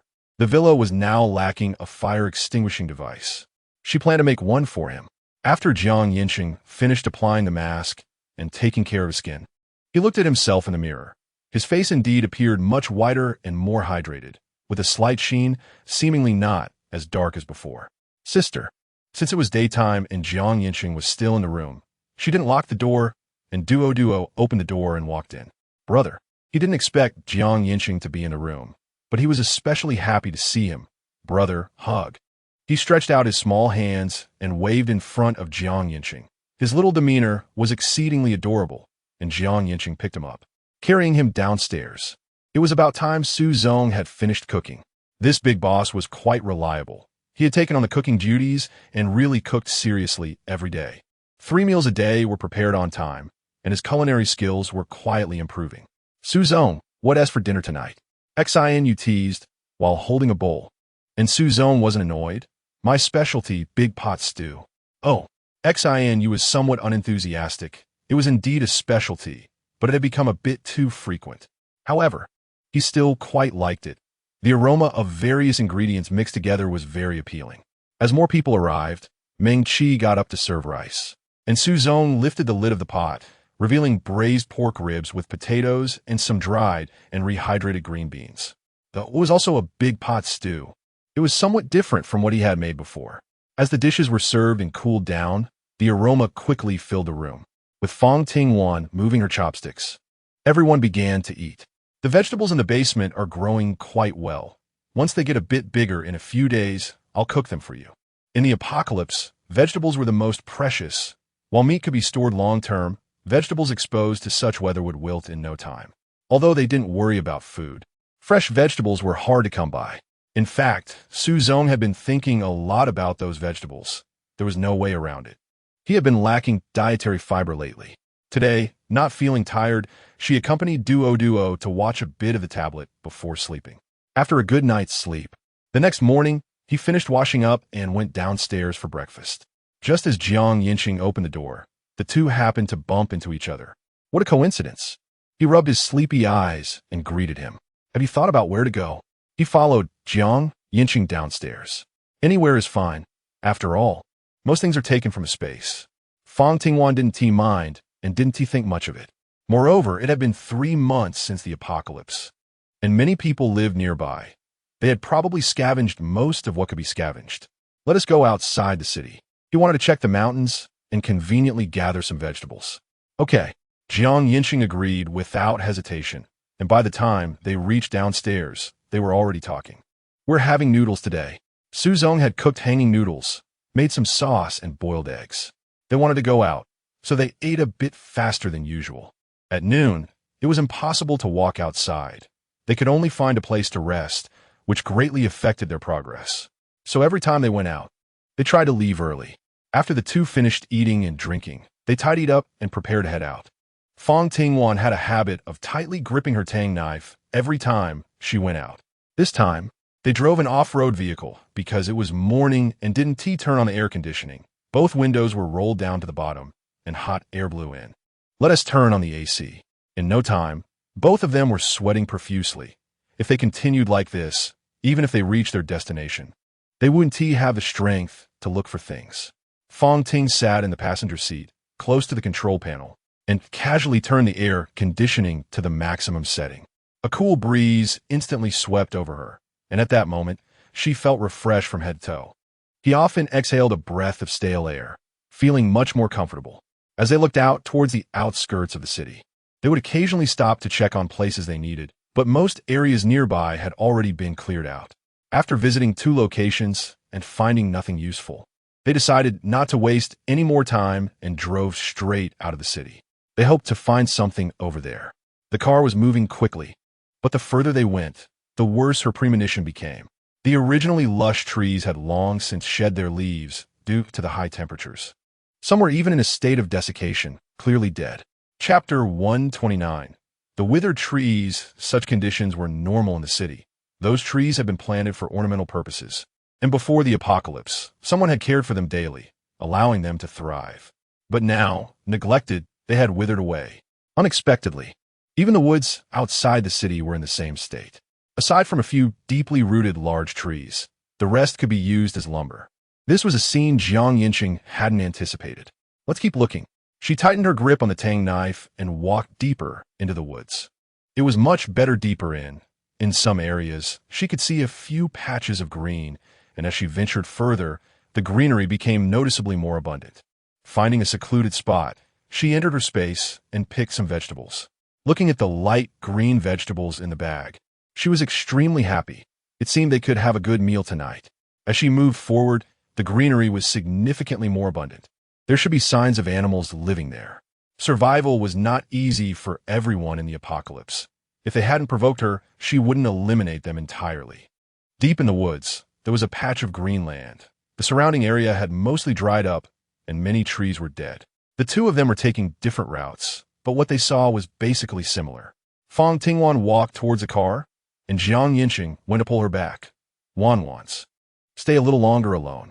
His eager gaze turned to her, and for a moment, Fang Tingwan's heart softened, and she unexpectedly said, "Okay."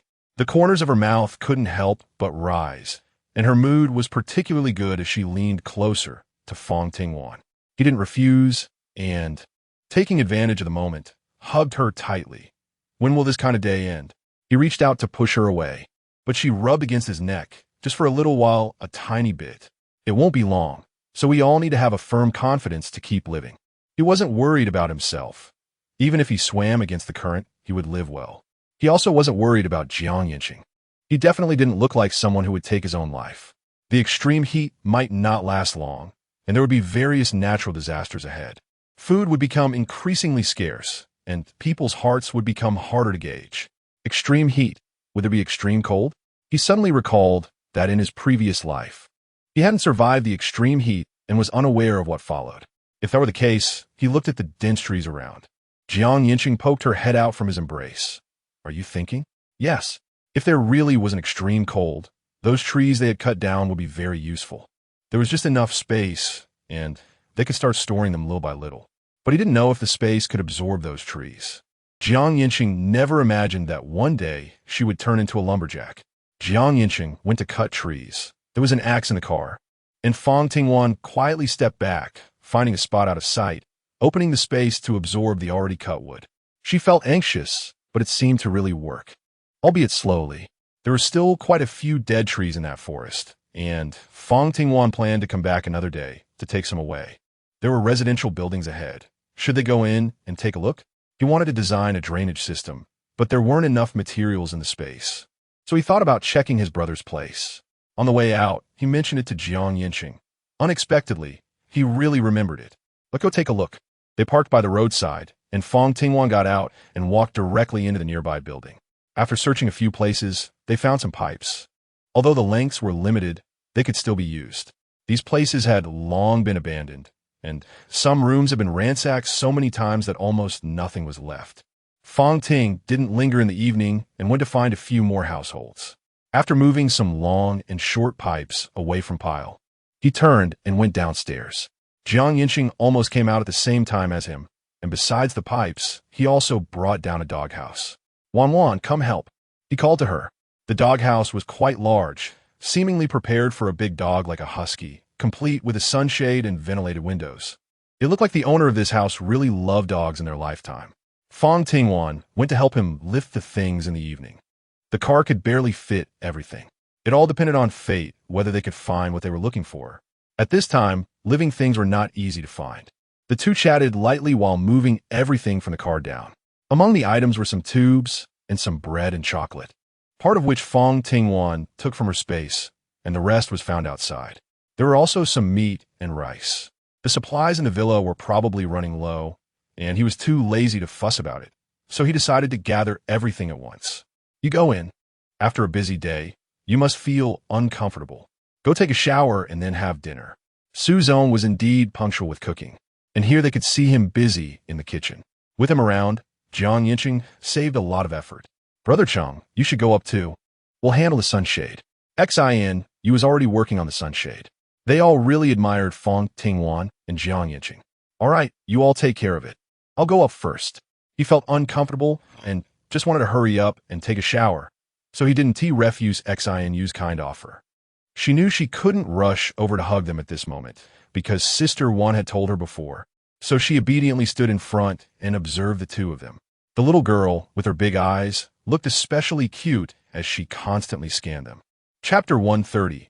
Exchange after dinner. Fang Tingwan went to see Xiao Bao. His condition was clearly not as good as it had been in the past few days. When he saw her coming, aside from his pair of eyes filled with longing, his other movements had decreased significantly. He wasn't shouting or scolding anymore. Give me something to eat. His voice was hoarse, and it seemed he hadn't had much water today. He was thin and emaciated, with sunken eye sockets. Fang Tingwan had half a bowl of rice in the bowl in her hand, which she had brought for him. She placed the bowl on the ground. Eat up. Upon seeing the food, Xiao Bao's eyes lit up, and he crawled forward using both his hands and feet, grabbing the bowl and digging in with his hands instead of using chopsticks. The bowl wasn't big, and with only half a bowl of rice. It was just a couple of bites for a second-level adult. After finishing it all, he still felt no sense of satisfaction, and his hunger even intensified. Give me some more, please. I'm about to starve. Fang Tingwan snatched the bowl away and covered his mouth. By the time they returned, everyone else had gone upstairs. Only Su Zong and Meng Qi were in the living room on the first floor. They were the ones keeping watch tonight. Be careful. If anything happens, shout for us. Fang Tingwan advised. There shouldn't be any problems tonight, especially with weapons around, which made her feel a bit more at ease. Su Zong also realized that he was lacking in skills. If it weren't for Fang Tingwan's kindness, he wouldn't be enjoying such a comfortable life. And whether he could survive was uncertain. On days when he wasn't cooking, he would help them with work to train, at least not being a burden anymore.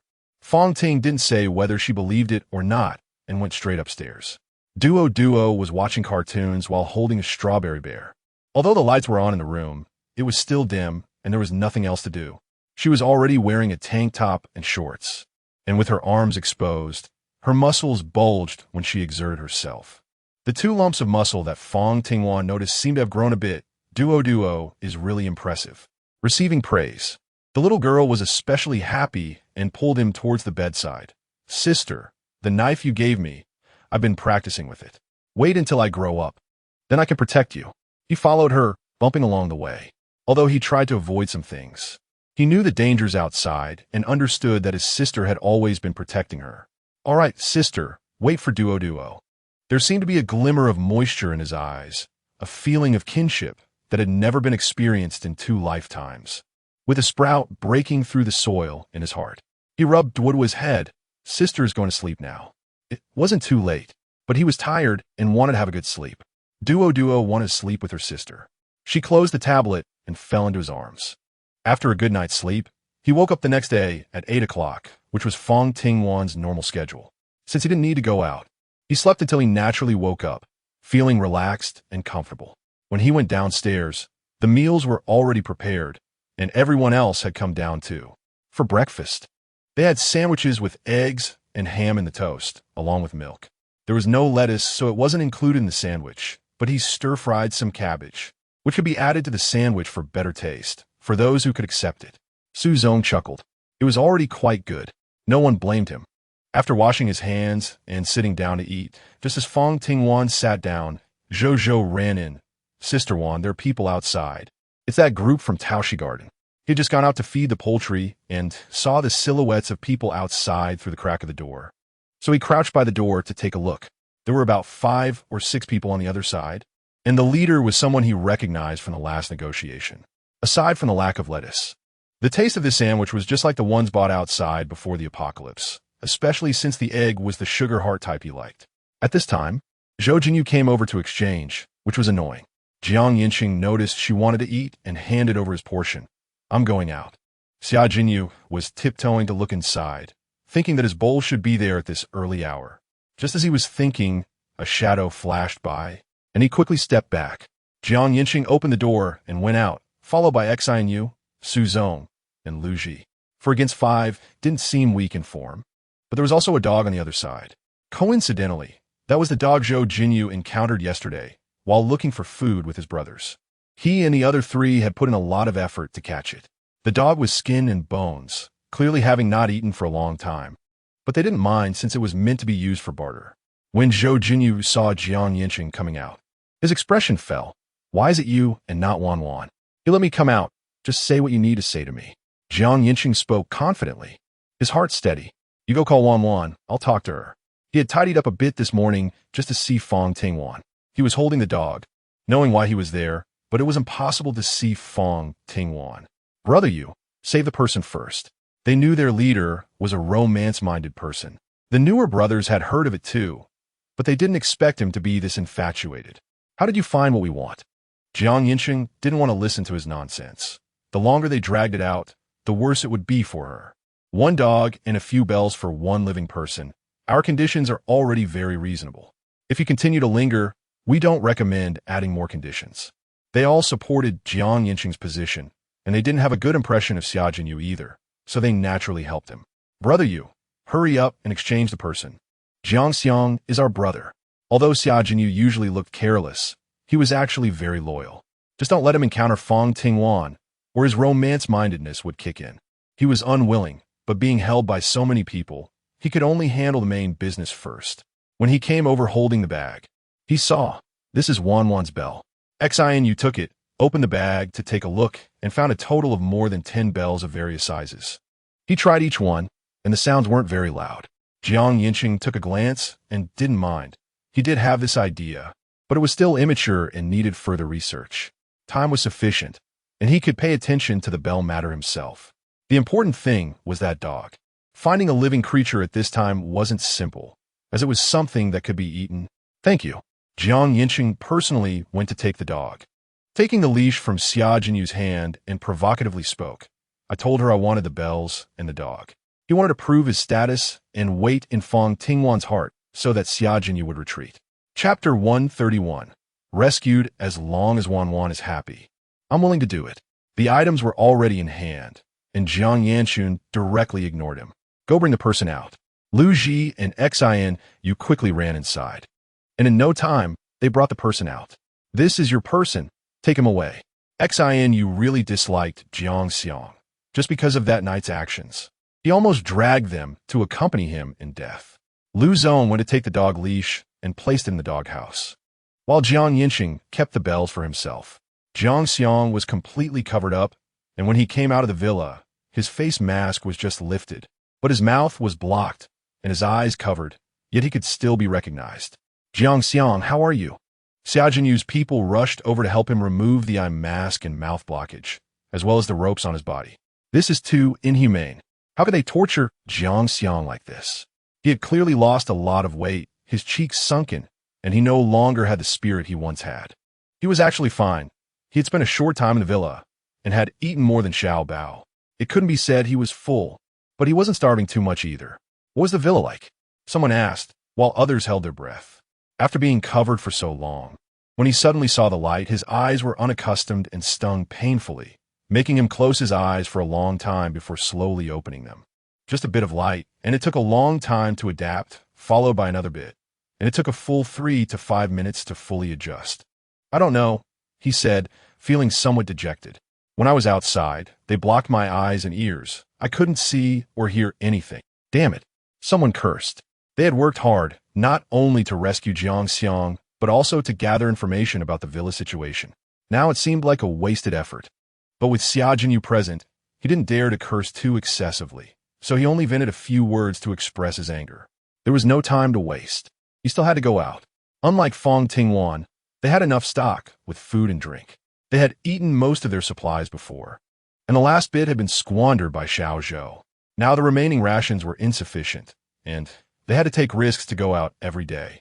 After eating and drinking enough, Fang Tingwan went upstairs to start researching the fire-extinguishing device.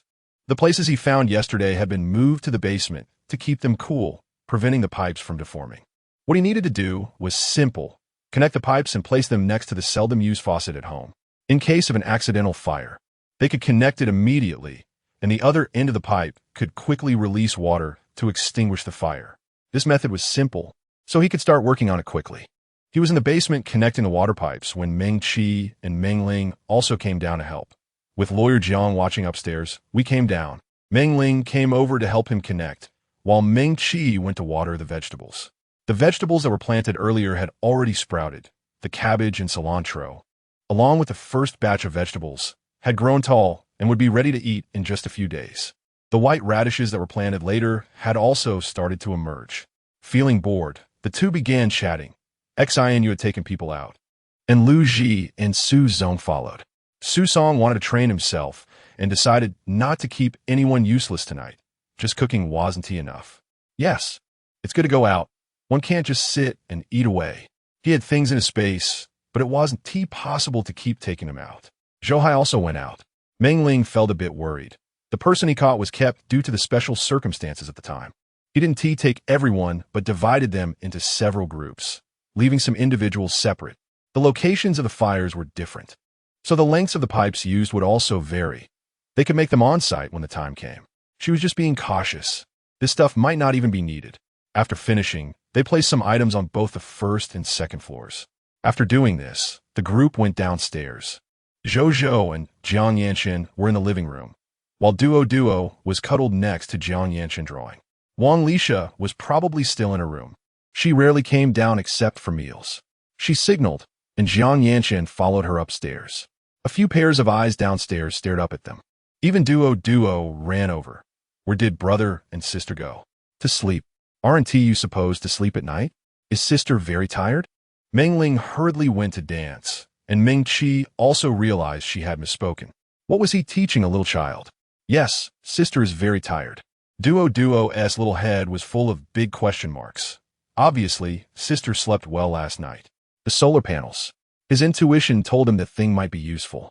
Wang Lisha's hometown had a lot, and perhaps there were some in the villages around him too. Maybe they could go find them. Then let us set off tomorrow. Okay, then we'll go out tomorrow. She had the same thought and called Jiang Yancheng over for another matter. The villa's walls could be increased. The current height allowed people to climb over, and there were ways to avoid the glass on top. They couldn't afford to have another incident like Xiaobao's. They needed to think of a way quickly. Do you have a good idea? I plan to hold a meeting. He turned to look at Jiang Yancheng, seeing the other person gazing at him intensely, and they were very close, with his hand holding him. She didn't realize when they had become so close. When she reacted, she pushed him away. I'll go check on Duo. His steps were flustered, clearly avoiding him. Jiang Yancheng's lips slightly curled up. Fang Tingwan had become shy. There was noise upstairs, and Meng Ling and the other immediately darted out, seeing Fang Tingwan grinning. So quick. Meng Ling instinctively opened her mouth, speaking without thinking. It wasn't her fault for thinking wrong. Fang Tingwan's face was flushed when she came downstairs. Meng Qi glared at her, signaling her not to talk nonsense, but pulled her into her room. Inside the cabinet was a complete packaging box. One held it, saying they remembered everything she told them. Meng Ling nodded. Fang Tingwan was right. It indeed wasn't the right time to have children. No, you misunderstood.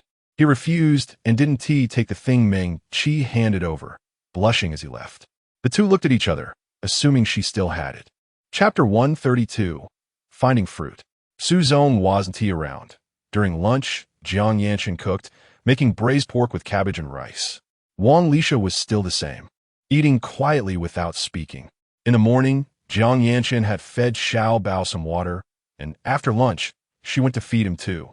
In the afternoon, with nothing to do, he lounged in his room watching a tablet while Duo was drawing. Each occupied their own space without bothering the other. There were also some snacks nearby, and later Jiang Yancheng joined in. We found good things. He opened the trunk of the SUV and found apples, pears, and sugarcane, all pre-peeled and packed in bags. It had been so long since they had seen fruit after the apocalypse. They didn't bother to wash it. Just wiped it a bit and put in their mouths.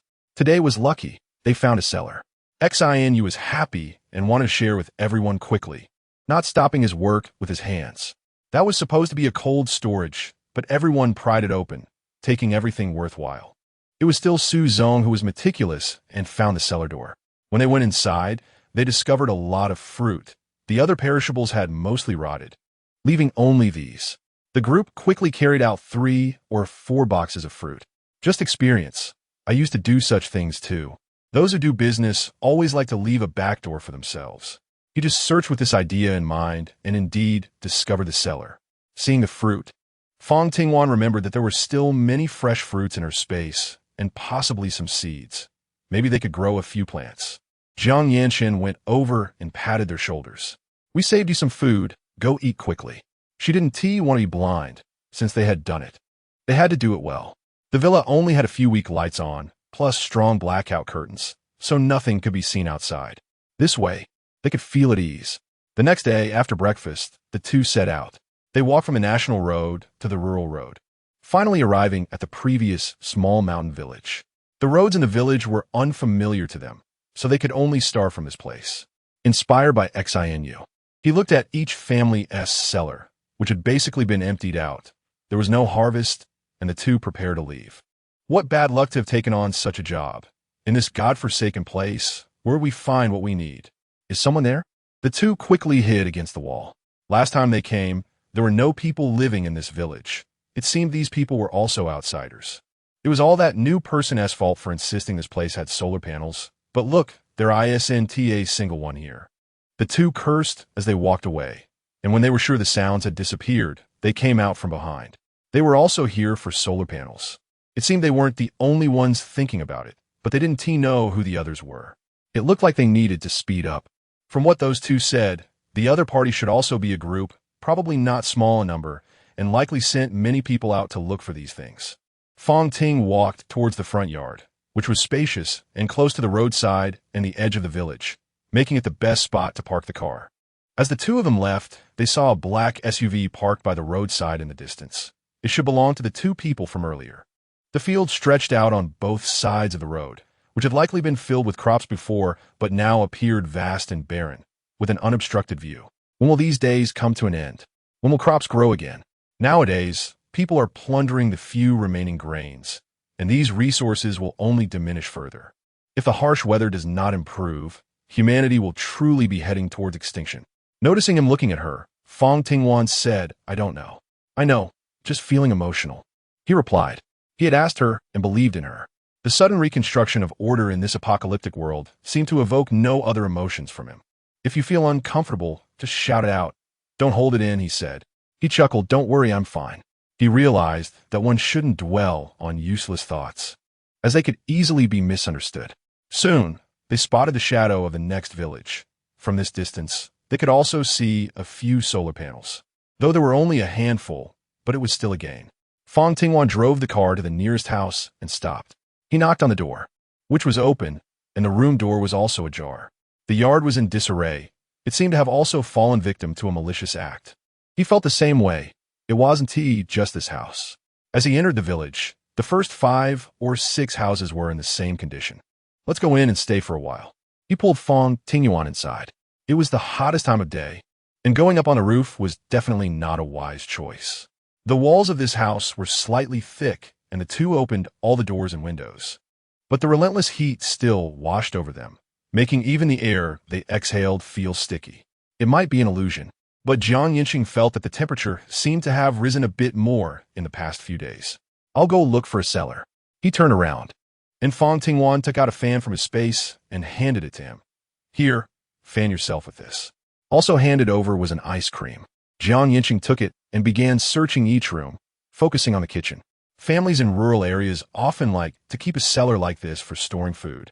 In the summer, vegetables placed here are much better than those in the refrigerator. After searching around, Yancheng indeed found one, hidden under a pile of clutter in the back room. Fang Tingwan finished the ice cream in her hand and got up to go over.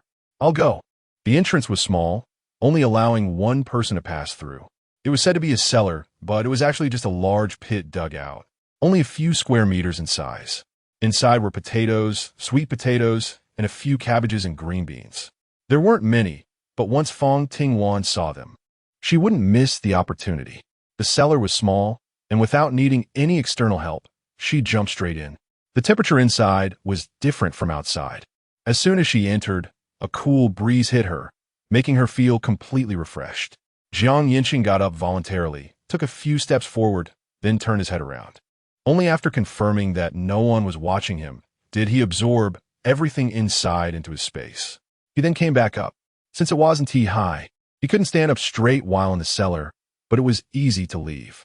He grabbed the edges on both sides and gently jumped up, and he was out. Chapter 133.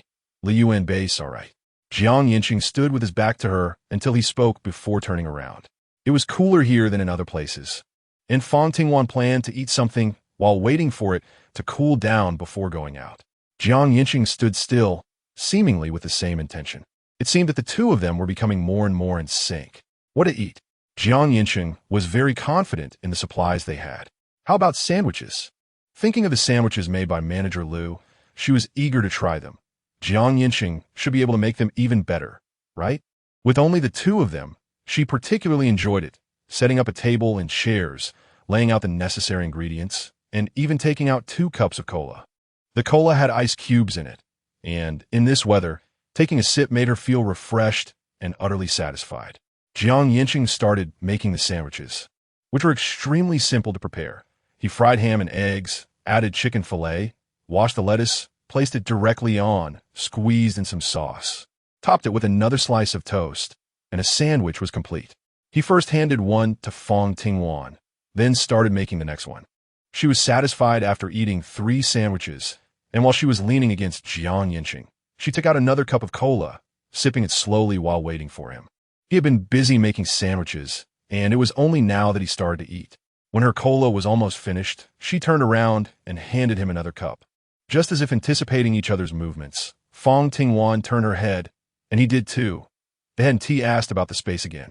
After 4 o'clock, the outside temperature began to drop slowly, and the two of them finally came out from the back. Just as they were about to go to the rooftop to retrieve the solar panels, they bumped into a group of people at the door. Besides the 2 who had just spoken, there were 3 other men who were with them.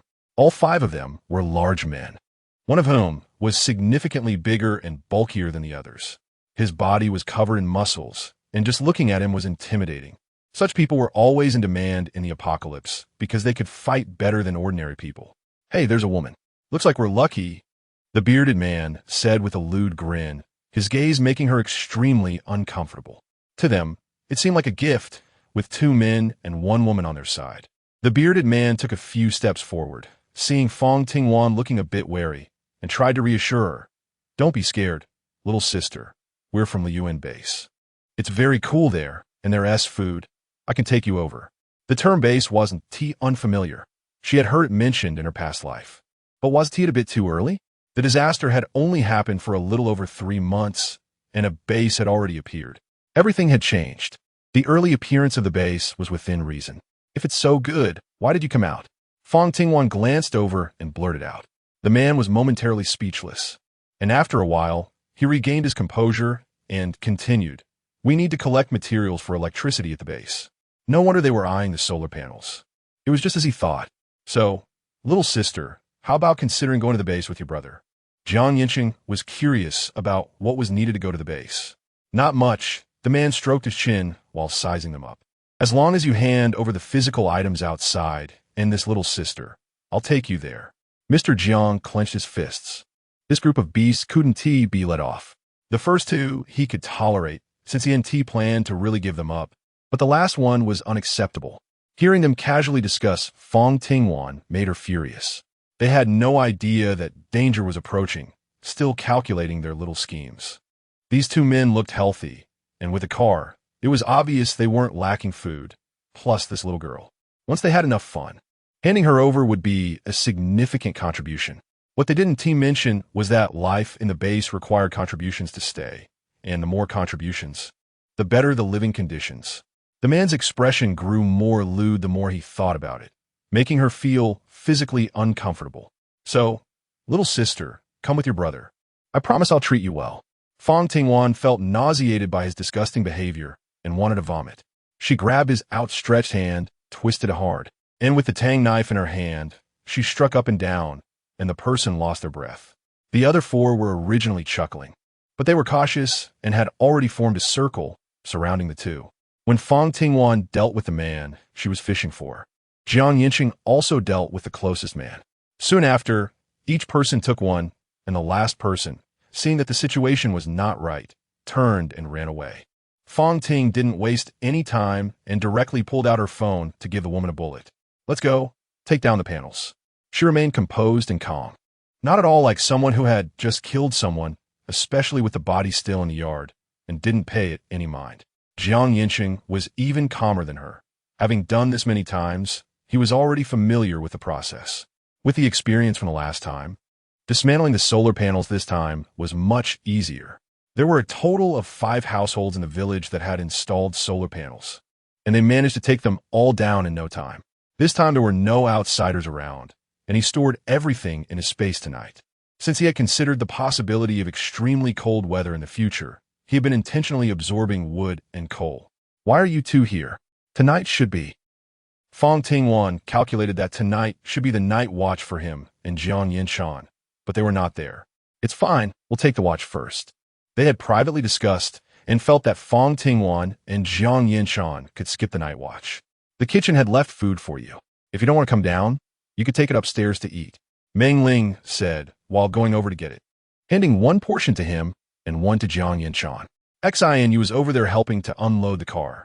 While Fang Tingwan brought out the food he found in the cellar and in the car with those 5 people. Green beans, this is a good thing. He and T seen it since the apocalypse.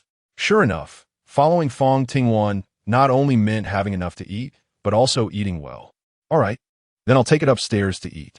After a whole day of fuss, she felt sticky and needed to hurry upstairs to take a shower. She originally only took one portion of the food Meng Ling handed over, as she didn't know Yancheng's choice, but after thinking about it, she took both portions. Chapter 134. The little boat ran away. How are these two progressing? Why are they still so awkward? Xin pinched his chin, actually a bit anxious. Do you think Lawyer Jiang is capable or not? He can't lose, right? He was somewhat worried after all. There was still a bet with Mr. Su. What do you mean capable? When did Yancheng come in? Did he hear what I said? Xin's awkward toes almost dug a hole in the ground. He originally couldn't help but make a comment, but unexpectedly, the actual person heard it. No, I wasn't complimenting you. He laughed awkwardly and hurriedly invited the person upstairs. Go to bed early, okay? It was simply inexplicable, but he didn't want to bother with it, so he didn't ask more.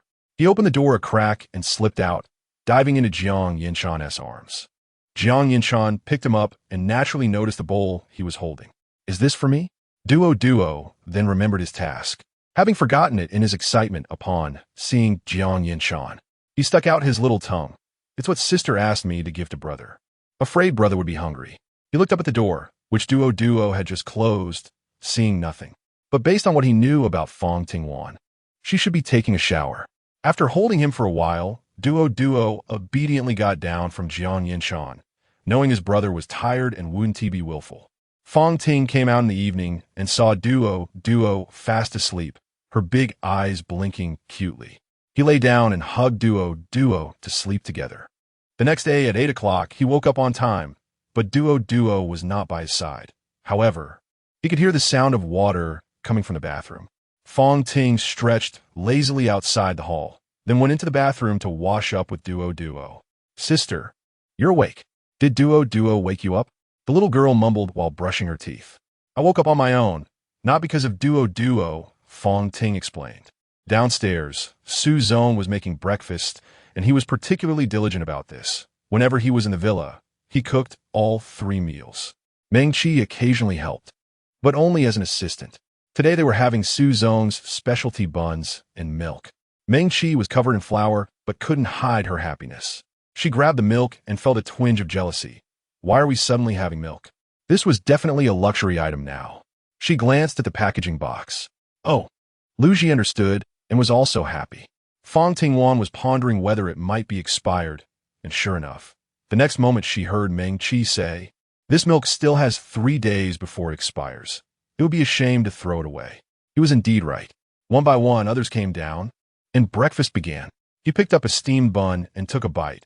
It was indeed filled with the rich aroma of meat mixed with the scent of vegetables, and the bun's skin was particularly soft. It was really delicious. Su Zong's technique for making buns was indeed good. Today he had 2, and then he opened the milk and took a big sip. The walnut flavor was slightly sweet. While he was eating, he heard 2 barks from a dog mixed with knocking sounds at the door. Jojo quickly got up and ran to the door, peering through the gap. Sister Wan. It's that group from Taoshi Garden again. There was no need for him to run over to this group, so he simply stood at the door and shouted. After eating and drinking enough, he stood up and headed outside, with Jiang Yinjin also standing up to walk out with him. He felt a bit uneasy. What did that mean? How many times had Zhou Jinyu actually come? Over the past few days, Zhou Zhou and Zhou Hai had been taking turns guarding the door. He had just seen that Zhou Zhou hadn't eaten enough. The villa door was opened and closed again, and upon seeing Fang Tingwan, Zhou Jinyu smiled, approaching with a look that seemed to say it was no big deal. Wan Wan, this is the bell I promised to find for you. He opened his hand, revealing 2 bells resting in his palm. Fang Tingwan took them and gently shook them, producing a pleasant sound. Are there any more? She asked directly. These aren't common. You can't find them every day. It's obvious that Zhou Jinyu secretly kept a few after finding them last time, just to have a reason to come see him. Quite clever. No more. Zhou Jinyu lied without blushing at all. In fact, he had a few more hidden on him, but if he took them out now, he wouldn't have a reason to come back later. All right, I got it. Wan Wan, you can make a request regarding Xiao Bao. He was fortunate. In the past 2 days, he had taken people out and found a lot of food. The next person should still be okay. After all, in the apocalypse, the least valuable thing is a person, and the most valuable thing is also a person. Jiang Yinjin stood in front and asked, why do you think we would let that kid sneak in at midnight to steal something? I can compensate. How do you plan to compensate? Xia Jinyu was momentarily at a loss for words. If it were before the apocalypse, he could have casually tossed a wad of cash.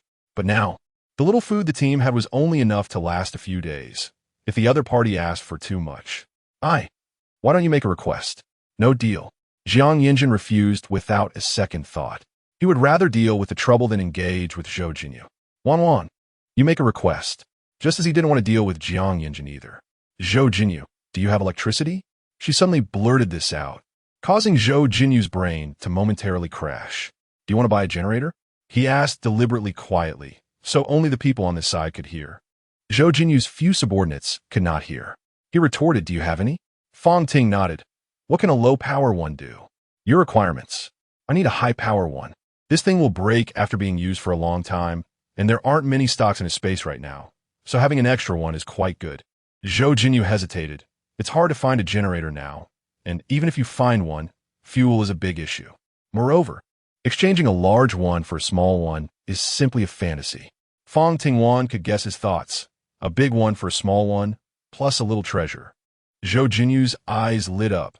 You agree to let a little treasure go. Waiting for your news. All right, little one, the little boat is lost. He hadn't mustered the courage yet, but seeing Fang Tingwan about to leave, he spoke out unexpectedly. Chapter 135. Wang Lisa comes to find after getting up this morning. The 2 brothers guarding the little boat discovered that the rope binding it had been loosened, and the person was gone. He led people to search the vicinity, but they found nothing. He specifically informed Fang Tingwan to remind her to be cautious. Since it was lost, let it be. Fang Tingwan felt quite helpless. She should have realized that Zhou Jinyu wouldn't harm the little boat. After all, he was a good person in Yang Dehai's eyes. He is your brother. How you handle it is none of my business. The little boat had always had its sights set on the villa, and there were other enemies. It seemed that guarding at night would need to become routine in the future. Zhou Jinyu was reluctant, but with Fang Tingwan's impatience in front and his brothers urging him from behind, he could only watch as he and Jiang Yancheng went inside together. This big brother was quite persistent. Given the current situation, he could still run over here every day, which showed he was truly sincere towards you. Fang Tingwan keenly caught the meaning behind Meng Ling's words. You mean he comes every day, including yesterday? Meng Ling nodded. He came right after you left yesterday and brought 2 bells. She had already forgotten about this matter. If it weren't for Fang Tingwan's reminder, she really wouldn't have remembered. Thinking about the bells, she recalled that she seemed to have casually placed them at the door. When she went over to check, there they were, so she took the 2 of them and handed them over. These are the 2. Don't you need them for Lawyer Jiang? You can take them to Lawyer Jiang. He took the 2 bells upstairs and knocked on the door next door. Jiang Yancheng was changing clothes, and when he heard the knock, he put on a tank top and opened the door. Wan Wan, why did you come over? He opened the door to welcome her, and once she entered the room and he closed the door, he revealed a puzzled expression. Came over to get something? He had long accepted this role and felt that it was quite good. Fang Tingwan threw the bell in her hand over. What do you plan to do about the alarm device? He also felt that it was very necessary. The current living environment was becoming increasingly harsh, and the dangers faced would only increase. With an alarm device, everyone could be quickly alerted. He made a simple sketch, but it was still rough and needed a lot of refinement. He went to look at the drawing, which clearly outlined every scene. He had thought of every position in the villa. However, the chaotic mess drawn on it was incomprehensible to him. Yancheng leaned beside Fang Tingwan and said, "This is the sketch of the alarm device I drew. This shows the layout of every line. It looks simple, but it's actually very difficult." He tirelessly introduced it, but Fang Tingwan really couldn't understand. Yancheng asked, "Are you in a hurry?" She shook her head. "Not in a hurry, just thought of something. The base those people mentioned, I still want to take a look." It was indeed worth checking out. But seeing the looks on those people's faces, that base. He didn't finish his sentence, just shook his head, but Fang Tingwan understood his meaning. However, she didn't care about that. She just wanted to see the progress of the base construction and look for any aspects worth learning from. As the two were talking, they heard a knock on the door, but it didn't seem to be for this room. Fang Tingwan immediately thought it should be for her room. She didn't know who it was. She got up to tidy up the trash, but left the cashews and pine nuts she had taken out for Yancheng. Yancheng looked at those things with a sweet smile. She opened the door and happened to meet Wang Lisa, who looked troubled, staring at her, wanting to say something but hesitating. Fang Tingwan looked down. She was wearing a loose dress. When she raised her head, Wang Lisa nodded and said, "Can you get me some to use?" Fang Tingwan was late. After all, she was a woman, and there were always a few days each month. She was well prepared and had set it aside specifically, but since Wang Lisa joined later, she forgot to mention it to him. "Come with me." Fang Tingwan personally took her over. Wang Lisa was unfamiliar with the villa. After she arrived, she was sullen all day long, spending almost all her time in her room except during meals, and had never explored the villa. At the end of the second floor, there was a row of cabinets, the bottom shelf filled with feminine products. She pulled one out and handed it to Wang Lisa. "Here, if you don't like coming to get it every time. You could take a few more to keep in your room." Fang Tingwan kindly reminded that she is not very familiar with Wang Lisa, but she doesn't want to make it too difficult for her. "Who is it? What do you want with her?" Just as she was thinking about it, she turned her head and saw Yancheng coming over as well. "Wang Lisa, he has something to discuss." Fang Tingwan didn't say anything, but her cheeks turned a shade of red. Yancheng probably understood, so he didn't ask further. "What are you going to do?" "I'm going to check on how the vegetables are growing in the basement." He turned around and followed her. Fang Tingwan arrived in the basement and watered the vegetables. They were growing very well. The bok choy was lush and green, and the lettuce had also sprouted leaves, while the other plants were striving to grow. "Great. If this continues, we will soon have fresh vegetables to eat."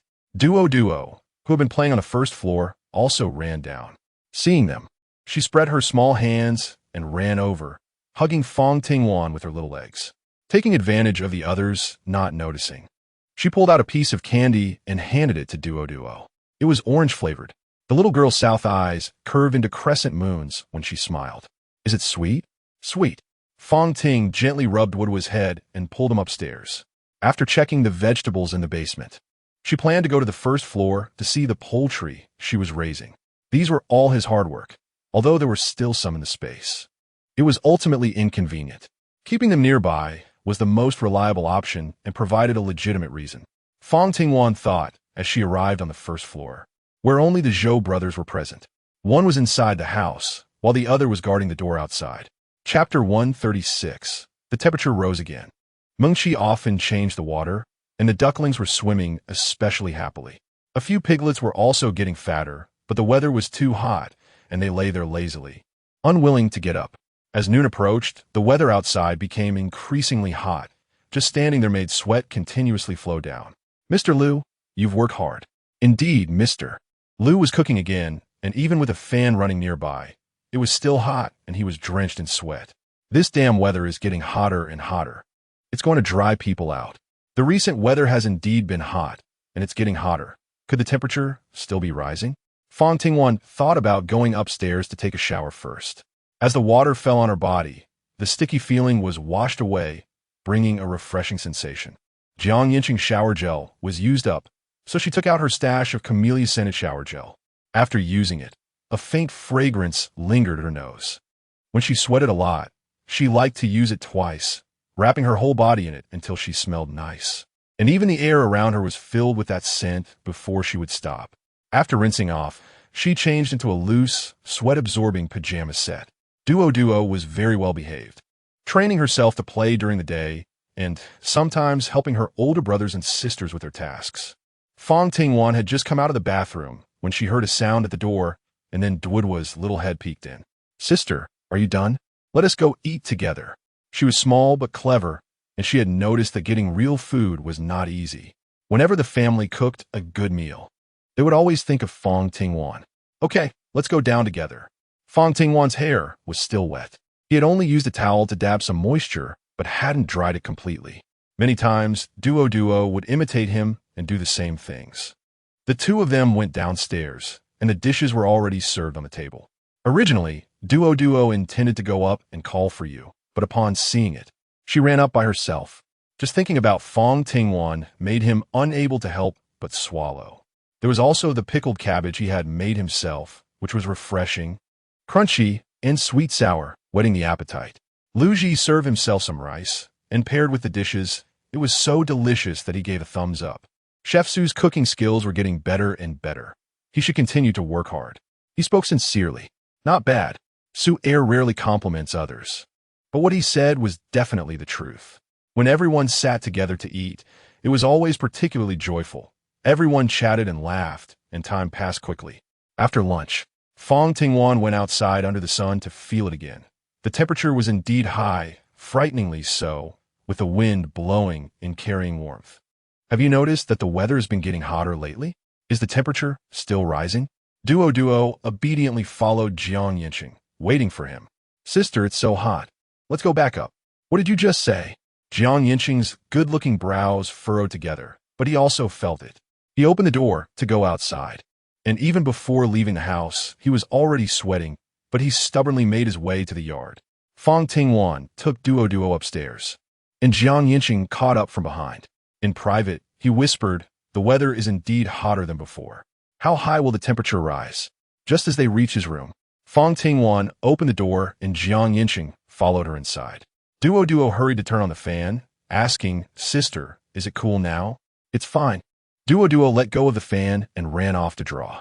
She often told herself that she was a big kid now and should be sensible, that her brother and sister had things to discuss, so she wouldn't interrupt. "I don't know either. How much higher will it continue to rise? 80, 90, or 100? I can't say. Even you don't know when this kind of weather will end." He sat down in a chair, sounding somewhat dejected. He got up and walked over to teach Duo how to draw. Duo's drawing skills had improved a lot. At least the picture of Jiang Yancheng wasn't there. Just a few simple lines. Duo was obedient and remembered all of Jiang Yancheng's instructions. "Sister, look, does my drawing of brother look like him?" Duo proudly held up her drawing, which depicted 3 people, a boy on the left, a girl on the right, and a small child in the middle. From the back view, it could vaguely be distinguished as her, Jiang Yancheng, and Duo, with all 3 of them facing away, and the drawing was presumably of the sea in front of them. Fang Tingwan squatted down with the picture in hand. Duo, do you want to see the sea?" The little girl relied on him and never made excessive demands. But recently the frequency of her paintings of the sea had increased significantly. Duo nodded and then quickly shook her head. "Sister, Duo can paint, just like this one." She held up the picture in her hand with a bright smile, and Fang Tingwan said nothing. Fang Tingwan did not speak.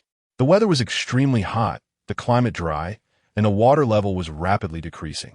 The water in the small river basin had dried up, and to see the sea, they could only go to a coastal city, which was a long journey. Fang Tingwan would not agree to waste time on such matters. He held Duo in his arms and softly comforted her. "I'm sorry, Duo. Once the disaster is over, I will definitely take you to see the sea." He said this to Duo, but it was also a reassurance to himself. Living 2 lives, she had never been to far-off places to see and explore. In fact, Duo's longing was not different from his own, sitting by the sea waiting for the sunrise. Watching the sunset and leisurely spending a day had always been his dream. Once the disaster was over and the sea still existed, you had to go there at least once. After 4 in the afternoon, the heat outside gradually subsided. Fang Tingwan drove out and strolled around the streets. Chapter 137. Encounter with the bald man. After 4 in the afternoon, the heat outside gradually subsided. Fang Tingwan drove out and strolled around the streets. She wanted to find something sharper than shards of glass to place another circle around the villa's walls to prevent anyone from jumping in again. Having one little treasure at home was already enough to worry about. The supplies in the city were still sufficient. Although food was not visible, there were still plenty of usable items. With him around, it was much more convenient to go wherever she wanted. This was considered an unexpected delight. Fang Ting is currently staying on the 8th floor of a residential building. The elevator has stopped, and the main door of the stairwell is also broken. This place has been rummaged through. He didn't see any food while walking up from downstairs. The 2 doors on the 1st floor have been damaged, and, at a glance, it's clear that it's not suitable for hiding people, but the windows are open. Fang Tingwan rushed into one of the rooms and closed the door. Outside, a group of people appeared. I don't believe it, there can't be nothing left. There were about 20 men outside, all big and burly, looking fierce enough to make even dogs bark. At the forefront was a bald man, and Fang Tingwan knew she would definitely recognize him. They had crossed paths on the way to Chengde, so there was some familiarity. The bald man had been probing into her whereabouts before. More than 20 people rushed into the building, filling the 1st, 2nd, and 3rd floors. They paired up, each taking a room, and the looting progressed quickly. Search thoroughly. Leave no corner unchecked. The previous residents of this community were all elderly people. They loved to hoard things, so there must be food here. The bald man shouted loudly from below, almost as if he were holding a megaphone. Fang Tingwan regretted a bit. She should have brought Yancheng with her when she came out. Big brother, this place is closed. Someone just came over, and despite using all their strength several times, they couldn't pull it open. The bald man didn't believe in evil and also came over pull. After a few tries without success, it proved that the door was solid and now was shut. There were people inside, and I would break down the door. He kept waiting below, and immediately someone came up. Just as they were breaking in, she had already escaped through the window. It's him, chase after him. The bald man was the first to enter and saw Fang Tingwan. A group of people came in one after another. Some jumped out of the window, while others ran out through the door. Fang Tingwan was unfamiliar with the neighborhood, taking a lot of twists and turns.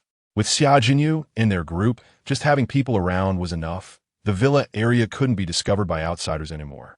Some people ran fast, and the 2 who chased up ahead had already been dealt with by her. Fang Tingwan subconsciously felt inhuman. Had she already lost her humanity? As soon as she came out of the back door of the community, she immediately got into the car.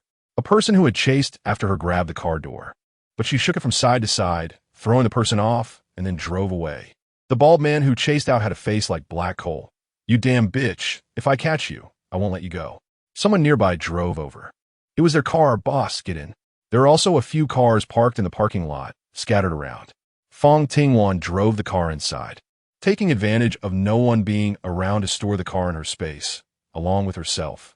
The bald man, unable to find her, naturally would not give up easily.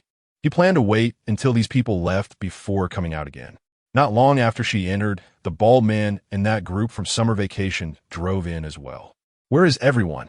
I clearly saw him drive in. The man, not believing in evil, searched around. There was a lot of dust accumulated on the ground, and there were marks where Fang Tingwan had driven. The bald man, along with his group, searched the entire underground parking lot repeatedly. Could it be that she really disappeared into thin air? Not only the people below, but he also saw Fang Tingwan enter this place. Yet after chasing her, he couldn't find her no matter what. Hey, this is ridiculous. The bald man clearly didn't believe in evil and checked the places he had already searched again. They had already wasted a lot of time in this place, and the food in the team wouldn't last long. They had come out this time to find some food, so it was impossible for them to spend all their time just wandering around. Hey, I don't believe it. She can't keep hiding forever. Fang Tingwan, hiding in the space, had not been idle. The vegetables, left unattended for just a few days, had already grown full of weeds. She reached out to pluck them, and after weeding, she went to check on the poultry she was raising. Calculating the time, She allowed herself 20 minutes to come out, and the messy footprints on the ground indicated that they had already left.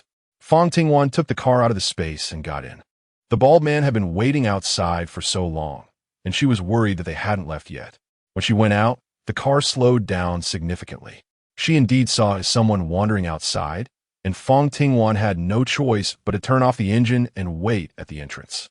It wasn't until half an hour later that the person outside got in the car and left. The earlier situation was particularly dangerous. If the man had insisted a bit longer, he might have been kicked out of the space and confronted the bald man. At that moment, Fang Tingwan's thoughts grew wildly. He had to study how to extend the time spent in the space. In the past, whenever Fang Tingwan went out alone, she wouldn't stay outside for too long. But today was an exception.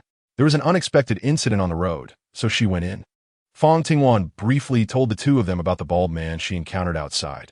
"You two be careful, and if anything happens, call us right away." After giving her advice, she walked upstairs. She needed to quickly tell Yancheng about the bald man, so he could be cautious when going out in the future.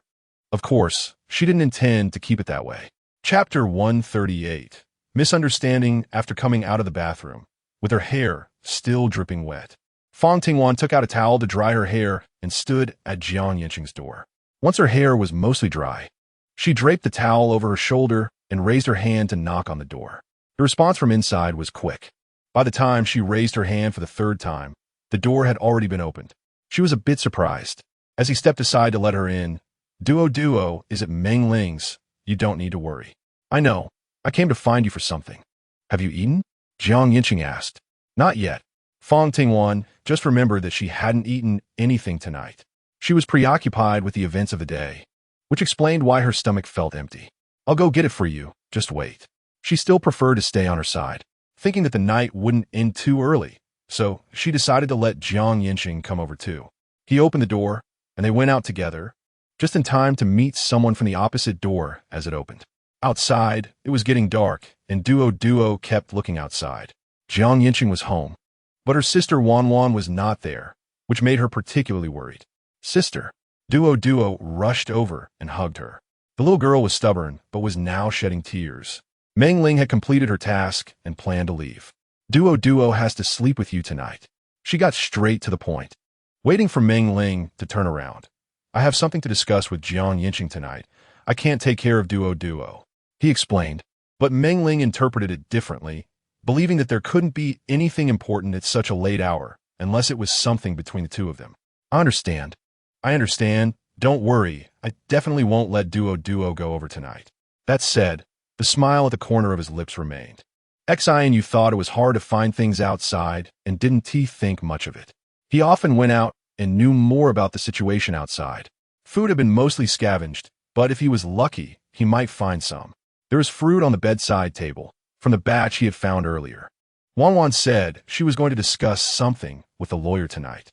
"Are you serious?" You jumped up from the bed. They were successful. The two really had hope. He had also won and couldn't wait to find Suzong. Yancheng brought the food upstairs and didn't notice the crack in the opposite room. He stood in front of Fang Tingwan's door and gently knocked. When the door opened, he went in, and the opposite door opened completely, revealing 4 heads. "How do we count this?"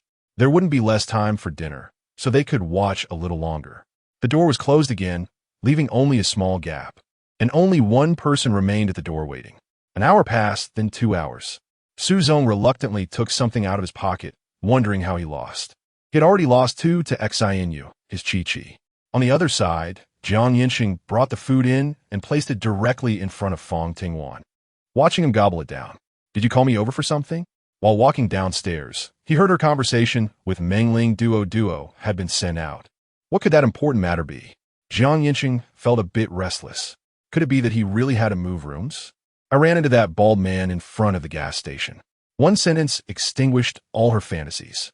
"He saw you." Fang Tingwan nodded. There are many people on the other side, but only more than 20 were brought out. In their villa, there are only 11 adults and 1 child, and there are only a little over 10 people on Zhou Jinyu's side. As for the other side, it is indeed numerous. There had been a conflict between the two sides before, and he had seen Fang Tingwan, so they would not let it go easily. Fang Tingwan nodded. "There are too many people, it's hard to fight." She was actually prepared for battle, but it was better to escape if possible. 1 against 20 was a bit too terrifying, and what was even more frightening was that it could attract others. So what do you want to do? He cleaned up the bowls and plates after dinner, washed them downstairs, and came back up. The weather was hot now, and if he waited a bit longer, the things would be very hard to clean off the plates. You should also put on a mask. I saw it was very effective last time. Although Yancheng was still dark, his face was much more hydrated. He didn't refuse, taking the mask to the bathroom to apply it on himself. After both finished, they sat down to discuss serious matters. The villa still needed to be reinforced. The surrounding walls should be higher, and besides bottle shards, he planned to put some other things on top, but he hadn't figured out what yet. On the way back, Fang Tingwan kept thinking. The bald man had already appeared and even saw him. It was only a matter of time before he discovered this place. The other party wanted to seize the villa. Although it was impossible, fighting would lead to mutual destruction. When the clam and the snipe fight, it's the fisherman who benefits. So it was necessary to upgrade the villa's surveillance and protection now. All right, starting tomorrow, I'll help you prepare the materials. Thinking about it made her anxious. If Fang Tingwan hadn't shaken off that group today, he wouldn't feel secure, and I would have to protect her closely in the future. He planned to fight back. The bald man didn't intend to let him go, and he also didn't plan to let the bald man go. The biggest flaw now was not knowing the situation on the bald man's side. Yancheng asked, "Have you made a plan?" As they spoke, they moved closer, having also studied the comprehensive upgrade of the villa. They were so engrossed in conversation that they didn't realize it was already dawn the next day. Yancheng yawned as he opened the door, and across the hallway, Suzong was also opening his door, planning to go downstairs to cook. Seeing him come out in pajamas, looking sleepy, he gave a thumbs up. "Lawyer Jiang, not bad." Yancheng could barely open his eyes, heard Suzong's words, but didn't have time to think too much. After Yancheng left, Fang Tingwan also felt tired and uncomfortable, putting all the plans they made, including the draft paper, into storage, then found a comfortable spot in bed and fell asleep. Little did they know, everyone at home already knew about their situation. Everyone tacitly understood and was quietly celebrating Yancheng's successful rise. The Zhou brothers and Lu Ji and Su Er were also happy. The 4 of them, big men living together, now faced the hot weather, relying on 2 fans to sleep at night, and it seemed those 2 fans didn't work very well last night. Yancheng's success might mean a room would be freed up, allowing the 4 of them to separate. Chapter 139. The rules of the power plant on the other side. The bald man searched around but didn't see anyone. After leaving the mall's basement, he went upstairs, which had basically been emptied. After searching around and finding nothing, the sky outside grew darker. With no streetlights, nothing could be seen at night. It was dangerous, and people generally wouldn't choose to be outside at night. In the basement of the factory area, which used to be the employee cafeteria, it had now become a living space for everyone. Essentially a large hall crowded with people, filled with numerous beds, creating a big dormitory. The factory did have dormitory buildings, but those houses were exposed to the sun, becoming a big steamer, making it impossible to live in. This basement was also the only place with electricity, so no one wanted to leave. They were waiting for those who went out to find food to return. Here, these people were called warriors, and those who went out could choose women to accompany them for the night based on their merits. Wang Yin was among them. She had long lost her previous arrogant demeanor, obediently moving forward to let the bald man wrap his arms around her waist and take her into the inner room. That was a place only for several leaders and their women. He had gone to chase Fang Tingwan that day, but had walked for a long time without finding her. He knew that woman had a jet ski, and at that time, there was water everywhere, leaving no trace. "Baby, did you miss me today?" "Of course." He missed her big brother. As she spoke, she added a kiss. This move was very effective on the bald man, who laughed heartily while holding her. After the big brother chose, it was their turn. A group of men rushed forward. There weren't enough women, so they could only pair up 2 or 3 at a time. By the way, the bald man turned around and said, "Keep an eye on that woman. If I find her, I'll kill her. And you, come here." He pointed at the girl standing at the forefront. "You look unfamiliar. A newcomer? Still a little girl." He liked. "Come here with me." The little girl was ecstatic. She had heard from several older sisters about the benefits of following the big brother. She only had to serve one person and could eat her fill. This was the greatest temptation for her. A few men holding the little girl were stunned, quickly releasing her and joining other groups. Hearing the bald man talk about women, Wang Yin kept a close watch. This group of people lit up with excitement at the sight of women and couldn't move, but the only one he wanted to kill was Fang Tingwan. That place used to be the largest factory nearby, covering an area as large as half a county. Before the apocalypse, everyone hoped to get into the factory. After the flood occurred, half of it was submerged and everyone was trapped here.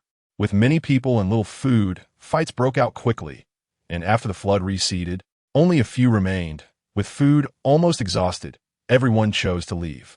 When the bald man first arrived, there was only a small group of people left, struggling to survive on little food. He immediately made an agreement with them. They would bring in food and live there, and then both families would search together. The two families hit it off, forming the current scale. After a late night, Meng Qi felt sore all over and lay in bed, unwilling to get up. Su Zong saw the time was close and went downstairs to cook by himself. "Let me help you." Wang Lisha, wearing a long dress, stood at the stairway. It was rare for her to come down, and she saw Su Zong busy in the kitchen. She remembered he had a girlfriend who was Meng Qi living with him. Su Zong held some vegetables, freshly picked from the basement. He first plucked the thick ones to give the others space to grow bigger. "All right." He handed the vegetables over. "You wash them." This damn weather was getting hotter, seriously affecting his working speed. So Wang Lisha's appearance was quite timely. In the morning, only noodles were cooked, but green vegetables and an egg were added. As usual, no one got one, and a few got two. Other than that, there were some homemade pickled vegetables. Meng Qi propped herself up to go downstairs, wanting to help Su Zong cook, but seeing the harmonious scene in the kitchen, she felt a bit uncomfortable. "Su Zong, these vegetables are so small. How could you bear pick them? We worked hard to grow them." Lu Ji was carefree, not noticing the strange atmosphere in the living room. Fang Tingwan also went downstairs in the evening. She had just woken up in the morning and originally didn't want to eat, but she couldn't resist Duodua's insistence.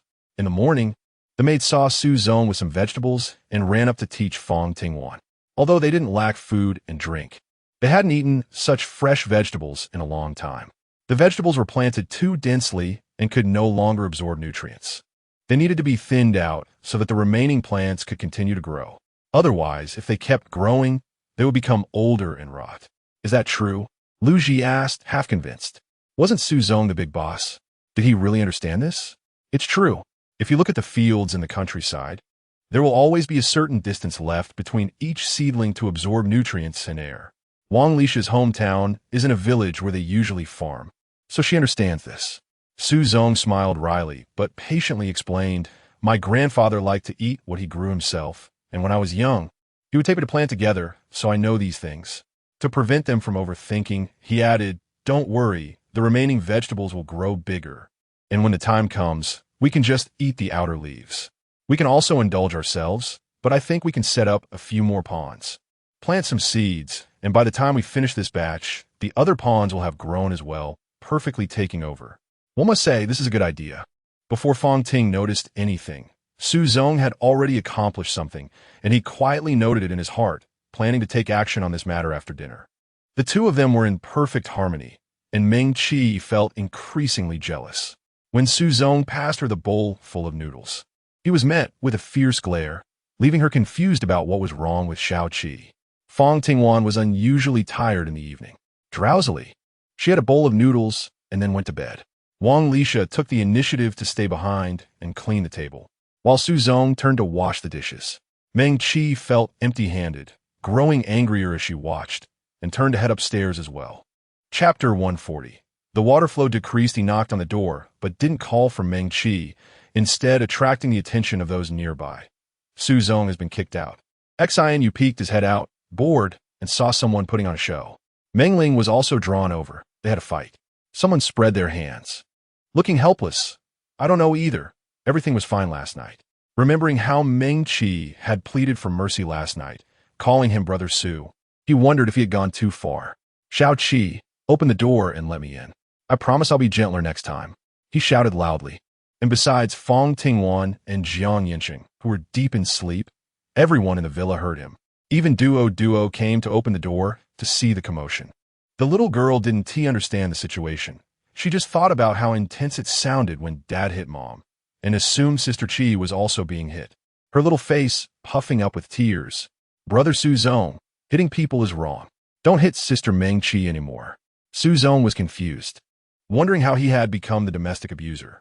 Seeing Duo crying, Meng Ling hurried over to hug her. Duo, don't cry. Brother Suzong is just joking with Sister Meng Chi. He didn't hit her. Meng Chi heard the commotion clearly from inside, and, with a flushed face, opened the door, grabbing Suzong by the ear and pulling him into the room. Xiao Qi, you finally opened the door. Hey, be gentle. As the door to the room closed, the commotion came to an end. Meng Ling shot him a glare and then led Duo to draw. Aren't you embarrassed? I'm the one who is embarrassed. Meng Chi was even angrier, sitting on the stool and ignoring him. After all, he was a respectable boss. When had he become so shameless? Xiao Qi. He walked over, but Meng Chi turned her head to the other side. He came over again, and she turned again. All right, stop turning. He pressed down on Meng Chi's shoulder. You'll get dizzy if you keep turning.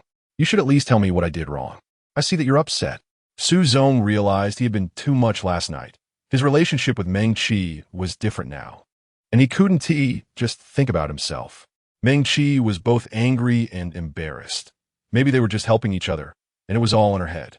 But she was genuinely angry. Now everyone in the villa knew what they had done last night. She was still a girl. How would she face others later?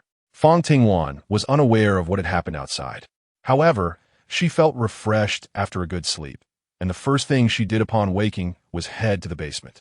Suzong's suggestion needed to be implemented quickly. Looking at the current weather, it would only get harder from here on. Only Suzong and Wang Lisha understood this in the villa, so she called both of them down. This morning, you said we should plant in batches. What exactly should we do? These two were called down by her personally, while the others were summoned by Zhou, and gradually everyone came down.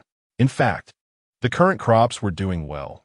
It was just that these small vegetables had a short growth cycle, and there were only a few days of freshness. If planted together, they would grow together. If planted separately, the older batch could still be eaten while waiting for the next. Hearing that it made sense, she let them two handle it. Having more people was an advantage. Under the guidance of Suzong and Wang Lisha, they prepared 2 more plots of land on the side. Fang Tingwan also took out some seeds that could mature in a short time and scattered them. As for the other work in these fields, it was handed over to Lu Zong and Wang Lisha, letting them manage it well. At this time, having these few fields was their greatest treasure. Having something to do made them recognized by others, and Wang Lisha gradually blended in with everyone. Although she wasn't too enthusiastic, she occasionally exchanged a few words and no longer had the attitude of a giant looking down from a distance. You were also a boss before. Ever since that day, Wang Lisha went down to help cook every day. She was also warmer towards Suzong than others. Yes, the cement factory outside the city is my family business. Passed down for so many generations, but it was destroyed by my hands. Suzong felt melancholic, but there was nothing he could do. In the apocalypse, lives are not worth much, let alone those external possessions. In fact, I am like you. When I left, there was only one person by my side, but he also betrayed me for food. Suzong voiced this and found that he didn't care as much anymore. The most important thing now was to think about how to survive and live better. Those past events were merely luxuries in a stable life. Wang Lisha knew a little about her situation, but not much. She just hoped that these words would resonate with her. Wang Lisha remained silent and didn't express her thoughts. The water flow. Wang Lisha turned off the faucet and then turned it back on. What's wrong? Did you notice the water flow decreased? Suzong noticed it, but didn't pay much attention. He had seen similar situations at home before and considered it a normal occurrence. Wang Lisha's intuition told her it wouldn't be that simple, and looking at the high temperature outside, a sense of unease formed in her heart. You continue with your work. I'll go upstairs for a bit. Wang Lisha knocked on Fang Tingwan's door, and the sound was heard inside as well as next door. Yancheng opened the door and leaned against the doorframe. Fang Tingwan opened the door late and asked, "What's wrong?" The water flow has decreased, and I'm worried about a water shortage. She had considered the situation of the water flow decreasing. It had happened in her previous life as well, and eventually, it dried up gradually but Fang Tingwan did not live to see that time. However, if she remembered correctly, the water flow had decreased about a month later in her last life. This time, it was earlier, possibly related to the high temperatures outside. Recently, there had been another rise in temperature. It was completely unbearable to go out at noon.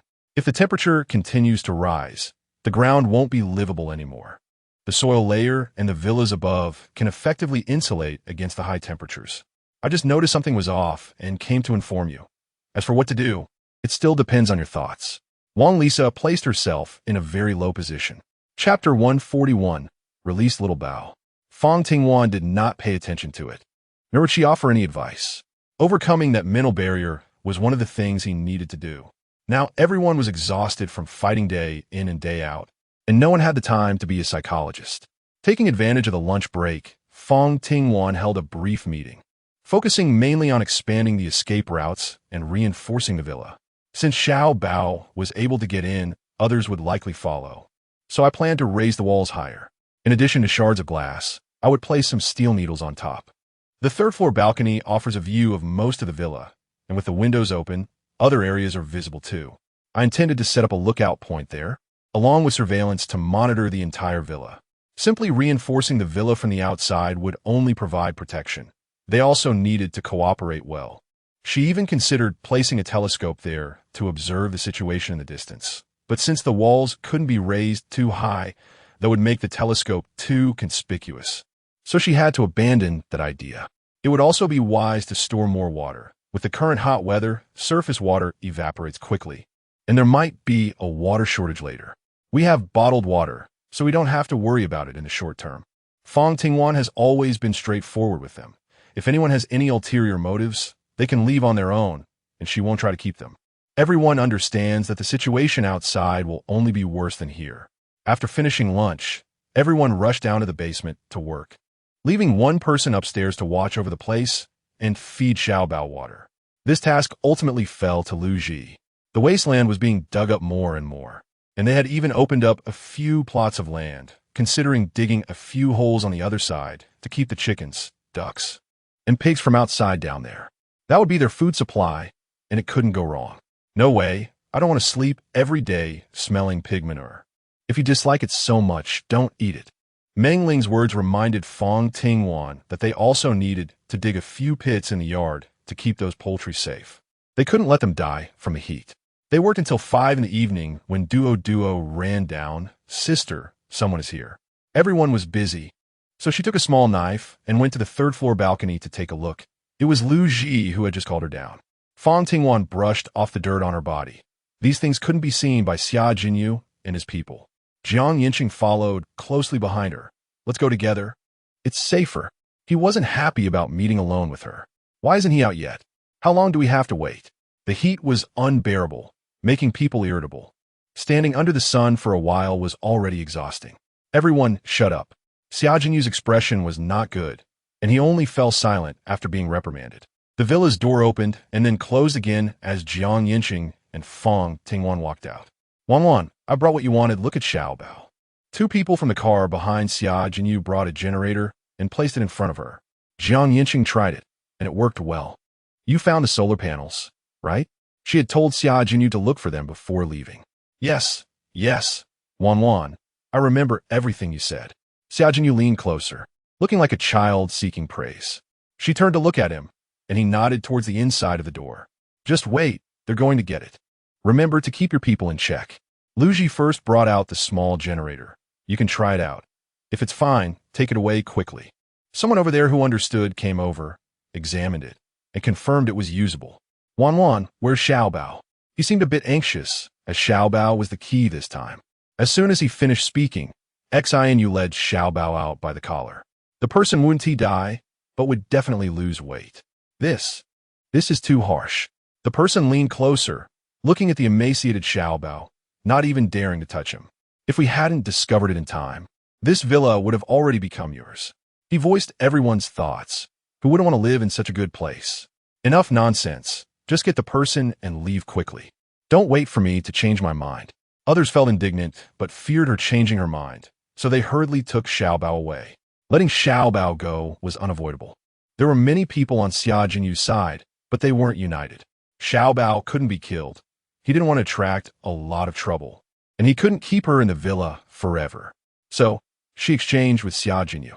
For the past 2 days, the lights in the villa had been flickering, and the engine sounded terrible, sometimes stopping altogether, clearly on the verge of breaking down. Therefore, she eagerly proposed the exchange with Xia Jinyu. In fact, the generator had no issues at all. Meanwhile, they had the generator and photovoltaic panels, so they wouldn't cause them trouble in the short term. To reinforce the villa, Fang Tingwan and Yancheng set out early in the morning to find the necessary materials. Last time they reinforced it, they used a lot of things. And Fang Tingwan only had some scattered items left in her space, enough for a few days, and they hadn't found the steel needles to put on the walls yet. The building materials market should be around here. Based on their research of the map last night, there is a very large building materials market in the northern outskirts of the city, selling everything needed for construction. This is it. The words building materials market were written on a nearby stone. The space inside was enormous, with several large factories and a few smaller buildings scattered about. Before the apocalypse, it was exceptionally prosperous.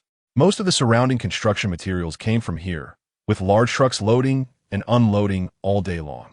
The several large factories in the market were made of iron frames and sheets, all exposed to the sun, with frighteningly high temperatures inside. Fortunately, it was morning, and it was still possible to enter. The market was divided into small compartments, with many items displayed on the shelves, on the ground, and even outside the doors. Walking to the last compartment, near the inside, they found a pile of white rectangular boards. Fang Tingwan looked at them in confusion. What is this? Yancheng, drawn by the sound, also walked over, equally puzzled by the pile in front of them. Look for a manual. The two began to rummage through the items, and they did find it. According to the introduction, this item was for external wall insulation. Using it would keep the house warm in winter and cool in summer, maintaining a suitable temperature. What attracted both of them the most was the last sentence. Chapter 142, Finding the Insulation Board. Such a great item was simply a necessity, and Fang Tingwan unceremoniously took all of it. Let's go. There's nothing else we need here. Fang Tingwan silently noted down this place, planning to come back when there was space available. It wasn't until she passed by a mall that a large sign for a bookstore caught her attention. She had never thought about looking at these things before. In the past, knowledge could change fate, but after the apocalypse, everyone was exhausted from struggling, and no one had the time or mood to read books. However, Su Zong's words that day made Fang Tingwan change her mind. Even now, she needed to learn more. The more knowledge she acquired, the better she could survive in this apocalypse. The bookstore was on the 5th floor, escaping the fate of being submerged by someone. The elevator was no longer operational, so the two of them took the stairs. The bookstore was primarily decorated in white, complemented by dark gray, exuding a sense of sophistication. Now it was covered in a layer of dust, feeling hazy. The crystal chandelier above had not been dusted for a long time, sitting there alone, completely covered in dust and lacking any shine. Inside the bookstore, everything was still very neat, with no signs of rummaging or moving. Each shelf had a board in front indicating the categories of books. There was also a sign at the entrance, and the bookstore's layout was well designed, making everything clear at a glance. After returning, they could set up a bookshelf to pass some boring time. He focused on planting and technology books, trying to take as many as possible. He planned to study more after returning.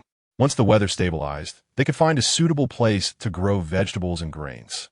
Take this, Yancheng said, holding a book that was neither thick nor large. Fang Tingwan took a glance at it and saw it was The Art of War. So he liked this kind of thing. She casually moved to the section for strategy books and collected a few other titles as well. Yancheng watched her with a faint smile, saying nothing.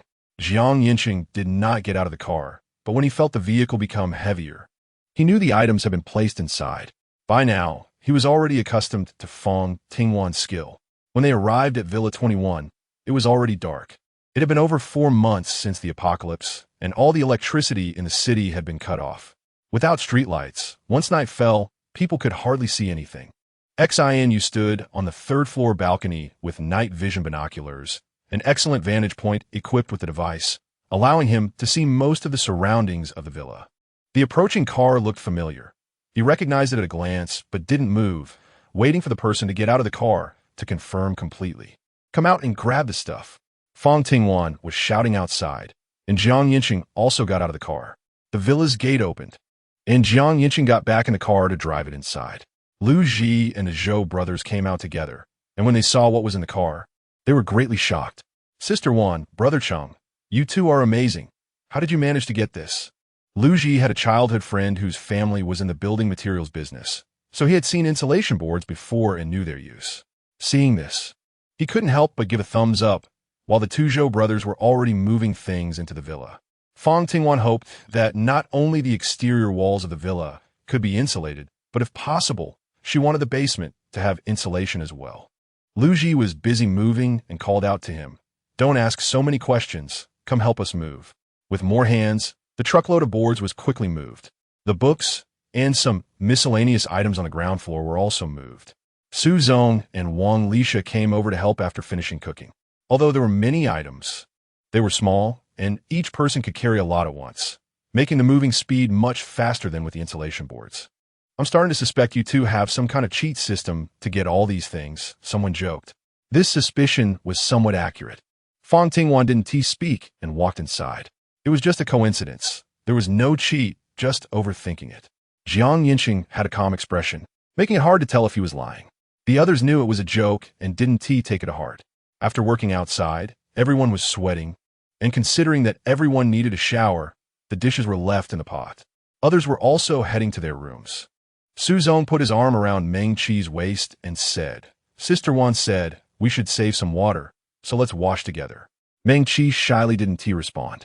Su Zong had never called her Sister Wan before, but he remembered it now. Meng Ling was also thinking about whether to wash with Fang Tingwan. Although Su Zong was joking, what he said seemed quite reasonable. The water flow was clearly not as good as before, so it was better to save some.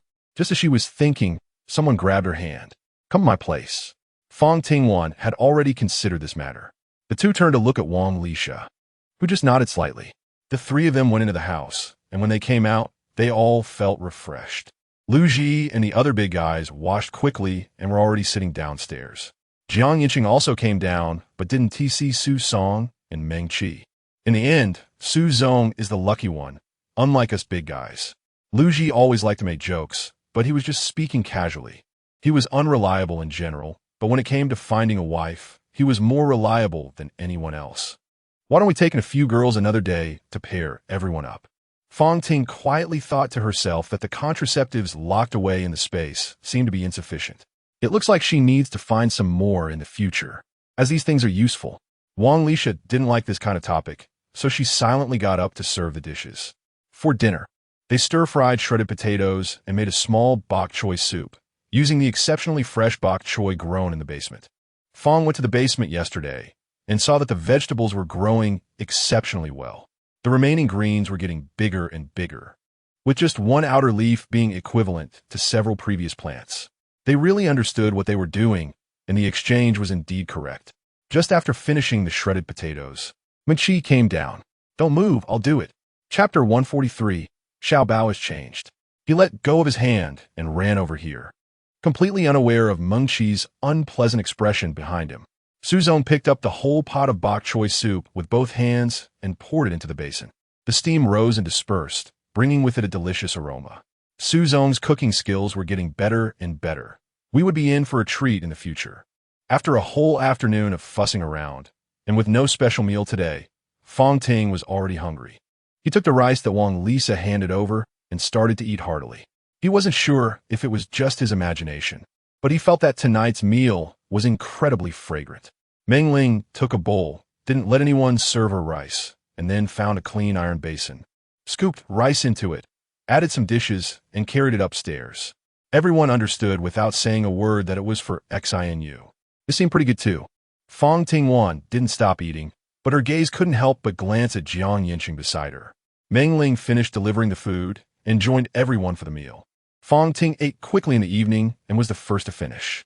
He didn't go upstairs. Instead, he picked up a rack beside him. Fang Tingwan was arranging the books while glancing at them, deliberately taking out 2 or 3 cookbooks. Soon, one bookshelf was ready, and the remaining books would be taken to the entrance in a while. There was another bookshelf that originally belonged to the villa, which was a bit larger than this one. This is your cookbook, and there are others in here as well. Fang Tingwan stood up and first handed over Su Zong's cookbook. Su Zong asked, "Is the food I make not tasty?" Fang Ting was stunned. "Isn't this what you wanted?" "It's not bad at all." She always felt that the more she explained, the worse it got, but it seemed inappropriate not to say anything. Su Zong didn't seem to mind either, took the book and said, "Thank you. I was just joking, don't take it seriously." Fang Tingwan didn't know what to say. She didn't dislike Su Zong like this. It seemed that he had changed subtly, and she didn't reject this change. Although she knew that emotions weren't necessary in the apocalypse. Life couldn't be lived in a dull manner. On the other side, after rescuing Xiao Bao and seeing his changes, Xia Jinyu was stunned. He seemed not to have expected that people could suddenly change like this, but he accepted the reality. Food was limited, and they had only brought a little when they came out. Everyone hadn't eaten, tacitly saving it. Someone brought water, bottled mineral water, which was precious. Xiao Bao couldn't care less and took the bottle, gulping it down quickly, and soon the bottle was empty. He didn't feel anything yet and asked for more. Someone went to get more, but Xia Jinyu stopped him. "First give him a bread, don't give him anything else for now." The person didn't understand and looked up at him. If he eats too much too quickly, he might burst. The person stopped talking and did as he was told. He gave the bread, and Xiao Bao ate quickly, finishing it before anyone could react. "Give me a little more, Yuga, please." Along the way, Xia Jinyu remained silent, and Xiao Bao curled up in the back of the car. Xiao Bao learned to be well-behaved, afraid of annoying others, fearing that what he had would be taken away again, so he stayed quietly without speaking. However, the other brothers were lively in conversation. "Yuga, are we just going to let this go? That woman is too much. You still care about her." They kept talking, regardless of Xia Jinyu's ugly expression. Since yesterday, it had been like this. Xiao Bao only asked for food and water, saying nothing else. The group of people inside seemed to have a belly full of words, but couldn't find a way to vent, and could only grumble. "What if someone comes to steal? What should we do? Of course we kill them. How dare they steal from me? They don't want their lives." He spoke quickly, mainly because Xia Jinyu hadn't spoken in days, and when he suddenly did, he didn't want to miss the chance. But after speaking, he realized he had fallen into a trap. "Yuga, what do you mean? Are you trying to excuse that woman?" He was indignant, especially about Xia Jinyu's favoritism. Xia Jinyu ignored him and stood up to walk inside. At the door, he shot him an angry glance. The voices of the others quieted down a bit, but they were still talking. All the brothers left at Taoshi Yuan gathered in the living room today. There were fans, two blowing at the same time. Yang Dehai also squeezed out, sitting by the side enjoying the breeze. How long had it been since he felt the wind? Unfortunately, there were too many people in the living room, and both fans had to oscillate. Just when a hint of coolness was felt, it quickly disappeared. Without the wind, it was unbearably hot. He selfishly thought how nice it would be if he could just enjoy it himself. Others were really annoying. That damn Fang Tingwan replaced us with a big generator. If we had that, we could run a few more fans and cool down a bit. Hearing that Fang Tingwan had a big generator made him uncomfortable. That unfilial thing would rather bring a group of unrelated people than care for her blood-related uncle. It was truly heartless. What he couldn't enjoy, Fang Tingwan had. The more he thought about it, the more twisted he felt. He had cursed Fang Tingwan a lot here, and everyone was already used to it. Jiang Xiang silently poured water for Xiao Bao and sent it over. Jiang Xiang regretted that they shouldn't have been bewitched by the ghost and listened to that Xiao Zhou. The next day, everyone got up very early, almost at dawn, just able to see things. Fang Tingwan woke up Jiang Yancheng next door and then went to knock on doors in each room. After going around, it was both time-consuming and energy-consuming. He thought that once this villa was reinforced, he must get that alarm system set up. "Wan, we're here." Meng Ling came down with sleepy eyes, still wearing Xinu's clothes. Also coming down were Xinu, Meng Qi, Su Song, the Zhou brothers, Su Er, Lu Ji, and Wang Lisa. None of the adults in the house stayed in bed. The night before, they had discussed reinforcing the villa. To be cooler, they wouldn't slack off. Chapter 144. Going out to find cement, however, it was still too early, and some hadn't even opened their eyes. Fang Tingwan felt helpless. The weather outside was too hot. After the sun rose, it would be scorching, and at night there was no light, making it impossible to work. If they were really sleepy, they could wash their faces to wake up. The insulation board wasn't too difficult to deal with, but no one had it, and they had no way to start. I'll do it. I saw my childhood friend do it, but I haven't tried it myself. Luigi began to work based on his memory. The first one was barely successful, followed by the second and third. As they progressed, the success rate increased, and Yancheng also learned. He was good with his hands. Although he hadn't done it or seen it before, the results were excellent. The Zhou brothers quietly approached as well. And their insulation boards were much better than the first two because they had helped with this work in the village before. There were already 4 people over there, which was enough. Let us go get cement. Meng Ling and Meng Qi, the 2 girls, took the initiative, having experience from previous similar tasks. Others quickly found their positions. And even Duo took her little knife and whistle to the 3rd floor balcony. After 2 days, one side of the villa was already done. There was enough insulation board, but not enough cement. After dinner that night, Yancheng went to call Su Zong. When he entered, he saw Fang Tingwan was also there. Su Zong, besides your cement factory, where else is there cement? Fang Tingwan got straight to the point.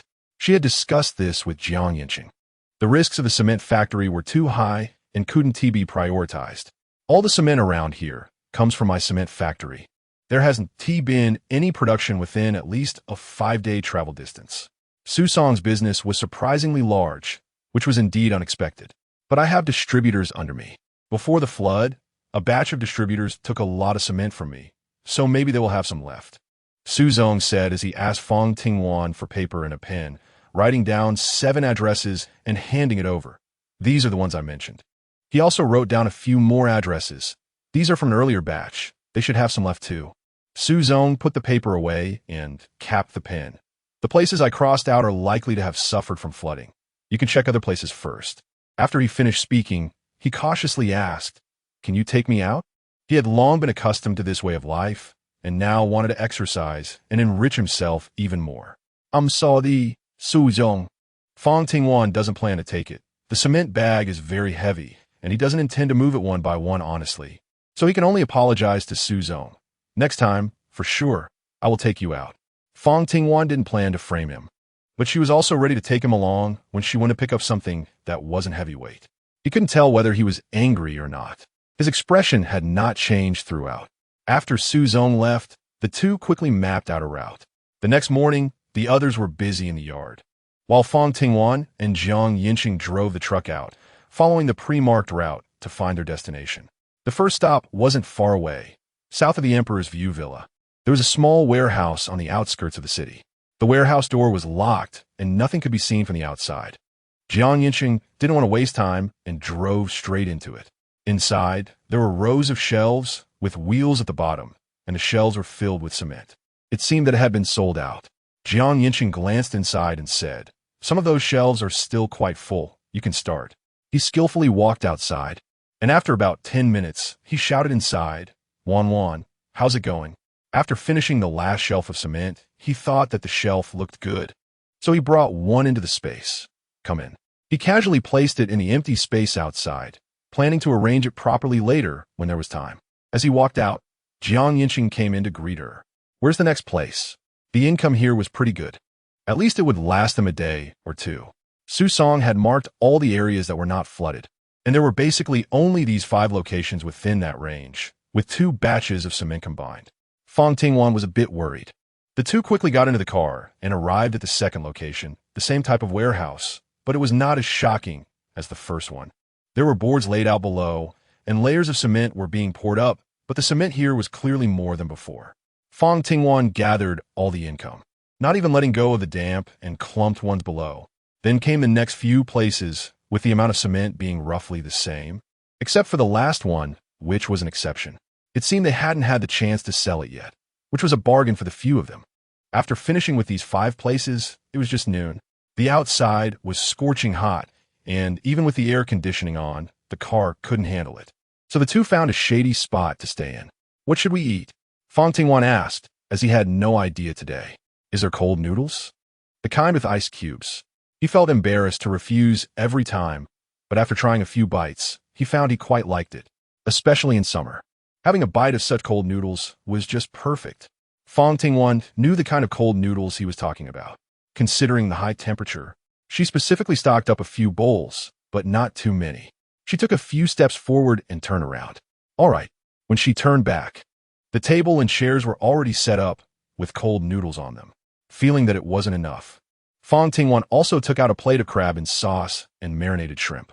Come eat. It's hot and the ice will melt soon. He took the chopsticks, sat down, and tasted a bite. This is the flavor. There was more. He had just finished speaking when he proactively opened his mouth. Seeing him hesitate, it seemed he wanted to ask something but was afraid it would touch on his personal space, so he didn't ask. Thank you for trusting me. He was happy. His eyes filled with laughter, but he didn't say more and lowered his head to eat the noodles. Fang Tingwan was also bowing her head to eat noodles when suddenly a peeled shrimp appeared in her bowl. She looked up and saw that Yancheng had already finished his noodles. Even the broth was completely gone. Meanwhile, she still had half a bowl left. Is this the difference between men and women? Yancheng smiled and said yes. But there are many other differences that Wanwan might want to know. He was pondering when he could free up a room. Chapter 145. The outer wall of the villa is finished. Fang Tingwan suddenly had a thought and looked down at his lower body. I was talking about preferences. What was Wanwan thinking? Yancheng had a faint smile on his lips, deliberately teasing him. Did he suddenly realize how wicked his thoughts were? He suddenly pursed his lips and fell silent. I'll sleep for a while. Call me when the time is up. In the weather of 70 or 80 degrees. She said she wanted to sleep, and Yancheng didn't expose her. You can sleep peacefully. I'll keep watch. He smiled, while Fang Tingwan pretended not to understand. After the hottest days passed, the two continued their search. And as Su Zong had predicted, there were some remaining places, but not many. He truly was a very capable boss. Upstairs, besides Duo, only Wang Lisha was present. Seeing the two, she explained, everyone has been working hard these past few days. We need to prepare something nice. I'm coming up to prepare the ingredients. In order to meet the deadline, Su Zong had also been helping downstairs. The meals were basically whatever was convenient, and it had indeed been hard work. Fang Tingwan didn't know who had brought her up, but it was indeed a thoughtful decision. Wang Lisha only had one hand, making it inconvenient to work and slow. Having her come up to prepare the ingredients was indeed the best arrangement. Fang Ting nodded in acknowledgement. Even though she was the leader, she didn't impose too many restrictions on everyone. As for the kitchen matters, she never cooked or interfered. As long as there was no selfishness and no waste, whoever cooked had the final say. Are they still downstairs? Wang Lisa also saw this and nodded at her. I'll go call them. Soon, a group of people came up. Su Zong urged Xianu to go get some it. We are here. You go cook. He didn't want to eat bread again today. He missed proper meals. Go ahead. Yancheng also said he didn't like it either. Su Zong rolled up his sleeves and turned to walk inside. When he put on the apron, everyone felt at ease, and he worked with more energy. Wanwan, Brother Chun, I truly admire both of you. Looking at the truckload of cement, it was sincere admiration. Su Zong turned his head to look. That person was busy in the kitchen. Since they needed it for the next day, there was no need to put it too far away, so they unloaded it all in the yard. Learning from the methods of those middlemen he had seen, he found a piece of wood to place underneath and then stacked the cement layer by layer. Knowing everyone was working hard, Su Zong specially made braised pork with cabbage and potatoes tonight, adding extra pork. As soon as he entered the house, the aroma wafted out, and Lu Ji was drooling, rushing over without even washing his hands. Su Zong, your cooking skills are really comparable to that of a 5-star chef now. He gave 2 thumbs up, not joking, but genuinely feeling it was delicious. He loved to eat. After 2 days of bread, he felt he could eat a whole cow now. Su Zong held the pot with both hands, pouring all the food into a basin. Hearing him speak, he thought he was just flattering him. Everyone had washed their hands. If you don't hurry up, there won't be anything to eat soon. He was deliberately teasing him. In fact, there was enough food. Knowing Su Zong was joking, but since everyone had already finished washing their hands, he went over. Fang Tingwan imitated Meng Ling and brought some food up. He stayed on the 3rd floor balcony to keep watch, letting Duo go down to eat. The little girl felt sorry for him and, afraid he would be bored alone, also brought some food up for them to eat together. After Yancheng finished tidying up, he came up as well. Duo was already asleep from exhaustion, so he carried her down and placed her on the bed, then covered her with a blanket and turned on the fan. Su Zong and Wang Lisa were mainly responsible for cooking and taking care of the vegetables in the basement, as well as looking after the chickens, ducks, and pigs outside. When they had time, they would help everyone out. After finishing these tasks, Fang Tingwan planned to take a 2-day break and let them dig a few holes in the yard so the poultry could go in as well. Then focus on the basement and the walls. How about we keep working? It was noon, and even with the sunshade, they didn't dare go outside easily. Sweat pouring down continuously. The little chickens and ducks in the yard huddled in the corner, and the 2 pigs lay in their feeding trough, which contained the water prepared for them earlier. I'm worried that if this continues, they won't be able to take it. If we keep going, I'm afraid everyone will struggle. Seeing this was heart-wrenching. Fang Tingwan decided not to look outside anymore. She returned to the living room, turned on the fan, and sat on the sofa in front of it. Su Zong and Wang Lisa went to check the remaining materials. If they're insufficient, we need to prepare in advance. Wang Lisa, Meng Ling murmured and sat down next to her. Having electricity is great. The fan feels so cool. I can't help but think how nice it would be if we had air conditioning. Wan wants. Don't you think Su Zong has been getting a bit close to Wang Lisa lately? I've seen them together several times. Moreover, they both had similar statuses before. One a big boss, the other a strong woman. After the apocalypse, they became like this, sharing common topics. And she was actually quite worried about potential issues between Meng Qi and the 3 of them. If this were to happen to Xinu, she definitely wouldn't be able to tolerate it. Such matters could easily destabilize people's hearts once they got involved. Therefore, Fang Tingwan was unwilling to involve herself in romance. Who had the time to think about these things in the apocalypse? It was best if they could manage it themselves. She wouldn't solve these issues for anyone. If problems arose, they would have to leave the group. She said this deliberately to let everyone know that no one should drag their personal matters into the team. Once unity was affected, they could only leave. Meng Qi, who had walked to the corner of the stairs, heard her words. Wan's, don't worry. I will handle things properly. It definitely won't affect everyone. She was very grateful to Fang Tingwan. If it weren't for her, she definitely wouldn't have such a good life after leaving the cement factory. In this regard, Meng Qi was quite clear-headed. Chapter 146. Rebar Distribution Factory. As for the matter between her and Su Zong, she needed to think it over carefully in the coming days. Affect what? Just as this was said, Su Zong and Wang Lisa came up from the basement. They were holding paper and a pen, recording the remaining construction materials and other supplies in the villa, including water and food. Wan wants, take a look. Su Zong handed over the paper. Currently, there's enough food, but we're short on rebar for construction materials. I've noted everything else that is lacking. Before they checked, Fang Tingwan had already gone into the space to take a look. There indeed wasn't enough rebar, since they needed to strengthen the defenses. They couldn't afford to be short on rebar. However, she didn't know if there were other places or rebar factories. If they had to go out, they could check in the west of the city. Fang Tingwan leaned over to listen. There was a distributor who dealt in rebar over there. He had a large business, and his warehouse was always full, so the chances of finding something there were high. Su Zong pointed out the specific location on the map for Fang Tingwan. Su Zong was also a well-known figure in the business scene in Chengde, so he was naturally familiar with these matters. He had been to that warehouse before. He had shared a few meals with that distributor and had heard him talk about the situation there. Years ago, that person had even invited him to collaborate, but he had politely declined due to insufficient liquidity at the time. Fang Tingwan believed her and decided to go to the place he mentioned the next day. It would be even better if she could find the rebar directly.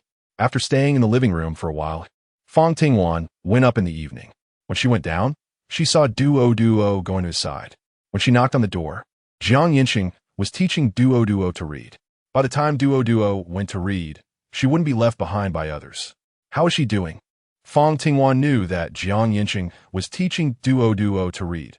She didn't say anything, but didn't refuse either. Although she didn't know if the apocalypse would end, she still had to hold on to hope, and besides, reading more wasn't a bad thing. It's going well. Duo really enjoys reading. He looked inside, and a little girl was reading very earnestly. Seeing her come in, she smiled sweetly. Good, you read carefully. Your sister isn't in a hurry. Fang Ting found a place to sit down, a bit far from Duo, as she was afraid of disturbing her. Mister, Su mentioned that there is a rebar distributor's warehouse in the west of the city.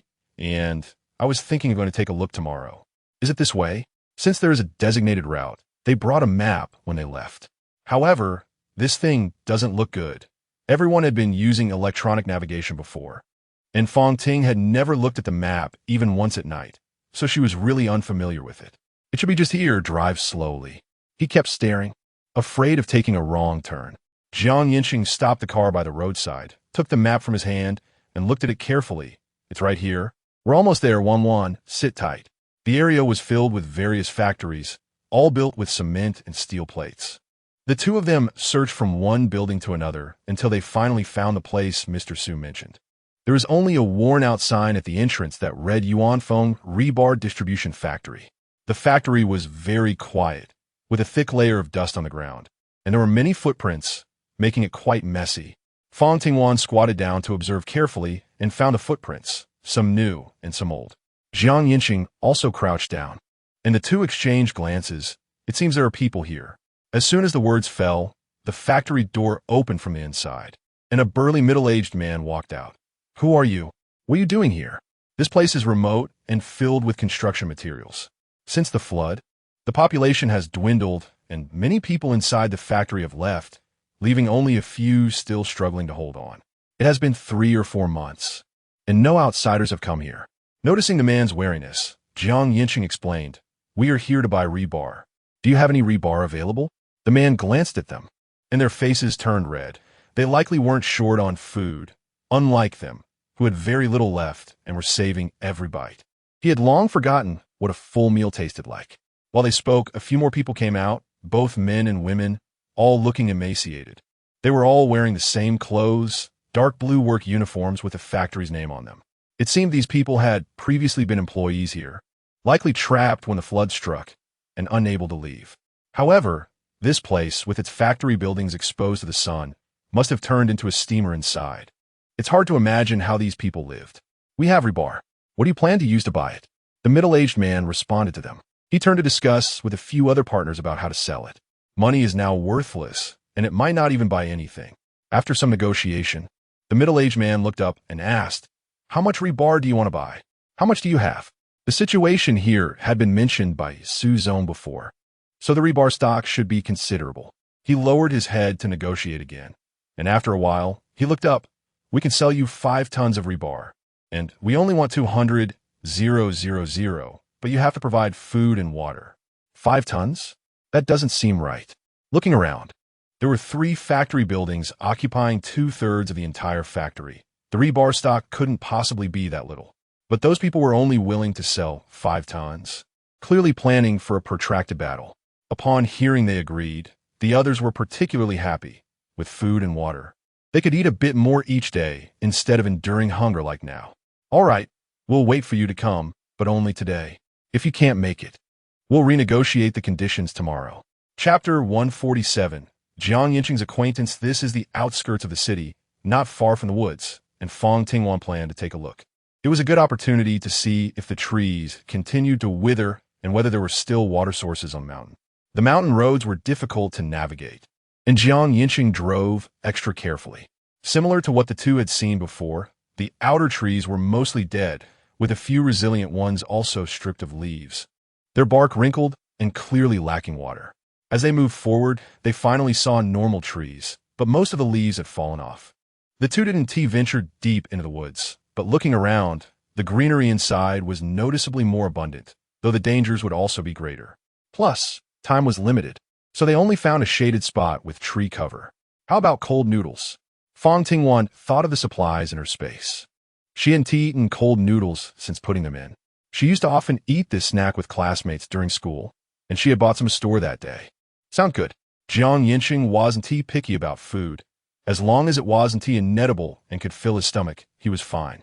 They had 2 servings of cold noodles, along with 2 servings of ice Sprite, and she also took out a portion of prepared crayfish to eat, which tasted decent. The noodles were not much, and after finishing 1 serving, she still didn't feel full. Moreover, Yancheng was a big man, so she took out fried chicken and a hamburger. He didn't like these things before, but now they tasted particularly good.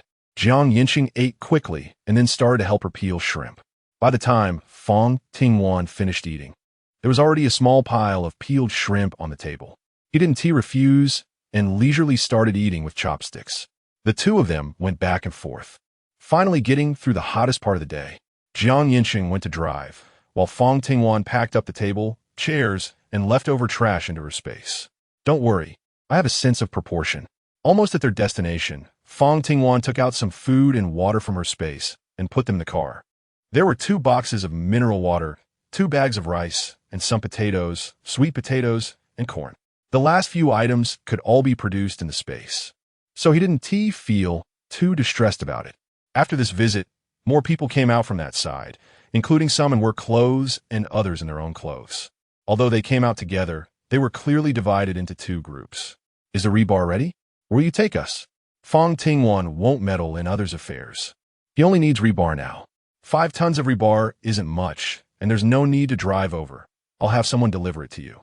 He directed a few people not wearing work uniforms to go in and carry the rebar, while the others hid to the side, including Yancheng and Fang Tingwan, who were also not allowed inside. Don't worry, they can handle it. Those people often go hungry and their bodies are weak. After lifting the rebar, they stumbled as they walked, but they still persevered and delivered it to the truck. Fang Tingwan wouldn't sympathize. That's how it is in the apocalypse, where there are countless people worse off than them. Do you all live here regularly? This place must have been uninhabitable for a long time. How have you managed to survive? One of the women in the group was particularly chatty. Ever since they approached, she had been trying to find topics to discuss. Fang Tingwan was especially curious after discovering that there were people inside. Who else could possibly be here? We usually live in underground warehouses and only come out when the weather cools down. The boss had set up those underground warehouses to facilitate loading and unloading goods. Who would have thought they would serve as a refuge from the heat one day? Everyone sighed at the mention of past events. Who were these people? You could tell they weren't from the same group, which was why the dirty and exhausting work fell to them. They were all outsiders who came here because they couldn't survive elsewhere. He didn't elaborate, but Fang Tingwan understood their purpose after listening. Yancheng. Someone was calling. It was a young woman who was currently mixing cement. She was gaunt and lifeless. Her tattered clothes hung loosely on her, and her hair, unwashed for days, lay in disarray. Upon seeing a familiar face, she approached Yancheng to ask the others for some time to catch up. The woman pulled Yancheng aside. Yancheng, I finally found you. The woman took the initiative to hug Yancheng. She was a former colleague of his, who had previously had feelings for him. Upon closer inspection, he noticed that she was actually quite pretty, but she had become so thin that it was hard to recognize her former self. Yancheng, take me away. This place is hell. I can't stay here any longer. She cried, gasping for breath. They only give us very little food and water every day, but they won't let us leave. If this continues, I will die. Yancheng. In this post-apocalyptic world, Yancheng had not only seen many people die, but he had also personally killed too many. When the woman spoke of death, he could no longer be moved. I'm sorry, I can't take you with me. Yancheng knew Fang Tingwan's rules. Even if he had personal feelings, he didn't want to take her with him. Why? She looked at him in disbelief, seemingly not expecting Yancheng to refuse her. Aren't we colleagues? Have you forgotten the past? Over there, the rebar had already been moved, and Fang Tingwan was calling him. He said goodbye to the woman and walked over. Let's go. It won't be safe if we stay any longer. The two left the factory, but they knew they would come back. 5 tons of rebar was simply not enough for the villa. The woman felt unbalanced. Clearly, Yancheng and that woman looked well fed, so why wouldn't they help him, leaving her to continue suffering? She clearly liked him so much. The scene she just witnessed looked to Fang Tingwan like a long-awaited reunion, a heartfelt exchange. She sarcastically remarked, Lawyer Jiang really is protective of women. If you wanted to go over and protect her, you wouldn't stop him. He didn't notice the jealousy in her words and simply replied in the calmest tone. It wasn't just Yancheng. Everyone else in the villa would also not stop anyone from leaving. Yancheng felt like crying without tears, desperately explaining. I want to take him away. He doesn't belong with us. Wan, I'm only listening to him a few times because he helped me before. If you don't like it, I won't do it again. There's no need for that. Do whatever you want. I won't restrict anyone's actions, including yours. She felt she should be more clear-headed. Chapter 148, Yancheng's Past. Fang Tingwan asked, So, you seek but cannot obtain. The only thing I seek but cannot obtain is you. Yancheng said with a bitter smile. Can't obtain it? Fang Tingwan didn't continue the conversation. The story of how we met is a bit glitch. He was troubled by his pursuers, and I just happened to be there, so I became a shield. Yancheng had always found Su Yu a bit annoying. She not only brought a lot of trouble from the past, but also created many new ones. Yancheng had never liked her. It was just that at that time. Many had deceived him into thinking she had important matters to discuss, so she went over. Lan, from beginning to end, the only person I've ever been moved by is you. After moving far from the factory, Yancheng found an open space to stop.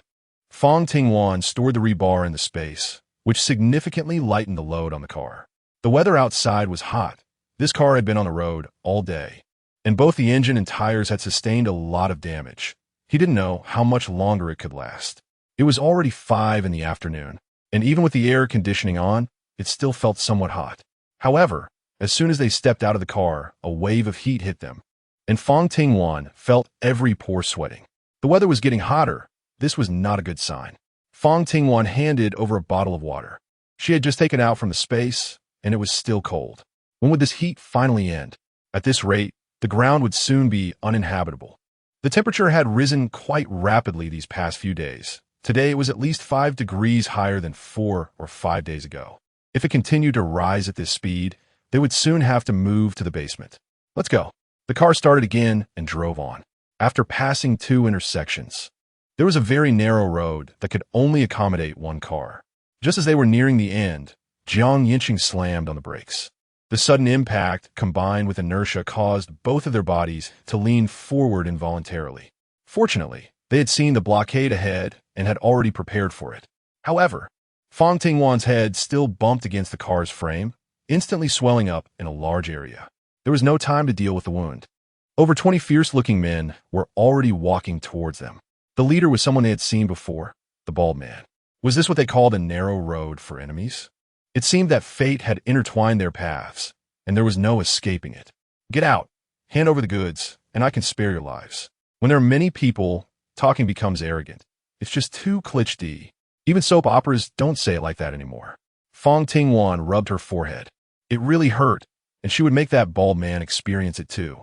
Opening the door and going out, Fang Tingwan looked at the opposite side, where there were many unfamiliar faces, not that she had seen last time.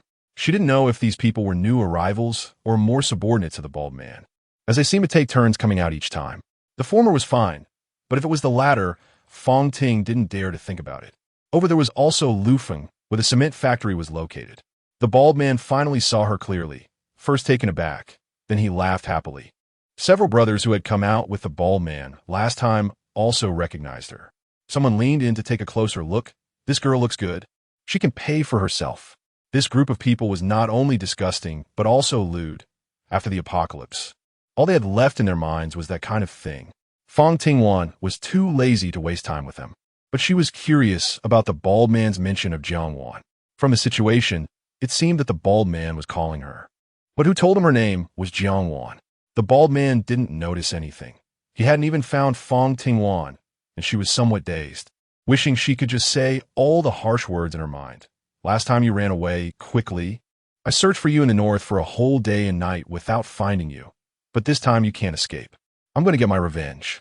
Jiangwan, on the back, was giving him all the wrong information. Based on the situation at that time, he likely encountered Wang Yin. She didn't even know how that woman was doing, providing the bald man with false information, perhaps to prevent her from being found. Just as she was thinking about this, a group of men rushed over, which was quite intimidating.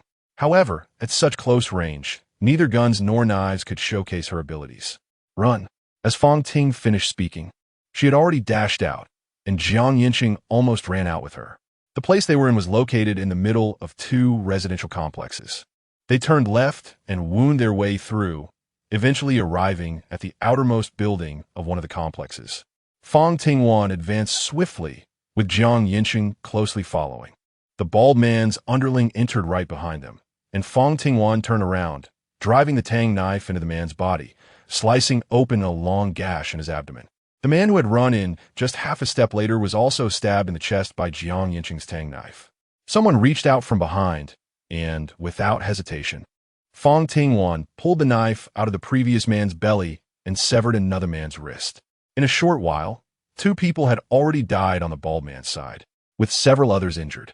Fang Tingwan stood at the door, holding a Tang knife, to prevent that group of men from coming over.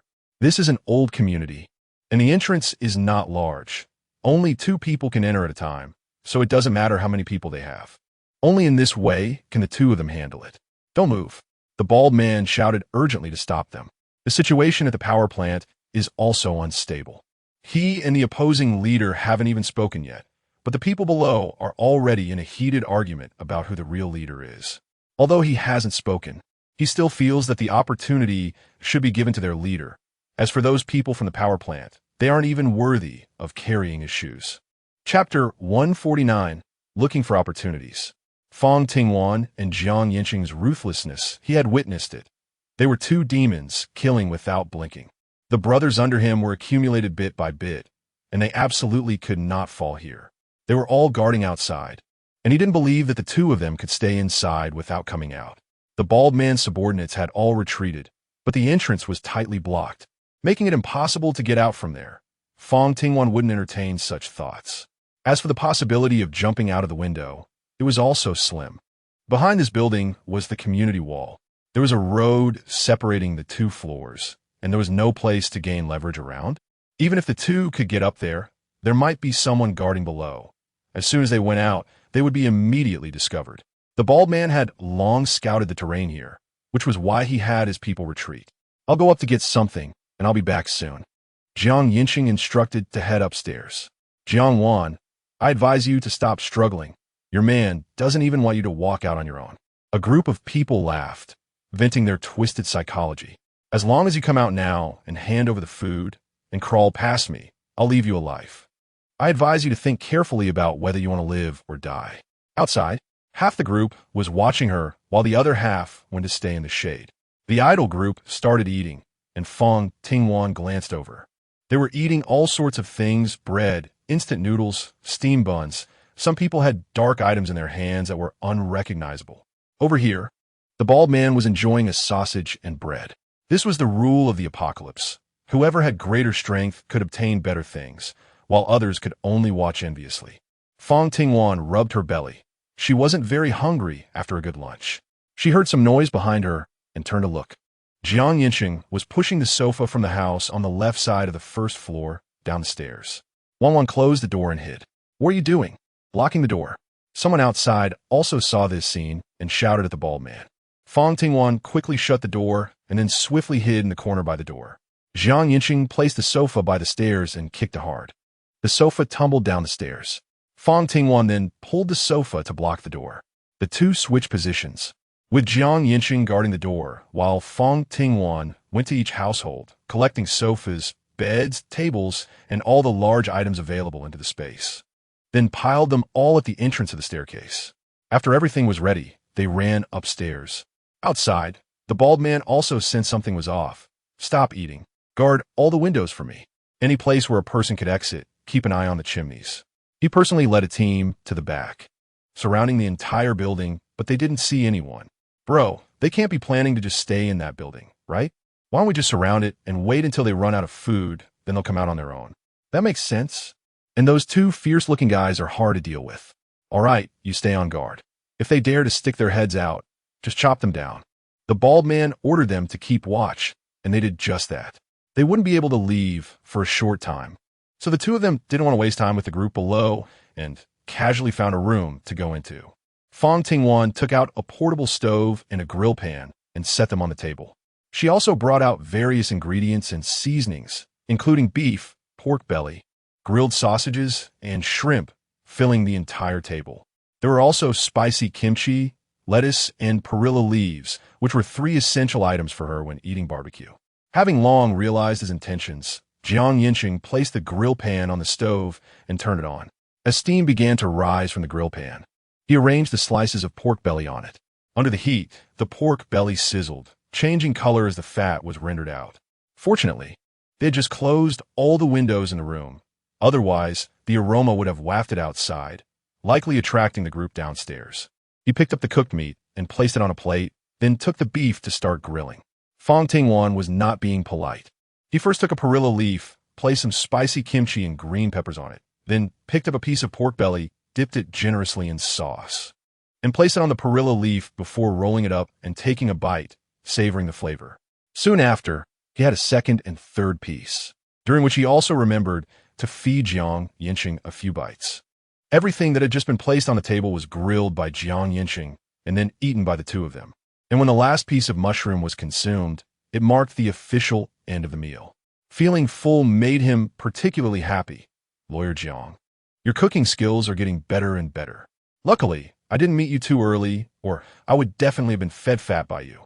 In his drowsy state, the words he spoke seemed to carry a bit more truth. If given the chance, I would actually hope to fatten you up.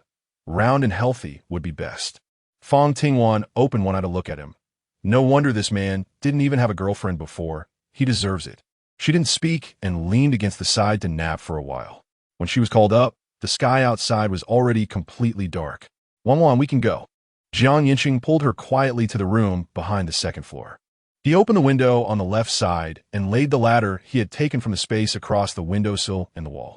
It was too dark to see anything, so they both tried to be as quiet as possible. The two ran along the wall until they reached an open space. Yancheng turned his head, and Fang Tingwan took out another car from the space. It was an off-road vehicle that she had previously stored in the space. Tonight, Su Zong and Meng Qi were on night duty as usual, and Su Zong went to the balcony on the third floor.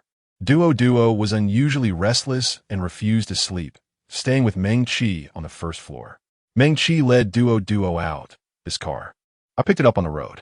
Fang Tingwan patiently coaxed Duo, saying, "Didn't you promise your sister to go to sleep obediently?"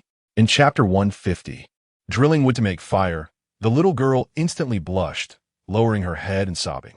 Seeing this, Fang Tingwan felt extremely heartbroken and quickly held her in his arms, saying, Duo, be good, don't cry."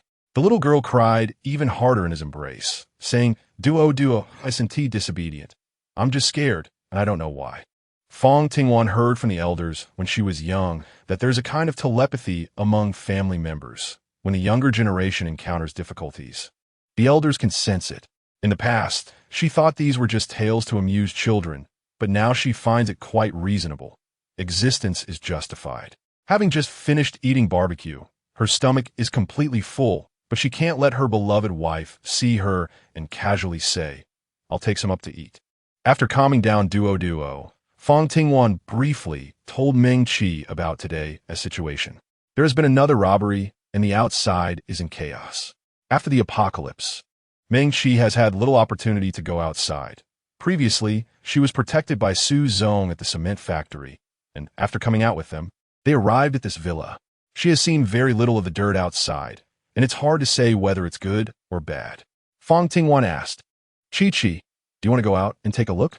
Through Meng Qi, she also realized a problem. The women in the villa do not exercise enough. They have hands to reach out in dreams, but they haven't gone out for a long time. She's just afraid that if they stay inside for too long, they will become disconnected from the outside world. They won't know how to deal with those guys.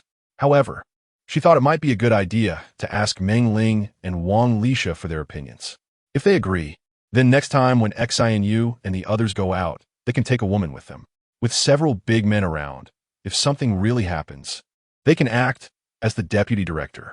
I think, Wan, I don't like being a canary.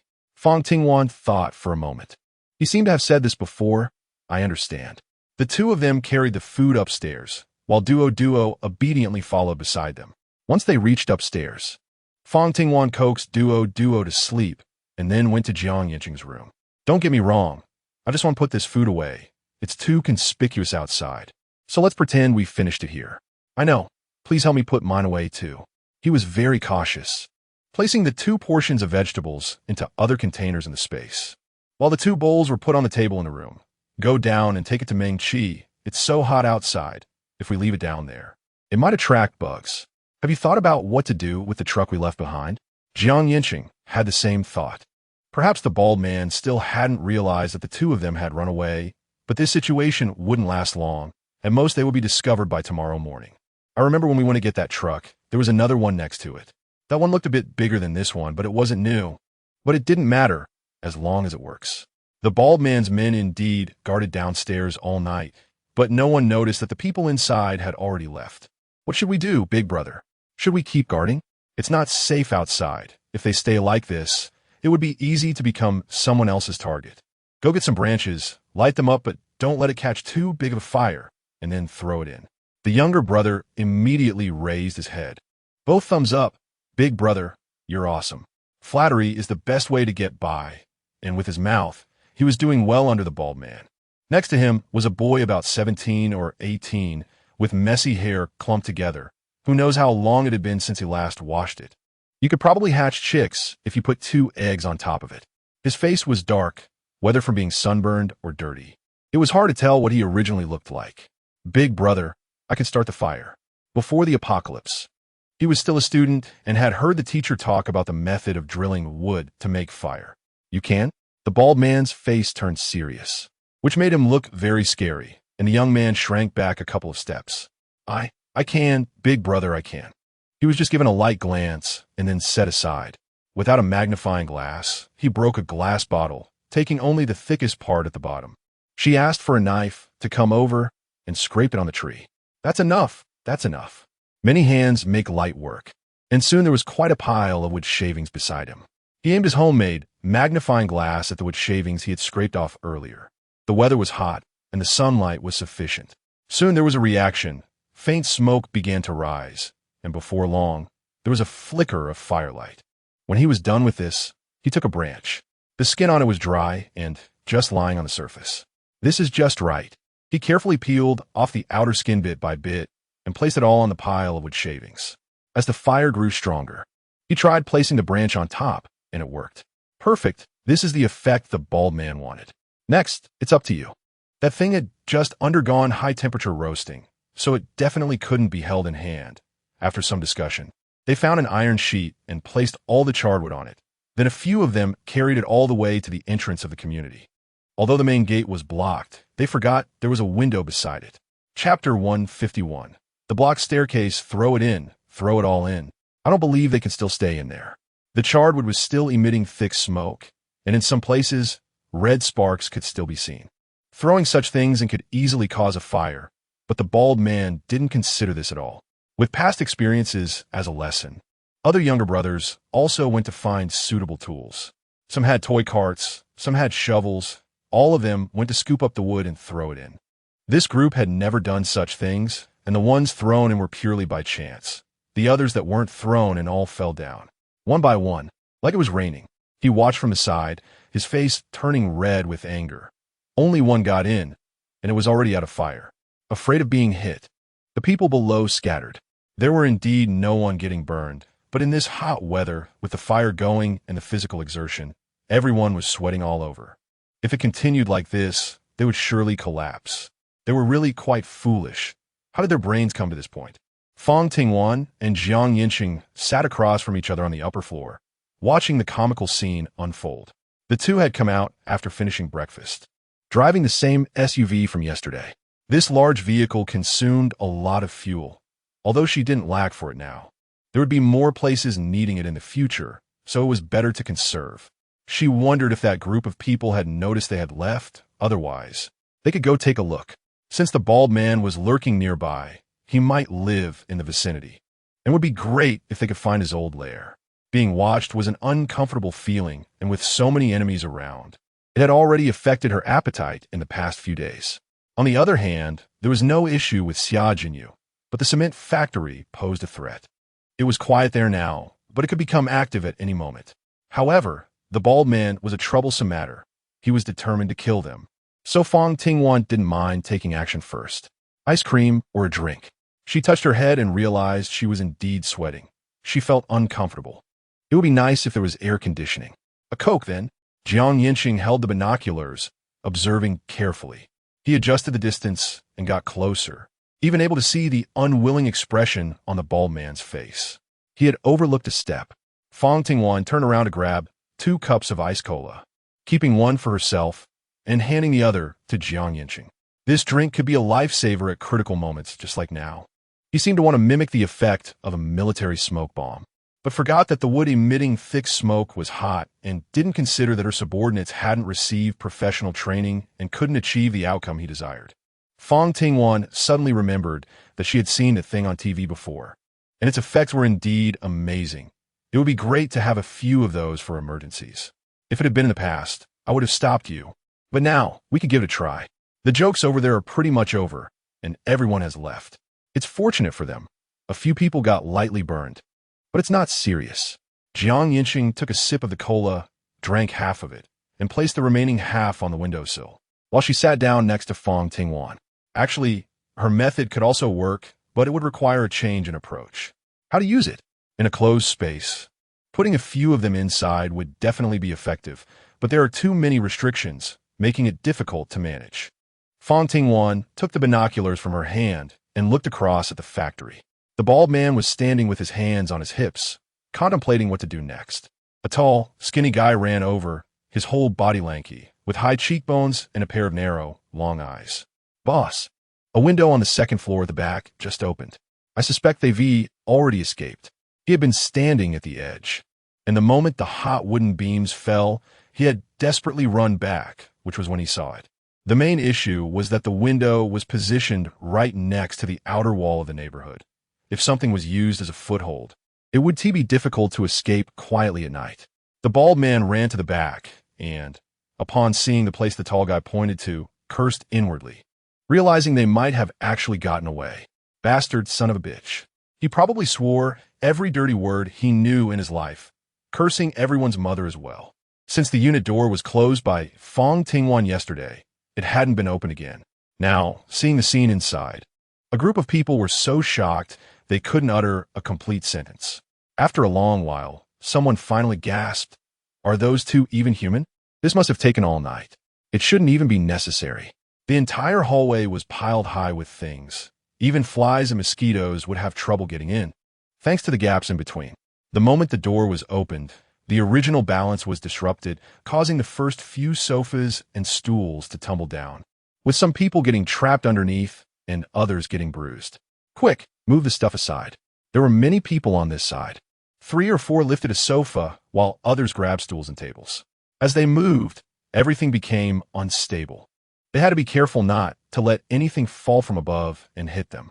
The hallway was filled with large and small items, and it took about 20 people 2 hours to clear it out. In the space in front, they placed 2 sofas for beds, a dining table, a cabinet, and so on, almost blocking the corridor between the 2 buildings. The bald man immediately walked in. "You guys go upstairs and check room by room. Don't miss any corners. I want to see if those 2 really left." About a dozen of his underlings went upstairs, while the rest stayed nearby to protect him. He was indeed cautious. Fang Tingwan was also thinking while watching in the evening, if he and Yancheng hadn't left, she would definitely have gone over to kill that man. The tall guy followed him and went to the window on the second floor, this time looking carefully from inside the room. The window was open, and there were signs of wear on it, with a noticeable amount of dust missing from one area. He leaned out from the window to look outside, and there was a clear scratch on the top of the surrounding wall, indicating that someone had indeed escaped from his place. "Damn it." The bald man slammed the window shut. "Jiang, when I catch you, I'll make you experience the pain of living worse than death." The window of that house had not been maintained for years and was already shaky. Now, with the bald man's action, it had completely fulfilled its duty.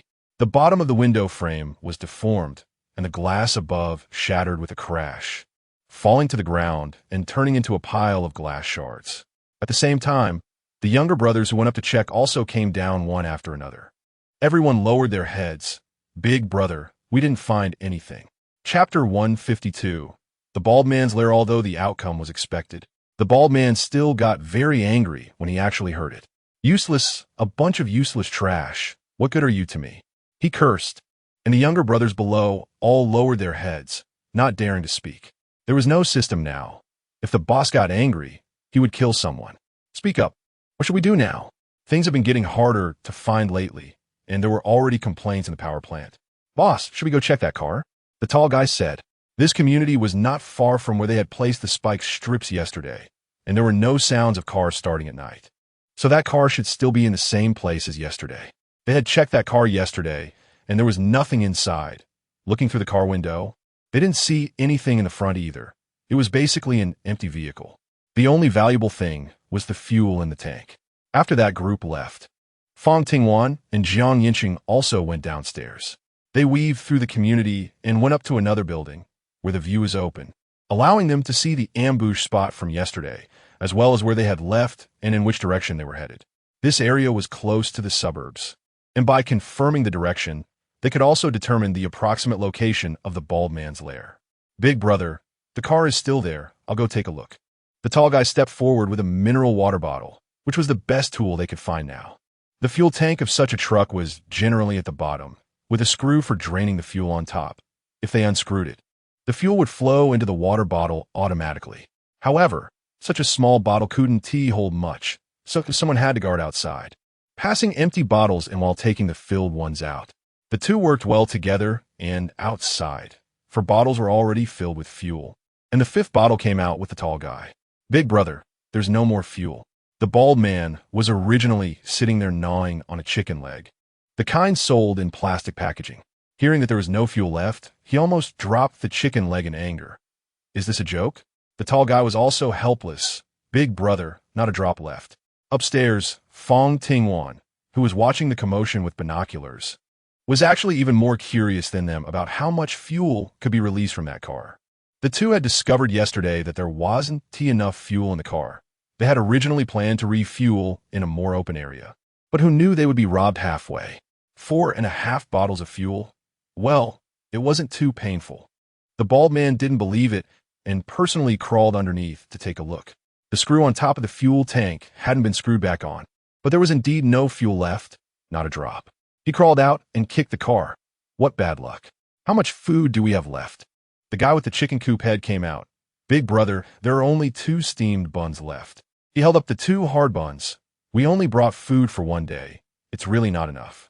These 2 buns were what he had saved and hadn't wanted to eat. After saying that, he carefully put them away.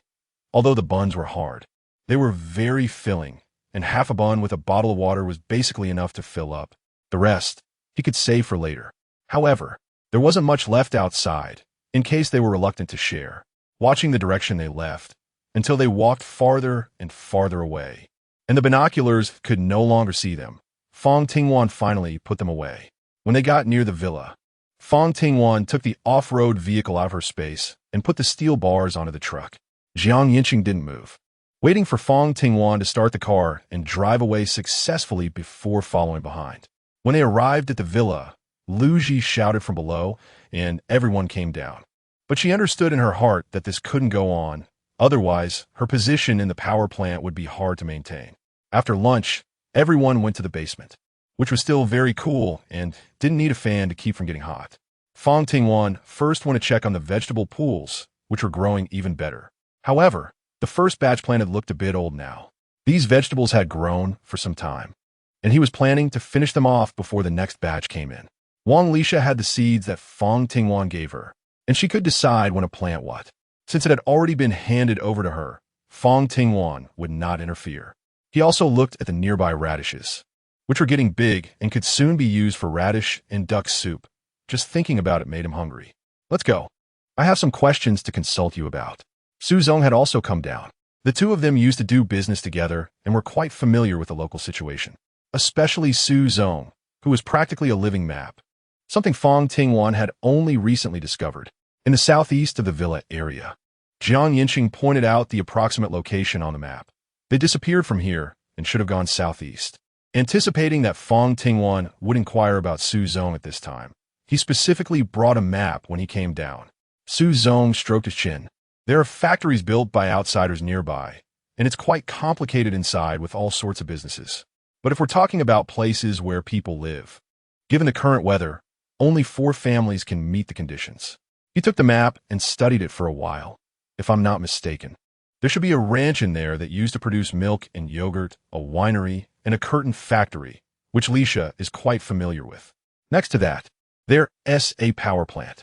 These places are relatively off the beaten path, so they won't be exposed to the sun for too long, and they also have basements. As for other places, we can't rule out possibilities. With just the information currently available, Su Zong was able to make so many judgments. He truly lived up to his title as a living map and big boss, and Fang Tingwan admired him for that. All right, I got it. Aiken and I will be careful.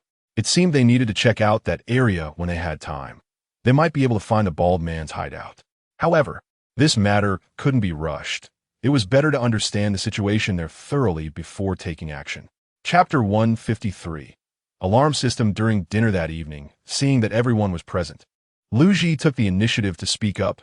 Sister Wan, Brother Chun, when will we deal with that outside? We've all rested enough. How about starting tomorrow? We've rested enough too. Starting early means finishing early. This dreadful weather is getting hotter and seems like it could burn us alive. Fang Tingwan had also noticed the strange heat over the past few days, but he didn't know how long this high temperature would last. It affected not only travel, but also the water supply. People couldn't do without drinking water. Wan, Aiken, you two don't need to worry about it. We'll handle the stuff outside. They were concerned that in such weather, the chicks and ducklings wouldn't be able to take it. And the few pigs in the yard were becoming increasingly inactive. This was all their food and a stable source of meat in the future. So they had to take good care of them. If it weren't for the number of people in the villa, they wouldn't mind bringing them inside. There wasn't much work to do in the yard. They originally planned to work on it together with the basement. Let us wait another day. It won't cause any problems. Let us do it together the day after tomorrow. All right, then the day after tomorrow, we'll all work on it together. Fang Tingwan has finished her meal and is waiting for Duo to go upstairs together. Under their careful nurturing, Duo's health is absolutely excellent now, even eating more than other children. Yancheng has also finished eating and comes over at the right time. Tonight, let's make the alarm device. I've done most of the research. That thing is complex to make and has long been lost. It took her a long time to get a prototype. All right, anyway, it's just the two of us on night duty tonight, so it's good to find more things to do. On the other side, Meng Qi and President Su walk in one after the other. Qi, do you have something you want to tell me? She can sense that Meng Qi has been deliberately distancing herself from her these days. What is your relationship with Wang Lisa? She directly asks. Meng Qi has thought about it long ago. If the two of them are in love, then she will just withdraw. Surviving in the apocalypse is the most important thing. Dating is just an addition. We have no relationship at all. Su Zong walks into the room from the doorway, sitting on the bed and holding Meng Qi's hand. Also sitting down. We can only be considered as friends who appreciate each other. The reason we spend time together often is that we have responsibilities together lately, and he will try to avoid it in the future. He holds her in his arms to comfort her. Meng Qi doesn't speak. Whether she believes it or not is hard for others to know. I haven't changed my mind. When the time is right, we'll go get the marriage certificate. When they came out of the cement factory, President Su had said this. Qi, when will you finally be able to trust me? Brother Chun, it's late at night with just a man and a woman in one room. You need to work hard. Since they still need to wash up, let you wait downstairs for a while. When Yancheng came down with the electric fan, he deliberately leaned over. He thought a lot of bad ideas, but none of them could be used. Yancheng glared at him. Don't think about those useless things. Thinking about how busy they would be at night and how they would definitely sweat, he took a towel down, planning to remind Fang Tingwan later. Fang Ting walked over after finishing up in the evening and came to Duo's side. Sister can't sleep with Duo tonight. Sister Meng Ling will come over later to sleep with Duo. Okay? The little girl paused the animation and looked at her with her big, innocent eyes. Sister is going to sleep with Brother Chun? Fang Tingwan directly faced social death. What is this child saying? Who taught her that? I need to check on this thoroughly tomorrow, but the most important thing right now is to explain clearly. Sister is keeping watch, not sleeping with anyone. Duo doesn't know if she understood, but she nodded anyway, although she wasn't very interested. Upon hearing that they weren't sleeping together, she lowered her head and went back to watching cartoons. In fact, she really hoped that sister would be with Brother Chun, because one looks like dad and the other like mom. After settling Duo down, he went downstairs, and when Xing went upstairs, he didn't forget to cheer for Yancheng. Yancheng, instead of going over, placed the necessary items on the ground. Fang Tingwan put down what she was holding. First, she heard Yancheng tying those bells with ropes, and then he fixed them all to a single rope. He also brought a bunch of ropes to hang them from the ceiling, leaving only one rope hanging down. After finishing all this, the simple alarm device was basically complete. Yancheng walked over and pulled the rope, causing many bells to ring, but some remained silent, indicating there was still room for improvement. The sound wasn't very loud. It could be heard clearly on the first floor, but not necessarily upstairs. It was already quite good. Fang Tingwan walked over to comfort her. Tomorrow I'll bring people to set up the upstairs too. That way everyone will be able to hear it. Yes, if the technology wasn't enough, then they could make up for it with quantity. After all, she wasn't a professional. Just as she was saying this, someone ran down the stairs from upstairs. What's going on? That group of bastards is back. Xin, you was still wearing pajamas, and soon several more people ran down, asking similar questions. Were you all asleep? Fang Tingwan and the other person were a bit confused at first, but they quickly reacted. It seemed that the alarm device she designed was somewhat useful. Fell asleep. Not really. She was already quite satisfied with this result. After all, they were amateurs. When this group came down, it was obvious that they hadn't fully woken up. Each of them could barely open their eyes. Yancheng was still studying the device he made. There was still the basement to finish after the second floor. It would be better to get everything done to feel more at ease. Fang Tingwan was also a bit surprised. She didn't expect that the things made by Yancheng would be so useful. Chapter 154. In the past. Everyone went up, and Fang Tingwan was hungry too. Let's go. The balcony on the third floor. Before it was set up as a lookout post, this place was almost their leisurely base. They spent all their night shifts here. The iced drinks and various snacks made her feel that night shifts weren't so difficult after all. Good. Fang Tingwan was much more skilled at setting the table than before. Yancheng joined him from behind, and by the time he arrived, it was already almost done. Do you want to eat something else? He took out some braised beef that had been stored in the corner and was only found a few days ago while tidying up. It was packed fresh from the mall, along with beef balls and beef vermicelli soup and a few baked pancakes. A gentle bite made it crumble, topped with sesame seeds. After a couple of bites of the pancake and a sip of the soup, the exhaustion from a hard day's work faded away. That's enough. Let's eat for now.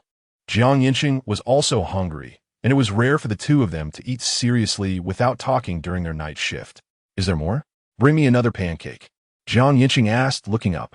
I work a lot today and burned a lot of energy. One pancake is definitely not enough. Fang Tingwan was the same.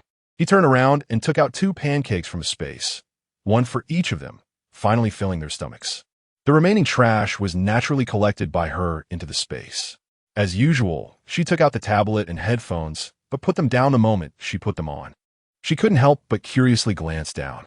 There was no noise from Meng Ling's room, and there was also no activity from Meng Qi's side. The two of them were surprisingly well-behaved today.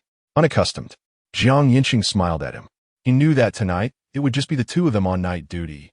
And Su Zong and Xin, you would also be well-behaved. Remembering the awkward sound from last time, he felt a bit shy, adjusted his headphones properly, and turned to binge-watch a show. Give me a headphone. Let us watch together. Yancheng also had a tablet in hand, which Fang Tingwan had just handed over, and it was loaded with videos, novels, and single-player games, but he still leaned closer. It's boring to watch alone, plus it drains battery. We don't have enough power right now, so it's better to save some. He casually found an excuse, and Fang Tingwan didn't want to argue, directly handing him a headphone. A leisurely night quickly passed. The next morning, they both sleepily walked upstairs. Su Zong is up early. Don't save breakfast for me today. I'll probably sleep until noon. Su Zong looked up at Fang Tingwan behind him. Lawyer Jiang, what about you? I don't need mine either. He yawned as he walked upstairs, and as he passed by, he heard Su Zong mumble, since the time's about the same, why not just sleep together? This remark resonated with Yancheng's thoughts. He had wanted to move houses for a long time. He secretly gave the other a thumbs up. When he woke up from this nap, it was indeed noon. 12 o'clock was the hottest time outside, and even with a fan running in the room, he was sweating. Taking advantage of Duo not being around, she locked the room door from the inside and then entered the space. Once inside, she didn't rush to go out. The lassie had given birth to a lamb, which was now grazing beside her. The lawn had been marked last time, and when she walked over to take a look, it had indeed grown larger. It seemed her suspicions were correct. Animals increased the space as well. This was a relief, as she could accommodate more animals in the future. The crops in the field were also almost ripe. It wouldn't be long before she needed to come in to harvest this batch and plant a new one. After looking around, she realized it was almost time. Hurriedly went to take a shower and was then kicked out by the system. Fortunately, she made it just in time to put on her clothes. "Sister, are you inside?" "Open the door. Su's own brother said we can eat." Duodua's tender voice rang out from outside the door. Fang Tingwan went over to open it and took her hand to walk downstairs together. "Sister, I can recite poems now. Let me recite for you." The little girl slowly recited, and each word was accurate. "Who taught you?" "Sister Meng Ling taught me, and Brother Xin, you taught me a few lines." But he left quickly. "Sister, how did I do?" Duo looked up at him with eager anticipation. "You recited really well. Excellent." Because it was noon and the weather was the hottest, Suzone made some boiled noodles and paired them with braised meat and vegetables, which looked appetizing to everyone and tasted even better. Life used to be like this, not just for Lu Ji alone. Yancheng recalled how, when he was busy with work before, he often went a whole day without eating. Sometimes when he was really hungry, he would just buy something on the roadside, finishing it in a few bites, not caring about whether it was safe to eat, as long as he had the strength to work. In fact, they all seemed glamorous on the surface, but only they knew the hardships behind it. Suzong didn't interject. His experiences were different from everyone else's. The foundation laid by his parents was enough for him to live without worry, and plus, he had his own abilities. His family had hired a nanny and a driver, so he didn't have to worry about food, clothing, or transportation at all. Back then, he had many friends around him, surrounded by people all day, but they were all there for the little benefits he had. Every day, he woke up with a sense of dread, guarding against the opposing family and his own people. At that time, he never had a good night's sleep, but now, although he was quite tired, he slept exceptionally well every night. Thinking about those past events, everyone fell into silence. After a long time, Fang Tingwan finally spoke. "If it's not found, it's fine, but if it is, I don't want to miss it." That thing was getting scarcer, and with no one producing it, it would inevitably be of great use in the future. He said he would go do something, and no one else had objections. It seemed they would have to wait even longer to go out next time. It was quite troublesome. It was hot outside, and every time they came out, they were drenched in sweat. Although there was air conditioning in the car, it was clearly not enough for this weather. Chapter 155, The Unyielding Suyu. They barely made it to the steel factory, where someone was stationed to guard the gate. The last time they came, it had caused quite a stir. Everyone recognized the two of them, and the guard spoke to them in a particularly polite tone. He had just shouted inside, and now he came over to chat with them. "Are you two here to buy rebar again? But you just bought some, so my price is hard to negotiate." The person who came out to receive them was the same as last time, but he clearly couldn't make decisions on his own. In business, it's about mutual consent. Although I have something useful, it's not absolutely necessary. You set the price. If it's not suitable, I'll leave. His words were clearly aimed at raising the price. It seemed he had noticed that the two of them had food supplies. Fang Tingwan wasn't going to indulge him, and, anyway, if he dared to ask for something outrageous, she would just turn around and leave. "Fine." The man gritted his teeth and stamped his foot. "Then I'll discuss it." Fang Ting was waiting outside when another woman ran out in front of her. She looked somewhat familiar, and upon closer inspection, wasn't this Suyu, Jiang Yancheng's former colleague? Judging by the direction she was heading, it seemed she was also going to find Jiang Yancheng. Fang Tingwan subconsciously moved forward, successfully getting closer to Suyu and Jiang Yancheng. "Yancheng, I beg you, please save me. I really can't take it anymore. They won't feed me and are abusing me. Just take me away." His voice was soft and filled with grievance, just the kind of tone that men like. As he spoke, he even started to cry, and before he knew it, he was kneeling down. "I'm sorry, Suyu. I can't save you." Jiang Yancheng still refused. He was not a savior. In such a situation, he could only protect himself and Wan, while he truly felt powerless regarding everyone else. Seeing Suyu approach, the others also gathered around. "Dude, it seems like you really have a deep relationship with him. If you want to take him away, I won't stop you. But since he's been with us for so long, you still have to give some compensation. I won't ask for much, just a bag of rice." What does that sound? Asking for a bag of rice in exchange. That person really was asking for a lot. People were the least scarce now, and women were the same. Although Fang Tingwan had never bought any, it was just a matter of a few loaves of bread. Thinking back to his previous life, He was worth only a loaf of bread. I'm sorry. Jiang Yancheng rejected, walking towards Fang Tingwan. Inside, they had also come to a conclusion. The items requested were the same as last time, still 5 tons of rebar. Gentlemen, I agreed to this because you're long-time customers. But next time it can't be at this price. It was getting late, and the night roads were unsafe. This place was also not secure. Loading the goods was done by those on the other side. He had nothing to do and saw Su Yu and that man arguing again. So he moved closer to watch the commotion. Didn't you say you knew her and could definitely exchange for real goods? You fool, look, she glanced at you. The man's tone was harsh, causing Su Yu to tear up. Big brother, forgive me. I didn't expect him to be so heartless and ungrateful. He reached out to grab the man's arm, but was pushed away. You worthless piece of trash still has high hopes. Look at what you are now. Making others sick just by looking at you. Why would anyone want you? Su Yu clenched her fists, feeling the humiliation deeply. It's useless for you to come and plead with me. If you can't get food today, just wait to be beaten. Su Yu ran over again, pulling Jiang Yancheng's sleeve and not letting go. Are you going to just watch me die? She lifted her shirt to reveal her forearm, covered in various scars, both new and old. Look, Yancheng, if this continues, I will die. They really will beat me to death. Jiang Yancheng stepped back. I really can't help you. Once the rebar was loaded, he hurriedly took Fang Tingwan away, while Su Yu stood behind, staring blankly at him, feeling abandoned just like that. You're a burden, useless. They had long had enough of this woman. They initially thought they could get some money in exchange, but ended up with nothing, growing more and more angry. One slap landed directly on Su Yu, making her head buzz. What are you pretending for? Hurry up and get to work. Do you think anyone still wants you? He stood up with great effort, and no one beside him came to help. The foul language from everyone grew increasingly harsh. So you clench her fists. Remembering Jiang Yancheng and all the people who had abandoned her, she remembered them all. The next day, Su Zong got up early to prepare breakfast for everyone. After eating, the group was divided into 2 teams to start working simultaneously. They were digging down in the 2 circles they had previously ridden. It didn't have to be deep, just enough to stay. The workload was not heavy, and in 2 days, they had nearly finished digging. Fang Tingwan was not idle either. He had been assigned the task of watering underground for the past 2 days.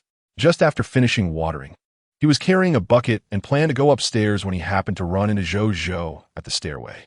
Sister Wan, someone is looking for you outside. It's that group from Taoshi Garden. Xia Jinyu? Ever since the exchange with Xiao Zhou, this person seemed to have disappeared, so why were they coming back now? He happened to be walking outside, and Jiang Yancheng was already waiting for him outside. Fang Tingwan walked over. Zhou Zhou stopped, and Jiang Yancheng accompanied him forward. Fang Tingwan opened the door of the villa and stepped outside, only to have someone immediately shut the door and pull the iron chain. Over the past few days, it was best to stay indoors, as a number of large animals had appeared in the city. They used to remain in the mountains, but recently, for reasons unknown, they all ran into the city. Recalling yesterday's incident, he had taken a few people from the team out to find food and unexpectedly encountered a wild boar with red eyes. The boar seemed to have gone mad, charging at anyone it saw. Given his naturally fierce disposition, he became even more difficult to handle when he exerted all his strength, scattering the group immediately. Everyone fell in all directions, adopting various postures. Xiao Jinyu had never seen such a creature before and didn't know what to do, so he could only hide. However, the wild boar clearly didn't intend to let them go. Chapter 156. Animals flooding the city. It targeted one person with the intent to kill, but this also gave others a chance. A group of people wielded various weapons, shovels, electric batons, and more. Some even directly picked up stones and charged in. The goal was the wild boar, and how it died was unimportant. Distracted, the boar was ambushed from behind, and a shovel struck its leg, instantly rendering it unable to move. The pain made it even more ferocious, dragging itself forward with its 3 remaining legs. The others simultaneously attacked, with various weapons landing on the boar at the same time. It howled in agony for quite a while. Ultimately, they had the advantage in numbers, and the wild boar, having not eaten for a long time, lacked strength. It was finally subdued and became their dinner. In the past 2 days, he had been busy with construction in the yard and hadn't gone out, not realizing such significant changes had occurred outside. All right, I understand and will be careful. Do you have anything else to discuss? Xia Jinyu was reluctant to leave and stayed nearby. It's nothing. I just came to tell you I'm worried. It's good to see you are fine, but remember to be careful and not run outside recklessly. In fact, there weren't many targets. Most others were already outside. Fortunately, the things were useful, as they all ran down upon hearing the noise. Everyone found their own spots to sit, while Su Zong went to the kitchen to cook. He thought for a moment and moved closer to Su Zong. It's fine, Su Zong, you do your thing. It's just right that you can hear us. As soon as Su Zong looked up upon hearing this, he lowered his head and continued working. Fang Tingwan talked to everyone about animals invading the city. And Xian seemed particularly excited. Really? If that's the case, then we won't have to worry about food and drink. He stood up and patted his chest, saying, as long as they dare to come, I'll definitely make them into a meal. Her reaction was quite normal. Fang Tingwan had thought the same thing at first. The animals were going crazy, but in fact, humans had long been insane. In this apocalypse, there had already been numerous cases of cannibalism. They didn't spare their own kind, let alone the animals that came down from the mountains. If anyone wants to go hunting, I won't stop or oppose you. But I need to figure out the reason for the animals coming down in groups first. Who wants to join me? I'll go. The first to raise his hand was Xian, and soon everyone else raised their hands. We're not really short on meat. Let them be slaughtered first. And if they can't handle it, then we'll step in. Xian came up with a reason that sounded quite impressive, not mentioning his admiration for Fang Tingwan. The others were even too lazy to come up with their own reasons and directly adopted Xian's. Fang Tingwan was also worried. The animals collectively descending the mountain must mean something was wrong up there. She only hoped it wasn't what she feared. The villa was their stronghold, and they absolutely couldn't lose it. Even when going out, Fang Tingwan didn't plan to take everyone with her. She and Yancheng had chosen Xian and Su Er, and that number was already about right. The others would naturally stay behind to guard the home. Meng Ling, hold this well. No matter who has ill intentions, don't hold back. A black object was handed over. Everyone could clearly see it was a gun. They had all taken turns holding it during the night watch. There were people outside with ulterior motives, and he couldn't fully trust everyone inside the villa either. Su Zong and Meng Qi were busy cooking, gardening, and feeding pigs all day, while Wang Lisa had been quite active lately. The Zhou brothers still said little, focusing on work. Everyone seemed very united, all with the same goal of making the villa better. He just hoped they wouldn't have any improper thoughts. The inappropriate thoughts included not only outsiders, but also those at home. Fortunately, he had left Lu Ji to help. Don't worry, 1-1. I will definitely protect our home. Whoever dares to come will get a punch from me. And if that's not enough, I can shoot them again. With Meng Ling's words, he felt relieved. The personnel were finalized and dinner was ready. Su Zong called everyone over. What time are we leaving tomorrow? I'll come down early to prepare breakfast. The mountain roads were rugged and difficult to navigate, and there were limited places the vehicle could reach. A large part of the journey would require them to walk. They discussed and finally settled on a time. For the outing, Yancheng chose the SUV. It had a high chassis and could handle the mountain roads without issue. And there was enough internal space so they wouldn't feel cramped. Su Er and Xian went to the back first, filling the seats on either side, leaving only the passenger seat, which was specifically saved for Fang Tingwan. All the windows were closed, and then the air conditioning was turned on, with the cool air gradually wafting in. This thing was great. If they had 10 or 8 of them blowing in the villa, it would definitely be very cool. Inside the villa, they only had electric fans blowing directly at them. While it was cool, it was quite uncomfortable, and once they stepped out of its range, the heat would immediately rush back in. Fang Tingwan's eyelids were twitching, still 10 or 8 of them. Although there were many air conditioners these days, they didn't have that much electricity. The mountain road was rugged and difficult to navigate. Yancheng tried to drive smoothly, but it was still bumpy. It was fine in the front, but the occasional empty bag bouncing around made Fang Tingwan not want to talk anymore. She shifted her body, leaned against the side, and slowly closed her eyes to wait. Xian's words also gradually decreased, and Su Er was not talkative to begin with. He had been listening just now, and now his voice was even less audible. Suddenly, the car stopped, and as Fang Tingwan opened her eyes, she heard Yancheng say, "There's no road ahead. We can't get through." He looked up and saw nothing but dense trees, not even a small path. What happened to all these trees? The place they had just passed had quite a few trees, but without exception, they were all dead, leaving only tree trunks standing there. That's why I said I want to come and take a look. Those animals ran into the city. Something must have happened in the mountains, Fang Tingwan said thoughtfully. Xianyu also began to take it seriously. He had come with the idea of taking a trip with Fang Tingwan, but now it seemed things were not that simple. The few of them got out of the car, and the next step was to walk in on foot. Chapter 157. Can humanity still survive? The scenery along the way was truly heart-wrenching. The places they passed were already parched. Even the trees were dead, and a gentle touch would cause branches to fall. Xianyu didn't believe it and checked thoroughly, not finding a single living tree. Is humanity really facing extinction? That was a question from the depths of the soul. In such an environment, human life would become increasingly difficult. Staying in the villa before was a bit hot, but there was no worry about food and drink, and he had never seen the outside like this. Now, suddenly seeing such a significant change in the situation outside in just a few months, it was normal for him to find it hard to accept. Floods, plagues, and heat. Didn't they all get through it? Humans are more resilient than we imagine. You don't need to worry so much, and there's no need to be overly anxious. Fang Tingwan could only say this much. The life ahead will only become more difficult, and what he tests is the nature of humanity. If he cannot accept it himself, then no one can help him. He can't expect to have someone whisper those great truths in his ear every time. By then, it might be that Xianyu is not annoyed, but he himself is. So he can only rely on himself to get out, and can only rely on himself to carry on. Xianyu felt dispirited, although he was walking with everyone. His thoughts had long since flown elsewhere. There were trees, or perhaps trees. Su'er stopped in his tracks and pointed ahead. Dimly, they could indeed see some green. It seemed they were approaching the core area of the forest. Hurry up. Unlike before, Xianyu suddenly found motivation, running ahead of everyone. Su'er was also shocked, quickly following behind Xianyu. Once they entered, they confirmed that these were indeed living trees, with a few slightly green leaves hanging from the branches, but most had already withered away. However, this gave everyone hope, especially Xianyu. Let's keep going.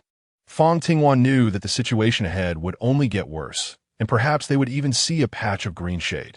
That was a place he and Yancheng had not visited before, and he wanted to check it out this time. Xianyu was already eager. He wanted to see more hope. The further they walked, the more living trees they could see, and they appeared to be thriving, indicating that there was indeed a water source in the central area. They decided to rest for a while and wait until the weather cooled down before going to take a look. They had been walking for half a morning, and it was about to reach the hottest part of the day, so a break was necessary. The group found a relatively lush tree. Its tangled branches could shield them from the harsh sun, creating a shaded area below that was sufficient for the four of them. However, sunlight still filtered through the gaps, and when it hit their skin, it felt like they were shedding a layer. They couldn't stay outside for long. When they came out, Xianyu specifically brought a tent, and at this moment, Su'er and the others were already setting it up. Setting up one tent was enough. They would leave two people outside to keep watch. Since there were living plants around, it was possible there were also living animals. Yancheng walked over and suggested, "Right now, we can't trust anything. Even a cornered rabbit can bite." Fang Tingwan shared the same idea as him. There were too many dangers here, and we couldn't let our guard down. Well, Xianyu and Su'er were indeed meaningless. In the apocalypse, where could one be completely safe without any danger? Even when they were at the villa, there were people guarding them every day, and they were already used to this. "Sister Wan, Brother Chun, you two go in first, and Su'er and I will guard outside." They covered the tent with a layer of sunshade to minimize the sun's exposure. No rush. After walking for so long, it was time to eat something. Everyone had eaten before leaving the villa. Su Zong had specifically gotten up early to prepare it. At that time, it was still dark, and he could only close all the windows and doors, pull the curtains, turn on a dim light, and busy himself with Meng Qi. Everyone's backpacks were filled with instant food and water. There was bread, sausage, instant noodles, and self-service hot pot. There were still plenty of these supplies in the villa, and usually, everyone would only carry them to eat after leaving the villa. Xianyu and Su'er ate quickly, and then went into Fang Tingwan's tent. She stayed outside with Yancheng to keep watch, planning to switch after a while. Those two were genuinely tired and had gotten used to it. They fell asleep in the tent, and soon snoring could be heard. They slept until the afternoon and were only woken up by Yancheng when the weather had cooled down. "Why didn't you call us? We said we would switch halfway, and now it's just us resting." "Sorry, Brother Chun, I slept too soundly," Su-er said, scratching his head. "It's fine. It was quite cool outside. Wan and I took turns resting for a bit. That's enough." After taking down the tent, everyone continued on their way. The scenery ahead was getting better, with more living trees and even some green grass visible. Those things were different from trees. Their roots were shallow, and if there was no water source nearby, they would have died of thirst long ago. So, everyone thought of a possibility and hurried forward. Sure enough, they discovered a small river nearby. Where they could see, there was only damp soil left, and the water level had receded. However, at this level, it was clear that it had just risen. They followed it along the way. The soil became increasingly damp, transforming from dirt to mud, and finally, they could see a layer of clear water on top. This must be it. We didn't go wrong. Surrounding their feet were patches of green grass, and occasionally, they could see a few small wildflowers, with clear water flowing in the river. It seemed that humanity still had hope. When Xian said this, his tone was calm, no longer filled with the confusion and despair from before. Exactly, why think so much? Not to mention that heaven still left a path for us. Even if there isn't one, we have to carve out a path for ourselves. Fang Tingwan was surprised by Su-er's words. Usually, he seemed honest and quiet, but when he spoke, he surprisingly had such philosophical insights. Indeed, the most important thing in life is one's mood. If you lose confidence in living and in the future, then regardless of whether it's the end of the world or not, there will only be one path waiting for you. Yancheng rarely talked about such profound matters. He usually only discussed the law and the consequences of actions. At that moment, I was actually thinking about whether to recruit some more people, perhaps some who were more handsome, to give Mengling more options. Fang Tingwan lowered her head and was seriously contemplating. Chapter 158, The Green Land and the Forest. Wait, sister, I was wrong.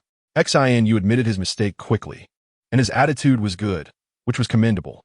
The phrase just in case implied he should keep a backup plan. Xian dared not express his anger. After all, he was the one who caused the trouble. Knowing he was joking, he also realized that the joke was a way to reprimand him. Xian touched his nose with the back of his hand as an excuse to move to the other side, but before leaving, he shot Yancheng a glance, implying that if he didn't stop it, Fang Tingwan might leave with someone else. Xian, you could tell that Fang Tingwan was joking. How could Yancheng not realize? But it still made him uncomfortable. Wan really wanted more people. Did she think she was the Princess of Shanin? Su-er also walked away, and Yancheng seized the opportunity to get closer. What kind of person did Wan like? Would have score points? Thinking of his physique, broad shoulders, narrow waist, and 8-pack abs, Fang Tingwan couldn't help but look, definitely a plus, and a nice, but would also score points. If she could touch it, that would add even more. He walked away from that spot, his heart still racing. This was the first time he teased Yancheng like this. He was indeed bold. Fortunately, he had managed to hold back earlier and hadn't revealed his nervousness. But actually, she was more afraid. If Yancheng really wanted her to touch him, should she extend her hand or not? Yancheng was stunned for 3 seconds before smiling helplessly. The area they were in didn't extend very deep. Further out, they could still see dead trees and withered grass. However, ahead was a vibrant expanse that seemed endless, at least not visible to the eye right now. It seemed they were not in the very center of the forest, nor in the place where the creek flowed most vigorously. Should they go further to take a look? Fang Tingwan was curious about how much living space lay ahead. The two also came over. Have you noticed that it doesn't seem as hot as before? If we were to live here, it truly was a good place with mountains and water, and even the temperature was different from outside. With the moisture rising, this place felt particularly cool. I'm just imagining, Su-er sighed, this place is indeed good, but there are also quite a few dangers. If a few large red-eyed animals came out, I would just become their food, and this dry area is still rising. Who knows how long this creek can last? Forget it. Thinking so much is useless. Let us head up. Fang Tingwan turned to look at Yancheng. This man seemed to have no thoughts at all. Not just this time, but in the past as well. What's his heart made of? Stop overthinking and let's go. The group, which had been chatting and laughing, suddenly fell silent, even controlling their breathing. There were sounds, chaotic footsteps, unlike those of humans. Gradually, a few figures came running, becoming clearer. Wolves, it was actually wolves. As they got closer, it became apparent that there were 6 of them, much skinnier than the wolves seen on TV. It wouldn't be an exaggeration to say they were skin and bones. The target of the pack of wolves was them. Seeing so many people, the wolves were particularly excited. It seemed they regarded them as food. What should we do?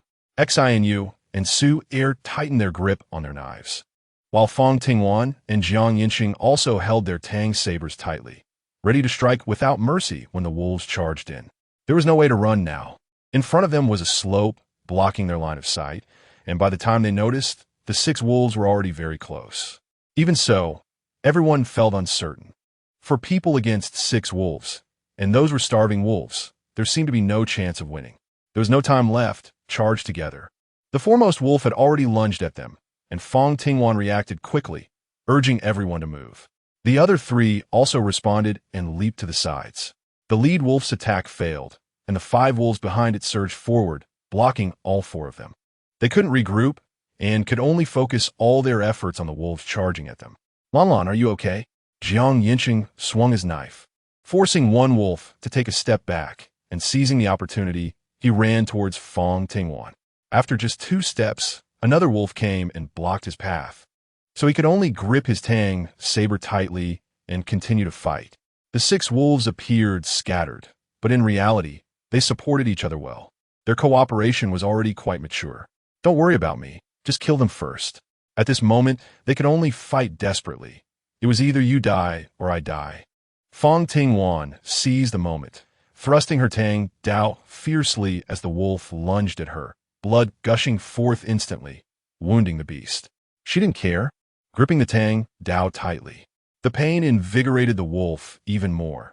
It howled furiously, intent on devouring the group. Its roar attracted the attention of other wolves, who fought even harder, their speed and strength aimed at killing the humans with each attack. Bang! In the silent woods, the gunshot rang out distinctly. It was Xianyu, who fired at the wolf in front of him. The wolf that was hit struggled for a moment, but clearly lacked the strength to resist. Immediately, another wolf charged in, and with another bang, Fang Tingwan dispatched one as well. The situation shifted instantly. Of the original 6 wolves, 2 were dead and 1 was injured, leaving only 3 able to fight with full strength. Another shot rang out, and Xianyu took down the wolf that was lunging at Su Er. That made it 2.5, as Yancheng's Tang Dao plunged into one wolf's chest. As it struggled, he moved with its force, leaving a trail of wounds across the front half of the wolf, which could no longer move. The injured wolf, dragging its weary body, was quickly killed by Yancheng and Xianyu, who caught up to it. In the end, all 4 wolves lay dead.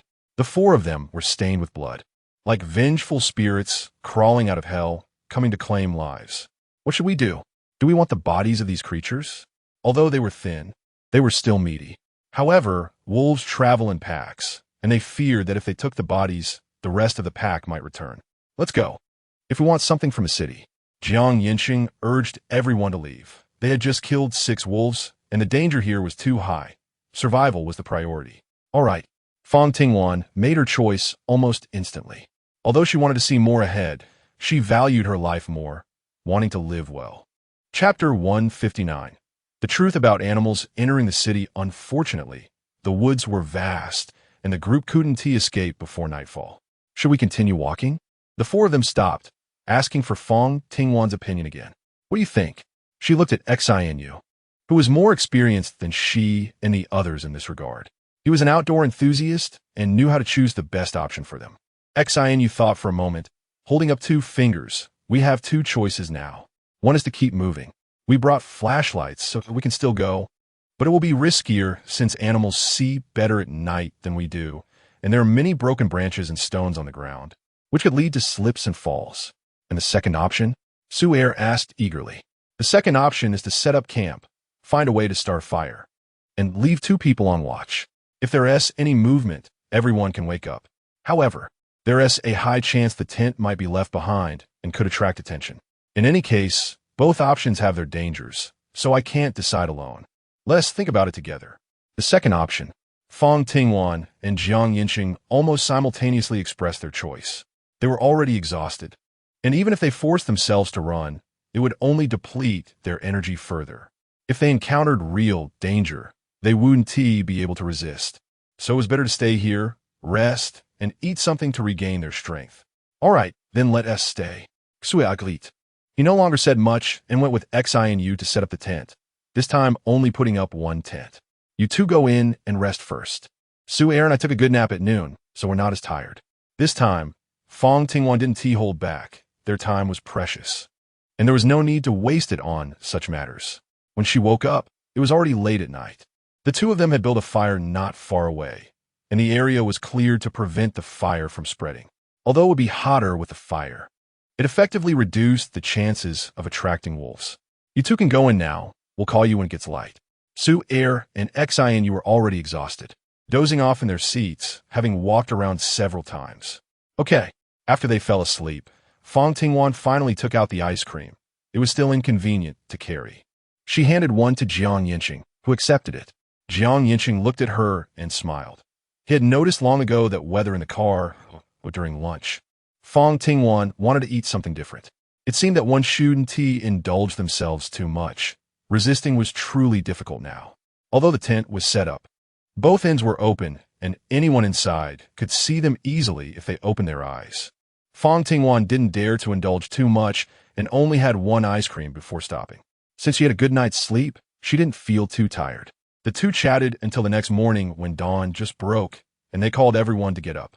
After packing up the tent, they set off. Although the night had been quiet, they couldn't let their guard down, and at this time, the weather outside wasn't that hot, making it suitable to leave. Everyone ran wildly and finally exited the woods. After getting into the car, they headed straight for the villa. Her small figure was hidden there, and if she hadn't called out, even they wouldn't have noticed her. He seemed quite suited to being there. Xian casually remarked, and hurriedly got out of the car to open the door. Duo's voice startled the people inside the house, and Lu Ji and Zhou had already run out. Yancheng drove the car inside, and everyone got out. Mengling ran out first. Wanwan, are you okay? His eyes were red, and he was about to cry. Their appearance certainly didn't look fine. Not only were they dirty and disheveled, but they also had dried blood all over them. When he looked up again, he couldn't hold back any longer and ran over to cry in Xian's arms. Are you okay? Did you get hurt? His voice was choked with sobs as he looked around. Xian held his hand. I'm fine. That's not my blood. Everyone cast worried glances. Let's talk inside. When I walked into the villa, Duo also ran down from upstairs. Brother Zhou Hai has already gone up. He asked me to come down. The presence of these two brothers from the Zhou family was usually not strong in the villa, and Fang Tingwan had only noticed their competence, not expecting them to be so considerate. She went forward, took Duo's hand, and sat down on the sofa together. The others gathered around, some sitting beside them, while others took stools to sit nearby. With so many large animals suddenly appearing in the city, they were curious but more afraid of the changes. The apocalypse, harsh weather, and depletion of survival resources had already been a severe blow to them. Having just gotten used to their current lives, they didn't want any unpredictable changes. There was still a place on a mountain where a water source existed, but it was only in the middle and evaporated quickly. In such weather, if he splashed some water outside, it would also dry up rapidly. They speculated that it was due to evaporation that the plants on the mountain withered, leading to a lack of food and water, forcing those animals to come down the mountain. In fact, they relied on their homes, just like humans, even more so. If they weren't absolutely desperate, they certainly wouldn't move. On the way back, the group did a simple analysis. However, this matter cast a thin shadow over everyone's hearts. If the temperature continued to rise and they couldn't stay in the villa, where would they go? Everyone's mood was not good, and Fang Tingwan was also worried. She had poured too much effort into this villa and had come to regard it as home. Although she wasn't as attached as others, she still felt some reluctance. It wasn't yet lunchtime, but the few of them had spent a day and night on the mountain, even experiencing life and death, and they must be very hungry by now. Chapter 160. The attacking herd of deer, the massive influx of animals posed both a danger and an opportunity for those living in the city. If no food appeared, the remaining humans would likely lose even more lives, and it was uncertain how much longer the rest could survive. Humans pushed to the brink of starvation can often be more terrifying than beasts. The influx of animals was competing with people for the few remaining survival resources. Initially, everyone tried to avoid them, but even so, there were several incidents of injuries caused by animals.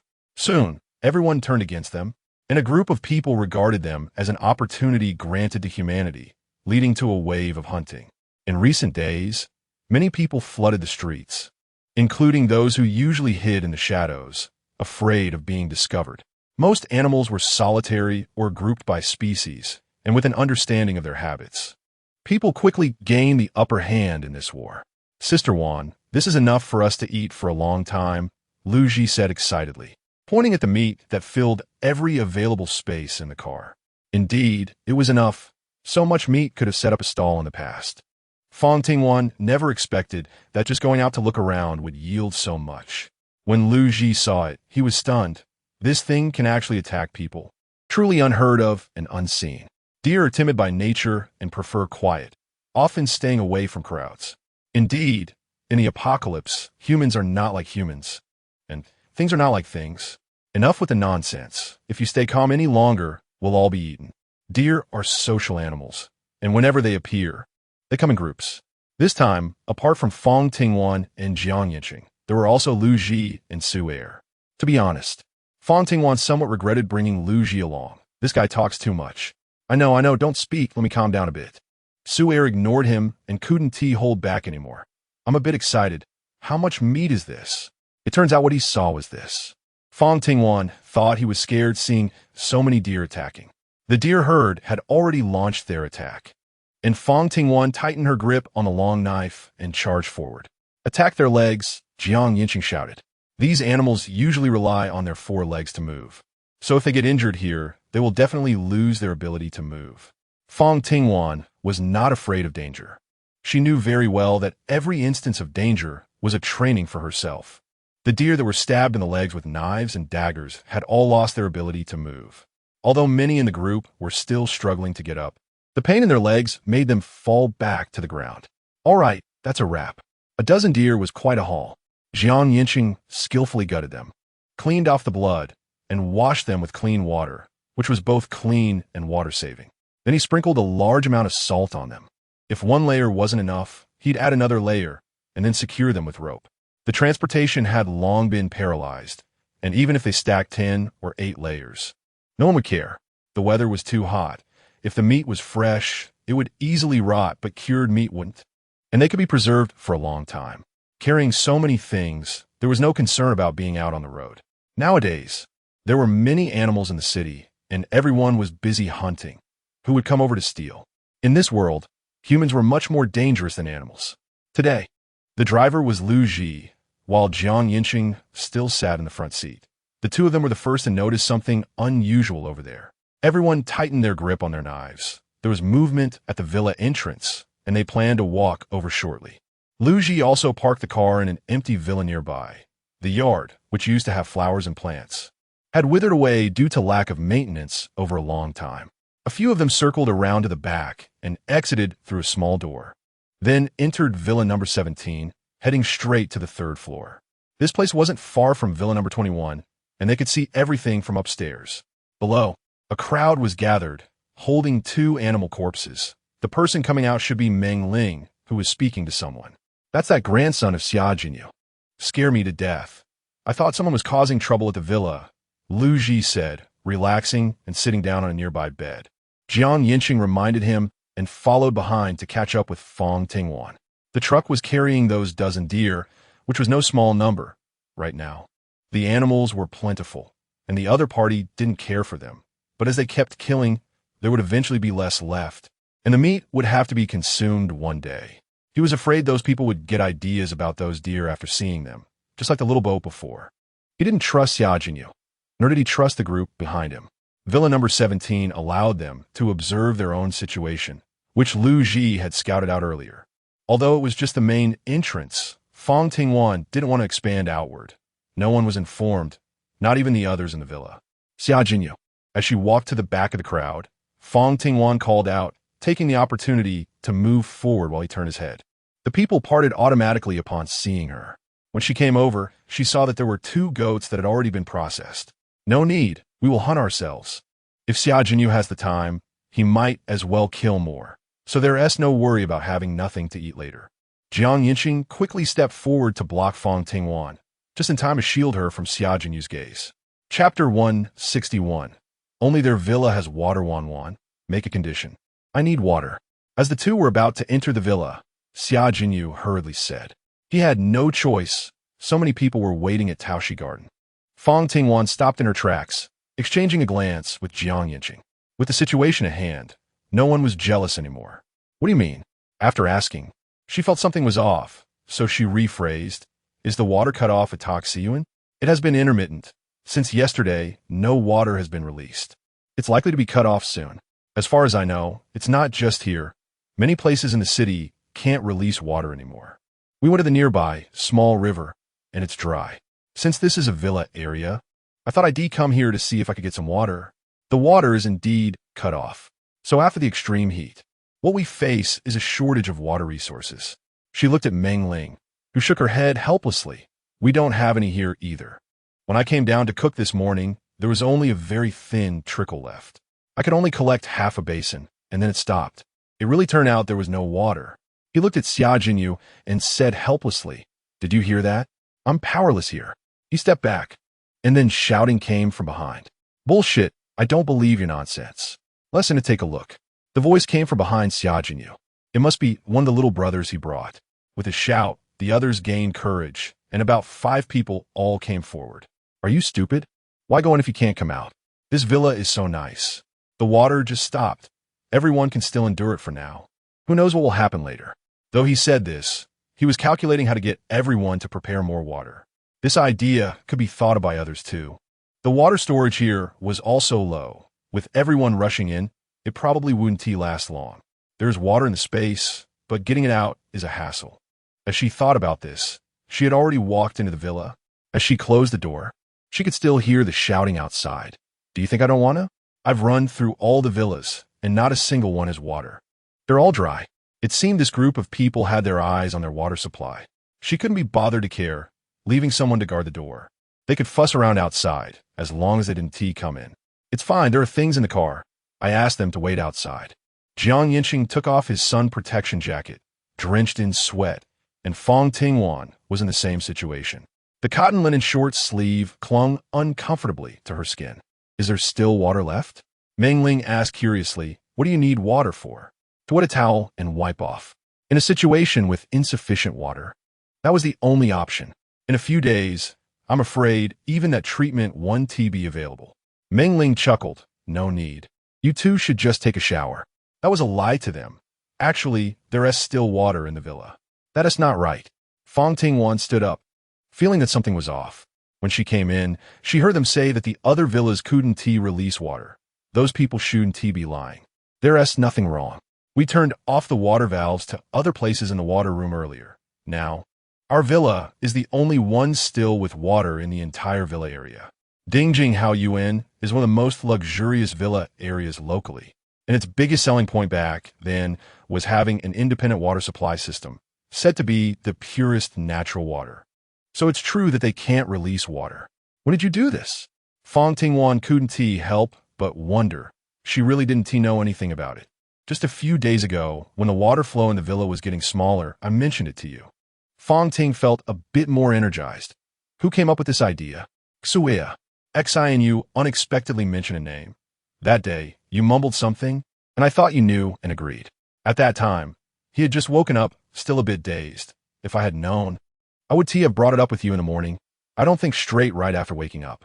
He said this half-jokingly, including himself in the banter. Fang Tingwan didn't blame him for staying late. She had never imposed restrictions on anyone. You all did the right thing. There's no need to discuss everything with me. I can't keep track of so much on my own. She didn't have the big brother mentality, wanting to make all the decisions herself. With so many people in the villa, she just wanted to live a better life, to have more hope. Unlike others who were ostentatious. Fang Tingwan had always been cautious and prudent. She understood very well that in this apocalyptic world, being inconspicuous was the way to survive longer. Liu Ji and his companion discussed for a bit. One kept watch while the other lay on the sofa to rest.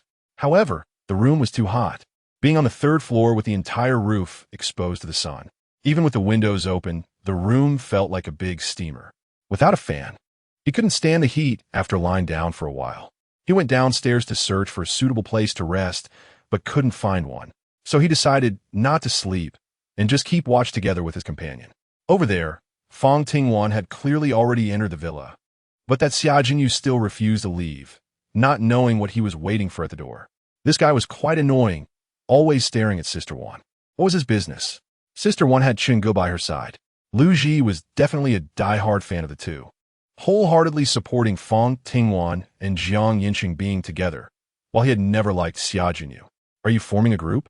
How many deer would that take? Fang Tingwan told them there was deer meat, but didn't he mention there was so much? Chapter 162 Reservoir.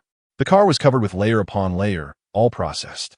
When Meng Ling and Meng Qi saw such a scene, they were surprised, but then they helped others move it down, laying it out on the ground one by one.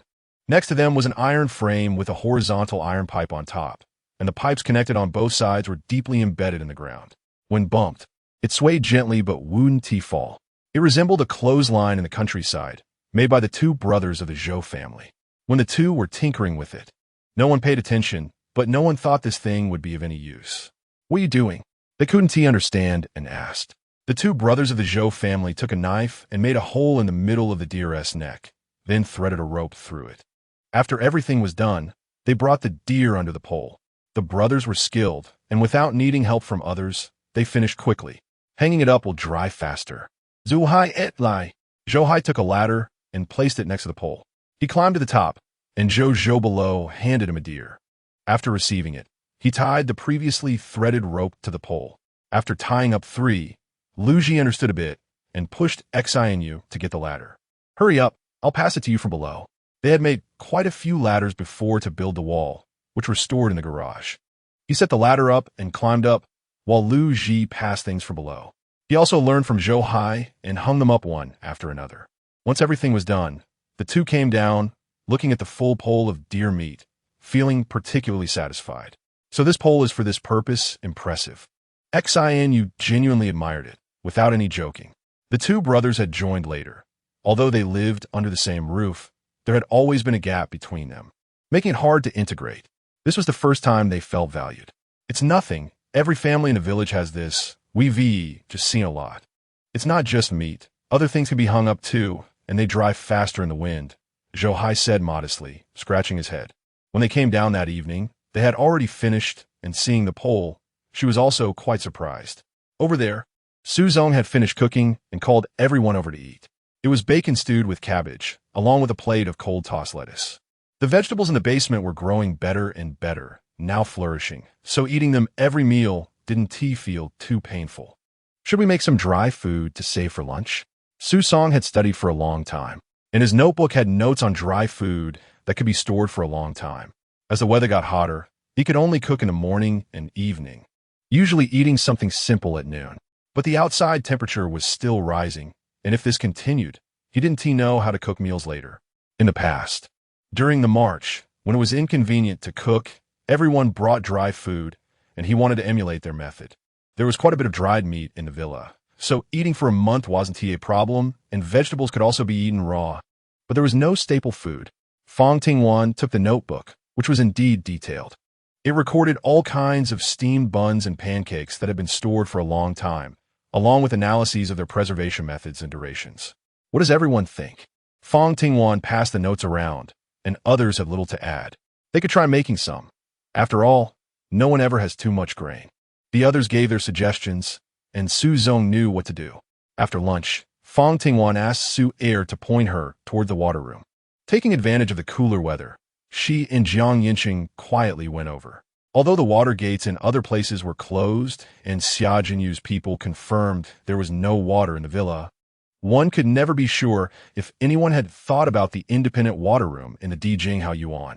This was not a secret back in the day. He planned to check it out to see where the water came from and how much there was, so they could prepare in advance. Is this the place? At the edge of the villa, there was a small bungalow surrounded by blooming flowers. They hid among the flowers, making it hard to spot the place without a close look. It was unclear how they had discovered it initially. It should be quite similar to Su Air's description. The two pushed open the door and entered. It was just an ordinary storage room, dark and empty. According to Su Air, they had moved a cabinet against the wall, and behind it was the door to the reservoir. After opening it, there was a pitch-black hole inside. The flashlight's beam only illuminated a small area ahead. Be careful. Something feels off here. It's just a reservoir. Why build it so secretly? Walking further inside, there was a bit of light coming from above.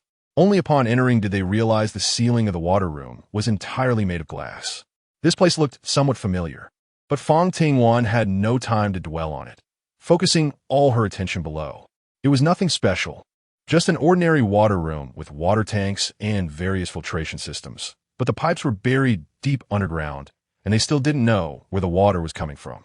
The water tank was sealed. Without power, the instruments no longer displayed anything, making it impossible to see how much water was stored inside. On the other side of the water room was a passage, but it was blocked by rubble, suggesting that was the usual entrance to the water room. While they had taken this route, what secrets were hidden in this water room that required a separate small path? Fang Tingwan was very curious and took the opportunity to look around with the light above.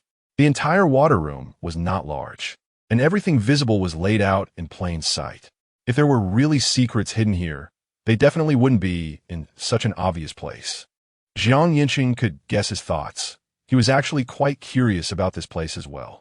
They searched around, thinking that if there were secrets, they might be hidden in a secret room. He used to deal with wealthy people, and didn't he find it strange for homes to have secret rooms? Many people's money did not come from legitimate sources. There was too much wealth that could not see the light of day, and it always needed a place to be hidden. The two of them searched the entire water room, but found nothing. Could it be? Fang Tingwan's gaze fell on the small path that led over. If the secret room was inside the water room, what was the purpose of building a small path?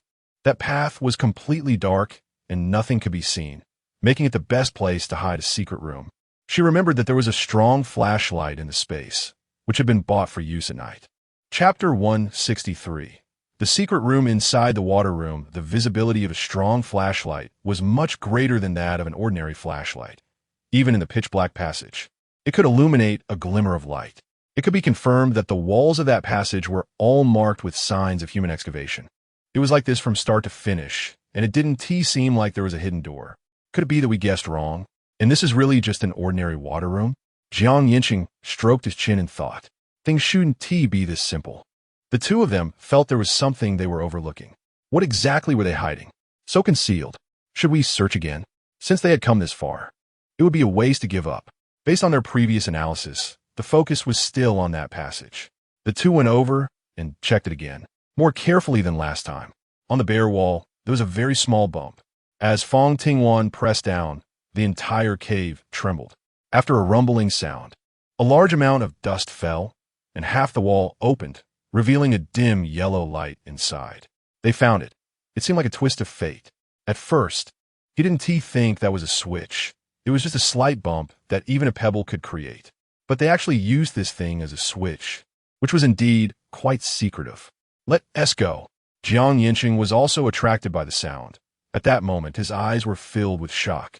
It turned out this was the secret of the independent water system in the Daijing Villa area, a secret room filled with gold. Amidst his astonishment, Fang Tingwan slowly stood up, and the scene inside the room made her exclaim, "So much gold! How lucky are we!" Inside was a whole wall of gold, and the shelves on both sides held countless quantities of gold. We hit the jackpot. If all this gold is stored in the space, can the entire villa be opened up? Fang Tingwan almost ran in, moving at the fastest speed. It had been a long time since anything had excited him this much. It was a small secret room, estimated to be about a dozen square meters. Inside the room, besides gold, there was also cash, jewelry, and antiques. Before the apocalypse, having so much wealth would have definitely made someone tycoon. Now, he could only let her have it. What exactly did this group of people want to do? Did they just make a hole to store money here? Jiang Yancheng knew that gold was useful to Fang Tingwan, so he wouldn't ask for it. Instead, his gaze fell on the table in the middle. What secrets were recorded in the computer placed there? That was what he wanted to see the most. Fang Tingwan also turned around and powered on the computer. It's been so long, I wonder if it still has any battery. Jiang Yancheng agreed with his idea. Closed the computer, picked it up, and looked around for a charging cable, but it seemed like there wasn't one. However, he spotted a safe in the corner. One. I can't move this. He placed the computer on the ground and tried to lift it with both hands, but the safe didn't budge at all. He had no idea what material it was made of. It didn't look big, but it was quite heavy. Fang Ting bent down to move it in the evening, but still couldn't budge it. Evening, can you take it in? We can study it later. The safe and the computer intrigued him, placed together with a pile of gold. What was recorded inside was probably not meant for outsiders to see. It is estimated to be the true secret of the Imperial View Garden, and those two brothers at the time probably didn't even know of its existence. Fang Tingwan was watching him. Sorry, I just got a bit distracted. He walked out holding the computer. Let me know when you're done. Fang Tingwan stored the safe in the space for use, and she wasn't sure if it was an illusion, but the space seemed to flicker for a moment. Just as she was about to check, the safe disappeared. It vanished into thin air, and the items inside were scattered all over the ground. What is going on? The space definitely underwent some changes. She just hadn't realized it yet. Fang Ting squatted down and started to tidy up the things from the safe. Unable to resist his curiosity, he opened it and found that it contained the secrets of every household. For example, the document he was currently looking at revealed that the president of the Thailand group had bribed over $1 billion. And the bidding for the land in the southeast was also manipulated behind the scenes, with connections to various officials. Besides bribery, there were also personal matters. The couple displayed affection publicly while behaving like strangers privately. He wondered if the information on the computer was the same or even more explosive, and he felt a faint sense of anticipation. Wealthy people really know how to play. Fang Tingwan organized the materials and exited the space. She had more important things to do now. Walking from one side of the room to the other, all the gold was collected, and she focused on expanding the warehouse. Expanding the warehouse. Sure enough, a huge warehouse was created, estimated to be several hundred square meters. There was still a lot of gold left, and it was all brought into the space, including those antique paintings and jewelry. Although those items were not immediately useful, they didn't take up much space. So she collected them casually. This should be the information you're interested in. Take a look. As she walked out, Fang Tingwan casually took the materials from space. The person who was still studying the computer saw the suddenly appeared materials and reached out to grab them. The records on them were increasingly astonishing. How did you do it?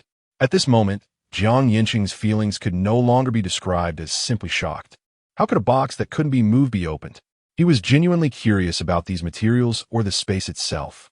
Fang Tingwan took a half step back, becoming cautious. Do you know the password? She thought for a moment and felt it was impossible.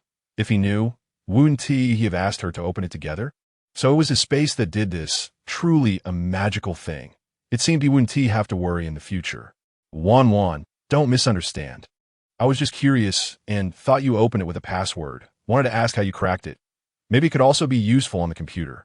Jiang Yancheng hurriedly explained. He didn't want to break the trust he had finally built up. It took a lot of effort to lower his guard, only to have it shattered by a single sentence. He stood up with the materials. I want to ask again, but we should head out. Fang Tingwan told herself that his words might be credible, and she might try to believe him. However, she still couldn't fully trust him at once. Let's go. It's quite dangerous even in the community after dark. When leaving, they deliberately closed that door again. Su Er and the others had been here before, and she didn't know if they had seen this secret passage, but the presence of such an empty and open secret room would always raise suspicions. Chapter 164. The temperature is rising with the strong beam of the flashlight. It was much easier to leave than it had been to enter. She only turned off the flashlight when they reached the door. There was indeed this thing inside the space. It wasn't that she was unwilling to take it out, but in this apocalyptic world, any useful item would be fiercely snatched up. She didn't want to make herself a target. Fang Tingwan's thoughts were simple.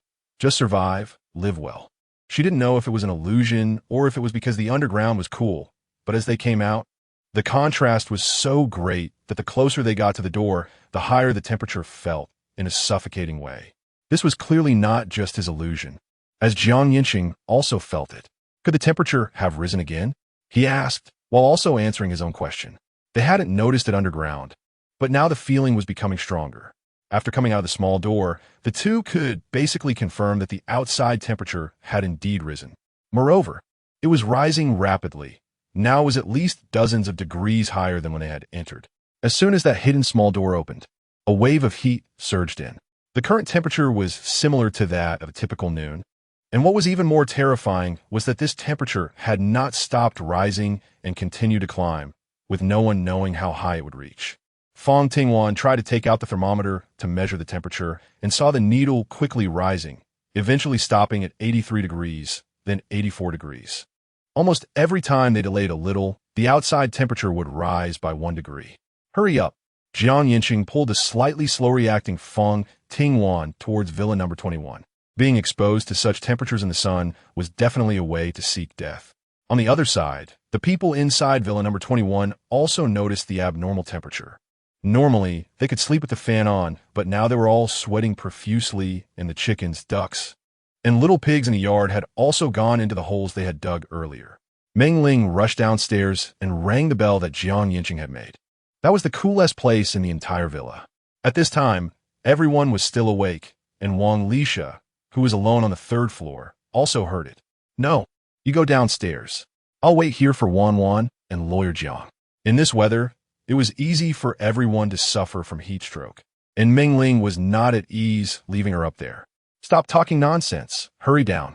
He pushed Xinu and the others down. His gaze quickly swept over, and he saw Duo running down with a strawberry bear in her arms, while holding the tablet that Fang Tingwan had given her in the other hand.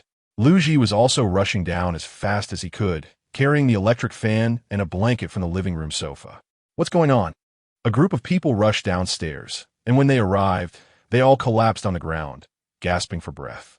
You two really are something. You say you two almost put everyone's lives at risk for this little thing. Lu Ji slumped down, already too weak to stand up. We were afraid there would be no food later. They had come to the villa to steal food because they couldn't stand the hunger, and now food was the most important thing in their eyes. After a while, someone went to get water, and just as they shakily got up, they hadn't taken a few steps before everything went black. The lights in the basement went out. When they came in from outside, Fang Tingwan had specifically looked at the thermometer, which read 91 degrees. It's okay, on such a hot day, the circuit probably can't hold up. There are flashlights in the warehouse. I'll go look for one. The only source of light in the basement came from the notebook in Duo's hands.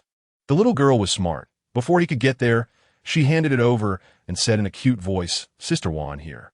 Meng Ling followed the voice over and hugged Duo in her arms. Fang Tingwan and Yancheng went to the warehouse together. How is it? What is the temperature in the basement? When he was outside, he saw Fang Tingwan measuring it. Everyone was huddled at the stairway entrance, unable to see anything in the dark space. Fang Tingwan generously took out the thermometer, and since no one was watching, there was no need to hide it. 49 degrees. Her voice lowered a bit, so it couldn't be heard from over there. This temperature isn't low, but for them, who were already accustomed to the high temperatures of 60 or 70 degrees, it felt quite cool. I planned to find a time to go up and take a look. It seemed that the temperature inside the villa wasn't that high. I wondered if it was due to the external insulation done previously, which had isolated a lot of the heat, making the living room not so hot.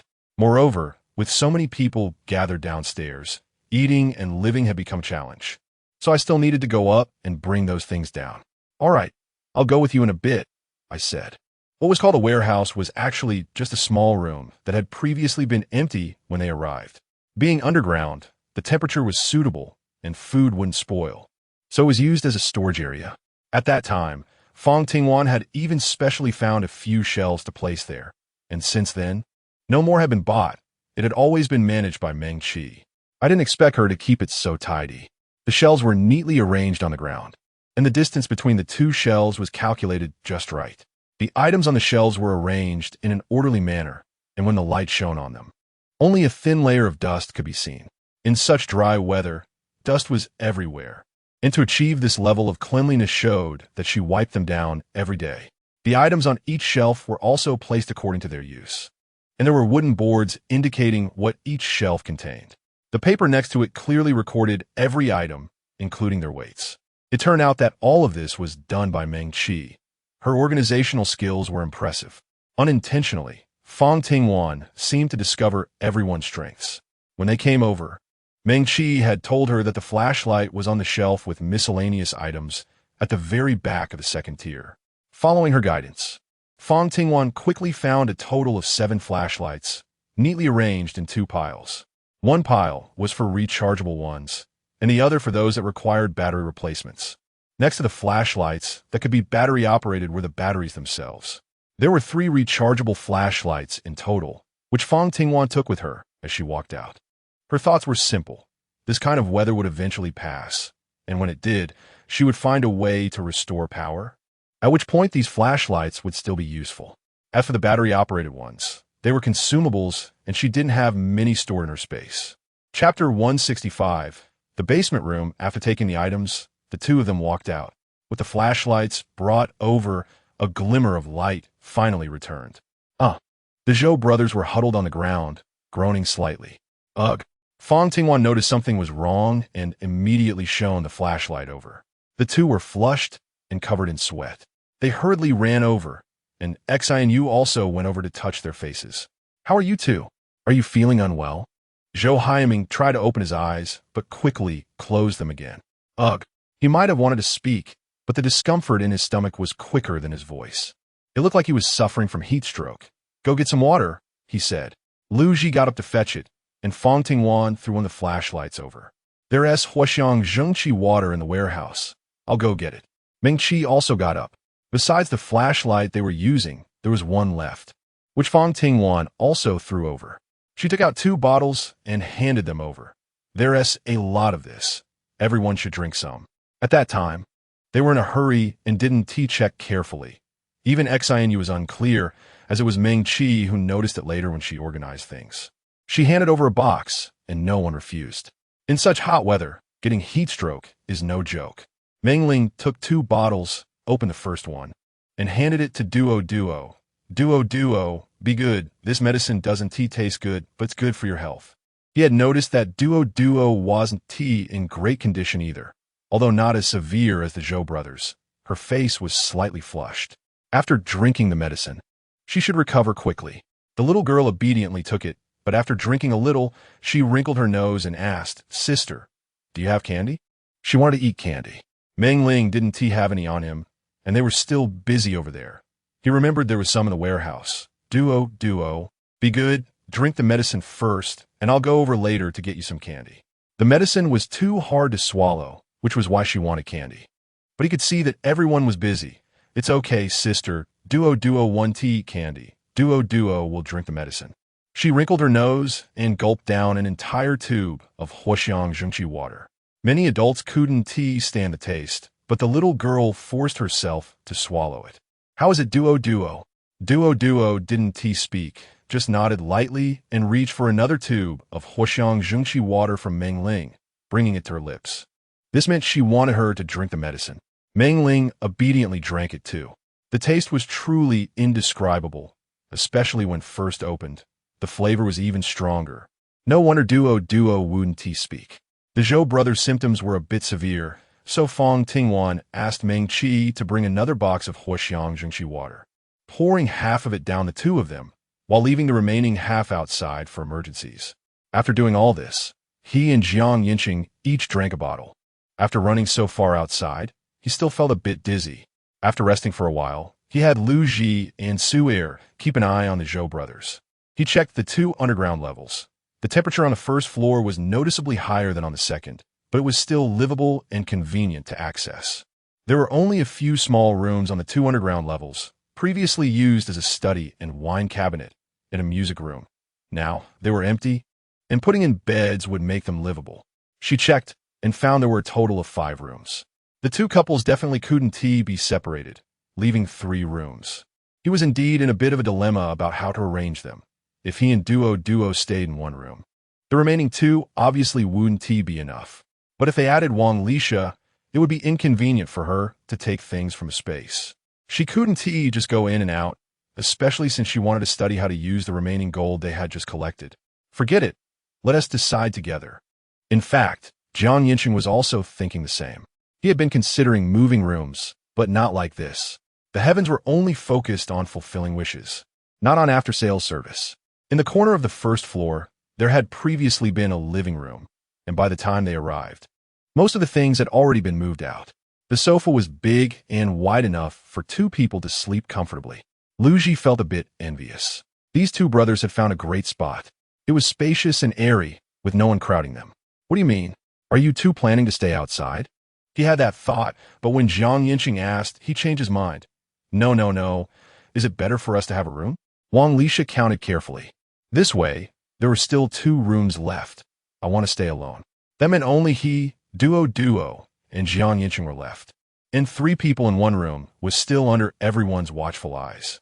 This was a bit awkward. It's okay, Wan. Meng Qi and I can take turns looking after Duo. Meng Ling immediately expressed his opinion, and Meng Qi followed closely. Duo was also obedient, nodding and saying she was fine with it. Fang Tingwan suspected that these people were doing it on purpose, but she had no evidence. Only she and Yancheng were left, and she weakly asked, "Do you want to stay outside too? There's a sofa over there. This is the place where everyone usually hangs out.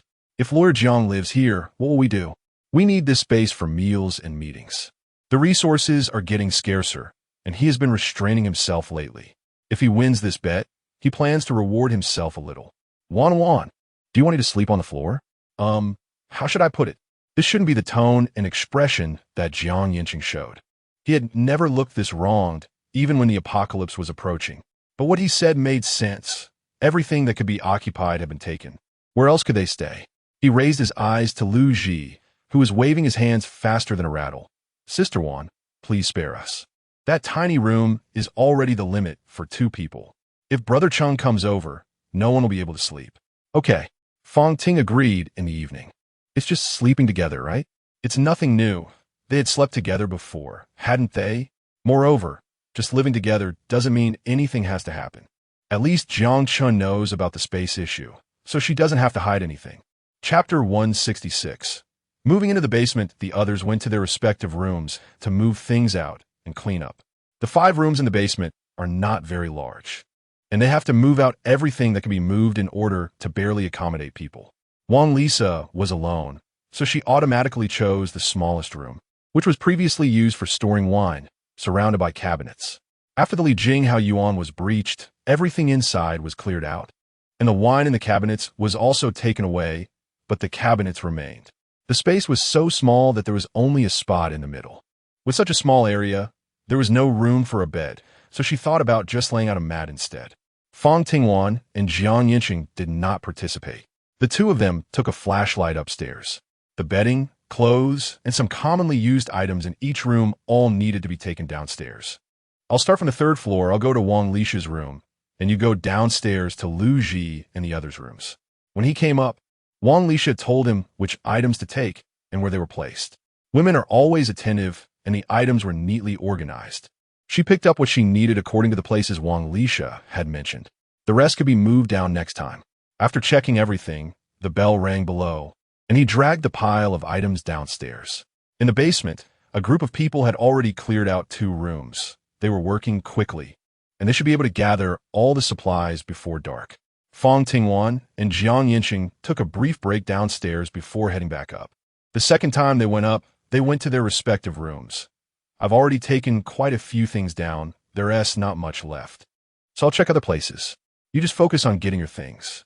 She didn't go upstairs, but went to the shelf to grab a few books and casually measure the temperature inside the room. 84 degrees. She then measured the temperature outside, which was still 91 degrees. The high temperature seemed to have stopped rising. It seemed that the insulation layer they had done previously was effective, blocking out some of the heat.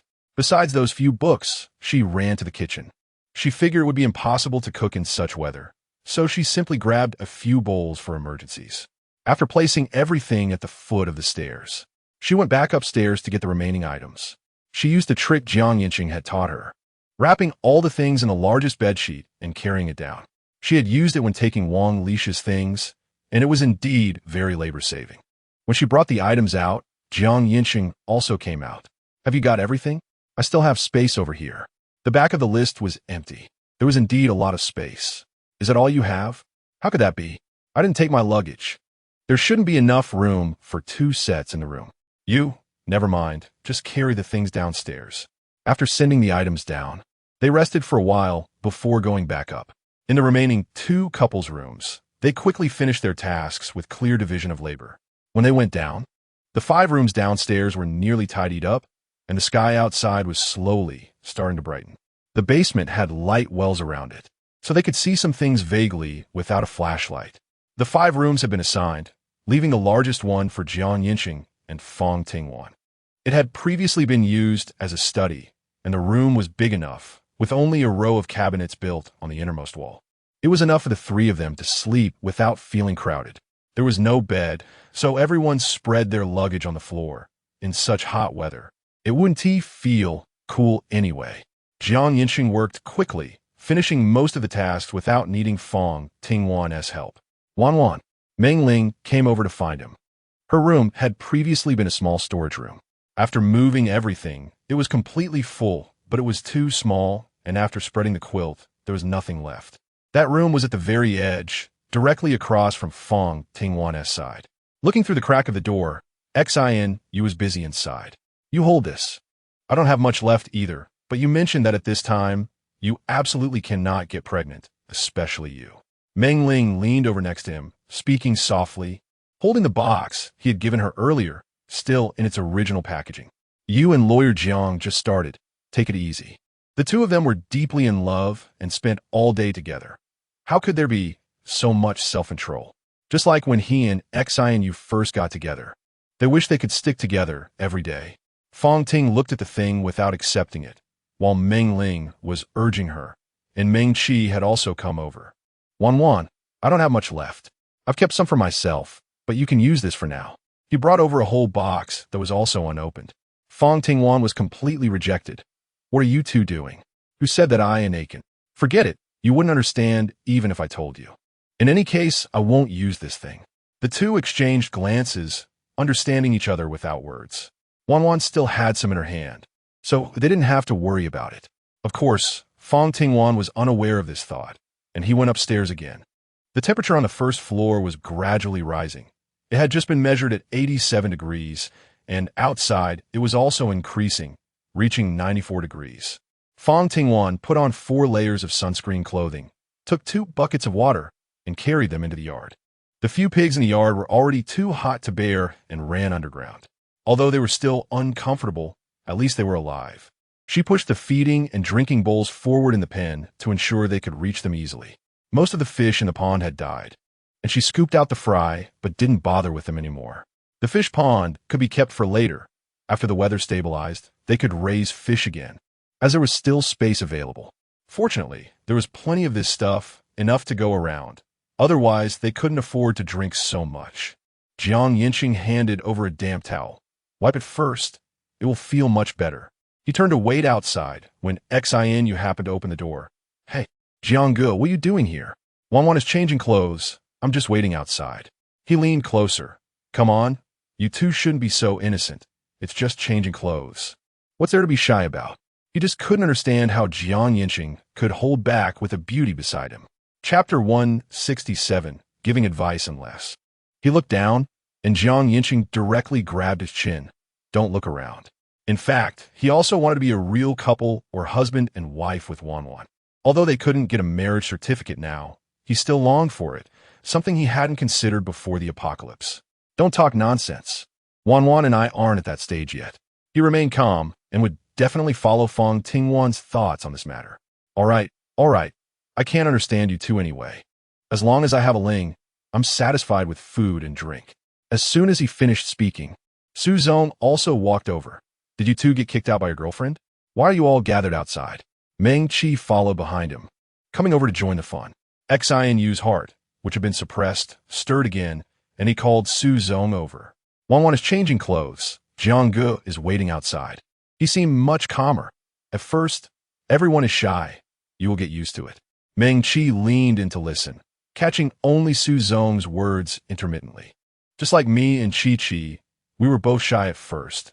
She always changed clothes with her back to me. It's normal. He reached over to wrap his arm around the person beside him and casually kissed Meng Chi on the cheek. Now, it's much better. Chi-Chi doesn't reject me anymore.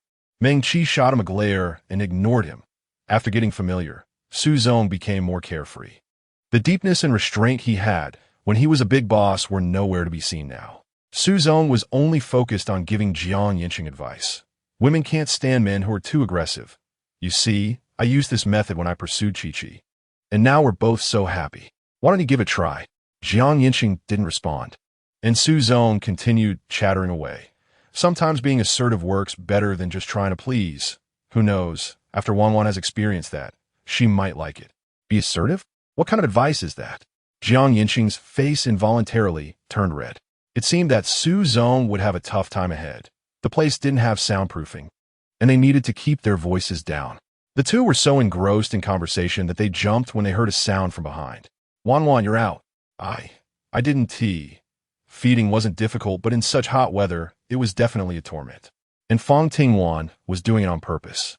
Moreover, Su Zong ran away faster than anyone else, disappearing in a flash, leaving Jiang Yancheng alone. Wanwan, after a day of tossing and turning. She was too tired to argue with them. Jiang Yancheng agreed, but Wanwan still didn't trust him enough. At this moment, he wouldn't think about those things.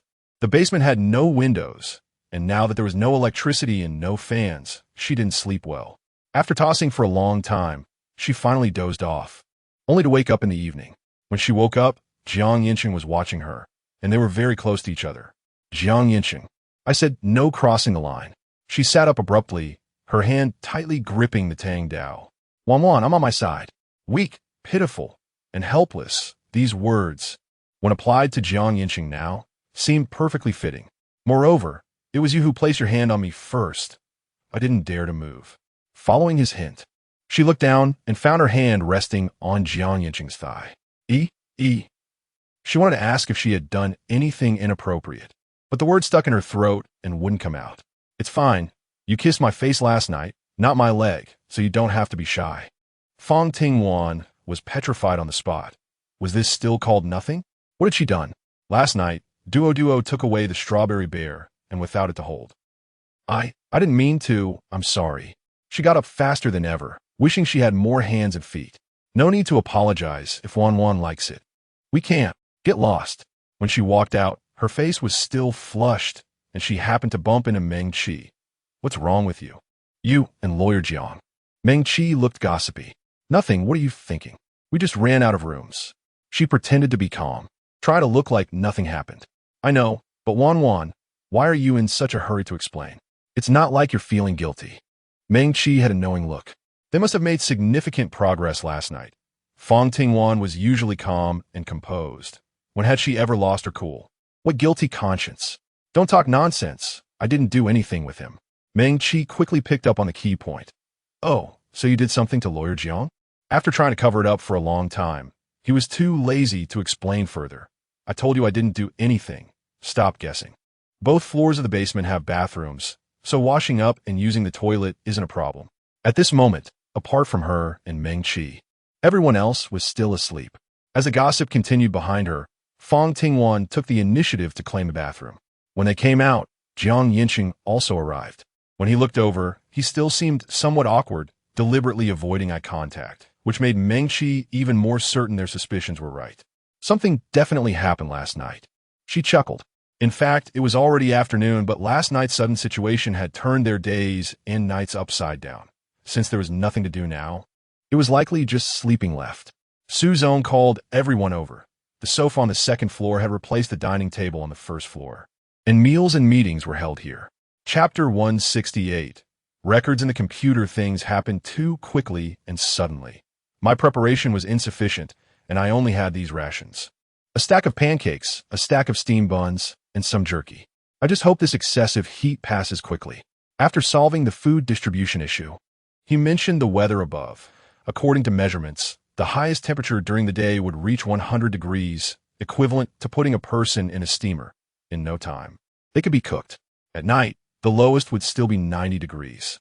Meng Chi's notebook showed there were still supplies in the warehouse. and she took out a few sets and placed them by the door. Everyone would take turns feeding the chickens, ducks, and little pigs at the lowest temperature at night. Go again and give them more. Additionally, I want to remind everyone that if anyone acts on their own and gets seriously injured, they can only leave the group. Moreover, although the preparation of Huaxiang Zhengqi water is sufficient, in cases of severe heat stroke, medication won't solve the problem. Everyone is familiar with Fang Tingwan's temperament and habits. She intentionally shared the most serious situations with everyone, but such things are common in the apocalypse, and it's also to prepare them psychologically in advance. After discussing things for a while, she had Meng Qi go to the warehouse to bring out some food, distributing it evenly among everyone. This was enough for 3 days. Duo had slept at Meng Qi's place last night, and according to Meng Qi and Su Zong, it was to create an opportunity for Fang Tingwan and Yancheng. The little girl seemed to understand, but was also trying hard to comprehend. At this moment, he had just woken up, and seeing no one beside him, he groggily walked out, still holding on to that strawberry bear. Sister, Duo is hungry. He ran over and hugged Fang Tingwan, his childish voice quickly making him forget about the reprimanding he was supposed to receive. Duo can eat this bread first. That was the food Fang Tingwan had set aside for Duo. Although she was a child, she had more than the others. Everyone found this unremarkable, as they had always done it this way. As soon as he entered, he took the computer. Wan, do you have a way to charge and turn it on? Now that everyone had nothing to do, he was even more curious about what secrets this computer held. The space could indeed charge the computer. He had seen that the villa was powered, but she was still considering whether to let Yancheng know. It's fine, you do it, I'll go outside. Duo didn't understand, but didn't ask questions either, quietly eating. Yancheng proactively opened the door to go out. After some thought, Fang Tingwan decided to take the computer into the space to charge it. The charging speed inside was faster than outside, and she only charged a small portion, enough for them to turn on the computer and see what was inside. No, I don't know the password, you figure it out. He handed the computer over, but Yancheng didn't take it. Instead, he walked over, leaned against the cabinet behind him, and then took the computer. After checking it, he discovered that this computer had a self-destruct mechanism. It would explode after 5 incorrect password attempts. Yancheng didn't dare to mess around and hurriedly took the stack of documents. The information recorded in this computer should be similar to what was on these documents. Perhaps there were clues inside. He rummaged through his findings and tried them one by one. Finally, after entering the password for the 4th time, the computer did not display an error message. They succeeded. Upon entering, they found the entire computer was quite empty. On the whole page, apart from a few built-in software, there was only one folder. After clicking in, it turned out to contain the floor plan of the entire Dijing villa and the underground wiring. Nothing out of the ordinary. This little bit didn't require a self-destruct mechanism, so there must be more. See if there are any hidden folders. If it is secret, it wouldn't be placed so blatantly on top. In the past, when watching TV dramas, they always found hidden folders on computers. But she didn't know if Yancheng had the ability to do that. While she was thinking, he also stopped moving. Found it, it's this one. Upon opening the folder, it surprisingly contained thousands of videos, audio files, photos, and some information. These items were categorized, with the number 21 indicating content related to villain number 21, and further clicking would show detailed timestamps. Yancheng was curious about the records inside and casually clicked on one. The screen showed a woman, but soon the door opened, and a young man entered. The two embraced and went into the room, and the computer went black. It's out of power. It's infected with a virus. The computer quickly lit up again, and the view shifted to the room. Fang Tingwan blushed and quickly dodged, saying, "What is recorded here? You need to turn it off quickly." Her first reaction to the shocking images and sounds was to cover Duo's ears. Yancheng didn't expect this either, quickly shutting off the video and turning the volume down to the lowest. He flipped through it again. It contained records of various family secrets, and the entire imperial scenic garden had been under surveillance.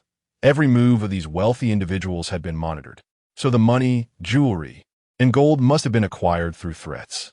But there was an even bigger question. How are these people being monitored?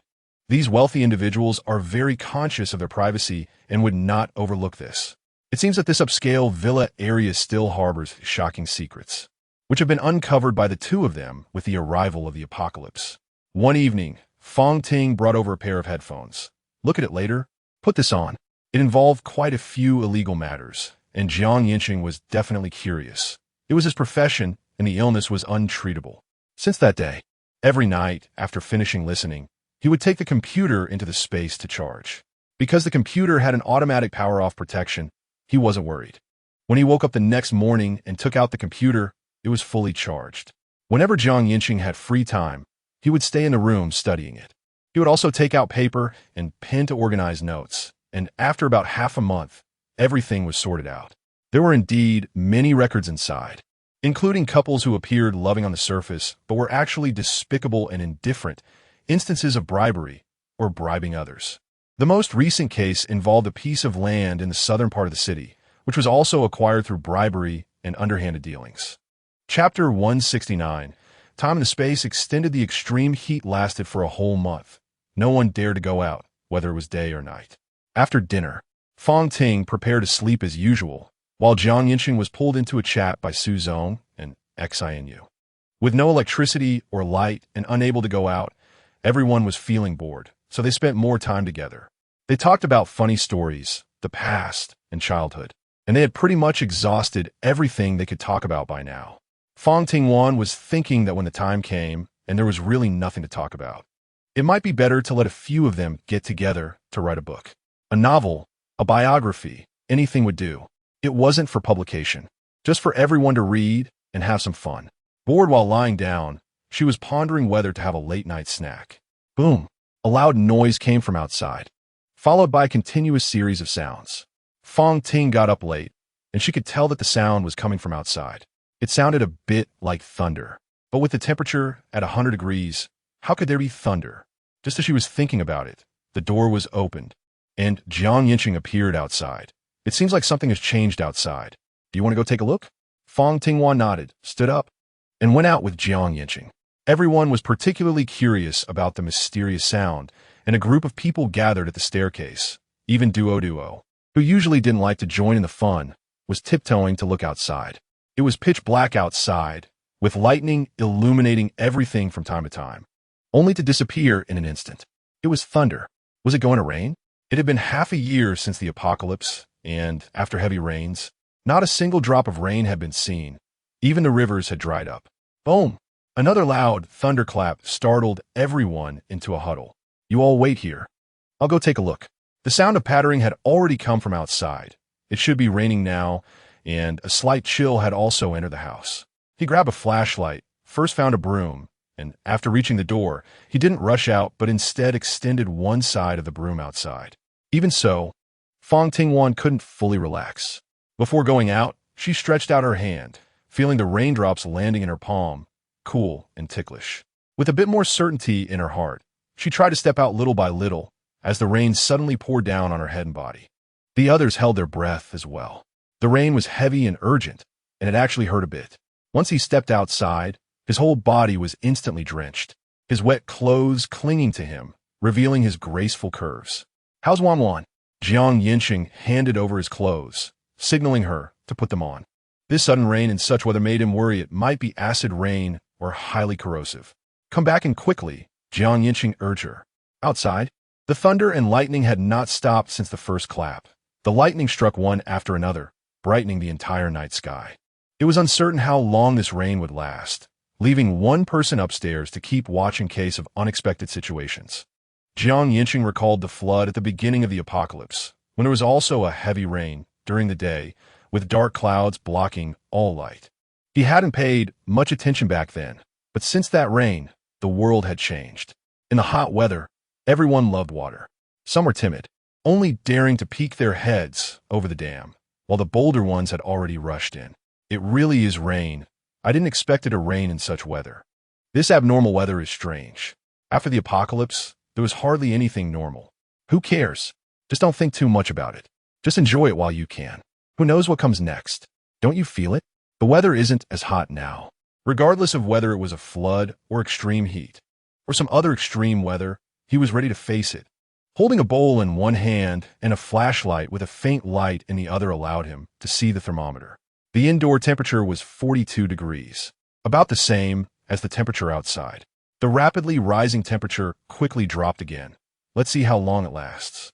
Wait outside for a moment. After giving instructions, Fang Tingwan closed the door and locked it. Having done all this, she could finally feel at ease entering the space. A bath. She wanted to take a bath. Soaked to the bone, this was just right. As for everything else, she couldn't be bothered. Anyway, Yancheng was outside. For the past month, whenever she found the chance, she would come in for a while, tending to the land, organizing the harvested food, and fortunately, all that had been done. She scattered seeds inside, half of which were stored before the apocalypse, and the other half freshly collected. She wanted to see if the food grown here could serve as seeds. These seeds had just been sown not long ago, and had already sprouted and successfully broken through the soil. The bathtub was filled with water, and she took off her wet clothes and got in. On the shelf were the snacks she had brought earlier: beef jerky, spicy strips, boneless chicken feet, a small bunch of grapes, and a glass of orange juice in a goblet. She had originally planned to drink wine, but then thought better of it. Going out smelling of alcohol would easily raise suspicion. Life in here was too comfortable. If only she could stay inside forever. She relaxed so much that she slowly fell asleep, only to wake up when the space kicked her out. It was quite unfortunate. This space was great in many ways, but the time was short. Taking a towel from the space to dry herself off, she also checked the time. 3 hours. Based on when she went in, she had been inside for 3 hours. Time had increased. What had happened? The only difference was that mysteriously disappearing safe. If she had known that thing could extend the time and the space, she would have collected them everywhere. If she remembered correctly, there was another safe at Wang Lisha's house. Chapter 170. Continuous heavy rain all night. Once she could go out, she needed to check it out. Lawyer Jiang, what are you doing here? Luji hadn't fought with them for space and had come over first. I didn't want to sleep, so I came to wait for you guys. How's it going outside? Fang Tingwan could roughly guess what was happening in the room, but he couldn't say it out loud. His casual lying skills helped him conceal the truth without losing too much face. Luji was simpler. He was curious but didn't ask or say much. Once the washing was almost done, he told Yancheng, Lawyer Jiang, you sit here, I'll go wash up first, and then I need to go upstairs to change with Su Zong and Xinu. After he was done with the water, he volunteered with Su Er to keep watch at night, so they were sent down to wash first. He washed quickly and went back up. When the two who were changing came down, they saw Yancheng and smiled inexplicably. Big lawyer, please don't tell me you're out here listening to the rain. Yes. He had miscalculated. Xinu planned to talk later and went downstairs to wash up first. Su Zong took the lead in occupying this floor and came out faster than Xinu. He was also sent out and was a bit angry. His hair wasn't even fully dried before he hurried over. No, I came out to listen to the rain. I'm worried about you guys. If something happens, I can rescue you in time. Xinu had thought of much better ideas than he did. They couldn't waste them. The person who had suggested it also arrived. More anxious than Su Zong, not even having time to put on a shirt, just threw on a pair of pants. All right, Lawyer Jiang, don't hide it anymore. Just go upstairs to listen to the rain.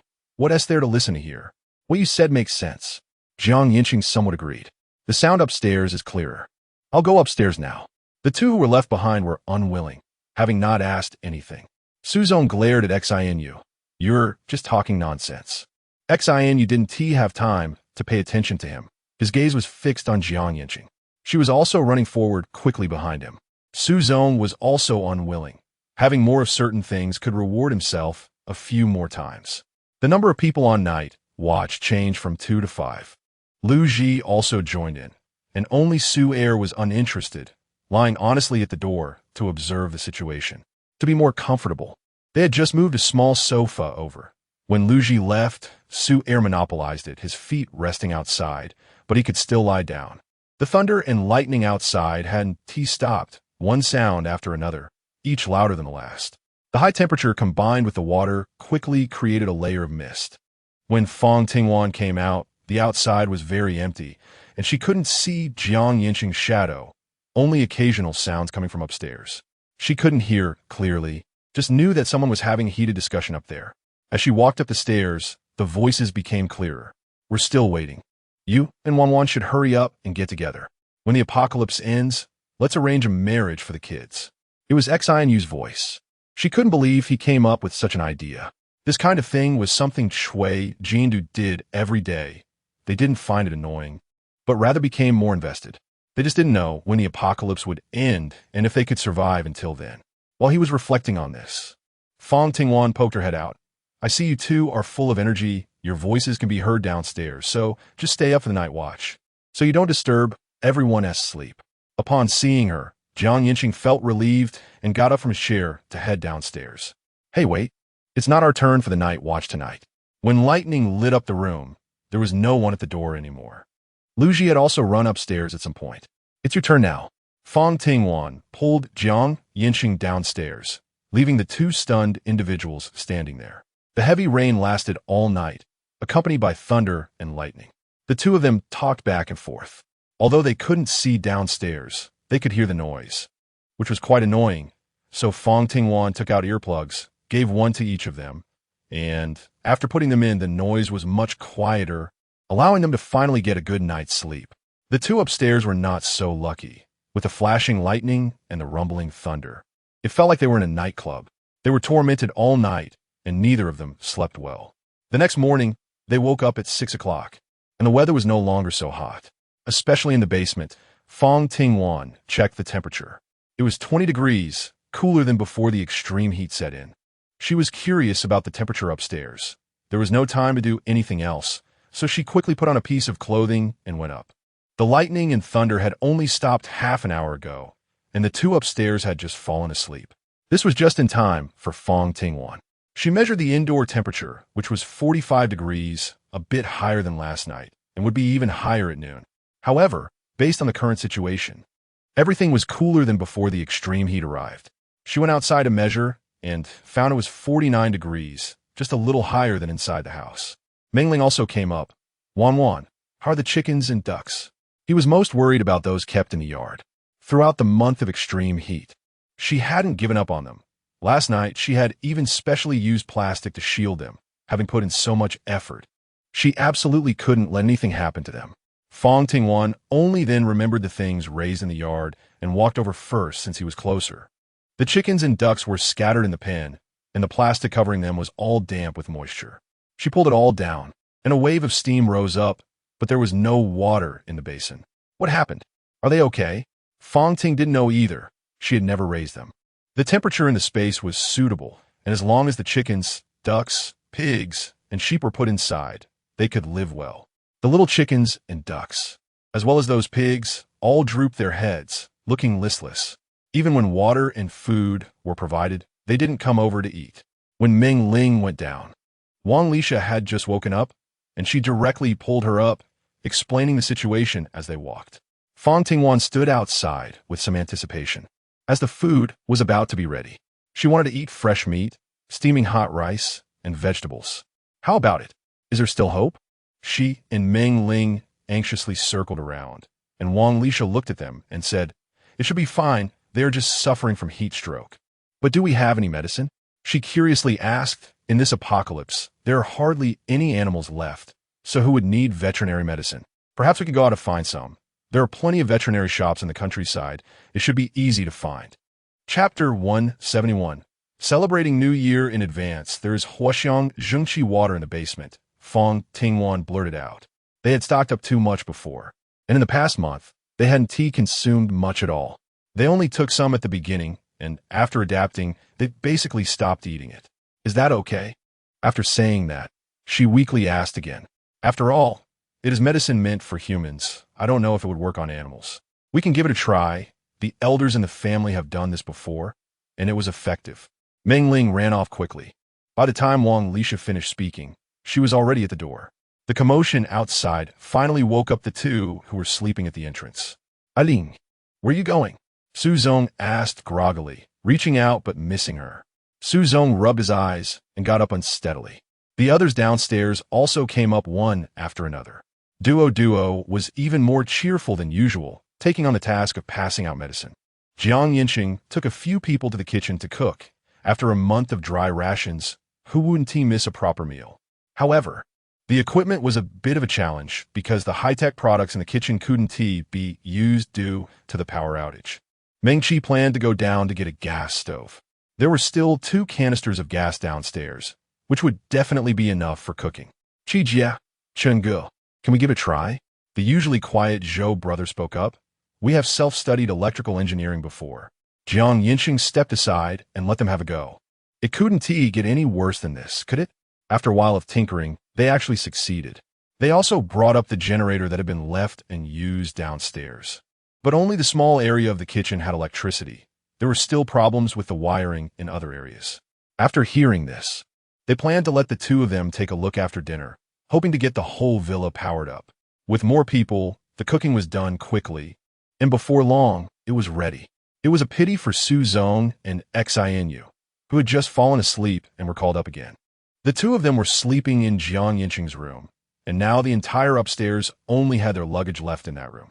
The two were on either side of the big bed, sleeping soundly, and when Meng Ling came to call them, they were still mumbling and refusing to get up. She sat on the chair. Upstairs, they had stewed old duck and radish soup, fried venison, stir-fried cabbage, and cold mixed lettuce, along with a bowl of fluffy white rice. If you two don't eat, then we won't save any for you. After Meng Ling finished introducing the dishes, she didn't care whether the two on the bed were swallowing or not, and she went downstairs first.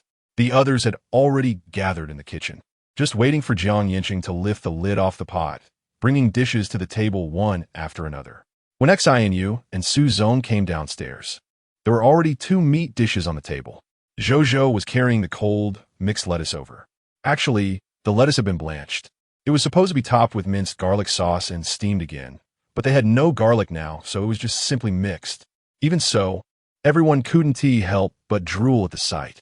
In the pot, Jiang Yancheng was stir-frying the bok choy that had just been picked from a basement.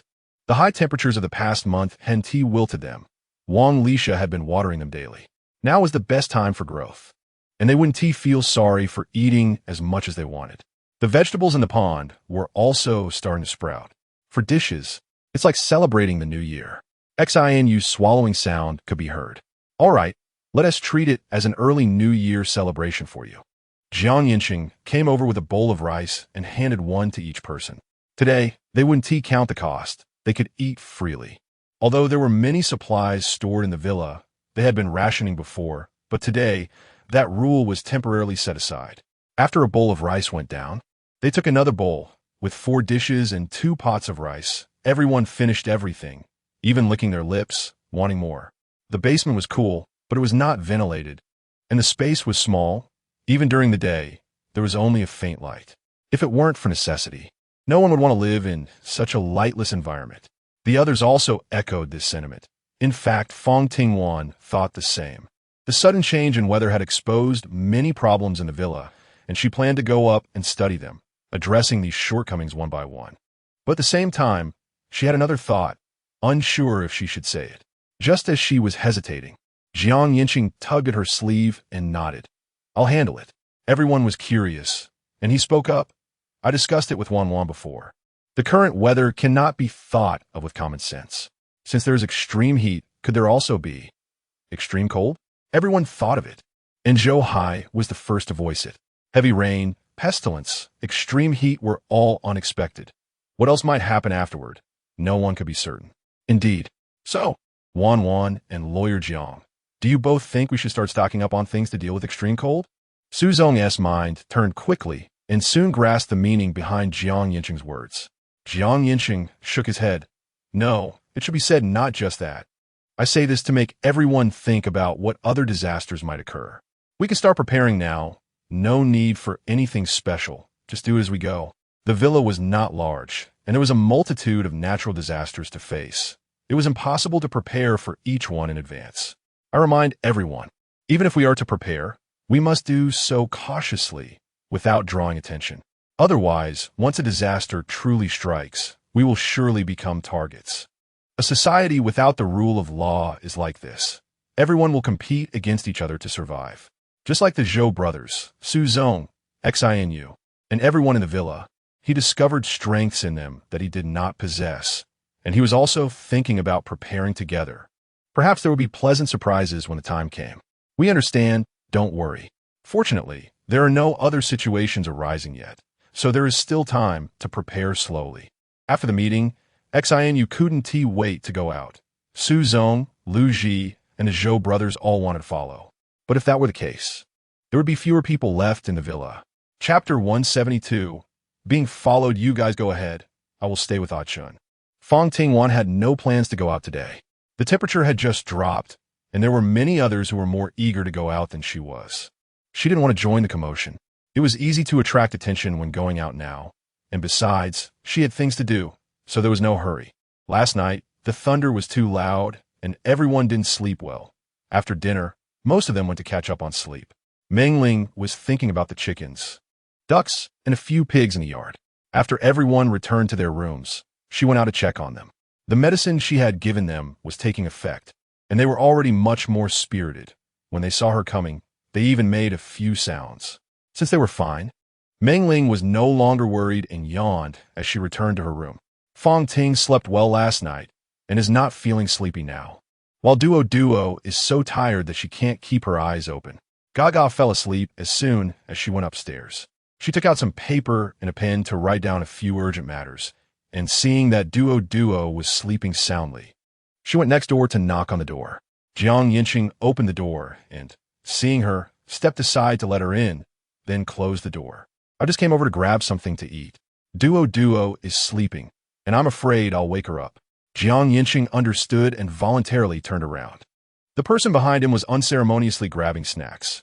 Chips, spicy strips, crispy noodles, along with soda and jelly. This was about it. If they had more, the two of them wouldn't finish it.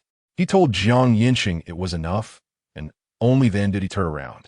But he didn't quite understand the pile on the bed. He couldn't just say that he was attracted by the snacks in the show he watched yesterday. You should try this.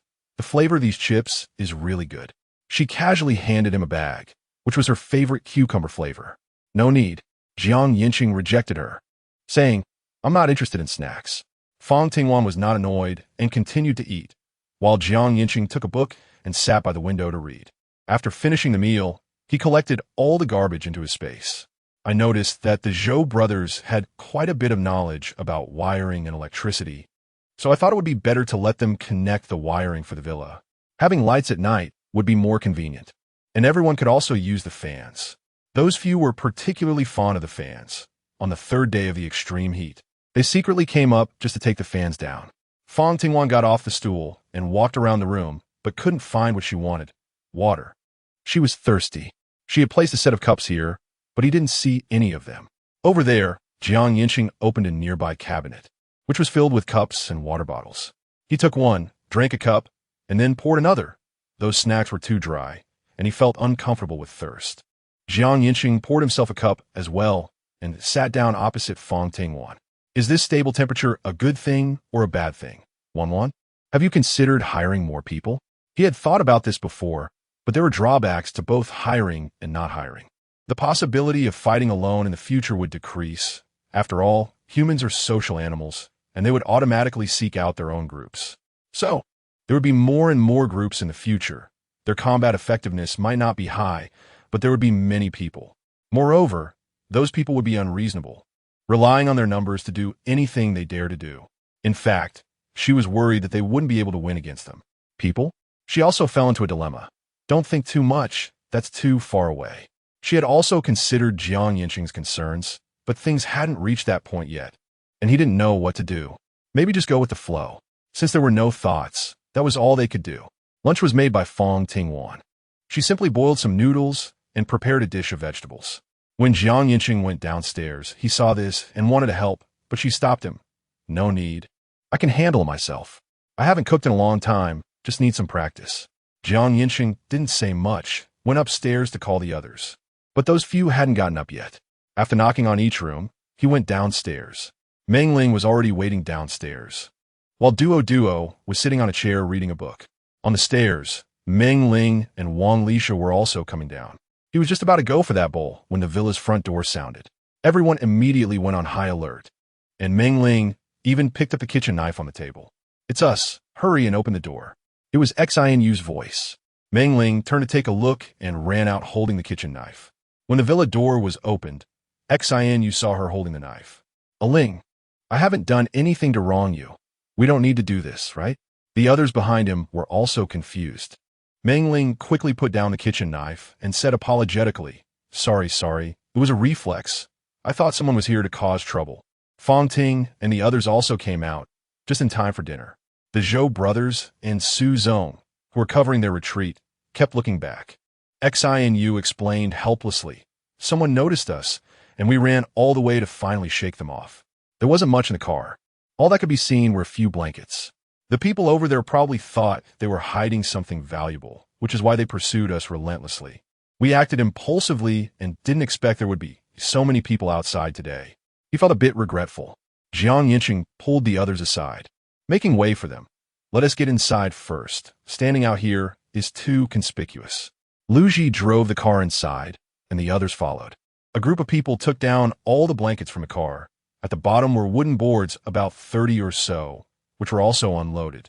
Fang Ting glanced at the two brothers and really didn't expect them to have this skill.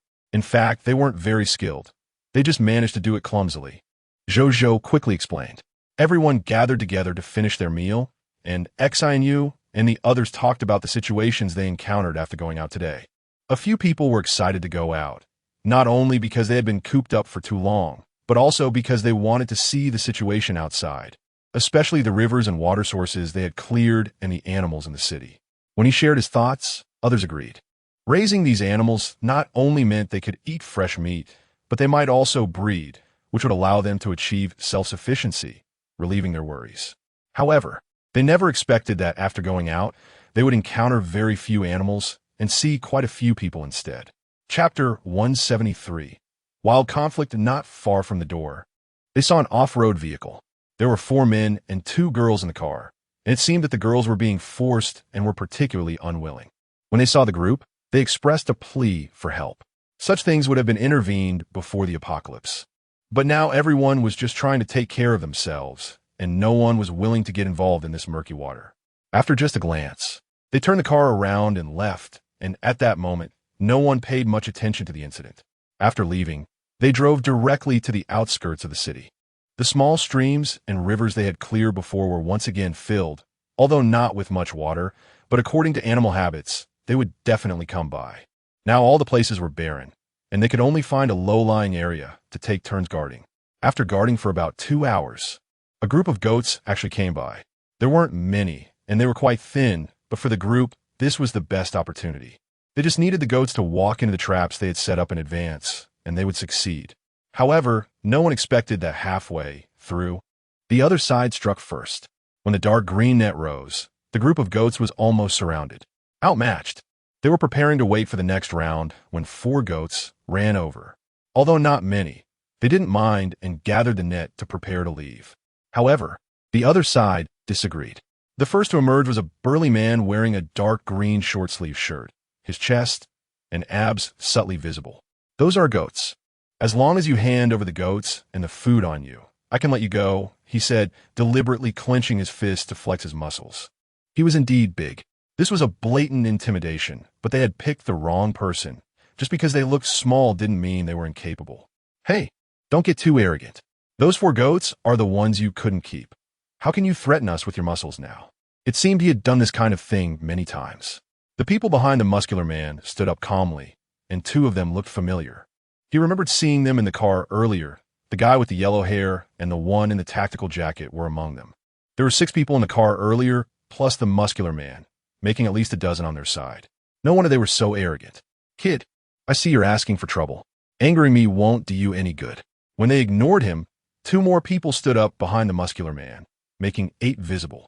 Although they had 6 strong men on their side, they were unsure of the enemy's hidden numbers and could tell that the other side had them figured out. Su Zong, stop looking at the show and say something. What should we do? Buy some time. Let me think. They were currently near a cement factory, surrounded by familiar terrain. They could shake off others, but carrying those goats wouldn't allow them to go far. The Zhou brothers and Lu Ji joined them, and the moment they were targeted, Lu Ji suddenly felt a heavy pressure. We have only 3 paths to choose from. The first is to fight head-on, but you can see the odds of winning. The second is to run, taking those 4 goats with us, but the chances of success are slim. The goats won't cooperate, and having them with us is a burden. The chance of being caught by the other side is even higher. Su Zong doesn't need to say more. Everyone knows that. The third option is to release the goats and run, Given my knowledge of this area, that would be easy to succeed, but it feels too humiliating. No one spoke. They all understood that the last option was the best, but they were reluctant. We have a fourth option. Xian suddenly spoke up. Let all the goats go. He hadn't wanted to use this tactic, but now there was no other way to think of. It was undoubtedly the best among the options. Good, good, good, everyone agreed. And Suzong gave him a thumbs up. From now on, I won't dare to say I've been in the business world for many years, compared to you. I'm just playing small. Xian felt particularly happy hearing his teasing. Could this be considered recognition from the big boss? If it weren't for the urgent situation, Xian would have even considered discussing it further. The group squatted down to strategize, with Lu Ji going up to negotiate. After the other side caught the goats. They hadn't had time to kill them, and currently they were surrounded by the net from earlier, with a few people holding the net's opening, pinned to the ground with iron stakes. All they needed to do was break the net, and the goats would run away on their own. So Xian let go of their goats, allowing them to scatter. The other side was evidently displeased. Kid, are you doing this on purpose? Those animals run so fast. How am I supposed to chase them? Since that's the case, you'll pay for yourselves. The bald man and his group angrily ran towards them, and the few of them took off running. Because there were many of them, they had driven that small truck out. The group also chased after them, blocking the front of the car and shouting, "Get out of the car!" Two others hurriedly ran over with spikes to block the vehicle. They were indeed planning to keep them here for good. Crash through. Suzong was exceptionally calm, taking advantage of the moment before the spikes were set down. He rushed forward, just in time to reach the other side. As the words fell, Lu Ji had already started the car and charged out. The spikes couldn't be set down in time, and they could only dodge. Once the car passed, they regrouped and followed behind. The windows were down, and they could vaguely hear the muscular man shout, "Stop them. Don't let them escape." The two vehicles on the other side blocked his path. "Now's the time, turn." Lu Ji was driving. Suzong was in the passenger seat, and behind them was Xian holding a knife tightly. Lu Ji suddenly turned the steering wheel, brushing past the other off-road vehicle, and a lot of paint was scraped off their car. But that wasn't a big deal. After all, being able to drive in the apocalypse was already quite good. Who would care about how it looked? However, their actions clearly irritated the other side, and, at the same time, they realized their intention. Quickly block them. They want to mess with our goats. This trap was set up by them early on. A group of people had been guarding for half a day, and now it was about to be destroyed. Some panicked and immediately drove over. Chapter 174. Strengthening patrols as they got closer to the iron pestle, Xian opened the car door, one hand gripping the handle while the other held a dagger, dragging it across the ground. The group of goats, which had originally been lying down, startled and jumped up, charging around. The entrance had been blocked off. With a little force, some goats were able to escape. "Well done, great job," Suzong praised. One after another, more followed. And Suzong saw this scene through the rearview mirror and related to everyone in the car. The guy driving for the other side was also ruthless, suddenly appearing like that. Lu Ji didn't hold back. After crashing that car, he quickly retreated from the scene. The goats had escaped, and though the other side had destroyed a car and lost a person, they had also successfully fled. The weather was hot, and the things were being thrown around. Nobody wanted them. The other side had more people now, 15 or 16 men. Those not by the car were either squatting or lying on the ground, clearly betting on them. Damn it. Are these guys planning to fight to the death? Seeing the situation was bad, Xian turned around and ran, while the other side chased after them in cars. There were a total of 4 SUVs, but in terms of speed, their vehicles couldn't compare to the others. Xian deliberately chose difficult roads, bumpy or blocked ahead, relying on their larger vehicle to force a path. The other side was clearly determined, unwilling to give up until they had killed them. Even now, they continued to chase relentlessly. Seeing that the fuel gauge was about to hit empty, Xian took out a gun and fired 2 shots at the other side. Lu Ji didn't want to leave, and neither did the others. But Fang Tingwan had said before that if something happened, they should leave on their own. It was better to leave voluntarily now than to be forced out later. If you all leave, only a few of us girls will be left. Isn't that more dangerous? I remember you said that 4 boys forced 2 unwilling girls, including me. There are 4 women in the villa. Do you think they will let us go? Fang Tingwan coldly scanned a few people and asked, but no one spoke. Just like when Lu Ji made the suggestion earlier, they hesitated. If something goes wrong, I will escape. That's how I treat all of you. A group of big men felt reprimanded and couldn't lift their heads. Wan, we didn't mean it that way. We just thought that if the other party came, it wouldn't implicate you, and we trust you. Although they were women, they also had the ability to protect themselves. As their leader, Fang Tingwan was not someone that those scoundrels could covet.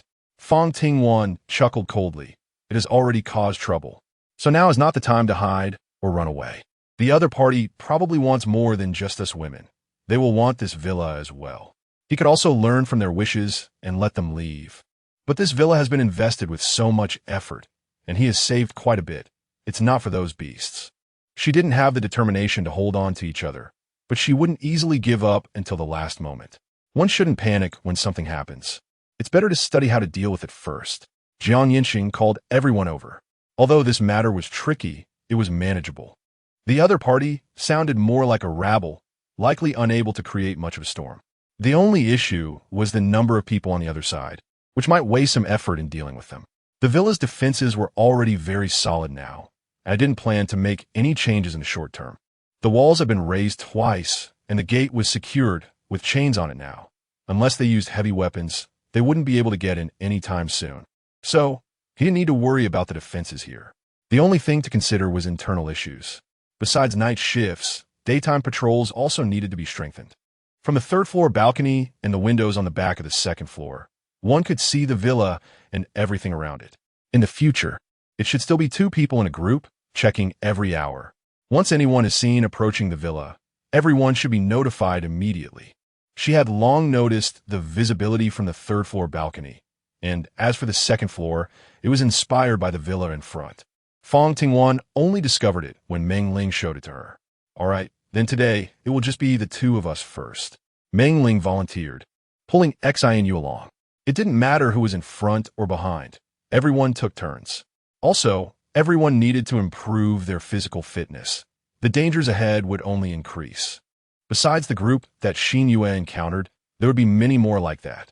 In the morning, he had simply divided the tasks. Shi and Jiang Yancheng. Meng Ling and Xinu were capable fighters, while Meng Qi, Su Zong, and Wang Lisha could handle logistics. But these few also needed to improve their physical condition the most. As for the Zhou brothers and Lu Jisu'er, they could fight but lacked systematic training. Meng Ling, this matter is up to you. You practiced Sanda before, so you should know how to teach everyone. Meng Ling nodded and accepted the task. Besides that, there was the issue of cooperation among each other, which she hadn't figured out how to handle yet. They could practice other things first. She wasn't a saint, nor could she protect everyone. The group nodded eagerly. They all understood this was no joke.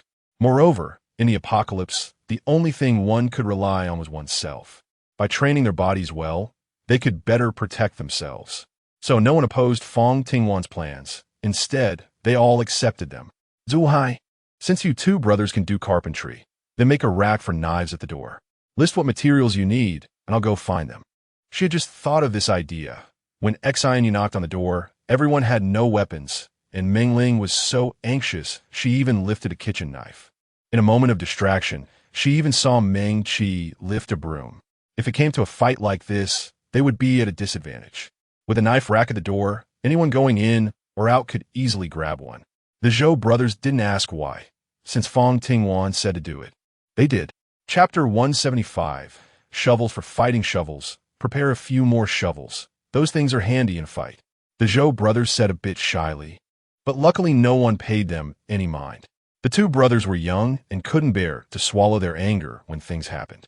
They had fought quite a bit back in the village. They had never learned, just relying on brute strength and flailing around. For them, a shovel was easier to handle than a short knife. It had a larger area of force and could hit accurately, and even if the head was knocked off, there was still the handle, which hurt a lot when it hit. The Zhou brothers had a lot on their plates. After lunch, the 2 took a short break before appearing downstairs. They first checked all the wiring in the house. There were too many damaged areas, and they weren't familiar with the situation inside the walls. If they wanted to use electricity, they would need to rewire, but there was no way to hide it anymore. For aesthetics and safety, the electrical wires in the city houses were mostly placed under the floor and within the walls, but doing that would require a lot of work. Needing to pry open the walls and floors to rewire, then put the floors back to perfectly hide them. The two didn't know much, and even if they pried up the floorboards, they couldn't manage the complicated wiring inside the house. Not hiding it was fine. As long as it worked, that was enough. They hadn't considered this when stockpiling, so there were no wires in the space. All right, I understand. In the coming days, everyone should pay more attention when going out. As long as there are wires, we can restore electricity to the villa. When they heard there was no electricity, a group of big men laughed more joyfully than 3-year-old children. They knew that the weather was quite hot now, and although they had worked hard to protect the fan, without power, it wouldn't turn, and they could only watch anxiously. The weather was really hot now.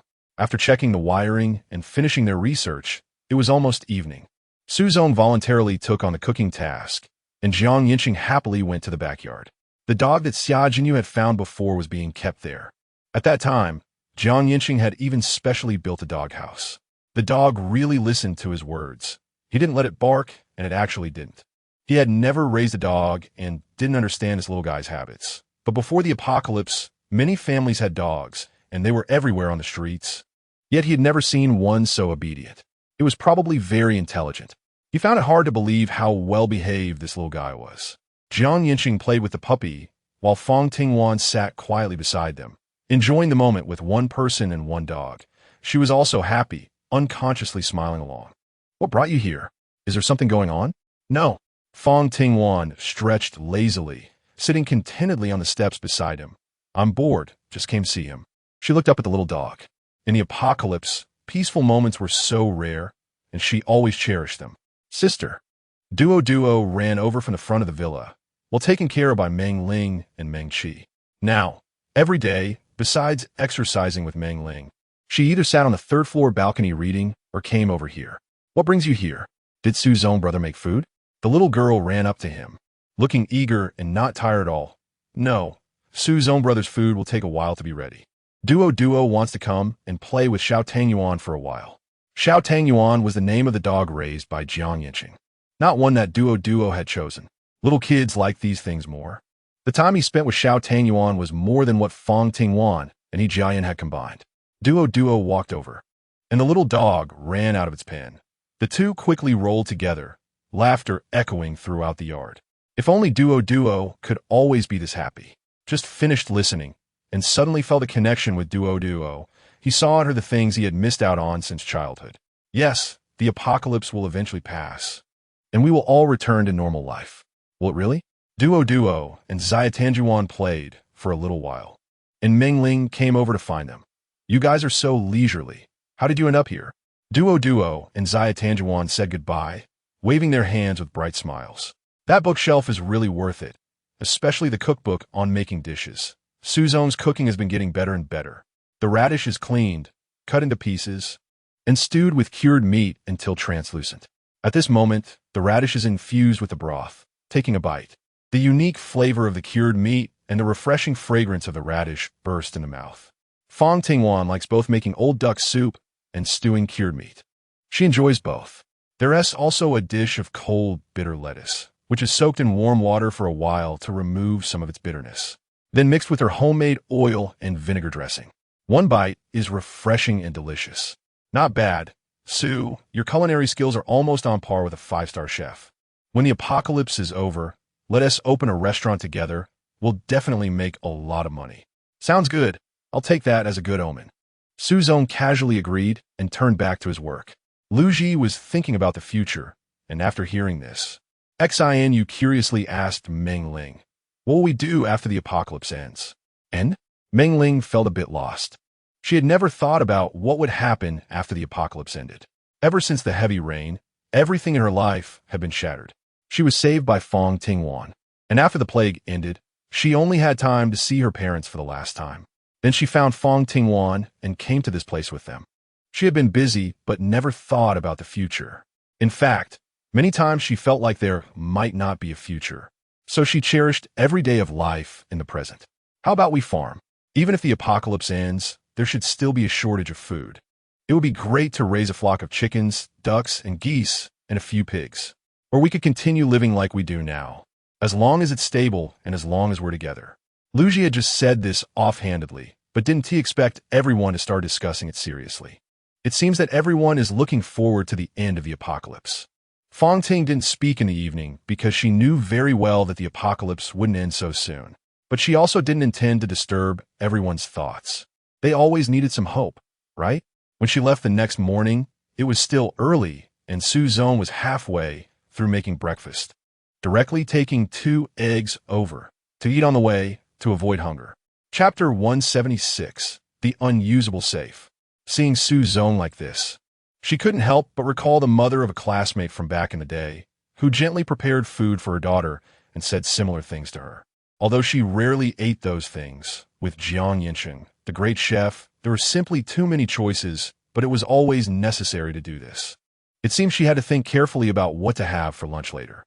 Fang Tingwan took the egg and didn't walk outside. To be honest, she was already a bit impatient and didn't know how many safes she could absorb today. How much longer would time be extended for her? Apart from Wang Lisa's, there should be quite a few in the Imperial View Mansion as well. That kind of thing should be standard for wealthy families, with each person having a few. It had fogged up in the morning, a white mist covering everything outside, making it impossible to see anything.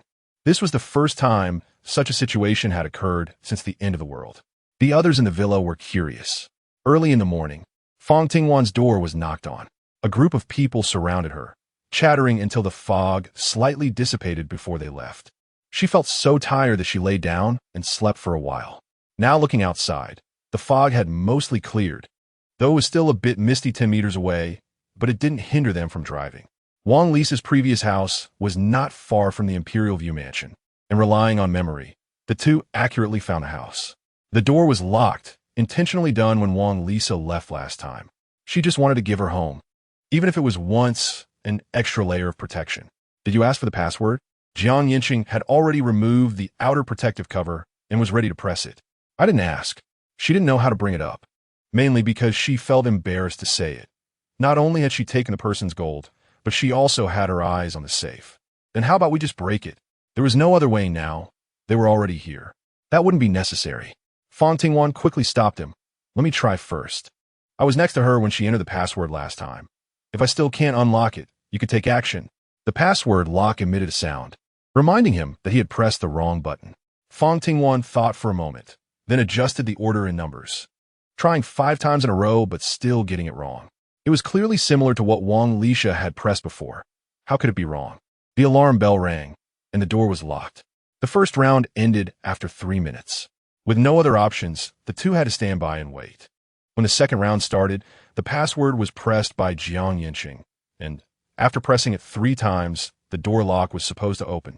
How did you press it? Luck? Partly, but there are a few numbers that have marks on them. We just need to rearrange them. She was really glad that Yancheng was a lawyer before the apocalypse. Otherwise, the police would have been busy again. After the door opened, Fang Tingwan rushed to the area where the safe was, while Yancheng stood at the door to keep watch. He placed the safe into the space. And this time, there was no change at all. Did it require making a choice? Fang Tingwan silently chanted in her heart, increase the time, increase the time. But the safe remained steady, showing no signs of change. What's going on? Yancheng asked at the door. He didn't dare to enter when it involved space. After another failed attempt, Fang Tingwan reluctantly accepted the reality. The safe was left in the space, and he got up to walk outside. Let's go. The two drove around the streets, simultaneously searching for agricultural supply stores and hardware stores. Currently, Fang Tingwan's notebook only recorded 2 items, wires and shovels. There were several shovels in the space, not many, but all useful.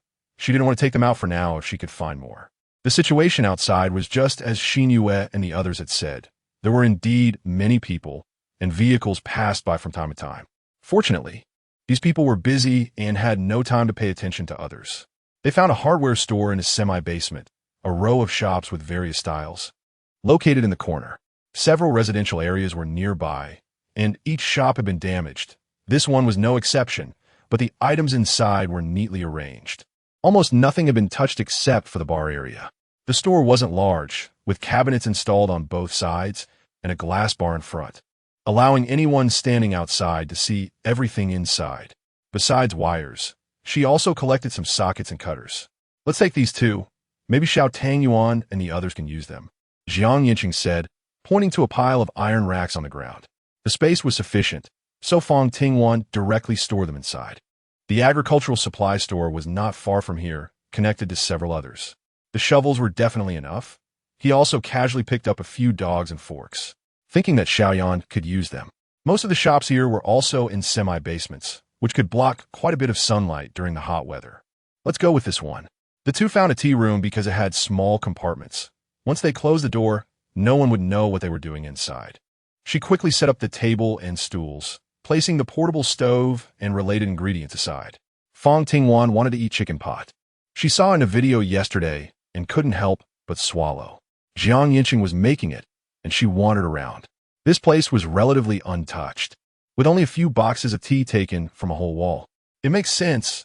Such things are impractical in the apocalypse, and not many people are willing to take them. But she liked it. As she passed by, everything was collected into her space. What kind of bug is that? The tea room had very little, and after being searched again, there was nothing left except for a few boxes of tea. What bug? Where? Curious. He ran over and indeed saw a small bug that wasn't too big, with two hard, long protrusions on its head that were entirely black. And its four claws were serrated. It had two wings that were retracted under its shell, making it hard to see clearly. The appearance of this bug was a bit unfamiliar. She had never seen it before. Yancheng shook his head as well. He didn't know much about this creature either. Fang Tingwan was curious about why bugs would come out in such hot weather. Instead of studying them, why not taste them? The bright red color was mixed with various ingredients, and when it was taken out of the pot, sesame was sprinkled on top, making it look tempting. Chapter 177. The Girl Who Smells the Flavor. Fang Tingwan couldn't wait to take a bite. The chicken was tender and flavorful, and the other ingredients had soaked up the broth. Those worries were quickly pushed aside, and his eyes and thoughts were entirely on the dishes in front of him. Once this was done, there was no need to worry about it anymore. Yancheng also sat down to eat with her. He had made a big pot of chicken hot pot, and both of them felt particularly satisfied after eating. Have you thought about what to do after the apocalypse? After eating and drinking enough, Fang Tingwan easily started thinking about other things, and her thoughts somehow drifted here. Shoo! There was a sound outside, and both of them heard it. They hurriedly leaned against the door, pressing their ears to listen. The soundproofing of this tea room wasn't very good. Even with the door closed, they could clearly hear the conversation outside. It can't be wrong. I smell something delicious from here. Someone is eating. This smell. It's not fast food. It's home-cooked. Someone must be cooking like chicken hot pot. The speaker was a little girl. From her voice, she sounded young. But she didn't expect her sense of smell to be so sharp. She could even smell that. Let's go, just in case. Even if someone is cooking, they won't share it with us. And what if there are too many people on the other side? What if we can't handle it? Another girl was speaking. I just want to smell it. I don't want to eat. Let me smell it a little longer. The little girl was drawn forward by the aroma. Let's hurry and leave. There are people inside. Look. Shadows were moving at the door, and the little girl in the back was holding on tightly. Don't rush. There aren't many people inside. Maybe we have a chance. Then came the laughter of two boys. Don't cause trouble. Let us hurry and leave. The two girls were advising separately, but the two in front seemed to be bewitched, ignoring the advice and the insults, even after the two girls had already walked away. Fang Ting and Yancheng exchanged a glance, realizing that the other had some ulterior motives. Let's go. Since they want to see us, we shouldn't hide anymore. Fang Tingwan pushed the door open and stepped outside, where she saw two boys standing across from her. They were young and particularly frail. The two girls had already reached the doorway, and as they came out, they happened to hear one of the boys scolding them. What do you two women understand? That little bit of food won't last long. If we don't find a way, we'll all starve to death. It's a shame you two practice Sonda. You're scared of this little scene. What good are you? All four of them held knives, and judging by their attire, they didn't seem to be ordinary people. Hurry up and come over. They only have two people, and one of them is a girl. They're easy to deal with. The two girls really did come over, and Fang Tingwan tightened her grip on the Tang knife in her hand. It seemed that today she would have to get her hands dirty. Don't be impulsive. Let's look for more options. Maybe there's still some food. He quietly leaned closer, almost whispering in the ears of the two boys, these two aren't people we can provoke. He had seen many people while competing outside and had more experience than most. Both boys had a calm demeanor, facing the four of them. Especially after Chen Sun mentioned that she and Miao Miao practice Anda, the boys showed no signs of fear. This indicated that they were confident. Although they were more numerous, their mindset was clearly not as strong as the other side's, and they lacked experience. Even in a fight, it would be difficult to win, especially since the girl on the opposing side looked about the same age, but her demeanor resembled that of an elder at home. Even if the four of them teamed up, they couldn't defeat one of the others. The two boys clearly ignored him and raised their knives at Fang Tingwan. Hand over the food, and I might consider letting you go. One of them scrutinized her up and down, or you can come with us. Don't worry, you won't go hungry. Chen Sun, what do you mean? The girl was obviously unhappy and rushed to grab her. Explain yourself. They've been together for so long that he was already tired of her. He had chased her desperately back then, but now, looking at his face, she found someone better. I have a buddy who's really capable. He has a lot of people under him. Beautiful girl. If you follow me, I'll take you along, and you won't have to worry about food anymore. Their parents were good friends and brothers, and they had played together since childhood, forming a bond over the years. If it weren't for you looking down on my buddy, I would have gone to him long ago and wouldn't have to worry about food now. You dare stop me now? I must have been really unlucky to have found you. The man hardened his heart and could say anything. You should listen to me now, and I might consider taking you with me later. Otherwise, don't blame me for being ruthless. The implication was that he would abandon her. As a girl, even if she had some skills, it would be difficult to survive in this apocalyptic world, and he didn't care about his own life. After being together for years, it was the first time she realized what kind of person her boyfriend was. Not letting you go to Lu Hao is for your own good. He's not a good person. When they first got together, Chen Sun took him to meet his friends, and Lu Hao was there, constantly eyeing her. In private, he made advances toward her, and when it was brought up, he not only denied it but also accused her. If it weren't for the video evidence back then, she feared she wouldn't be able to clear her name, even if she jumped into the Yellow River. Later, when she wanted to expose him, he shamelessly shifted the blame onto her, claiming she had seduced him first. Fortunately, at that time, Chen Sun believed her, and their contact with Lu Hao gradually decreased, allowing them to get along better. Since the apocalypse, the four of them had been wandering, and with her and Miao Miao's skills, although life was tough, they could still survive. They encountered Lu Hao while searching for supplies in extreme heat, and he was surrounded by admirers, looking very imposing. He indeed offered for them to join, but his sticky gaze made Sun Luiyue very uncomfortable. Based on her understanding of Lu Hao's character, Sun Luiyue did not agree to join. She thought Chen Sun would share the same sentiment, but unexpectedly, he had been blaming himself all along. It's my fault. From now on, we go our separate ways. You do what you like, and I won't neglect you. Chapter 178, Internal Strife. Stop wasting words. Chen Sun and Lu Xin clearly looked unhappy. He frowned tightly. Enough of that. That's our business. You two come over first, and let's resolve today's matter before talking. Although he had already changed his mind, he was still holding on for Sun Luiyue and Jiang Miao Miao skills. How could he give up? He looked at him with a hint of disappointment. Chen Sun, you're really crazy. She shook her head and ignored him, turning to leave. Stop. The boy followed her out. What about you? Before he could finish, the other two in the room also ran out. Fang Ting sighed helplessly and shrugged. This couldn't be blamed on him. He hadn't done anything yet. Outside the door, there was a heated argument between Chen Sun and Sun Lu. Soon, the voices of two other people joined in, and the four of them were arguing fiercely. Everything that could be searched inside the room had already been found. Fang Ting and one were also moving forward. By the time they reached outside the door, the four people had gone from arguing to fighting. The two boys were working together and hitting hard, especially the one named Chen Sun, who showed no regard for their past friendship. On the girls' side, Sun Lu kept on fighting, while Jiang Miao Miao was trying to mediate. Fang Tingwan shook her head helplessly. She had only wanted to have a simple meal, but she never expected to witness such a scene. However, that girl was indeed quite interesting. She was able to hold her own against two opponents and maintain the upper hand, though it was clear she was holding back when striking. It seemed she wanted to win them over.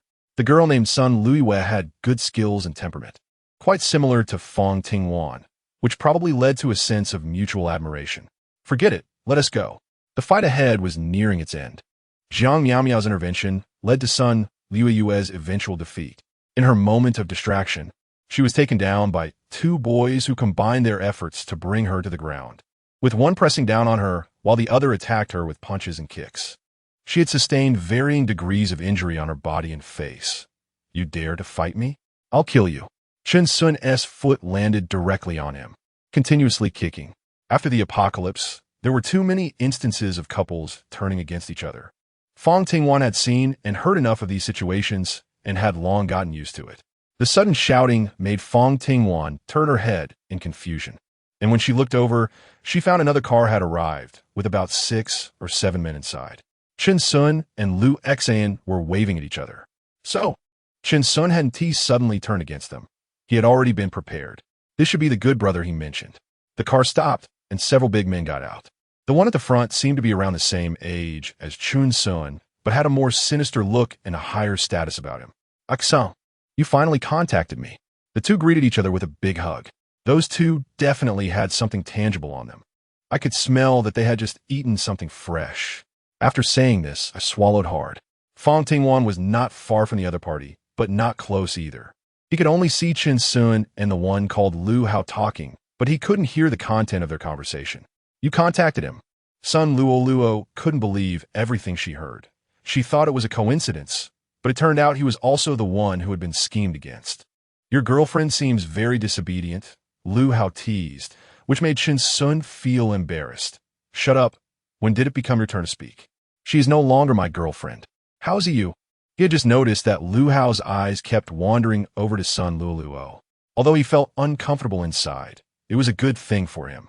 Lu Hao had told him that to join, one needed to contribute. The greater the contribution, the higher the status and resources obtained. He couldn't offer anything, but having two attractive women by his side gave him the confidence to contact Lu Hao. Moreover, if he could uncover something valuable from those two he had discovered, his status with Lu Hao could rise significantly. "Are you willing?" "I remember back then." "Don't mention back then.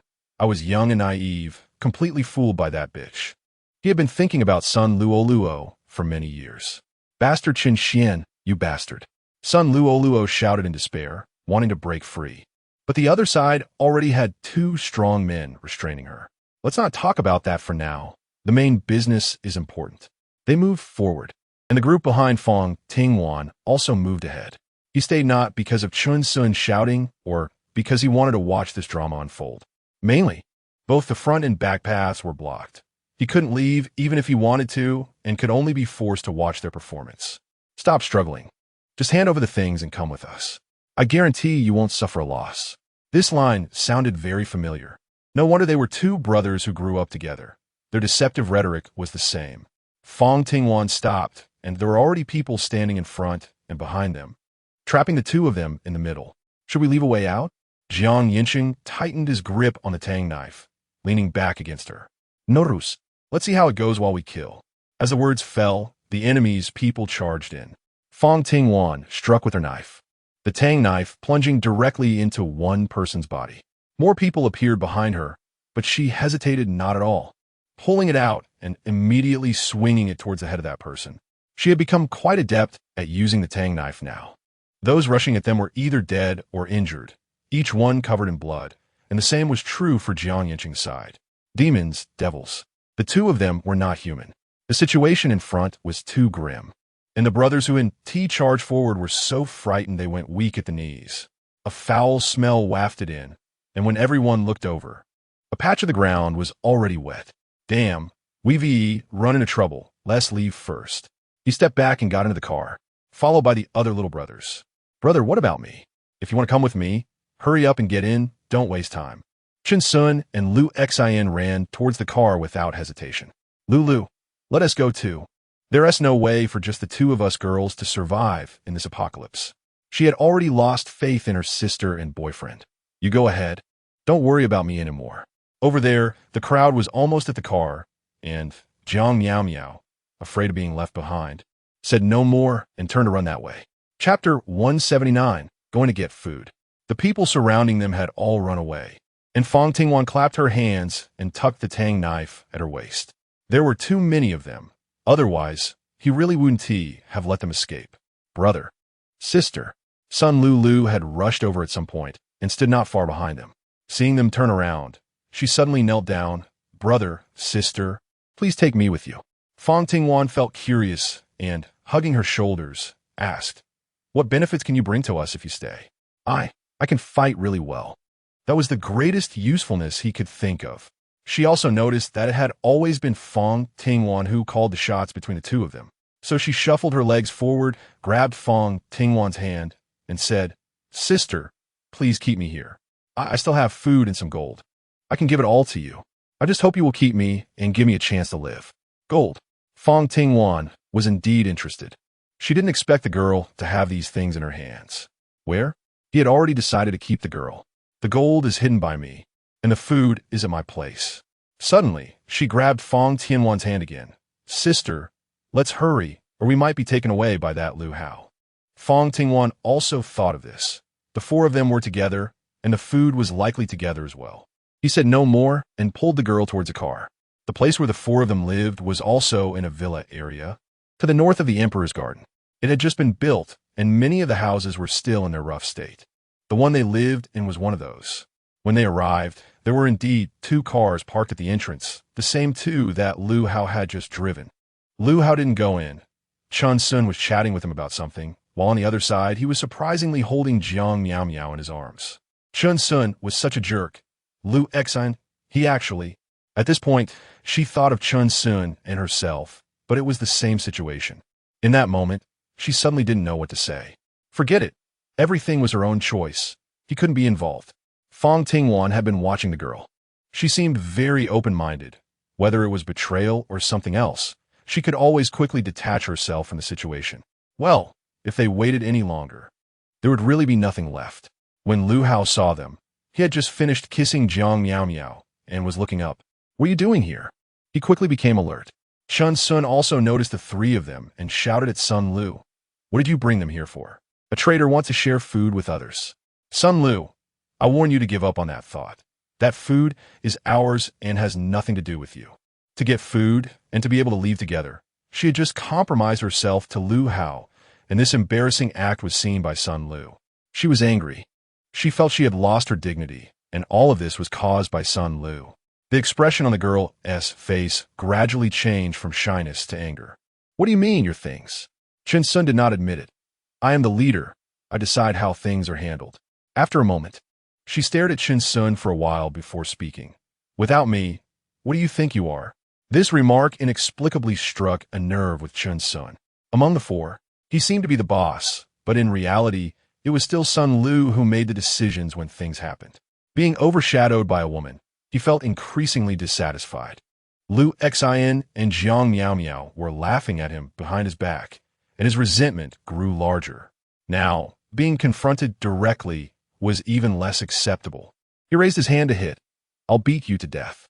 Just as he was about to act, Lu Hao calmly said, if the food is taken away by her, then what I promised you will need to be reassessed. I said before that your status depends on your contributions. Sun Lu looked at him with a cold smile. This is your good brother. Chun Sun was even angrier for having lost face. He hadn't expected Lu Hao to treat him this way. Given their mutual feelings, Lu Hao should have taken better care of him. But after calling the people over, that was not the case. However, for the sake of status and to survive, he compromised. After watching the drama unfold, they couldn't really afford to lose the food. Fang Tingwan and Jiang Yancheng stepped forward. This move scared Chun Sun, causing him to retreat 3 or 4 steps. It seems you have no intention of taking Lu's share. Since that's the case, then it's fine. Under everyone's gaze, the 3 of them walked inside, and no one stopped them. Those who had just been beaten by Fang Tingwan and Jiang Yancheng instinctively retreated at the sight of them. Indeed, in this world, fists were the most effective. There was not a small amount of food inside the house. If the 4 of them were frugal, it would last for half a year without a problem. Sun Lu only took her share, leaving the rest untouched. Throughout the journey, Fang Tingwan observed her. The girl was very calm, which made him even more curious. Don't you hate them? It's not really hate. At first, I was angry and resentful, but it's much better now. Everyone has their own choices. From now on, we part ways and treat each other as strangers when we meet again. At her age, having such thoughts showed that her parents had educated her well. All right, we should go. They all knew what the three of them were going to do. But in this crowded place, where many eyes were watching, it was impossible to say it outright. Those people clearly were unwilling to let them take the food. But due to Fang Tingwan and Jiang Yancheng's previous threats, they didn't dare to say much or take action. Thus, the scene unfolded where they took a step forward, and the others took a step back. They kept retreating until they reached the door. Lu Hao was unwilling and asked Chen Sun, "Brother, this concerns your future status in the gang. What do you think?" Lu Xian also asked beside him, "Sun Ge, what should we do?" He had sacrificed so much, even giving up his girlfriend to get Lu Hao to agree to give him a team leader position and change to a 6-person dorm. Now that the food was taken away, he worried whether he could still keep his current position. Chen Sun gritted his teeth. "Let them go. Brother, think it over. If you do this, then both of your statuses will be downgraded." Chen Sun remained unchanged. If he could, he would have already kept them. Why wait until now? He knew very well that he couldn't win. Chapter 180. Choosing right, he held Jiang Miao Miao's slender waist and asked, "Baby, what do you think?" At that moment, she was looking fiercely at her former good friend. Why was he always better than her? Lu Hao liked her because they were close friends. Unable to get Sun Lu, he turned his attention to her. She compromised herself just to secure a place for herself. But in the end, Sun Lu turned around and found a better home. That man was tall and handsome, clearly 1,000 times better than Lu Hao. Who would want to stay if they could follow him? Jiang Miao Miao clearly regarded Jiang Yancheng as the leader. She was unwilling, just like before. She had worked so hard, yet every time she had fallen short compared to Sun Lu. "How good? You really know how to joke. What can a little girl like me do? Look at those fierce-looking guys." As she spoke, tears streamed down her face. "Lu, are you really so heartless? You took all this food away. What will we do in the future? Are you trying to starve us to death?" They hadn't planned to leave anything for Sun Lu. At that time, he hadn't seen Jiang Miao Miao cry. Why was she so aggrieved now? These people were really boring. Sun Lu couldn't be bothered with them anymore and directly kicked over the 2 people blocking the way, opening the path for them as Fang Tingwan and Jiang Yancheng followed behind. As they left, he could still hear Lu Hao's contemptuous words. "What a waste. Can't even handle such a small matter." Jiang Miao Miao's cries grew louder. The gold was hidden in the basement of another villa, and within some bases, gold was their currency. This was something he had secretly saved up over time, originally planning to take them to the base with the gold when life outside became unbearable. The gold was all in a metal box, with 5 or 6 pieces weighing 50 grams each, along with some scattered jewelry, earrings, necklaces, and bracelets. The heaviest was a picio, which looked about the same size as Wang Li's. "Sister, I'll give you these. Can you keep me? If I didn't plan to keep you, I wouldn't have let you bring us here to search. But I must state first that my team does not keep useless people. Her consistent principle could not be violated." "Thank you, sister. I will perform well." The little girl was particularly sweet, calling her sister, making him feel as if he were seeing duo. The 2 of them would surely get along well. When they arrived at Villa number 21, Lu looked at the villa's surrounding wall in surprise. So high, no one should be able to climb in, right? Seeing the other 2 looking at her, she shyly explained, "In the place I lived before, people often climbed over the wall to steal food, and at night, everyone was afraid to sleep too deeply, fearing they might unknowingly lose their lives." Zhou opened the door, and Jiang Yancheng drove the car inside. The scene inside the villa excited him even more. This place actually had lights on. There's electricity. After the apocalypse, the electricity was cut off quickly, and he hadn't seen what a light looked like for a long time. The only place in the entire villa with electricity was the dining room. He didn't know who had placed a small desk lamp there. The light was dim, and it couldn't be seen from the outside, but inside, it was clear that Duo was sitting there reading. "Don't get excited. Soon the whole villa will have power." Fang Ting pretended to say that there was something hidden here, but in fact, she was putting the things inside the space onto the ground. And then the 3 of them moved them to the car. There wasn't much, and Zhou and the others finished taking it in 1 trip each. Fang Tingwan led Sun Lu into the villa. Apart from Su Zong and Meng Qi, who were in the observation posts on the 3rd and 2nd floors, everyone else had come down. This is Meng Ling went to get the food, which had been specially reserved for Jiang Yancheng and Fang Tingwan, but didn't expect there to be an extra person. picked up on the way, quite capable. The few people behind brought in supplies, leaving the shovels and wires upstairs, while the food was placed aside to be handed over to him when Meng Qi came down.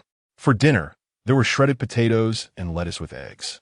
The few chicks outside had been laying eggs exceptionally well in recent days, producing several more than before the extreme heat. So much delicious food. Sun Lu swallowed, but didn't act impulsively. She had just joined and didn't know the rules here. But she had heard about the rules of other gangs and bases, and it seemed that they wouldn't get such good food. After the observation was complete, Su Zong and Meng Qi also came down. They're a newcomer. Seeing that there wasn't much food on the table, he asked Meng Qi to go downstairs to get some noodles. You guys eat first, I'll cook some noodles. What are you standing there for? Go eat. Fang Tingwan and Yancheng had already washed their hands and were ready to go, but Sun Luiyue stood there motionless, just swallowing hard. Can I eat? Of course you can. Hurry up. We always eat together. In that moment, Sun Luiyue knew she had made the right choice. This brother and sister were not only good people, but also so impressive. Fresh meals like this were rarely available in other bases and gangs. Hearing that she could eat, her eyes sparkled with excitement as she hurried to wash her hands. Knowing she was really hungry, Fang Tingwan didn't compete with her and handed over the bowl of rice she had. You eat first. I'll wait for the noodles. Jiang Yancheng watched and scooped half a bowl of rice from his bowl to give to Fang Tingwan. Eat some first. Fang Ting didn't refuse in the evening. Sun Lu ate quickly, finishing a bowl of rice in no time. She hadn't had such good food in a long time and was already craving it. Lu Ji and the others dared to eat even rotten meat, which caused everyone to get conjunctivitis. Comparatively, Sun Lu was doing much better. Sister, can I still eat?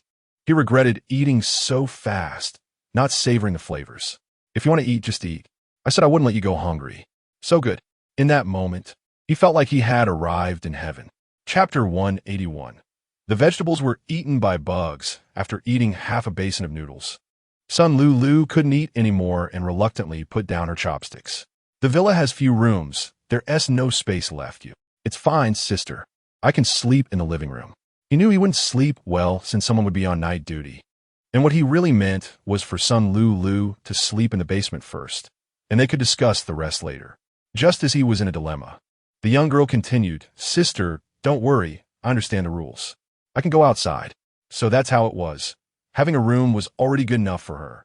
She wasn't picky. I'm not wronged. The environment in this villa is much better than where I lived before. There are more rooms downstairs. You can choose one. Or the sofa by the side is also good. It has ventilation and light, but people coming and going might disturb you. Meng Ling led him downstairs, and Meng Qi also took the food down. Each room in the basement had a label or a wooden sign outside, indicating its primary use, which they had set up while staying in the villa. Meng Ling took him around to see 5 rooms. This one is the best, spacious, and with storage space.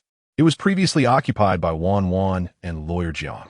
The two of them started setting up this room first, with a simple skeleton bed made of welded iron pipes and wooden boards on top. They knocked out the middle partition of the wine cabinet, turning the small compartments into slightly larger storage spaces. They also placed some homemade, simple shelves at the edge of the bed for stacking items. With the limited time we have these 2 days, we only managed to make 1 bed. For the other rooms, we can only lay our luggage on the floor. This one, Sun Lu made her decision almost instantly. There will usually be someone on night duty in the villa. You just arrived, so take a few days to rest.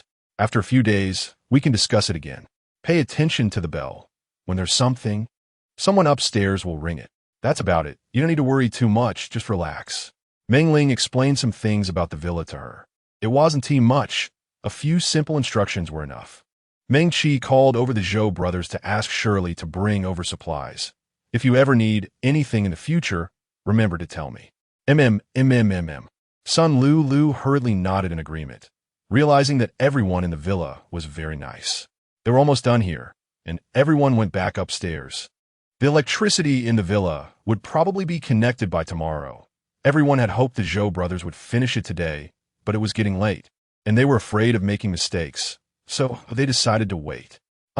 In the morning, while everyone was still asleep, they suddenly heard Meng Ling shout loudly. Everyone groggily got up and rushed to the basement at the same time. When Fang Ting came out in the evening, she happened to run into Yancheng, who was also leaving. The two of them went down together. By the time they arrived, Sun Lu and the four others downstairs had already come out. Meng Qi and the others followed closely behind them. Everyone immediately began to ask about Meng Ling. What happened? A group of people looked worried, as any stir in the villa would attract everyone's heightened attention. Bugs, bugs, all bugs. After asking that question, everyone was drawn to the situation in the vegetable garden. They saw that the green vegetables were crawling with bugs, the green parts almost completely covered, and there were quite a few bugs even at the edge of the pond. Fang Ting walked over in the evening, took a closer look, and suddenly said, "Ah Chun, come here quickly. This bug looks very much like the one we saw yesterday." He was still curious at that time, but didn't expect so many show up today. Jiang Yancheng was called over by a shout, and upon taking a look, he indeed saw many bugs. Moreover, they were constantly crawling, looking just like the ones they saw yesterday. They were exactly the same. It seemed this thing was about to become a plague. Once a pest infestation occurs, they will appear in swarms. In the past, these pests caused havoc by devouring food. But now that food is so scarce, what will their targets become? What should we do? These things are about to eat all the vegetables. Meng Ling said anxiously. He had just finished feeding the chickens in the morning and came down, planning to water the vegetables. But as soon as he arrived, he saw such a scene. Meng Ling turned his gaze towards Wang Lisa, as he understood these matters more comprehensively than Fang Tingwan. Fang Tingwan also looked up at him, and for a moment, everyone focused their attention on her. Just then, a sound like gu-gu-gu seemed to come from the back, accompanied by splashing noises. Everyone turned to look, and, at the corner, Zhou Hai and Zhou each held a chicken. Wang Lisa finally came to her senses. Right? Chicks love to eat bugs. Using them is much better than using pesticides. Hearing this, the others ran upstairs. Duo ran slowly and ended up last. The chickens and ducks were all caught in the basement. And at the reminder of the Zhou brothers, the doors to the other rooms were closed. Facing those bugs, the chicks seemed particularly excited, pecking continuously without stopping even for a moment. Most of the people in the group grew up in the city. While they had all heard that chicks loved to eat bugs, very few had actually seen it, and now they were experiencing it firsthand. After watching for a while and confirming there was no big issue, they let a few boys, including Xinu, stay behind. Su Zong and Meng Qi went to cook, while the others went to wash up. After the girls finished washing up and the boys changed, everyone gathered again in the basement. Duo was particularly curious about these things. She stood at the edge of the pool, observing carefully. These little creatures looked so terrifying, one she had never seen before. Fang Tingwan also felt this way. She noticed it when she saw it yesterday. At that time, there was only one, and it didn't seem big, but now the entire vegetable garden is full of them, making her feel particularly uneasy. Indeed, I have never seen a bug that looks like this. It's too ugly. Lu Ji couldn't help but complain. Chapter 182. Catching chickens, everyone was talking back and forth, and no one paid much attention to the situation over there. Until Meng Qi came down and said it was almost time to eat, the group started to figure out how to carry those chickens and ducks up. The only annoying thing being that the bugs hadn't been eaten yet.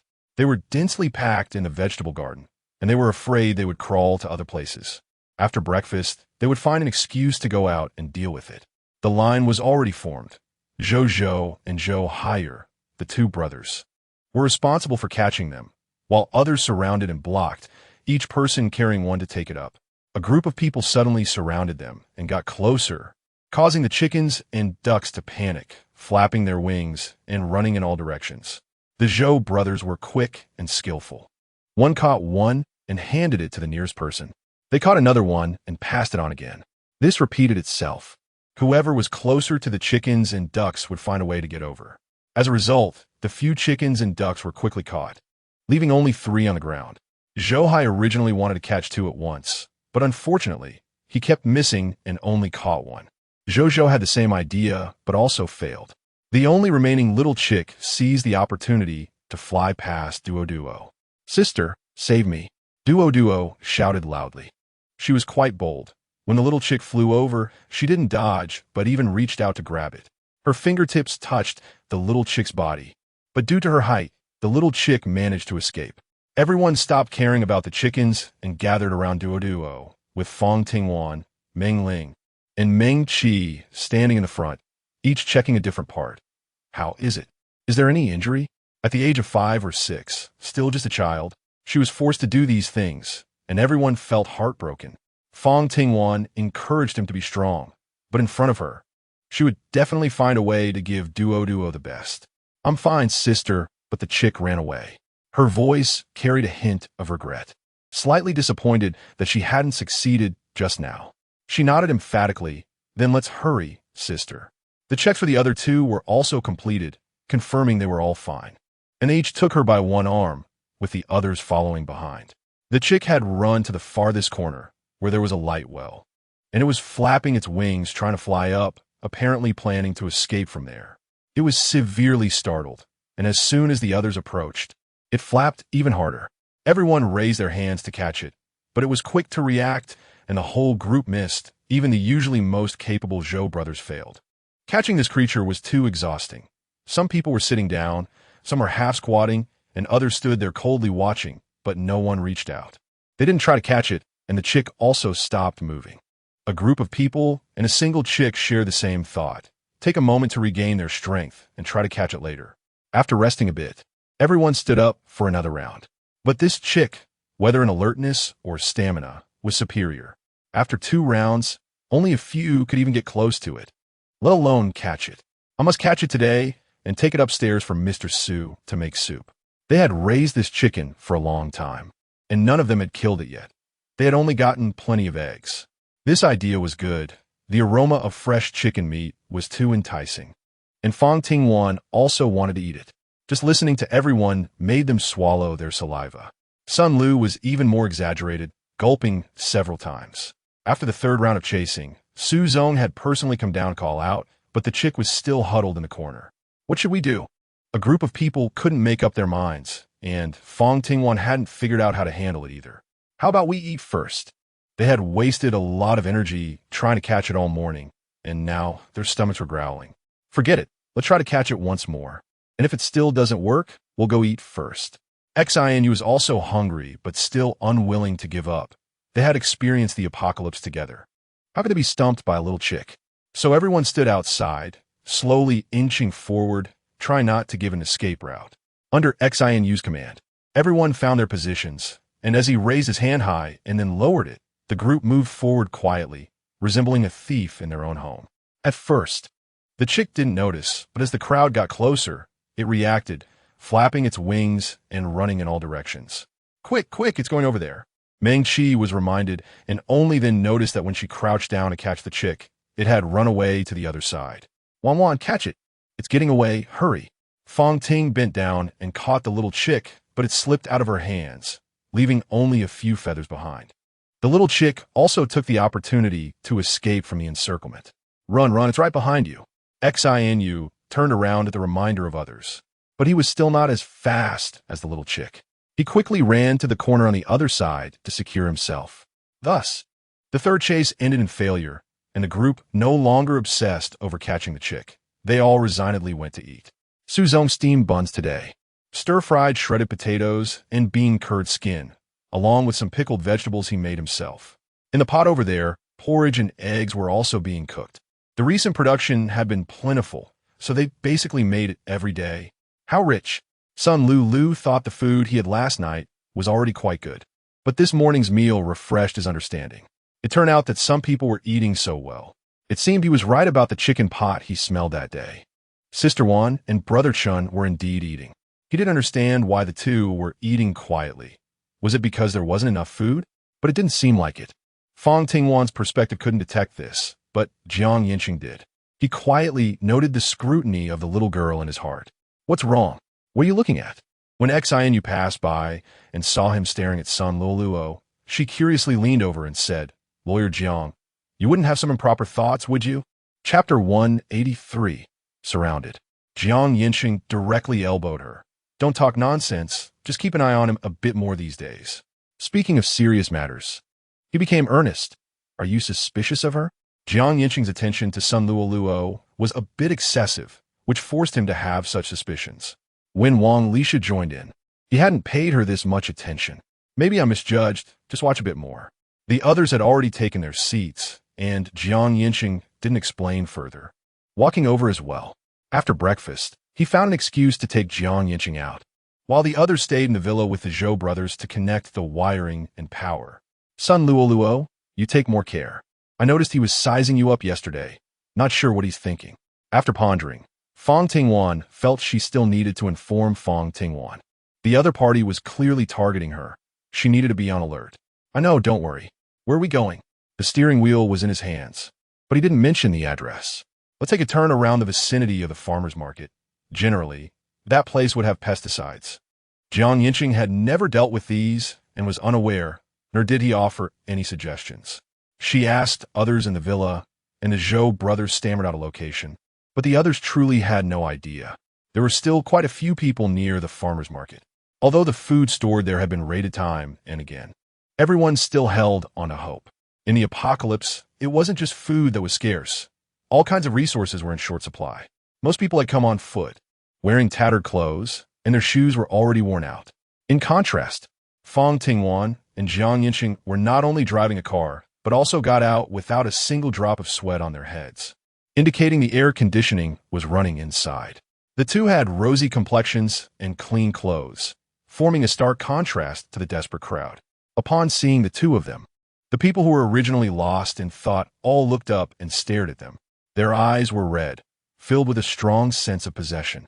Everyone was thinking that if they could possess those things, they too could live well and comfortably. Be careful and avoid provoking these people into losing their rationality. Fang Tingwan and Yancheng were fully aware of the thoughts in these people's minds. They had encountered such situations more than once or twice. The two tightened their grips on their knives. They were merely pitiful people, and the sudden apocalypse had stripped everything away, forcing everyone to struggle for survival in this world and reducing them to mere ants. Although they were pitiable, that was not a reason for robbery, and Fang Tingwan was not a good person. In the apocalypse, there was no right or wrong. Everything everyone did was to live better. You go ahead. I'll hold them off. Fang Tingwan walked ahead, with Yancheng following closely behind her. With every step they took, both of them cautiously looked around. The people who had originally been scavenging were gradually closing in on the two of them. In her memory, the shop that sold seeds was right outside the agricultural market. But in the midst of her panic, she could no longer clearly remember which side it was on. There should be more than one shop here. Perhaps there are others in different places as well. They searched through each shop, but the ones that had previously sold food were mostly cleared out, leaving very little behind. The two of them were not there for the food, so they skipped over those shops. Eventually, they found a seed shop at the end, but it was not the one she had visited before. Let's check this one first. Maybe they have what we need inside. The place had also been rummaged through, with items scattered all over the floor, but they picked up anything that was still in its original packaging. This batch of vegetables had already been eaten by bugs, and once the insects in the soil were cleared out, the vegetables would still need to be planted. Inside the shop, there were various kinds of medicines, each designed to prevent different pests. Although each bottle had detailed descriptions, it seemed too time-consuming to read through them all. Outside, there was a crowd of people watching them intently. Fang Tingwan didn't dare to linger, so she took a few of each kind of medicine. Recently, there was more space available, and these few bottles wouldn't take up much room. Let's go to the back, she said, but just as they were about to leave, the group of people at the entrance surrounded them. They didn't say a word or shout, but each person was armed. It seemed they were planning to use a swarm tactic to force the two of them into a mistake. No need, let's go together. There are too many of them, and it would be troublesome for you to handle them alone. As they saw the two of them trying to leave, the crowd advanced instead of retreating. The shop's two doors were made of thick glass. One of the panes had already been shattered but still hung on, while the other showed some cracks. Fang Tingwan swung the knife outward, completely shattering the already precarious glass door. The moment the glass shards fell, a group of people instinctively recoiled. In a time when medical resources were scarce, everyone feared injury or illness. Often, a minor ailment could be fatal. Seizing this moment, Fang Tingwan and Yancheng stepped outside. The previously scattered formation quickly regrouped. Since you're here, you must leave some food, right? Among the crowd, someone shouted, and others gained confidence. You live so comfortably. It's clear you have enough food. We're nearly starving. Can't you share some? Isn't that reasonable? Yes, please share some. We might not eat it, but there are children at home, our future hope. Without food, They starve. Please, just leave some behind. We're begging you, just give us a little. We're not greedy, just a bit for everyone to survive. Threats, moral coercion. This group was using every means possible to demand food without a fight. We truly have no food, and even if we did, we wouldn't give it up, Fang Tingwan replied coldly, ignoring the unreasonable commotion and walking towards the car with Yancheng. We haven't given up the food yet. We can't let them leave quickly. Let us surround them. With so many of us, they can't fight back. The previously timid crowd was now moving surprisingly fast, quickly surrounding Fang Tingwan and Yancheng in the center. Chapter 184. Leaving the farmer's market. Come on, you can't be so selfish. You clearly have plenty of food. Do you really want to watch us starve to death? A middle-aged man spoke up, looking as if he had lived well before, with a face full of fat that was now reduced to skin and bones. The flesh that used to fill his face had become loose and saggy, covering almost everything except for half of his eyes. We are all human. How does it benefit you to watch us die? Why can't you help us? A woman on the other side began to wail, as if she had suffered a great injustice. After all this time, this was all they could resort to. The crowd's accusations meant that if the two didn't comply, the next step would be an assault. It didn't matter what kind of harm Fang Tingwan and Yancheng suffered. Even if they died here, the crowd could claim it was their fault. They would say they lacked compassion and had been given a chance, as if that way, the killers wouldn't have to bear the consequences, and their consciences wouldn't be condemned. Why should I help you? Fang Tingwan retorted. In the apocalypse, people had no moral bottom line. The only thing he could guarantee was that he wouldn't take the initiative to harm others. Fang Tingwan was too lazy to waste words with them, as they eagerly prepared to charge forward again. She swung the Tang knife in her hand directly at them. You could try and see who wants to be the first to die. A group of people gathered for their own interests, each wanting to be the one to profit, so naturally, no one dared to step forward. Previously, everyone didn't believe that Fang Tingwan and Yancheng could remain unafraid under the siege of the crowd. But with her words and the recent action, they indeed hesitated, exchanging glances that hinted at retreat. They had come to watch in order to survive better, not to seek death. What are you doing? Are you scared off by a few words from a woman? The middle-aged man was very dissatisfied with the retreat shown by these people. If they were scared off like this, how could he profit from it? He also knew what these people were worried about and quickly encouraged them. Don't be afraid. As long as we cooperate properly, they won't be able to hurt us. A group of people were swayed by his words and started to believe again, thinking they could really deal with Fang Tingwan and Yancheng. I'll give you two another chance. Drop some food, and we can let you leave. Upon hearing about food, greed sparkled in everyone's eyes. Dream on. His calculations were ringing in his ears, but the noise was too loud, making it clear for Fang Tingwan to hear. We had no intention of making things difficult, but if you continue to block us, don't blame us for being rude. Yancheng spoke, placing the knife in front of him, pulling Fang Tingwan forward. Those people, fearing for their own safety, began to retreat. As they got closer to the cart, the middle-aged man couldn't sit still anymore. Act now, hurry up. If you don't act, they're going to run away. Do you want the food or not? Are you really planning to starve to death? His words gave them great encouragement, and the group no longer cared about life or death, grabbing their weapons and charging forward all at once. The few people at the front were mostly strong young men. Although they were somewhat emaciated, they still had strength, and attacking together was indeed quite challenging. As the cries of pain and anguish continued to arise, the group of refugees finally stopped their hands. You killed someone. Someone shouted in terror from the crowd. The others also kept retreating. When Fang Tingwan and Yancheng just killed someone, they acted without the slightest hesitation, making them seem like terrifying devils. He was unwilling to accept this and thought he might try again. Those people were clearly already scared and dared not approach them again. Taking this opportunity, Fang Tingwan and Yancheng made their way to the car. If they could damage their vehicle, then they wouldn't be able to escape. The man seemed to have finally found a way, and he couldn't help but laugh while speaking. Since that's the case, why don't you take action yourself? As they were leaving, Fang Tingwan specifically reminded him that not only had he just retreated, but during the fight, he had also stayed back, always on the outskirts. Following the crowd, the attention of the others had been diverted to that man, allowing Fang Tingwan and Yancheng to leave. From the rearview mirror, it was clear that the man had been surrounded. In such a situation with so many people, it would be hard for him to escape. Did they take him down again? They raised the insecticide in their hands. Why not give it a try? Fang Tingwan thought. She couldn't keep using those chickens and ducks all the time, right? What would they do when they were full? It would be great to have some pesticides. There were quite a few not only in the basement, but also on the backyard lawn, which scared little Tang Yuan so much that he didn't dare to go out. Su-er gestured, trying his best to make it look similar, but it really didn't look like it. Without hesitation, Yancheng immediately ran over. Looking at it today, it indeed seemed to have recovered a bit, but it was also overrun by those pests. Fang Tingwan frowned, unable to understand why so many bugs had appeared.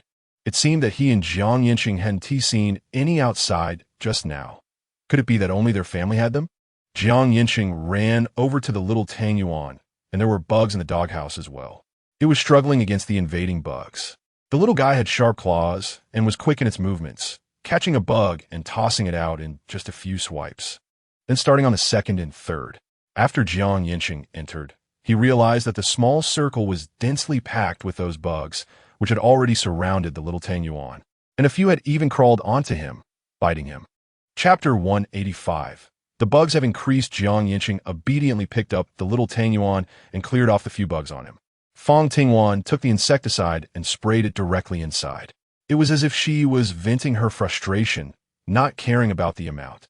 She finished one bottle and opened another, until the area became damp and the bugs were all wilted before she finally let go. Seeing what she was holding, Suzong curiously asked, "What are you bringing the little Tang Yuan up for? Could it be that he has them too?" Suzong's mind worked quickly, and he soon guessed the reason behind it. Seeing Yancheng not speaking, he was shocked and asked, "Really has them?" "Yeah." He carried the little Tang Yuan towards the sink.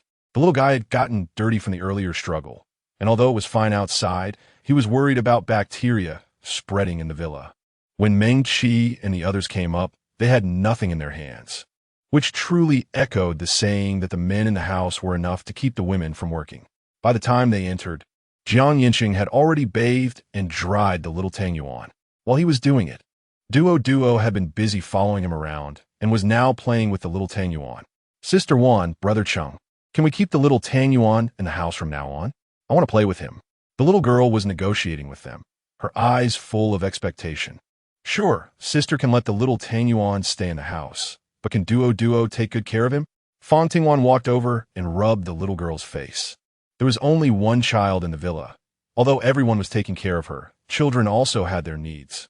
They were more easily attracted to peers and prefer to play with them. Having another child was something Fang Tingwan felt he couldn't handle. He knew how difficult it was to care for a child. Duo held a different significance for him.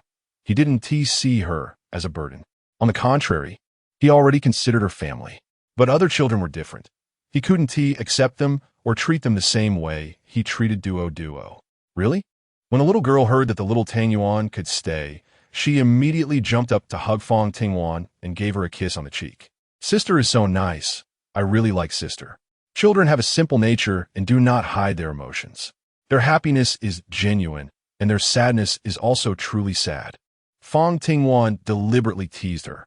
"Is it because you like your sister for leaving the little Tang Yuan? If your sister doesn't agree with me, does that mean you want like your sister anymore?" He pretended to be sad, lowering his head and his body trembling. Look at this, he really seemed anxious. Speaking with a sobbing tone, "I didn't even hide. I like to play so much, my sister has always liked me." He pitifully leaned on Fang Tingwan, his small body shaking, genuinely upset. Fang Tingwan didn't expect things to develop this way tonight. He just wanted to make a joke with Zuozua. Suddenly, the little girl's voice became much louder.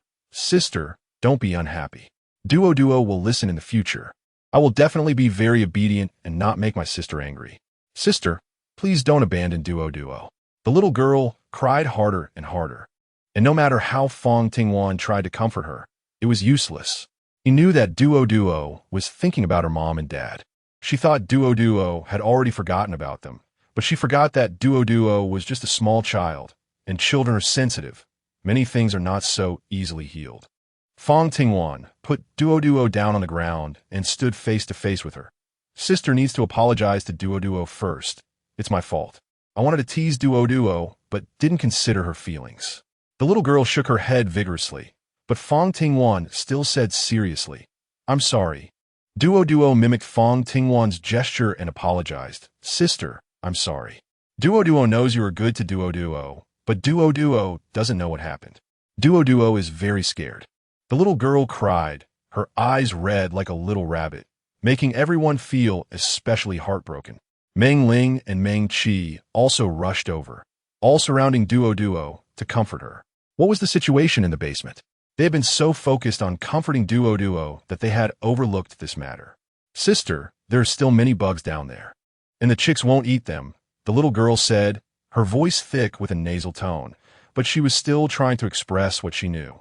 Meng Ling also took over Duo's words. "The chickens and ducks are already full, but those bugs seem to be multiplying endlessly." After hearing this, he hurriedly picked up Zozo and went downstairs. Sure enough, he saw that the vegetable pool still had quite a few bugs, almost the same as when he left in the morning. However, normally speaking, the chickens and ducks would have eaten for a long time in the afternoon, so there shouldn't be this many, unless they were eating while new ones kept popping up. If that were the case, he couldn't imagine it. He called everyone. "Quick, check and see if there's a bug nest." If it was due to a bug nest, he couldn't imagine where all these bugs were coming from. Upon hearing this, everyone began to busily check around in a flurry. The bugs were only concentrated in a few places: the vegetable pool and the backyard. Chapter 186. Endless bugs. Upon inspection, they indeed found quite a few bug holes, little holes from which bugs were continuously crawling out. Everyone sprayed insecticide vigorously at the openings, watching as the bugs fell helplessly while new ones crawled up.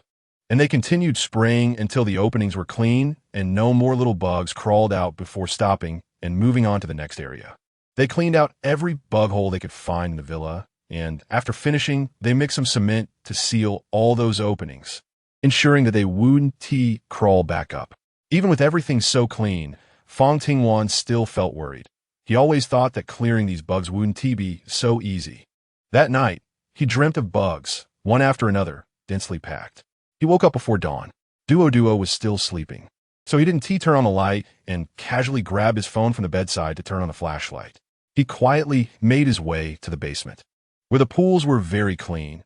Apart from the eaten vegetable stalks, there was only dark soil left. Upon closer inspection, he couldn't see any bugs at all. It seemed that they had indeed been eradicated, and he felt reassured, thinking that he had worried too much. When he woke up, it was already close to noon, and there was no one in the house. Fang Tingwan washed up first and then went to the first floor. The air was filled with the smell of insecticide, which, combined with the high temperatures, was quite pungent. In the corner of the yard, Lu Ji was spraying insecticide along the corners. "What's going on? Are there still bugs?" It was strange. When he went to the basement in the morning, there were no bugs, and he had checked the lawn behind as well. Even the places with bug holes were no longer spewing out bugs. Hearing the voice, Lu Ji stopped his actions and patiently explained to Fang Tingwan, "Don't mention it. Sister Wan, there are bugs everywhere on the street now. Our house is fine, but we can't stop the ones from outside." Brother Chun said he wants to spray insecticide all around here to create a quarantine zone. Just then, he finished the insecticide in his hand and went to a shaded area to grab another bottle. Brother Chun has already taken everyone out. They should be done by now. Fang Tingwan looked at it and went over to grab 2 bottles of insecticide, spraying all the areas that Lu Ji hadn't covered. Just as she was almost done, someone was knocking at the door. Fang Tingwan put away the insecticide and became alert. Lu Ji quickly opened the door, and it was Xinu. Fang Tingwan approached the door first, peering through the gap to look outside. In front stood Xinu and Yancheng, followed by others. After confirming it was correct, Fang Tingwan opened the door. "Is everything done? How's it outside? Are there still a lot of bugs?" Everyone was covered in a considerable amount of insecticide, but now the smell permeated both the inside and outside of the villa, so it didn't feel out of place. "It's almost done. The area around the villa has been cleared, but there are still too many bugs on the street. We need to stock up on more insecticide for future outings." Xinu murmured, brushing off the dust on his clothes. "Everyone, I'm going to take a shower and then come down to cook." "Thank you for holding on for a while," Su Zong said, pulling Meng Qi upstairs. That night, Fang Ting and the others all went up. Everyone was quite stained, especially Duo, whose hair was wet. The little girl has been working particularly hard lately, following the adults in everything they do. Fang Tingwan and the others did not try to dissuade her. They wouldn't think that Duo was a child and shouldn't do these things. In the apocalypse, no one can guarantee to protect anyone for long. Perhaps one day, they too would become separated or even die. If Duo couldn't do anything, then who could protect her at that time? Quickly go wash up with Sister Mingling. Fang Tingwan thought about whether to give Duo some medicine, but the insecticide contained too much medicinal content, and she was afraid it would harm Duo. When everyone came down after washing up, she expressed this thought, and Mingling and the others hesitated as well. They were startled when they saw Duo earlier. Yancheng went to check on Duo, who was holding Fang Tingwan's hand. Sister, Duo won't take medicine. Duo is fine. She deliberately showed her strong little arm. Sister, brother, Duo is very powerful. Her little face was raised high, looking proud. Everyone couldn't help but laugh. All right, Duo is the best. Duo won't take medicine. Then Duo must promise, sister, that if anything feels uncomfortable, you must tell us. Okay? Ming-Chi said gently. Duo obediently nodded. Sister, don't worry. If I feel uncomfortable, I will definitely tell you, so you won't have to worry. With the little girl's assurance, everyone finally felt at ease. Fang Tingwan has always adhered to a hands-off approach with Duo, not indulging her, and, as a result, she has become increasingly strong. During lunch, Sun Liu's gaze swept over everyone, pausing on each person's face before finally settling on Fang Tingwan. Sister, she tentatively asked, when can I take the night shift? Mingling had mentioned this matter before, and in the past couple of days, she had also noticed that there were sounds of movement in the villa every night. During the day, people would occasionally check from the balcony on the 3rd floor and the windows on the 2nd floor. But all of this seemed unrelated to her. Sun Liu wanted to integrate quickly. She wanted to do something and showcase herself as soon as possible. She had seen many people outside before and heard many stories. Some of them had already joined various gangs or small teams, while others had gone to the base. However, later on, they were kicked out for not contributing enough or for contributing too little. She didn't want to become like that. This villa was too good. Not only could she eat her fill, but there was also plenty of food and there was electricity. Although the lights couldn't be too bright, every room had a fan. So it wasn't too hot at night, and she didn't have to worry about being killed at any moment. For her, this place was like heaven, and she didn't want to leave again. Chapter 187. Regrouping. Song Ling looked at her. This little girl was too amusing, with thoughts that were always different from others. Why are you in such a hurry to take the night shift? Are you afraid we'll kick you out? After saying this, the thought immediately came to her mind. Sun Liu hesitated, and after her thoughts were exposed, she shyly lowered her head. Is that really the case? Mingling exclaimed in surprise. Sister said she doesn't keep useless people around. Sun Liu's voice was very small, but her gaze was firm. She admired Fang Tingwan, so she remembered her words very clearly. After hearing Sun Liu's words, Fang Tingwan couldn't help but facepalm. I know you're useful, so there's no need to be so anxious. Really? The little girl asked with shining eyes. Sister, do you really think I'm useful? Of course, Fang Tingwan replied frankly. If you weren't useful, you wouldn't have appeared here from the very beginning. Fang Tingwan valued her ability to fight, which was very important in the apocalypse. Basically, whoever had a fighter could gain a voice in decision-making, so he valued Sun Liu and also Mingling. That's good, she said joyfully. For Sun Liu, being useful was the most important thing. As long as she was useful, she wouldn't be driven away. He couldn't guess the little girl's thoughts, nor could he understand them. Sun Liu reminded him that it was indeed time to rearrange the night watch. He took the opportunity during dinner to ask everyone for their opinions. Sister Wan, can I team up with Lulu? It was Zhou speaking. After hearing his brother's thoughts, Zhou Hai hurriedly stopped him. What nonsense are you talking about? He scolded him with his head down, and then explained to Fang Tingwan. Yes, just talking nonsense. Everyone don't pay attention to it. After she finished speaking, Zhou's mood noticeably dropped a lot. Fang Tingwan doesn't like to meddle in other people's affairs and treats all of this as if she can't see it. The two couples remain unchanged. I'm with Sun Liu, and as for the others, they can form their own teams. Hearing Fang Tingwan's words, Wang Lisha hurriedly said, I'll go with Lawyer Jiang. for those matters. She just wants to keep her distance. Jiang Yancheng is already with Fang Tingwan, so naturally, she doesn't have any inappropriate thoughts about him, which is why she feels most at ease with Jiang Yancheng. This leaves only the Zhou brothers and Lu Ji and Su Er. Zhou Hai quickly expressed his desire to follow Su Er, having realized that his brother prefers to be with Lu Ji. So, Zhou naturally ends up with Lu Ji. It seems everyone has reached a tacit understanding about this matter, knowing who they should stay close to, and they quickly made the arrangements. After a brief meeting, everyone was already soaked. The current weather is a bit cooler than before the extreme heat, dropping by about 10 degrees. Even so, the weather outside is still around 60 degrees. With so many people gathered together, even 2 fans are insufficient. After taking a shower, she turned and went to Jiang Yancheng's room. Soon, the door opened, and Fang Tingwan walked in, followed by the door closing behind her. He then stepped out and patted his chest. That was close. When Su Zong and Meng Qi finished tidying up and came up, they happened to see her. "What are you doing?" "Sneaking around like a thief." Seeing that someone had noticed, she hurriedly pulled Meng Qi aside and whispered in her ear, "Sister Qi, I saw Sister One go to Lawyer Zhang's room, and She knows she has a boyfriend and understands the matters between couples." After hearing this, Meng Qi smiled knowingly and gave her a reassuring look.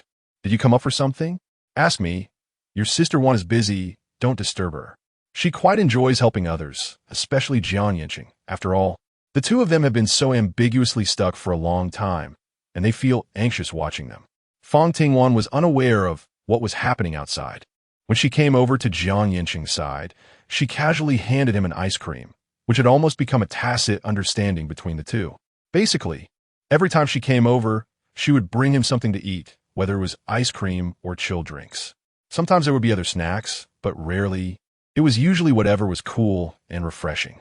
She walked over and sat down on the chair beside him, and Jiang Yancheng moved a stool over to sit next to her. "You came to find me for something." "Yeah." Fang Tingwan pondered how to start. "It's about Zhou, right? Do you think he likes the new girl?" Today, he had also been watching Zhou for a while. Everything Fang Tingwan noticed, he had seen too. That gaze was too familiar, exactly the same as when he had just felt his heart flutter. "What are your thoughts? Do you trust the Zhou brothers and Meng Qi, Su Zong, and the others?" He knew that Fang Tingwan found it hard to fully trust people. Even Meng Ling had taken a long time to lower her guard. As for the Zhou brothers and Meng Qi, they seemed stable now, and the new girl was nice. She didn't mind giving them a chance. "I suppose I can trust them. I want you to remind Zhou about Sun Lu's situation. Although I'm not afraid of turning enemies. I don't want to see it happen. I've seen cases where unrequited love turns into enmity before. If someone's personal issues affect the entire team, then they can only be removed from the team. Aiken, you know my principles." She deliberately made her tone heavy. This matter indeed could not be tolerated. Fang Tingwan took out some dried fruits and nuts from the space, along with 2 candies. Duo had been working hard in both her studies and exercises recently, so he decided to reward the little girl. Wan. Seeing that Fang Tingwan had already reached the door, Jiang Yancheng hesitated for a moment and finally spoke up. "Could you help me change the curtains?" He remembered the last time Fang Tingwan helped him change the curtains. She did it quickly and well. Much better than he could do himself. "Sure." Fang Tingwan readily agreed. Chapter 188. Wanting a hug every day, the previous curtains had already been washed and dried, and Jiang Yancheng took them out from the cabinet and handed them to Fang Tingwan. Wan. This time, he didn't hesitate. As Fang Tingwan was leaving, he reached out and grabbed her wrist. The moment Jiang Yancheng pulled her in, Fang Tingwan's body stiffened. "What are you doing?" "Aicheng, you know I'll fight back." Jiang Yancheng nestled against her neck and nodded. "I know, Wan. I won't do anything. I just want to hold you for a moment." He held on tightly, and Fang Tingwan remained stiff until his pitiful voice came again. "Now even the night shift personnel have changed, Wan. My chances of seeing you will be fewer and fewer." Fang Tingwan's heart softened in an instant, even softer. It turned out that his unusual behavior today was because of this. In fact, Fang Tingwan didn't want to change. When she was with Jiang Yancheng, she could always relax completely. Plus, without those delicacies during the night shift, she really didn't know how to spend this evening.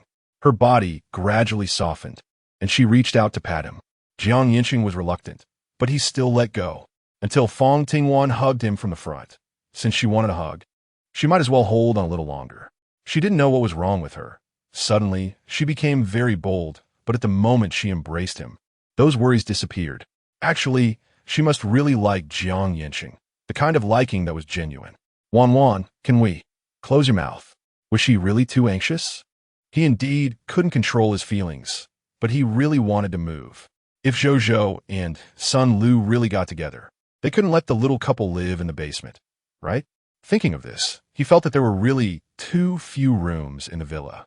If everyone had a girlfriend, it seemed that this villa wouldn't be enough for sleeping. After all, everything was a matter for a long time in the future. He just thought about it and didn't dwell on it further. However, he could help with the matter between Zhou and Sun Lu more. When the vehicles passed by, they crushed quite a few. They brought a lot of insecticide and sprayed their clothes almost through to barely stop those insects. There were indeed too many insects affecting their travel. Fang Tingwan thought that she would stay in the villa for now, waiting for the situation to stabilize before going out. However, 3 days later, many insects emerged again in the villa. Fang Tingwan scratched her head and led everyone to disinfect the place again as they had done before. After this round, initially, they had to disinfect every 3 days. Otherwise, the bugs would come back again. Gradually, it changed to 2 times, then once.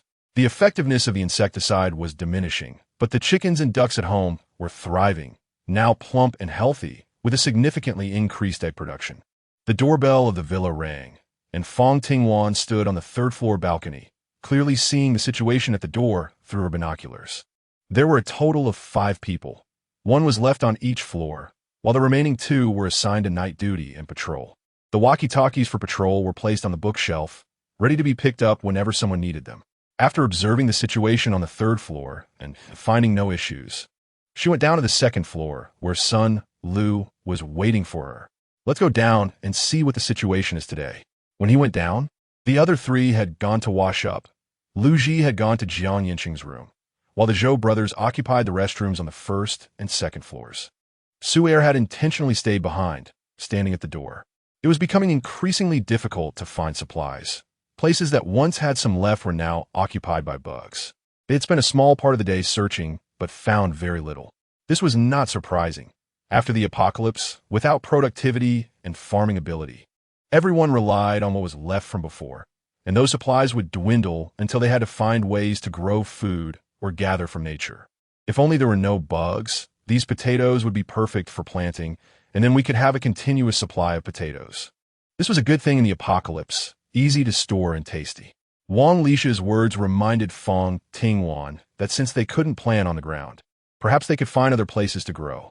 She recalled seeing someone plant in flower pots, and even in foam boxes used for seafood and vegetables. Although the ones she saw had died, their branches were thick, indicating they had grown well when alive. We might be able to plant in other places. She shared what she had seen before, and Lu Ji, who had just finished showering, agreed, yes, that's definitely possible. My mom used to plant. Then he scratched his head, but my family's skills weren't great, so not much came out in the end. Everyone's attention turned to Wang Lisha and Su Zong, thinking those 2 should be capable, especially since the vegetables planted in the basement had flourished under their management. Sun Lu was confused but mimicked Fang Tingwan's actions. I haven't done it either, but we could give it a try. She was eager to try, but alone she wasn't confident, so she turned to Su Zong. Su Zong, think about it. Lu Ji's eyes were filled with anticipation. The 2 were able to connect because of their similar experiences, and influenced by Su Zong, Wang Lisha gradually opened up. No longer just quietly staying in the attic. She knew a lot, and was very helpful with matters in the villa. Chapter 189, Researching Vegetable Planting thus. They were no longer resistant to contact with the bamboo, worms, and locusts. Su Zong was clearly interested. Like Sun Lu, he wanted to show himself. The previous events had hit him hard, and in this apocalypse, he did not want to be the useless person who was abandoned. Let's study it. But I really have no experience, so I can't guarantee success. That's fine. We have plenty of seeds. You 2 can research it without worry. There are still many seeds in the shops outside the agricultural market. I just don't know if those bugs have taken over. Tomorrow, I'll go out with you to take a look. Jiang Yancheng knew that Fang Tingwan must still have a lot of stock in her space. But they couldn't rely on that space for everything. Some things, since they were aware of, still needed to be found outside. The Zhou brothers had finished showering and were coming down, while Su Air went upstairs. I haven't said anything yet. You three can research it. After saying that, he ran upstairs, not giving the others downstairs a chance to respond. Lu Ji gritted his teeth in anger. You coward, what's the big deal? I'll say it. He then turned to the Zhou brothers. You two, go ahead. Lu Ji was considered a mentor, and they respected him, so the pressure fell on them. And the two hesitated to push it off onto each other. As the older brother, Zhou Hai eventually stepped forward. When we went out today, we saw many people catching bugs outside.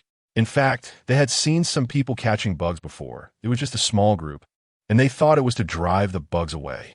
Eating bugs wasn't a new concept. Before the apocalypse, there were plenty of them, like the bamboo worms and locusts that Fang Tingwan knew were edible. After catching these bugs, they would first wash them clean with water, remove the internal organs, mouths, and other parts, then coat the remaining edible parts in flour and fry them in oil until golden brown, after which they could be eaten. She had heard that in some places, people even ate spiders and centipedes. She had heard of it, but had never seen it. Bugs were indeed edible. She had a client who loved this kind of food. According to him, it was flavorful and high in protein, very nutritious. In fact, what he said wasn't wrong. Just looking at her chickens and ducks proved that. When she visited yesterday, one of the chicks had laid quite a few eggs underneath it, and Wang Lisha said that it was hatching chicks. Fang Tingwan was also considering whether to collect some insects into the space for the little chicks and ducklings to try the taste of these bugs. Zhou and Zhou Hai, who grew up in the countryside, had roasted grasshoppers on a mountain when they were young. But the scene they saw today still made the brothers shiver. They were eating them raw, without any washing or cooking. They just grabbed the live insect from the ground and stuffed them into their mouths. When they ate, they could still see the insect juices splattering out. Even these well-informed brothers were startled by that scene. Many people nearby who were catching insects quickly moved away. Inside the villa, everyone fell silent for a moment. They didn't know how to respond. In extreme hunger, people will eat anything. And it's hard to say whether those people's actions were right or wrong. They were just trying to survive. Don't take it to heart. After all, they are a minority. However, we could try catching insects. After drying and grinding them into powder, we can save it for future meals for the chicks and ducklings. Why dry and grind it into powder? Wouldn't it be better for the chicks and ducklings to eat fresh ones? Mengling leaned against the sofa back, her mind still filled with the images of those people eating insects raw. Waves of discomfort surged up, but she forced herself to suppress it. Yet, she was incredibly relieved to have met Fang Tingwan. Otherwise, would she have become one of them? Are you worried the insects will disappear? Meng Qi asked, as she had also been thinking about it. With so many things around them disappearing, it was natural to feel anxious about what they might lose. Fang Ting didn't say yes or no. She didn't want to make too many predictions to avoid raising their suspicions. I actually think Wan is right. The weather has been changing frequently over the past 8 or 9 months, and many things appear and disappear suddenly. No one knows how long these bugs will last, so it's better to stock up while we can. I originally planned to clear out the next room to use as a storage space. The room next door is a bit larger than the original storage, and it used to be a warehouse as well, but it has quite a few cabinets inside. She is currently studying how to dismantle those useless spaces to create as much room as possible for more storage. The people in this room are particularly good at hoarding things, and this small storage space probably won't last long. So let us do it. Those bugs are everywhere now, surrounding the villa. Now that everyone thinks it's feasible, Yancheng made the final decision. The current weather is hot, so drying one tea be an issue. The dead bug from before could basically dry out in 2 or 3 hours. A group of people acted quickly, and after 4 o'clock, everyone picked up their gear. There were brooms, buckets, bottles. On the first day, everyone treated it like a drill. The 2 brothers from a Zhou family had also mentioned how to catch those bugs. They talked about it, but when they got to the place, they still felt a bit timid. What is there to be afraid of? They're just a bunch of little bugs. Meng Ling's hand holding the broom trembled a little, but she mustered her courage and swung the broom down, managing to kill quite a few bugs. Duo hurriedly took her little hammer and began to scoop all the bugs into her small bucket bit by bit. Even the kids were so proactive that the adults felt embarrassed and were no longer afraid, all grabbing their things and randomly swatting at the bugs. For a moment, the scene was quite bizarre. Chapter 190. Someone is knocking on the door. Su Zong swung the shovel, hitting left and right. Because he didn't T-control the force well, many bugs were flattened, and those responsible for collecting saw that no one came over to help him. He was worried, having studied it several times without success, and ultimately could only go over to help them collect. Fang Tingwan had never done this before either. Holding a broom, she was trying to scoop the bugs into a bucket, and the ones they had collected were crawling everywhere. Yancheng was the same, usually so elegant. Now he was flustered by the bugs. The most reliable were the Zhou brothers, who worked together exceptionally well and were the fastest at collecting. This was their first time doing this task, and the group was already so tired that they couldn't stand up straight. Seeing them like this, the Zhou brothers volunteered to finish cooking. Everyone was initially worried, but once the aroma wafted over, they marveled at the brothers' culinary skills. You two are quite the hidden talents. Xian, you couldn't help but give a thumbs up. A bowl of braised pork ribs and a bowl of potato soup. Simple dishes, but they exuded an enticing aroma. It's just casual cooking. As long as everyone enjoys it. The two were modest, their faces turning red at the praise. Zhou turned around to grab chopsticks and handed them out, and everyone gathered to eat quickly and deliciously. Throughout this process, everyone became increasingly skilled, and by the end, they were nearly as proficient as the Zhou brothers. Not just them, but there were also many people outside catching bugs, and discussions about ways to eat them even arose among the crowd. Knowing all this was thanks to Lu Ji and Sun Lu. It might be a coincidence, but those who had eaten the bugs seemed to have become much healthier, and they rarely got sick. Su Zong, curious after hearing this, asked Lu Ji to inquire about the detailed preparation methods, and he really managed to figure them out. Cold dishes, boiled, and fried.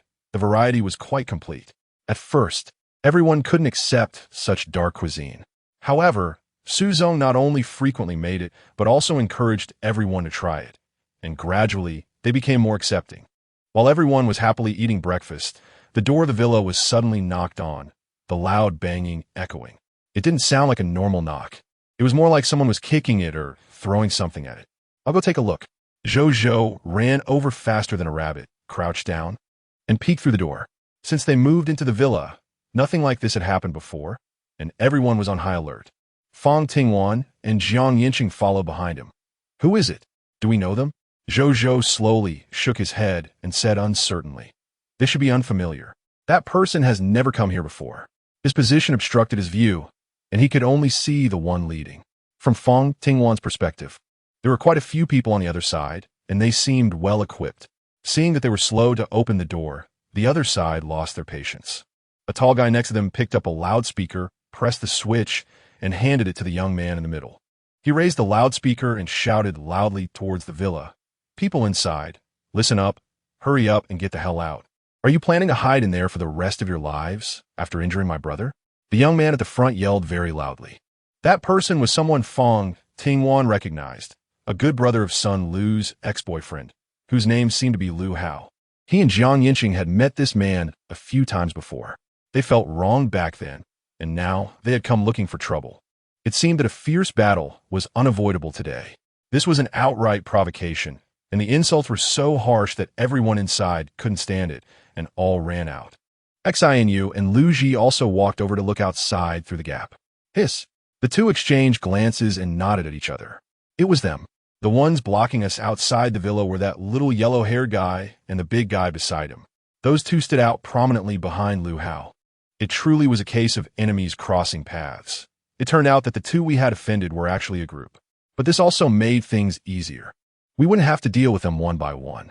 Seeing that Xianu and the others were looking at her, Fang Tingwan explained, "The one leading is a good brother of Lu's ex-boyfriend." Everyone knew about Sun Lu's situation, and with that explanation, they immediately understood. "Late sister, what do you think? Should we open the door?" The other side had a large number of people and were well equipped. Xianu was worried that if they opened the door, they would suffer losses. At this point, the insults outside were becoming more and more intense. Lu Ji shouted just that one sentence and left it to others. Now, it was the yellow-haired guy speaking, even bringing up mothers. He seemed to be tired of cursing, and after a few sentences, he stepped back, allowing someone else to take over. A few people looked outside. The treatment for insults on the other side was quite good. As soon as the yellow-haired guy stepped back, someone came up to bring water and food. After observing for a while and getting a rough idea of the number and equipment of the other side, they made a simple plan. Everyone should grab a walkie-talkie.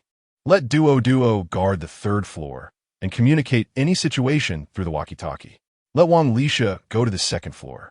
These two had the least combat power inside the villa, but together they were the most observant and meticulous among their group. Then let Meng Ling lead people over. If Sun Lu was unwilling, let Su Zong go. You all take your things and bring your guns.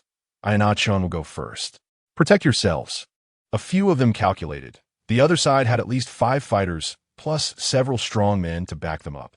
Compared to their group, with women and children, they would definitely be at a disadvantage in a fight. The two tightened their grip on their Tang knives and opened the iron chain of the villa's main door to step outside.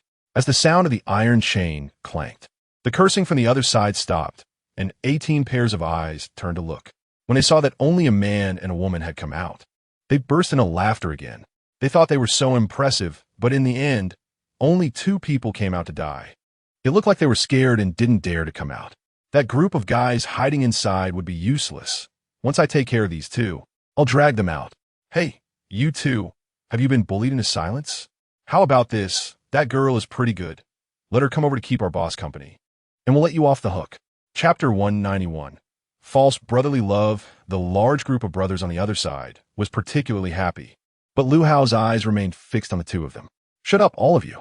A few of the younger brothers in the crowd recognized Fang Tingwan and Yancheng, as they were the ones who had gone out with Lu Hao that day and had also been beaten. The memory of that day was too painful.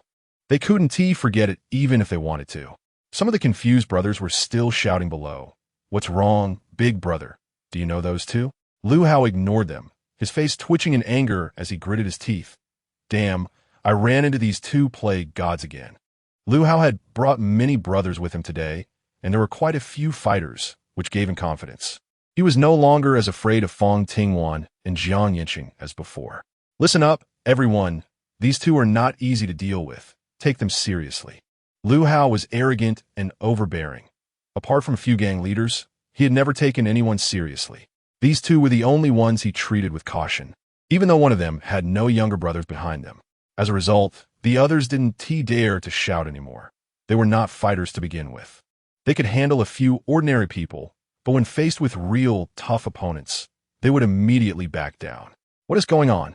In response to Fang Tingwan's inquiry, Lu Hao changed his mind temporarily and held up 2 fingers. There are 2 things. First, your brother stole a dozen sheep from my brothers. We need to settle this. Second, Sun Lu and the food you took away that day. As long as you hand these over, I won't make things difficult for you. His demands weren't unreasonable, but Fang Tingwan directly refused. Dream on. Lu Hao, being a leader, felt humiliated to be publicly rejected like that, and his anger towards Fang Tingwan intensified. You really are asking for it. I'll kill you. He was about to call his brothers to attack. Suddenly, the sound of chains clashing came again, and the villa's main door was opened once more. You let a group of people out, with Sun Lu following closely behind. Seeing Fang Tingwan, she hurriedly ran over. Sister, I'm sorry, I got you into trouble. The others also came over to comfort her. What are you thinking? If we really have to offend someone, we can't escape it. Don't take it on yourself. So remember, they are our common enemies. The young girl was particularly moved by the comfort. When the 4 of them were together before, they often had disputes over such things. But now they had no such worries. Sun Lu, you don't really believe their nonsense, do you? They're just comforting you to make you obedient and help them do things. I'm different. I truly like you. You should come over. I've said it before.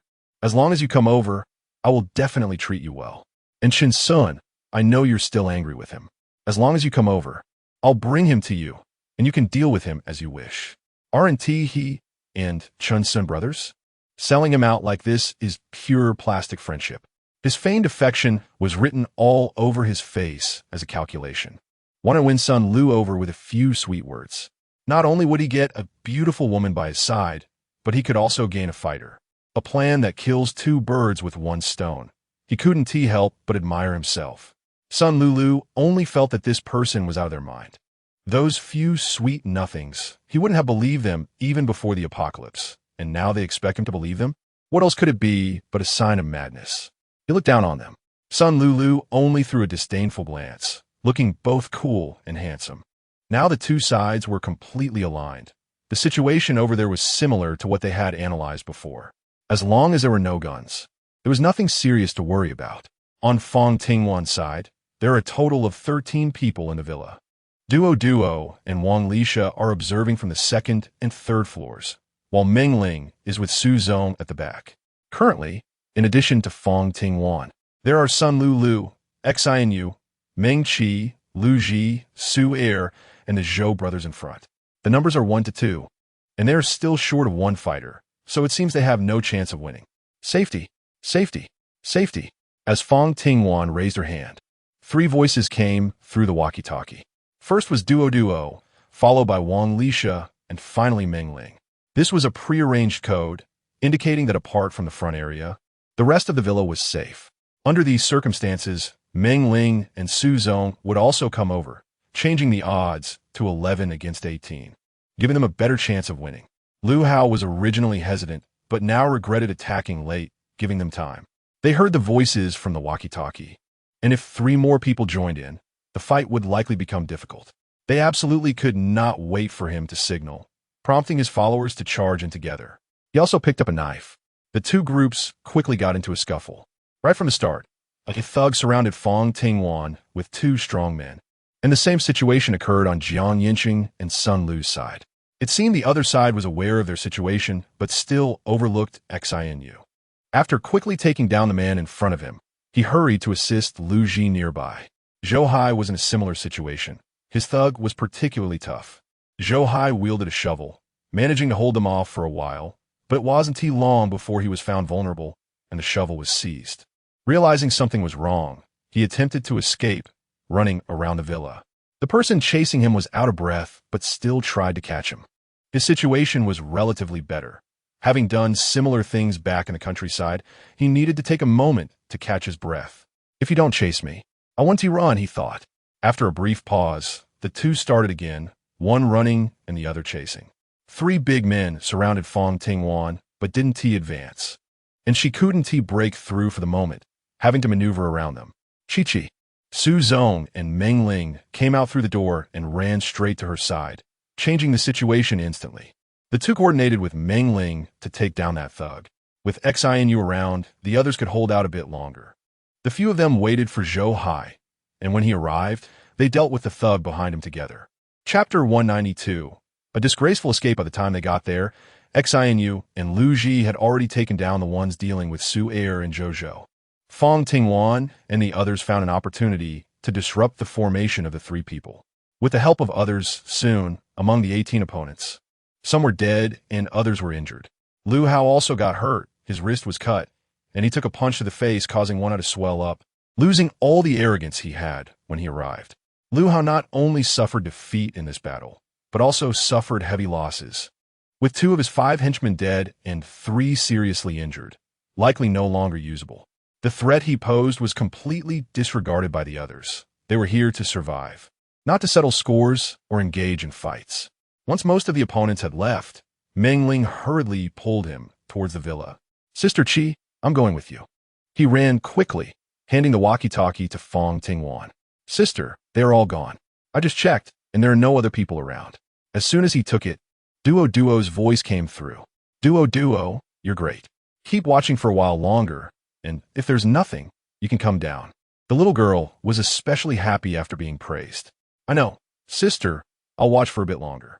Aside from Xianyu, everyone else only had superficial injuries, and Meng Ling was taking care of him, so they didn't need to worry about it. As for the others, it was enough to rub the injured areas with medicated wine. If only we had a catapult, like in the TV shows, to load stones into the machine and throw them out. We wouldn't even need to go out, and the opponents would be beaten to a pulp, Zhou said while resting his head on his hand. He used to think there was nothing when watching TV, but now he really wanted to have one. If we had that, we wouldn't have gotten hurt today. But he could only think and talk about it. That was something from TV, and even if it existed, it wasn't something they could make. It's not impossible. Nowadays, the patrols and defenses of the villa were already quite good, making it unlikely for outsiders to get in. But if they wanted to fight, they still had to go out. Zhou's idea was indeed a good one. With that, they could scatter their opponents without stepping outside, which was quite appealing. Do you think it would work? Are you confident? Fang Tingwan asked, tilting her head, attracted by his voice. Yancheng honestly shook his head no. It was indeed something to research. She also wanted to study it. The villa lacked some offensive tools, and that kind of thing would be very practical in a post-apocalyptic world. If possible, the neighboring villa could also be built according to this one. And once there were more people, they could allocate some to live there, which would help alleviate the housing pressure here.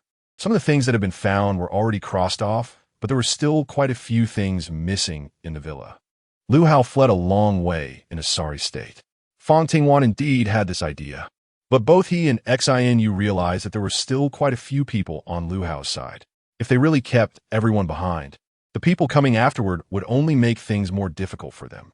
It would be better to let Lu Hao leave, with this deterrent in place. They probably wouldn't dare to have any ulterior motives for a while. Lu Ji and the others ran a long distance in one go, even forgetting to drive the car, and only stopped when their stamina was almost exhausted. Seeing that no one was behind them, they were finally relieved. When they returned, Chun Sun, Lu Xian, and Jiang Miao were waiting at the door. Life after joining hadn't been easy. Although Chun Sun and Lu Xian had nominally taken on minor positions, they had no real power and no one under them, so there wasn't much they could do, and they were often looked down upon. Jiang Miao's situation was a bit better. Aside from Lu Hao's novelty towards her, she was also a tough girl, and ordinary people really couldn't get close to her. However, her character was timid, and she didn't dare to act against anyone, only wanting to rely on Lu Hao for her life. The three of them now needed to please Lu Hao, so they waited at the door as soon as they knew he had gone out. How good you? Jiang Miao was about to speak, but realized something was off and quickly changed her tone. Thank you for your hard work. How go? I made soup for you to replenish your energy. Lu Hao ignored her and instead turned to Chun Sun, who felt his scalp tingle under Lu Hao's gaze and nervously asked, "What's wrong?" "How? Damn, what identity do you have to call me by my full name? Am I giving you face?" He slapped Chun Sun, leaving him dazed. "How no, big brother, what happened?" The angrier Lu Hao got, the more he slapped Chun Sun, and both sides of Chun Sun's face swelled up, but it was symmetrical. "This is all your mess. That son Lu, I won't let her off." He was covered in blood and mud, stinking and dirty, and when he left, he still had his arm around Jiang Miao's waist. He felt disgusted, but didn't dare to break free, so he could only let her hold him. After returning to the room and taking a quick shower, soon there were indescribable sounds coming from inside. Lu Xian, who was standing outside, could hear them clearly, his face alternating between blue and red. The people around them all burst into laughter. The whole gang was well aware of the relationship between these two brothers. Chapter 193. So-called Brother Sunge, say something. Weren't you the one who said you'd bring me here to enjoy the good life? What is going on now? Lu Xian patted his shoulder, making a strange noise.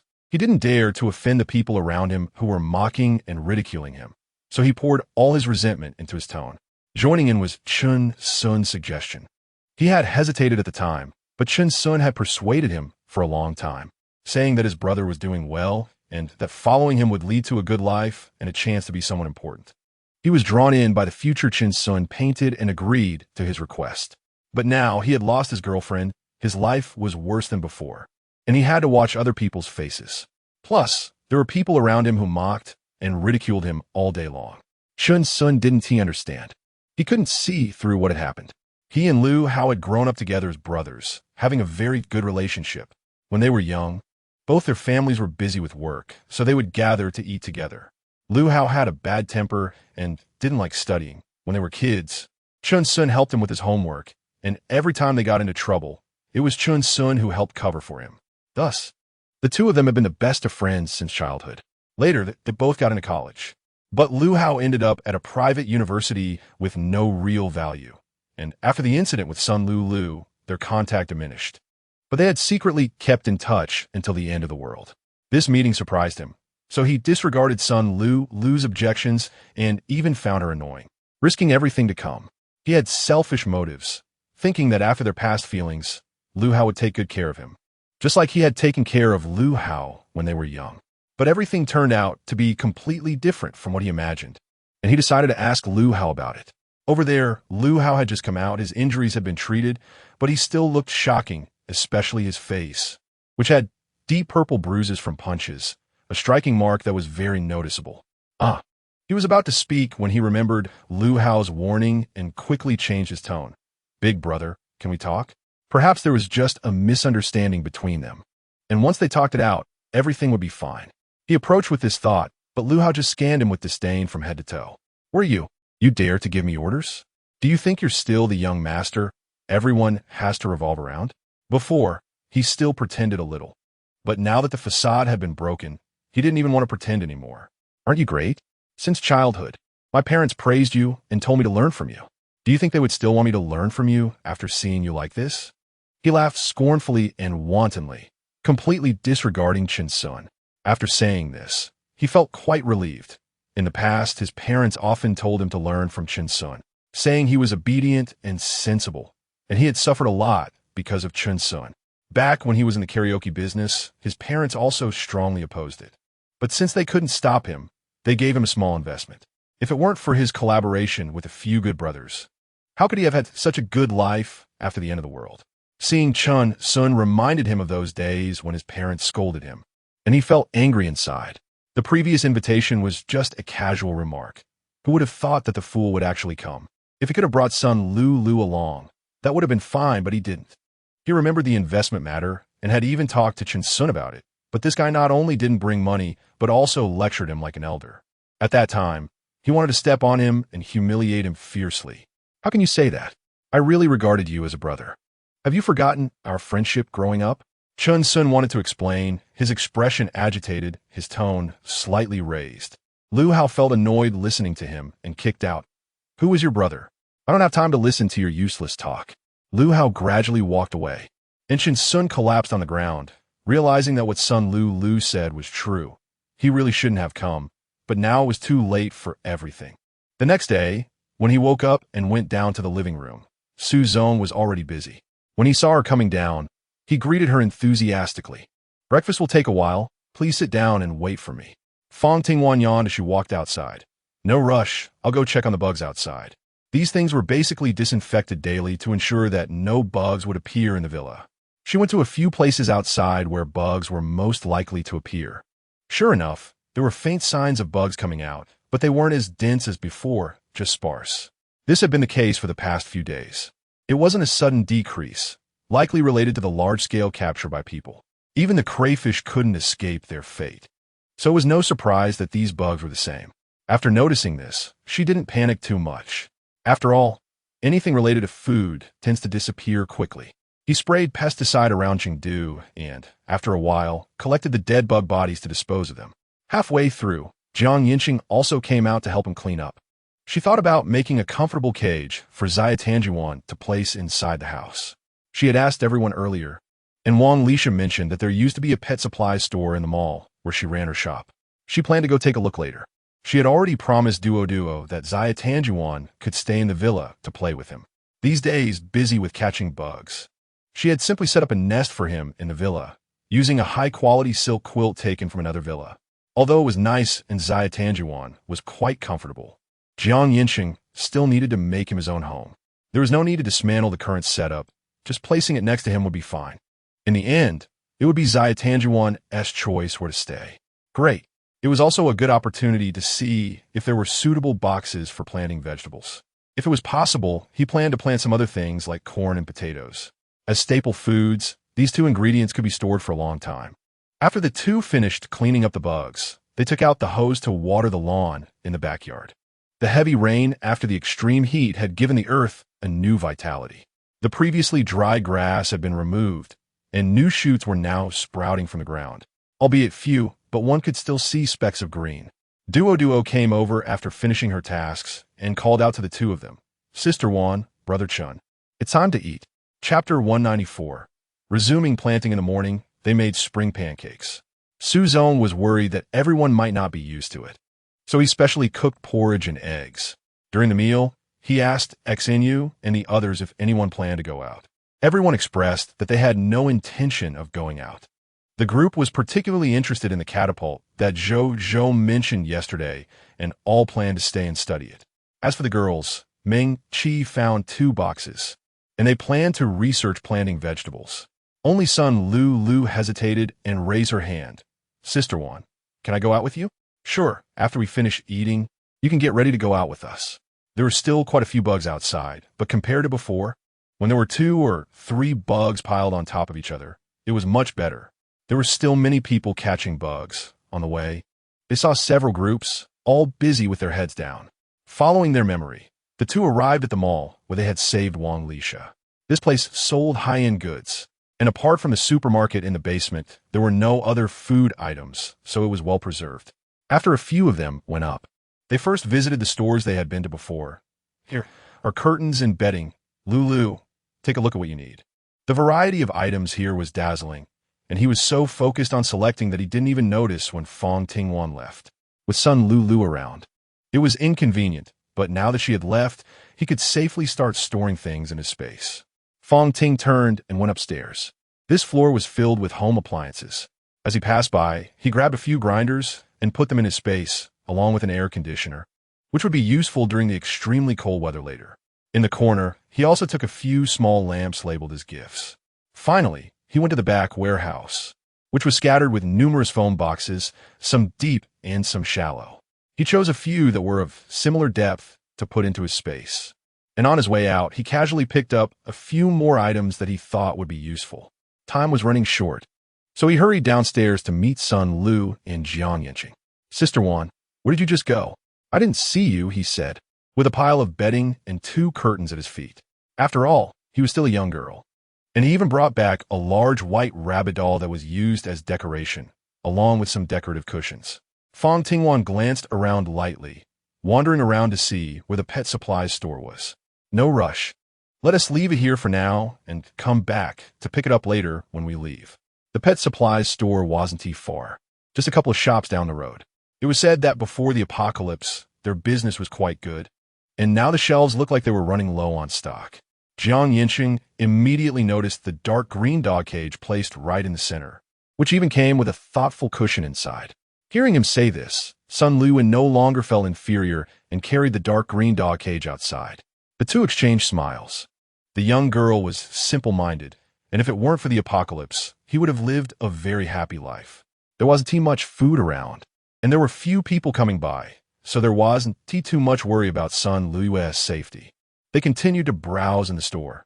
These dog foods should be useful, and there were also these dog treats.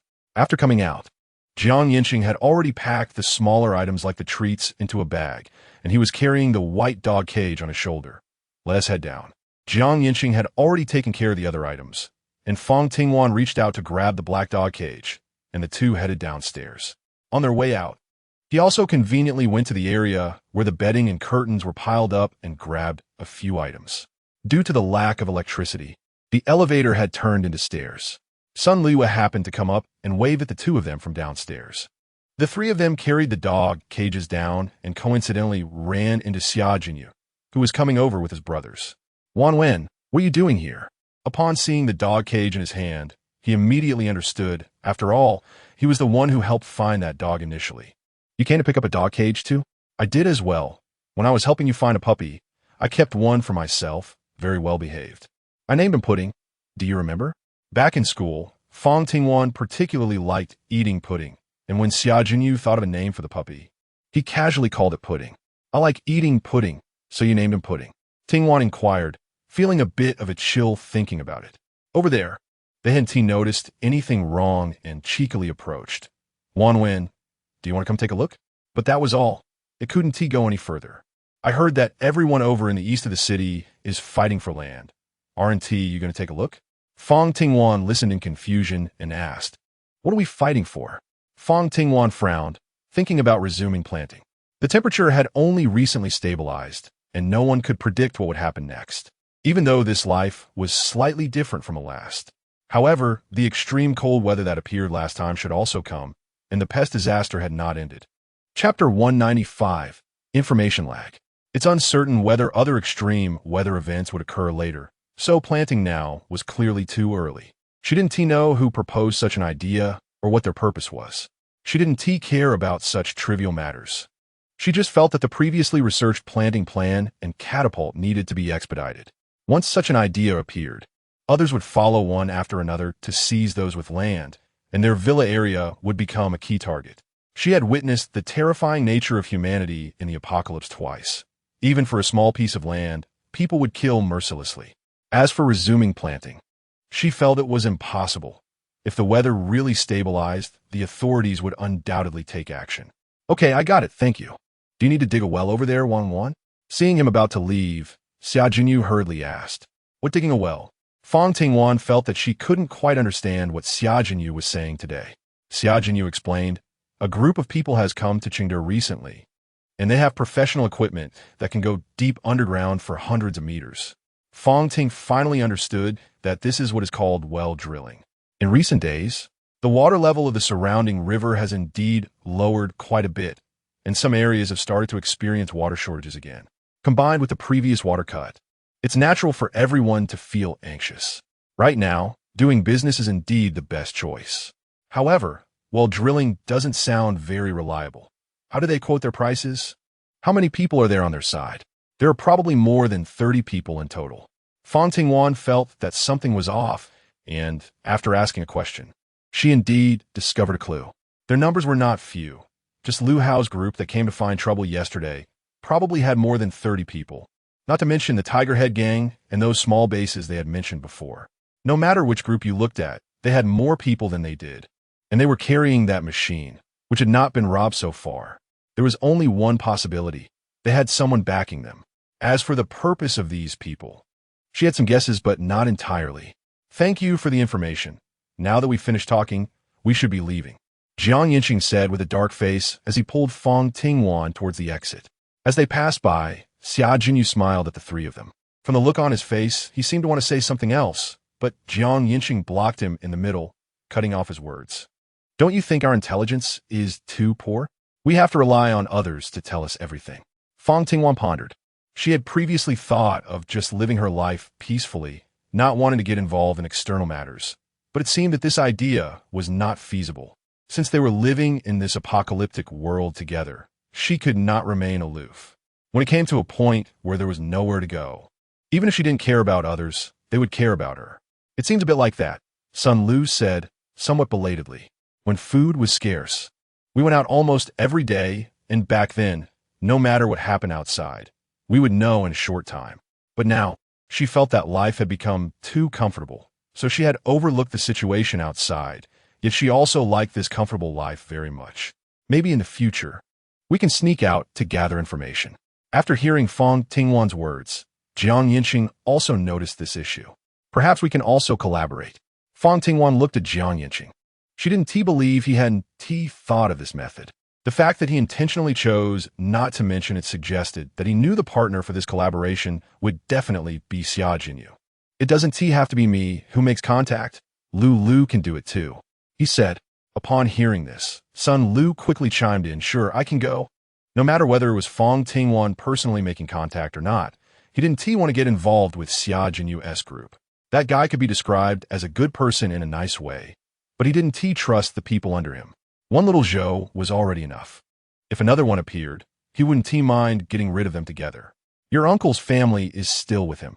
Can you really rest assured?" This matter was indeed quite annoying. However, it was evident that Xia Jinyu treated them well. Otherwise, given Yang Dahai and his wife as personalities, how could they stay there for so long and be so stable? Subtly, she had also changed. Previously, she always made decisions herself, while others executed them.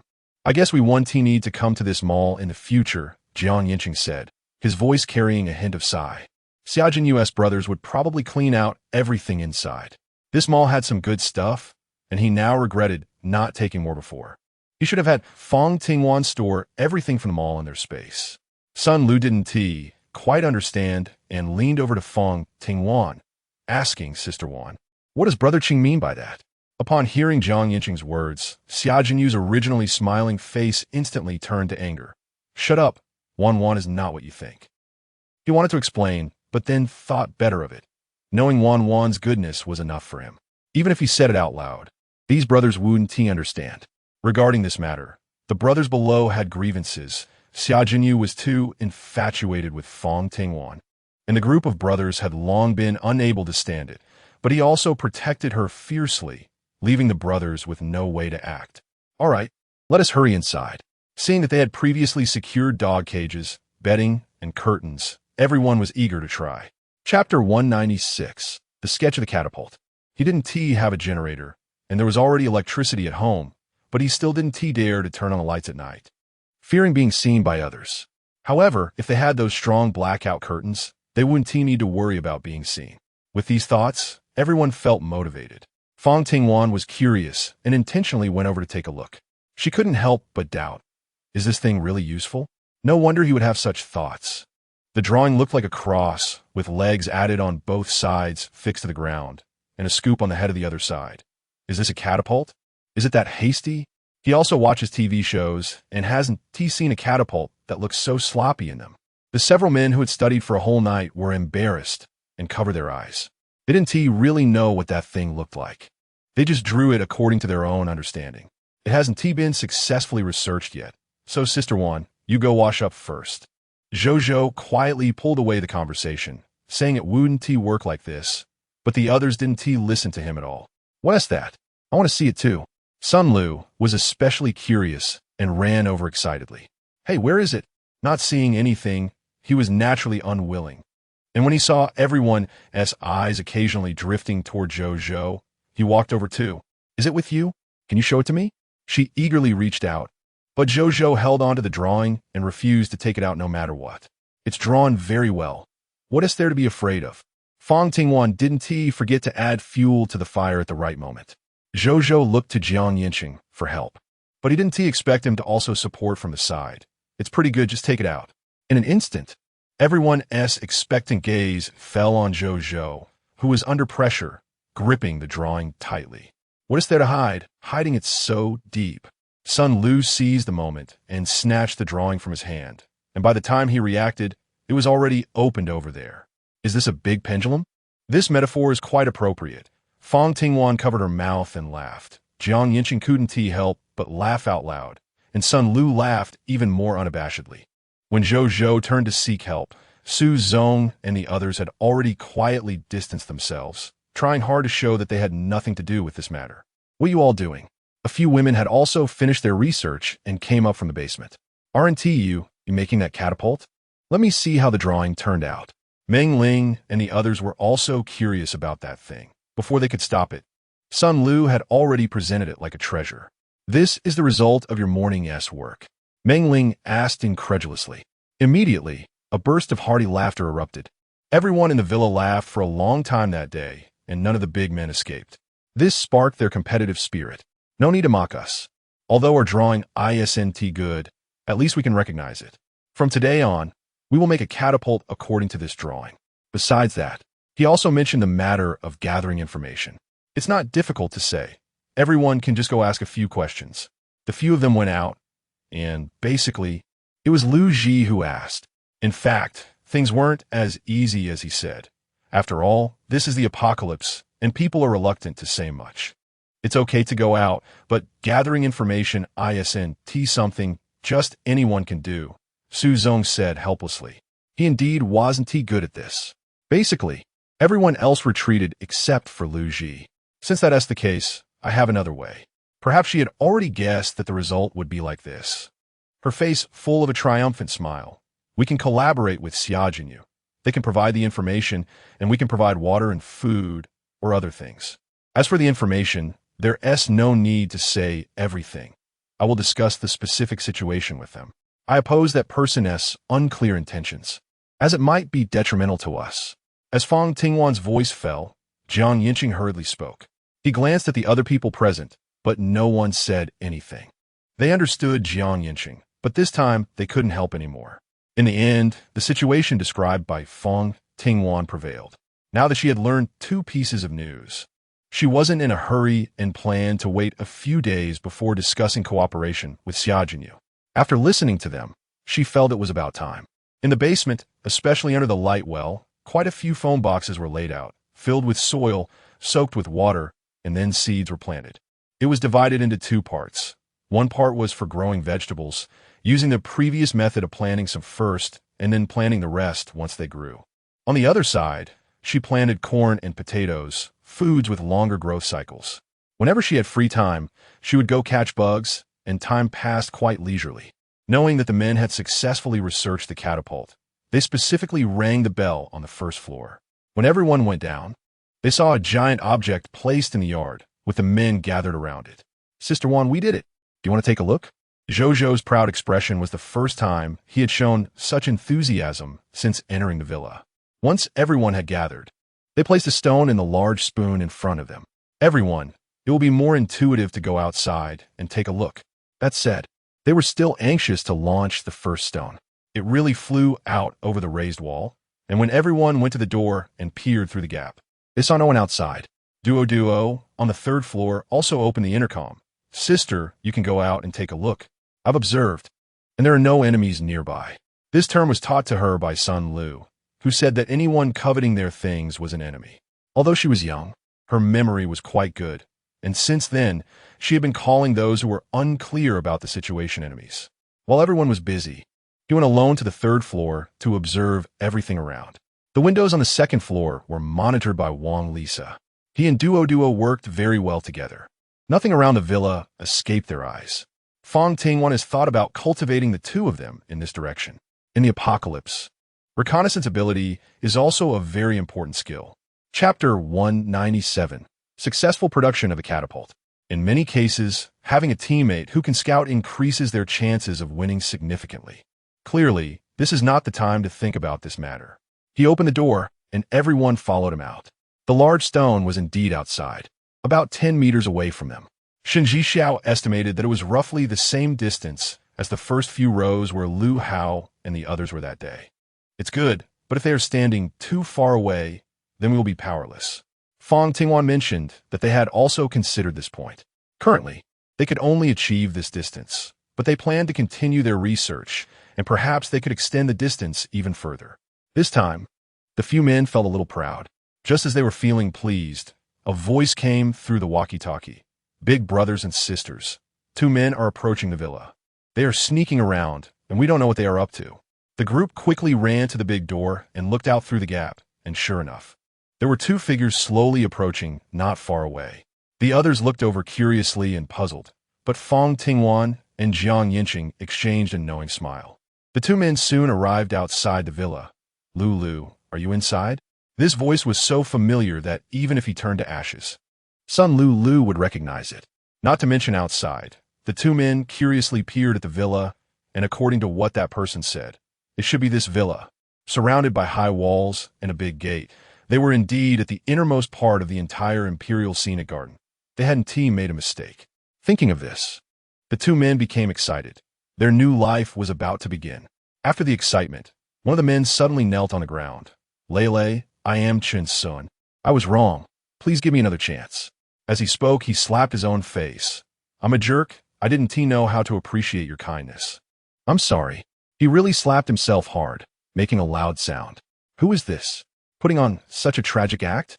Everyone hadn't seen such a big drama in a long time and was intently watching outside. He must be Lu's jerk ex-boyfriend. Zhou's eyes were fixed on Sun Lu. Her anger and struggle were all seen by Zhou, and with just a little thought, he could guess the other person's identity. Sun Lu did not deny it, which could be considered an acknowledgement of the identity of the person outside. The jerk ex-boyfriend had talked a lot at home, but this was the first time they actually saw him. It seemed he had come over to plead for mercy because he couldn't get by over there. It appeared that their brotherhood was indeed superficial. Judging by the looks of it, he must have suffered quite a bit over there. The 2 men outside both had varying degrees of injuries on their faces. They looked thinner and more haggard than when Fang Tingwan and Yancheng first saw them. They continued to babble outside. "Lu, I'm the jerk. I took your kindness as shackles. I made you sad and upset. You can scold me, hit me. This time I want to fight back or curse back. If you want to leave the group and go with him, I want to stop you. I'll even give you some food. But you should know my rules. I want to keep these 2 men." Chun Sun and Liu Xan are different from Sun Lu. Not only do they lack ability, but they also have ulterior motives. Keeping them around poses a constant risk of betrayal, and the situation inside the villa could be leaked. Including Sun Lu, I 1T treat you unfairly, but if you dare to speak about the situation inside the villa, I 1T let you go either. In the apocalypse, killing someone is too easy. Fang Tingwan's words were heavy, not only warning about the passage of time, but also telling everyone present that if they wanted to leave the group, he wouldn't stop them. However, if anyone dared to betray him or leak information about the villa, he would not spare a single one of them. Sister, I won't leave. From the moment I started following you, I made up my mind. As long as you don't drive me away, I will absolutely not leave. This place is different from the outside. What he gained was not just the stable and beautiful life inside the villa, but also everyone here. There is no discrimination, no competition, no invasion. Fang Tingwan is great, and everyone else is great too. He wouldn't choose to leave. Sister, don't worry, I'll handle those two outside. When Sun Lu opened the door, Zhou went out with him. He was worried since there were two big men outside. Forget it, let's watch here for a while. You guys get ready with the catapult. If that Liu Hao dares to charge up, I'll make him regret it.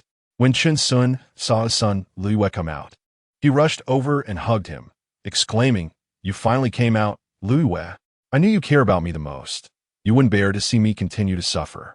Son Liu remained silent, but Chun Sun kept talking. "You don't know, Liu, that Liu Hao is a devil. He tortures me every day, doesn't give me food, and beats me. Look," he exposed his entire face to Sun Liu, looking even worse than when he was inside. "He's a white-eyed wolf. I used to treat him so well, and now he treats me like this. I really regret not listening to you back then." The big man was crying like a flower in the rain, while Liu Xian squatted on the ground, also crying, constantly denouncing Liu Hao's crimes.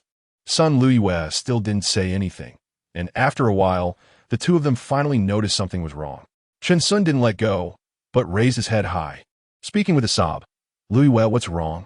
It's me, Chun Sun. Don't you recognize me? Why aren't you saying anything?" Zhou also looked over nervously, gripping his hands tightly, fearing that Sun Liu might soften her heart.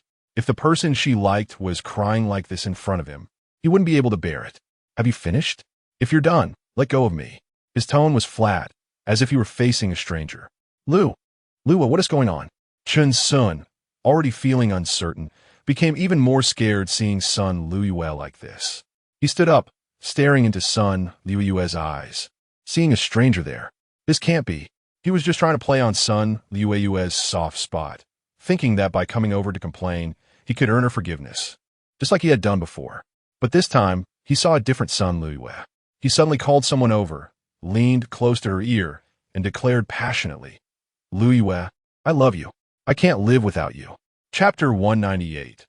Sun Liu's shameless ex-boyfriend this time. Not only Zhou, but everyone else clenched their fists. This kid really knew how to play the game. All this time, although this silly goose had never said it out loud. Everyone who spent day and night together had seen through his little thoughts. "You really can't live without me because I can fight, I can steal, I can make sure you don't go hungry, I can let you yell at me when you're unhappy, I can take all the credit when you want your pride." Sun Liu lowered her head, looking seriously at Chun Sun. "You can't live without me, not because you love me so much, but because you only live like a person when I'm around. So you pretend to love me so much that you even trick yourself into believing it. But Chun Sun, you actually love no one. The person you love the most is yourself." She had felt this bloody reality before, but she hadn't believed it. She kept telling herself it wouldn't be like this, that their years of feelings wouldn't end up like this. To put it plainly, you're just a selfish person. You can go. From now on, we'll cut all ties, no more entanglements. Sun Liu remained clear-headed, and the group of people in the yard also relaxed their tightly clenched hands. How could it be useless? This method used to be very effective. Chun Sun fixed his gaze on Zhou, looking at him with resentment. "It's you. What kind of love potion did you give Liu to make her disregard our years of feelings?" Suddenly, he thought of something, pointing at Sun Liu and questioning. "Sun Liu, you cheated on me. You fell for this kid, didn't you?" The crowd continued to watch, and even Sun Liu herself was amused by the anger. "You're right. We are together. Facing the astonished eyes of everyone, Sun Luiyue pulled Zhou Zhou over and kissed him on the face, looking at Chen Sun and asking, "How about it? Are you satisfied? Sun Luiyue, you actually dare to cheat. What is so good about this kid that you could disregard our years of feelings and watch me die?" After a huge sound erupted, everyone covered their ears. He really was shameless. Clearly, he had done these things himself, yet when it was his turn, he couldn't take it. The villa's gate opened, and Fang Tingwan and Yancheng came out with Zhou Hai and Lu Ji. Just now, Duo told them that someone was coming, but not many. 3 or 4 people, and they were still a bit far away, so they couldn't see clearly. Fang Tingwan and Yancheng's combat power had already left him with psychological scars. Seeing these 2 people emerge, he instinctively took a step back. Suppressing the fear in his heart, he pushed Chen Sun forward. "Sun Ge, don't be afraid. Our future depends on you." He couldn't count on that bitch Jiang Miao Miao anymore. Ever since she got with Lu Hao, the 2 had been shamelessly together all day.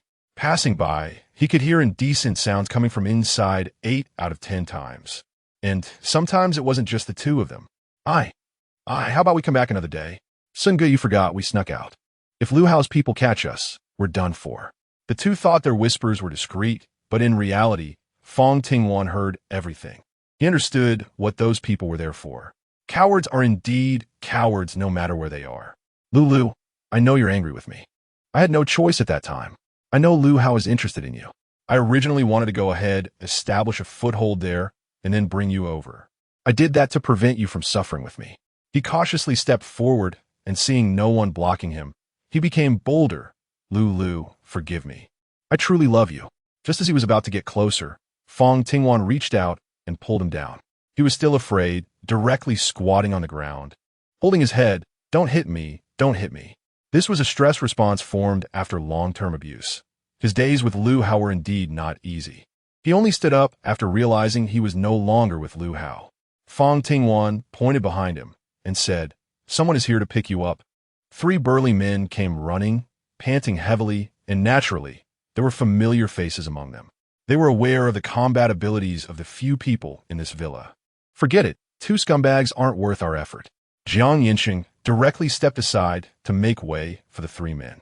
As the 3 of them walked closer, Sun Lu didn't speak up or reach out, causing Chen Sun and the other person to become anxious. No matter how hoarse he shouted, nobody paid attention. "Sun Lu, you vixen, I won't spare you even as a ghost." The shouts grew increasingly unpleasant, even dragging in his mother, prompting Fang Tingwan to dig in her ears. "It's too unpleasant to hear. Block his mouth, or else I fear these 2 won't be able to leave here." The 3 robust men over there couldn't take it anymore and pulled out a bunch of unknown things, shoving them into the mouths of the 2, and then took out a rope tightly wrapped from front to back, silencing them. She didn't know what they were using, but even from a distance, Fang Tingwan could smell a foul stench. She wondered how the 2 could endure it, though they seemed to have no right to refuse. She rubbed her stomach. "I'm so hungry." She hadn't noticed it while watching the show earlier. Indeed, humans are creatures that love gossip the most. Whether before or after the apocalypse, it's all the same. "Are you okay? Do you want to find a place where no one is around to cry?" Fang Tingwan didn't know how to comfort her. Chapter 199. Conclusion. Although he had lived 2 lives, he had never loved deeply, not even once. And he couldn't truly understand Sun Lu's feelings at that moment. No need.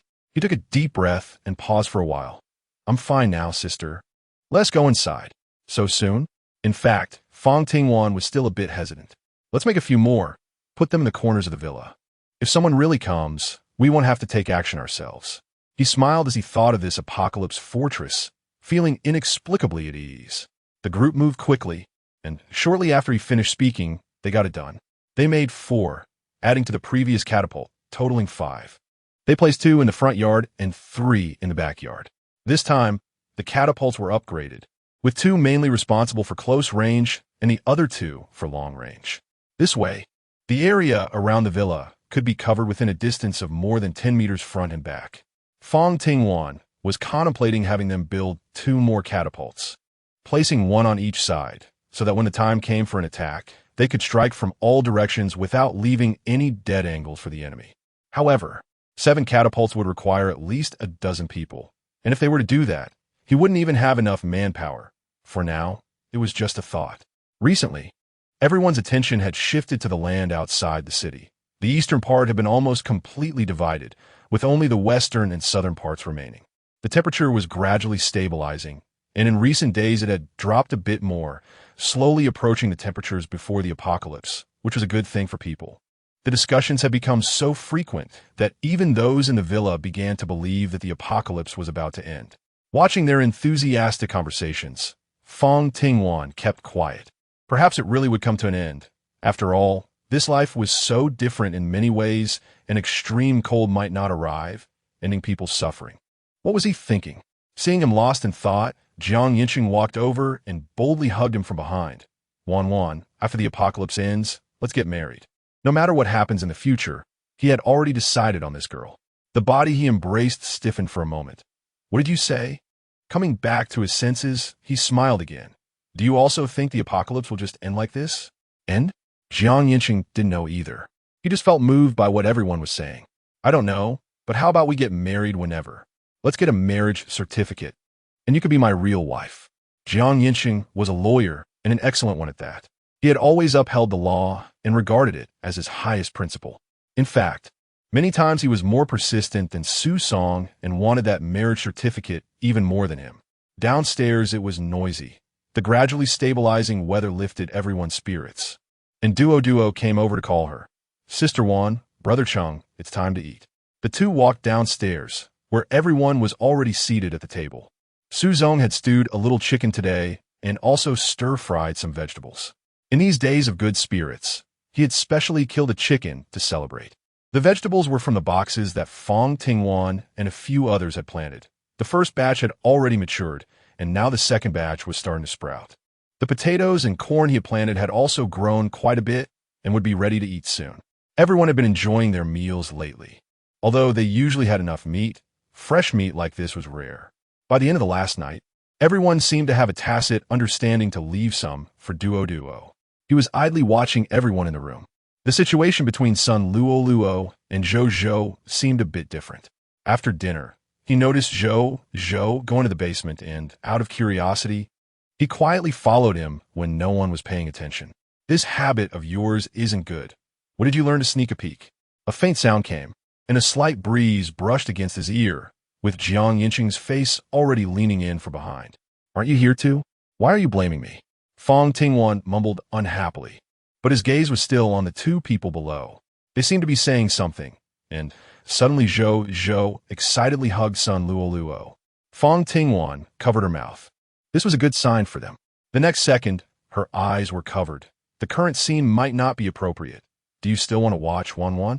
Fang Tingwan, deprived of her sight, was very angry and shook off Yancheng's hand. The two in the basement were kissing passionately. She took a glance and quickly closed her eyes again, realizing it was indeed inappropriate. Yancheng chuckled. Wan was really cute. It seemed that good things were on the way. Fang Tingwan was in a good mood and quietly retreated from the basement. Wan, shouldn't we free up a room? We can't let those two sleep in the basement, right? Although she had no experience, she could understand the implication in Yancheng's words. And her face turned slightly red. No rush, let's talk about it later. Until when? Yancheng was a bit anxious. Until they come to find me. Yancheng understood. Who knows how long it would take for those two to come? It might be better to take the initiative. With that thought, he went to the basement. That night, just as he was falling asleep, a huge noise outside jolted him awake, and Duo also woke up, curling up in fright in his arms. Upon closer inspection, it was the sound of thunder, a thunder unlike any he had heard before. He pulled back the curtains to see that outside was pitch black. When the thunder struck, it seemed to hit a nearby villa, followed by a torrential downpour. He quickly got up, holding Duo, and called everyone to go to the basement. Another rain. The beginning of the apocalypse was marked by a rain, and the end of extreme heat was also heralded by a rain, but after that rain, the temperature had dropped suddenly by 40 to 50 degrees. What would this rain bring? Extreme cold, or would the weather return to normal?